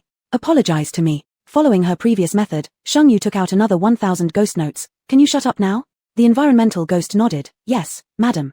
Congratulations to player Larogong Shi Kwai for resolving the environmental dispute, earning the title of Golden Mediator, gaining 500 experience points. On the live streaming panel, Mai Yang sent another message. Someone had come for an interview. It was a man and a woman. On their way to the bar, they encountered a fierce stray dog. Sheng Yu froze momentarily, then took out some incense and slowly approached. The ferocious stray dog was searching through something in a trash can when it suddenly caught a familiar scent. The stray dog tilted its head to look over. Ah, how familiar. The image in the dog's pupils became clearer and clearer, then let out in a woo. Its tail wagged like a propeller. It greedily smelled the incense before leaping onto Sheng Yu, the dog's eyes reflecting Sheng Yu's gentle expression. Congratulations to player Larogong Shi Kwai for adopting a stray dog, earning the title of Angel of Love, gaining 500 experience points. At the bar, once again, the same two familiar faces showed up for the interview. Ju Fan, Yong Kua. No need for interviews. Arms crossed, Sheng Yu spoke coldly. Ju Fan stays. Yong Kua, I can't afford to support such a great Buddha as you, so please find another place. Congratulations to players for meeting 3 passing conditions, now activating the new copy mode, countdown starting in 5 minutes. Chapter 128, Escaping the Mysterious Market, Why Doesn't It Hurt as Much as Expected? The 5 minutes passed in the blink of an eye. Sheng Yu didn't even have time to bid Chu Yuanian farewell before being sucked into the instance. The usually composed and dignified expression on Chu Yuanian's face was rarely filled with seriousness. Don't be afraid. He said this to Sheng Yu, whose figure was gradually disappearing. When she opened her eyes again, Sheng Yu found herself facing a long, narrow passageway, with high walls on both sides that vanished into the darkness. Similar to the walls, the corridor extended into the darkness, radiating a dangerous atmosphere. Before Sheng Yu could clearly understand the situation in front of her, she suddenly felt a chilling cold rush over her. Eerie. Almost instantly, Sheng Yu used the phantom card without hesitation. At almost the same time, a sharp blade pierced her chest. By only a fraction of a second, Sheng Yu would have been killed by the blade. She swung her sword backhandedly, cutting off a bizarre arm. In the next second, the sharp blade strangely expanded, revealing a strikingly beautiful face. Then, she felt a chill in her chest as her strength began to drain rapidly. Just an eerie at the level of a fierce ghost. If it hadn't ambushed her, there would have been no way for it to harm the current Sheng Yu. After the eerie disappeared, a shiny golden-red invitation remained on the ground. The text in small seal script was neat and elegant, making one feel the full sincerity behind it. Welcome players to the new instance mode Life and Death Escape. Life and Death Escape Rule 1. Do not stay in one place for more than 10 seconds. Just as she glanced over this line, another Eerie wielding a large axe appeared. This was an Eerie at the level of a deadly fate, and extremely strong, each move a lethal kill. Many times, Sheng Yu narrowly avoided these attacks. Her eyes narrowed slightly, and she pulled out a card, special card, Love Angel. Previously, Sheng Yu had obtained, special card Eerie Containment, in a special instance. After containing Fire Zhukyu, it turned into an attack card. When containing Dog Eerie, it directly changed into the title Sheng Yu had earned at that moment. At the time, Sheng Yu was a little puzzled. Now seeing the power of the Dog Eerie, it was likely at least at the peak level of calamity. Pulling out and releasing Dog Eerie, the fierce dog leaped onto the wall and its sharp claws slashed through the eyeball of the Strength Eerie. Just then, Sheng Yu took a leap and finished off this Strength Eerie. An Eerie disappeared, leaving a card behind. From this point forward, Sheng Yu grew smarter and kept looking around while moving forward. Escape from Eerie Market Clearing Rules. Experience 5 jobs, C-Rank Passage. Obtain 5 titles, B-Rank Passage. Revenue over 1 million, A-Rank Passage. Pass any hidden instance, S-Rank Passage. These were the rules to clear the instance. She didn't expect them to appear here. Sheng Yu thought carefully. She and Qiu Xian cleared a hidden instance, which counted as 2 players, and there was still another one. Ju Fan. It seemed Ju Fan hid his depth very well and had already switched through 5 jobs. Right after selecting Ju Fan, this new type of instance was suddenly activated. It looked like Ju Fan had something mysterious about him. As she continued forward, the walls on either side suddenly transformed into mirrors. Sheng Yu tilted her head and caught sight of herself, coincidentally matching the appearance of a short fat Eerie. Short fat Eerie? She actually looked like one. Suddenly, the short fat Eerie in the mirror grinned eerily at Sheng Yu and revealed its sharp palm, grabbing viciously at its own chest. Sheng Yu suddenly felt a sharp pain in her own chest, followed by a surge of bitterness in her throat, coughing up blood that splashed onto the mirror. What the hell is this thing? Before Sheng Yu could react, the short fat Eerie grabbed at its chest again. This time, right at the heart. Sheng Yu pulled out the Golden Light Spell card. Special card, Golden Light Spell, immune to all Eerie attacks, a certain chance of reflecting damage back. If it doesn't reflect, reconsider whether you've greeted your ancestor at dawn and dusk. Golden light enveloped Sheng Yu's body, preventing the short fat Eerie from piercing her heart, but instead shattering its own. A thick puddle of black blood mixed with flesh spilled from the short fat Eerie. It paused for a moment, then revealed a comprehending smile, immediately bursting out of the mirror, standing before Sheng Yu, and raising ghostly claws to slash at her neck. Fragments of heart still hung from its torso, stimulating the dog Eerie. Its eyes glowing crimson, the dog Eerie pounced, biting off the short fat Eerie's head. The walls slowly returned to normal. This Eerie was classified at calamity level, adding 2,000 experience points. But Sheng Yu paid a heavy price as well. Her chest had been torn open, constantly spurting blood. The dog Eerie anxiously circled her, using the healing card. 5 seconds later, the wound on her chest remained. Here it seemed healing cards wouldn't work. Dog Eerie picked up the rule card on the ground. Rule 1, affected by strong magnetic fields, regular cards cannot be used in some areas. Rule 2, only players from one faction can leave the instance. Rule 3, complete within 1 hour. On the back of the card was an exchange card. Sheng Yu's pupils slightly contracted. No one understood the use of this card better than her. Special card exchange, dedicated card for swapping faction identities. When Sheng Yu obtained the card, she already knew it couldn't be duplicated. It was somewhat regrettable. The severe pain in her chest caused Sheng Yu's consciousness to blur as blood dripped along the path behind her. Many strange entities could not resist the allure of the blood and wanted to come up to devour Sheng Yu, only to be torn apart by the dog Eerie. At this rate, without even needing to wait for the creatures to strike, Sheng Yu would bleed out herself. Worry flashed in the dog Eerie's gem-like black eyes. That's right. Sheng Yu remembered killing the unjustly deceased doctor, which had rewarded her with a demagnetization card. Unfortunately, this was also a card that couldn't be duplicated. Using the demagnetization card. Using the healing card. In the instant the card was used, Sheng Yu's chest wound healed, and the space that had previously been like night suddenly brightened. And during this brief moment of brightness, Sheng Yu saw countless corridors intertwining with each other, extending all the way to the horizon. This was a maze. The sky brightened only for a moment before the magnetic field, dark and fog-like, once again enveloped the entire labyrinth. With just an hour left for the challenge. It was clear now, simply looking at the vastness of this maze, that reaching the exit within an hour would be impossible. And that wasn't even considering the other dangerous beings on the paths ahead. Rubbing her temples helplessly, Sheng Yu activated her second innate talent, random. Ding, talent granted randomly, switch position. Switch position, A rank. Any object visible to the eye can exchange positions with the user. Cost, 5 mental energy per use, cooldown, 10-minute. Sheng Yu had complained about this talent at first, but every time she used it, there were unexpected surprises. By repeatedly using the talent, in just 10 minutes, Sheng Yu had reached the center of the maze. Suddenly, a deafening explosion sounded ahead, its airwave directly knocking Sheng Yu off her feet and hurling her away. Why doesn't it hurt as much as I expected?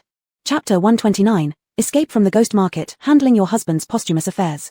Across from Sheng Yu, Lin Mo looked absolutely astonished, followed by a look of ecstatic joy. Boss, you are truly an extraordinary person. I didn't expect that you would sacrifice yourself to save your employee. On behalf of everyone at the Jiu Bar, I thank you for your sacrifice. Saying this, Lin Mo bowed to Sheng Yu and then quickly ran away with a naive smile on his face. Soon after, Sheng Yu felt a roar beneath her. I want you dead. Sheng Yu immediately jumped off the thing beneath her. Not looking wouldn't have been surprising, one glance made her jump in fear. What kind of mermaid comes out of the Saw Ua? Lin Mo had already disappeared into the distance. This was a near-apocalyptic level ghostly entity. Cards were useless, and Lin Mo's talent mainly forced people to speak the truth, which was not particularly aggressive. Naturally, dealing with it was difficult. But for Sheng Yu, it merely wasted a little time. With the help of the mysterious dog nearby, Sheng Yu dealt with this ghost, whose mental attacks were greater than its physical ones. With the power of Yixing Huan Ying, Sheng Yu soon caught up with Lin Mo. This little devil. Sheng Yu kicked Lin Mo hard on the back, fury flashing in her almond eyes as she declared fiercely, I announce that you're fired. Never to be rehired. Lin Mo suddenly felt a chill run down his spine but didn't get a chance to make amends before Sheng Yu disappeared. Wait, how many talents does this guy actually possess? He feels even more powerful than me, a player 5 levels higher. After a brief pause, Lin Mo pondered over Sheng Yu's figure retreating into the distance, just when another ghost attacked him. 40 minutes later, Sheng Yu reached the exit. When she saw the passage rules posted at the exit, Sheng Yu nearly cursed aloud. 3 people must activate the exit to clear with C grade. 4 people to clear with B grade. 5 people to clear with A grade. 6 people to clear with S grade. In other words, at least 3 people must arrive within an hour for the exit to open. More unsettling for Sheng Yu was the fact that the rules stated only one camp could pass through. So, what if people from different camps arrived? Would they be compelled to kill each other? Would this exit turn out to not be real, leading to something else? Glancing at her own interface, Sheng Yu noticed her experience points. LV3, 74,100. After leveling up to 4, Sheng Yu would unlock territory permissions. Moreover, Chu Yunyan had also mentioned upgrading. Why not use this opportunity to kill more eerie creatures? Sheng Yu turned back to the tunnel beside the entrance, waiting there as strange things came automatically. Hey, can the rules be exploited like this? Weird King, you're too smart, baby. Forever's Riddle, teacher, you're so smart. Judge Yang Point Callout, another person polluted by judges with 800 sharp eyes, I feel sorry for you for a second. Most eerie beings inside the maze were between the fate-taking level and the disaster level. With incense sticks, apples, and the mysterious dog helper, Sheng Yu found killing these weird creatures not overly taxing. As time neared the 1-hour mark, a figure appeared at the end of the walkway. She seemed to be a girl. Mistaking her for Qiu Xian, Sheng Ning's face briefly lifted into a smile, only to find Yang Kua rushing towards her, excitement written all over her face. Senior Sister Sheng, I'm here to help you. As she spoke, Yang Kua raised the S-class scythe in her hand and slashed it in front of Sheng Yu. Congratulations player Yang Kua for defeating a fate-taking class eerie creature and gaining 500 experience points. The joy Yang Kua felt over Sheng Yu smiling at her faded instantly, leaving her at a loss for words. I didn't mean to, Senior Sister Sheng. I'm sorry. Yang Kua tried desperately to mend her relationship with Sheng Yu but instead managed to make things worse. Sheng Yu took a deep breath and sighed. Forget it, stay far away from me. If you want eerie creatures, go deal with them yourself. This time, Yang Kua's actions weren't intentional, and arguing with her served no purpose since the deed was done. With only 3 minutes left, Sheng Yu wasn't sure whether the time reaching the end would invoke a guaranteed death rule. This copy really was quite difficult, completely beyond Sheng Yu's expectations. Without Chu Yunyan and the duplication talent, her survival chances in this instance were slim. If it was a certain death rule, using the resurrection card would result in no rewards from this instance. Sheng Yu now had only one thought, at least slay some more eerie entities and level up to 4. Just as the countdown hit 1 minute, Lin Mo carrying Qiu Xian appeared at the end of the hallway, along with a Zui. Sheng Yu swiftly beheaded another disaster-class eerie creature, her brows furrowed as she approached them. What is going on? Breathless, Lin Mo panted, she was ambushed by an eerie thing. This damn thing, exhausted me to death, glad we made it just in time. If it weren't for a Zui, who considered this girl a good friend of my Yang and feared making her sad, he wouldn't have bothered with her at all. Yang Kua stood before the exit. Hurry up. An unknown countdown had appeared above the exit with only 30 seconds remaining. Below were 7 palm prints. Qiu Xian hastily took 2 bites from an apple, recovering some strength, just as everyone prepared to press the palm prints to choose the 5-person clearance option. Suddenly, another figure appeared at the end of the tunnel. Ju Fan. Yang Kua gasped, Sister Sheng, forget about him, it was him back then who. Before Yang Kua could finish her sentence, she noticed Sheng Yu beside her suddenly transform into Ju Fan. In the next second, Sheng Yu threw a flying sword at her, which in the blink of an eye transformed back into Sheng Yu.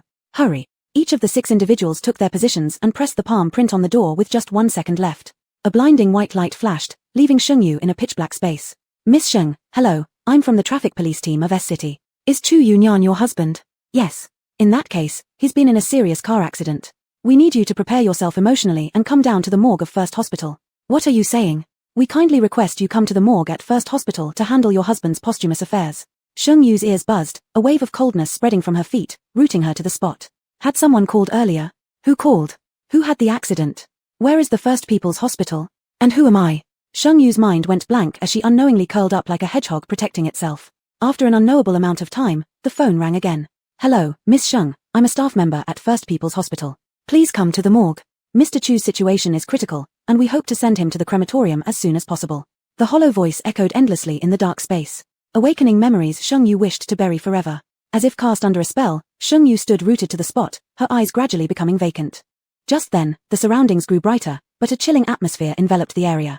In the large quiet space, 2 rows of body shelves were arranged. This was the morgue. Sheng Yu stood numbly by one of the shelves, her pale fingers slowly lifting the body cloth. Chapter 130, Escape from the Weird Market End.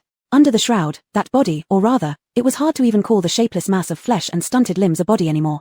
The staff looked somewhat pained as they gently took the shroud from Sheng Yu's hands to cover the body again. They were not afraid of the relatives' loud outbursts. Compared to that, they feared more this kind of emotionless silence. Sheng Yu numbly signed the documents, numbly cremated, numbly buried the person in the cemetery, and numbly watched the hit-and-run driver being tried. In the courtroom, Sheng Yu, who seemed like a walking corpse, suddenly saw the culprit grinning with an unsettling smile. He won't come back. I came personally to fetch him, it's his honor. He. Then, all the people in the solemn courtroom morphed into strange and sinister figures, emitting sharp, piercing sounds that directly assaulted Sheng Yu's nerves. What are you still hesitating about? Your husband, your lover has already died. Why do you still insist on living alone in this world? Go join him. The road to hell is filled with mountains of corpses and seas of blood. Can you bear seeing him go there alone? There's nothing left in this world worth clinging to for you, why not go to the other side and be with him? As if trying to persuade Sheng Yu, Images kept flashing before her eyes, showing Chu Yuanian getting injured again and again. With a slender figure standing among grotesque shapes, he looked particularly out of place. In those eerie eyes, there was a longing for Chu Yuanian's flesh, like a desert traveler seeing water. Through a vast distance of time and space, Sheng Yu felt as if she could see Chu Yuanian smiling at her. An unfamiliar long sword appeared mysteriously in Sheng Yu's hand. It's the road to the abyss. Good girl, come down here. A hollow voice continued to seduce her. Sheng Yu lifted the sword, the image of Chu Yuanian's bright black eyes flashing in her mind, recalling how he used to call her affectionately, sister, want. Suddenly, Sheng Yu violently swung the sword next to her with great force. Ah! A shrill scream pierced through Sheng Yu's eardrums.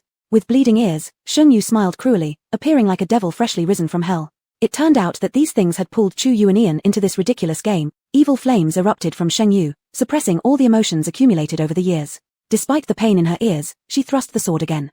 A harsh and short scream sounded once more in the air, and all around, the images began fading away like receding tides. Why? You're only level 3, how did you break my illusion? The woman's resentful voice disappeared as an announcement rang out. Ding, congratulations player 18 blocks hubby for defeating Dreamfall. Killed an Eerie classified as destruction level. Gained 10,000 experience points, awarded special card Dreamweaving, S, special card Dreamspace, A, special card Peak, A, Land Deeds X3. Congratulations player 18 blocks hubby for completing the escape from the weird market. Now evaluating performance. Player 18 blocks hubby's exploration rate, 70%. Accumulated achievements, B class, A class, S class passes. Eliminated 3 destruction level Eris, wrongfully dead doctor, corrupted governor, Dreamfall. Gained 1 territory, Jade Holder Bar, unopened yet. Comprehensively evaluated as SSS class. Rewards will be settled after leaving the. Would the player like to exit the? No. In Sheng Yu's line of sight, she found herself back in front of the pancake stall. Across from her, Qiu Xian burst into tears, clearly still trapped in the illusion. Dreamfall's attack wasn't strong, but its true power lay in its ability to create lifelike illusions while amplifying a person's negative inner emotions infinitely. The more fearful one was, the deeper they would get stuck in the dream. If it weren't for the moment when she saw Chu Yuanian silently mouthing, "Don't die, I'm still alive," Sheng Yu might have continued sinking deeper into the illusion. On the other side, Yang Kua's situation wasn't good either. Taking a few more steps forward, Sheng Yu met Lin Mo. At that point, Lin Mo slowly opened his eyes, spotting Sheng Yu who appeared as if casually taking a walk. His pupils contracted. "You've passed." It was both a statement and an expression of shock. Sheng Yu nodded slowly. "Didn't you receive the notification about passing?" Lin Mo's face went pale. He didn't. The rules stated that only one faction could pass, so the Eerie faction must have one. Next to Lin Mo stood Azui, both wearing suits. Behind them was a container, full of luxury brand bags. Oh, originally they had been store clerks before. Walking further, Sheng Yu encountered a stranger, a middle-aged short-haired man. But the man had closed eyes, his body greyish in color. Behind him on the counter hung a sign saying, "Store for rent." This was the last player of Eerie that had never showed up. He was already dead, having died at the start of the instance. Lin Mo's expression turned a bit grim. Not long after, Azui also came out from the illusion. Upon hearing they were to stay in this instance, there was a flicker of excitement in Azui's eyes. "Then can I go look for my Yang?" Sheng Yu seemed to recall something and smirked. "You can, you haven't been fired." Lin Mo. If he could, if only time could rewind an hour, he would rather have let himself be killed by that eerie thing than leave Sheng Yu behind where she was. Qiu Xian came out of the illusion, and then Sheng Yu directly detached herself from the instance with her. Left behind were Yang Kua pale-faced and an overjoyed Azui. Before Sheng Yu left, Yang Kua tried to beg her for help but was intercepted by Qiu Xian. Qiu Xian appeared not yet fully recovered from the illusion, her crimson eyes filled with murderous intent. "If you dare approach her again, I'll kill you." Betrayal happens only 0 or 10,000 times. All betrayals are unforgivable. Ding, congratulations player achieved SSS grade completion. Exploration rate is 70%, ranked first on the leaderboard for this instance. Reward, +3 each personal base stats, award points 500, reward attribute cards and choice cards, choose one from 2, x3. Ding, detected players in this instance received 55,433 ghost notes as rewards. Would you like to convert them into experience? This instance didn't involve much PK combat, and there wasn't much interaction with the chat, so the rewards were meager. Convert. Ding, detected player level up to LV4. Would the player like to draw a talent? Sheng Yu clicked, yes. A circular lottery wheel appeared before her. Eco Bargaway, wailing in joy, meeting you streamer is my good fortune. Eerie Stock King gifted 1 Ghost Fire Paper Horse, 3,444 baby, mommy loves you. Desperate Housewife gifted 1 Underworld War Chariot, 7,444. This is my treasure. Baby just reached level 4, quickly activate Lord Privileges, I want to move. Fierce Trickster, Mom? So am I adopted? The wheel slowed down and stopped. Ding, drawing complete. Congratulations player obtained talent. Chapter 131, the large villa bought by draining your brother's resources.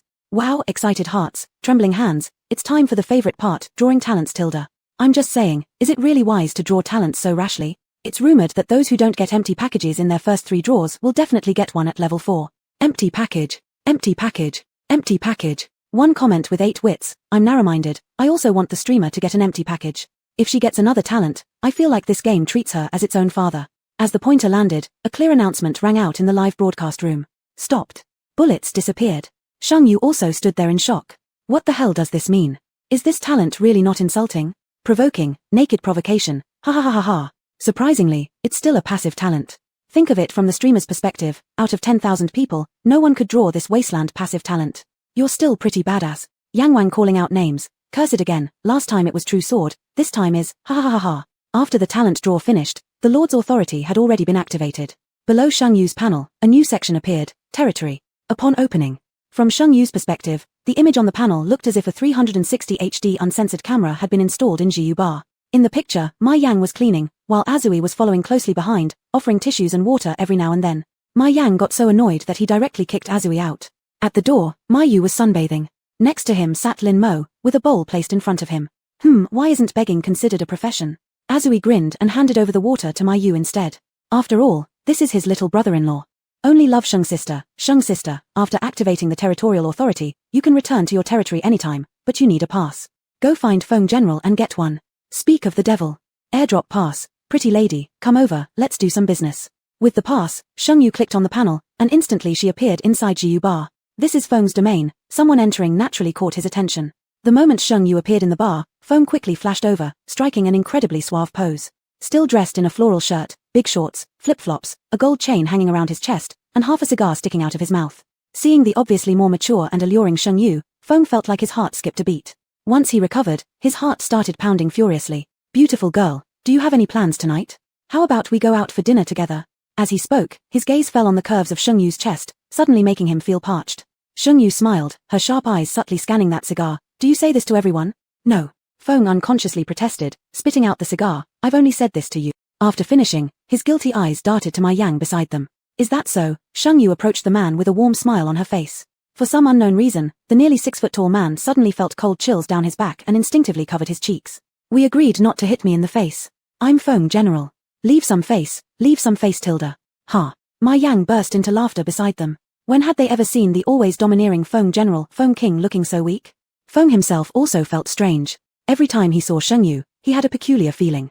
He wanted to give her everything good. If she were unhappy, Feng would feel like nothing, even giving his head as a ball for Sheng Yu to kick, would be acceptable to him. Anyway, his head could grow back. Sheng Yu knew that Feng carried part of Chu Yunyan's body within him, so she acted much more freely with him than others. They soon finalized the auction details for the roasted chicken. Feng had only risen to the rank of king-level enigmatic figure in recent years, lagging behind some older king-level figures in terms of territory and wealth. Now, with this roasted chicken that could treat internal injuries, even those seasoned king-level enigmatic figures would have to put aside their pride and chat over tea with Feng. Mai Yang also asked appropriately, Boss, are we continuing to operate the bar? Incense sticks are currently the main business of the bar. Sheng Yu, glancing at the additional items in her inventory, smiled and said, Yes, we'll keep selling liquor, but stop selling incense. Ah! Mai Yang looked puzzled.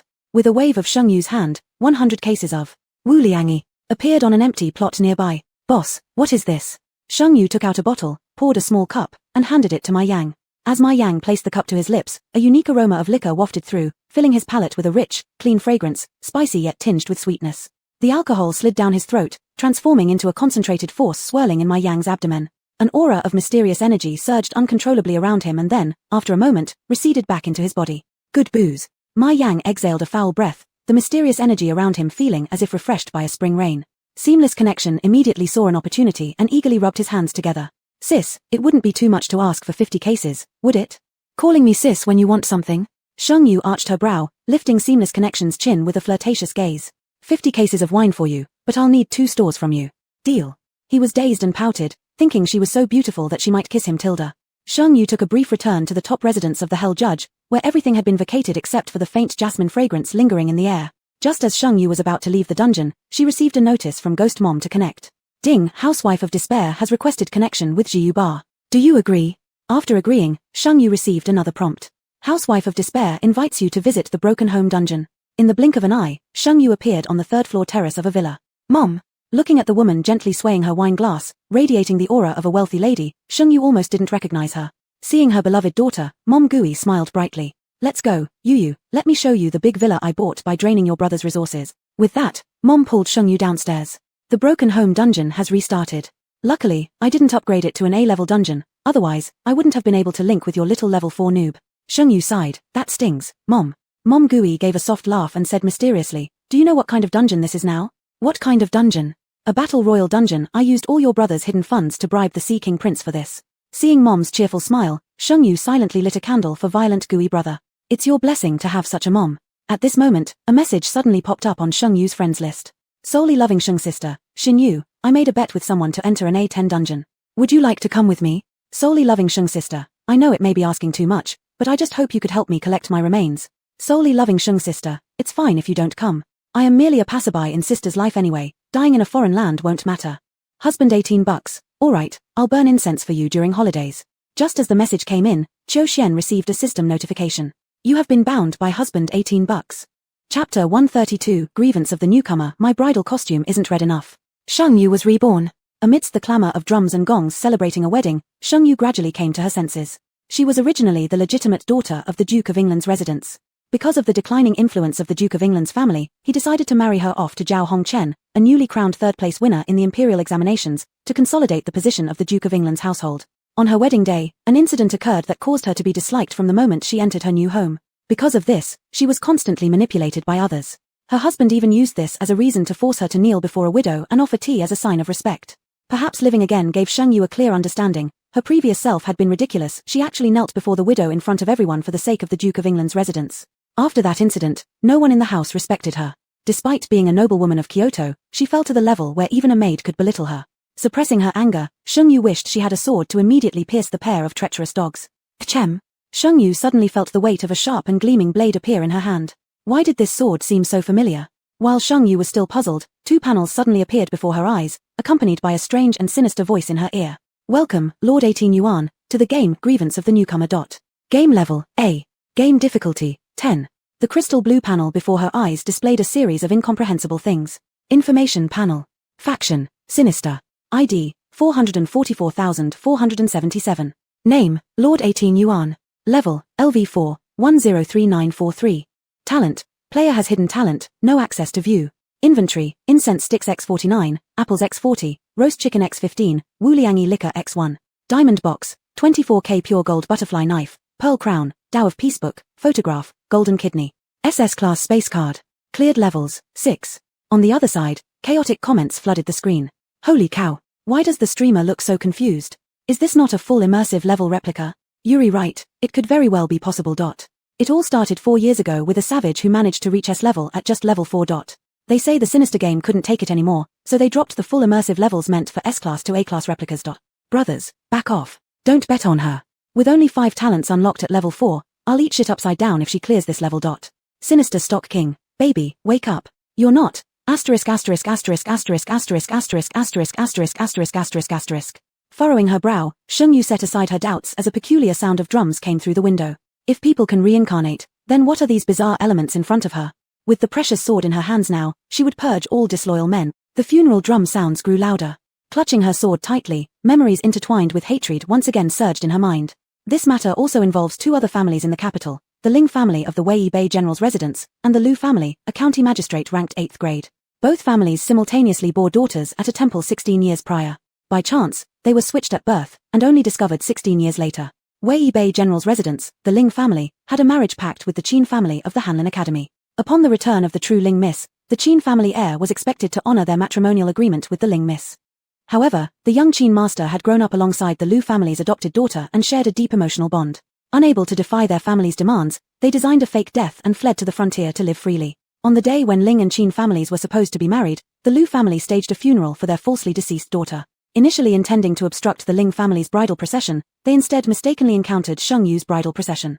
A red event, wedding, colliding with a white event, funeral, is already considered unlucky. Who would have thought the Lu family mistook her flower sedan for Ling's and wouldn't yield?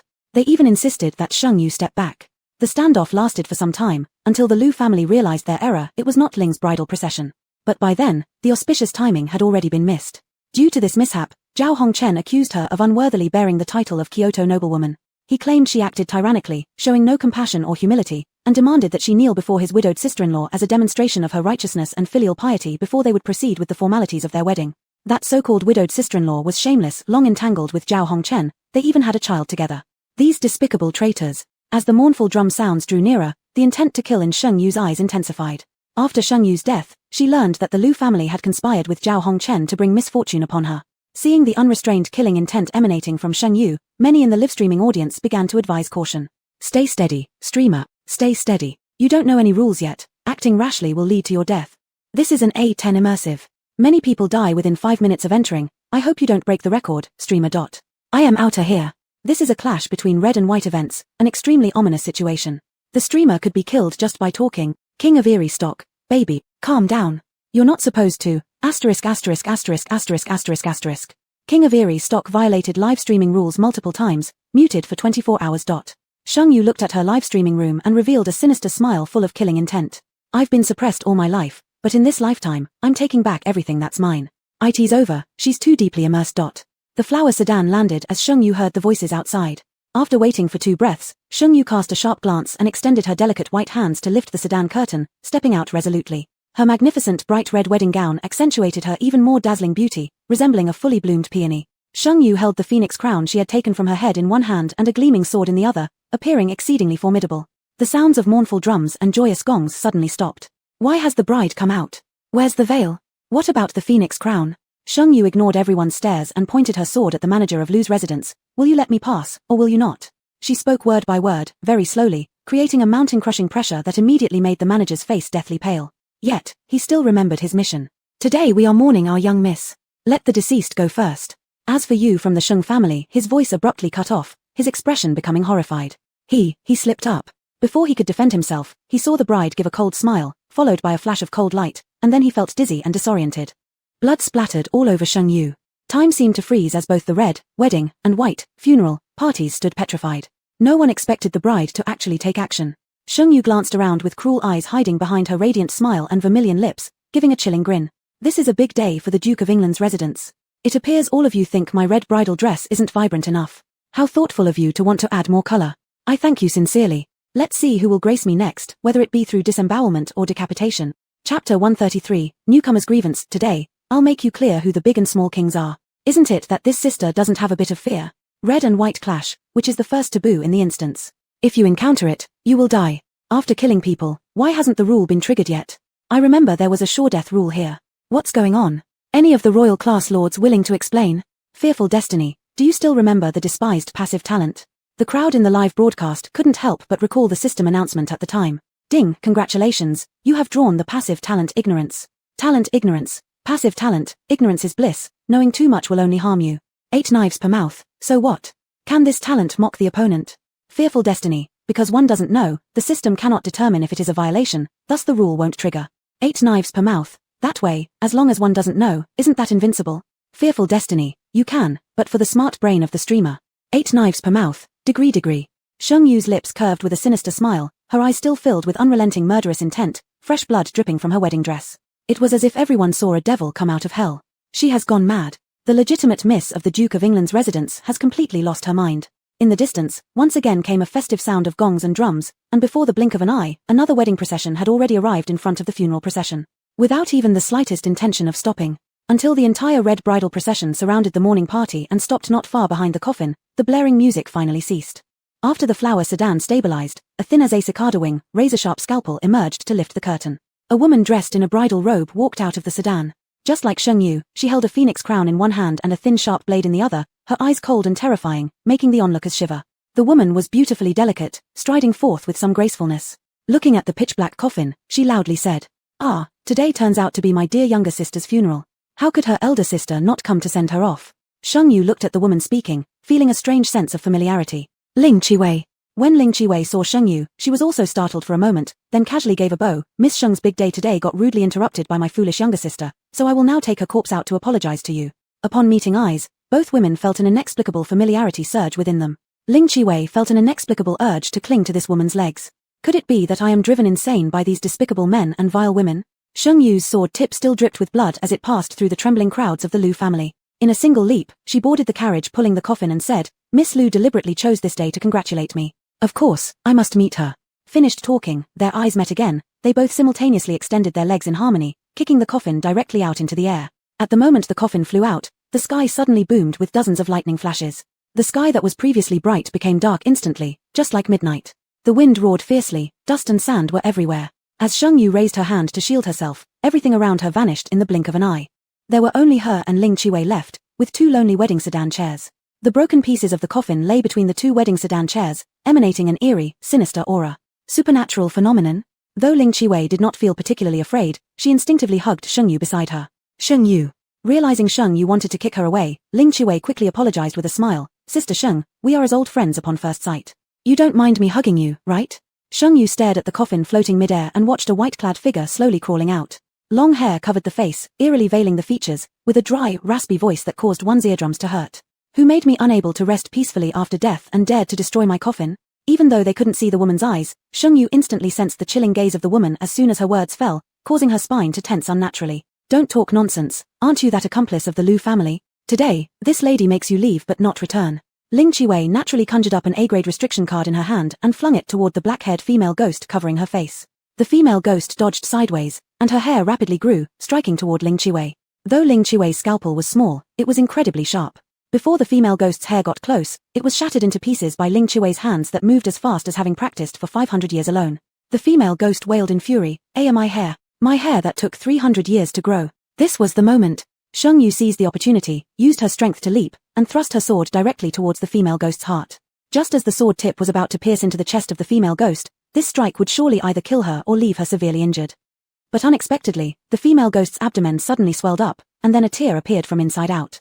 In the next instant, Shengyu only saw a streak of black with a mouthful of sharp teeth charging straight at her face.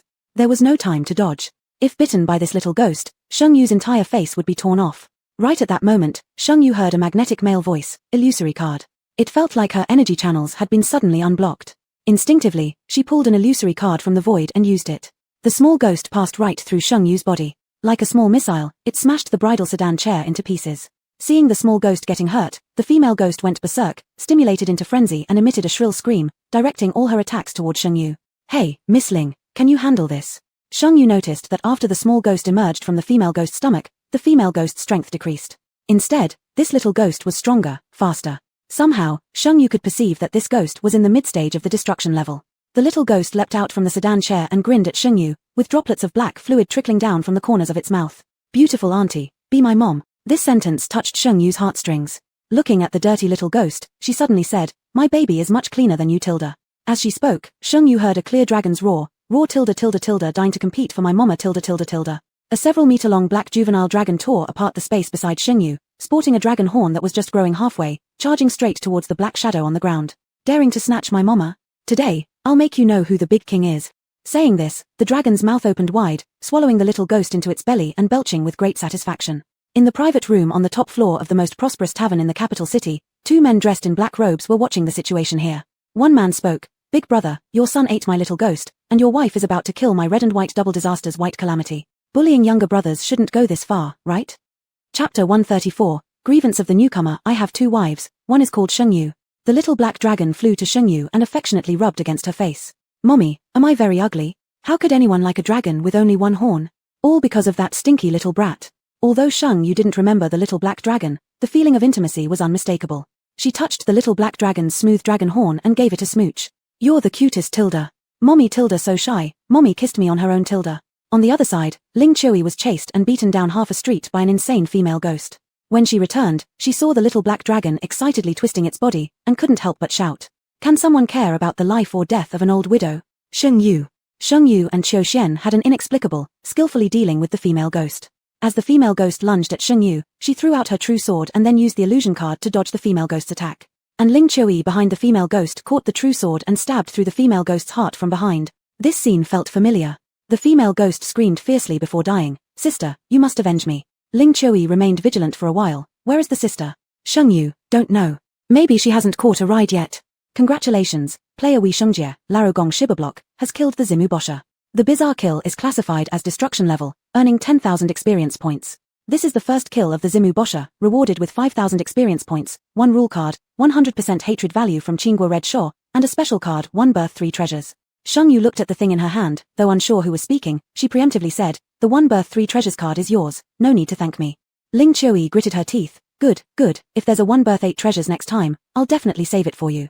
Sheng Yu's mouth ran faster than her brain. My husband and I don't need it. Husband? What is a husband? Sheng Yu and Ling Qiuyi glanced at the rules card. Rule 1. Repeat the mistake, must die. With the death of Bai Shuo, the originally dark night sky brightened again, and the surroundings became noisy once more. How can this be? A cry of surprise came from the crowd. Everyone's eyes turned towards where 4 broken coffins lay, astonishingly, all empty. It was just an empty coffin. In the crowd, someone passed by on horseback. He sat on a tall steed, his appearance extraordinary, dressed in deep purple robes, exuding handsome refinement. His presence was commanding, making people feel inferior upon just one glance and lower their heads. Sheng Yu lifted her eyes and met his slightly smiling gaze. It's Minister Mu Rong. Someone among the crowd exclaimed in shock. Suddenly, Sheng Yu's mind flashed with information about this person. Muren Zhao, the eldest legitimate son of the Murong family, 5 years ago was the emperor's personally selected Zhuang Yuan during the palace examination. However, due to his father favoring a concubine over his wife, he was implicated and labeled as an unkind and unfilial criminal, resulting in his demotion to become the county magistrate of a small area in the northwest. But Muren Zhao, with his remarkable talent and ruthless means, managed to return to the court within just 2 years. In 3 years, he stood at the position of power, second only to the emperor and above 10,000 others. He is currently the first powerful minister. Muren Zhao leaped off the horse, gracefully taking out a fine emerald hairpin carved with a begonia flower. Standing behind Sheng Yu, he personally combed her hair. Minister Muren. Sheng Yu's voice softened, her face full of disbelief. They were extremely close, and Sheng Yu could smell the faint jasmine fragrance from him. Chu Yunyan couldn't help but curl his lips, a hint of amusement flickering in his eyes. From his angle, looking at Sheng Yu, she seemed like a fierce little wild cat, turning into a tilted head cat automatically when she saw her owner. Lowering his voice, Chu Yunyan said, Miss Sheng, I think you might consider changing how you address me. Sheng Yu tilted her head up, a trace of confusion in her bright autumn water-like eyes. In our place, people call the one who helps comb their hair husband. Chu Yunyan raised an eyebrow, seriously saying. Sheng Yu's face showed doubt. Director Muren, although you hold high authority, I still think your sentence sounds like a joke. Chu Yunyan's gaze fell on her red lips, his Adam's apple moved. Should he directly carry her back? She's his wife. After a long pause, Chu Yunyan sighed lightly, picking up the cover cloth that was tossed aside in the sedan chair and personally draping it over Sheng Yu. Let's go, I'll take you to meet that lousy guy. The news of the mourning for the death of the Lu family's young lady, which collided with the wedding processions of the Duke of England's mansion and the Northern General's house, quickly spread like wildfire. In the third-place winner's mansion, a servant rushed in with panic written all over his face. Master, something's wrong. Over at the Duke of England's place, it's Prime Minister Muren personally escorting the bridal procession. Zhao Hongchen furrowed his brow and instinctively retorted, how is that possible? It was said that back in the day when Minister Murong was exiled, the Duke of England had also lent a hand. Why would Murong Zhao come to support Sheng Yu? But regardless of whether he believed it or not, the bridal procession had already arrived at the door, and before anyone even called out Zhao Hongchen's name, Chu Yunyan had carried her inside. Sheng Yu circled Chu Yunyan's neck with her arms, indulgently inhaling the jasmine scent from his body. Minister Murong has quite a few beautiful confidants, doesn't he? Chu Yunyan paused for a moment, then calmly replied, there are indeed 2, but why would Miss Sheng ask this? Sheng Yu felt a surge of inexplicable anger rising as he didn't deny it. Should she just strangle him right now? Who uses jasmine-scented powder anyway? Sheng Yu's voice tinged slightly with gritted teeth. If so, one can no longer call them a confidant but rather wife. Chu Yunyan fell silent momentarily before speaking up unhurriedly. Years ago, my wife once raised a pot of jasmine flowers, but unfortunately they didn't follow her wishes and passed away under her care within 3 days. So my wife decided to replace everything at home with jasmine-scented items. From perfume, toothpaste, shampoo, shaving cream, shower gel, even to the bathroom air freshener, all were jasmine-scented. During that time, Chu Yunyan nearly bloomed just from smelling it all the time. Sheng Yu slightly tightened her grip on his neck and locked her fingers in what seemed like an attempt to choke him. And the other one? Cough, cough. I have 2 wives, one named Sheng Yu, and another named Sheng Xinyu. Chu Yunyan dry coughed twice, subconsciously slapping her bottom twice as his hand still held onto her hips. This kid really wanted to murder her own husband. And just then, Zhao Hongchen, who rushed over upon hearing the news, witnessed the scene. His soon-to-be wife was limply draped over another man, their cheeks almost touching. The man casually patted his fiancée's bottom as though he'd done it countless times before. Whatever the man said made his soon-to-be wife suddenly blush coyly, looking every bit like newlyweds. An uncle may endure this, but an aunt certainly cannot. A father might put up with this, but a mother absolutely won't. I couldn't stand it if he could. Zhao Hongchen's eyes turned bloodshot as he clenched his teeth and stepped forward, determined to rape and kill these adulterous lovers first. In that very moment their gazes met, he bowed deeply and asked, Prime Minister Murong, which wind brought you here? Chapter 135, Newcomer's Grievance, call me husband, and I'll give you my life. To become a level 5 player, none are ordinary individuals. Zhao Hongchen is even more exceptional, possessing an absolute talent that allows him to predict the game-clearing rules of the dungeon. Before he entered the game, he already knew the rules for clearing it and his identity. Unfortunately, the difficulty level of this A10 dungeon was off the charts. Each player had their own clearance rule. Otherwise, if they had known the unified clearance rule, they could have killed Ling Qiuying as soon as they entered the dungeon. Zhao Hongchen looked at Murong Prime Minister and Miss Sheng in front of him, suppressing his rising anger with great difficulty. Who let his clearance rule be? Complete the wedding ceremony with Miss Sheng, C-level clearance. Win the genuine admiration of Miss Sheng and her entire fortune, B-level clearance. Gain the appreciation of Prime Minister Murong, A-level clearance. Get promoted by Prime Minister Murong, raise in rank, S-level clearance. The height difference made Chu Yuanian lower his eyelids, coldly sweeping his gaze over the man who was full of obsequious smiles. After stabilizing herself in the main hall, Sheng Yu personally removed her veil without needing help from others, revealing a radiant face like a delicate flower. Upon seeing this scene, the attending guests all involuntarily gasped, forgetting all about decorum and formalities. There was only one thought in their minds. This direct-born miss of the British Duke's residence is truly too beautiful. What good fortune this third-place scholar possesses. At the very moment Sheng Yu's gaze collided with that of a pink-clad woman among the guests, the latter cried out in alarm. Dear sister-in-law, before the ceremony, why did you remove your veil yourself? If we haven't completed the ceremony, Sheng Yu's eyes turned icy cold, disdain evident in her tone, then calling me sister-in-law is quite presumptuous, isn't it? This woman was Zhao Hongchen's widowed sister-in-law.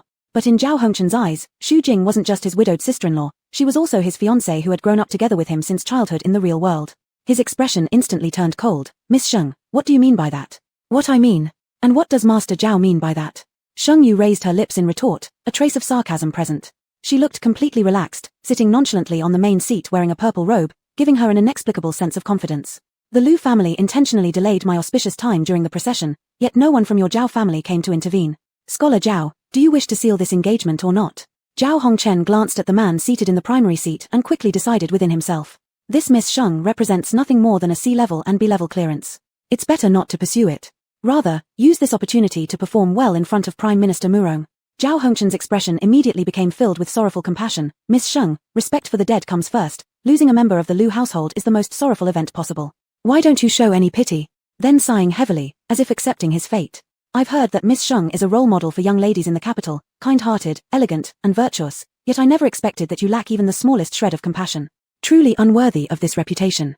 Sheng Yu had already heard this sentence in her previous life, so upon hearing it again, she didn't feel any anger, instead, she found it slightly amusing. Looking at the man dressed in purple, holding the jasmine flower, she suggested, Master Murong, you see how skilled Master Zhao is in acting, perhaps he should join the Southern Opera troupe. Chu Yuanian lazily nodded his head, propping his cheek on one hand while entirely focused on Sheng Yu. Fine, whatever you say goes. Zhao, whoever he is can register with the Southern Opera tomorrow. His attitude seemed as though if Sheng Yu said she wanted the stars from the sky, he would be willing to pluck them for her. The shameless gaze left Sheng Yu's cheeks flushed red, appearing coyly charming, forming a stark contrast with Zhao Hongchen, whose face turned pale beside her. There was no time to ponder the situation further. All Zhao Hongchen wanted was to complete the wedding ritual as soon as possible, ensuring at least a C-level passage through the dungeon. Miss Sheng, let us proceed with the ceremony swiftly, urged Zhao Hongchen. Before Sheng Yu could respond, Chu Yuanian unexpectedly turned his attention towards Zhao Hongchen. The auspicious hour has passed, why go through with the ceremony? And then standing up, he carried the bride in his arms horizontally, saying, let's skip straight to the wedding chamber. Zhao Hongchen. Guests. Xu Jing remembered having 2 awakening cards. In her view, Zhao Hongchen had agreed to make Sheng Yu kneel down to offer tea as a sign of respect to her. Now not only was this wedding disrupted, but she had been taken away directly by the Prime Minister. Despite being reborn and despite gaining both Zhao Hongchen's affection and loyalty early on, why was Sheng Yu not as distressed as she had imagined? Esteemed officials, will you really stand by idly and allow the current Prime Minister to act so unethically and disregarding propriety? Xu Jing sobbed pitifully. However, these guests weren't fools. They came here to enjoy others' feasts, not their own. My lord, who would dare to ruin the good luck? Some people even deeply regretted it, wishing they had known earlier that Director Murong favored the direct-born daughter of the British Duke. They should have given medicine to the official as a gift long ago. Chu Yuanian held Sheng Yu dressed in her wedding gown, looking full of confidence, as if he were the groom. Director Murong, though you're very handsome, you know I'm not a random person, Sheng Yu said while looking at the side face of Muruong Zhao. That's fine. I am the one who's random enough for both of us. His thick eyelashes lowered, and his black pupils hid a smile that made one want to sink into oblivion. Sheng Yu covered her wildly thumping chest. Director Murong. Chu Yuanian's broad hand slapped Sheng Yu's protruding buttocks, eyebrows raising as he teasingly said with a bubble tone, call me husband, and I'll give you my life. Crunch. What was that sound of something breaking? Out of instinct, Sheng Yu struck the man, her eyes filled with disdain. In the simply decorated bridal chamber, only the 3-foot-tall dragon and phoenix candles burned brightly. Chu Yuanian placed her on the bed, burying his head in Sheng Yu's bosom and whining. Wife, your heart is so cruel. Just because you have a new lover, you're this merciless. My heart hurts, it hurts everywhere. Nonsense, I didn't even use much force. Sometimes, Sheng Yu felt truly helpless. I don't believe you, feel it yourself. Chu Yuenian captured Sheng Yu's hand, placing it on his own chest.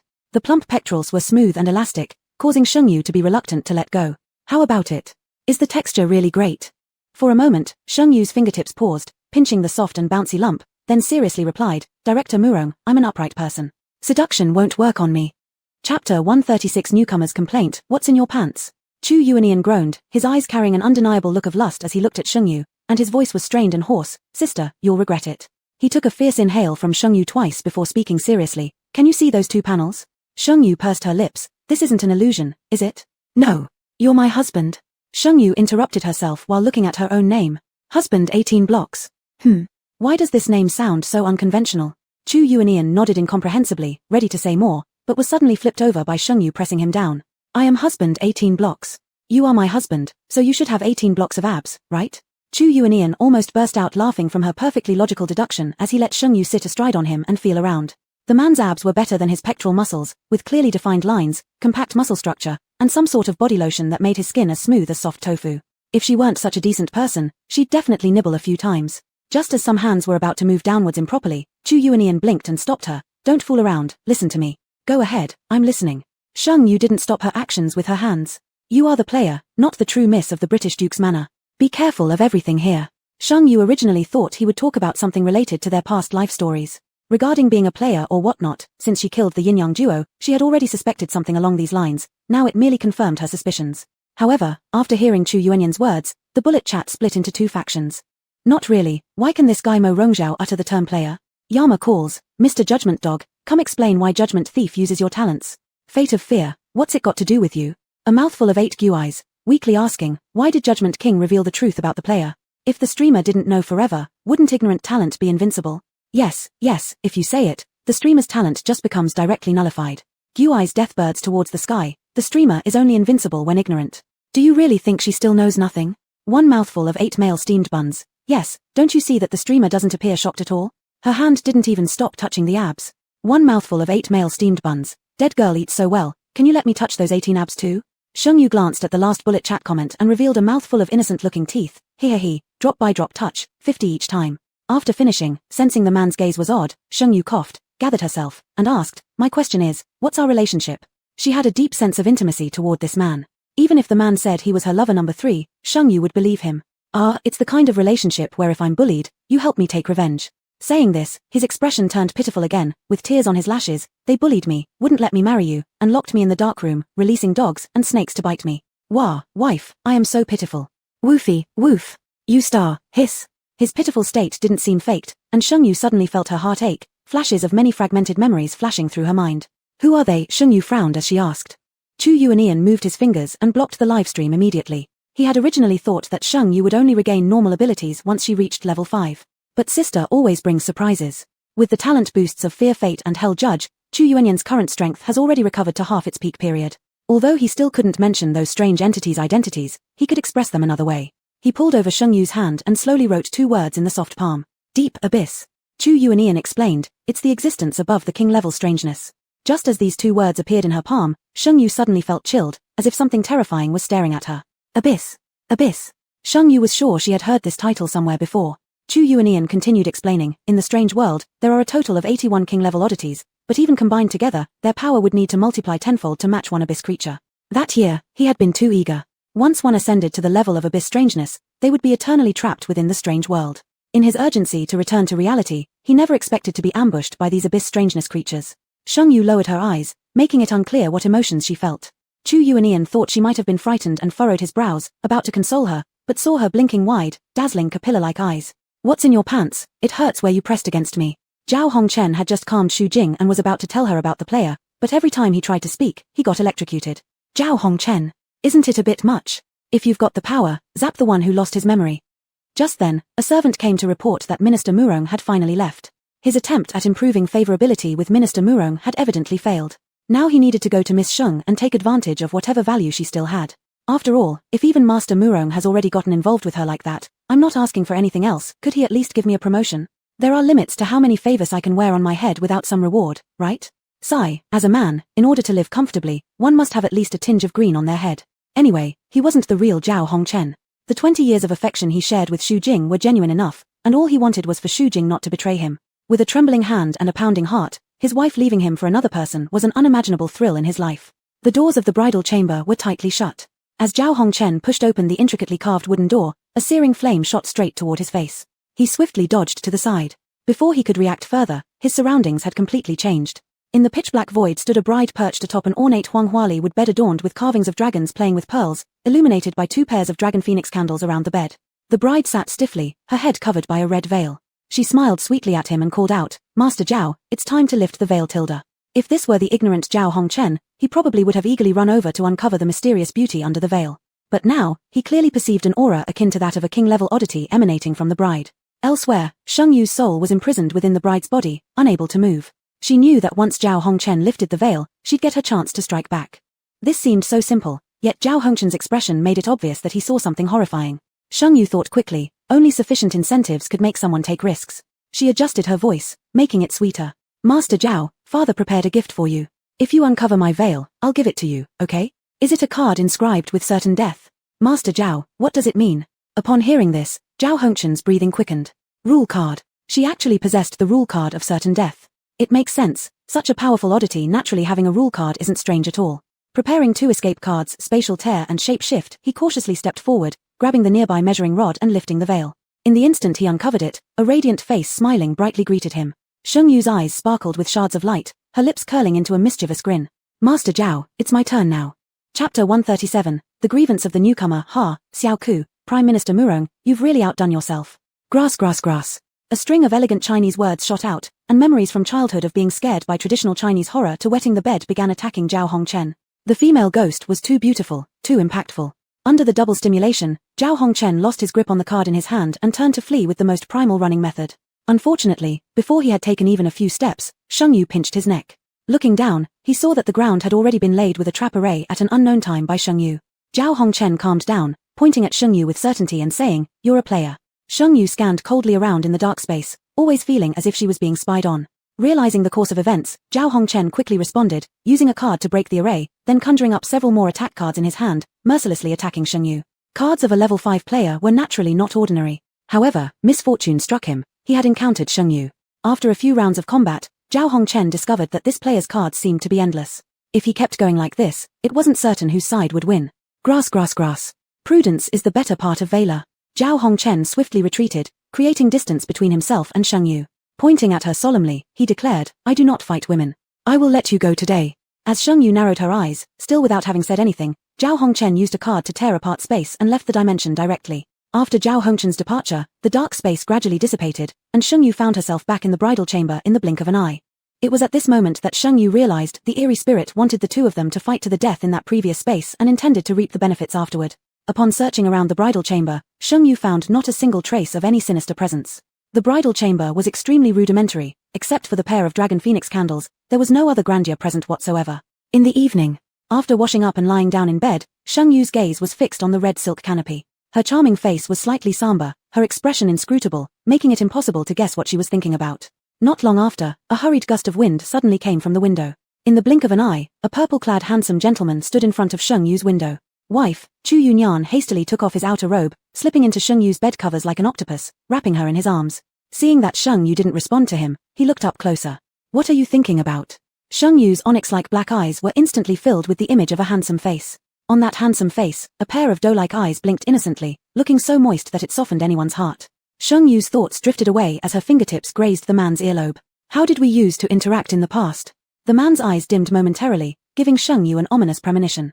Sure enough, the next second, the man emitted a deep chuckle, his eyebrows gleaming with desire under the yellow candlelight. His prominent Adam's apple appeared to be piercing through his skin, emanating a strange kind of sensuality. He said, "Let me help you recall." Beneath the brocade quilt embroidered with mandarin ducks frolicking in water, Sheng Yu's waist was suddenly seized by someone who lightly applied force, pulling her into a pitch-black abyss. Red sheets tossed and turned as the woman's delicate moans mingled with the man's heavy breathing until dawn broke. Early the next morning, Sheng Yu lifted her head from beneath the quilt with black circles under her eyes. Her arms were too tired to move, yet the man beside her wore a face full of contentment. "Miss, it's time to get up. The groom has requested your presence to offer tea." "Ah." Before the maid could finish lifting the curtain around Sheng Yu's bed, she noticed a man lying in her lady's bed, and clearly, this person wasn't her mistress's new husband. Miss, rest assured, I certainly won't tell the groom about your relations with another man. The maid expressed her fervent promise, visibly excited. Do you believe me when I say nothing happened? Sheng Yu was slightly exasperated. Last night, the man said he wanted to revisit their daily interactions. But who knows which old married couple's daily routine involves plank exercises? Chu Yunyan refused to acknowledge it. All his life, he decided housework by doing planks, so why wouldn't that be normal? The maid got overly enthusiastic, her eyes full of mockery. Miss, I understand. Sheng Yu regretted not devouring the man entirely last night and instead stubbornly insisting on doing plank exercise. This paragon of virtue wasn't needed anyway. Sheng Yu dragged her feet lazily, showing absolutely no intention of getting up to serve tea. But Xu Jing wouldn't miss such a golden opportunity. In her previous life, she married Zhao Hongchen's older brother. They were only newlywed for a month before that man went to enlist in the army and died on the battlefield. That same year, Zhao Hongchen went to the capital to take the exams, securing third place in the imperial examination, marrying the legitimate daughter of a British duke, thus smoothing his career and gaining a solid footing in officialdom. She, however, within half a year of seeking refuge in the residence of the third-place awardee, was approached by a stable boy, losing her innocence. Sheng Yu actually arranged for her to marry a stable boy, disgracing her for life. In this life, she intended to return the humiliations of her past life 100-fold or even 1,000-fold to Sheng Yu. Before Zhao Hongchen went to the capital for the imperial exams, she had already been intimate with Zhao Hongchen. Not only that, she wanted Sheng Yu to kneel and worship her daily, becoming the dust beneath her feet. The moment Xu Jing stepped into Sheng Yu's courtyard, she happened to see through the main bedroom window a man with a face as smooth as jade, exuding an aura of nobility while standing beside Sheng Yu. He was carefully applying floral patterns to her forehead. With deft strokes, he deliberately smudged a patch of red onto her brows, causing Sheng Yu to grab nearby rouge and attempt to smear it onto his face in irritation. It was like watching a newlywed couple immersed in their honeyed interactions. This was entirely different from Xu Jing's vision of lonely sleepless nights in an empty bed. She burst into the room, pointing at Sheng Yu's nose and scolding, "You little harlot. You married yesterday and today you bring another man home. I will make Master Zhao divorce you. At least I'm doing this openly, which is better than some people seducing their brother-in-law," Sheng Yu said, nonchalantly digging her ear, not sparing Xu Jing even a glance, clearly showing disdain. When Zhao Hongchen heard Xu Jing had come to Sheng Yu's place, a chill ran down his spine. He rushed directly into Sheng Yu's yard, witnessing Prime Minister Murong's finishing touch on the artwork. A large red peony on the woman's brow came alive vividly, enhancing the beauty's charm. SSSS. So beautiful, no wonder it could bewitch anyone into oblivion. Hiding his admiration, Zhao Hongchen approached and chuckled toward Prime Minister Murong. "Your Excellency arrived quite early, why didn't you notify me so I could come to welcome you?" Chu Yunyan lazily raised an eyebrow, glancing over Zhao Hongchen, sneering, "It is early indeed, I arrived last night." Pretending not to hear, Zhao Hongchen knew when to remain tactfully unclear. He smiled and said, "Then your Excellency must not have eaten yet. Why don't you have breakfast here? I happen to have several questions and would love to consult with your Excellency. To achieve S-level success, just offering a wife certainly wouldn't suffice." Zhao Hongchen understood that he still needed to use all he learned in 9 years of compulsory education to impress these pedantic ancient Confucian officials. He had been waiting for this moment. "Ha, Xiao Ku, Prime Minister Murong, you're really outdone yourself." Chapter 138, Grievance of the Newcomer, a Gift for Your Sister-in-Law. After Ling Qiaowei and Sheng Yu split, that familiar feeling in her heart wouldn't go away. When she sat back in the flower sedan chair, she finally saw what was written on the palm of her hand. "You are a player, other players all want to kill you, trust Sheng Yu." The few lines of text made Ling Qiaowei's mind race rapidly. Soon, she, like Sheng Yu, saw the two panels in front of her eyes. One had constantly scrolling text. The other displayed information related to herself. Info panel. Camp, Weird. Number, 213,344. Name, Only Love Elder Sister Sheng. Level, LV4, 957741. Talent, Player's Hidden Talent, click to view. Material slot, S-Class Space Card. Clearing copy, 17-inch. Attribute panel. Attack, 78. Speed, 71. Strength, 82. Agility, 80. Defense, 78. Spirit, 74-inch. Seeing these figures, Ling Qiaowei knew that once attribute values exceeded 80, completing the copy would only reward 1 attribute point. Arriving at the Qin family, before even stepping down from the flower sedan chair, she heard cries of mourning. Ling Qiaowei confirmed her expectations. She held the card for bringing the dead back to life. Without anyone greeting her, she took large strides directly into the Qin residence. Qin's mother immediately scolded Ling Qiaowei for forcing her younger sister to death on such a joyous occasion, then causing the death of her husband. Ling Qiaowei casually grabbed a rooster, killed it with a single slash, then resurrected it with the resurrection card. She then pulled out her card, her gaze icy. "Shall I let Qin Zai wake up himself or shall I give him a cut before waking him up?" Qin's mother was frightened speechless, collapsing nearby, hurriedly having someone take out the antidote for the breath-holding pill and feed it to Qin Zai. She was truly terrified that Ling Qiaowei might do something to Qin Zai. This woman's action of killing the chicken just now wasn't something a person without 10 years of killing experience could pull off. Qin Zai woke up without knowing what happened and was slapped twice by Ling Xiaowei. Even Ling Xiaowei herself didn't know why she felt so strongly emotional. At the moment of awakening, Qin Zai understood everything. He was the same as Zhao Hongchen, both having used awakening cards. But different from Zhao Hongchen, he couldn't predict his own passing rule and could only know the gameplay of this copy. This was a level 10 confrontation copy. Confrontation copy. Camps can kill each other. This was the best time to kill Ling Xiaowei. As soon as the battle began, the whole Qin mansion fell victim to their duel. But after all, Ling Xiaowei was a level 4 player, strength was her hard limitation. Forced to flee from the Qin residence, Qin Zai still chased relentlessly but stepped out of the Qin family mansion at that very moment and was instantly locked down by an overwhelming presence. Lord Qin is about to dismantle this copy. A clear, elegant voice sounded from the private suite of the wine building in the distance. King-class weirdness. Qin Zai's nerve-filled with killing intent immediately calmed down. He could fight solo against a destruction-class weirdness, yet he might not be able to break through even the defense of a king-class weirdness. It looked like this king-class weirdness was the master of the copy. Reluctantly, Qin Zai retracted his hands while gazing at the retreating Ling Xiaowei, with unrelenting murderous intent in his eyes. There will always be opportunities. On the high terrace, one could overlook the entire capital city. Amidst the bustling crowds, a woman dressed in a bridal gown lay helplessly in a dark alley. After a long time, a wave of fluctuation appeared in the air, and a man clad in black ripped through space, the mysterious energy surrounding him covering the entire alley. Standing tall and elegant, the man exuded an extraordinary aura, leisurely flicking a folding fan in his hand as though he were a wealthy young lord out for fun. The elder cousin said, "You're the friend of his sister-in-law. Meeting me, you're unlucky, huh?" When Ling Xiaowei woke up again, it was already the morning of the next day. The unfamiliar surroundings instinctively put her on guard. Awake. Do you not have any healing cards? A smooth male voice resounded through the air. Ling Xiaowei had 2 healing cards which she had exhausted yesterday. Her fingers slightly curled awkwardly as her hoarse throat spoke. "They're gone. Can you lend me one? I'll surely repay you when I recover." Her wounds were still open, and moving caused bleeding without end. "I don't have one," the man directly said, "but I can borrow one for you." Song Emperor Wang, sister-in-law, lend your friend a healing card. Sheng Yu was eating when suddenly, she saw a flashing golden message in the live broadcast room. Holy crap, the Lord Song of the 10 Courts of Hell. "Welcome, my lord. Greetings to my lord of the underworld." Wait, why does his lordship call the streamer sister-in-law? I told you she's a VIP. Yama has arrived. Oh, cousin Song is here too. Sheng Yu frowned, put down her spoon, and asked Chu Yuanian beside her, "Does Lord Song know you?" Zhao Hongchen perked up his ears. Lord Song. Was it the same Lord Song he had in mind? Chu Yuanian nodded nonchalantly. "My cousin, Song Yu." "What did he say?" Sheng Yu glanced at Zhao Hongchen and whispered, "He asked me to give him a healing card." Chu Yuanian slightly raised his eyebrows and said to Sheng Yu's live broadcast panel, "Is this the first time you meet? Shouldn't you give my wife some gift?" Song Yu. Listen to this. Can these words come out of a cousin's mouth? "Cousin, isn't it supposed to be your wife giving me a gift? I am the younger one." Song Yu leaned on his study's soft couch. Looking at Sheng Yu's charming eyes on the screen, he murmured internally, clearly making his cousin jealous. Chu Yuanian didn't need to eat. Accompanying Sheng Yu was just for enjoying this moment. "Will your wife neglect you?" He leaned on Sheng Yu like he had no bones, radiating an air of "I have a wife, and I feel great." Lord Song gave away 10 paper figures x2 x3x, x10, 44,444 ghost bills x10. Wow, King Yama is generous. I've never seen so many paper figures in my life. Speaking of being rich, who can rival the few kings of hell? One mouth 8 ghosts. I always thought Master Feng was the richest ghost in the weird world. Seamless connection. You can call me ugly, but you absolutely cannot call me rich. King Yama, the stingiest man in the strange world. Seamless connection. You can call me poor, but don't dare to call me stingy. Seamless connection gives away 10 candles x1 x2, x10, x1000, x1000, x1000. Lord of Fallen City gives away 10 candles x1 x2, x10, x1000, x1000.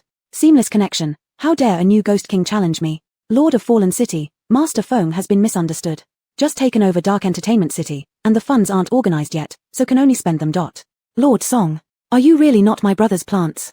Lord Song gives away 20 paper figures x20, 44,444 ghost bills x20. Sheng Yu stared wide-eyed, moving closer to Chu Yuanian, uncertainly saying, "Will they request minor refunds?" Chu Yuanian chuckled, with joy flickering in the corners of his eyes. "Do you take them for Zhao Bin?" Chapter 139, The Unbearable Grievance of the Newcomer. At the Dali Temple Minister's mansion, Sheng Yu met Ling Qiuying. At that moment, Ling Qiuying was covered in injuries, with traces of burnt hair, looking utterly disheveled. Beside her stood Song Yu, calm as ever, gently fanning himself. Sheng Yu blurted out mockingly, "How come your cousin acts so dog-like? Big sister, men can sleep around, but words shouldn't be thrown about carelessly. I just gave you a bunch of paper charms." Song Yu felt deeply wronged. It seemed they were all of the same breed, fond of bullying the decent. This reminded Sheng Yu of something Chu Yuenian had entrusted to her. She retrieved 10 roasted chickens from the space and handed them to Song Yu. Song Yu immediately put on a warm smile and bowed to Sheng Yu, saying, "Thank you, big sister." Sheng Yu paid him no further attention and took out a healing card for Ling Qiuying, along with a small cup of Wu Liangyi liquor. Wu Liangyi could rapidly restore strength and purify one's energy, making it exactly what Ling Qiuying needed. Touched to tears, Ling Qiuying hugged Sheng Yu tightly and wouldn't let go. Chu Yuenian lifted Ling Qiuying by the back of her collar and tossed her aside like a little chick, his eyes smiling. "Dear, would you like me to take you out for a stroll?" Sheng Yu didn't refuse. In her memory, her whole life had been confined to the inner quarters, rarely allowed to go out. The streets of the capital were bustling with prosperity and endless cries of vendors hawking all sorts of knickknacks. Among this scene, Sheng Yu found the familiar liveliness of common people. After strolling for a while, Sheng Yu was suddenly blocked by a red-robed woman. "Madam, would you like to come in and take a look at our rouge?" Behind the woman was a cosmetic shop, cold and dim inside. What caught Sheng Yu's attention wasn't the usual attire, it was more akin to a wedding gown. Add a veil, and she'd be an authentic bride. Chu Yuenian silently stepped in front of Sheng Yu, his voice icy. "What kind of vulgar powder can dare offend the sight of my wife?" That woman didn't get offended even when publicly spoken ill of by a man. Instead, she once again turned to Sheng Yu. "Madam, is this person truly your husband? Stealing another's husband comes with grave consequences." Her lips curled into a smile, but waves of cold winds rose around her. No matter how dull Sheng Yu was, she picked up on the underlying implication. It seemed someone had come to snatch. Judging from this situation, Chu Yuenian probably knew this person already. Unmoved, Sheng Yu returned the comment to the red-clad woman. "That's right, stealing a married man brings consequences, plus my husband has already deemed you a vulgar powder, so you must be nothing good." The angry glances of the red-clad woman crossed with Sheng Yu's slightly mocking gaze in the air, sparks flying instantly. A powerful eerie aura burst forth from the woman, but Sheng Yu showed no fear. Because Chu Yuenian had effortlessly suppressed the formidable weird aura with a flick of his wrist.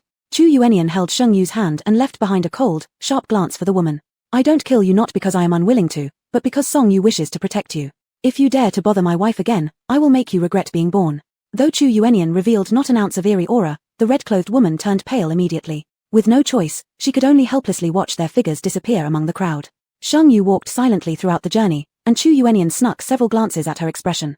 Their intertwined hands tightened increasingly due to his nervousness. "Ouch, painful." Sheng Yu suddenly pulled her hand back, refusing to even glance at Chu Yuenian before striding forward. "Over." Chu Yuenian inwardly sighed. He felt aggrieved, he truly felt wronged. It was the debt of rouge left by the judge, so why did it land on him? Sheng Yu hurried ahead without noticing where she was going and accidentally collided with a scholar carrying scrolls. The scrolls fell all over the ground. Sheng Yu quickly apologized, "Sorry." Before finishing her sentence, Sheng Yu's eyes landed on a painting of a woman playing the guqin. In a trance, the woman seemed to blink, locking eyes with Sheng Yu. In the next second, Sheng Yu vanished from the spot. The scholar beside her picked up the scrolls as if Sheng Yu had never existed and calmly left. In the blink of an eye, Sheng Yu found herself in a place full of singing girls dancing gracefully. These women were exquisitely charming, their beauty unparalleled, chatting with men joyfully. Just a single glance, and Sheng Yu knew where she was. To clarify, this wasn't her idea. It was entirely forced. Who in their right mind would willingly come here? This kind of life was absolutely unbearable. Using the disguise card, Sheng Yu transformed into a handsome young man. After wandering through the pleasure house and politely declining a few groups of women, the grand annual event of the brothel finally arrived. The auction for the courtesan's first night. On the stage in the center of the brothel, a figure appeared dressed in thin red silk. A large red fan embroidered with sea lilies partially hid her features. Only a pair of affectionate, yet unaware phoenix eyes akin to the vastness of autumn waters were revealed. The leading courtesan played the guqin with her fingers as delicate as spring onion segments. After finishing the tune, it was time for the wealthy officials and dignitaries to bid against each other. Just as the hammer was about to fall, a scholar-like man stood up and confronted the courtesan. "Do you really want to lower yourself so willingly?" The courtesan was startled for a moment, and a flash of mockery appeared in her limpid eyes. Seeing the situation wasn't good, the madam quickly had her men throw the scholar out. This woman was the woman from the painting. Sheng Yu didn't intend to get involved at first, but then remembered something and lazily raised her arm, 1,000 taels of gold. Inside the private room, after Sheng Yu sat down, the courtesan slowly lowered her round fan that covered her face, revealing a countenance as beautiful as a water lily. Truly stunning. Sheng Yu couldn't help but sit straighter. "The lady is flattering me. If you wore your female attire, Lan Ruo would feel far inferior," said Lan Ruo with a smile, identifying Sheng Yu's true identity. Even though exposed, Sheng Yu wasn't the least bit flustered and still praised. "Miss Lan Ruo has keen insight, but I noticed earlier that you seem to have difficulties." Lan Ruo hesitated for a second, and a hint of bitterness showed on her face. Sheng Yu sighed. "If it's a matter of money, I can perhaps help you with that." Money, after all, could be obtained again from Minister Mu Rong if it ran out. Besides, what she didn't spend would go to others. Humph. Spend it, 10,000 taels first. There are many things that money cannot solve, especially for those who come from noble families. Lan Ruo spoke slowly, and her story was enough to make men silently grieve and women weep. Since childhood, Lan Ruo followed her father to learn the art of playing the guqin, and her skills were unparalleled.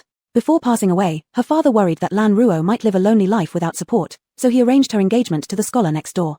The scholar came from a poor family and had an elderly sick mother bedridden. After their engagement, the scholar vowed to succeed in the imperial exams to honor Lan Ruo's commitment. Thus, Lan Ruo devotedly earned money by playing music outside to support the scholar's household. However, the scholar often quarreled with his peers, among whom there was a wealthy young man. This rich young man frequently picked fights with the scholar, upsetting his mother. The scholar's mother scolded Lan Ruo for being useless and forbade her from telling the scholar about it, insisting that Lan Ruo resolve the issue herself. When this rich young man heard about Lan Ruo's extraordinary skill on the guqin, he demanded that she perform at one of his banquets, promising to let the scholar off afterward. During the banquet, Lan Ruo's concealing veil accidentally fell, and some people wanted to paint both her and the guqin. Chapter 140, The Newcomer's Grievance, You Don't Love Me Anymore Tilda. Lan Ruo was forced to agree and left behind a painting of an elegant beauty playing the guqin. That night, heavy rain fell from the sky, forcing Lan Ruo to stay overnight at the house of the rich young man. When she returned home the next day, the mother of the scholar scolded her for being shameless, accusing her of spending the night seducing men. The scholar did not believe it initially. 6 months later, on the day Lan Ruo and the scholar were to marry, someone drunkenly revealed at the wedding feast that Lan Ruo had sought help from the wealthy young man for the sake of the scholar. This was intended for the scholar to treat Lan Ruo well, but unexpectedly, the scholar recalled the night when Lan Ruo had been absent all night and assumed that she indeed had improper relations with the wealthy young man. On their wedding night, he publicly divorced her in front of everyone, making Lan Ruo a laughingstock among the neighbors. Intent on drowning herself, Lan Ruo was saved by a brothel madam who said if she came to the pleasure quarters, she could prove her innocence while also exacting revenge on the scholar. A scholar whose former wife sold herself into the pleasure quarters would certainly lose half his reputation. This very night, it was Lan Ruo's moment to clear her name. Sheng Yu didn't have time to say anything when Lan Ruo's pretty face twisted into something fierce and cruel. Is it true you feel sorry for me? 2 streaks of blood tears flowed down Lan Ruo's face as a chilling wind suddenly arose in the beautiful room.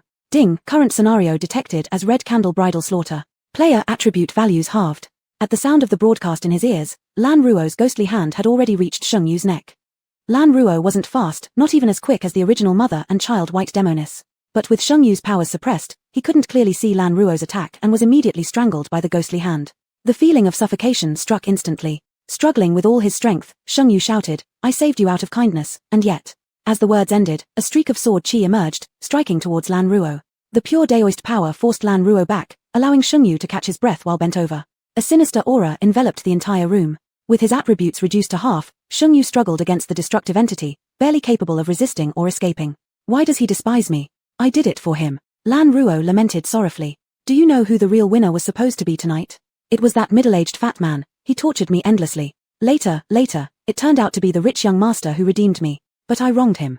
Blood tears streamed down Lan Ruo's face more profusely, and the metallic stench grew heavier with each breath. That ungrateful man. His first act after succeeding in the imperial exam was to kill me and cleanse his disgrace. I never imagined I would be redeemed by someone, leading him to collude with an official's daughter who had her eyes set on him, massacring all 113 members of the young master's household. I hate him so much. I'm going to kill her. Kill all the arrogant aristocrats who bully others using their power. None of you noble women will escape. Lan Ruo lunged at Sheng Yu again, but this time, she failed even to approach within 3 steps of Sheng Yu. Familiar maternal affection card activated. Mother spirit emerged, instantly unleashing her latent talent, deep motherly love. What audacity! Who dares to lay hands on my daughter? After a few exchanges between Mother Spirit and the deranged Lan Ruo, Sheng Yu noticed that the Mother Spirit's abilities were also restrained. Retreating beside Sheng Yu, Mother Spirit glared furiously. If you want to play by your arena rules, then don't blame me for ruining your game. As soon as she finished speaking, a familiar door appeared behind her. Had Sheng Yu remembered everything, he would have recognized it instantly as the same door from the Shattered Family episode belonging to Brother Spirit. Child, your mother can't go on living. Someone is bullying both your mother and your sister, and you aren't stepping up even once to check what's going on. Sheng Yu. Witnessing the graceful, refined woman rolling around like a common harridan, Sheng Yu couldn't help but develop curiosity about this brother. Then slowly, the door creaked open, and a tall figure, about 6'2", with a faint resemblance to Sheng Yu, stepped out with long strides. Mom, I'm here. Stop yelling. Brother Spirit sighed in resignation, looking at his temperamental mom, his silly sister, and himself as the perpetual victim. What a harmonious trio they were. Brother Spirit raised his head, pulled a pack of cigarettes from his pants pocket, lit it deftly, and stared at Lan Ruo. My rule is I usually don't fight women, but if you apologize and win my sister's forgiveness, we can just let this pass. Sheng Yu inexplicably felt like a little brother under the protection of a schoolyard bully. You people all oppress me. Such an imperious and brash declaration, yet it triggered Lan Ruo's fury, causing her to howl and lunge toward Brother Spirit. Unlimited by the rules, Brother Spirit proved exceptionally strong. Within moments, Lan Ruo was subdued and immobilized on the ground. I've already said, if you apologize, my sister forgives you, marries you, she's wealthy and won't neglect you. Brother Spirit sighed deeply. I'll ask you one last time, will you transfer the brothel to my sister? Lan Ruo's blood tears flowed all over the ground. You all oppress me. I don't want to. At Brother Gui's signal, Sheng Yu stabbed Lan Ruo in the heart with a sword. Ding, congratulations to player husband 18 Yuan for completing Thebos kill of Lost Soul in brothel. The eliminated entity was at the destruction level. Gained 10,000 experience points, rewarded with special card Awakening, attack card Ghost Roar, S, and a happy Begonia fan. Who can tell me why an eerie existence could recruit people? Show off, too good. Next time, let's have Zhao Bin summoned. Zhao Bin could summon the Monk Emperor, simply unstoppable. Lan Ruo's figure dissolved into a wisp of black smoke, as the surroundings gradually transformed. The family of three found themselves standing on the streets of the capital city. Brother Gui saw Chu Yu first, expressing dissatisfaction on his face. He's nothing special, unworthy of my sister. Chu Yu. Sheng Yu obtained the Awakening card, copied it, then used it. After regaining his own memories, Sheng Yu sincerely thanked Brother Gui. Brother Gui waved his hand dismissively and gave Sheng Yu a card, special card Sibling Affection Deep. Contact me if anything comes up. The underlying meaning was too clear. He couldn't stand his mom rolling around like a harridan. After sending away his overly critical brother-in-law and mother-in-law, Chu Yu secretly sighed in relief. Turning around, he hugged Sheng Yu tightly. Sister, sister, sister, I'm sorry. Sheng Yu. Chu Yu's tall body clung limply to Sheng Yu's frame, murmuring, it's not my fault that there's Murong Zhao's messy relationships. Seeing that Sheng Yu still wouldn't speak to him, Chu Yu's eyes reddened and started to brim with misty tears. His eyes were rimmed red, and he spoke miserably. Sister, sister, sister, you truly don't love me anymore tilde I'm no longer your beloved Kababi tilde war tilde. Chapter 141, The Newbie's Trick. I am now Nyan Nyan's sister. After using the Awakening card on Ling Qiwei, Sheng Yu finally asked about the bet with Ling Qiwei. Sheng Yu spared no effort in helping Ling Qiwei. Naturally, Ling Qiwei couldn't hide anything either. After countless close calls with death, she almost forgot about this old grudge. But for some reason, these people kept bringing up the past. Ling Qiwei and Lu Mingguang were maliciously switched 25 years ago, and it was only 5 years ago that she was found by the Lu family. The Lu's story resembles many dramatic novels of true and fake heiresses. They were unwilling to let Lu Mingguang go. In fact, considering their alliance with the Qin family, they publicly claimed Ling Qiwei as the adopted daughter. At the time, Ling Qiwei was already in college and had her own boyfriend, Zhao Hongchen. Zhao Hongchen strongly advised Ling Qiwei to return to T-City's richest family, the Lus. 2 years later, the two got engaged. Unfortunately, during a car accident, 4 people, Ling Qiwei, Zhao Hongchen, Lu Mingguang, and Qin Ziyue, were suddenly dragged into a bizarre game. Among them, Ling Qiwei's level 1 talent, Clever Hands, was considered the weakest. To help Ling Qiwei pass through the levels, they had to transfer part of their obtained cards to her. By the 4th level, Zhao Hongchen met his childhood sweetheart, Xu Jing. Xu Jing's level 1 talent was at C grade, Bad Luck, which turned out to be more useful than Ling Qiwei's. Adding to Zhao Hongchen's unresolved feelings for Xu Jing, the 4 decided to deceive her into joining them by offering an A-grade card as a reward. The game's methods of tormenting humans are limitless, and from the very first day, Ling Qiwei suffered excruciating pain. On the 3rd day, just when Ling Qiwei could no longer bear it and was about to commit suicide, a remarkably powerful gamer accidentally completed 3 levels. This caused the S-magnetic field to become disrupted. Coincidentally, Ling Qiwei was transported to another level and became one of its gamers. After successfully passing the level, she gained her secondary talent, Crisis. Her path in the gaming world improved from then on. Ironically, Ling Qiwei never sought revenge on them, but instead, they were the ones who came after her. Upon hearing this, Song Yu shook his fan and praised her. 1 against 4, impressive. A flicker of savagery passed through Ling Qiwei's eyes. Even if I die, I'll drag 2 with me. Lowering her eyelashes, Sheng Yu slightly disagreed. If someone has to die, let it be others. This sentence immediately brightened Ling Qiwei's mood. Who wouldn't love Senior Sheng? She oozed pure security. However, Chu Yu and Ian detected something hidden in Sheng Yu's words. Before he had a chance to give Song Yu a signal, Sheng Yu smiled and looked at Song Yu with a soft, gentle voice. Brother, I heard there's a girl dressed in wedding attire in one of the levels, and you won't let anyone harm her? Song Yu hesitated for a moment before jumping up. Sister-in-law. You're my real sister-in-law, alright? That's Red versus White Misfortune. The mother-child White Calamity you've already eliminated left only Little Red behind. Show a bit of mercy, do it for my reputation. Chu Yu and Ian seized the opportunity, whispering, see? I told you, she belongs to my cousin, not related to me. As soon as Sheng Yu shot a glance at him, Chu Yu and Ian instantly clung to her arm like a little wife and pointed at Song Yu, saying, he's bad, I'm good. Song Yu and Ling Qiwei. Sheng Yu fondled Chu Yuanyan's glossy black hair, reminiscing about the female attire she once styled for Chu Yu and Ian. An impulsive desire surged within her. She held Chu Yuanyan's hand and told Song Yu, tell that Red Calamity not to bother me. Song Yu was taken aback by Sheng Yu's arrogant tone and blurted out, sister-in-law, when you see her, you'd better run far away. Her strength is not even comparable to the white calamities. If she hadn't insisted on staying in this level, her strength could have already made her a new king-level calamity. Song Yu was practically implying that Sheng Yu was overestimating herself. Sheng Yu merely smiled without concern. After all, as long as she entered the level, she would inevitably face this red calamity. Sheng Yu pulled Chu Yuanian back to the third-rank scholar mansion. She had plenty of beautiful dresses.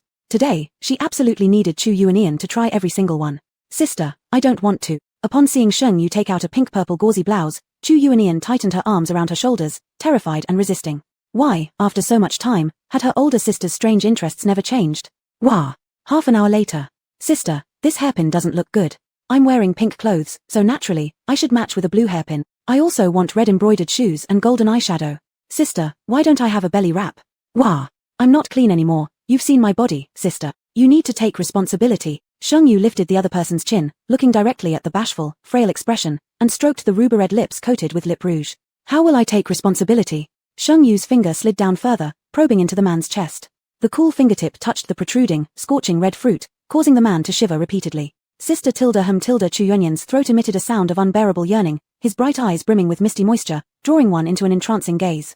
The light makeup softened the sharp edges of Chu Yuanian's face as he tilted his head, beseeching pitifully, Sister, kiss me Tilda, I need your kisses Tilda. Sheng Yu curled her lips into a smirk and slowly leaned down, first teasing with a gentle touch of their noses. She kissed lightly around his lips but never gave him what he wanted. At the moment when her lost memories awakened, Sheng Yu recalled an incident from Chu Yuanian's third year in college. In his third year, Chu Yuanian met a wealthy young lady. Knowing that Chu Yuanian kept his distance from girls, even reporting to his girlfriend if he happened to touch a female cat, she decided on a roundabout approach. She befriended Chu Yuanian's roommate and arranged many dates through them. Whenever the roommate would cancel, Chu Yuanian would take his place. It started with watching movies and gradually progressed to club activities. Unbeknownst to Chu Yuanian, these interactions grew more frequent. It wasn't until one day Chu Yuanian brought back a bottle of branded perfume that Sheng Yu understood the heiress challenge. Did you make a new female friend with good taste? Sheng Yu smiled sweetly while accepting the perfume. Chu Yuanian hugged Sheng Yu from behind, burying his head in her neck. No, it was my roommate's crush. He asked me to deliver it. Your roommate, chasing someone, asked you to do it. Sheng Yu resolved the situation in 8 simple words. As a result, Chu Yuanian avoided women for 3 weeks. Just like now, Sheng Yu's soft lips lingered on every inch of Chu Yuanian's face, yet refused to grant him satisfaction. His restrained desire turned into heavy breaths. Chu Yuanian felt as though his craving had transformed into an addiction, spreading to every corner of his body. Sister, I am Nyan Nyan now. Don't punish me for others' mistakes Tilda in urgency. He wrapped his arms around Sheng Yu's neck, the chill mixed with the scent of jasmine instantly overwhelming Sheng Yu's senses. Chapter 142 Newcomer's Grievance. What? Is this already the wedding night? The waves of passion were like angry sea waves, rolling from in front of the dressing mirror all the way to the bed. Chu Yuanian's light gauze shirt was torn, and her pink thin silk only highlighted her alluring disarray. Sheng Yu panted slightly and heard Chu Yuanian muffled ask, Do I look good, sister? Tilda. The brocade blanket tumbled, the red waves undulated. In the midst of their confusion, Sheng Yu suddenly heard a mournful cry, Jiaolang, my Jiaolang Tilda. Jiaolang Tilda, where are you Tilda? The woman's voice was ethereal, yet it seemed as if it was right beside her ears, making Sheng Yu immediately regain her senses and push Chu Yuanian away. Chu Yuanian. The desire in her eyes had not yet subsided, but Sheng Yu's gaze was crystal clear. She had noticed this eerie presence when she first entered the mansion. However, Zhao Hongchen and Xu Jing's presences also appeared at the same time. Initially, she thought Zhao Hongchen would deal with this anomaly, but unexpectedly, he simply shifted the trouble by luring the entity into her courtyard. Drawing her sword, Sheng Yu took out an escape impossible card, directly trapping a woman dressed in bridal clothes with a lotus head veil inside an array. This was a calamity-level anomaly, and an S-class confinement array could trap this entity for a while. Zhao Hongchen and Xu Jing were listening outside the courtyard wall when Zhao Hongchen suddenly felt an overwhelming sense of danger rise in his heart. He pulled Xu Jing back quickly. The next second, Sheng Yu slashed through the courtyard wall with one stroke of her sword, scattering bricks everywhere. Sheng Yu, do you know who I am, and yet you dare to attack? Zhao Hongchen reproached angrily, pointing his finger at Sheng Yu. Sheng Yu's eyes were like cold frost under the winter moon, but there was a slight upward curve at the corners of her mouth, looking rather malevolent. She threw a malevolent qi erosion card, directly trapping Xu Jing within it. Xu Jing immediately activated her second talent, Spider Web, to resist the invasion of the malevolent qi. Meanwhile, Sheng Yu had already drawn her sword and pointed its blade straight at Zhao Hongchen's brow center. Zhao Hongchen used a defense card to fend off Sheng Yu's attack, only to realize that Sheng Yu's move was a feint. She turned around and dragged Xu Jing into the delusional realm conjured by the veiled female entity. Zhao Hongchen led the 2,000 experience point female entity to Sheng Yu. Upon further contemplation, there could probably be only one reason. They couldn't deal with this female entity temporarily, they wanted a 2 birds with 1 stone strategy, making Sheng Yu and the female entity annihilate each other, so they could reap the benefits afterward. But how could Sheng Yu give them such a chance? Inside the trap array, the wretched and sorrowful cries of the veiled woman rang out once again. Jiaolang, I truly love you, why won't you marry me, Tilda? The surroundings transformed. Sheng Yu blinked and found herself in a splendidly decorated bridal chamber. The towering dragon phoenix candles illuminated the entire room. Only beside the marital bed sat a woman dressed in wedding attire wearing a veil. After a long while, the door to the bridal chamber opened. Sheng Yu saw a face brimming with suppressed rage, surrounded by an icy coldness, wearing a full red wedding outfit which added a touch of mystery to him. Xia Yuna, to marry me, you plotted the deaths of 9 brides just for the sham vows between you and me today? Mao Rongzhao's voice was almost forced out of his throat. It seemed as if any moment now he couldn't restrain himself anymore, wanting to tear the red-clad woman apart into pieces. Under the veil, the woman's voice was as sweet as the chirping of orioles. Jiaolang, don't misunderstand, how could I be that cruel person? They all volunteered to die. The silver money I gave them is enough for several lifetimes of expenses for both their parents' homes. To help foster the matrimonial ties between me and Jiaolang, it could be said that their deaths were worthwhile. Be quiet, you poisonous woman, your crimes are unpardonable. In this life, I will never marry you. Thinking of being admired by someone like you, I'd rather have never been born. Jiaolang, if it wasn't for your persistent refusal to marry me, how could I have come up with this deception to make you willingly marry me, luring out the bandits that exclusively kill brides? Jiaolang, Tilda, this is all because of my love for you, Tilda. As the female ghost finished her sentence, without any warning, she attacked ferociously, trying to strangle Sheng Yu and Xu Jing instantly. Ding, detected current scene as the red candle wedding horror arena, players' attribute values halved. Sheng Yu was prepared beforehand, but still broke out in cold sweat from the speed of the female ghost. Or rather, her attributes were suppressed once again. Facing a Calamita-level strange entity, she barely managed to secure some means of self-protection. Xu Jing's face turned blue-purple from strangulation, looking like her breathing might stop at any moment. The veil on the ghost floated automatically despite no wind, vaguely revealing different faces changing one after another underneath. Hihi, seeing my face, you will have to peel your skin off to give it to me. Xu Jing was directly thrown aside after having her vocal cords snapped. The female ghost lunged at Sheng Yu again. Unable to match the speed, Sheng Yu could only clash head-on with the female ghost. Fortunately, the arena could not suppress the power of cards, and several S-class cards were thrown out. The female ghost and Sheng Yu fought fiercely. After a few breaths, the illusion was broken, and 2 identical deep blue figures charged straight in. One of them held an A-class military knife and directly rushed towards the veiled female ghost. The other figure flashed beside Xu Jing, picking up Xu Jing's body that had already stopped breathing. From shock to anger, the bloodshot eyes filled with rage almost instantly. Jing, I will make you pay with your lives. Zhao Hongchen roared as the 2 figures merged into one, emanating a terrifying aura. Chu Yunyan stood at the edge of the illusion somehow.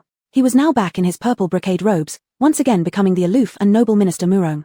Jiaolang, Tilda, Jiaolang, is that you, Tilda? The veiled woman ghost dodged Zhao Hongchen's attack and stumbled toward Chu Yunyan. With Murong Zhao's appearance, Chu Yunyan deeply regretted his choice. Why use anyone else's body when it has to be this Murong Zhao who is adored by so many? Go kill him. Chu Yunyan, irritated, pressed the corner of his eye and coldly pointed behind the female ghost. Following Chu Yunyan's finger, the female ghost instantly vanished from her original spot, her ghostly claw piercing straight into Zhao Hongchen's heart. Zhao Hongchen revealed a grotesque smile, the fist-sized wound on his chest seeping with blood.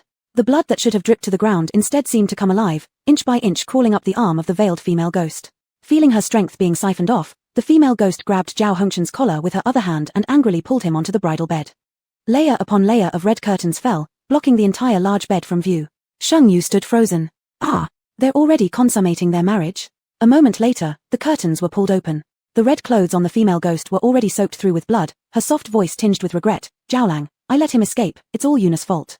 As she watched the female ghost's aura weaken, Sheng Yu stepped forward and delivered a fatal strike with her sword, directly ending the female ghost's life. Ding, congratulations to players Emperor Hongchen and 18 Yuan husband for completing the boss elimination in the wedding night death instance. The defeated entity was Destruction class. Gained experience points, 10,000, reward skill card, speed, S, attack card, 9 women fatal rope, S, twin lotus bridal veil. As the broadcast ended, the surrounding scenery shifted, and Sheng Yu's faintly curved lips slowly turned her gaze onto Chu Yunyan. Chapter 143 Newcomer's Grievance, sister-in-law kneels to pay respects at home. Chu Yuanian covered his ears and leaned close to Sheng Yu, pouting, sister, please twist a little less. Sheng Yu chuckled, pinching the red ear of a certain someone, gently kneading it as she teased, how about getting an ear piercing, dear Tilda? Chu Yuanian looked at Sheng Yu with terror. Sister, are you planning to let me breastfeed your future children? Sheng Yu showed a hint of disdain. Even if you were willing, our son wouldn't be. What if your son ends up liking bigger ones just like you? Who said it's going to be a son? I want a daughter. Chu Yuanian protested, then muttering quietly after recalling something, why not say follow your preference? You like bigger ones too. Although Sheng Yu and Zhao Hongchen both killed Xia Yuna together, the reward would be granted to the player who delivered the final blow. In other words, apart from sharing half of the experience points, all the items were with Sheng Yu. Xia Yuna was pitiful indeed. But those who deserve pity must have done something hateful. Sheng Yu held the cover embroidered with twin lotus blossoms and sighed. Seeing that Sheng Yu seemed somewhat melancholic, Chu Yuanian slightly sobered up and said, "Sister, there is no need to feel sorry for her. Xia Yuna meticulously planned a fake marriage with Murong Jiao, sending invitations throughout the noble families in the capital city, attempting to bind Murong Jiao by reputation. However, on their wedding night, her plan was uncovered. Murong Jiao, upon learning the truth, immediately held court during the night and directly sentenced Xia Yuna to death. Taking advantage of the chance to bid farewell to her parents at home, Xia Yuna wore a set of red clothing and committed suicide by poisoning herself in the bridal chamber. What Chu Yuanian didn't say was that Murong Jiao felt he had caused the demise of this woman. Thus, after this incident, Murong Jiao directly became a lay disciple in a temple, vowing never to marry. At this moment, an ominous tone of a broadcast broke their calm. Ding, all players in the have awakened. Neutral players, please choose a faction. Ding, players have chosen. No one chose the bride faction. Players husband 18 yuan and only love Sheng sister have had their base attribute values reduced by 30%. A direct reduction of 30% in attribute value, it was simply shocking. It was equivalent to their combat power dropping by an entire level. Previously, Sheng Yu and Ling Qiyuv could deal with anomalies of destruction grade, but now they could only fight against calamity grade anomalies. Against destruction grade anomalies, they could only run. Sheng Yu's face was gloomy when Ling Qiyuv entered. Besides anger, there was also a trace of unwillingness on Ling Qiyuv's face. Damn bad luck. Ling Qiyuv angrily cursed, we almost managed to kill Lu Mingshuang. It's so regrettable, but instead, she awakened. Ling Qiyuv prepared to go out and look for clues, only to encounter Qin Zia and Lu Mingshuang who had been lying in wait nearby. Qin Zia thought Ling Qiyuv hadn't awakened yet and thus solely focused on killing Ling Qiyuv, completely ignoring Lu Mingshuang who hadn't awakened either. Little did he know that Ling Qiyuv had awakened and instantly fired a Gatling gun straight at Lu Mingshuang. Lu Mingshuang died on the spot, but unfortunately, Qin Zia had an A-level card of resurrection. Not only did he save Lu Mingshuang's life, but she also awakened after being brought back to life. The situation for Sheng Yu had now become extremely unfavorable. There were 10 players, and it wasn't clear how many factions there were. With no neutral players choosing their side meant they joined Qin Zia and Zhao Hongchen's faction. That was equivalent to having 8 enemies out of 10 people in a dungeon instance. Their powers had diminished, making it impossible for them to fight against strange entities. It was truly a situation where they were surrounded by enemies on all sides. Can we engage in PvP with players from human factions? Ling Qiyu's eyes lit up. If it's based on faction, then PvP between factions is possible. Following Ling Qiyu's instructions, Sheng Yu indeed saw 4 factions listed in the dungeon queue. Rebirth. Benefit. Life exchange. Neutral. 2 streets away at the Qin residence, Lu Mingshuang and Xu Jing slowly woke up. Zhao Hongchen and Qin Zia sipped tea quietly beside them, looking quite somber. I really didn't expect Qiu Xian to grow this much already. Lu Mingshuang pressed her chest, still heart-pounding with lingering fear. No one would have thought that a useless talent could actually carve out a name for itself in the strange world. Zhao Hongchen, don't you think that Sheng Yu looks familiar? Qin Zia suddenly asked. It's her, Xu Jing realized, Sheng Xinyu, who disappeared without a trace a while ago. At the time, Vice President Tu Lin of the Ghosts Guild followed their leader's order and used a binding card to enter a special dungeon to kill Sheng Xinyu, but ended up losing himself inside. But Sheng Xinyue's livestream went offline abruptly. Everyone thought Sheng Xinyu was dead, until now, finding out she also became a strange anomaly player. Wait, Ming Shuang, wasn't it Fang Jufeng who told you that Qiu Xian found an extraordinary powerful strange anomaly player as a patron to take revenge on us? A flicker of astonishment passed through Lu Mingshuang's eyes. You mean, isn't Fang Jufeng trying to use our hands to kill Sheng Yu? Zhao Hongchen and Qin Zia exchanged a glance. Both priding themselves on their intelligence, they hadn't expected to be outwitted by Fang Jufeng, a woman.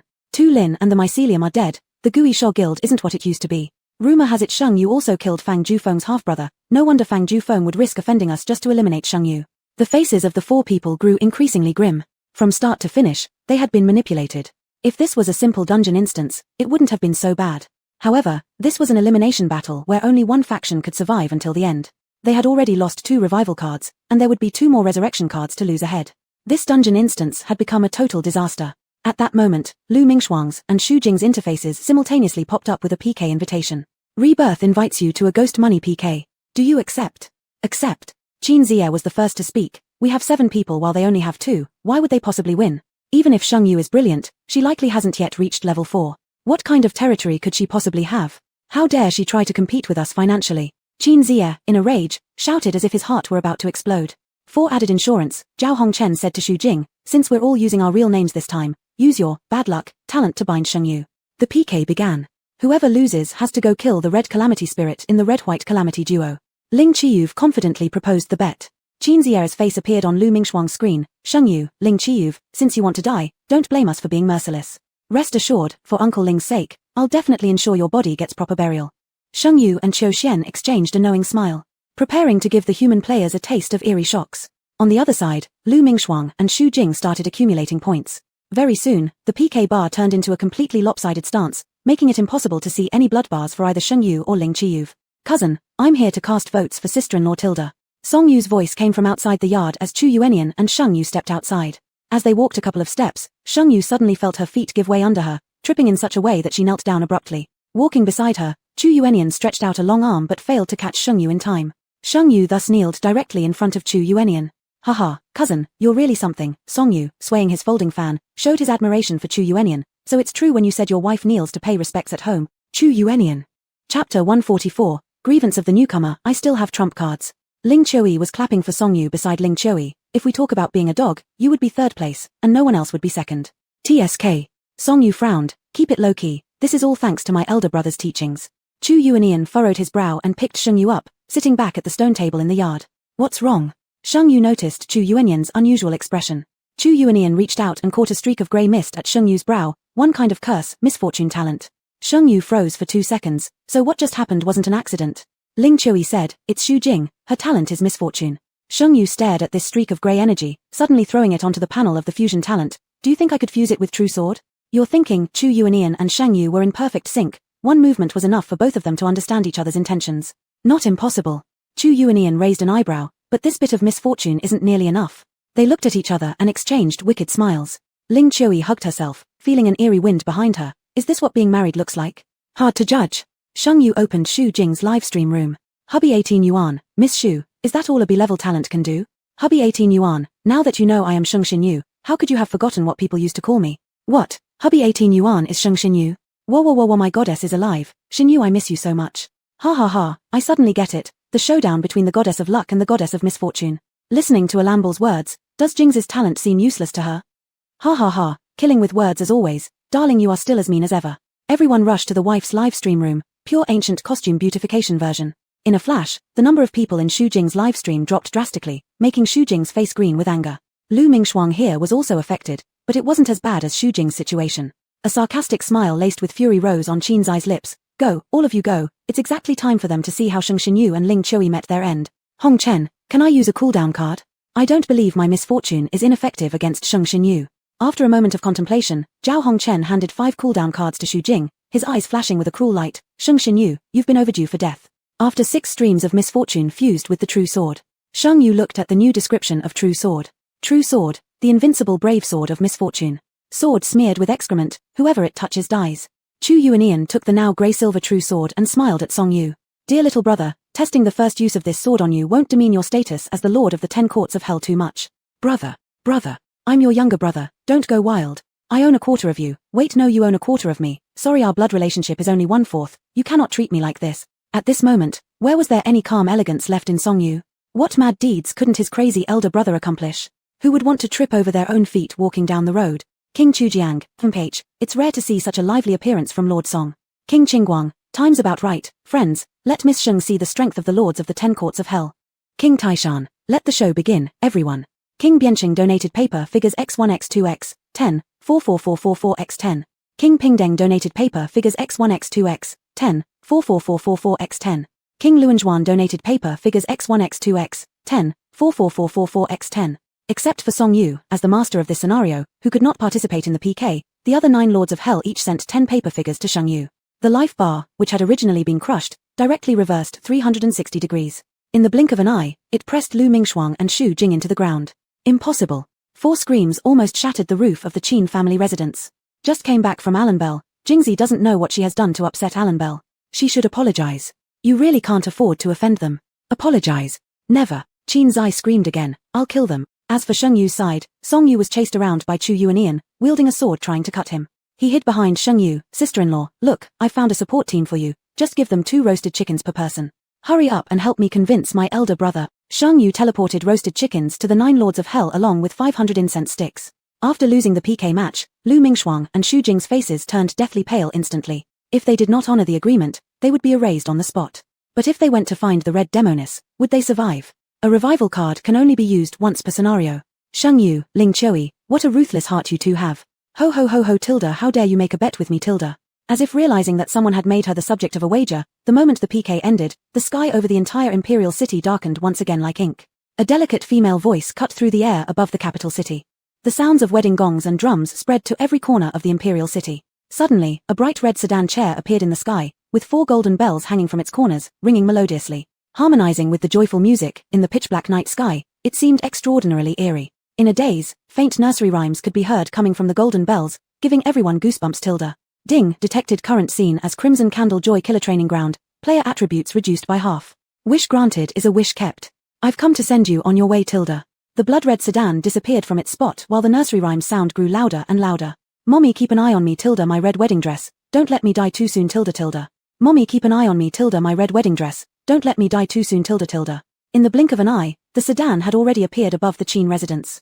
A flash of scarlet silk suddenly shot out of the sedan, breaking through the roof of the Qin household and directly wrapping around Xu Jing's and Lu Mingxuang's necks, dragging them into the air. Female ghost, release them quickly. Qin Zai's body was burning with flames as countless fireballs were thrown towards the sedan hovering in the air. Zhao Hongchen activated his talent, Double Shadows. 2 figures each held a military blade, trying to cut the gossamer-like red silk. After being hit by the fireballs, the red silk immediately caught fire, the flames spreading downwards until just before they would reach Lu Mingxuang and Xu Jing. Suddenly, a short figure darted out from a shop. Several streaks of icy light climbed up the red silk, rescuing Lu Mingxuang and Xu Jing. You are level 5 player Kaoxing. Qin Zai recognized him.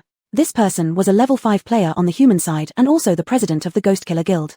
With him here, dealing with Sheng Xinyu and this Crimson Demoness might increase their chances. Compared to the excitement on Qin Zai and Zhao Hongchen's faces, Kaoxing clearly wore an expression of gravity. This red fiend has powers comparable to those of a king-level monstrosity. The 3 of us are no match for it. Qin Zai burst into laughter. President Cao, don't rush, I still have more cards up my sleeve. Tilda. Chapter 145, Resentment of the Newcomer. Not long ago, Master Yi also gave me some guidance on cultivation. Unlike Qin Zai's arrogance, Kaoxing was tense and had a gloomy expression when facing Hong Shou. Still, he asked with a tone of politeness, what cards do you have that can deal with this Hong Shou whose strength has already reached the level of a king? Qin Zai took out 2 black cards, SS rank. Special card, Crow Taoist. Special card, Four-Eyed Taoist. Last time, I luckily obtained 2 inheritance cards in an S-rank dungeon. Just didn't expect to use them in this A-rank dungeon. Qin Zai enjoyed the envious and admiring looks from Kaoxing. Among all the players in the whole Eerie game, those who could produce 2 SS rank cards wouldn't exceed 10. And Qin Zai was one of them. Then his gaze fell upon Hong Shou, saying as if giving charity, 2 SS rank cards should be worthy enough to match your identity. Surrender now. Ha ha ha ha ha. Hong Shou laughed wildly without stopping, causing the bells around the flower sedan where she was to tremble, the dense and powerful ghostly energy making it difficult for the 3 5th level players with halved attributes to breathe. On Sheng Yu's side, she recognized Hong Shou the moment she appeared. That woman in wedding attire who had asked her to buy face powder. She glanced at Chu Yuanian. Chu Yuanian blinked obediently. Sister, where do you think I should pierce my ears? Sheng Yu. The flower sedan behind Hong Shou was clearly not just for decoration. The sedan body was painted with gilded dragons and phoenixes. It seemed familiar. Sheng Yu had some guesses and returned to the room. Zhao Hongchen had prepared a very simple bridal chamber for her. The only thing that stood out were the pair of 3-foot-tall dragon phoenix candles which did not seem to fit with the rest of the room. Last night, Sheng Yu's feeling of being peeped upon was not an illusion but rather due to the resemblance between the design patterns on these dragon phoenix candles and Hong Shou's flower sedan. In the dark, overcast sky, XS Che Withgrave, the bride Calamity, stood together with the bearded crow Taoist and four-eyed Taoist wearing glasses. Various Taoist spells were unleashed, combined with Kaoxing and Qin Ziyue's icefire talents, turning the sky into fireworks bursting repeatedly. Crow Taoist, coming from rural areas, used ruthless methods, neither wholly good nor evil. Added to this was the repeated offensive by Kaoxing, Zhao Hongchen, and Qin Ziyue. Even a mighty king-level anomaly like Hong Shou couldn't break free in an instant. Ling Qiawei watched the chaotic battlefield, eager to take action. Sister Sheng, let's sneak attack those 2 women.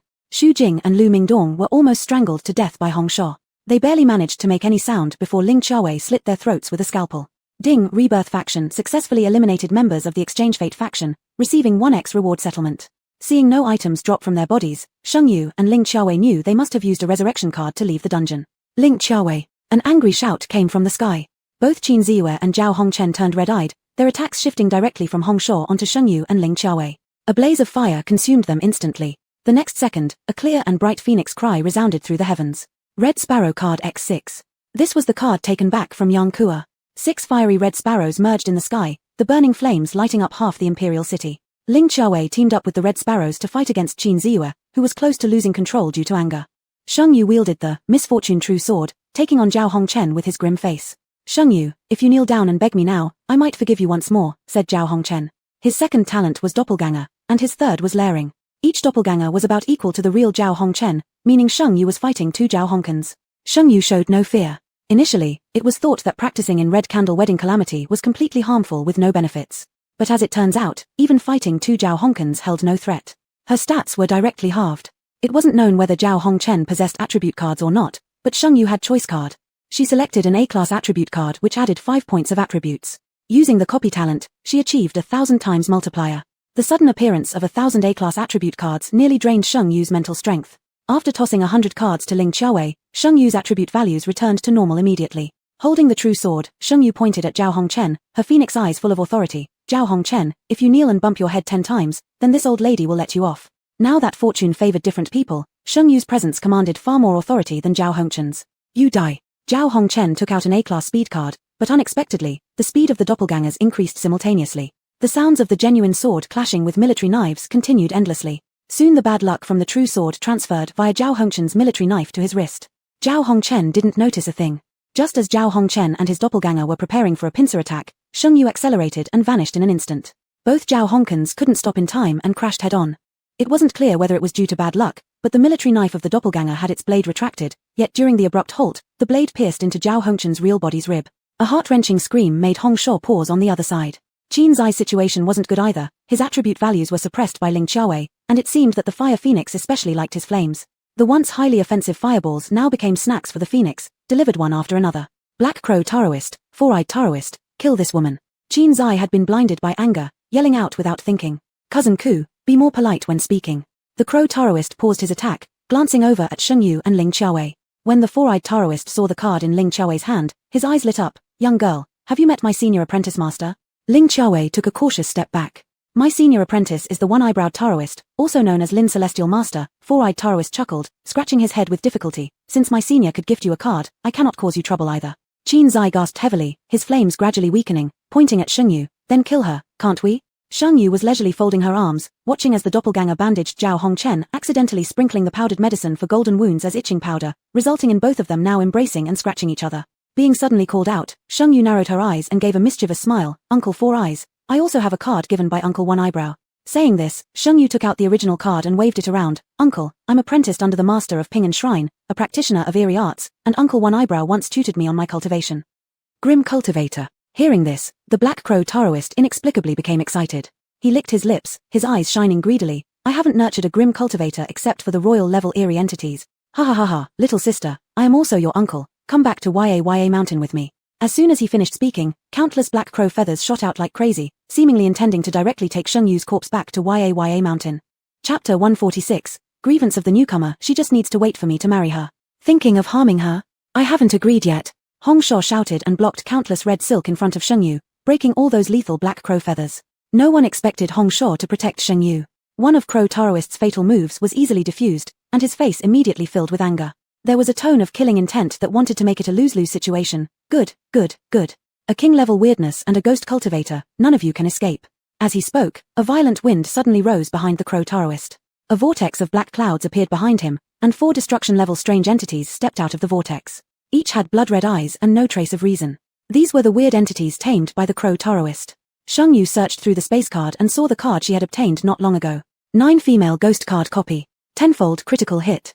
The 4 strange entities split into 2 groups, one group Hong Shou, and the other directly killed towards Sheng Yu. Use 9 female ghost card x10. Just as 2 red-eyed destruction-level strange entities approached Sheng Yu, they were suddenly grabbed by countless ghostly hands, only to be shaken off instantly after. In the dark sky above, there came a long phoenix cry, and 90 red-robed women suddenly seemed to be called by something, blending into one woman in the blink of an eye. And the appearance of that woman was astonishingly identical to Sheng Yu. Sheng Yu, you're violating my right to likeness. Money should be paid. The face of the red-clad woman was Sheng Yu's, but the voice was Xia Yunus. She pointed at the Crow Taoist, old man with a cow nose. How could you hurt Zhaolang's beloved? Before the words even finished, Xia Yuna had already flashed in front of the Crow Taoist and delivered a black tiger claw attack. Xia Yuna. Hong Shou was not to be outdone. The red silk shattered the 4 destruction-level strange entities, and she teamed up with Xia Yuna, directly slaying the Crow Taoist. All this happened in the blink of an eye. Even before anyone could react, the figure of the Crow Taoist had dissipated. Xia Yuna stood elegantly with Sheng Yu's face, bowed gracefully, and showed a shy smile. Sister, look how much we resemble each other. Why don't I be your younger sister? You are the main wife of Zhaolang, and I am the concubine. A treacherous woman, indeed plotting with malicious intent to marry Zhaolang. Hong Shou coldly laughed. showing great disdain for Xia Yuna's plastic surgery face. She looked at Sheng Yu, chin up high, with the red silk around her quivering slightly. I will help you kill these people. You be the main wife and I the concubine. I guarantee not to overstep any boundaries. What the hell are you thinking about eating? Sheng Yu was still astonished when a hoarse male voice suddenly sounded. The next second, Sheng Yu was embraced in someone's arms, the faint scent of jasmine refreshing. Chu Yuanian arrived like he faced a great enemy, his aura carrying an oppressive power that equally crushed everyone except Sheng Yu. Even the 4 eyes detected incorrectly. This weirdness had surpassed the scope of a king-level weirdness.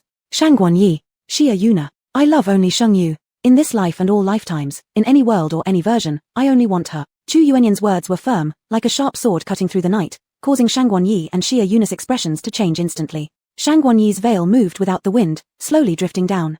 Her soft face filled with tears revealed itself, but her tears were like molten wax, forming blotchy red scars on her face. Zhaolang, I am the wife who has worshipped heaven and earth with you. Why do you treat me this way? Chu Yuanian's grip on Sheng Yu tightened more and more, and his voice grew colder. Shangguan Yi, what you worshipped with heaven and earth is my spirit tablet. Moreover, I'm not dead yet. Where did you get the spirit tablet from? Do you truly think I didn't know what you've done? The candle shop in your home, every pair of Dragon Phoenix wedding candles you mixed with hypnotic powder. In the past 5 years, very few newlyweds in the whole capital city have spent their wedding nights peacefully. The 9 brides killed by Xia Yuna could not have lacked your incitement. In the name of loving me, you actually harm others. Your love, it's too bloody, I cannot bear it. Shangguan Yi was full of shock. Zhaolang, how could you know everything? Since you know everything, why won't you kill me? Let me stay here sinking and suffering. As she said this, Shangguan Yi laughed hysterically, the tear of candles rolling down her eyes. Suddenly, Shangguan Yi's gaze fell upon Sheng Yu, asking desperately, what if she did these things? Chu Yuanian was slightly stunned, recalling the painstakingly designed plans of Sheng Yu just for marrying him. His mouth unconsciously curved upward, and the oppressive atmosphere became less icy. She won't. Chu Yuanian stated resolutely. How do you know she? What I mean is, she doesn't have to do that. Chu Yuanian interrupted Shangguan Yi. If it's her, all she has to do is stand still and wait for me to marry her. Love is when you take 1 step, and I will take the remaining 99 steps for you. For Chu Yuanian, Sheng Yu just had to stay where she was. No matter if it was 100 steps or 1,000, he would always come to her. Love can surpass any distance. But Chu Yuanian knew his wife wouldn't let him walk so many steps. They were always running toward each other. Got it. Shangguan Yi muttered, tears falling and shattering into pieces on the ground.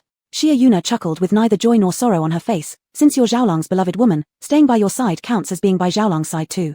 As she spoke, Xia Yuna transformed back into a card and flew back into Sheng Yu's hand. Sheng Yu. Shangguan Yi, once again outdone by Xia Yuna. A strange light flickered in her eyes. She pulled down 4 golden bells from the sedan chair. Come, kill me. Sheng Yu. Chu Yuanian glared darkly as ghostly energy gathered at his fingertips, a cold and stern look of killing intent appearing on his face. Want to die, huh? I'll help you. Cousin. Show mercy, Song Yu cried out when he saw Chu Yuanian about to kill. He struck Shangguan Yi's head with his fan, exasperated. You want a man, right? Do you even know what happiness you are missing? Aren't dead people worse off than living ones? Shangguan Yi whispered under her breath. I'm already a ghost. Song Yu's usual composed demeanor couldn't hold. You're making me angry. Boss has a connection with you, and yet you play games with him. Isn't there a candle shop you own? If you sign a contract with my sister-in-law, you'll belong to her. Then, my brother won't be able to do much about it. After hearing this, Shangguan Yi's eyes lit up, and with a wave of her hand, a deed appeared in her hand. Sister-in-law. Sorry, sister, can we? No. Chu Yuanian snapped. Yes, came Shangguan Yi's firm reply. Sheng Yu laughed until her eyes squinted. Just as Chu Yuanian was about to burst, Sheng Yu cupped his face and planted 2 kisses. Ignoring Shangguan Yi's fading gaze, Sheng Yu took out the deed and exchanged it with her. 7 deeds disappeared, and an additional scene called Little Red Happiness Candles appeared on Sheng Yu's territory interface. More surprisingly, this candle shop linked to 6 other scenes. In every scene, Dragon Phoenix wedding candles burned brightly, and within them resided destruction-level oddities. After forming a link with Sheng Yu, Shangguan Yi glanced stealthily at Chu Yuanian, seeing the scowl on his face. A strange feeling arose within her heart. It was always her who got hurt by Master Murong's cold words. When had she ever seen Master Murong get this angry? Wasn't it like she'd discovered Murong's soft spot? Master Sai Mu felt the fight wouldn't happen now, which was good. Suddenly, he remembered something and turned to Sheng Yu. You mentioned that your master is the Taoist of Peaceful Daoist Temple, the old Taoist covered in murderous and deathly qi? Did you meet him? Hearing this, Sheng Yu nodded. Uncle Sai Mu, have you met my master? Sai Mu's expression slightly changed. The other day, he challenged the Water Young Master of Water Young Temple, but got defeated and fled, severely injured. And rumor has it that the Water Young Master is still hunting him down. Your master might not have a bright future. Chapter 147, Grievance of the Newcomer, but everything is too late. Sheng Yu's joyful expression instantly froze at Sai Mu's words. I'm not sure about the details, but I heard something when we went to the Shueyang Guan to drive away the zombies. Mu was most uncomfortable with such an atmosphere and wanted to leave. He glanced at Qin Ziyue politely. Mr. Qin, I came to help you subdue the supernatural force. Now that the Red Shaw has been subdued, I must take my leave. As he spoke, a formation identical to the one used by Lin Tianxia appeared under his feet, indicating that he was about to depart. Sheng Yu acted quickly, tossing 2 bottles of Wu Liangyi to Mu. Lin Tianxia's card saved me many times. This is merely a token of appreciation. Uncle Mu, could you kindly deliver it for me? Is there such good fortune? Before the magical array activated, Mu threw out 3 talismans. I'll let my senior brother thank you, Tilda. The 3 talismans were for pacifying souls, exorcising calamities, and capturing ghosts respectively, which were also Mu's signature talismans. Oddly enough, these 3 talismans were given to Sheng Yu, not to Qin Ziyue. Though technically summoned by Qin Ziyue, it now seemed like Sheng Yu had benefited instead. Sheng Xin Yu, I'll kill you. Qin Ziyue surged up in anger, his aura suddenly intensifying as he decisively used 2 strength enhancement cards. This temporary power boost caused a mental impact on Qin Ziyue, pushing him into a frenzied state. A fireball over 100 jongs coalesced above the capital city Kyoto. Not only did he want Sheng Yu dead, but he also intended to directly destroy the entire instance. Song Yu smirked coldly. As the master of the instance, restricted by the rules, he couldn't do much to the players. But someone had pushed their luck too far by trying to destroy the instance in front of the master, didn't they? So Song Yu wouldn't feel any qualms about what he would do next. In an instant, fierce winds erupted, and behind Song Yu, the strange energy grew so concentrated that it almost suffocated those nearby. Chu Yunyan swiftly distanced himself from this space along with Shang Yu. Song Yi Wang, ruler of the Black Rope Hell. Behind Song Yu, a shadow of hell gradually emerged. The Red Shaw and other creatures influenced by the ghostly energies knelt in submission. The strength of a king-level entity was terrifying indeed. Cao Xing attempted to escape, thinking how fortunate he was during the awakening to be neutral in identity, fearlessly choosing the camp of level 5 human players. But now he deeply regretted it. Who the heck are these level 5 players that can match up against a king-level supernatural creature like Qin Ziyue? Zhao Hongchen blocked Cao Xing. President Cao, right now only if we all work together and kill Sheng Yu and Ling Qiuyue can our faction win this game. Cao Xing was surprised. You're not going to help Qin Ziyue? A glint of sharpness flashed in Zhao Hongchen's eyes. Even if the 3 of us combined cannot kill a king-level entity. If Qin Ziyue's sacrifice allows us to win, it's still worth it, isn't it? Pretending to ignore the disdain in Cao Xing's eyes, who needs chivalry or friendship in this world full of anomalies? If Qin Ziyue were gone, then Lu Ming-Shuang would have no choice but to depend on him afterward, wouldn't she? This run may be a loss overall, but isn't there still some gain, right? Cao Xing was persuaded, unwilling to die. When the Black Rope Hell materialized behind Song Yu, they immediately attacked Sheng Yu and Ling Qiuyue without hesitation. Sheng Yu had just subdued the Red Shaw, making her stronger than Ling Qiuyue. Thus, they attacked Ling Qiuyue first. After a few breaths, Ling Qiuyue's neck was clutched by Cao Xing. Sheng Xin Yu, doesn't this seem familiar? Cao Xing's eyes gleamed maliciously, making Sheng Yu recall when Yang Kea had been captured before. I know you all have revival cards, so death isn't an issue. But I have an extermination card that will make you truly dead, Cao Xing threatened, then switched to a negotiating tone. You commit suicide, leave the game, then I'll kill Ling Qiuyue. In return, I promise not to use the extermination card. What do you say? Cao Xing knew it would benefit no one to push Sheng Xin Yu too far. Giving her a way out was the best option. Sheng Xin Yu had subdued the Red Shaw, even leaving the game now wouldn't make her lose out. But Zhao Hongchen thought otherwise. Weeds need to be pulled from the root. This principle is known even by primary school students. Sister Sheng, no. Sister Sheng, I am already very grateful to you for coming to this instance for me. There's no need for you to compromise anything for me. Life and death are fate, wealth and honor are heaven's will. I've already lived long enough in the anomaly world, everything beyond this point is profit. Sister Sheng, don't let anyone threaten you. Not even me. I'm your lackey, but I refuse to be a burden. Seeing the wavering attitude in Sheng Yu, Ling Qiuyue hurriedly stopped her. She understood Zhao Hongchen too well. Once Sister Sheng fell into his trap, Zhao Hongchen wouldn't hesitate to strike the fatal blow. Sheng Yu slightly retracted her gaze and asked Cao Xing seriously, you're helping them because of the faction issue, right? What is the rule for the neutral players? Cao Xing didn't fully grasp Sheng Yu's meaning but understood that she wasn't making random conjectures. He replied, the faction chosen by the neutrals shares life, death, and gains. In other words, if Zhao Hongchen and Qin Ziyue were to die, Cao Xing would die as well. This explained why Cao Xing was so committed to helping these 2 individuals. Sheng Yu took out a card of exchange. Let Ling Qiuyue go, join my camp instead. You know very well that I now have the highest chance of winning. As he said this, he glanced at Qin Ziyue who had been dragged into the Black Rope Hell. The originally massive fireball had shrunk to the size of a yellow bean.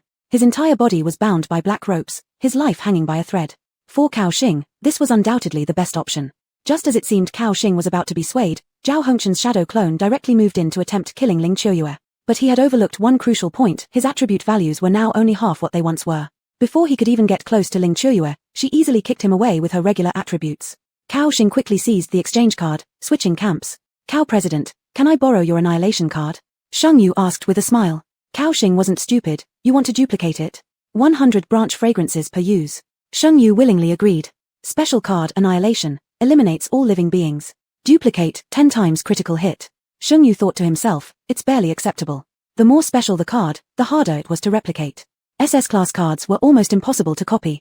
Poor Kaoxing had no idea how many thousands of branch fragrances Sheng Yu actually had.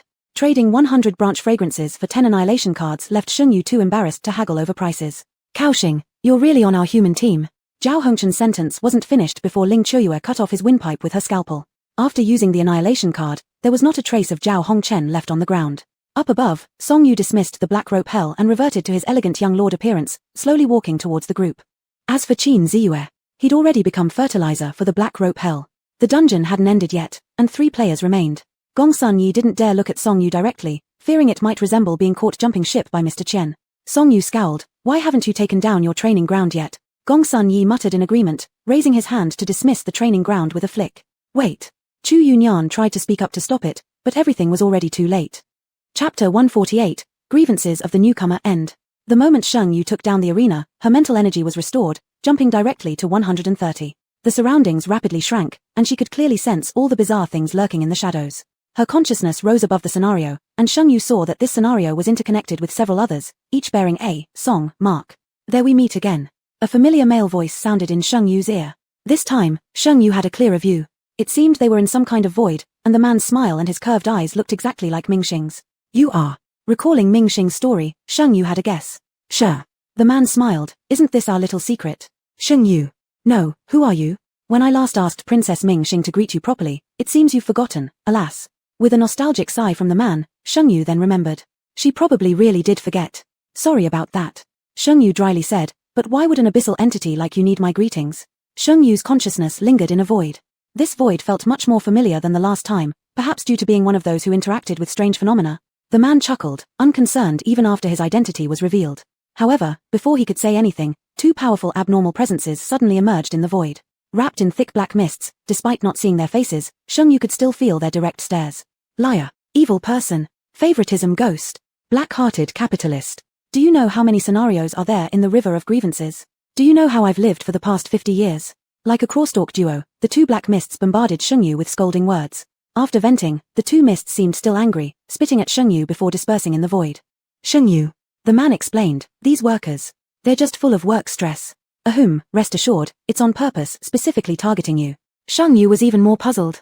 Was she having some weird dream? Are you abyssal beings supposed to work too? Seeming to recall something, the man's face tensed awkwardly, showing inexplicable resentment. I didn't have to originally. Sister, don't listen to this foul tadpole. Chu Yuanyan's voice suddenly rang out by her ear. Startled, Sheng Yu suddenly sat up in bed. Upon closer inspection, she was still within the scenario of grievances of the newcomer, right in the room of the 3rd-ranked official's residence. Sister, you're finally awake. Chu Yuanian wiped away non-existent tears at the corner of his eyes. You gave me such a scare.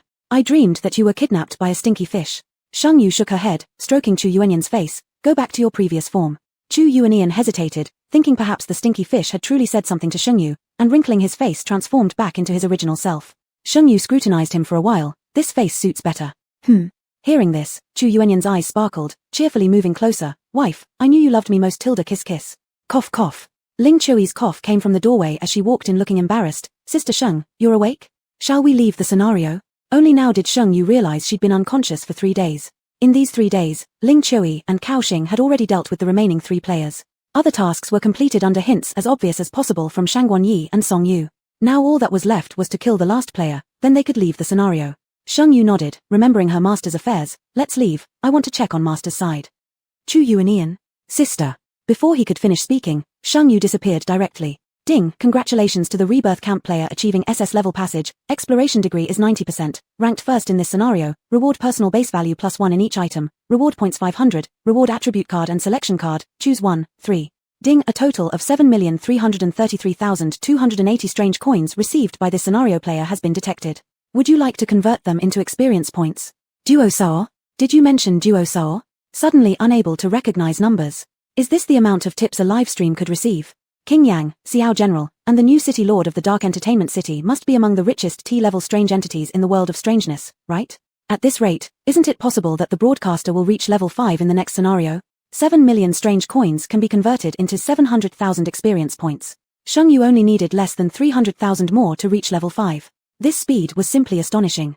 After Ling Qiui exited the scenario, she transmitted the items obtained from killing players in other scenarios to Sheng Yu. Adding these to what Sheng Yu had previously acquired, there were now 6 items in total: fan, veil, phoenix crown, wedding dress, embroidered shoes, candles. When in doubt, fuse first. Sheng Yu dragged the 6 items into the fusion talent interface. But the talent screen flickered and spat out the candles. Sheng Yu, are you picky or what? Ling Qiui sent a message: Sister Sheng, if you're going to find your master, you must take me with you. My life belongs to you from now on. The scenario of newcomers' grievances was short but fraught with danger. If it weren't for Sheng Yu's godlike powers and connections, probably 5 Ling Qi's would have perished there. From this day forth, Ling Qiui's life belonged to Sheng Yu. Sheng Yu looked at the live broadcast panel and asked, if someone is bound by ties, how do you determine their location? The chat messages in the live stream instantly cleared. Hell Judge, so quick to run? Hell Judge, even if you beg me now, I won't tell you. King Song, sister-in-law, I just checked, 10 roasted chickens and we, the 10 kings of hell, will clear the way for you. Hell Judge. Yang Wang list, ha ha ha ha ha, plastic brotherhood. Heavenly fate of terror, this isn't betrayal, it's called explicit stabbing. King Song, but sister-in-law, consider carefully. The scenario where Master Ping'an resides is owned by the Lord of Bloodsea in the underworld. His territory has extremely strong defenses. I can't directly send you there. You'll need to enter an S-rated scenario and pass it at the SSS level before you can access Master Ping'an's scenario. Stock King of Weirdness, an S-level scenario where even level 5 players go at great risk. Think carefully, my dear. King Song, add 10 roasted chickens and I'll tell you the passing rule for that S-level scenario. Without hesitation, Sheng Yu immediately transmitted 20 roasted chickens to Song Yu. Song Yu quickly transmitted something back. Warrant of arrest. Name, Sheng Lining Sai. Identity, S-class dangerous criminal. Crimes, endangering public safety, illegal manufacture of firearms, rape. Sentence, 50 years imprisonment, to serve in Space Black Prison. Chapter 149, Starry Black Prison, Seating. Have you heard? The prison is getting a new girl today. And it's for rape. Forget it, we don't want to mess with this woman. The man who replied was dressed in a navy blue police uniform, his face full of caution. How could someone with connections end up here? This is the black prison farthest from the Federation. Who comes here unless they've committed heinous crimes? The man curled his lips with an inscrutable smile. The person this woman raped is our warden. In the pitch-black and narrow corridor, Sheng Yu was pushed forward, her hands and feet bound with heavy shackles that clinked loudly against the ground. Her fiery red curly hair looked slightly unkempt due to poor maintenance, yet it accentuated the soft beauty of her profile.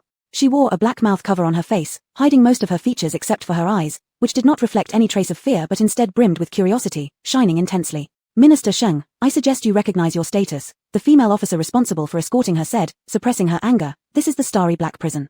Torture methods are countless here. Do you have any idea who you offended? It's the first military marshal of the Federal Empire, the warden of Starry Black Prison, and the greatest man of this federation. You're here because the marshal personally requested it. In here, you will regret ever being born. Sheng Yu's anticipation irritated the policewoman. Just thinking about how the great marshal was drugged and forcibly violated by this woman caused the policewoman to grind her teeth. Dragging her heavy shackles, Sheng Yu scratched her ears impatiently. Why don't we hurry up? Your warden is waiting for me. Before entering the Starry Black Prison, Sheng Yu had already heard that every prisoner entering the Black Prison would be personally greeted by the warden. Thinking about soon meeting the man who made her skin hunger flare up, Sheng Yu felt as if ants were crawling all over her body. At the end of the corridor, an iron door bore the sign warden's office. The policewoman was still trying to calm herself before knocking, but Sheng Yu couldn't wait any longer. She pushed open the warden's office door directly, locking the policewoman outside. The man stood by the window in a deep blue military shirt, with tactical belts around his waist and shoulders outlining his near-perfect upper body. His black slacks tightly wrapped around his long legs and firm buttocks, exuding a strong aura of self-restraint. The clear moonlight fell on him, covering his figure in a silver glow. As he turned, his silver hair swayed slightly, each strand resonating deeply within Sheng Yu's heart. It's been a while, Marshal. Sheng Yu's glossy black eyes curved into a beautiful crescent, her voice muffled under the mouthguard but easily revealing her joy. This wasn't coming to jail, it was like returning to her happy place. Hearing the words, Marshal Chu Yunyan lifted his gaze coldly, his gaze sharp like a blade slicing through bone as he surveyed the woman, unpleasant memories flooding back. Sheng Yu's unbridled gaze greedily fixed on the man, her mind racing furiously. How could she get closer to the Marshal? Since the Marshal took the initiative later, it meant he probably didn't dislike her, right? Come here, sign. Chu Yunyan was concise, sitting cross-legged behind the desk, exposing only the slender portion of his waist to Sheng Yu's sight. The smooth, full muscle lines made Sheng Yu involuntarily swallow. Marshal, I'm dizzy. You'll have to hold my hand to sign. Chu Yunyan leaned back slightly on his chair, letting out a faint sneer. Come here. Without much thought, Sheng Yu gleefully leaped across the wide desk. As soon as she fell into his arms, a sharp pain shot through her wrist.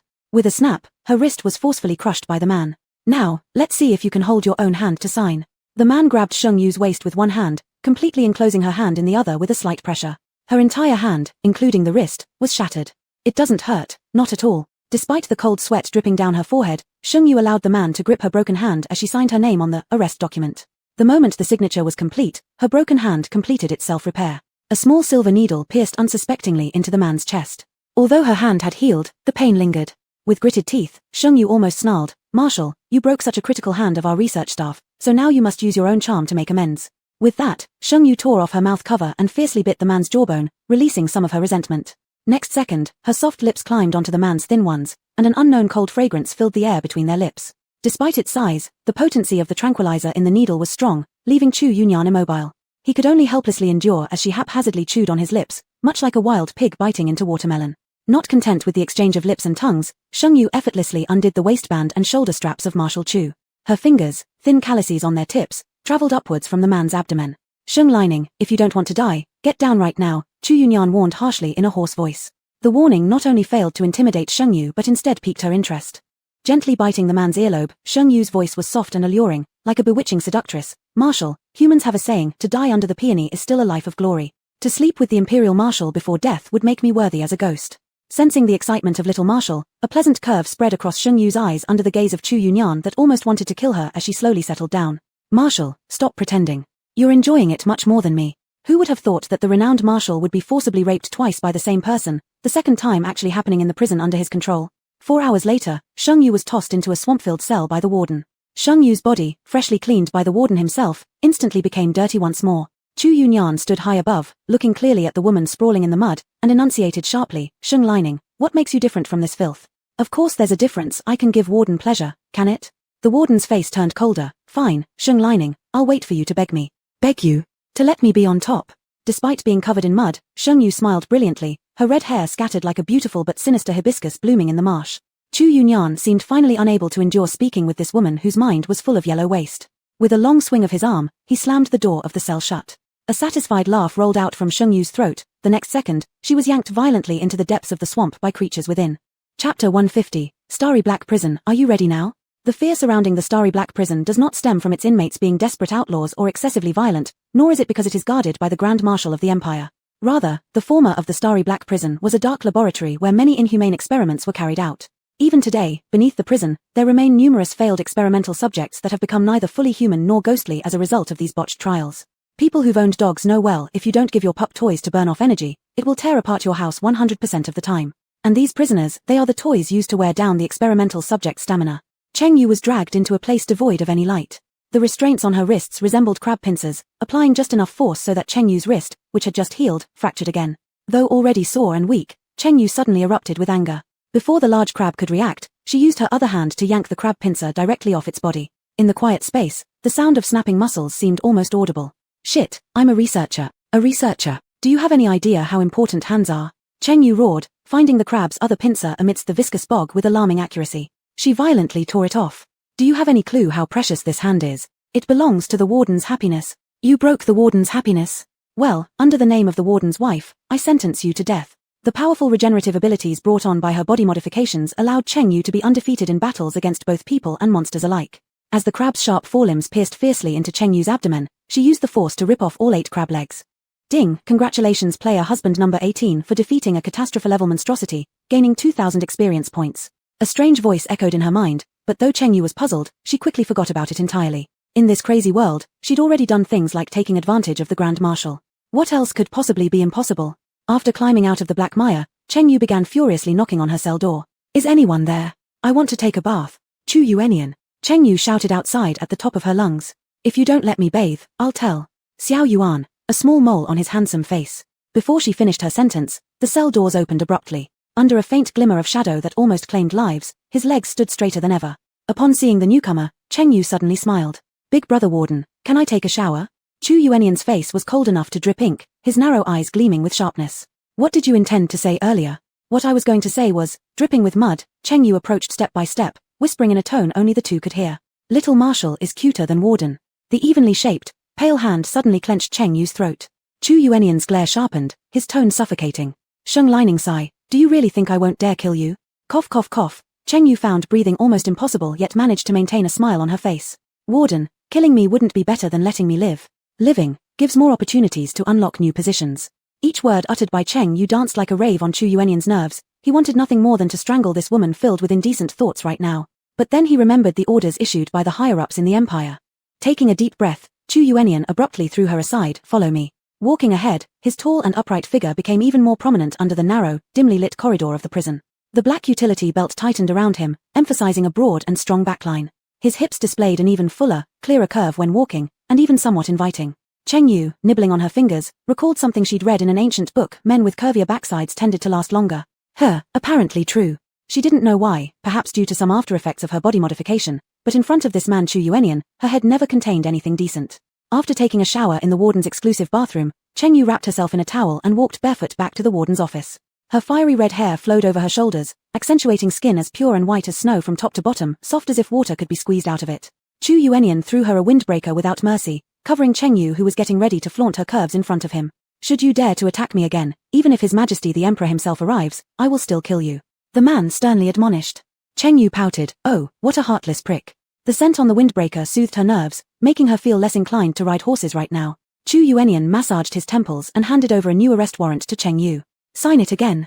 The document signed in the morning got wet when the two of them moved from the chair to the table, and the writing was completely blurred. Sheng Yu obediently signed her name, while Chu Yuanian quietly glanced at her. After signing the arrest warrant, Sheng Yu casually flipped through it, only to find something strange at the back. Level up rules. Survive for 30 days, C-level clearance. Gain the goodwill value of fellow prisoners over 80, B-level clearance. Successfully escape, A-level clearance. Prison warden submits, S-level clearance. Destroy the prison, SSS level clearance. Sheng Yu. Destroy the prison? Who dares? Sheng Yu slammed her hand on the table, placed the document in front of Chu Yuanian, indignant with righteous anger. Commander, someone means harm to you. This person is hateful beyond measure, planning to destroy the prison, to destroy our love nest. Chu Yuanian's eyes scanned the back of the document, perplexed. What's wrong with you? Sheng Yu paused slightly, puzzled. Can't you see the words on it? Chu Yuanian sneered coldly, glancing away with disdain. Sheng Lining sigh, your methods of seduction are too clumsy. Sheng Yu bent over, just right for Chu Yuanian to get a full view of her scenery from his angle. Do I even need to seduce? Sheng Yu revealed a tiny silver needle on her fingertip, her lips curling up again. Her eyes gleamed like a wolf spotting prey. I prefer forcing my way. Doesn't Commander know this already? But if the Commander can't handle it, I shouldn't push him either. Sheng Yu straightened up, adjusted her clothes, and cast a slightly contemptuous glance down Chu Yuanian's upper body to his lower part, then let out a soft TSK. Evident disdain. Who said I couldn't handle it? It concerned a man's dignity, so Chu Yuanian abruptly stood up. His towering shadow nearly 9 feet high enveloped Sheng Yu entirely. He took off his combat belt and tied Sheng Yu up within seconds, pushing her lightly so she collapsed into the sofa. Sheng Lining sigh, I've said it before, you'll beg me. Now, are you ready? Chapter 151. Starry Sky Black Prison. What does the Field Marshal want to use to treat me? Chu Yuanian originally thought this could scare her and make her more obedient. But unexpectedly, Sheng Yu's eyes lit up after hearing it. She was even more excited than usual. What does the Field Marshal want to do? Whips, or dripping wax? Chu Yuanian, with a dark face, pulled out a tiny silver needle hidden in Sheng Yu's finger bone with one hand and slowly inserted it into the white, exposed thigh of Sheng Yu. The silver needle not only had anesthetic but also aphrodisiacs. There is no better way than using someone's own methods to counteract them. Field Marshal, I didn't expect you to like forceful love. Even though Sheng Yu was already like the fish on a chopping board, there was not a trace of fear on her face. Instead, she looked bashfully enticing, radiating coquettish charm. It was as if some gene sensitive to Chu Yuanian had been planted within her bones. No matter what the Field Marshal did, it would only increase her excitement. Duang duang duang. The office door was knocked upon, and the anxious voice of a jailer came from outside. Warden, the monster in cell 49 has gone berserk. Chu Yuanian's lips curled up, his eye corners slightly raising while his prominent Adam's apple rolled. Wait for me, huh? The rising tone carried a bit of oppression and allure. Sheng Yu's whole body was flushed unnaturally red, she panted softly, and her scolding voice sounded like cooing. Chu Yuanian, if you dare leave now, I'll go find someone else later. Chu Yuanian ignored the shouting behind him, locked the door tightly, and then followed the jailer to the third cell. The so-called cells of the Starry Sky Black Prison were actually environmental simulation laboratories built by the previous laboratory for experiments. Here, you can find any kind of environment currently existing in the star system, as well as all kinds of mutated creatures. In cell 49, there was a salamander living in the saw. Currently, a 2-meter-wide saw echoed with continuous banging sounds that reverberated throughout the entire prison. Chu Yuanian's pitch-black eyes menacingly narrowed, and a strong eerie aura formed a plume of black smoke that quickly spread through the saw. In just a few breaths, the black smoke filled the entire saw. The salamander screamed in agony and was hauled out by the black smoke, which took on the appearance of a butcher. Like tossing a piglet, it was thrown right in front of Chu Yuanian. Chu Yuanian smirked coldly, stepping on the massive body of the salamander, which was as thick as a water vat. The omniscience, talent of the Judge of Hell activated, allowing him, in just an instant, to trace back to the reason for the salamander's madness. Back in the warden's office, Sheng Yu was drenched as if she had been pulled out of the water, cold sweat soaking through the warden's expensive windbreaker. As an enhanced human, Sheng Yu's sensitivity to drugs reached its peak. Moreover, the superdose of anesthesia and aphrodisiacs she prepared for Chu Yuanian caused her to breathe heavily while slipping into unconsciousness due to the overdose. In her faint delirium, Sheng Yu seemed to see a giant laboratory. Whenever she opened a lab room's door, different scenes would appear inside. A fat whale followed a golden dragon, forcibly shaping itself into a snake-like whale and enjoying placing a few dinosaur forepaws on its belly. A massive octopus thought itself too stupid, so it crammed a brain into each of its tentacles. On a rainy night, a dismembered youth cried to the person in front of him, pleading for revenge. In the pitch-black ocean, countless mermaids let out wails of sorrow. Scene after scene, until the last room. When Sheng Yu pushed open the door, she suddenly found herself back in a familiar one-bedroom apartment. Inside the room stood a woman dressed in a pure white gauze dress, her tranquil aura seemingly capable of encompassing all injustices in the world. Haven't you remembered who you are yet? The woman stepped forward, lightly pushing her, causing Sheng Yu to fall instantly into an abyss thousands of feet deep. No. Sheng Yu abruptly sat up from the bed, realizing she was in a hospital room. Chu Yuanian walked in wearing a white coat, looking arrogant and cold. Sheng Lining sigh, this is the price you pay for crossing me. Chu Yuanian showed disdain, glancing at his watch. You've been unconscious for 26 hours, and you really did not hold back with the drugs on me. Who am I? Sheng Yu stared at the man before her, feeling a surge of desire rise once again. She wanted to hug him, kiss him, touch him. Chu Yuanian paused slightly, a look of astonishment appearing on his face. Do you remember? Remember what? You definitely know, don't you? My previous memory loss, is it related to the military department? Sheng Yu stood up from the bed, grabbing Chu Yuanian's collar with both hands and pressing herself against him. Smelling an indescribable faint floral fragrance, Sheng Yu's inner restlessness was pacified. She only had memories of the day 4 years ago when she entered the military department. So, when others said she was Sheng Lining Sai, she became Sheng Lining Sai. If others said she could develop medicine to resist the insect race, then she would develop the medicine. But what was that dream just now trying to indicate? Who was she really? Why did she feel such a craving for this man? Such a pathological desire only happened with the insect race. Chu Yuanian pulled away Sheng Yu's hand and pushed her back onto the hospital bed. Sheng Lining Sai, is this another trick you use to attract me? I'll tell you, I'm not interested. Sheng Yu grinned with renewed excitement in her eyes. You're not interested, but I am. A silver needle flashed out, pricking into the long, shapely thigh of Chu Yuanian covered by his dress pants. Chu Yuanian stiffened all over, caught completely off guard and fell right onto Sheng Yu's body. Sheng Yu. Did she manage to sneak attack successfully again? Is this even the Imperial Field Marshal? Uncertain, better bite twice to confirm. After some entangled kisses, Sheng Yu panted heavily, caressing Chu Yuanian's flushed red lips as she threw him on the bed and started ripping his clothes. Upon seeing that small mole, confirmed, it was authentic. But could the Imperial Field Marshal be so weak? He wouldn't have done it intentionally, would he? Seeing the look of humiliation in Chu Yuanian's eyes, Sheng Yu immediately dismissed that thought and enthusiastically pounced onto Chu Yuanian's body. Marshal has chosen the infirmary. Do you want to treat me with your big syringe? He. The starry sky-black prison drifted in the starry universe, without distinction between night and day. All that existed was that artificial satellite resembling the moon from ancient Earth. It cast faint points of dim light. Sheng Yu massaged her sore waist, muttering curses as she walked. What a stubborn dog, dying rather than giving in. How could he be so forceful? She injected a sleeping shot into Chu Yuanian, allowing herself to escape.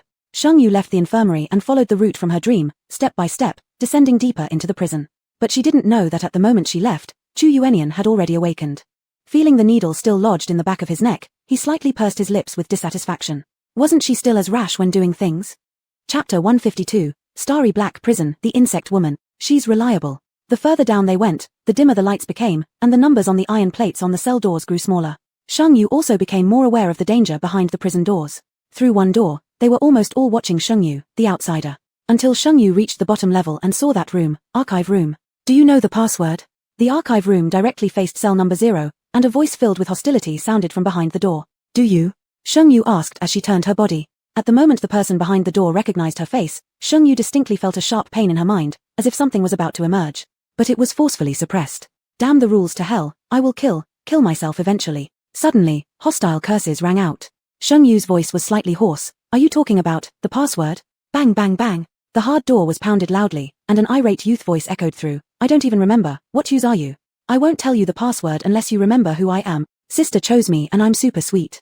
Another youth voice sounded, extremely excited, as the adjacent number 1 cell door was slapped until it shook.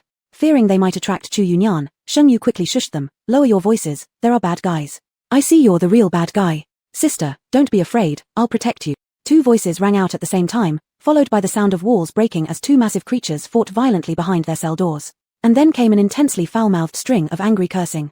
Sheng Yu. Forget it, too lazy to deal with it. The door of the archive room was embedded in the wall, it would be nearly impossible to break through it. Sheng Yu slightly curved her fingers, hesitating over the keypad, when suddenly a series of vague numbers flashed through her mind. She subconsciously entered them. Chime, password correct, please enter. The robotic female voice caused the two creatures in the cell to quiet down as well. Sister is so great, you guessed the password right away, Tilda. What's so special? Stupid woman, the password is always just one, his birthday. Sheng Yu. Isn't the cell numbering system determined based on how much people talk? The archive room was ancient, completely unrelated to this technologically advanced interstellar era. Wooden shelves full of experiment data were neatly arranged inside the archive room. At the entrance, there stood an old candlestick. As Sheng Yu's hand touched it, the candle ignited automatically. In the deepest part of the archive room, there was a table. On the table lay a solitary letter. Sheng Yu, when you read this letter, it means you have gained the trust of the military. But we hope you haven't forgotten your identity as an insect species. The insects have been bullied by humans for thousands of years. Our territory keeps shrinking, our people keep dying, especially due to the new Field Marshal Chu Yunyan who has been cruel to us. When you return here again, you must arouse the hatred of the 118 mutated monsters towards Chu Yunyan, incite the Black Prison Rebellion, kill Chu Yunyan, only then can the insect species become stronger and restore glory. Awaiting your good news. Your fiancé Yang Ji. After calmly finishing the letter, Sheng Yu placed it on the candle holder and set it alight. Such things that could lead to Chu Yunyan's misunderstanding should not appear in the Black Prison. Once confirming her insect identity, it meant that her affection toward Chu Yunyan wasn't perverse but rather a natural inclination between races. Sheng Yu's mood improved significantly. As soon as she stepped out of the archive room's door, she saw Chu Yunyan standing at the stairs with his arms crossed, looking down at her disdainfully. Field Marshal, sir. Are you here to pick me up? An insect woman does not need any hesitation. Sheng Yu directly rushed over. Chu Yunyan moved swiftly to dodge, yet he was still tackled by Sheng Yu. Field Marshal, sir, I predicted your prediction. She climbed into his arms like a koala bear, and just before she fell, Chu Yunyan instinctively supported her hips. Sheng Lining sigh, get off. Don't make me repeat myself. Chu Yunyan's dark eyes contained anger, as if he could kill in the next second. Sheng Yu wrapped her legs around Chu Yunyan's waist tightly, blinking her obsidian-like big eyes. Field Marshal, sir, you were so rough earlier, now I'm so tired, Tilda. Chu Yunyan coldly sneered, you're tired? Tired from calling? Sheng Yu, even posing is exhausting. Hey, there are still two minors here. Furious cries erupted from behind door number 1. She belongs to me, sister. Garbage, she's your sister? That's my brother's sister. Then I'm your brother. Chu Yunyan continued to support Sheng Yu's hips until they reached a prison cell on the second underground level. He detached her from him abruptly, as though removing a plaster, and tossed her in without mercy. The pitch-black, foul-smelling seawater instantly swallowed Sheng Yu. The moment Sheng Yu fell into the seawater, all light around her vanished. Not until half an hour later, just as Sheng Yu was about to pass out from holding her breath, something like a pendant was placed around her neck, enabling her to breathe again. Are you one of the insect race? A hoarse woman's voice echoed nearby. More or less. Sheng Yu frowned. Are you also from the insect race? You're quite desperate, aren't you? To be able to allure Chu Yunyan, you've even infected your neural excitation center with Chu Yunyan's genes. If Chu Yunyan accepts you, then it'll be much easier from now on. The woman's raspy voice carried an unusual excitement as she began to chatter incessantly. I'll tell you, the more proper a man is, the more intense their inner desire burns. Men like Chu Yunyan, who haven't experienced intimacy before, once they get a taste, it will feel like a fire igniting in an old house, burning uncontrollably. Sheng Yu grasped the key point. How do you know he hasn't eaten meat? Woman, before when the pair in the neighboring cell were getting it on, making loud noises. He mistook it for a fight, directly dragged the man out and questioned him. Scared the man so badly that he... You tell me, could a man who has experienced intimacy do such a thing? Sheng Yu. That does sound unlikely. Woman, you don't have to feel sorry, although Chu Yunyan indeed has great potential, our young master, your fiancé, is also strong. Rest assured, as long as you can kill Chu Yunyan, if you're not satisfied with the young master, I'll introduce you to all the male members of the insect race. Arrange your schedule every other day with different men, and reserve 7 exclusively for the young master. Seriously, those with 18-pack abs too? Thinking of meeting different muscular beauties each day upon waking up, Sheng Yu suddenly felt highly motivated. Woman, absolutely guaranteed. Sheng Yu, won't we be discovered by shouting our conspiracies like this? Woman, this is the Blackwater Zone, no one can see each other here. As long as neither you nor I say anything, who could possibly find out? Sheng Yu, insect women. Reliable indeed. Inside the warden's room, Chu Yunyan stared at the monitor displaying clear surveillance footage. Even the red mark on someone's collarbone was clearly visible. 18-pack abs. Chu Yunyan lightly touched his own abdomen and gave out a mocking laugh. Chapter 153, Starry Sky Black Prison. In consideration of all the poses I struck. After the waters, devoid of any sound or light, had become calm, an eerie chill permeated the surrounding air. Sheng Yu couldn't endure the oppressive space. She fidgeted with the round stone around her neck, feeling as if she'd been to such a pitch-black place before. How did she solve it back then? After a long pause, Sheng Yu asked, "You had such a great plan earlier, so surely you have a way to send me out, right?" Sheng Yu realized that Chu Yanyan never intended to send her to a fixed cell. He wanted her to experience every torture chamber in the prison one by one. Sniff sniff, the general is so concerned about the experience, he must love me dearly. Sheng Yu's heart wavered between choosing the man with the six-pack abs and Chu Yanyan. The woman's already raspy voice grew even raspier. I don't know. The young master just said that as long as you could kill Chu Yanyan, I could use any trick to persuade you. Sheng Yu asked sharply, "You can still communicate with the young master?" "Of course we can." The woman sounded thrilled, especially since the young master recently captured a very wealthy place. He even upgraded my communication device to the latest Red Apple 16 Max Plus Ultra. In the pitch-black waters, Sheng Yu couldn't see the woman's gestures. Soon enough, the woman's voice came through again. "Young master, your wife is looking for you. She's currently stuck here with no way out. Perhaps you can think of a solution." Accurately in the dark, the woman handed the round, apple-shaped communicator to Sheng Yu, who put it to her ear. "Young master?" Yang Yu spoke gently. Yu, there's no need for us to be so distant. You can call me husband directly." "Haha, our bug clan sure is warm and hospitable." Sheng Yu forced a laugh, then bluntly asked, "I saw that letter. Do you know something about my past?" Yang Yu paused for a second, then replied according to the preset storyline, "The predecessor of the Starry Sky Black Prison was actually the laboratory we co-founded. Pity it was destroyed by Chu Yanyan. So many years of our hard work, so many cute little animals, all turned into tools used by Chu Yanyan to punish criminals. You must kill Chu Yanyan." Sheng Yu thought, if this was the laboratory she co-founded, then it made sense why she was familiar with it, and why her fiancé was able to leave the letter for her like this. Still lost in thought, Sheng Yu heard Yang Yu continue, "Yu, have you found the passage rule yet?" "Passage rule? Yu, you must complete the SSS level clearance. Only then can we meet. I miss you." Through the communicator, Yang Yu's low, pleasant voice mixed with faint static reached Sheng Yu's ears, tickling them softly like a feather duster. At that moment, the water began to swirl abruptly. Sheng Yu couldn't see anything but felt herself thrown into what felt like a spinning washing machine, tumbling endlessly. The next second, she flew into a familiar embrace filled with a recognizable scent. "General. Missed me so soon, Tilda." An acute skin hunger attack hit, and Sheng Yu forgot everything. Before Chu Yanyan could shove her away, she tightly wrapped her legs around his waist. Chu Yanyan's face remained expressionless, yet annoyance flickered in his eyes upon close inspection.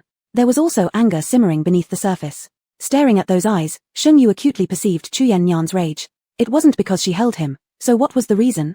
As the female of the insect race, her cells were simple things she couldn't figure out, she would let kisses resolve. Her crimson hair dripped wetly over her shoulders, while her porcelain-white face quickly moved toward Chu Yanyan's lips, only to be dodged. Her cool lips landed on the sharp edge of the man's jawline instead. Sheng Yu felt strange. Chu Yanyan could have flung her aside but instead supported her bottom as if avoiding her touch altogether. Chu Yanyan's look of disdain when he glanced down at her intensified. Chem? Disdain? For some unknown reason, Sheng Yu grew excited. This Chu Yanyan seemed capable of perfectly gauging her pleasure points. She cupped his face with both hands and pressed her cool lips against his. Sure enough, she saw his instinctive puckering lips awaiting her plunder. "General, it turns out you do love me deeply. For being with me, you've tried every trick in the book to get me into the black prison. Isn't it because you want to lead a shameless life together?" Women of the insect race were always transparent. Sheng Yu believed she now had a complete understanding of Chu Yanyan. Men, their contradictions make them more adorable. Chu Yanyan snorted coldly, mockery flashing in his eyes' corners, his lips curving slightly into a derisive smirk. Sheng lining sigh. "Are you relying solely on your whimsical ideas to conduct research in the military research department?" Feeling the rock-hard muscles in the man's abdomen, Sheng Yu rubbed herself against him. After being slapped hard across the face by the man, she became obedient, muttering, "I've always based my actions on facts." "Then, tell me the truth. Do you like your fiancé?" A fleeting look of confusion crossed Sheng Yu's eyes, but she quickly recovered, her mouth dripping with honey. "I don't like anyone, I only like the general." "No, how do you know I have a fiancé? Do you know I'm from the insect race?" Realizing this belatedly, Sheng Yu met Chu Yanyan's dangerous gaze and desperately wanted to jump off him, but the man had her waist tightly gripped so that she couldn't move. Finished for sure. It was said that Chu Yanyan hated the insect race most, killing every single one he saw, especially male insects who he would humiliate before execution. Wailing, the female insect's life was in grave danger, and she was going to perish at any second to honor her race. Sheng Yu's face crumpled like an old bitter gourd. The excitement in her eyes turned into tears under the threat of death as she blinked her pitiful big eyes and pleaded, "General, considering all the poses I've struck, could you go easy on me?" Chu Yanyan pressed his tongue against his cheek. "If you want to die, I'll oblige you." Taking a few long strides, he moved from one floor to another, eventually stopping at ground level 6. Chu Yanyan pressed his fingerprint, and a heavy iron gate slowly opened. Glancing sideways, Sheng Yu took in the sight of a 1,000-square-meter laboratory filled with various top-tier instruments placed on both sides of the lab benches. "The military department has given you a chance for a reduced sentence. You need to make a detector that can detect the emotions and strength of living beings, as well as their locations. You only have 1 day, Chuyen Yan stated coldly. If there are no results within a day, I will drag your kind from the black waters out and feed them to sharks. With that, Chuyen Yan threw her to the ground and turned to leave. Sheng Yu stared at Chuyen Yan through the iron gate from afar. In his dark, clear eyes, only Sheng Yu's figure was reflected. The iron gate slowly closed, and Sheng Yu patted her wildly beating chest. That look just now was one of reluctance, wasn't it? Indeed, insect women are charming. Chapter 154, Starry Black Prison, Can Your Butt Still Be Saved? Sheng Yu took a lap around the lab and found a white coat for experiments in the changing room, casually slipping it on over her body. Surprisingly well-fitted. With her hands in her pockets, she wobbled towards the lab bench. When she reached the side of the experiment table, Sheng Yu pulled out a card from her pocket. Access card. On the back of the card were 2 big words written. Rules. Rule 1, please maintain a healthy and cheerful mood. Rule 2, there are a total of 119 monsters. Rule 3, it despises deceit the most. After Sheng Yu finished reading the rules, the writing on the back of the card slowly disappeared, as if it had never existed. But Sheng Yu knew this wasn't an illusion. Was it another prank pulled by the young master of the insect clan? Sheng Yu remembered that the young master of the insect clan had said only passing at the SSS level, destroying the prison, would allow her to meet him. But why would she want to see him? Isn't it also good to be here with Chu Yu and have lots of little bugs? And this rule, 119 monsters. Yet there were only 118 cells and numbers. Then where is monster number 119? The insect woman indicated she was very annoyed, as if trapped in a tangle of mysteries. If only Chu Yu was here, she wanted cuddles and kisses. Suppressing her inner desire, Sheng Yu quickly got to work at the experiment table. A small detector was simple for the first engineer and director of the military research department. In just 3 hours, a detector the size of a fingernail had been completed. Stretching lazily, Sheng Yu glanced around the laboratory and suddenly noticed cameras all around the lab. Meaning, as long as Chu Yu was willing, he could spy on her anytime. Spy. Sheng Yu's blood began to boil. At the thought of Chu Yu's seemingly cold face, Sheng Yu felt somewhat heartbroken. If only Chu Yu would give her a smile, she would blow up the whole world just to set off fireworks for him. Wailing, the cold man. How low can the insect woman go? Looking at the pile of materials left on the table, Sheng Yu decided to give this cold man a bit of passion and shock. Chu Yu sat in the warden's office, watching the lively pretty face change expressions every so often, ultimately fixing on that cunning smile. More suffering awaits shortly. Once the detector was completed, 2 test subjects needed to be found. The cells were underground, and Sheng Yu, who seemed well-versed, quickly arrived at the first basement level as if she had walked these paths countless times before. Yang Yu had said they were all cute little animals, and Sheng Yu didn't think twice, simply using the access card to open one of the cell doors. A terrified scream echoed through the basement floor. Sheng Yu was completely unprepared, only to see a grotesque creature with an octopus head and spider legs, writhing grotesquely. Beside the spider legs lay a dissected criminal, with internal organs hanging from each leg, nauseatingly grotesque. Sheng Yu almost threw up. Seeing fresh human flesh, the slimy head of the octospider revealed an excited expression. Pretty sister, let's eat dinner together. Fresh intestine sashimi. As it spoke, the spider legs swiftly stabbed toward Sheng Yu. Leaping aside nimbly, Sheng Yu dodged and retreated onto the corridor, realizing then that all the cells on the entire basement floor had become very restless. It was like an animal migration in the wild, shaking the floors. Seizing the moment when the octospider wasn't paying attention, Sheng Yu quickly inserted the detector into its body. The next second, the watch lit up, showing various lines of information. 001 Bio. Mood, excited. Strength, ferocious fated level. Other, none. This strength classification made Sheng Yu originally consider labeling them as 1234, but then she found a discarded experiment note beside her which showed wandering ghost, ethereal, ghost, ferocious fate, calamity, destruction, king level, abyss. 7 classifications. Clearly more intricate than her initial 1234 concept. Without much thought, she followed suit and used them. If only some weapon was available now, Sheng Yu believed that taking down a ferocious fated level creature was possible. She could eliminate this monster. Almost instantly upon having that thought, a long sword appeared in Sheng Yu's hand. Upon seeing the weapon, the octospider became stimulated, its pointed legs rushing towards Sheng Yu at top speed. Nimble enough to avoid the spider's attack, Sheng Yu found a precise angle and dismembered the octospider into pieces. The bloody smell provoked the monsters on the first basement floor, causing her to shout harshly, "If you want to die, continue creating chaos." It wasn't clear whether it was because Sheng Yu was too intimidating or for some other reason, but miraculously after her shout, the first basement floor quieted down immediately. Clear footsteps could be heard in the passage, and against the light, Sheng Yu saw an imposing figure becoming gradually clearer. General Tilda Sheng Yu dropped the dirty sword in her hand and effortlessly threw herself at Chu Yu, wrapping her arms around his waist. "Hihi, General has been ambushed by me again." Sheng Yu raised her face and rubbed it against Chu Yu's chest. Her slightly disheveled red hair framed her lovesick yet beautiful face as she let loose the suppressed desires within her. "General, I've completed the mission. Can you reward me?" Sheng Yu pouted her red lips and leaned closer, with desire and a touch of admiration intertwining in her eyes, making it hard to refuse. Chu Yu, with one hand habitually supporting Sheng Yu's buttocks, tilted his long neck down slightly, his lips parting just half a centimeter away from her red lips. His voice remained cold. "You're dreaming." Upon careful listening, one could hear a hint of laughter beneath his cold tone. Sheng Yu wrapped her hands around his neck and gently pressed on the back of his head where he was unguarded. Her cool thin lips thus actively pressed onto his bright red ones. "Dreams have come true, General," Sheng Yu said, her bright eyes flashing with uncontrollable pride. As their lips and teeth entwined, Sheng Yu took the initiative, prying open the man's fragrant lips and softly sucking. In the sixth-floor lab, Chu Yu was tied to a massage chair by Sheng Yu, glaring angrily with icy eyes. A trace of deep helplessness crossed his gaze. "Who the hell put hallucinogens in my teeth?" Sheng Yu picked up the lie detector nearby and placed it around Chu Yu's neck. The black leather strap against his cold white neck created an extreme color contrast, paired with Chu Yu's harsh face. It exuded an alluring sense of abstinence. "General, with the lie detector, you must answer truthfully." Sheng Yu straddled Chu Yu's body, her posture ambiguous but with a strong undertone. She lifted Chu Yu's chin. "Master General, do you like me?" Chu Yu responded coldly. "You're dreaming." Beep. One end of the lie detector extended a familiar small silver needle that pierced into the protruding vein on Chu Yu's neck. "General, love needs to be boldly expressed." At the moment of getting the answer, Sheng Yu's blood boiled, excitement rising from the soles of her feet. "General, which part of me do you like most? If you give the wrong answer this time, it will be 3 silver needles." Chu Yu deeply inhaled a breath and continued dodging the question. Sheng Lining sigh. "Shouldn't you worry more about whether your butt can still be saved after 4 needles affect me?" As he spoke, the leather strap binding Chu Yu's wrists broke instantly. Chapter 155, Starry Sky Black Prison. The Marshal is too clingy. Tilda. The broken belt was scattered on the ground, and Xiao Ku's lie detector had completed its mission. Sheng Yu tried to escape but was grabbed by the man who pinned her down on the massage chair. In the end, it all turned into Sheng Yu's intermittent pleas for mercy. Sheng Yu vividly portrayed a textbook case of reaping what one sows. She eventually passed out due to the overwhelming stimulation. When she opened her eyes again, it was already more than 10 hours later. Sheng Yu weakly stared at the ceiling, her mind repeatedly replaying certain scenes. For example, when the man panted and called her sister, asking her if she felt good. Illusion. It must have been an illusion from being bullied too harshly. How could that man, whose mouth says no while his body acts otherwise, call her sister?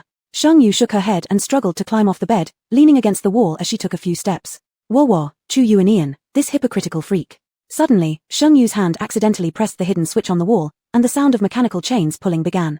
The chipped white walls of the warden's room slowly parted, revealing a staircase barely wide enough for one person to pass through.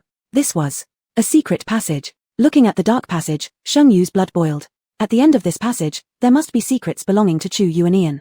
If she obtained these secrets, then it would be fate taking a turn, and next, it would be her turn to whip Chu Yu and Ian with a small leather whip.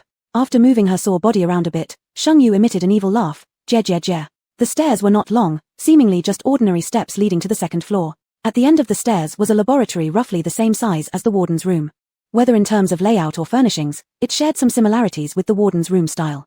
The items in the lab were quite old. Various instruments were decades-old models but were preserved well, as if someone was tidying them up every day. Among the drawers beside the workbench, Sheng Yu discovered an experiment notebook. Starry Calendar Year 6433, February 17th, the fluctuations of the interstellar magnetic field are becoming more intense. What exactly is behind the magnetic field? If we cannot resolve the magnetic field issue within 10 years, the entire Federal Empire will be destroyed by it. Starry Calendar Year 6433, February 35th, the magnetic disturbances are becoming more frequent.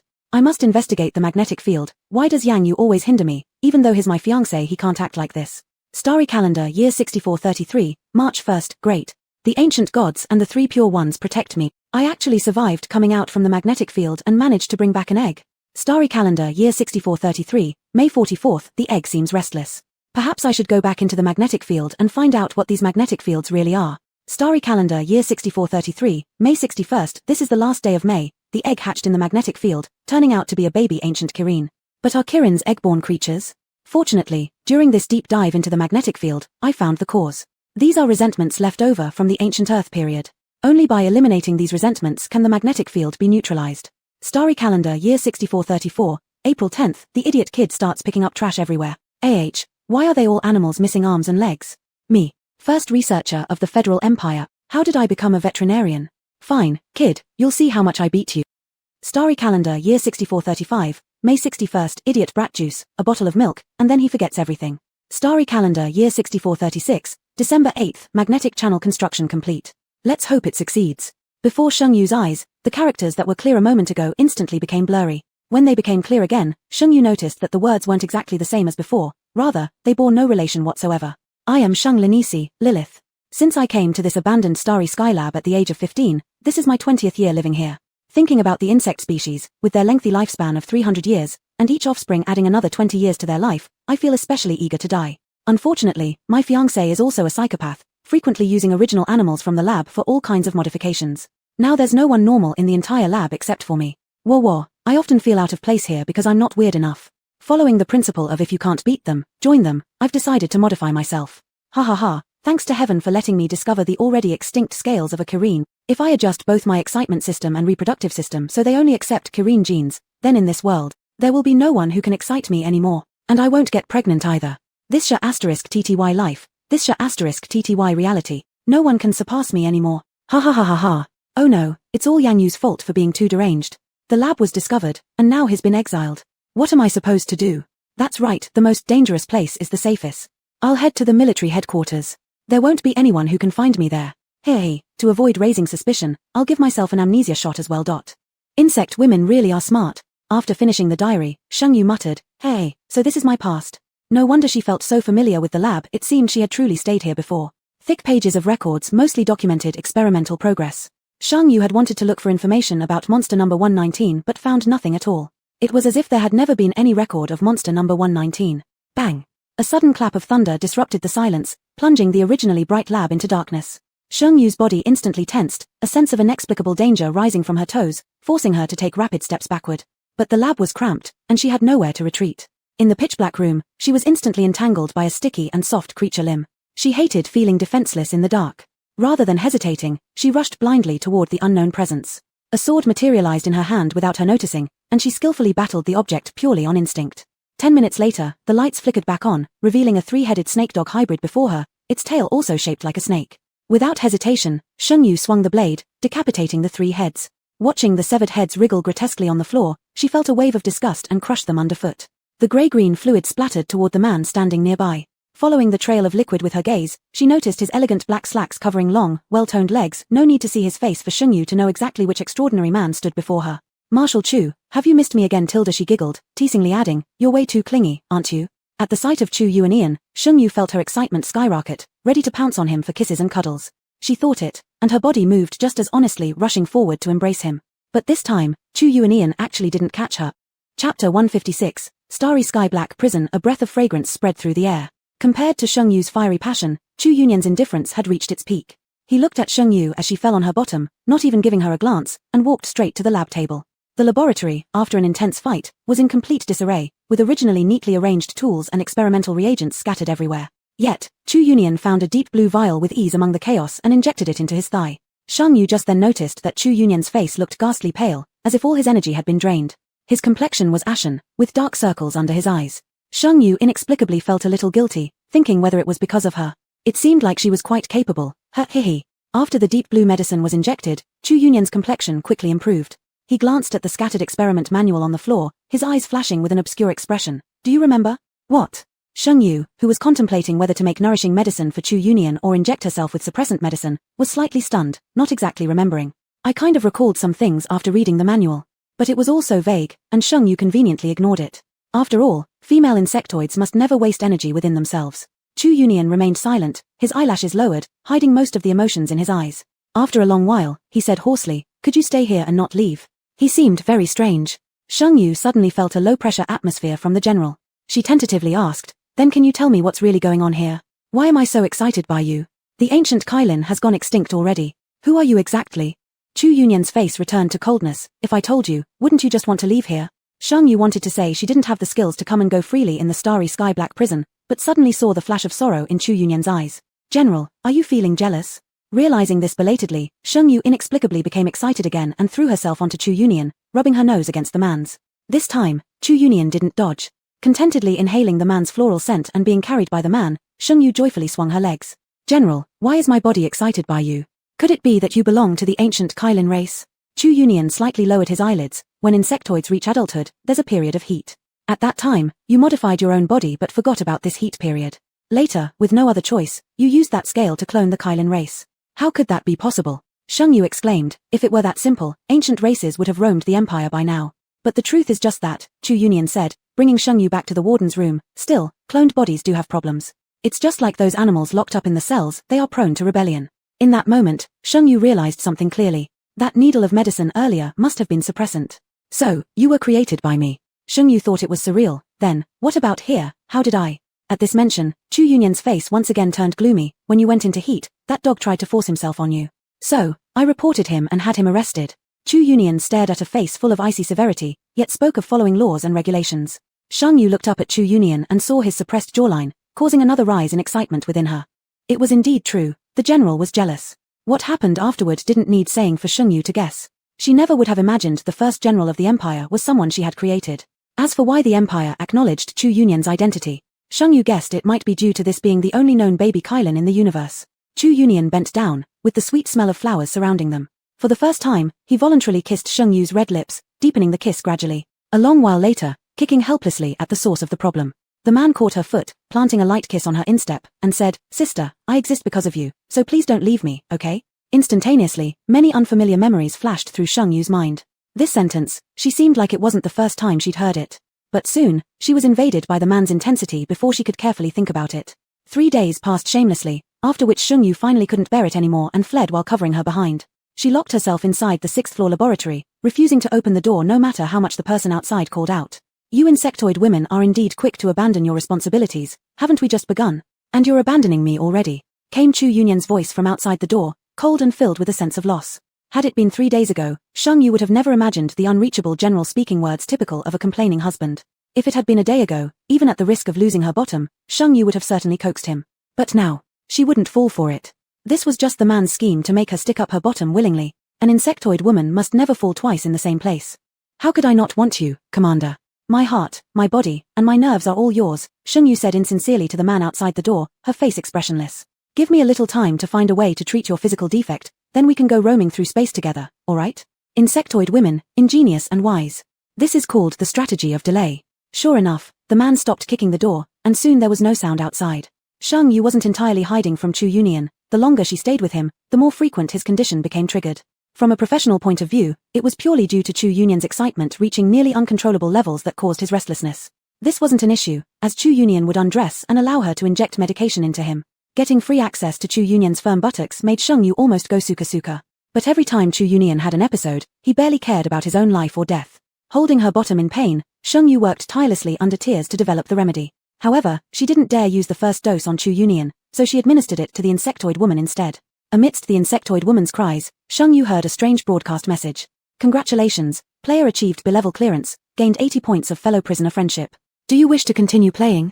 Shengyu had no time to think what this meant as the insectoid cellmate picked her up and spun her around quickly. "You truly are our insectoid hope, my body modified by the young master has been cured." The woman was so excited that if Shengyu hadn't intervened, she would have kissed her cheeks repeatedly. After conducting a detailed checkup, aside from having a lion's head and leopard legs, the woman showed no abnormalities and was completely healthy. A few more experiments were conducted without any issues, after which Shengyu finally took the syringe to look for Chu Yunyan.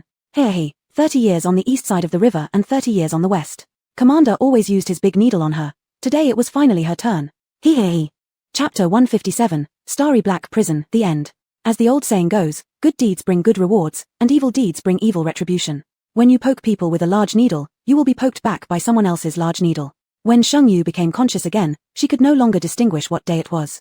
The moon over the starry black prison never waxes or wanes, always gently shining into the warden's office. The man in the light blue shirt stood as tall and elegant as he was during their first meeting in the prison, his silver hair gleaming temptingly in the moonlight. Hug Tilda Shengyu's voice was sticky and clingy. When Chu Yunyan bent down to scoop her up, she hung on to him. Chu Yunyan stood by the window with Shengyu in his arms, and outside the window, the moon was big and round. Only when they got closer to the window did Shengyu see that special transparent net outside. Here. Memories in Shengyu's mind began to recede. That was her younger self, holding a black baby Kareen at the window under the moonlight. The little thing was very mischievous. The powerful genes of the ancient beast race kept it constantly busy. Shengyu had just gone out for a cup of water when the little cub jumped out of the window. With one big bite, a third of the moon was missing. At the time, Shengyu was furious and immediately put the cub under house arrest, adding an extra protective net outside the window that the cub couldn't bite through. The room number on the plaque was clearly marked 119, which was now the warden's office. Sensing something strange in Shengyu's gaze, Chu Yunyan frowned. "What's wrong?" Ow tilde Shengyu bit Chu Yunyan's cheek. Despite using all her strength, there wasn't a single mark left on this dog of a man. Instead, it hurt her teeth. Dogman. It seemed he had the potential to be a dog even as a child. Shengyu cursed softly. For some reason unknown to Chu Yunyan, his neck tilted slightly, bringing his Adam's apple close to Sheng Yu's lips, his voice low and seductive. You can leave marks here. If you're not satisfied, sucking works too. Sheng Yu's eyes turned fierce. Do I look stupid to you? You are the smartest among your insect race. A deep chuckle rolled out from Chu Yunyan's throat. As the two were being intimate, someone knocked on the door to the warden's office. Outside came the voice of a guard. Warden, cell number 17 is rioting. Chu Yunyan furrowed his brow slightly. I know. He placed Sheng Yu on the bed, biting her red lips a bit before leaving. I'll see who dares ruin my mood. This tone made Sheng Yu feel that the field marshal might scatter someone's ashes. Yet, it also struck her as funny how Field Marshal Chu was so much like a great villain. So, she played along with a hear he laugh. You wait, Sheng Yu said. The gene completion serum has already been developed. Go ahead and inject them, then no one will disturb us again. Sheng Yu ran to the lab and handed over more than 10 vials of serum to Chu Yunyan. I'll give you the rest this afternoon. With the help of the prison guards, the genetic agents were quickly injected into each alien monster. Alongside these injections, probes that Sheng Yu had previously developed were implanted in their bodies. When all the monsters had completed their injections, Sheng Yu's wristwatch simultaneously received the thoughts of all the creatures.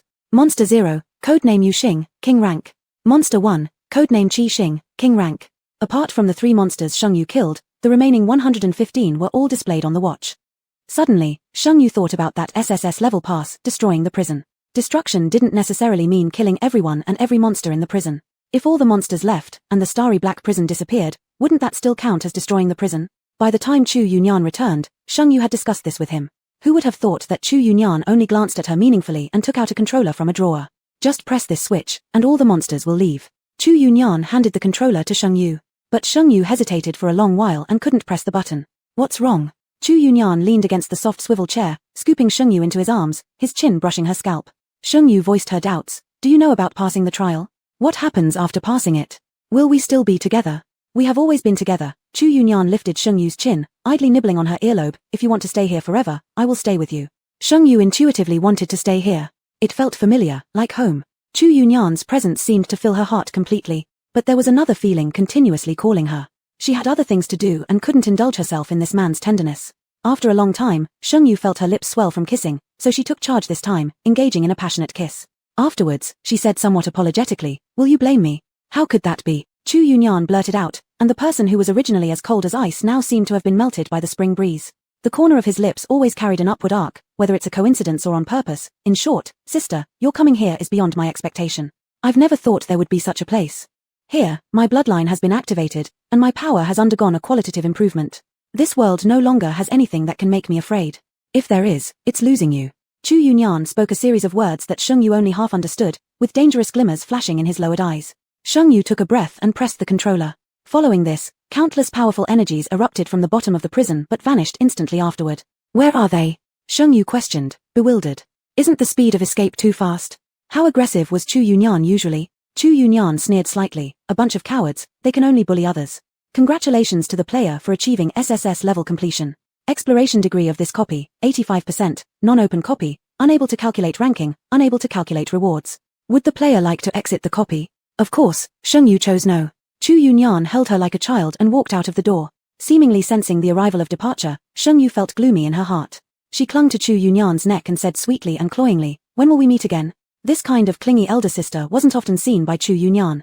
But to say it honestly, he enjoyed it greatly, and his mouth corners rose high. Do you miss me so much? Sheng Yu bit at his Adam's apple and said stubbornly, it's my body that misses you, I don't. Chu Yunyan suffered from the bite, and suppressed desire made his eyes red at the tails. He really wanted to trap her here forever. Right here, only the two of them. Sister, bring out the deed, let's sign here. 10 deeds appeared in Sheng Yu's hand. They turned into flying ashes in an instant. On the bright blue panel, besides Jade holding bar and little red candle shop, there was now another one, Starry Skylab.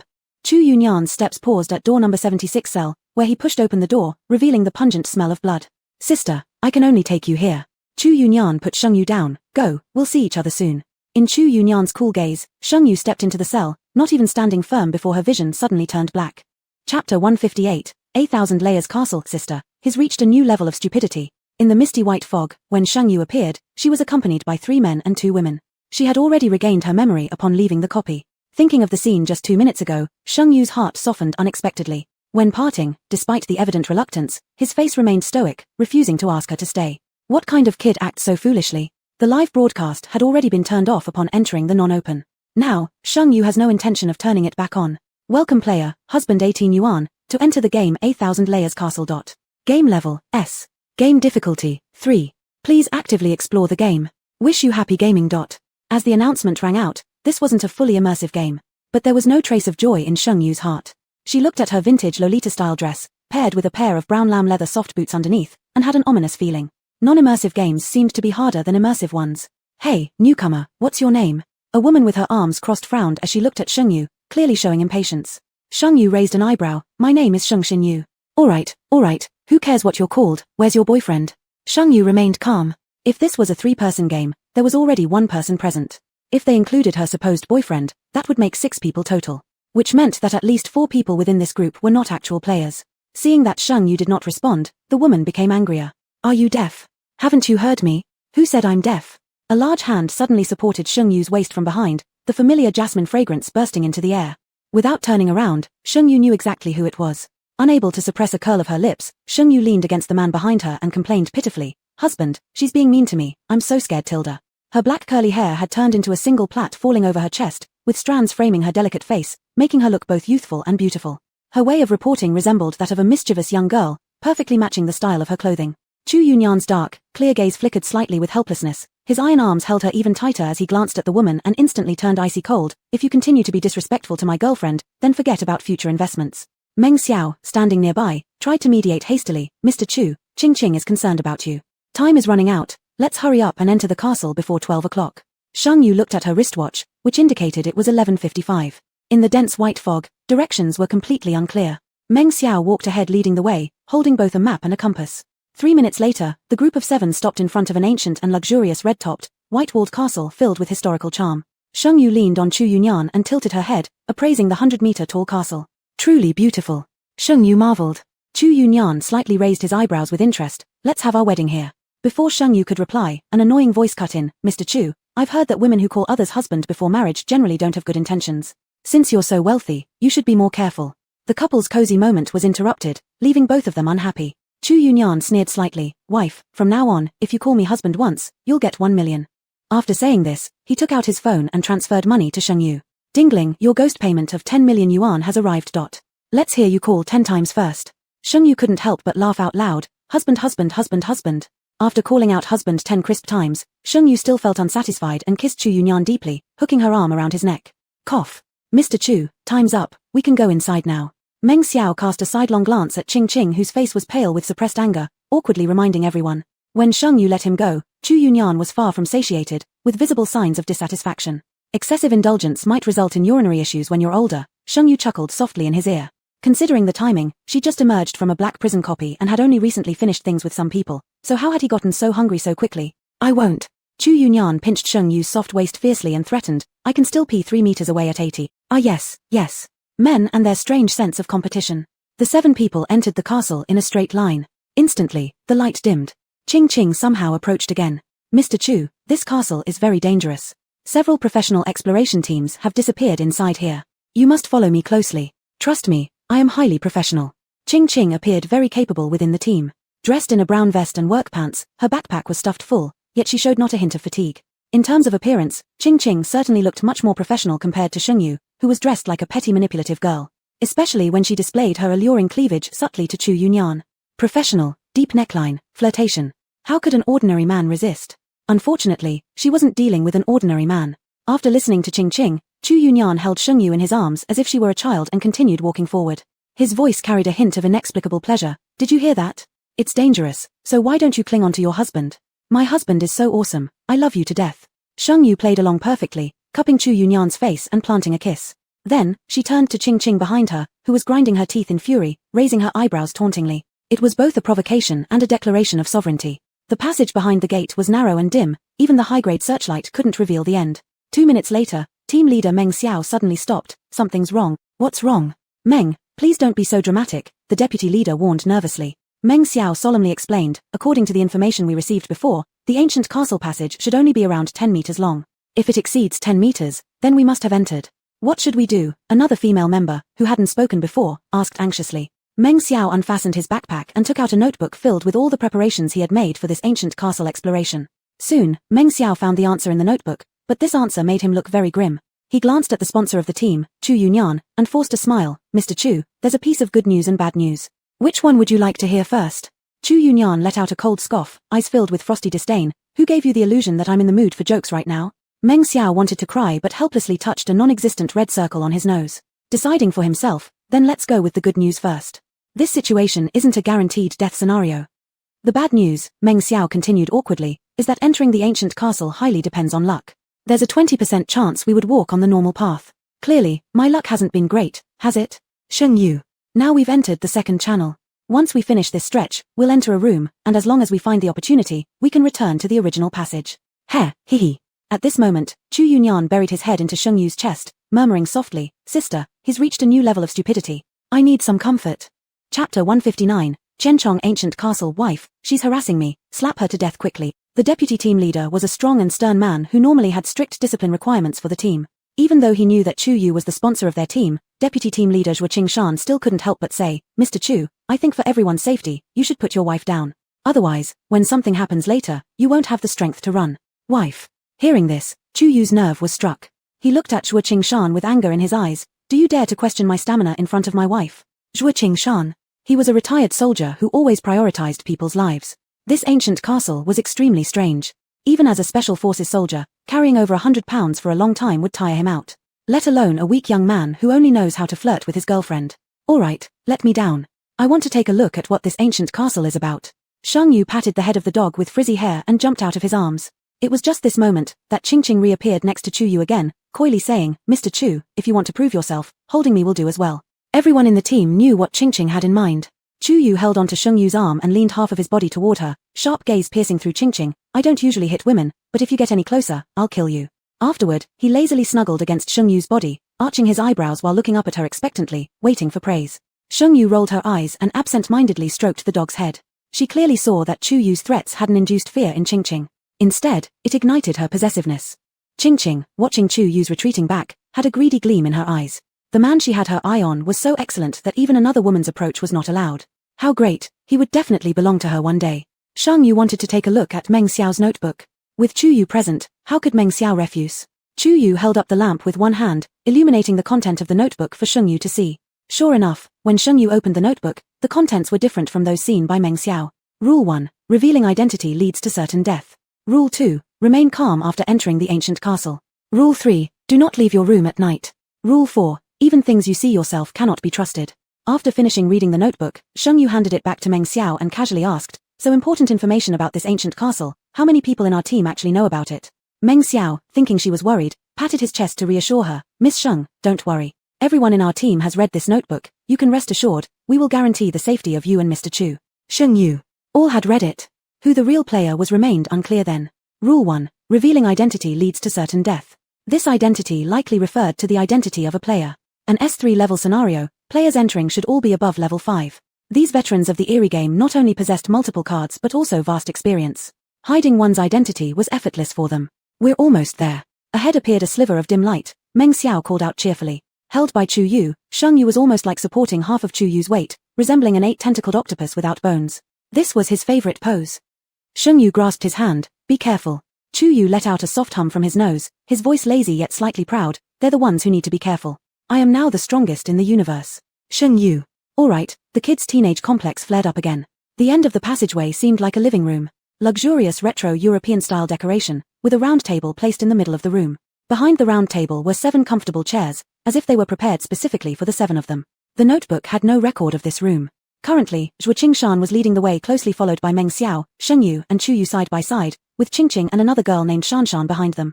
At the end stood a muscle-bound man, very strong-looking.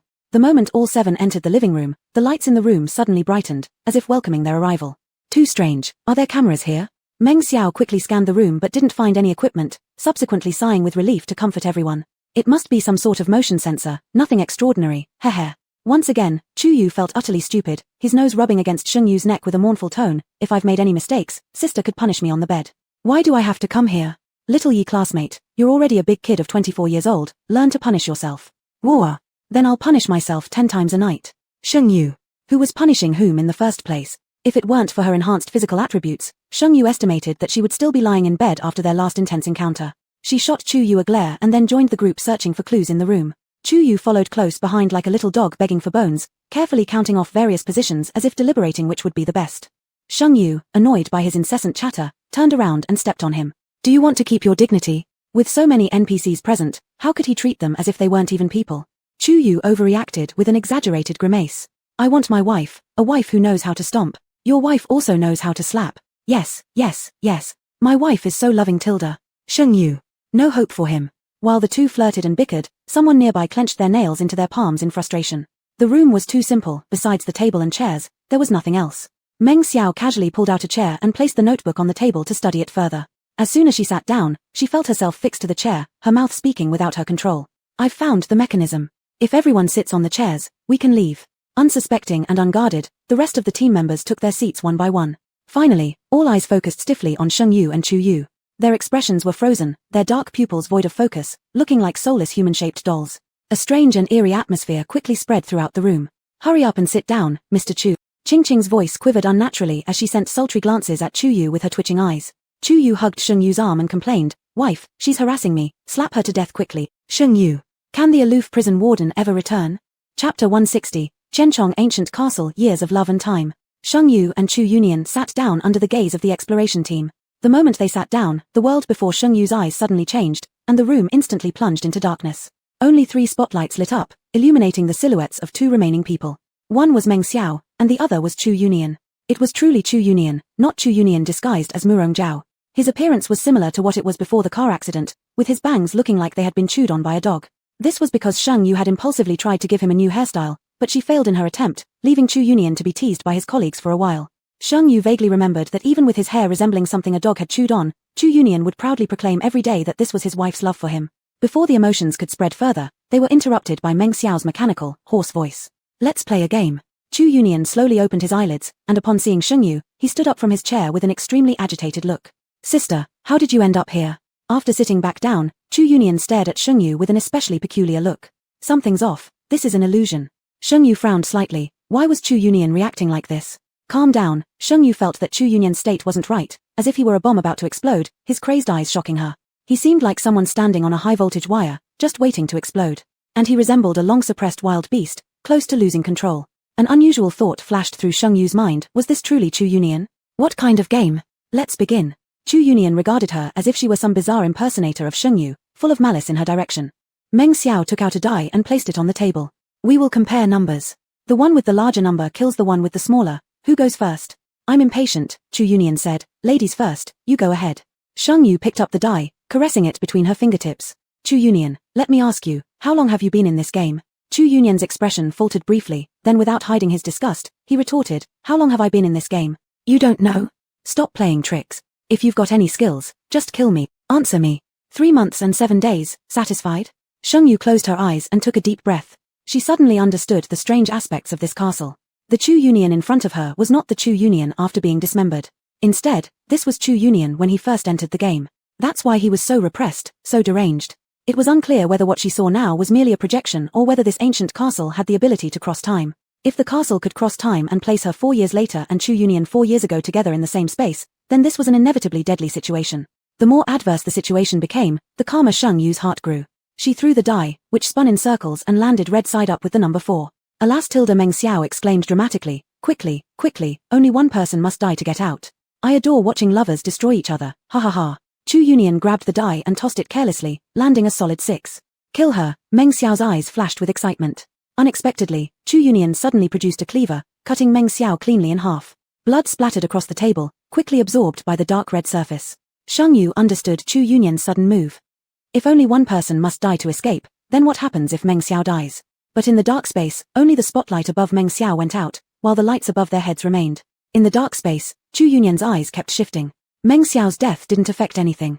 That means Meng Xiao wasn't a person. And the person in front of him was truly Sheng Yu. Sister.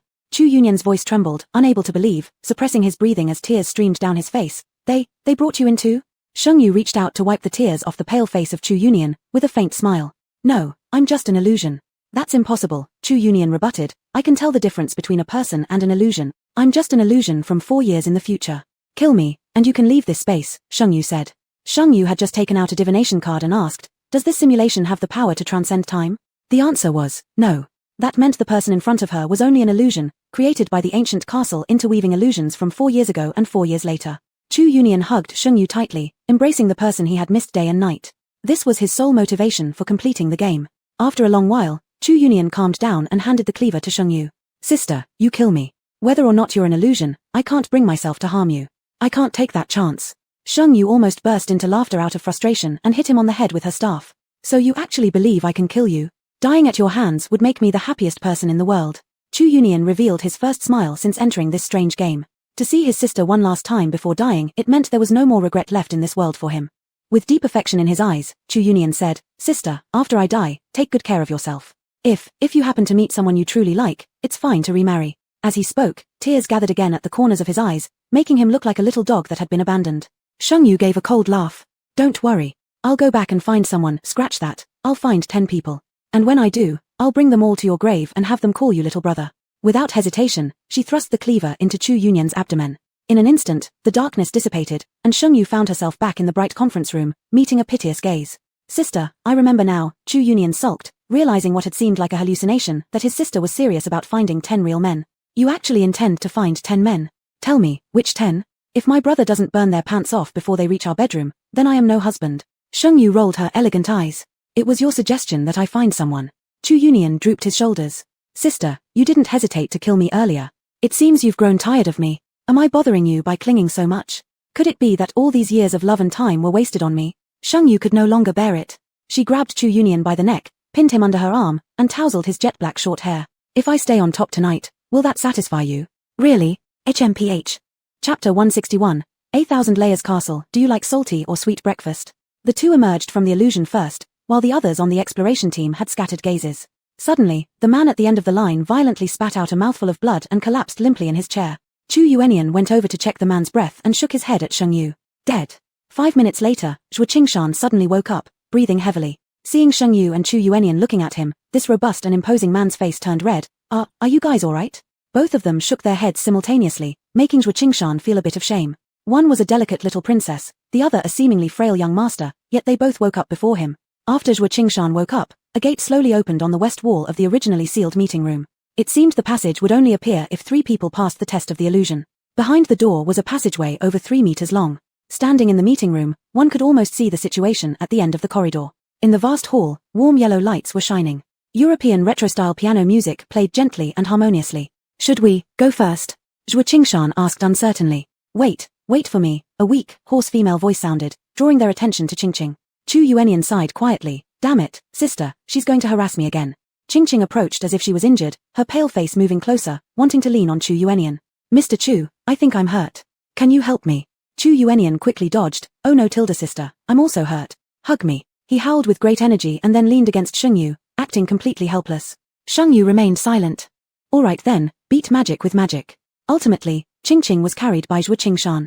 The 4 soon arrived at the grand hall of the castle. Here, everything was dazzlingly luxurious, with Persian-patterned carpets spread across the large living room. European-style sofas on either side, crystal coffee tables, a huge and splendid crystal chandelier. A winding European staircase all exuding the opulence of the castle. Zhuo Qingshan placed Qingqing on the sofa and looked back at the passageway. The wall had already returned to its original state, even hanging a vintage nun portrait. It was as if there had never been any passage there at all. Sheng Yu initially wanted to ignore Zhuo Qingshan and Qingqing to search for clues but then remembered she couldn't reveal her identity. Looking at Zhuo Qingshan and Qingqing. If the two of them were players, then her current action of searching for clues would be too conspicuous. Dressed as an extravagant and adorable princess, she should not be searching for clues right now but rather holding on to her boyfriend, taking selfies, and showing off. Deciding on what to do, Sheng Yu gave Chu Yuenian a radiant smile. Husband, quickly take out your new Apple 16 Max Pro Plus Ultra and take some pictures for me. Struggling to pose, her slender figure, paired with a set of vintage dresses, made her look exactly like a graceful and noble princess from medieval Europe. However, Chu Yuenian's expression was filled with horror, recalling the terrifying times when he was once dragged by the ear. No woman survives walking out of her boyfriend's phone gallery unscathed. Likewise, no man can escape criticism after taking photos for his girlfriend. Let's not take photos, Chu whispered tremulously, it's late. Let's find a room and rest first. No. Qingqing interjected, clutching her stomach. This castle is dangerous. Mr. Chu, you shouldn't act rashly. If you must act alone, please let me come along. Only I can ensure your safety. Zhuo Qingshan, who was rummaging through his bag for medicine for Qingqing, stared blankly. Who's protecting whom? Protect my mother. Chu Yuenian exploded in anger, grabbing Sheng Yu and carrying her princess style up to the 3rd floor with determined strides. Chu Yuenian had been here before and knew the structure of the castle very well. At the end of the third-floor corridor lay a spacious bedroom where Chu Yuenian placed Sheng Yu on the bed. He quickly took off his jacket, revealing his upper body clad only in a short-sleeved shirt. His muscles were clear and strong. Opening the wardrobe, Chu Yuenian directly pulled out a red-eyed doll. With a slight pressure, the doll-like figure emitted a piercing cry. Sister, 2000. Sheng Yu instantly understood. With a single slash, an announcement rang out: the disaster-level doll was eliminated. Only then did Chu Yuenian move closer to Sheng Yu to explain, when I entered this instance, it was still an A-level 10-player dungeon. There was no trial about taking the wrong path below. 10 people were divided into different rooms, and the ones who survived until the end would win. On the first night, when I entered the restroom, I was trapped in the same illusion, nearly unable to escape. You scolded me for needing 10 men. As he spoke, Chu Yuenian pinched Sheng Yu's chest hard in resentment, then realizing he had used too much force, he massaged it. Feeling its elasticity, he pinched again and only stopped after receiving a slap. What he didn't say was that the next morning, he had beaten all the men in the instance. There was nothing they could do since Chu Yuenian was the strongest, even though some were seething with resentment inside. The second night, this foreign doll spied on me and sang at my bedside about how her girlfriend got married, but it wasn't to her. Ha, ha, ha. Sheng Yu couldn't help but burst into laughter. Then what? Chu Yuenian pouted angrily. She was quite strong back then, just one step away from being classified as catastrophic level. So brother taught her a life lesson. Sheng Yu encouraged him. What is it? Don't mock a man who has been made to wear the green hat because he never knows what he'll do next. Sheng Yu. So it comes down to this. Perhaps because Chu Yuenian had dispelled the strange occurrences in the room, their passionate session that night went undisturbed by anyone. When the sky started to lighten, Sheng Yu clutched her waist in misery, wishing for tears she didn't have. Why in an S-grade instance did no eerie event happen all night?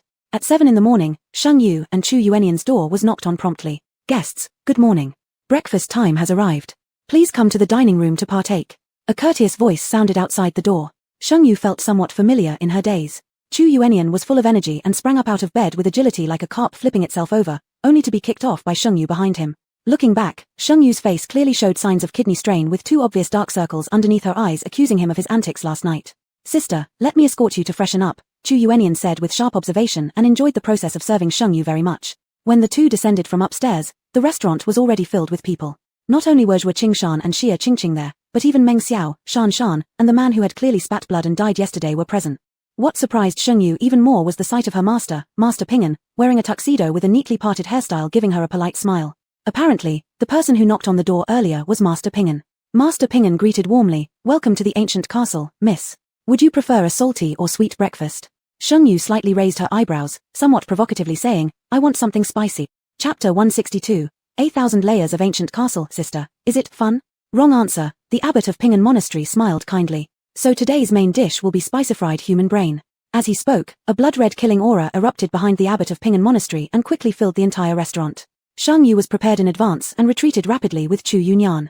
You old thing, there was a glimmer of excitement in Chu Yuenian's eyes. Then let you see my skill.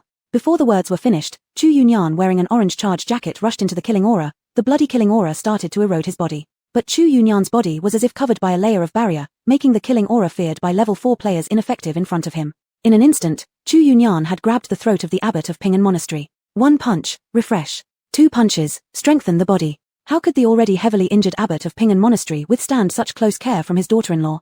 He begged for mercy after 2 punches. Sister, what do you think we should do? Chu Yuenian raised his eyebrows and looked back, ready to claim credit, but his expression froze instantly when he saw no one behind him. Sheng Yu was slightly surprised upon seeing Chu Yuenian take action, since when can NPCs attack other NPCs? She was just about to step forward and intervene, but the scene before her eyes suddenly blurred. The bright ancient castle became dark all at once. It turned from day to evening.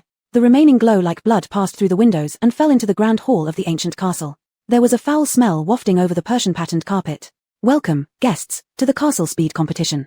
A man resembling a host suddenly appeared on the second floor, and when his gaze landed on Sheng Yu, an obvious flash of excitement crossed his face. I believe everyone has understood the rules of this competition. Whoever finds the way out of the castle first wins, and the winner will receive 100 million bonus. Now then, participants, start your journey to clear this challenge. After the host finished speaking, his figure disappeared in an instant from the spot.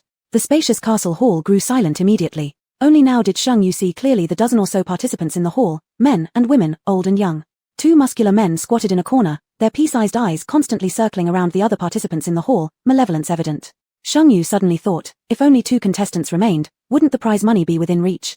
She still didn't understand how this castle worked, and the few rules she found seemed to play little role now. If she wanted to return to Chu Yuenian's space, it appeared that she would have to complete this competition first. The gazes of the 2 men fell on Sheng Yu, who was dressed exquisitely in a vintage dress. Lust sparked in their hearts. The shorter man said, "Brother, don't kill this one yet, look at that tiny waist, too fucking appealing."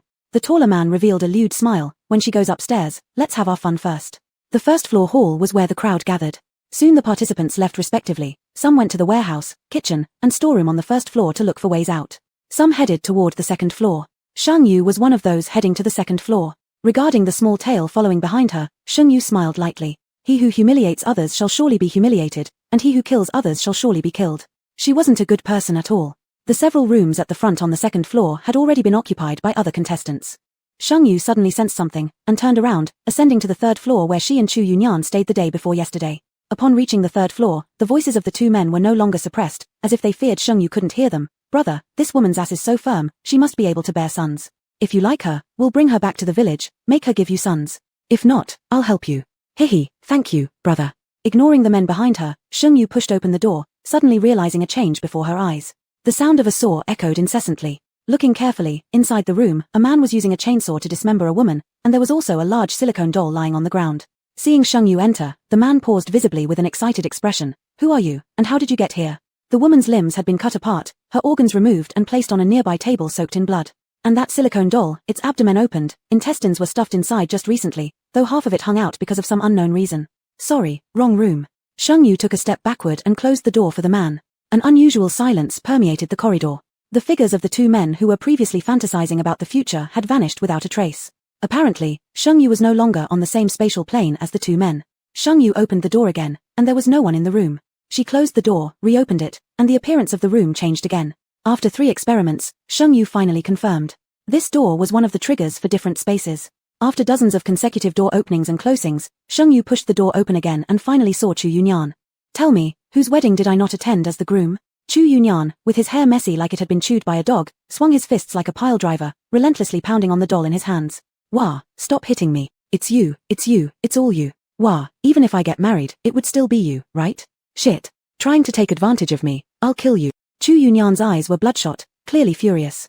Hearing the sound of the door opening, Chu Yunyan suddenly changed the direction of his raised fist and smashed it hard towards the doorway, without even looking at who was standing there. Shang Yu quickly dodged, avoiding Chu Yunyan's punch, and took the opportunity to wrap her arms around his neck.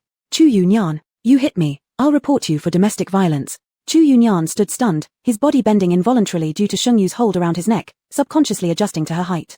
The emotions in his eyes kept changing, the redness in his pupils gradually spreading. "You're back." The taut nerves in Chu Yunyan's mind were triggered again. He wouldn't allow this mysterious thing to keep disguising itself as Shang Yu to get close to him. Just as Chu Yunyan was about to grab Shang Yu by the neck, she lightly tiptoed and placed a gentle kiss on his cold lips. "You're done for, I kissed you. What will you tell your wife when you go home?" After saying that, while the man was still stiff, she fiercely bit his cheek.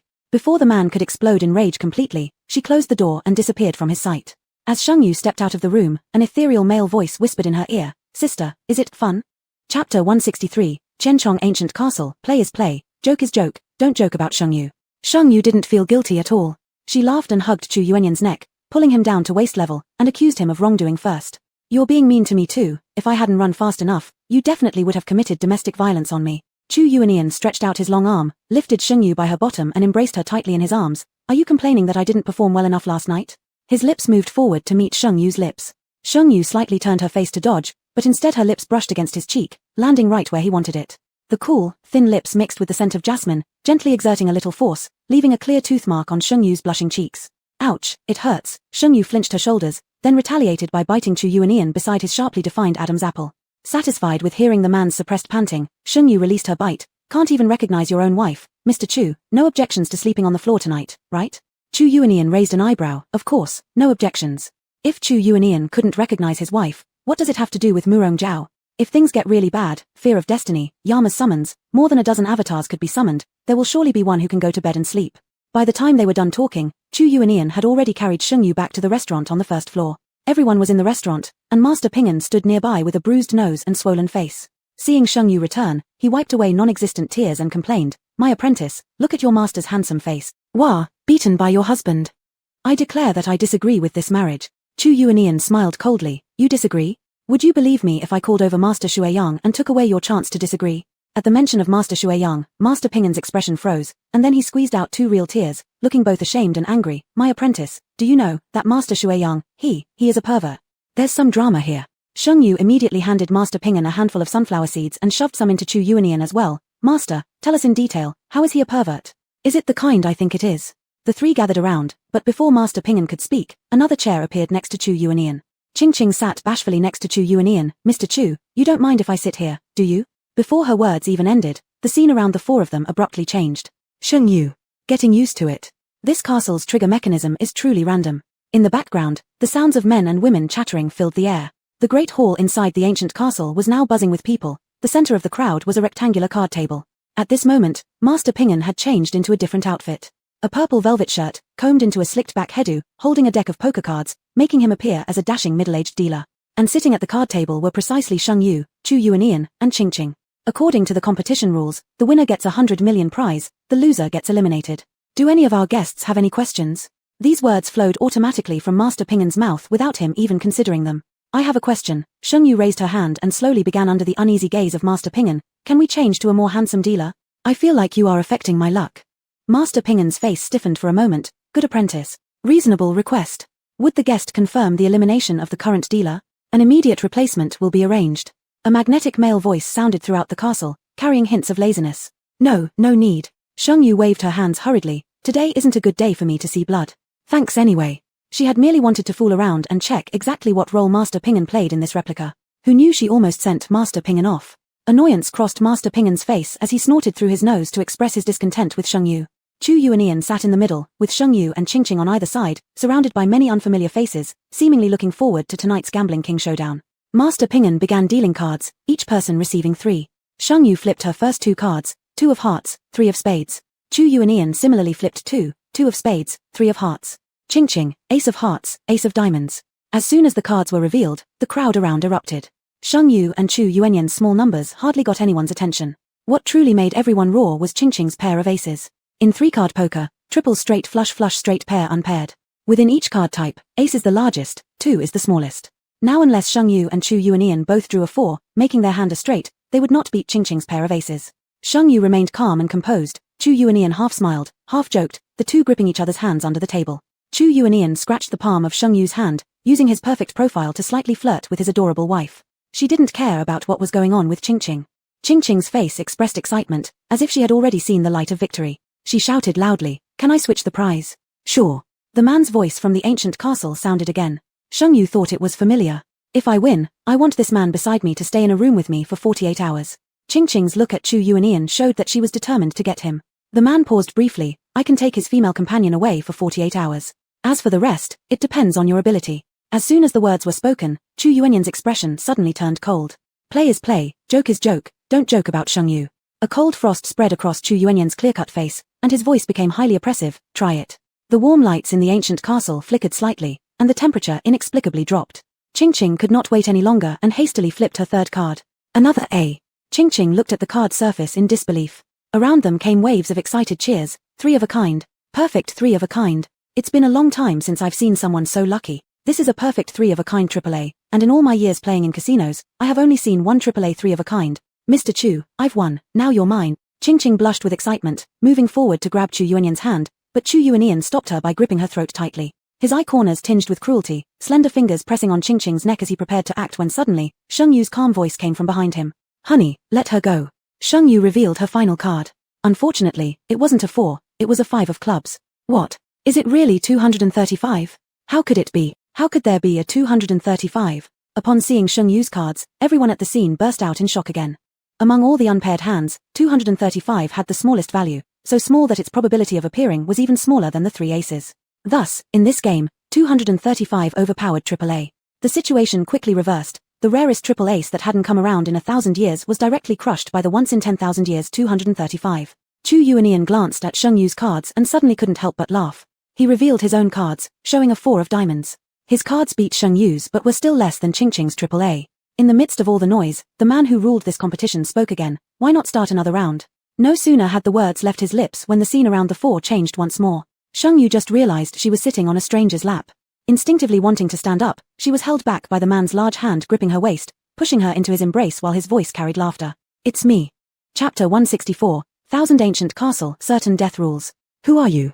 Sheng Yu broke out in goosebumps all over, furrowing her brows, trying to break free. Unfortunately, the man's arm was too strong for her to escape. The man's voice remained calm. You don't even recognize your fiancé. Having fun outside. Fiancé my, Shang Yu was suppressed, a trace of anger rising within her, but before she could vent it, she suddenly remembered the letter she saw in the starry black prison.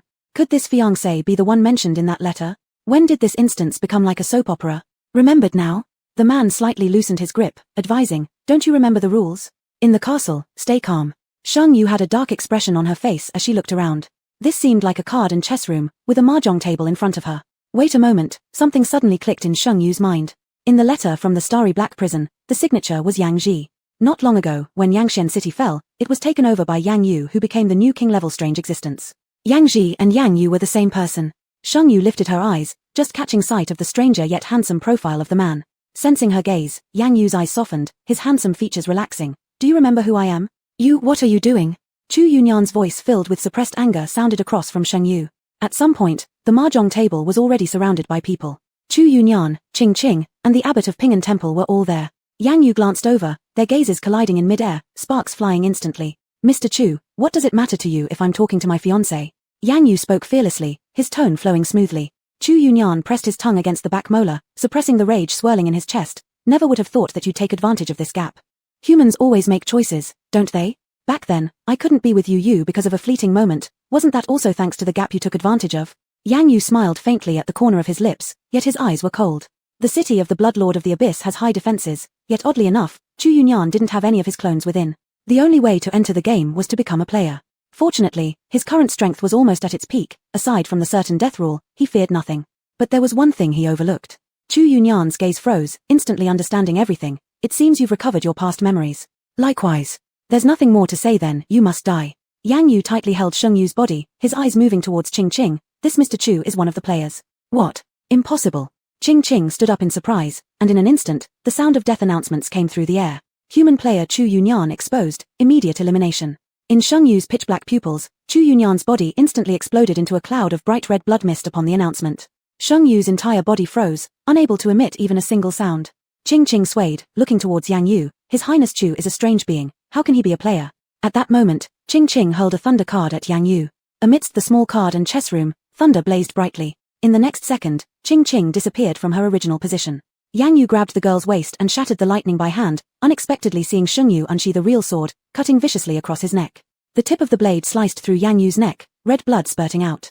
Had it been just a little deeper, Yang Yu's throat bone would have been severed. But this minor wound was meaningless to a king-level strange being. Yang Yu touched his neck, the blood stopping instantly as the wound healed completely in seconds. Yu, calm down. Yang Yu's eyes showed a hint of helplessness. Yu, we're destined to be together. Chu Yunyan is the thief. Shang Yu lost focus in her pitch-black pupils, her mind full of echoes of Chu Yunyan disintegrating into blood mist. Chu Yunyan? Dead. By the certain death rule, not even a resurrection card could work. Shang Yu couldn't accept again, Chu Yunyan dying right before her. The pain was unbearable for her to endure a second time. Who killed Chu Yunyan? Yes, it was the person right in front of her. He must pay with his life. Shang Yu was deaf to any words and launched fierce attacks at Yang Yu, flinging various cards at him. Yu, please calm down. Yang Yu tried hard to stabilize the space but still allowed Shang Yu to flick a card just as his figure vanished. Rule 2. After entering the ancient castle, maintain composure. Fluctuations in emotion serve as the switch to other layered spaces immediately. Suddenly, the scene changed before Shang Yu's eyes. She found herself once again in the great hall of the ancient castle. It's him, she's the murderer. A circle of men and women surrounded Shang Yu. As Shang Yu rampaged in a killing frenzy, those surrounding her felt a wave of fear rising from the soles of their feet. They instinctively wanted to distance themselves from this madwoman. At Shang Yu's feet lay the corpses of two men of different heights, somewhat familiar. It was you who killed them. Quickly forfeit and exit the game. A middle-aged man pointed at Shang Yu, his bravado masking his inner fear as he shouted. Sensing the shift in the scene before her eyes, Shang Yu finally regained a shred of sanity. But in the next moment, she swayed, her knees weakening, leaning on her sword to half kneel on the ground, gasping for air heavily. This was the body succumbing to extreme fear and anger. Ignoring her surroundings, Shang Yu pulled out a divination card. Is Chu Yunyan dead? The card grew hot and scorching, yet no answer appeared. It was only an A-ranked divination card and could not provide answers beyond its abilities. Shang Yu wiped her face, only then realizing that it was soaked with tears. The wound in her heart, which had been split open 4 years ago, just when it was about to heal, was once again brutally torn apart and crushed. What bizarre world, what strange game. Everything without Chu Yunyan had lost its meaning. 4 years ago, the two had pooled all their savings to buy an 80-square-meter apartment, just as they finally had a home. Chu Yunyan was dragged into this bizarre game by a car accident. 4 years later, just as she could handle the instances with ease, just as Chu Yunyan's strength began to recover, the strange game took away her happiness right in front of her eyes, once more. Sheng Yu tilted her head back, her nails digging into her palm as her tears fell like broken strings of beads rolling down her cheeks. Grief, anger, pain, regret, all emotions entwined within her heart. The intense fluctuations caused the surroundings to change rapidly, like slides in a slideshow. In the midst of the constantly changing scenes, Sheng Yu's jet black hair began to turn white strand by strand, clump by clump, until it was entirely snow white. In that very instant, Sheng Yu shed her last 2 tears, her gaze turning cold and tranquil. Not a single glimmer remained in her eyes, like the stillness of death. Chapter 165, Qianchong Castle, Can Chu Yuanian survive? In the bright castle hall, Sheng Yu's black hair was like snow, her retro dress and brown sheepskin boots remained the same, yet she no longer had that playful vibe. Yang Yu stood a short distance in front of Sheng Yu, slightly frowning as Sheng Yu's pain surpassed his expectations. At least before Sheng Yu recovered her memories, she shouldn't have such deep feelings for Chu Yuanian. He extended his hand, his voice raspy with a hint of pleading. Yu, please stop this nonsense. Can we go back? Sheng Yu showed no emotion as she took steps toward Yang Yu. When she was only 2 steps away from Yang Yu, Sheng Yu suddenly lifted the sword in her hand and mercilessly plunged it into Yang Yu's chest. The genuine blade carrying misfortune instantly drained the color from Yang Yu's face. Ignoring the pain, he gripped the sword and said, "Is 1 strike enough to compensate for his death?" 1 strike? Enough compensation? Sheng Yu wanted to sneer but found her face rigid, unable to form any expression. Suddenly, Sheng Yu yanked out the long sword and prepared to strike again. From behind, Abbot Pingen hurriedly held Yang Yu's body and dragged him away from the crazed Sheng Yu. "Disciple, what are you doing? He is your fiancé, someone who has grown up alongside you." "Shut up, who do you think you are?" Sheng Yu's gaze toward Abbot Pingen was cold with immense disdain. King-level anomalies can descend upon any NPC in the replica at will. Just like how the fate of terror once descended upon Zhao Feng. The current Abbot Pingen is the owner of this replica, Lord Minghai Blood. It seems that Lord Minghai Blood and Yang Yu should have a good relationship. Sheng Yu suddenly understood. The water young abbot chased after my master. My master entered this replica. All of this must be part of your plan, including this unavoidable rule of death. If Chu Yuanian's death were an accident, Sheng Yu wouldn't believe it. Lord Minghai Blood used the evil aura to consume the bad luck around Yang Yu's wound and then gave him a treatment card to use. Sheng Yu, can't you see clearly who truly loves you? For your sake, Yang Yu abandoned everything and searched for you endlessly through countless replicas. When will you look back and see? Lord Minghai Blood argued on behalf of Yang Yu. Lord Minghai Blood was not a witness to Sheng Yu and Yang Yu's affection. All he saw was something from Yang Yu's memory dreams during his memory restoration. Do I love you? Finally, Sheng Yu revealed a mocking smile. Letting the person I deeply love die right in front of me. This is your so-called love? Sheng Yu opened the live streaming panel, and countless messages immediately swamped it. To all players and king-level anomalies, a faint smile curved on Sheng Yu's lips.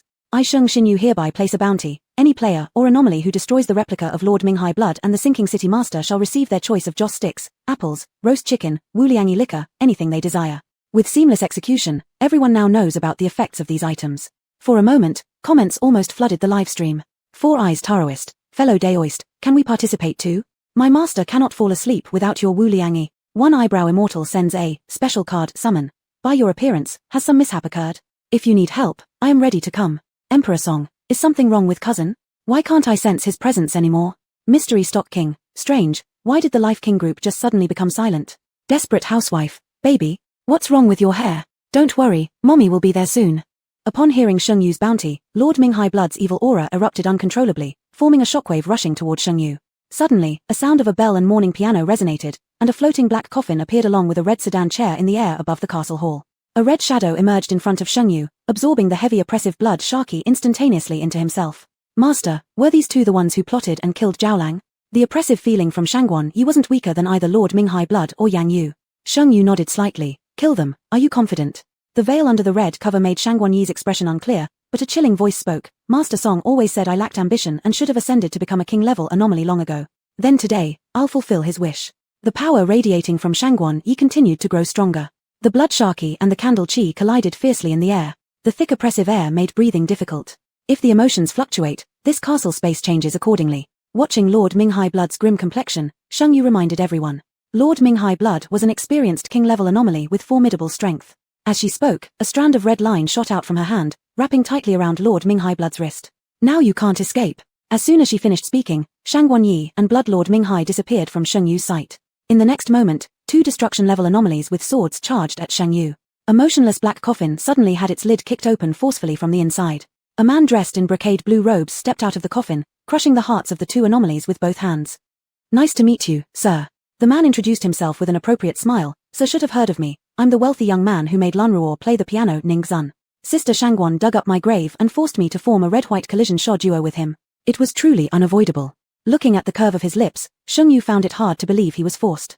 The battle between Shangguan Yi and Bloodlord Minghai was almost tearing apart this replica. Every time they entered a space layer, Shangguan Yi would leave a candle as an anchor point there. She was quite interested in this replica, so many space layers. When she was happy, she played hide-and-seek with Ningxun. When she was not, she hid herself letting Ningxun search fruitlessly. Each time Shangguan Yi placed a candle, Shengyu could see the scenery of that space layer. Suddenly, Qingqing appeared in one of the space layers. Shengyu followed her thoughts and instantly appeared in front of Qingqing along the anchor point. The man chasing behind Qingqing was none other than the chainsaw man Shengyu had seen before. Oh, pretty white hair. The chainsaw man was extremely excited, seeing two beautiful dolls. They shared an unspoken understanding. Qingqing swung her barbed 9-section whip, while Shengyu plunged her sword into the man's heart. The chainsaw fell to the ground, and the man turned into black smoke and vanished. Gazing at the chainsaw on the ground, Shengyu stored it in her spatial ring. Qingqing stepped forward and grasped Shengyu's hand, a faint current interacting between them. Qingqing smiled, showing a flash of struggle across her face before becoming carefree. I owe His Highness Chu Wang a life. Now, this debt is repaid. Saying this, she disappeared down the corridor without looking back. Furrowing her brow, Shengyu thought, Chu Wang? So Qingqing did know Chu Yuanian. Just then, in one of the space layers illuminated by the candle, Shengyu spotted Chu Yuanian, his hair disheveled as if chewed by a dog. In that instant, countless thoughts raced through Shengyu's mind. If everything happening in the replica were real for Chu Yuanian, then now if she went to tell Chu Yuanian not to enter this replica again, would Chu Yuanian survive? Chapter 166, 8,000 Layers of the Ancient Castle. This must be caused by obsession. In the space where Chu Yuanian's dog-bitten bangs lay, the light was dim and all around was silent. It was like a stage after the curtain had fallen, leaving only the last actor bowing farewell. You've come. Chu Yuanian leaned on the sofa, his gaze flickering with a moment of tenderness as he looked at Shengyu, which then faded.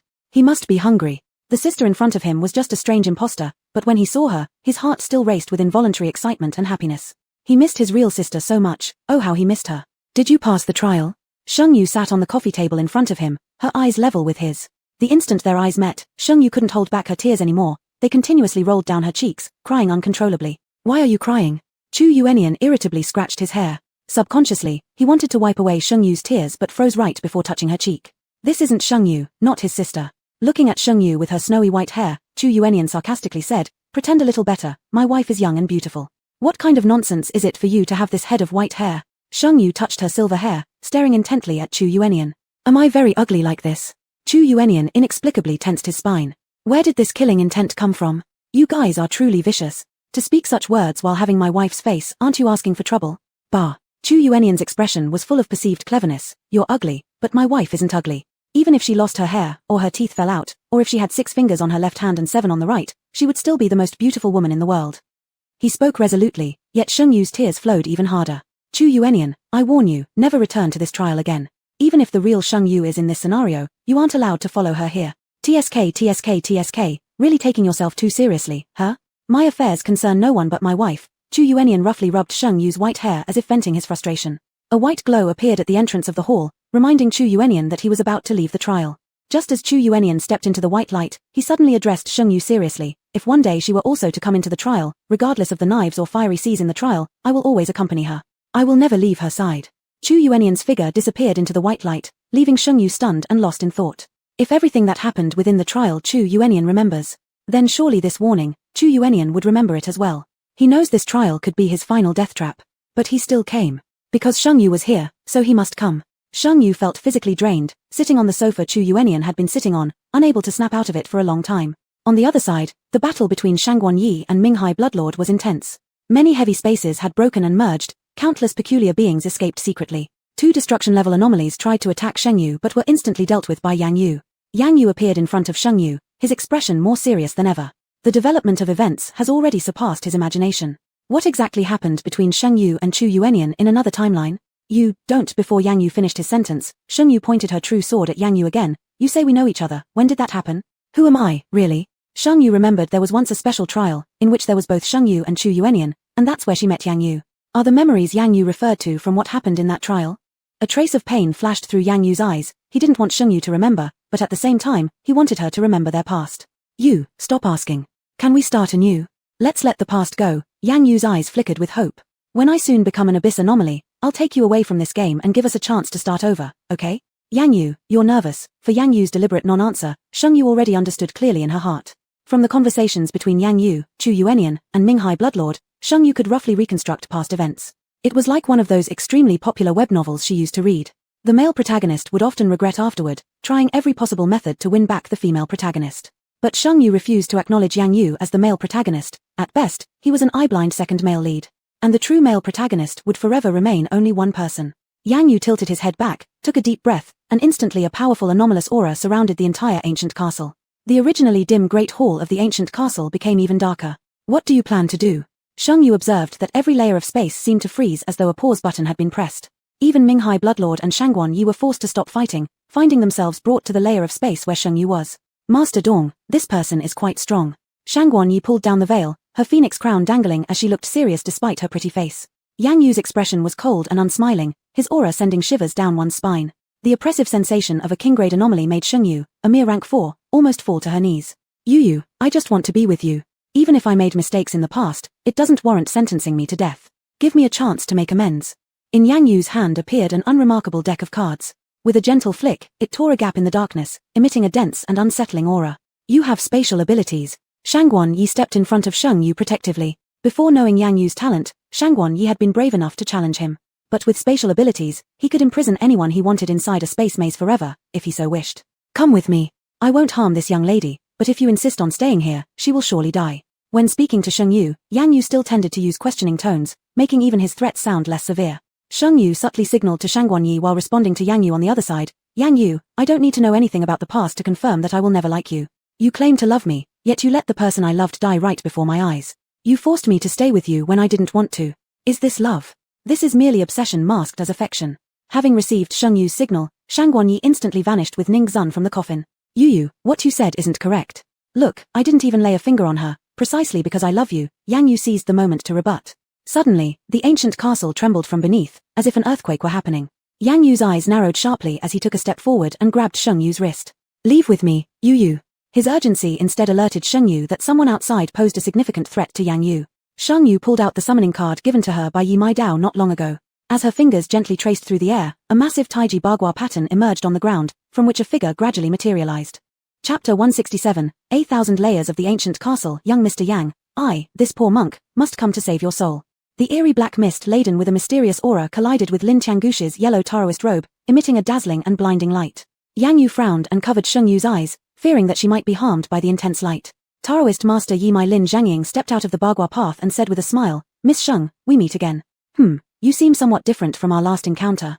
With an eye on the heavy ominous aura in front of him, he scattered talisman papers around forming a small talisman array which instantly dispersed much of the eerie energy. Yang Yu had also heard of the great name of Master Yi Mai and decided that politeness should come first. Master Lin, this is my business with my fiancé. Please do not intervene. Master Lin shook his head disapprovingly, one hand holding the Yin-Yang 8 trigrams compass, the other hand gripping the Thunderbolt Peachwood sword, resembling a patient teacher. Human and ghost follow separate paths. Miss Sheng is human, you are a ghost. What occurs between you two defies the harmony of yin and yang. Since I've come across this, it's something I still need to interfere with. The castle's instability became increasingly evident, as only a wall-cracking sound echoed through the sky above the castle. The sky above the ancient castle looked like a shattered mirror, riddled with cracks. In the next instant, someone kicked one piece of the sky into pieces, and then more than a dozen figures squeezed through the broken crack in the sky. Sheng Yu suddenly sensed many familiar presences, just like when she first met the hellish judge. These shadowy figures were surrounded by a layer of yet-to-disperse black mist, their gazes landing on Sheng Yu like a pack of wolves spotting a succulent little lamb, radiating greed. Each of them harbored desires and possession deep in their eyes. Delicious, sweet, cute, intoxicating, the master's favorite, I love it too. Zhao Bin was the only one among them who remained fully conscious. He rushed over like a little cannonball and hugged Sheng Yu's thigh. Teacher, I've come to rescue you. His face lit up with joy as he discovered Sheng Yu still constrained by Yang Yu.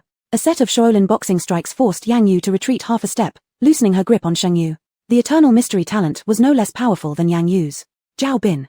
Sheng Yu revealed a long-lost smile and handed him a whole roasted chicken. Zhao Bin didn't hesitate, swallowing it all at once before bowing towards the group far away, nervously saying, Master, my teacher forced me to eat it, I didn't intentionally break the precepts. As the black mist dissipated, amidst the monsters, a bright bald figure stood out prominently. His skin was exceptionally pale, and his facial features extraordinarily handsome. Perhaps because he was a monk, there was an air of serenity and peace surrounding him. In the center of his eyebrows bloomed a red lotus flower, harmoniously matching with the radiant red monk robes draped around him. A full-blown demon monk appearance. Good sir, I am One Punch Redemption. May I ask if you intend to redeem this, good sir? The gaze of One Punch Redemption was gentle and steady when he looked at Sheng Yu. When his eyes glanced towards Yang Yu, the sharpness in the air rivaled the oppression exuded by Yang Yu herself. Among strange shapes and odd appearances emerged another figure, a blue-haired youth with broad shoulders and narrow waist. His black shirt highlighted his tall and well-proportioned body, while exuding a brash teenage arrogance. Blinking puppy eyes akin to Chu Yunyan's, he said, "Guess who I am?" Sheng Yu. Sorry, I can't guess. With so many clones of Chu Yunyan, Sheng Yu really couldn't tell who was who. You can call me the Keeper. Or if you prefer the livestream room name, they call me Shark King. The blue-haired youth brushed aside some hair from his forehead, looking both cool and smug. Another man walked out from the crowd, wearing metal-framed glasses with an overall demeanor that exuded scholarly refinement. Sheng Yu almost thought he was some college professor. Before university professor could speak, Shark King already mocked, "Sis, he's named by Yama. Did you see the notebook in his hand? That's actually his true form. This human form has been prepared for quite some time, just to seduce you. Yama point name. What good brothers are meant to do is help each other pull down pants." Yama point name looked back at Fearful Destiny, who was furtively combing his hair with mousse. See that? He's the real pervert. Fearful Destiny. Fearful Destiny still looked like Jiao Feng from the village teaching. Note, possible reference to game term or story arc, regarding why it's Jiao Feng. Hey, what makes this fellow have such fortune? Fearful Destiny pulled out Seamless Continuation, who was also combing his hair behind him. This mousse is his. Seamless Continuation. In short, nobody's pants remain untouched, right? One Punch Redemption stood at the frontmost position, voice indifferent. Was it you who schemed to kill the master? Chu Yunyan's talent is Bloodlord. They absorbed the fragmented corpse of Chu Yunyan and fused with his blood and flesh. They absorbed Chu Yunyan's power, and naturally also consumed the yearning and affection within Chu Yunyan's heart.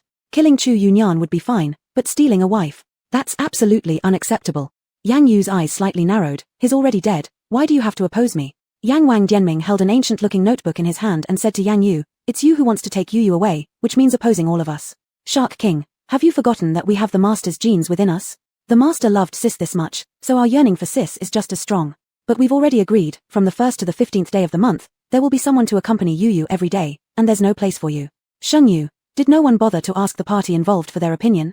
Tian Shalin took 4 square steps forward until he was in front of Sheng Yu. "It seems you don't need my help here. I'd only get in the way if I stay, so I'll return first." With a group of bizarre fighters around, he, a Taoist priest, indeed had no reason to stay. Just as the Bagua pattern under Master Lin's feet lit up, Sheng Yu quickly offered her thanks, especially giving him more than a dozen cases of Wuliangi liquor. Master Lin left behind a smile that showed teeth but not eyes before disappearing from everyone's sight. Upon seeing this, Yang Wang Dianming hurried over to Sheng Yu in 3 swift strides, his gentle, smooth voice resounding. "Would you like to see the power of the cursed book?" Sheng Yu. Suddenly, a writing brush appeared in Yang Wang Dianming's hand, scribbling something on the aged notebook. Grade King Weirdness Yang Yu, left hand 6 right hand 7. The next second, a red light flashed. Originally standing tall and elegant, Yang Yu's arms suddenly twisted out of control, actually arranging into the position where her left hand formed a 6 and her right hand formed a 7. Her face flushed with anger, the eerie aura around her instantly erupted, breaking through the force of the cursed book. The dazzling and colorful robes of his monk attire glimmered as One Punch Redemption smirked disdainfully at Yang Wang Dianming. "Point King, I told you, you're a support system, yet you didn't believe me." Facing Yang Yu, he clasped his hands together in respect. "Friend Yang, I, this poor monk, am here to save your soul." As soon as these words were spoken, his figure abruptly vanished from the spot. In the next second, a sound-breaking punch directly smashed towards Yang Yu's chest. Taking advantage of the opportunity, Shark King pressed close to Sheng Yu's side, his eyes suppressing his longing for her. "Sis, do you know what the monk's talent is?" Chapter 168, A Thousand-Year Castle, like a grieving woman who has been living alone for many years. Shark Emperor, blinking his puppy eyes, carrying the aura of Chu Yuyang, made Sheng Yu think that Chu Yuyang was almost back. Sheng Yu shook her head lightly. The Shark Emperor looked very powerful. She thought for a moment and said, "Chanting sutras?" After all, the monk's power was called One Punch Supremacy. Sister guessed wrong. Shark Emperor took the chance to get closer. "If sister kisses me, I will tell." True damage. His talent is true damage. Before Shark Emperor finished his sentence, he was cut off by Yama's timely interruption and Seamless's urgent tone. They were afraid that Sheng Yu would make any irrational moves.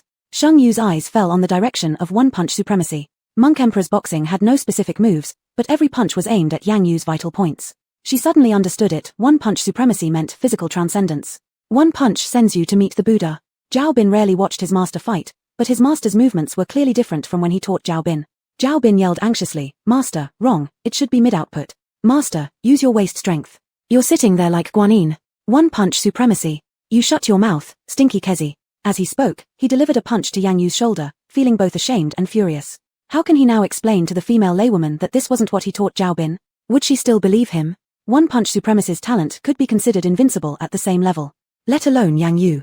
His arm was shattered instantly by one-punch supremacy, causing his face to twist in pain as he kept glaring at Shengyu with a look of regret. Tutu, give me another chance, come with me. Do you really want to stay with so many monsters? Yang Yu sweated coldly from the pain, a torment that struck deep into his soul yet couldn't compare to his inner anguish. If he had stood by Tutu's side back then, wouldn't he be with her now? Back then, he never doubted Shengyu, just hesitating for an instant. How did they end up here? No, it was all that wild Kilin's fault. If not for her, Tutu would still love him. He didn't err in killing Chu Yuyang. This time, he held the upper hand, and the Kilin wouldn't have another chance. Just. Why was the look in Tutu's eyes toward him so cold, even filled with hatred? Shengyu stared expressionlessly at Yang Yu, speaking in a calm voice. Since you refuse to talk about past matters, I consider that I've done nothing wrong towards you in the past. If there was nothing wrong before, then how dare you kill my husband right in front of me? My heart won't rest unless I eliminate you. Monk Emperor, do me a favor, kill him. Shengyu smiled faintly at one-punch supremacy and entrusted her request. A flash of crimson light passed through one-punch supremacy's forehead, his bald head tinged with a faint pink hue. The request of the lady disciple shall be met to the best of this monk's ability. As he spoke, his kasaya moved without wind, a strong and pure force of Ghost King radiating from him.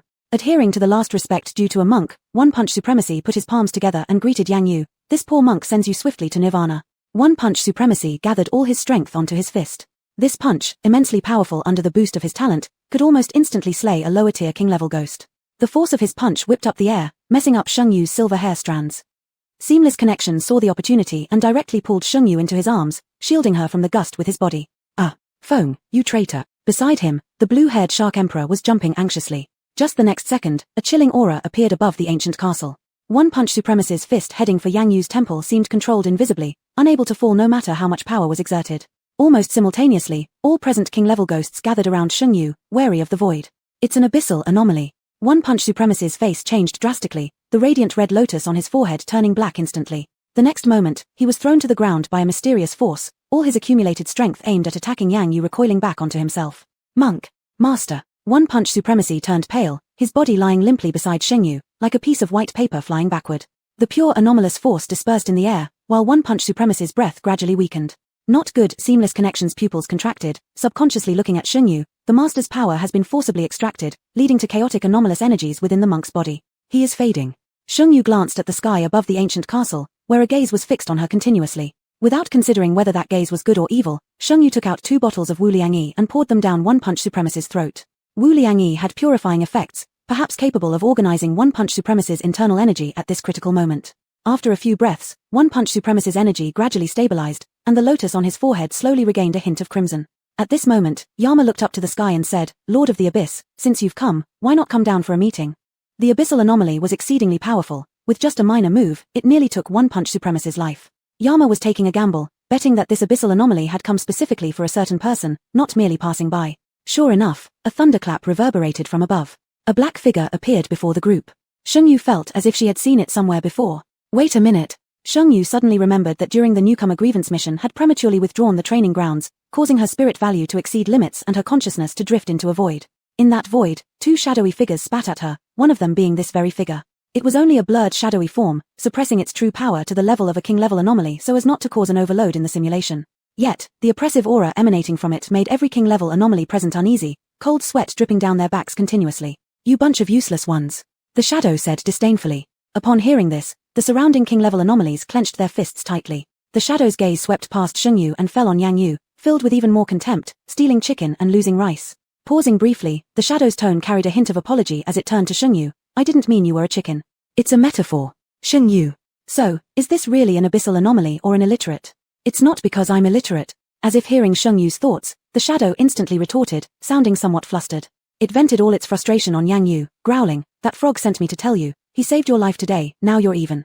As it spoke, the shadow glanced over the dozen or so king-level anomalies with increased disdain. When its gaze landed on Shengyu, there was less contempt but more resentment, like a bitter woman who'd lived years without companionship. Still, it kindly warned, be careful, I'm about to unleash my ultimate ability. Chapter 169, Qianchong Ancient Castle. How did we end up in the adult channel? In the dimly lit ancient castle, everyone suddenly felt as if they were being restrained by an invisible force. Shengyu only felt that the surrounding situation was rapidly retreating, her consciousness seemed to detach from her body, being kneaded and flattened in a bizarre mirror image. When she came to her senses, she found herself sitting on Chu Yunyan's lap, feeling as if a washing machine was stirring in her stomach. Pushing away the still dazed Chu Yunyan, Shengyu held the nearby trash can and dry heaved. Shengyu was in a haze. With a momentary confusion in her memory, wasn't Chu Yunyan dead? After catching her breath for a bit, she had the energy to take a look at her surroundings. A not-so-large game room, warm yellow light illuminating the 3 people sitting by the table. The abbot of Ping An Temple, Ching Ching, and Meng Xiao. The scene before her eyes seemed familiar, but shouldn't that person be Meng Xiao? Chu Yunyan, who was alive, frowned tightly, looking at Sheng Yu's expression, and a strange feeling arose within him. Sister, could you be pregnant? Suddenly, a proud voice appeared in Sheng Yu's mind. Sheng Yu, this time if you don't give me a 10-year vacation, you will be the ugliest old hag in the world. Sheng Yu thought it was inexplicable, her gaze full of innocence when she looked at Chu Yunyan. What live broadcast? What pregnancy? I have no idea. Chu Yunyan caught the eerie atmosphere in the air, and the all-knowing talent of the Hell Judge activated. He instantly knew everything. He held Sheng Yu's waist, touching her flat abdomen, slightly regretfully saying, it's the after-effect of the rollback, sigh. So it's not our child. Although having or not having children makes no difference to Chu Yunyan. But just thinking that it's the product of him and Sheng Yu's union, a unique treasure in the world. He couldn't help but feel moved. Theralback will revert the progress of Theto a certain point in time. Everyone's memory, except for those who have already left will also be reverted and cease to exist. The abbot of Ping An Temple is still the abbot of Ping An Temple, gazing at the mahjong on the table, starting the plotline, the winner leaves, the loser. An unfinished sentence turned into a sinister smile on the face of the Ping An Temple abbot.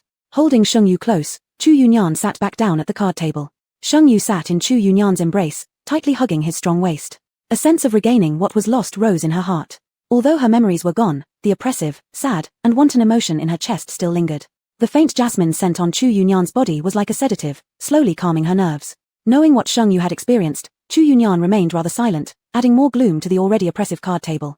The result of playing mahjong against someone with the all-knowing talent is foreseeable. After just 3 minutes, Chu Yunyan pushed the tiles towards the center of the table. I win.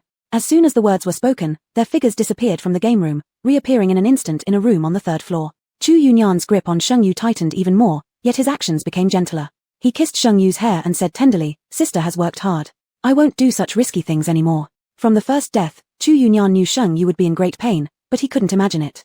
Not until this time of death did he see Sheng Yu's instant white hair, the desolation and fragmentation in her eyes. Only then did he realize how much damage his death would cause to sister. He always thought he was the one who loved sister the most, but it turns out he was also the one who hurt her the deepest. Sheng Yu was somewhat tired, but the feeling of being nestled in Chu Yunyan's arms made her unusually at ease. Have you been here before? Where's the rule to pass the level? Having already located the abbot of Ping An Temple, Sheng Yu was now only focused on passing the level, not noticing Chu Yunyan's increasingly longer face. Sheng Yu, why are you so career-oriented? Chu Yunyan began to complain. You used to always think about work, now you always think about passing levels. Can't you take a look at me? A man's bloom period is very short. If you don't look, it'll be over soon. Look at me. I don't believe your eyes will be empty. Sheng Yu, I heard the sign that a man's bloom period ends is when his urine splits. You. Impossible. Absolutely impossible. Chu Yunyan gasped, making a cow rice expression pack. To prove himself, he quickly tore off his clothes. The milk-colored skin flashed dazzlingly, making Sheng Yu dizzy. Censored by review. Chu Yunyan considers himself an absolutely perfect husband, good at living, good stamina, good size. What to do when the wife is unhappy? Of course, use the advantages of being a perfect husband to make the wife happy again. Sheng Yu was somewhat confused. Just a moment ago, weren't they talking about passing levels? How did it end up in an adult conversation next? Minors prohibited from watching. Night fell. The ancient castle fell into a moment of silence. Sheng Yu's emotions were all cast aside, as she slept soundly nestled in Chu Yunyan's embrace. Chu Yunyan, his upper body still naked, affectionately stroked Sheng Yu's temple, a tender curve forming on the corner of his lips. After a long while, he rose and pulled on his fleece jacket. As he stepped out the door, the scene outside suddenly shifted. When he returned to the room, Sheng Yu was already gone. Rule 3. Do not enter or exit the room at night. Stepping out and coming back had already transported him to a different space. The clearance rules were hidden in one of the castle's many layers of space. He needed to retrieve the clearance rules to give sister a surprise when she woke up. At the same time, he also had someone to meet. After moving through 6 layers of space, Chu Yunyan finally detected that person's presence. Still in the grand hall of the ancient castle, Ching Ching was blocked by 2 men, one tall, one short. The tall man said, a pretty little girl got away, and now there's an even better looking one here. The shorter man smacked his lips, clearly excited. Brother, this trip hasn't been a waste at all. Ching Ching, a late-stage level 5 player, took down both the ruin level strangeness and calamity level strangeness as easily as flicking them away. 10 minutes later, the tall and short men lay in a pool of blood. Ching Ching looked up, her gaze colliding with Chu Yunyan's who stood at the top of the stairs. Chu Yunyan's eyelids drooped slightly, his attitude aloof. In the memories he'd seen before, these 2 men were killed by Ching Ching. Sister, whose mental state was close to breaking, had reached this layer of space and was accused of killing the tall and short men. It was all fate after all.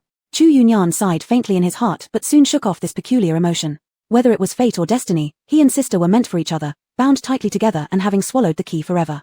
Your Majesty, Prince Chu. Ching Ching's eyes sparkled with excitement. You're really not dead. It's truly amazing. Chu Yunyan frowned. Do we know each other?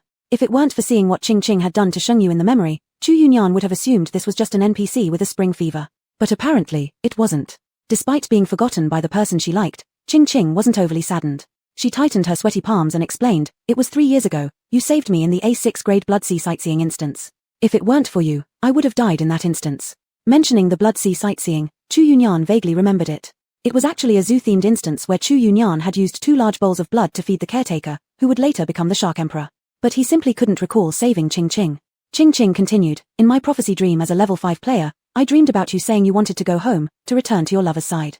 So, even though I can't remember exactly when the exchange happened, being able to help her makes me so happy." Chapter 170, Thousand-Layered Castle. Are you also conquered by your husband's charm? Sheng Yu woke up, her head feeling dizzy. She seemed to have left her live stream on. She reached out to touch the person beside her, only to find that no one was there, and the quilt had a faint warmth. Instinctively, she opened the panel to check if her live stream was still on. But this one glance made Sheng Yu freeze in place with dizziness. Info panel. Camp, human. ID, 444,477. Name, Sheng Xinyu. Level, LV4, 837223. Talents, Fusion, Random, Copy, True Sword, Ignorance. Inventory, SS grade space card. Completed instances, 7-inch. When did it happen? Who did it, and why? How did she become a human camp player again? A sudden emotional fluctuation of Sheng Yu caused the surrounding scenery to change once again. In an instant, an extra person appeared in her room. The man held a chainsaw and was cutting off the limbs of a beautiful woman. Caught off guard by the sudden appearance of Sheng Yu, his face quickly revealed a look of joy. Nothing falls from the sky except pies, or beauties. TSK TSK TSK, my beautiful muse. He looked at Sheng Yu's face as though appreciating a perfect work of art. The buzzing saw rang in his hand, and his long legs swung onto the bed, intending to cut off this perfect head for permanent preservation in formalin. Sheng Yu frowned, and drew her true sword to block the man's first attack. Supporting her sore waist, Sheng Yu cursed Chu Yunyan in her heart. Not knowing what kind of provocation, he insisted on having a child. Why have a child? Before learning how to drink milk, do you need to master rolls, jumps, and dodges from weirdness? This is a weird game, not a parent-child obstacle game. But some people are born rebels. The more you don't want a child, the more they want one. As a result, Sheng Yu was now so weak at her knees that she felt ready to collapse, which excited the psychopath with the saw even more. Silicone and human-stitched dolls were arranged in the wardrobe by the wall. With the door blocked by the man, Sheng Yu could only point her sword at those silicone body dolls. "Let me go, otherwise none of your dolls will survive." The man didn't care at all, his eyes filled with fascination for Sheng Yu. "It doesn't matter, one like you can replace them all." Saying this, he pounced toward Sheng Yu, forcing her to keep retreating. Just as the chainsaw was about to reach Sheng Yu's shoulder, the room's door was kicked open hard.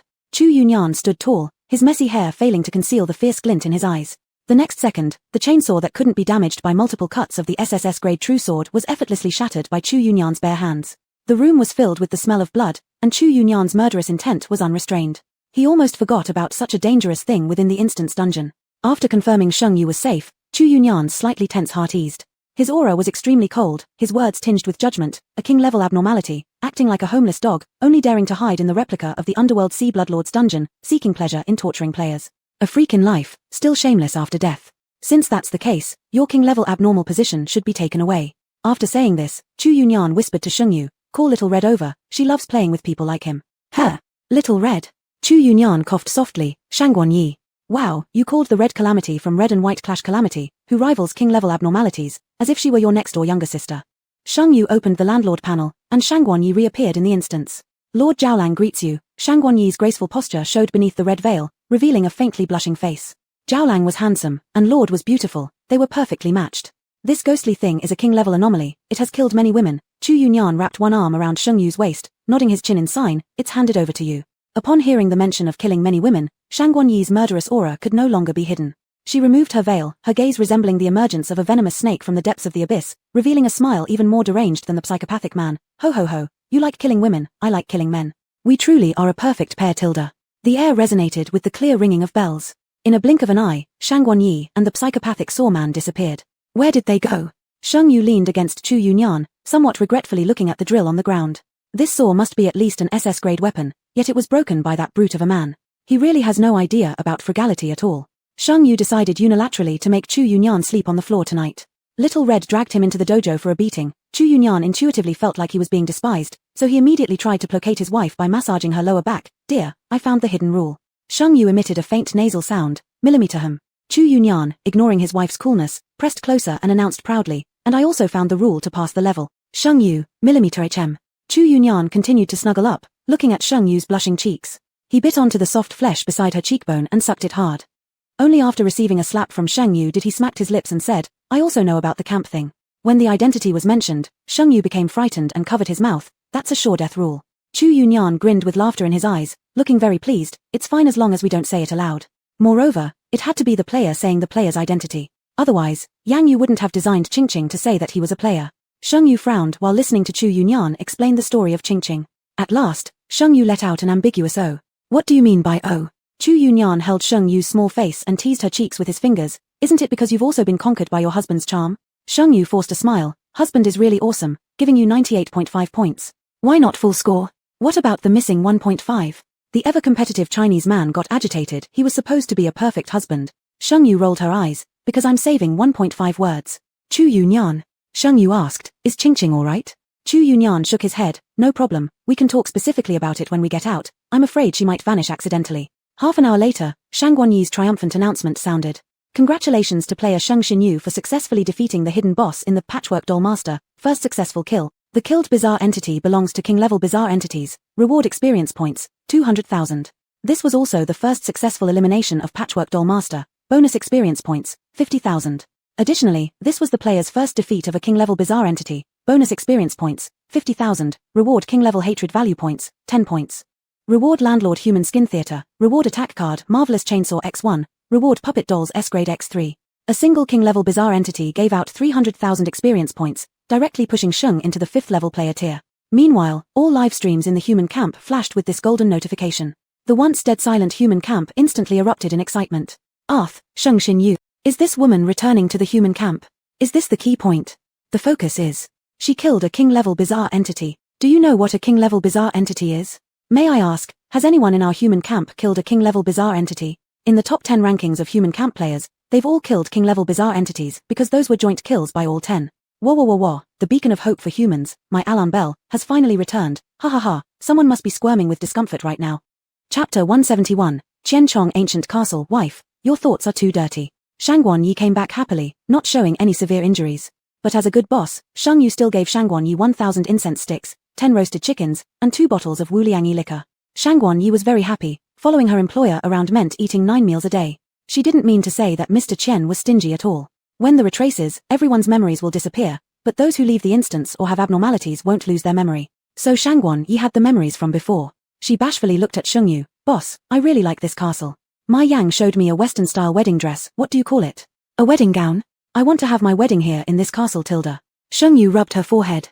She only found out later that between domains of the same lord, one could visit each other freely. For a while now, Shangguan Yi had been learning mixology from Ma Yang, a peculiar being from Ningzhe's first territory. Could you imagine a scene where a woman dressed in traditional red Chinese wedding clothes with a phoenix crown was behind the bar, spinning cocktail glasses around and shouting for everyone to drink? One day, Shangguan Yi somehow managed to get a pair of sunglasses, wore them on her face, and danced around the dance floor, singing "Draw a dragon on my left side, paint a rainbow on your right, Tilda." Now things were different. The kids' ambitions grew, wanting to have a Western-style wedding in the castle. I agree.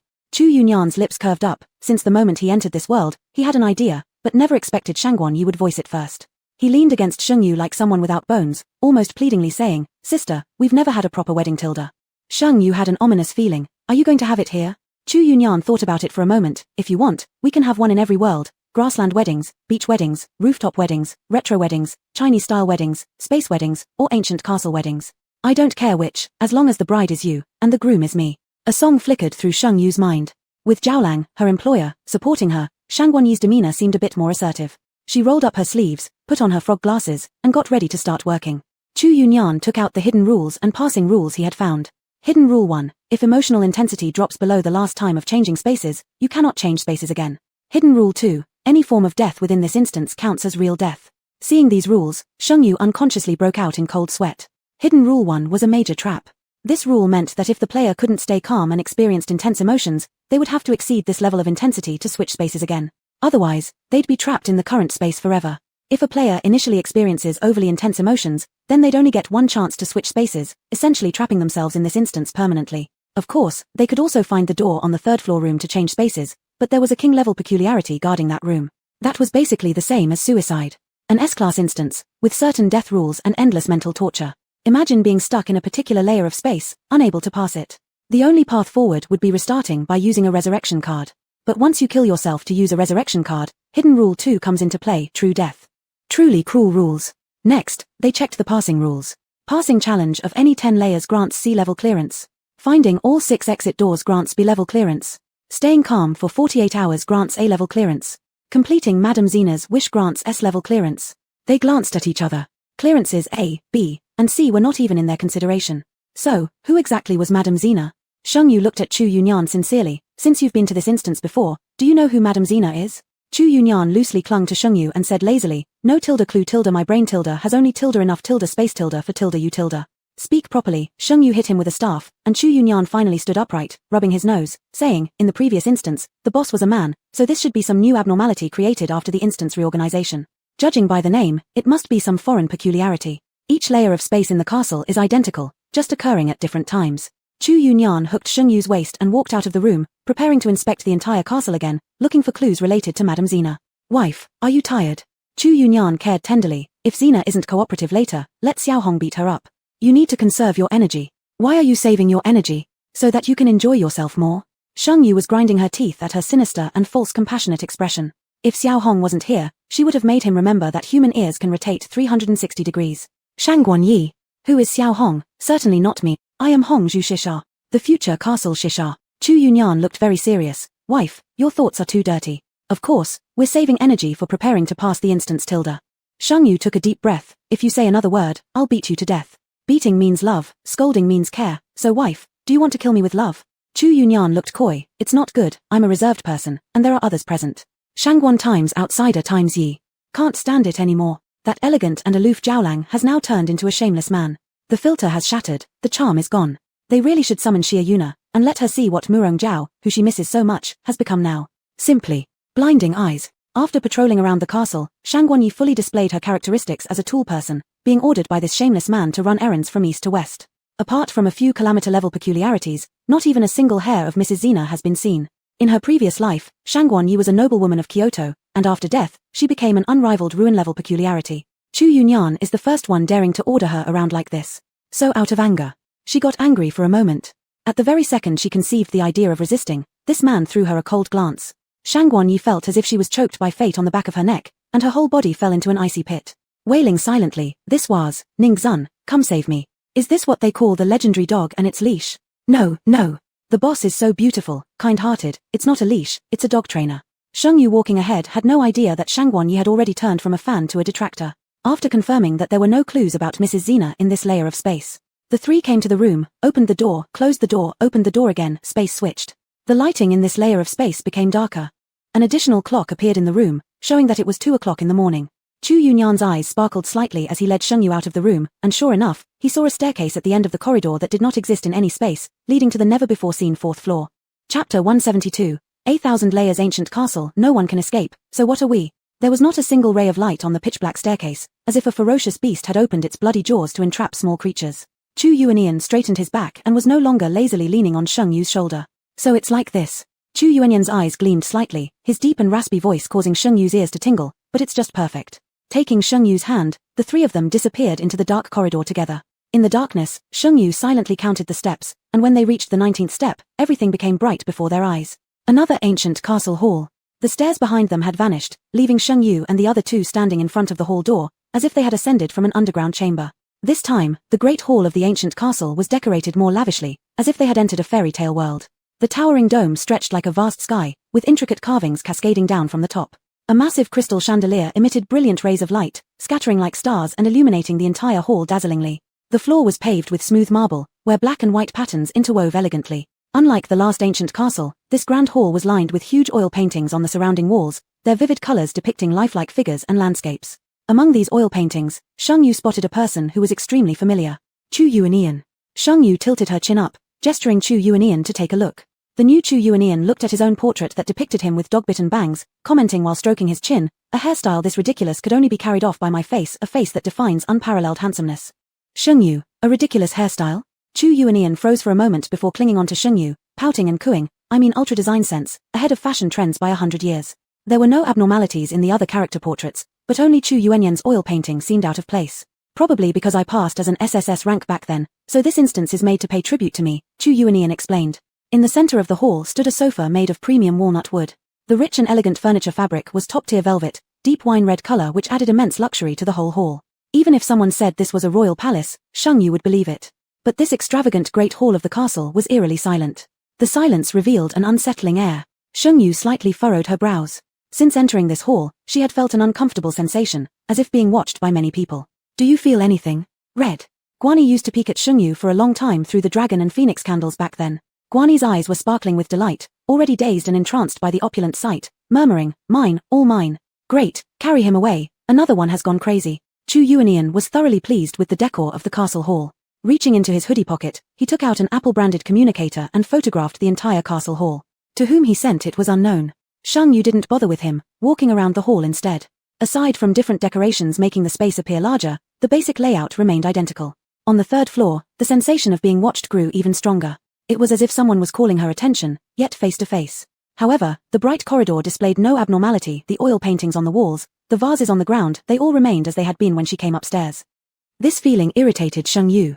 She used the soul eyes and tracking eyes previously given to her by Hell's Judge to scan the entire castle, yet found nothing. Still, Sheng Yu did not consider this mere illusion. Though her spirit points hadn't reached 80 yet, the two instances of exceeding the limit had rendered her spiritual perception sharper than those with similar values. Moreover, since these cards were merely A-grade, failing to detect any king-level oddities was normal. At this very moment, Sheng Yu noticed that there was something new quietly added to her supply list. Candle X1. A golden candlestick burned a fine red candle. Incense candle, Xiaoku incense candle, illuminates the path ahead. Unsure of things? Copy first, and get 1,000 times multiplier. Sheng Yu held the copied incense candle in her hand, the faint light negligible amidst the well-lit castle. Yet, after the incense candle ignited, Sheng Yu suddenly heard voices of men and women chatting nearby. The lighting here is already so bright, why does this woman still need to use a candle? Even so, this candle seems to be an Eastern thing, right? It's really pretty. Could you please buy it for me, Tilda? Yikes, why did she stop? Has she discovered us? That's impossible, we're in another dimension. She definitely couldn't find us. That's good, that's good. My family heirloom is placed under the wardrobe in the third room, passed down from my mom's grandma's grandmother. What? Isn't your treasure under the bedside table floor? How do you know? Wah, I'm going to tell madam there's a weirdo here.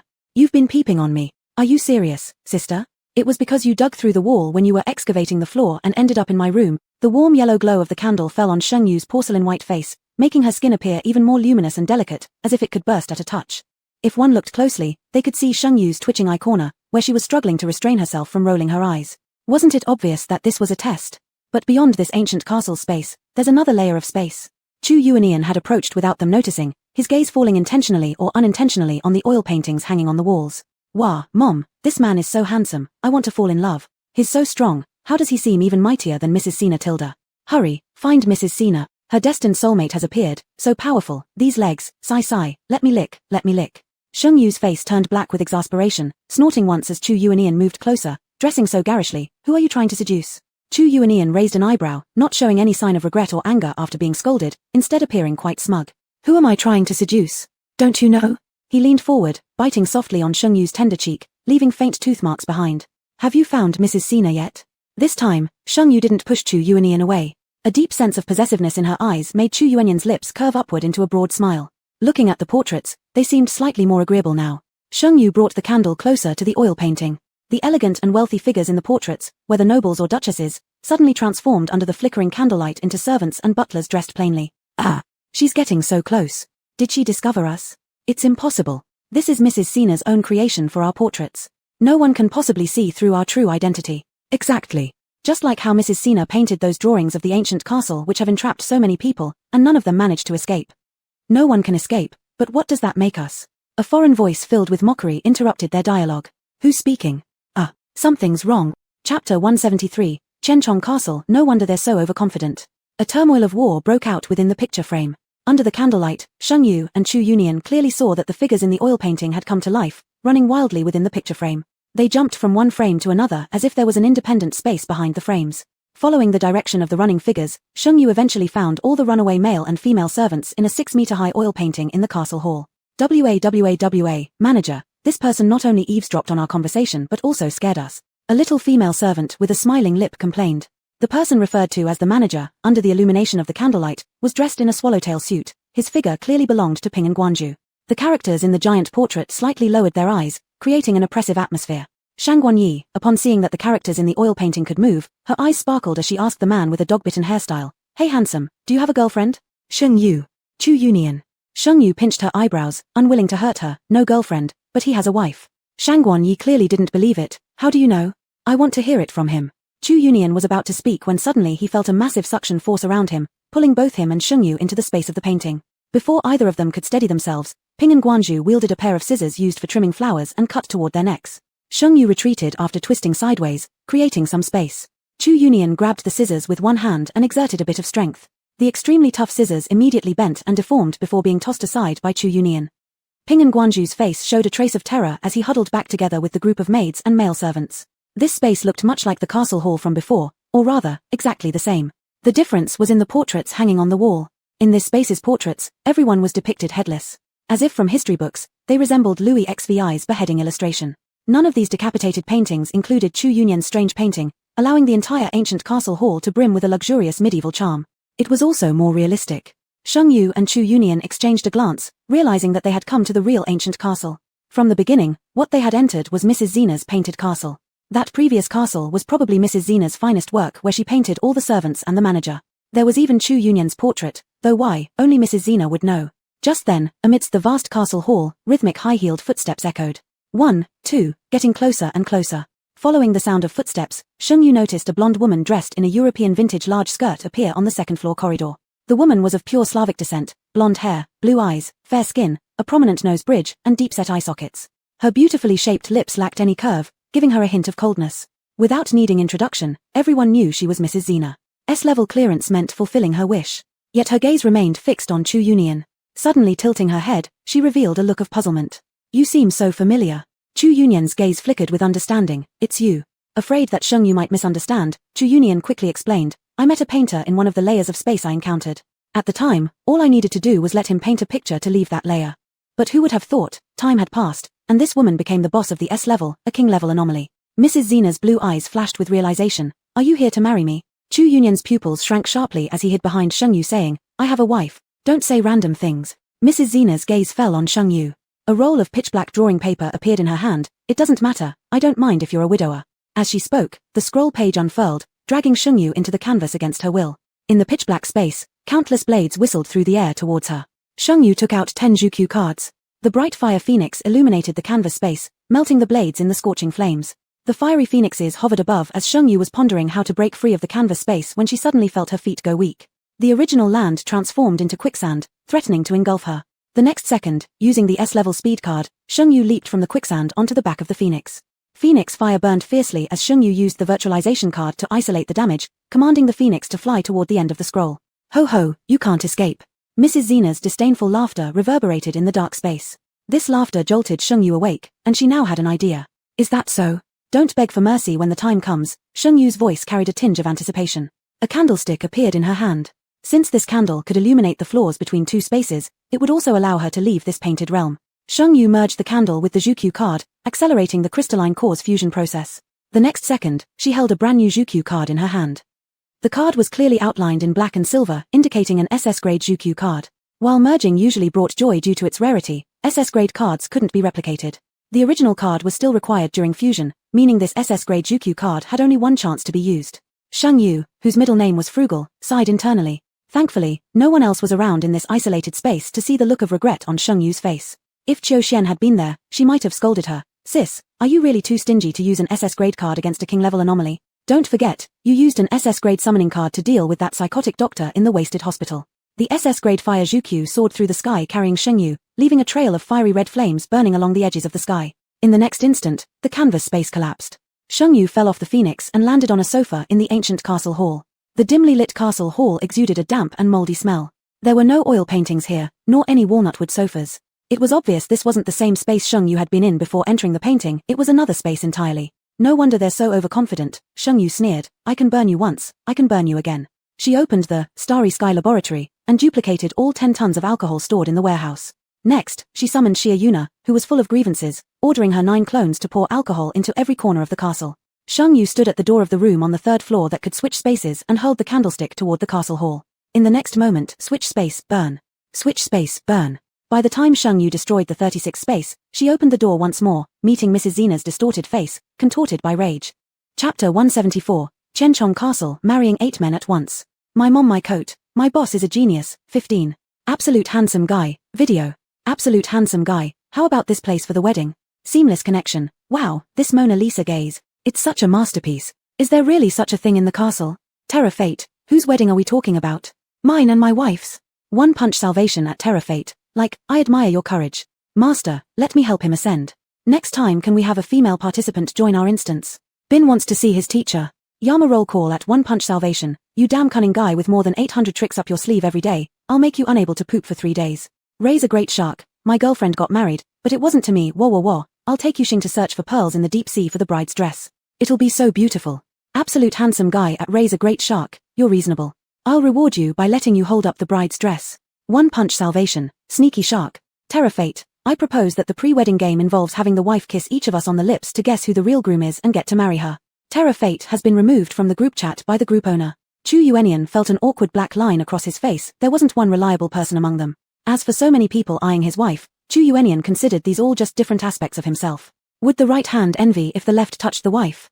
Shang Yu was sucked into the painting, and at that moment, Chu Yuenian actually felt a bit relieved. He had to prepare the wedding venue to give his wife a surprise when she returned. As for the danger, Mrs. Zena's main body was here. The painted world posed no threat to Shang Yu, just sprinkling water over her wouldn't hurt. In fact, he even hoped Mrs. Zena's painting was stronger, not yet ready when his wife came back. Mrs. Zena looked at Chu Yuenian with an admiring gaze. This man was more perfect than any of her previous husbands. She intended to keep this man in the painting forever to accompany herself. If he refused, Mrs. Zena pondered seriously, hesitating whether to cut off his head like the ones before him. Chu Yuenian's expression remained icy as he met Mrs. Zena's fiery eyes, saying indifferently, I do not have a habit of hitting women. You have 2 choices now. 1. Use your ability to set up the wedding scene for me. 2. I kill you, strip your abilities, then set up the wedding scene myself.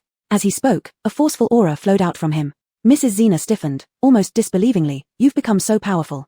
But no matter how strong you become, you still need to fulfill my wish before you can leave the instance. Is that so? Chu Yuenian smirked coldly, stretching his hand towards the void, pulling out a blood-red machete which directly shattered the boundaries of the instance. Had Shang Yu been present, she would surely have remarked how intimidating the weapon was, far more ferocious than an SS-grade chainsaw. It was an SSS-grade machete, its blade already nurtured with Chu Yuenian's blood, birthing a soul for the blade. The murderous energy emitted from the blade was comparable to a king-level monstrosity. Do I still need to complete this instance to leave? Mrs. Zena paled, clearly understanding Chu Yuenian's warning. Either she became the wedding planner or faced direct death. Wailing, I'm going to call the embassy. You're bullying a foreign widow. Just then, the pitch-black scroll in Mrs. Zena's hand caught fire. Chu Yuenian couldn't help but let the corners of his lips curl involuntarily. It seemed like his wife had found the way to break through the scroll. He stretched lazily, acting like a man drained of essence by fairies, slumping against the couch, time's running out for you. My wife might burn everything you painstakingly painted within moments. Unbeknownst to him, his words came true. Mrs. Zena furiously entered the scroll herself. Even though her beautiful face twisted with anger, it retained some strange beauty. She angrily yelled, you two are utterly inhumane. Shang Yu curiously asked, what did he do to you? Chu Yuenian didn't immediately come for her, thus, she guessed he had a big trick up his sleeve. Infuriated, Mrs. Zena blurted out, he raped me. Shang Yu nearly choked on her own saliva, then decided it best to clear her husband's name. Coughing, first, my husband doesn't like eating foreign dishes. Second, his time wasn't that short. Seeing Shang Yu's nonchalant demeanor, Mrs. Zena felt as if a boulder had blocked her chest, becoming even more irate. Suddenly, her eyes shifted as she remembered the red-clothed woman in the ancient castle. Putting on an air of sympathy, she said, actually, I was just testing you. You've been deceived by that man, he betrayed you, and is together with that red-clothed woman. He even said you are the obstacle between them. He just looks up to your status. Based on years of experience maneuvering around men, Mrs. Zena believed this woman must be the superior one.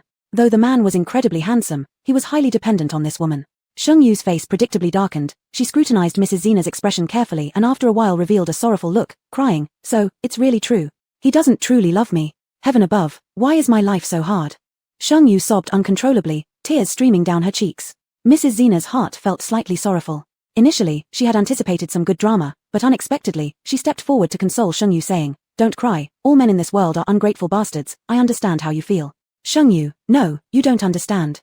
Mrs. Zena, I definitely understand you, because I have gone through similar situations. Shang Yu, me? No way, you're only saying that to comfort me. Tears welled up in Mrs. Zena's light blue eyes as she grasped Sheng Yu's hand like they had found a soulmate. I am Yusupov's daughter, my father has no son, whoever marries me will inherit my father's title. He married me for the title, yet slept with my younger sister. Do you know? My sister has already married 7 men, yet he still favored my younger sister. So I vowed, I want to marry 8 men at once. This is my wish. Sheng Yu. Excellent, the Slavic women who are strong-willed throughout their lives. But the question came.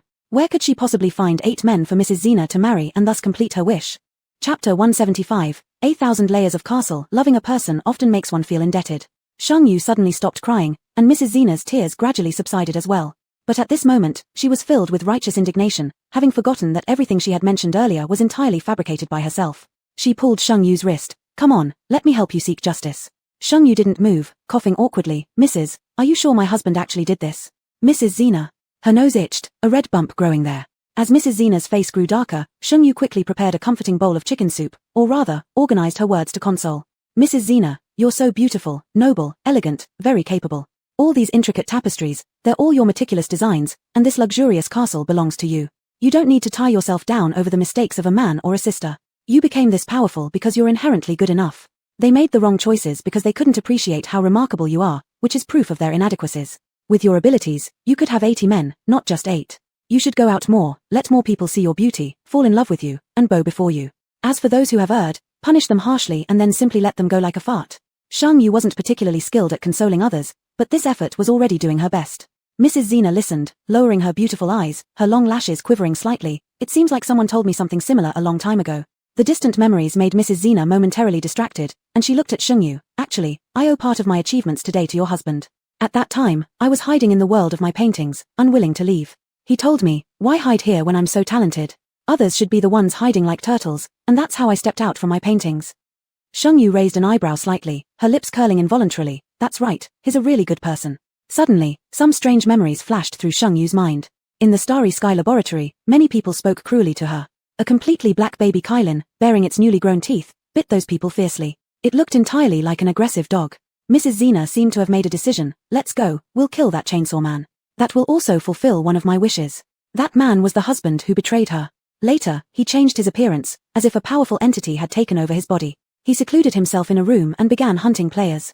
In order to hunt players, he managed to break through the barriers between each layer of the tapestry. Sheng Yu smiled faintly. Looks like we're truly destined to meet. That man is already dead, without even any remains left. Mrs. Zena paused briefly. Ding, congratulations to player Sheng Xinyu for completing the mission of the 1,000-layer castle replica.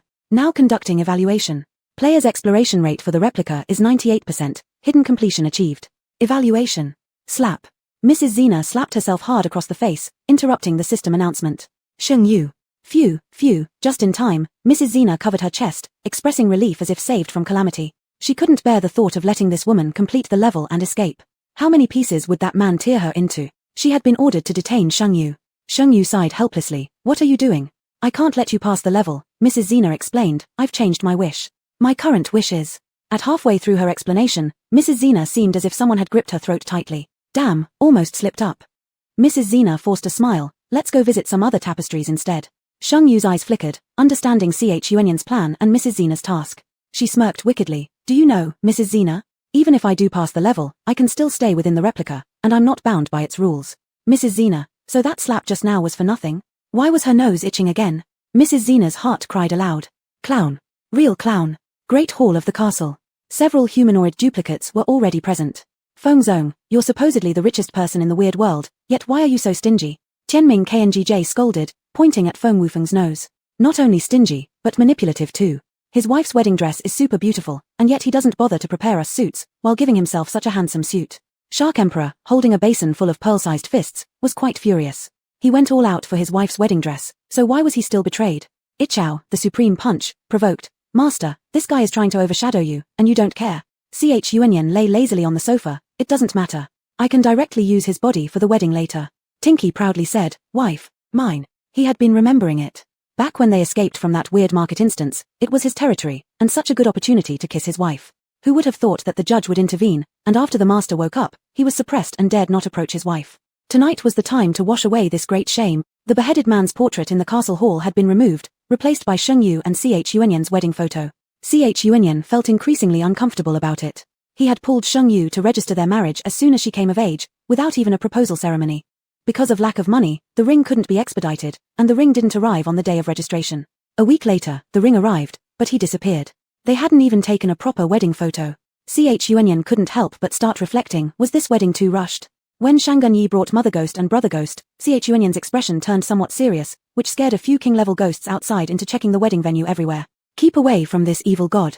Mother Ghost had wanted to come before, but with insufficient strength, she was stopped by her son. Now, upon hearing about attending her daughter's wedding, she became very excited. But just as she entered, she saw Chuanyan with a sour face, as if someone owed him a few million. Mother Ghost's heart twitched, trembling and pointing at Chuanyan. Are you going to call off the wedding? Chuanyan was startled awake by this sudden accusation. Mom, you're here. Don't call me Mom, what do you mean? Mother Ghost placed her hands on her hips, looking like she was ready to fight for Shungyu's justice. Chuanyan waved his hand to explain, no, I just feel it's too rushed, and that I may owe her something. Mother Ghost and Brother Ghost's expressions eased then, and Brother Ghost looked pleased. Loving a person often makes one feel indebted. He scanned the luxurious castle and chuckled, if this is considered hasty, why don't you borrow a palace instead? On the other side, Shangyu was picking flowers with Mrs. Zena. Suddenly, a spatial ripple, and a familiar figure appeared. Mrs. Zena sensed the man's aura, losing all resistance immediately, kneeling down and saying, Greetings, Your Majesty the Sea King. What appeared was none other than an abyssal ghost. His gaze fell on Shengyu, long time no see. Chapter 176, Chenchong Ancient Castle, witnessing the happiest moment of one's life. The cheerful chatter was carried away by the wind, fading into silence. Amidst the vibrant petals swaying gently in the breeze, the scene would have been a picture-perfect masterpiece if not for the frown marring Shengyu's otherwise serene expression. After all, this man wasn't bad-looking, appearing to be of mixed Eastern and Western descent. He possessed pale skin, deep-set eyes, and a prominent nose that gave him an aura of aristocratic refinement. How did you come here? Shengyu frowned. Are you here to cause trouble at this time? Zhongli Yang seemed to sense Shengyu's suspicion and quickly subdued the eerie aura enveloping him. His tone turned respectful. Please don't misunderstand me, I've come with a request. Request me? Are you kidding? Shengyu was astonished. I'm just a regular person. There's nothing I can do to help you. He almost blurted out that he was a player, but what difference would it make? It was practically suicidal. Shengyu felt a chill run down his spine. I've come to ask you to resurrect my mother. Only you can accomplish this. Zhongli Yang stated bluntly. My mother, Mingxing. Mingxing, the Red Mermaid who once sacrificed her life to save the entire merfolk race. Later, her consciousness was embedded within Shengyu's wish card, but after Shengyu became a peculiar game player, she had never appeared again. And Mingxing's child, the offspring of her and the human man. Oh, it's you, Shengyu finally realized. No wonder this man's nickname was Tadpole Fine's mother, and no wonder he had asked Shengyu to pass greetings to Mingxing during the first instance when his mental capacity exceeded limits. Everything made sense now. The inexplicable eerie presence bowed his head before Shengyu, sorrow evident in his voice. You are the only person in this world who can bring my mother back, so that we can reunite as mother and son. I'll do anything you ask, even stepping down from my position as a master of strange forces. If it could revive Mingxing, Shengyu would certainly agree. What do I need to do? Shengyu questioned, puzzled why this person chose him specifically. Why did he arrive precisely now?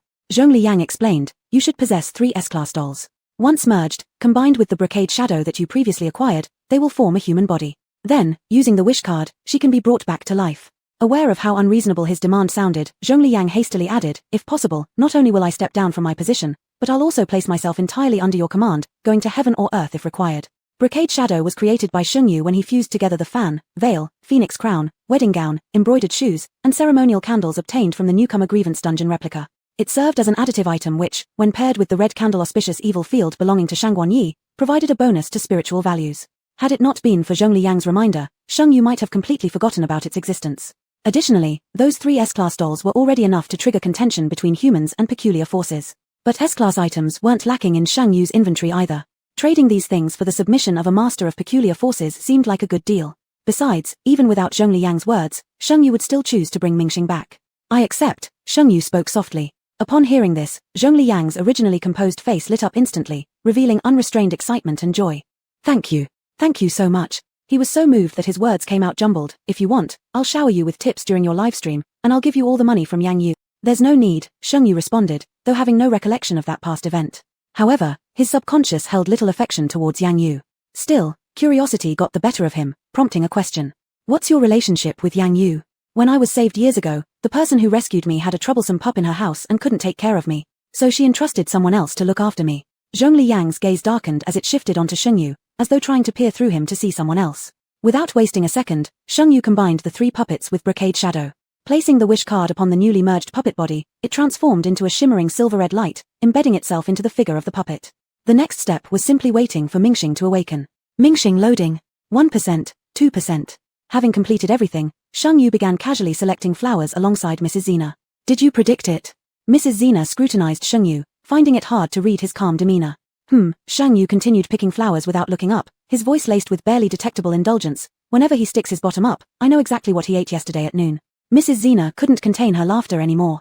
Ha ha ha. Your countrymen truly speak in profound and witty ways. Once they'd picked their flowers, Sheng Yu proceeded to assemble a bouquet manually. Her tranquil gaze settled on the vibrantly blooming flowers, and the corner of her mouth finally lifted slightly in a smile. Could this all not be some kind of illusion? When the bouquet was finished, Mrs. Zena also received a signal from King Chu. A scroll appeared in her hand, unused until now. She gently tossed it into the air and many figures emerged from within the painting. At the forefront was Chu Yuenian. Somehow, he had managed to get his hands on a disguise card, transforming back into his original appearance. His hair was slightly disheveled but exuded confidence, his eyes shimmering as if filled with endless stars. All those stars seemed fixed only upon the brilliant figure amid the riot of colors surrounding him. He held a bouquet similar in style to Sheng Yu's. They had both learned how to make bouquets at the same time, so naturally, their work turned out quite alike. Behind him followed fearsome kings of odd forces like Tianming of Fate and Wu Fengganji. It seemed today was an especially festive day. These imposing entities wore neatly pressed, understatedly luxurious suits and were groomed with hair gel that Tianming of Fate had been hoarding for years.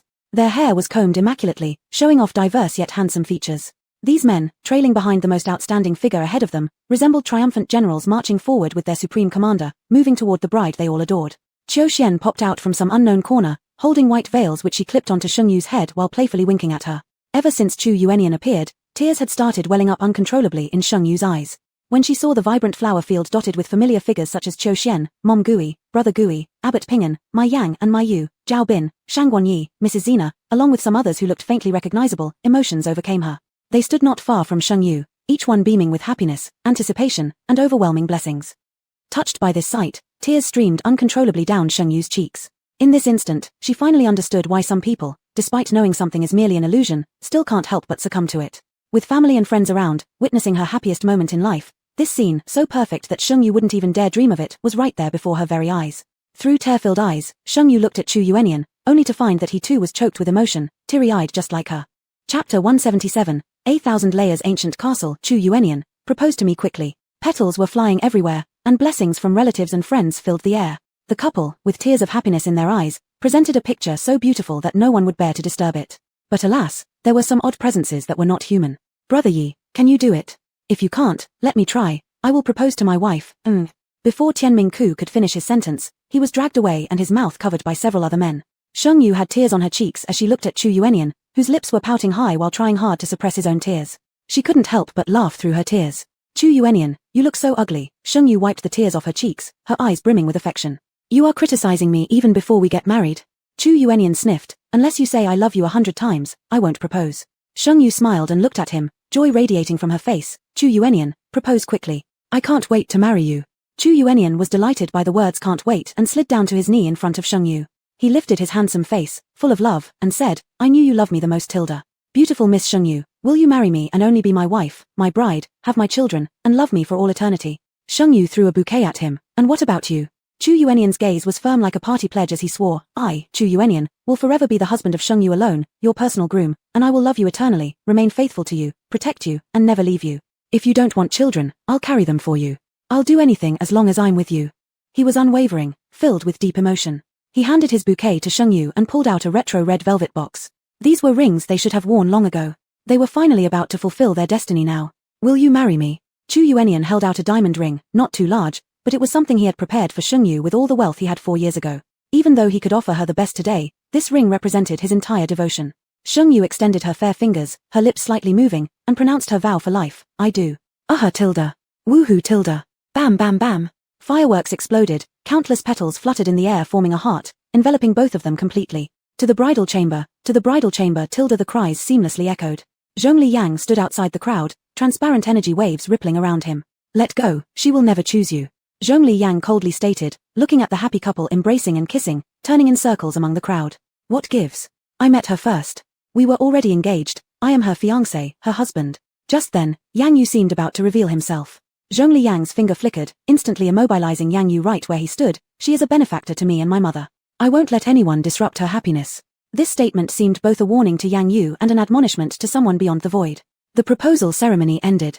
Qiu Xian and Shangguan Yi took Shengyu to change clothes. Chu Yuanian glanced toward Zhongli Yang, gently nodded, and returned to the grand hall of the ancient castle with everyone else. There were 5 abyss oddities altogether. They were the supreme entities in the world of oddities. Not only were they extremely powerful, but they also oversaw the operation of oddity games. In the beginning, his strength was only just shy of reaching the abyss oddities level, desiring to enter their ranks and leave the strange world behind. But he was surrounded and attacked by the 5 abyss oddities. Among these 5 abyss oddities, only this odious little tadpole still retained some humanity and was the only one who didn't attack him. Now there were still connections between his mother and sister, so Chu Yuanian didn't mind letting Zhongli Yang attend his wedding.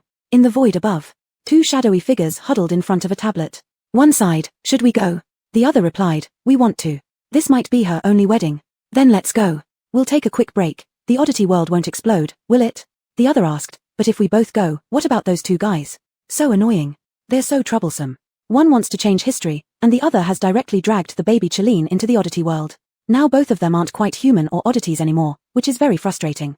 After a moment of silence, the other proposed, "Let's go for a bit and come back once we see them kiss." "All right, make less noise."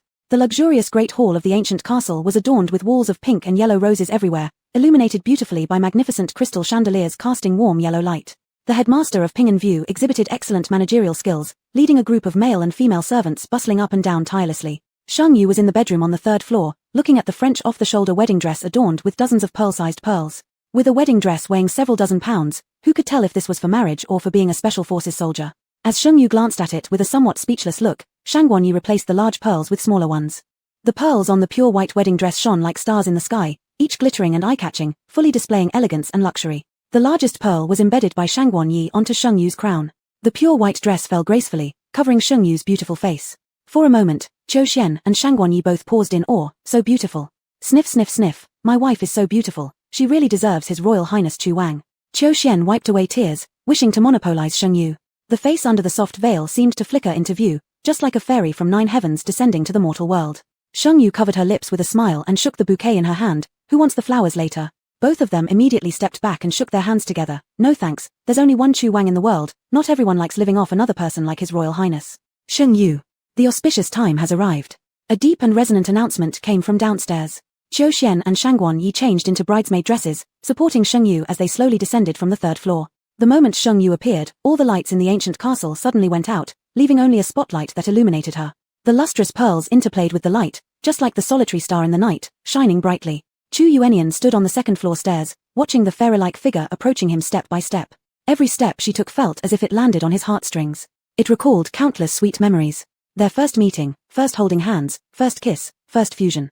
Since he realized what it meant to be a man, Shengyu had always been by his side. Even after many years following his death, Shengyu remained by his side. Stars slowly descended before him. Shengyu curved her lips upwards, her eye corners lifting in a graceful arc as she extended her hand, waiting for Chu Yuanian to take it. But Chu Yuanian just gazed at her lovingly, flashes of too many memories filling his mind, all converging into one single thought. Like the youth who returned after experiencing all kinds of worldly adventures, he finally married his bride. After seeing Shengyu's smile, Chu Yuanian's excitement intertwined with years of hard work. He couldn't help but cover his face and weep bitterly, big teardrops rolling down under the spotlight like diamonds. Chapter 178, Qianchong Castle, rival turns into nephew, ha ha ha ha ha. Chu Yuanian's tears fell like raindrops, and he couldn't stop crying. Shengyu didn't expect Chu Yuanian's emotions to fluctuate so greatly. She went forward to comfort him by patting Chu Yuanian's head. "Don't cry anymore, everyone is watching. Wah, I have finally married you." Chu Yuanian's voice broke with sobs. His handsome face was a mix of happiness and wronged feelings. They had waited for this day for far too long. Unbeknownst to all, at some point, a 16-tentacled little octopus appeared in the air above the grand hall of the castle. Each tentacle held a camera. It looked at the sniveling man, and Xiache's teenage voice rang out above the castle. "If the groom hasn't cried enough, he can go down and cry. My brother can help you finish the wedding ceremony." Chu Yuanian and his various incarnations looked over. After making eye contact, they were certain this wasn't one of their own. Before the main entity and the various incarnations could act, a snake-shaped whale tore through the space, charging full speed toward the small octopus. With a thud, both collided into Zhonglian's chest. Zhonglian appeared rather helpless as he gave Chu Yuanian an apologetic smile. "Sorry, the kids at home haven't woken up yet." He was the brother that the little octopus had mentioned. Chu Yuanian's face immediately turned dark. Back during the forbidden deep-sea mission, this little octopus had tried to seduce him much earlier. The snake-shaped whale broke free from Zhonglian's grasp, diving into Chu Yuanian's suit pocket.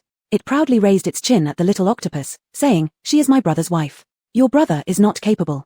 "Shengyu. Zhonglian, this brat, I raised him for a few years and he still gives me side-eye glances." But he still kept his composed smile as he said to Shengyu, I just enabled the live streaming permissions for human players.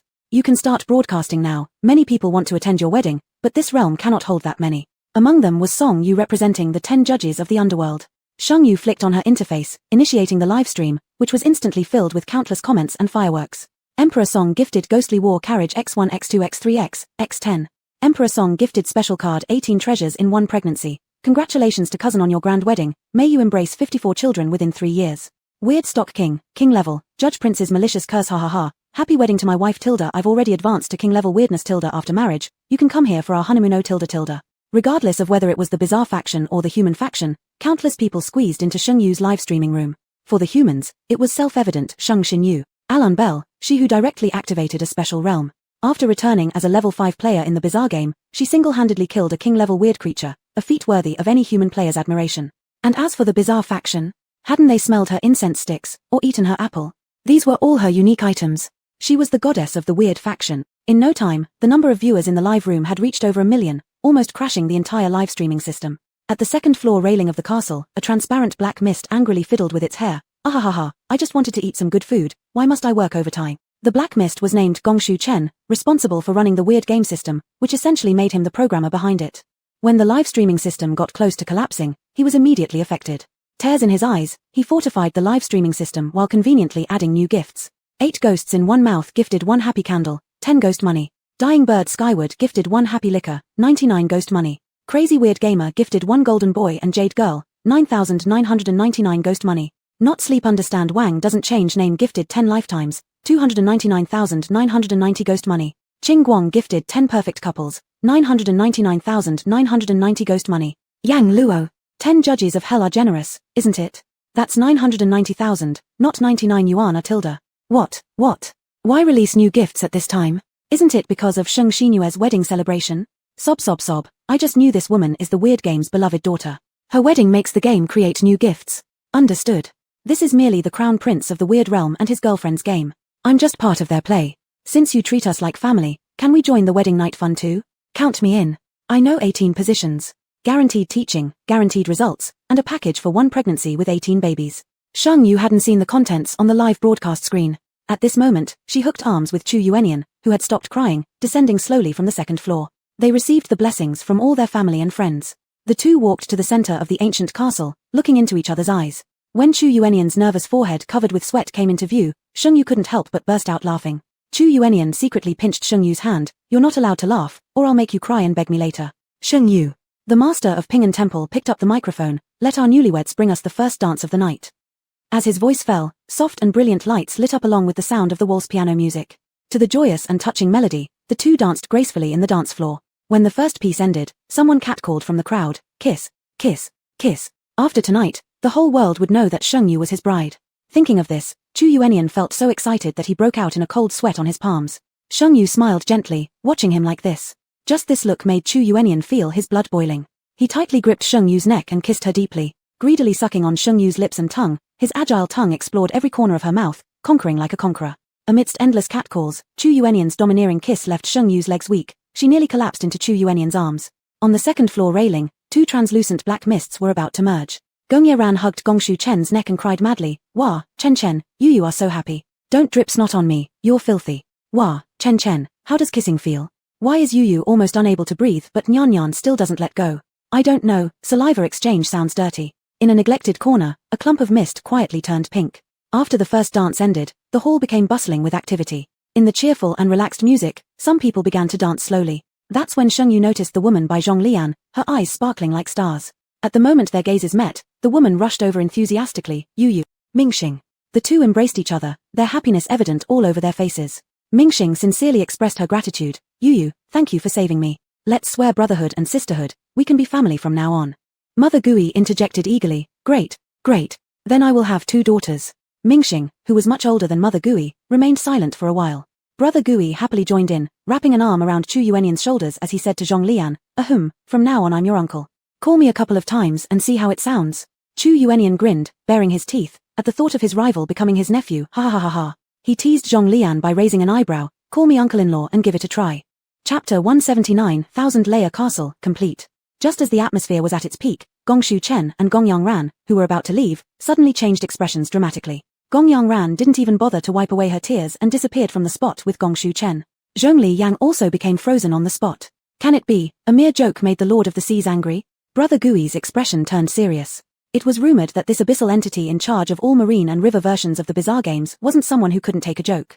Realizing something was wrong, Chu Yuanian furrowed his brow and said to Zhongli Yang, "Go check back first."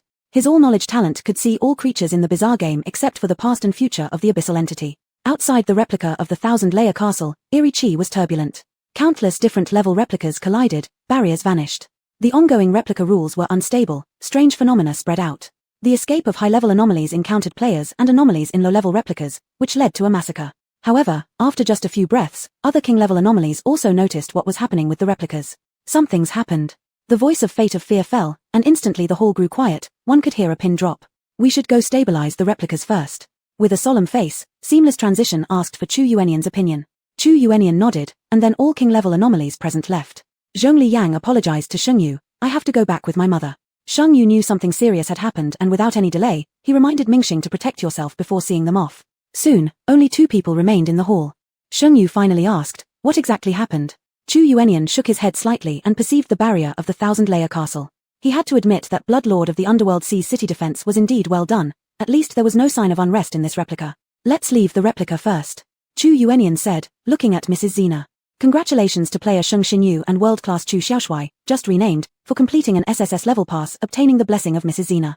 Replica exploration rate is 95%, ranked first in this replica, rewarded with +1 personal base attribute value, rewarded with 600 points, rewarded with 3 optional cards and attribute cards.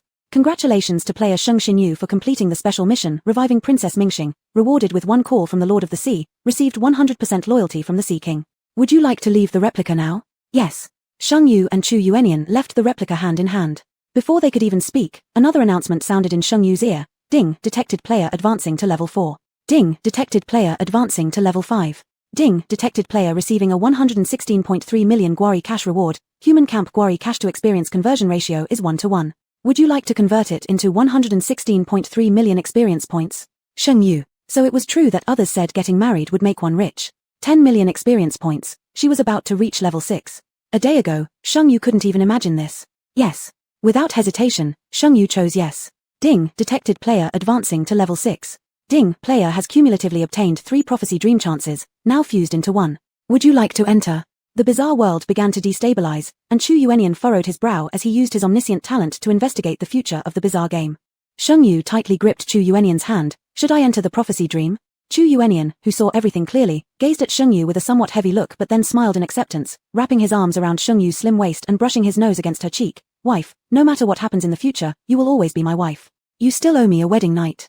Sheng Yu could sense his concern but had no choice but to let herself enter the prophecy dream. "Yes, I'll always be your wife."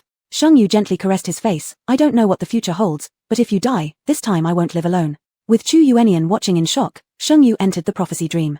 Prophecy dream is an immersive dream. When Sheng Yu opened her eyes again, a tall figure stood before her, a man with a faint smile on his lips preparing to drape a blanket over Sheng Yu. "Yang Yu, how did you get here?" Sheng Yu sat up, rubbing her eyes and looked around. Everything was familiar. "Here," Yang Yu handed her a glass of water. "You've been in the lab for a week without leaving. Your uncle and aunt are very worried about you, so they sent me to come check on you." Sheng Yu finished the water in one gulp and stretched lazily without caring. "Yang Yu, stop fooling around. They wouldn't care about me." The they in Shang Yu's mouth were none other than her biological parents. This was a star age. Humans had left the solar system and established a vast federal empire deep in the universe.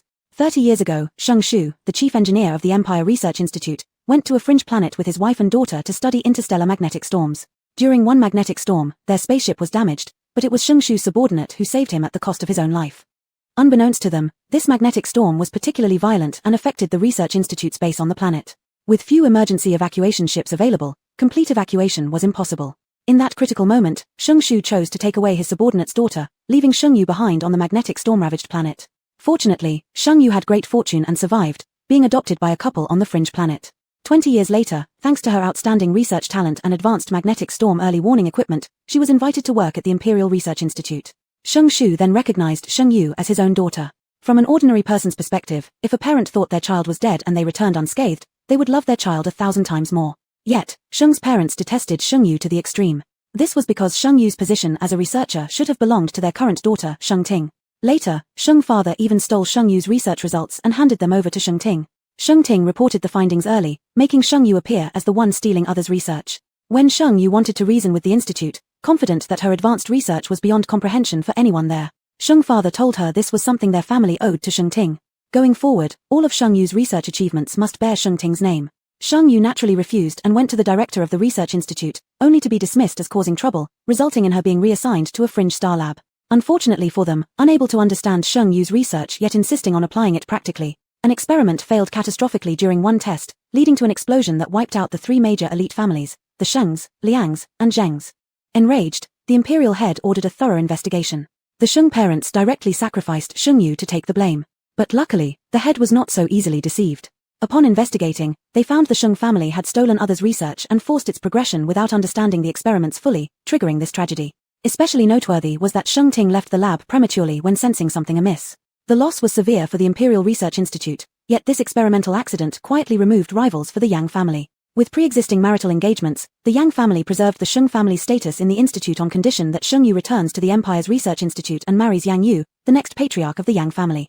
Chapter 180, Prophetic Dream, a Perfect Match. Edge Star Times Starry Skylab. When Sheng Yu received the news that Yang Yu, the young master of the Yang family, was coming to the lab, Yang Yu had already arrived at the door of the lab. Sheng Yu didn't have much feeling towards Yang Yu. Once they both worked in the Empire Research Institute. Although they both studied magnet storms, their research directions were completely different and they belonged to two separate project groups, so they merely nodded in passing.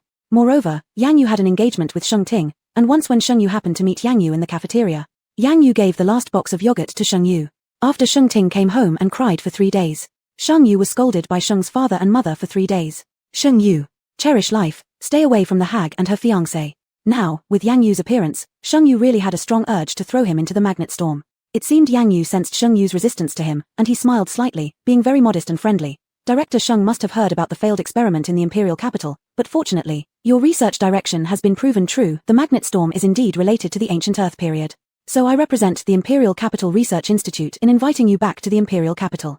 Sheng Yu didn't bother to respond, kicking up her leg casually as she said, if you want me to come, I'll come, if you want me to leave, I'll leave. Now you want me back again, what method are you planning to use to take my research results away? No, Yang Yu said firmly, you will be the director of the Magnet Storm Research Group, and no one will be able to interfere with you. What about Sheng Ting? Yang Yu paused for a moment, answering honestly, she hasn't received proper punishment yet, and now she has been transferred to another research group. Sheng Yu sneered, full of mockery. I've never had any feelings for her. Speaking of the engagement, you're actually my fiancé. It was as if he knew what Sheng Yu was about to say, and Yang Yu spoke first. Sheng Yu stood up, waved her hand carelessly, do whatever you want. I just want to figure out the cause of the magnet storm formation and how to solve it. Before Sheng Yu was about to leave, Yang Yu said, let me stay here, join the research group. Do as you wish. My project group doesn't support idlers. This was agreement. But there was no reason for Sheng Yu to refuse. At such a young age, Yang Yu could become the head of the Yang family, and his own strength wasn't something to be underestimated. With Yang Yu joining, it was a great help to the project group. It proved that Sheng Yu's thoughts were correct. Yang Yu's joining brought a lot of resources to the project, and in terms of interpersonal relationships, Yang Yu would handle everything without requiring Sheng Yu's involvement. Their cooperation became increasingly. 3 years later. Yu, are you free this weekend? I want to return to the Imperial Star. Yang Yu politely knocked on Sheng Yu's door, then pushed it open directly after receiving no answer. Sheng Yu was changing clothes, revealing a perfectly white back to Yang Yu, smooth and elegant like a beautiful swan. Sorry, I didn't know. Yang Yu awkwardly turned around, his usually stern face flushed red, rarely seen. Sheng Yu quickly finished dressing, hiding the embarrassment in her eyes, and coughed, is there something you want from me? Yang Yu dared not look straight at Sheng Yu. It's my grandma's 90th birthday this weekend. I want to invite you to go back to the Imperial Star together, and we can discuss our matters. Sheng Yu raised an eyebrow in confusion. Our matters? Yang Yu smiled faintly, seemingly full of infinite indulgence and pampering. Can you not feel my feelings for you? Yu, whether in research or in life, we are truly a perfect match. Are you serious? Sheng Yu looked oddly at him. Yang Yu responded seriously, of course, I fell in love with you from the first moment I saw you. Sheng Yu wore an old man's subway expression, but I'm still a minor. Luring a minor in the Empire will result in chemical castration.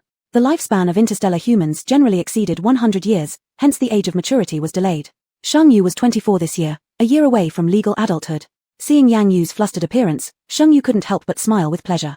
How dare this guy always act as if he could control everything?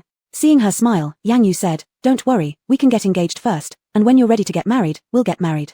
You know, if we want more magnet storm data, we need to install monitors all over the Federal Empire. But this is a huge project, consuming immeasurable human and material resources.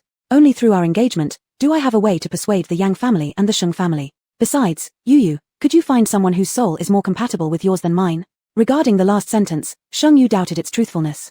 But the words Yang Yu said beforehand were facts. The experiment had entered a critical stage, and the data from the monitors all over the Federal Empire were very important.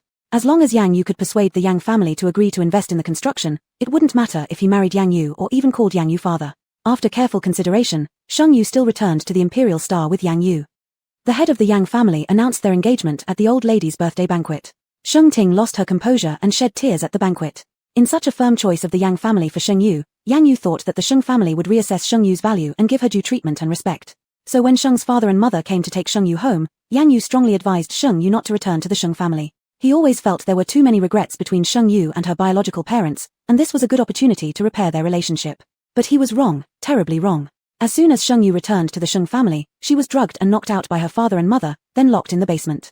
Until the day of the engagement, Sheng Ting impersonated Sheng Yu and completed the engagement ceremony with Yang Yu. Unfortunately, before the engagement banquet ended, a sudden magnet storm swept across the Imperial Star. In recent years, thanks to the joint efforts of Sheng Yu and Yang Yu, most buildings on the Imperial Star were equipped with anti-magnet storm instruments. There was only one place without any equipment to resist the magnet storm, the Sheng residence. Almost all the magnet storm-related instruments available now were designed by Sheng Yu. Every time Sheng Ting saw these, she would despise herself for being useless, so over time, the Sheng family did not install any anti-magnet storm instruments. In that magnet storm, the entire Imperial Star remained unscathed except for the Sheng family mansion, which disappeared and was swallowed up by the magnet storm. Chapter 181, Prophecy Dream, The Human Bride. When Sheng Yu opened her eyes again, all she could see was darkness. It felt as though a massive stone pressed down on her body, and a faint unknown smell drifted into her nostrils. It wasn't particularly unpleasant, and after a while, it even turned into a delicate. She tried to push the giant stone off her. But the stone stood firm, not moving an inch. Instead, the edges of the stone cut into Sheng Yu's palm, releasing a faint bloody smell that spread in the air, overshadowing that subtle fragrance. As the bloody smell became stronger, just when Sheng Yu almost lost hope, the stone-like pressure suddenly started moving. Light flooded in as the huge rock lifted, allowing Sheng Yu to finally see what had been pinning her down. What appeared before her was not a boulder at all but a ferocious and majestic beast. For a moment, Sheng Yu forgot how to breathe, staring dumbly at the beast, with her mind going completely blank. The beast huffed impatiently, its fierce and savage expression making it clear it wanted to crush her. Sheng Yu also thought this would be the quickest way to die. Before Sheng Yu regained herself, the beast sniffed around with its nose clearly picking up the scent of blood. This was a very peculiar smell, one the beast had never encountered during its long life. Its tongue shot out and it licked the palm of Sheng Yu. It was sweet. A captivating sweetness instantly filled its taste buds, though it faded quickly due to the lack of blood. Looking back at Sheng Yu's palm, it had already healed. The beast tilted its head, pacing back and forth beside Xiao Ke's possessions, seemingly deep in thought about why this happened. In the next second, it opened its mouth and lightly bit into Sheng Yu's forearm with its sharp teeth. Instantly, an 8 to 9 centimeter wound tore open. Bright red blood gushed out, and the beast grinned widely as it used its spiky tongue to lick the flowing blood into its mouth. The sweet aroma caused a luminous 5-color glow across its whole body. The pain shocked Sheng Yu, waking her completely. She was certain this was not a creature from space. There were no such powerful yet apparently foolish animals in space. The sweet flavor soon disappeared from its mouth, prompting the beast to attempt the same method once more. When it saw the wound healing again, annoyance creased its brow. Sharp teeth showing, just as it was about to strike again, it got smacked across its face. Why did this little thing slap me? With pitch-black eyes, the beast met Sheng Yu's gaze, which carried anger. For some reason, the beast seemed to understand the emotions reflected in the little human's eyes. Sheng Yu's reaction was instinctive. She had expected the beast to become enraged and was somewhat scared. But upon seeing this brain-dead creature, she immediately realized her slap was equivalent to getting bitten by a mosquito for the giant beast. Thinking about it, Sheng Yu angrily struck out another slap. This time she didn't hold back, and her palm got cut again from the sharp edges of the rocks. Before the fresh blood could flow out, it was already cleaned up by the beast's pink tongue, which also helped heal the wound with its saliva. Seeing there were no more sweet things, the beast obediently brought its face close to Sheng Yu, signaling for her to slap it again. Sheng Yu. She had never felt so clueless. Not every slap can resolve matters. Ignoring the low IQ beast, Sheng Yu walked toward the direction of sunlight, wanting to check where she was. Frankly speaking, this was also her first time entering a magnetic storm. Previously, whether human or aircraft, none survived encountering the magnetic storm unscathed. But she had entered the storm and still lived. What exactly was happening? The beast followed her steps and moved outward. However, with its body blocking the sky and hiding the sun, each step covered dozens of meters. After 2 steps, the white and sweet-smelling little thing had disappeared from the beast's view. It stretched its nose forward, pushing against the ground where Sheng Yu lay. Surprised by the sudden impact, Sheng Yu rolled several times. Her exposed skin from wearing short sleeves got scratched by sharp stones. Realizing something, Sheng Yu opened her eyes in shock. The next moment, she was wrapped by a pink tongue, all traces of blood vanished, wounds mended. But Sheng Yu nearly broke down. Just now, she thought she was going to get eaten. Satisfied with the blood treat, the beast smacked its lips. Its large black pupils faced the angry gaze of the little human, and subconsciously, its neck shrunk. It felt compelled, and its body shrank instantly to about the height of Sheng Yu. From this angle, it was really convenient for Sheng Yu to slap it. Even after getting slapped, the beast didn't feel the least bit upset. It felt excited instead, wanting to lick Sheng Yu, but failing to achieve what it wanted. The smaller black pupil immediately watered up, appearing sorrowful, as if Sheng Yu had done something truly heinous. Sheng Yu. Being cute doesn't work, being cute is disgraceful. However, this also made Sheng Yu realize that this was a conscious animal, capable of communication. She asked, "Do you know where we are?" "Immortal Valley." You. Sheng Yu stumbled back a few steps, shocked. "You can actually speak human language." "What human language?" The beast tilted its head, then suddenly understood. "Are you human?" "Yes," Sheng Yu replied, puzzled. "If you haven't seen humans before, how come you can speak human language? What exactly are you?" The giant beast's gaze towards Sheng Yu became peculiar, then with great arrogance it answered her question, "I am a Kareen, the last Kareen in all of creation." After saying this, it crouched low and flicked Sheng Yu onto its back, speeding off at an incredible pace. The roaring wind rushed past her ears. If Sheng Yu had a stopwatch in her hand, she would have certainly discovered that this Kareen's speed had already surpassed 180 miles per hour. Just as Sheng Yu's hairline had been pushed back by a centimeter, the Kareen finally came to a stop in front of a cave. Even though Sheng Yu was almost blinded by the wild wind, she still clearly saw that they were now in a pristine forest. Tall peaks dotted within this deep jungle. This must be one of the central ones. As soon as the Kareen entered, it was as though some kind of sensor activated inside, causing flames to burst out from several pots. The moment Sheng Yu stepped in, she noticed the murals inside the cave. Apparently, the primitive societies on ancient Earth liked to record history through murals. In these murals, Sheng Yu saw. A long time ago, there existed 3 tribes in creation: dragons, phoenixes, and kirins. With the disputes between dragons and phoenixes, the dragon tribe and phoenix tribe began dwindling in number, while the Kireen tribe became increasingly powerful. Precisely because of the Kireen tribe's flourishing power, the energies of creation started tilting toward them. Simultaneously, along with this positive energy, came negative energies from creation as well. As the energy accumulated over time, the Kireen tribe was more and more influenced, beginning to kill each other. Carrying auspicious omens, the last few remaining Kirins gathered their auspicious energies together, clearing away the negative energies from creation. This act caused the Kireen tribe to become entirely extinct. However, fortunately, among the 50 truths of the Tao, the 49 natural laws remain intact. Under the protection of their auspicious energy, the last thread of the Kireen lineage managed to survive this small Kireen in front of her. However, as the last auspicious creature in creation, this small Kireen bore too much energy and destiny upon him. Only living in Immortal Valley could keep his life safe. If one day the small Kireen desired to leave, there would be but one path for him: marrying a human girl as his bride. The final part of the mural showed a girl wearing a simple dress with her hands tied behind her back. This was precisely how Sheng Yu had been detained in the basement. Sheng Yu. She severely doubted the authenticity of this mural. Why does the matter concerning your Kireen tribe involve me, just a human? And human bride? Do you think you're telling some Anderson fairy tale? Sheng Yu wanted to tell the little Kireen not to believe in those murals. What's the homophonic meaning of murals? Nonsense. But when she glanced sideways, she met a pair of shimmering big eyes full of longing. Chapter 182. Prophecy Dream, Giving Birth to a Little Kylin. Will you marry me? The giant beast's short, pointy tail swung wildly, its eyes sparkling as if holding several watts of light bulbs. Actually, he didn't believe in the ancient legacies before. But when this sweet human appeared, the giant beast dropped down on one knee, all doubts erased instantly. This was an ancestral selection. She was truly sweet. Sheng Yu rolled her eyes. Is there a possibility that I marry you? The giant beast didn't hesitate for a moment. That works too. Sheng Yu realized later how it sounded like a compromise. No, why were they already talking about marriage? No. Sheng Yu cut off resolutely. Our species are different. How did we escalate to this level? The giant beast found it hard to understand, and question marks popped out on its head. What do you mean by species being different? Isn't it because you're not a Kylin? Don't worry, I don't despise you. I despise you. Sheng Yu turned around and left. She had read some ancient Earth literature before, mentioning something like Beauty and the Beast. At that time, she admired the imaginative thought process of ancient humans, never expecting that creativity stemmed from real life. She wouldn't be someone's princess. Seeing her leave, the giant beast pounced directly, causing Sheng Yu to roll a few more rounds on the ground, becoming filthy and messy. Furious, she slapped his dog-like head once again, yelling, "With you acting this way and wanting a wife, your behavior is called domestic violence in our human society." Phew. Domestic violence, man. The giant beast. Every word sounds understandable but incomprehensible altogether. Hug. Hold. Not really. Why does he get touched again? Shouldn't he be drinking sweet water now? In a daze, Sheng Yu had already run far away. Thankfully, she observed earlier that not far from the cave, there was a river where she could clean herself up. So when the giant beast caught up with Sheng Yu again, he only saw her leaping into the river. Don't. The giant beast lifted his head, emitting a mournful roar. Throughout his long lifespan, he had made a few friends, but after encountering this river, those friends vanished. Human, bride, Sweetwater baby. He didn't want her to disappear, and without any hesitation, the giant beast mimicked her motion and also plunged into the flow. Sheng Yu was swimming and thinking about catching some fish to roast when suddenly, a dark shadow loomed over and slammed her, knocking her unconscious. When she opened her eyes again, Sheng Yu felt her headache splitting so badly that she even suspected it was a hallucination. Wasn't she supposed to have died from the magnetic storm? You're awake. A familiar voice came from nearby. Looking up, Sheng Yu's pupils abruptly contracted. A human? There was another human here. You.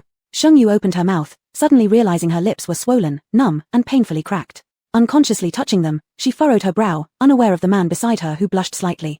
Did you save me? Sheng Yu asked, licking her lips lightly. Thank you. The giant beast.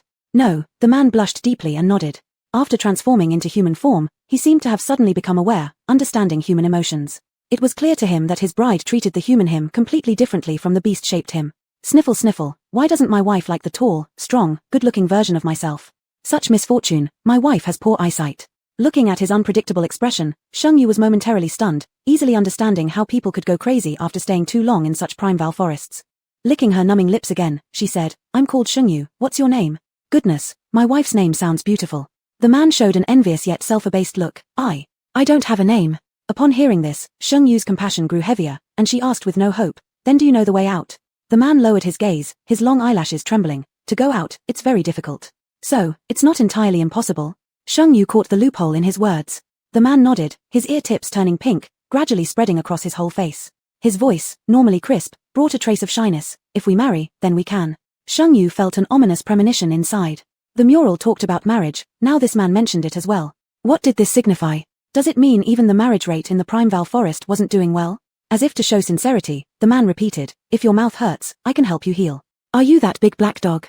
Kylin. I am a Kylin. The last one in existence between heaven and earth. You really are. Sheng Yu glared angrily at the man, pointing at her vividly red, swollen lips. So what is this all about? The giant beast's identity was exposed, and a trace of pity appeared on his face. It wasn't intentional, all right? You were choking on water and couldn't spit it out, so I had to help suck it out for you. But who would have known that your mouth is like some kind of magic, just one kiss and I transform into my human form, another kiss and I return to my original shape. I accidentally played with it a few more times. He definitely wouldn't say that the reason he kept kissing her was because this woman's lips tasted sweet. Sheng Yu took a deep breath and stepped forward, grabbing the man's ear. If I hadn't fallen unconscious when you jumped in, this wouldn't have happened. Now, take me out of here immediately. The man dared not protest, feeling guilty under Sheng Yu's gaze. I already told you, only if we get married will you be able to leave. Sheng Yu furrowed her brows. Is there no other way? The man nodded. Currently, this is the only method. The Tiandao rules in the Bumei Valley are incomplete. If we marry, it will restore the missing half of these rules, and perhaps other ways will appear. Can you stop acting like I'm such a burden? I'm at least the last auspicious being in the universe. The man lowered his eyelashes, speaking with apparent grievance. Only now did Sheng Yu seriously observe the man's face. His eyebrows swept upward elegantly, his hair slightly covering his forehead, revealing a pair of alluring almond-shaped eyes. Due to his lowered lashes, they fluttered like little fans, trembling slightly, causing an instinctive pang of sympathy. His nose was high-bridged, and his lips were fresh and tender in color, with slightly downturned lines that made him look even more pitiable. Even in the highly evolved stellar age where humans had reached their physical peak, it was rare to come across such a handsome man. In this brief moment, Sheng Yu felt that marrying this man might not be such a bad deal after all. At least, the view was appetizing. Clearing her throat, Sheng Yu asked solemnly, how exactly do we get married? Upon hearing this, the man suddenly lifted his head, his pupils glittering like black gems with excitement. Sheng Yu could almost see the frantic wagging of his tail behind him. It means you and I together produce a baby little Kylin. Chapter 183, Prophecy Dream, Thirsty. Upon hearing this, Sheng Yu once again raised her hand to slap, but when she saw the side face with eyes as brilliant as stars, she suddenly couldn't bring herself to do it. Unexpectedly, the man affectionately leaned in closer, and his eyes revealed a pure love, innate love that beasts naturally have for their partners. Sheng Yu had always believed in her strong adaptability. Whether on the Emperor Star or the Edge Star, she could quickly adjust. But now, for the first time, she thought that being too adaptable might not be such a good thing. It was evident that she had accepted her husband was a wild beast. Ah, no, that was the last divine creature between heaven and earth. Can I call you Yu?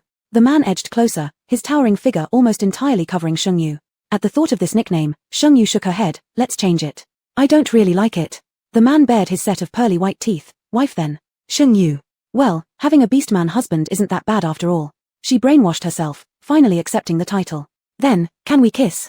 You're so sweet. The man lowered his head, approaching her closely. The refreshing scent of grass filled her nostrils. Facing such direct action, even someone as composed as Sheng Yu felt somewhat overwhelmed. Before she could reject him, the man tilted her chin and started to explore aggressively. Next, Sheng Yu understood why her lips had turned red and swollen. This wasn't a Chileen at all, it was more like a dog. Her tongue went numb from his suction, and she shoved the man away. In an instant, the man transformed into his beast form. His glossy black eyes sparkled with confusion. Wife? Sheng Yu huffed and leapt onto his back imperiously. It's getting dark. My wife doesn't want to feed mosquitoes out here in the wild. All right. The Chileen's head rose high, carrying Sheng Yu swiftly through the lush green forest until stopping atop the tallest little hill within the woods. This was the place where the Chileen often resided. Over countless ages, he had looked afar from here, waiting for his human bride. When today's sky suddenly brewed up a pitch-black channel, his heart began racing wildly, as if something significant was about to come. Immediately, a shadow fell from the sky. He ran hard for a long while, managing just in time to catch the falling figure. A storm swept through the forest. To protect her, he instinctively pressed her into his chest. That was the animal instinct, as well as the inner calling. So, it turned out. This human female who exuded sweetness everywhere was truly his bride. The cold air permeated the forest at night, and Sheng Yu finally understood why there were so many dried grasses in the Chileen's little nest, because he also needed warmth. Sheng Yu slept beside the Chileen, and surprisingly enough, despite being in a strange place surrounded by a wild beast, she slept very soundly. When she opened her eyes, she found the Chileen by her side had reverted to human form, revealing perfectly shaped and pale chest, upon which fresh red fruits adorned. Sheng Yu felt thirsty for the first time. She really wanted to bite and taste how it would feel. The man's breathing was steady, his chest rising and falling gently, the red fruit growing even more lustrous. Sheng Yu slightly bent her head. Before doing anything, she was pressed under the man, who seized her chin and kissed her once more. This time, the world seemed to spin around her as Sheng Yu collapsed onto the haybed, surrendering completely to the tide of sensations. The faint light illuminated Xiao Ku's cave. Sheng Yu squinted and saw that the man had matured further, the overwhelming masculine aura practically engulfing him. The man nibbled on her earlobe. His actions evolved from awkward to smooth, growing remarkably fast. Thank you, for helping me finally transition out of my juvenile phase. After transitioning out of the juvenile phase, the Chileen could freely switch forms, no longer transforming unintentionally due to a kiss, nor sneaking back to human form hiding his fangs to suckle on a woman's lips. Sheng Yu was still sleeping deep inside the cave when the man walked out bare-chested, gazing over the whole forest like he used to. This time, however, his gaze landed on the endless darkness at the end of the forest. A mature Chileen inherited all the memories of the Chileen clan. Rather than saying the Chileen race fell victim to infighting, it might be better to say the decline resulted from the waning influence of heavenly destiny. Heaven and earth maintain balance through yin and yang. With yang comes yin, with white comes black, with joy comes sadness. Happiness nurtures heavenly destiny, while sorrow consumes it. With the proliferation of living beings, humans emerged as the supreme species and began recklessly hunting other creatures. Blood and chaos polluted the vital energy of the land, indirectly polluting the heavenly destiny itself. The energy within heavenly destiny became chaotic, first conspiring to cause calamities involving dragons and phoenixes, absorbing their divine energy. Next came the turn of the Killins. The leader of the Chileen clan peered into the abnormalities of the Tao of Heaven, feeding himself to the Tao, and began to transfer the negative energy onto the Chileen clan, hoping to use their auspicious power to dissipate the resentment of the heavenly Tao. Unfortunately, it was like trying to extinguish a forest fire with a cup of water. In the end, he set up an array for the heavenly Tao, absorbing all the negative energy and confining it in an abyss beyond the heavenly Tao. Thus, tens of thousands of years passed. Sadly, humanity still couldn't withstand the backlash of the heavenly Tao, and ancient Earth fell into ruin in every timeline. Only the timeline where Sheng Yu resided reached deep into the universe, continuing to thrive. But as time went on, the negative energy of the heavenly Tao gathered and settled, replicating every scene heavy with grievances. The Eternal Valley was the last line of defense against this negative energy. If the Eternal Valley were to disappear, then the millions of years' worth of accumulated negative energy from the heavenly Tao would sweep across the entire universe. And at that point, it wouldn't just be humanity, all life in the universe would be implicated. Not a single living being would remain. A soft moan from Sheng Yu interrupted the man's thoughts. His fingertips still seemed to retain her warmth, so he rubbed them together, then turned back into the cave, pulling Sheng Yu completely into his embrace and taking in her scent. The man felt contentedly that even if the universe exploded right now, he would feel it was all worth it. A day later, Sheng Yu woke up in a small wooden house. Gazing at the unfamiliar ceiling, she once again felt disoriented. Who am I? Where am I? What happened? She looked down at the uneven animal skin dress draped over her body and heard the sound of wood being chopped outside. Sheng Yu stepped out barefoot and saw a shirtless man splitting logs under the sunlight. Sweat trickled down the contours of his abs, gleaming with a crystalline luster in the sunlight. Every move radiated male testosterone and untamed wildness. Sheng Yu only felt the sun burning her skin, making her throat parched and lips dry. Sensing the gaze behind him, the man slightly turned, tilting his head to reveal his flawless profile. His black pupils held Sheng Yu entirely within them but were filled with restraint and suppressed desire. His fiery gaze made Sheng Yu flush pink all over. She averted her eyes but couldn't help letting her lips curl slightly upward. Did you make this dress? Chapter 184, Prophecy Dream. There is life in the midst of the magnetic storm. The man had already found the answer to whether he was satisfied or not from Shungyu's blushed cheeks. The golden sunlight fell on her, making her appear extraordinarily fair. Beneath her loose fur skirt, her graceful curves were revealed. Since it's our first time, you'll have to make do with this. He was extremely reserved and humble. Shungyu felt somewhat uncomfortable with the man's maturity, asking her doubt, why are you so different from before? I've entered adulthood and inherited the memories about humans from the tribe. The man pointed at the small house. Humans love living in small houses.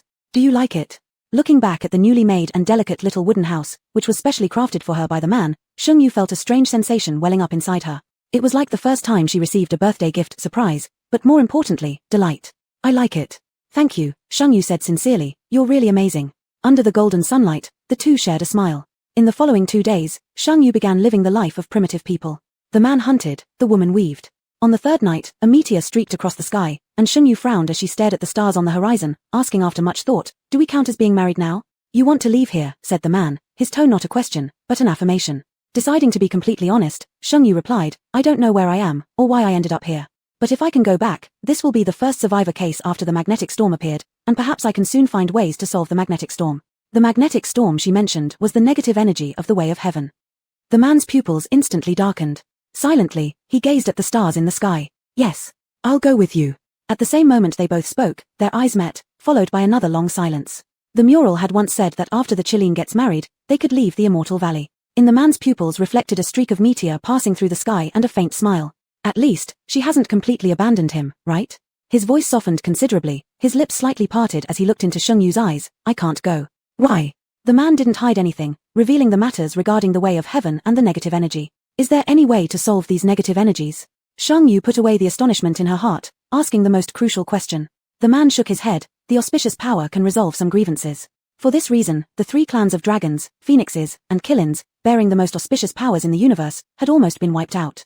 So, I cannot leave, but if you want to go, I can see you off. The Immortal Valley was the last line of defense against the outbreak of negative energy. Once it falls, the destruction of all beings in the universe would only be a matter of time. But I've developed instruments that resist the magnetic storm. Human technology is advancing rapidly, give me a little more time, and I'm sure I'll come up with a way to deal with the magnetic storm. The man remained silent, nodding after a while, all right. He had already made up his mind. As the brilliant meteors reached their end. At this moment, the man spoke, when do you plan to leave?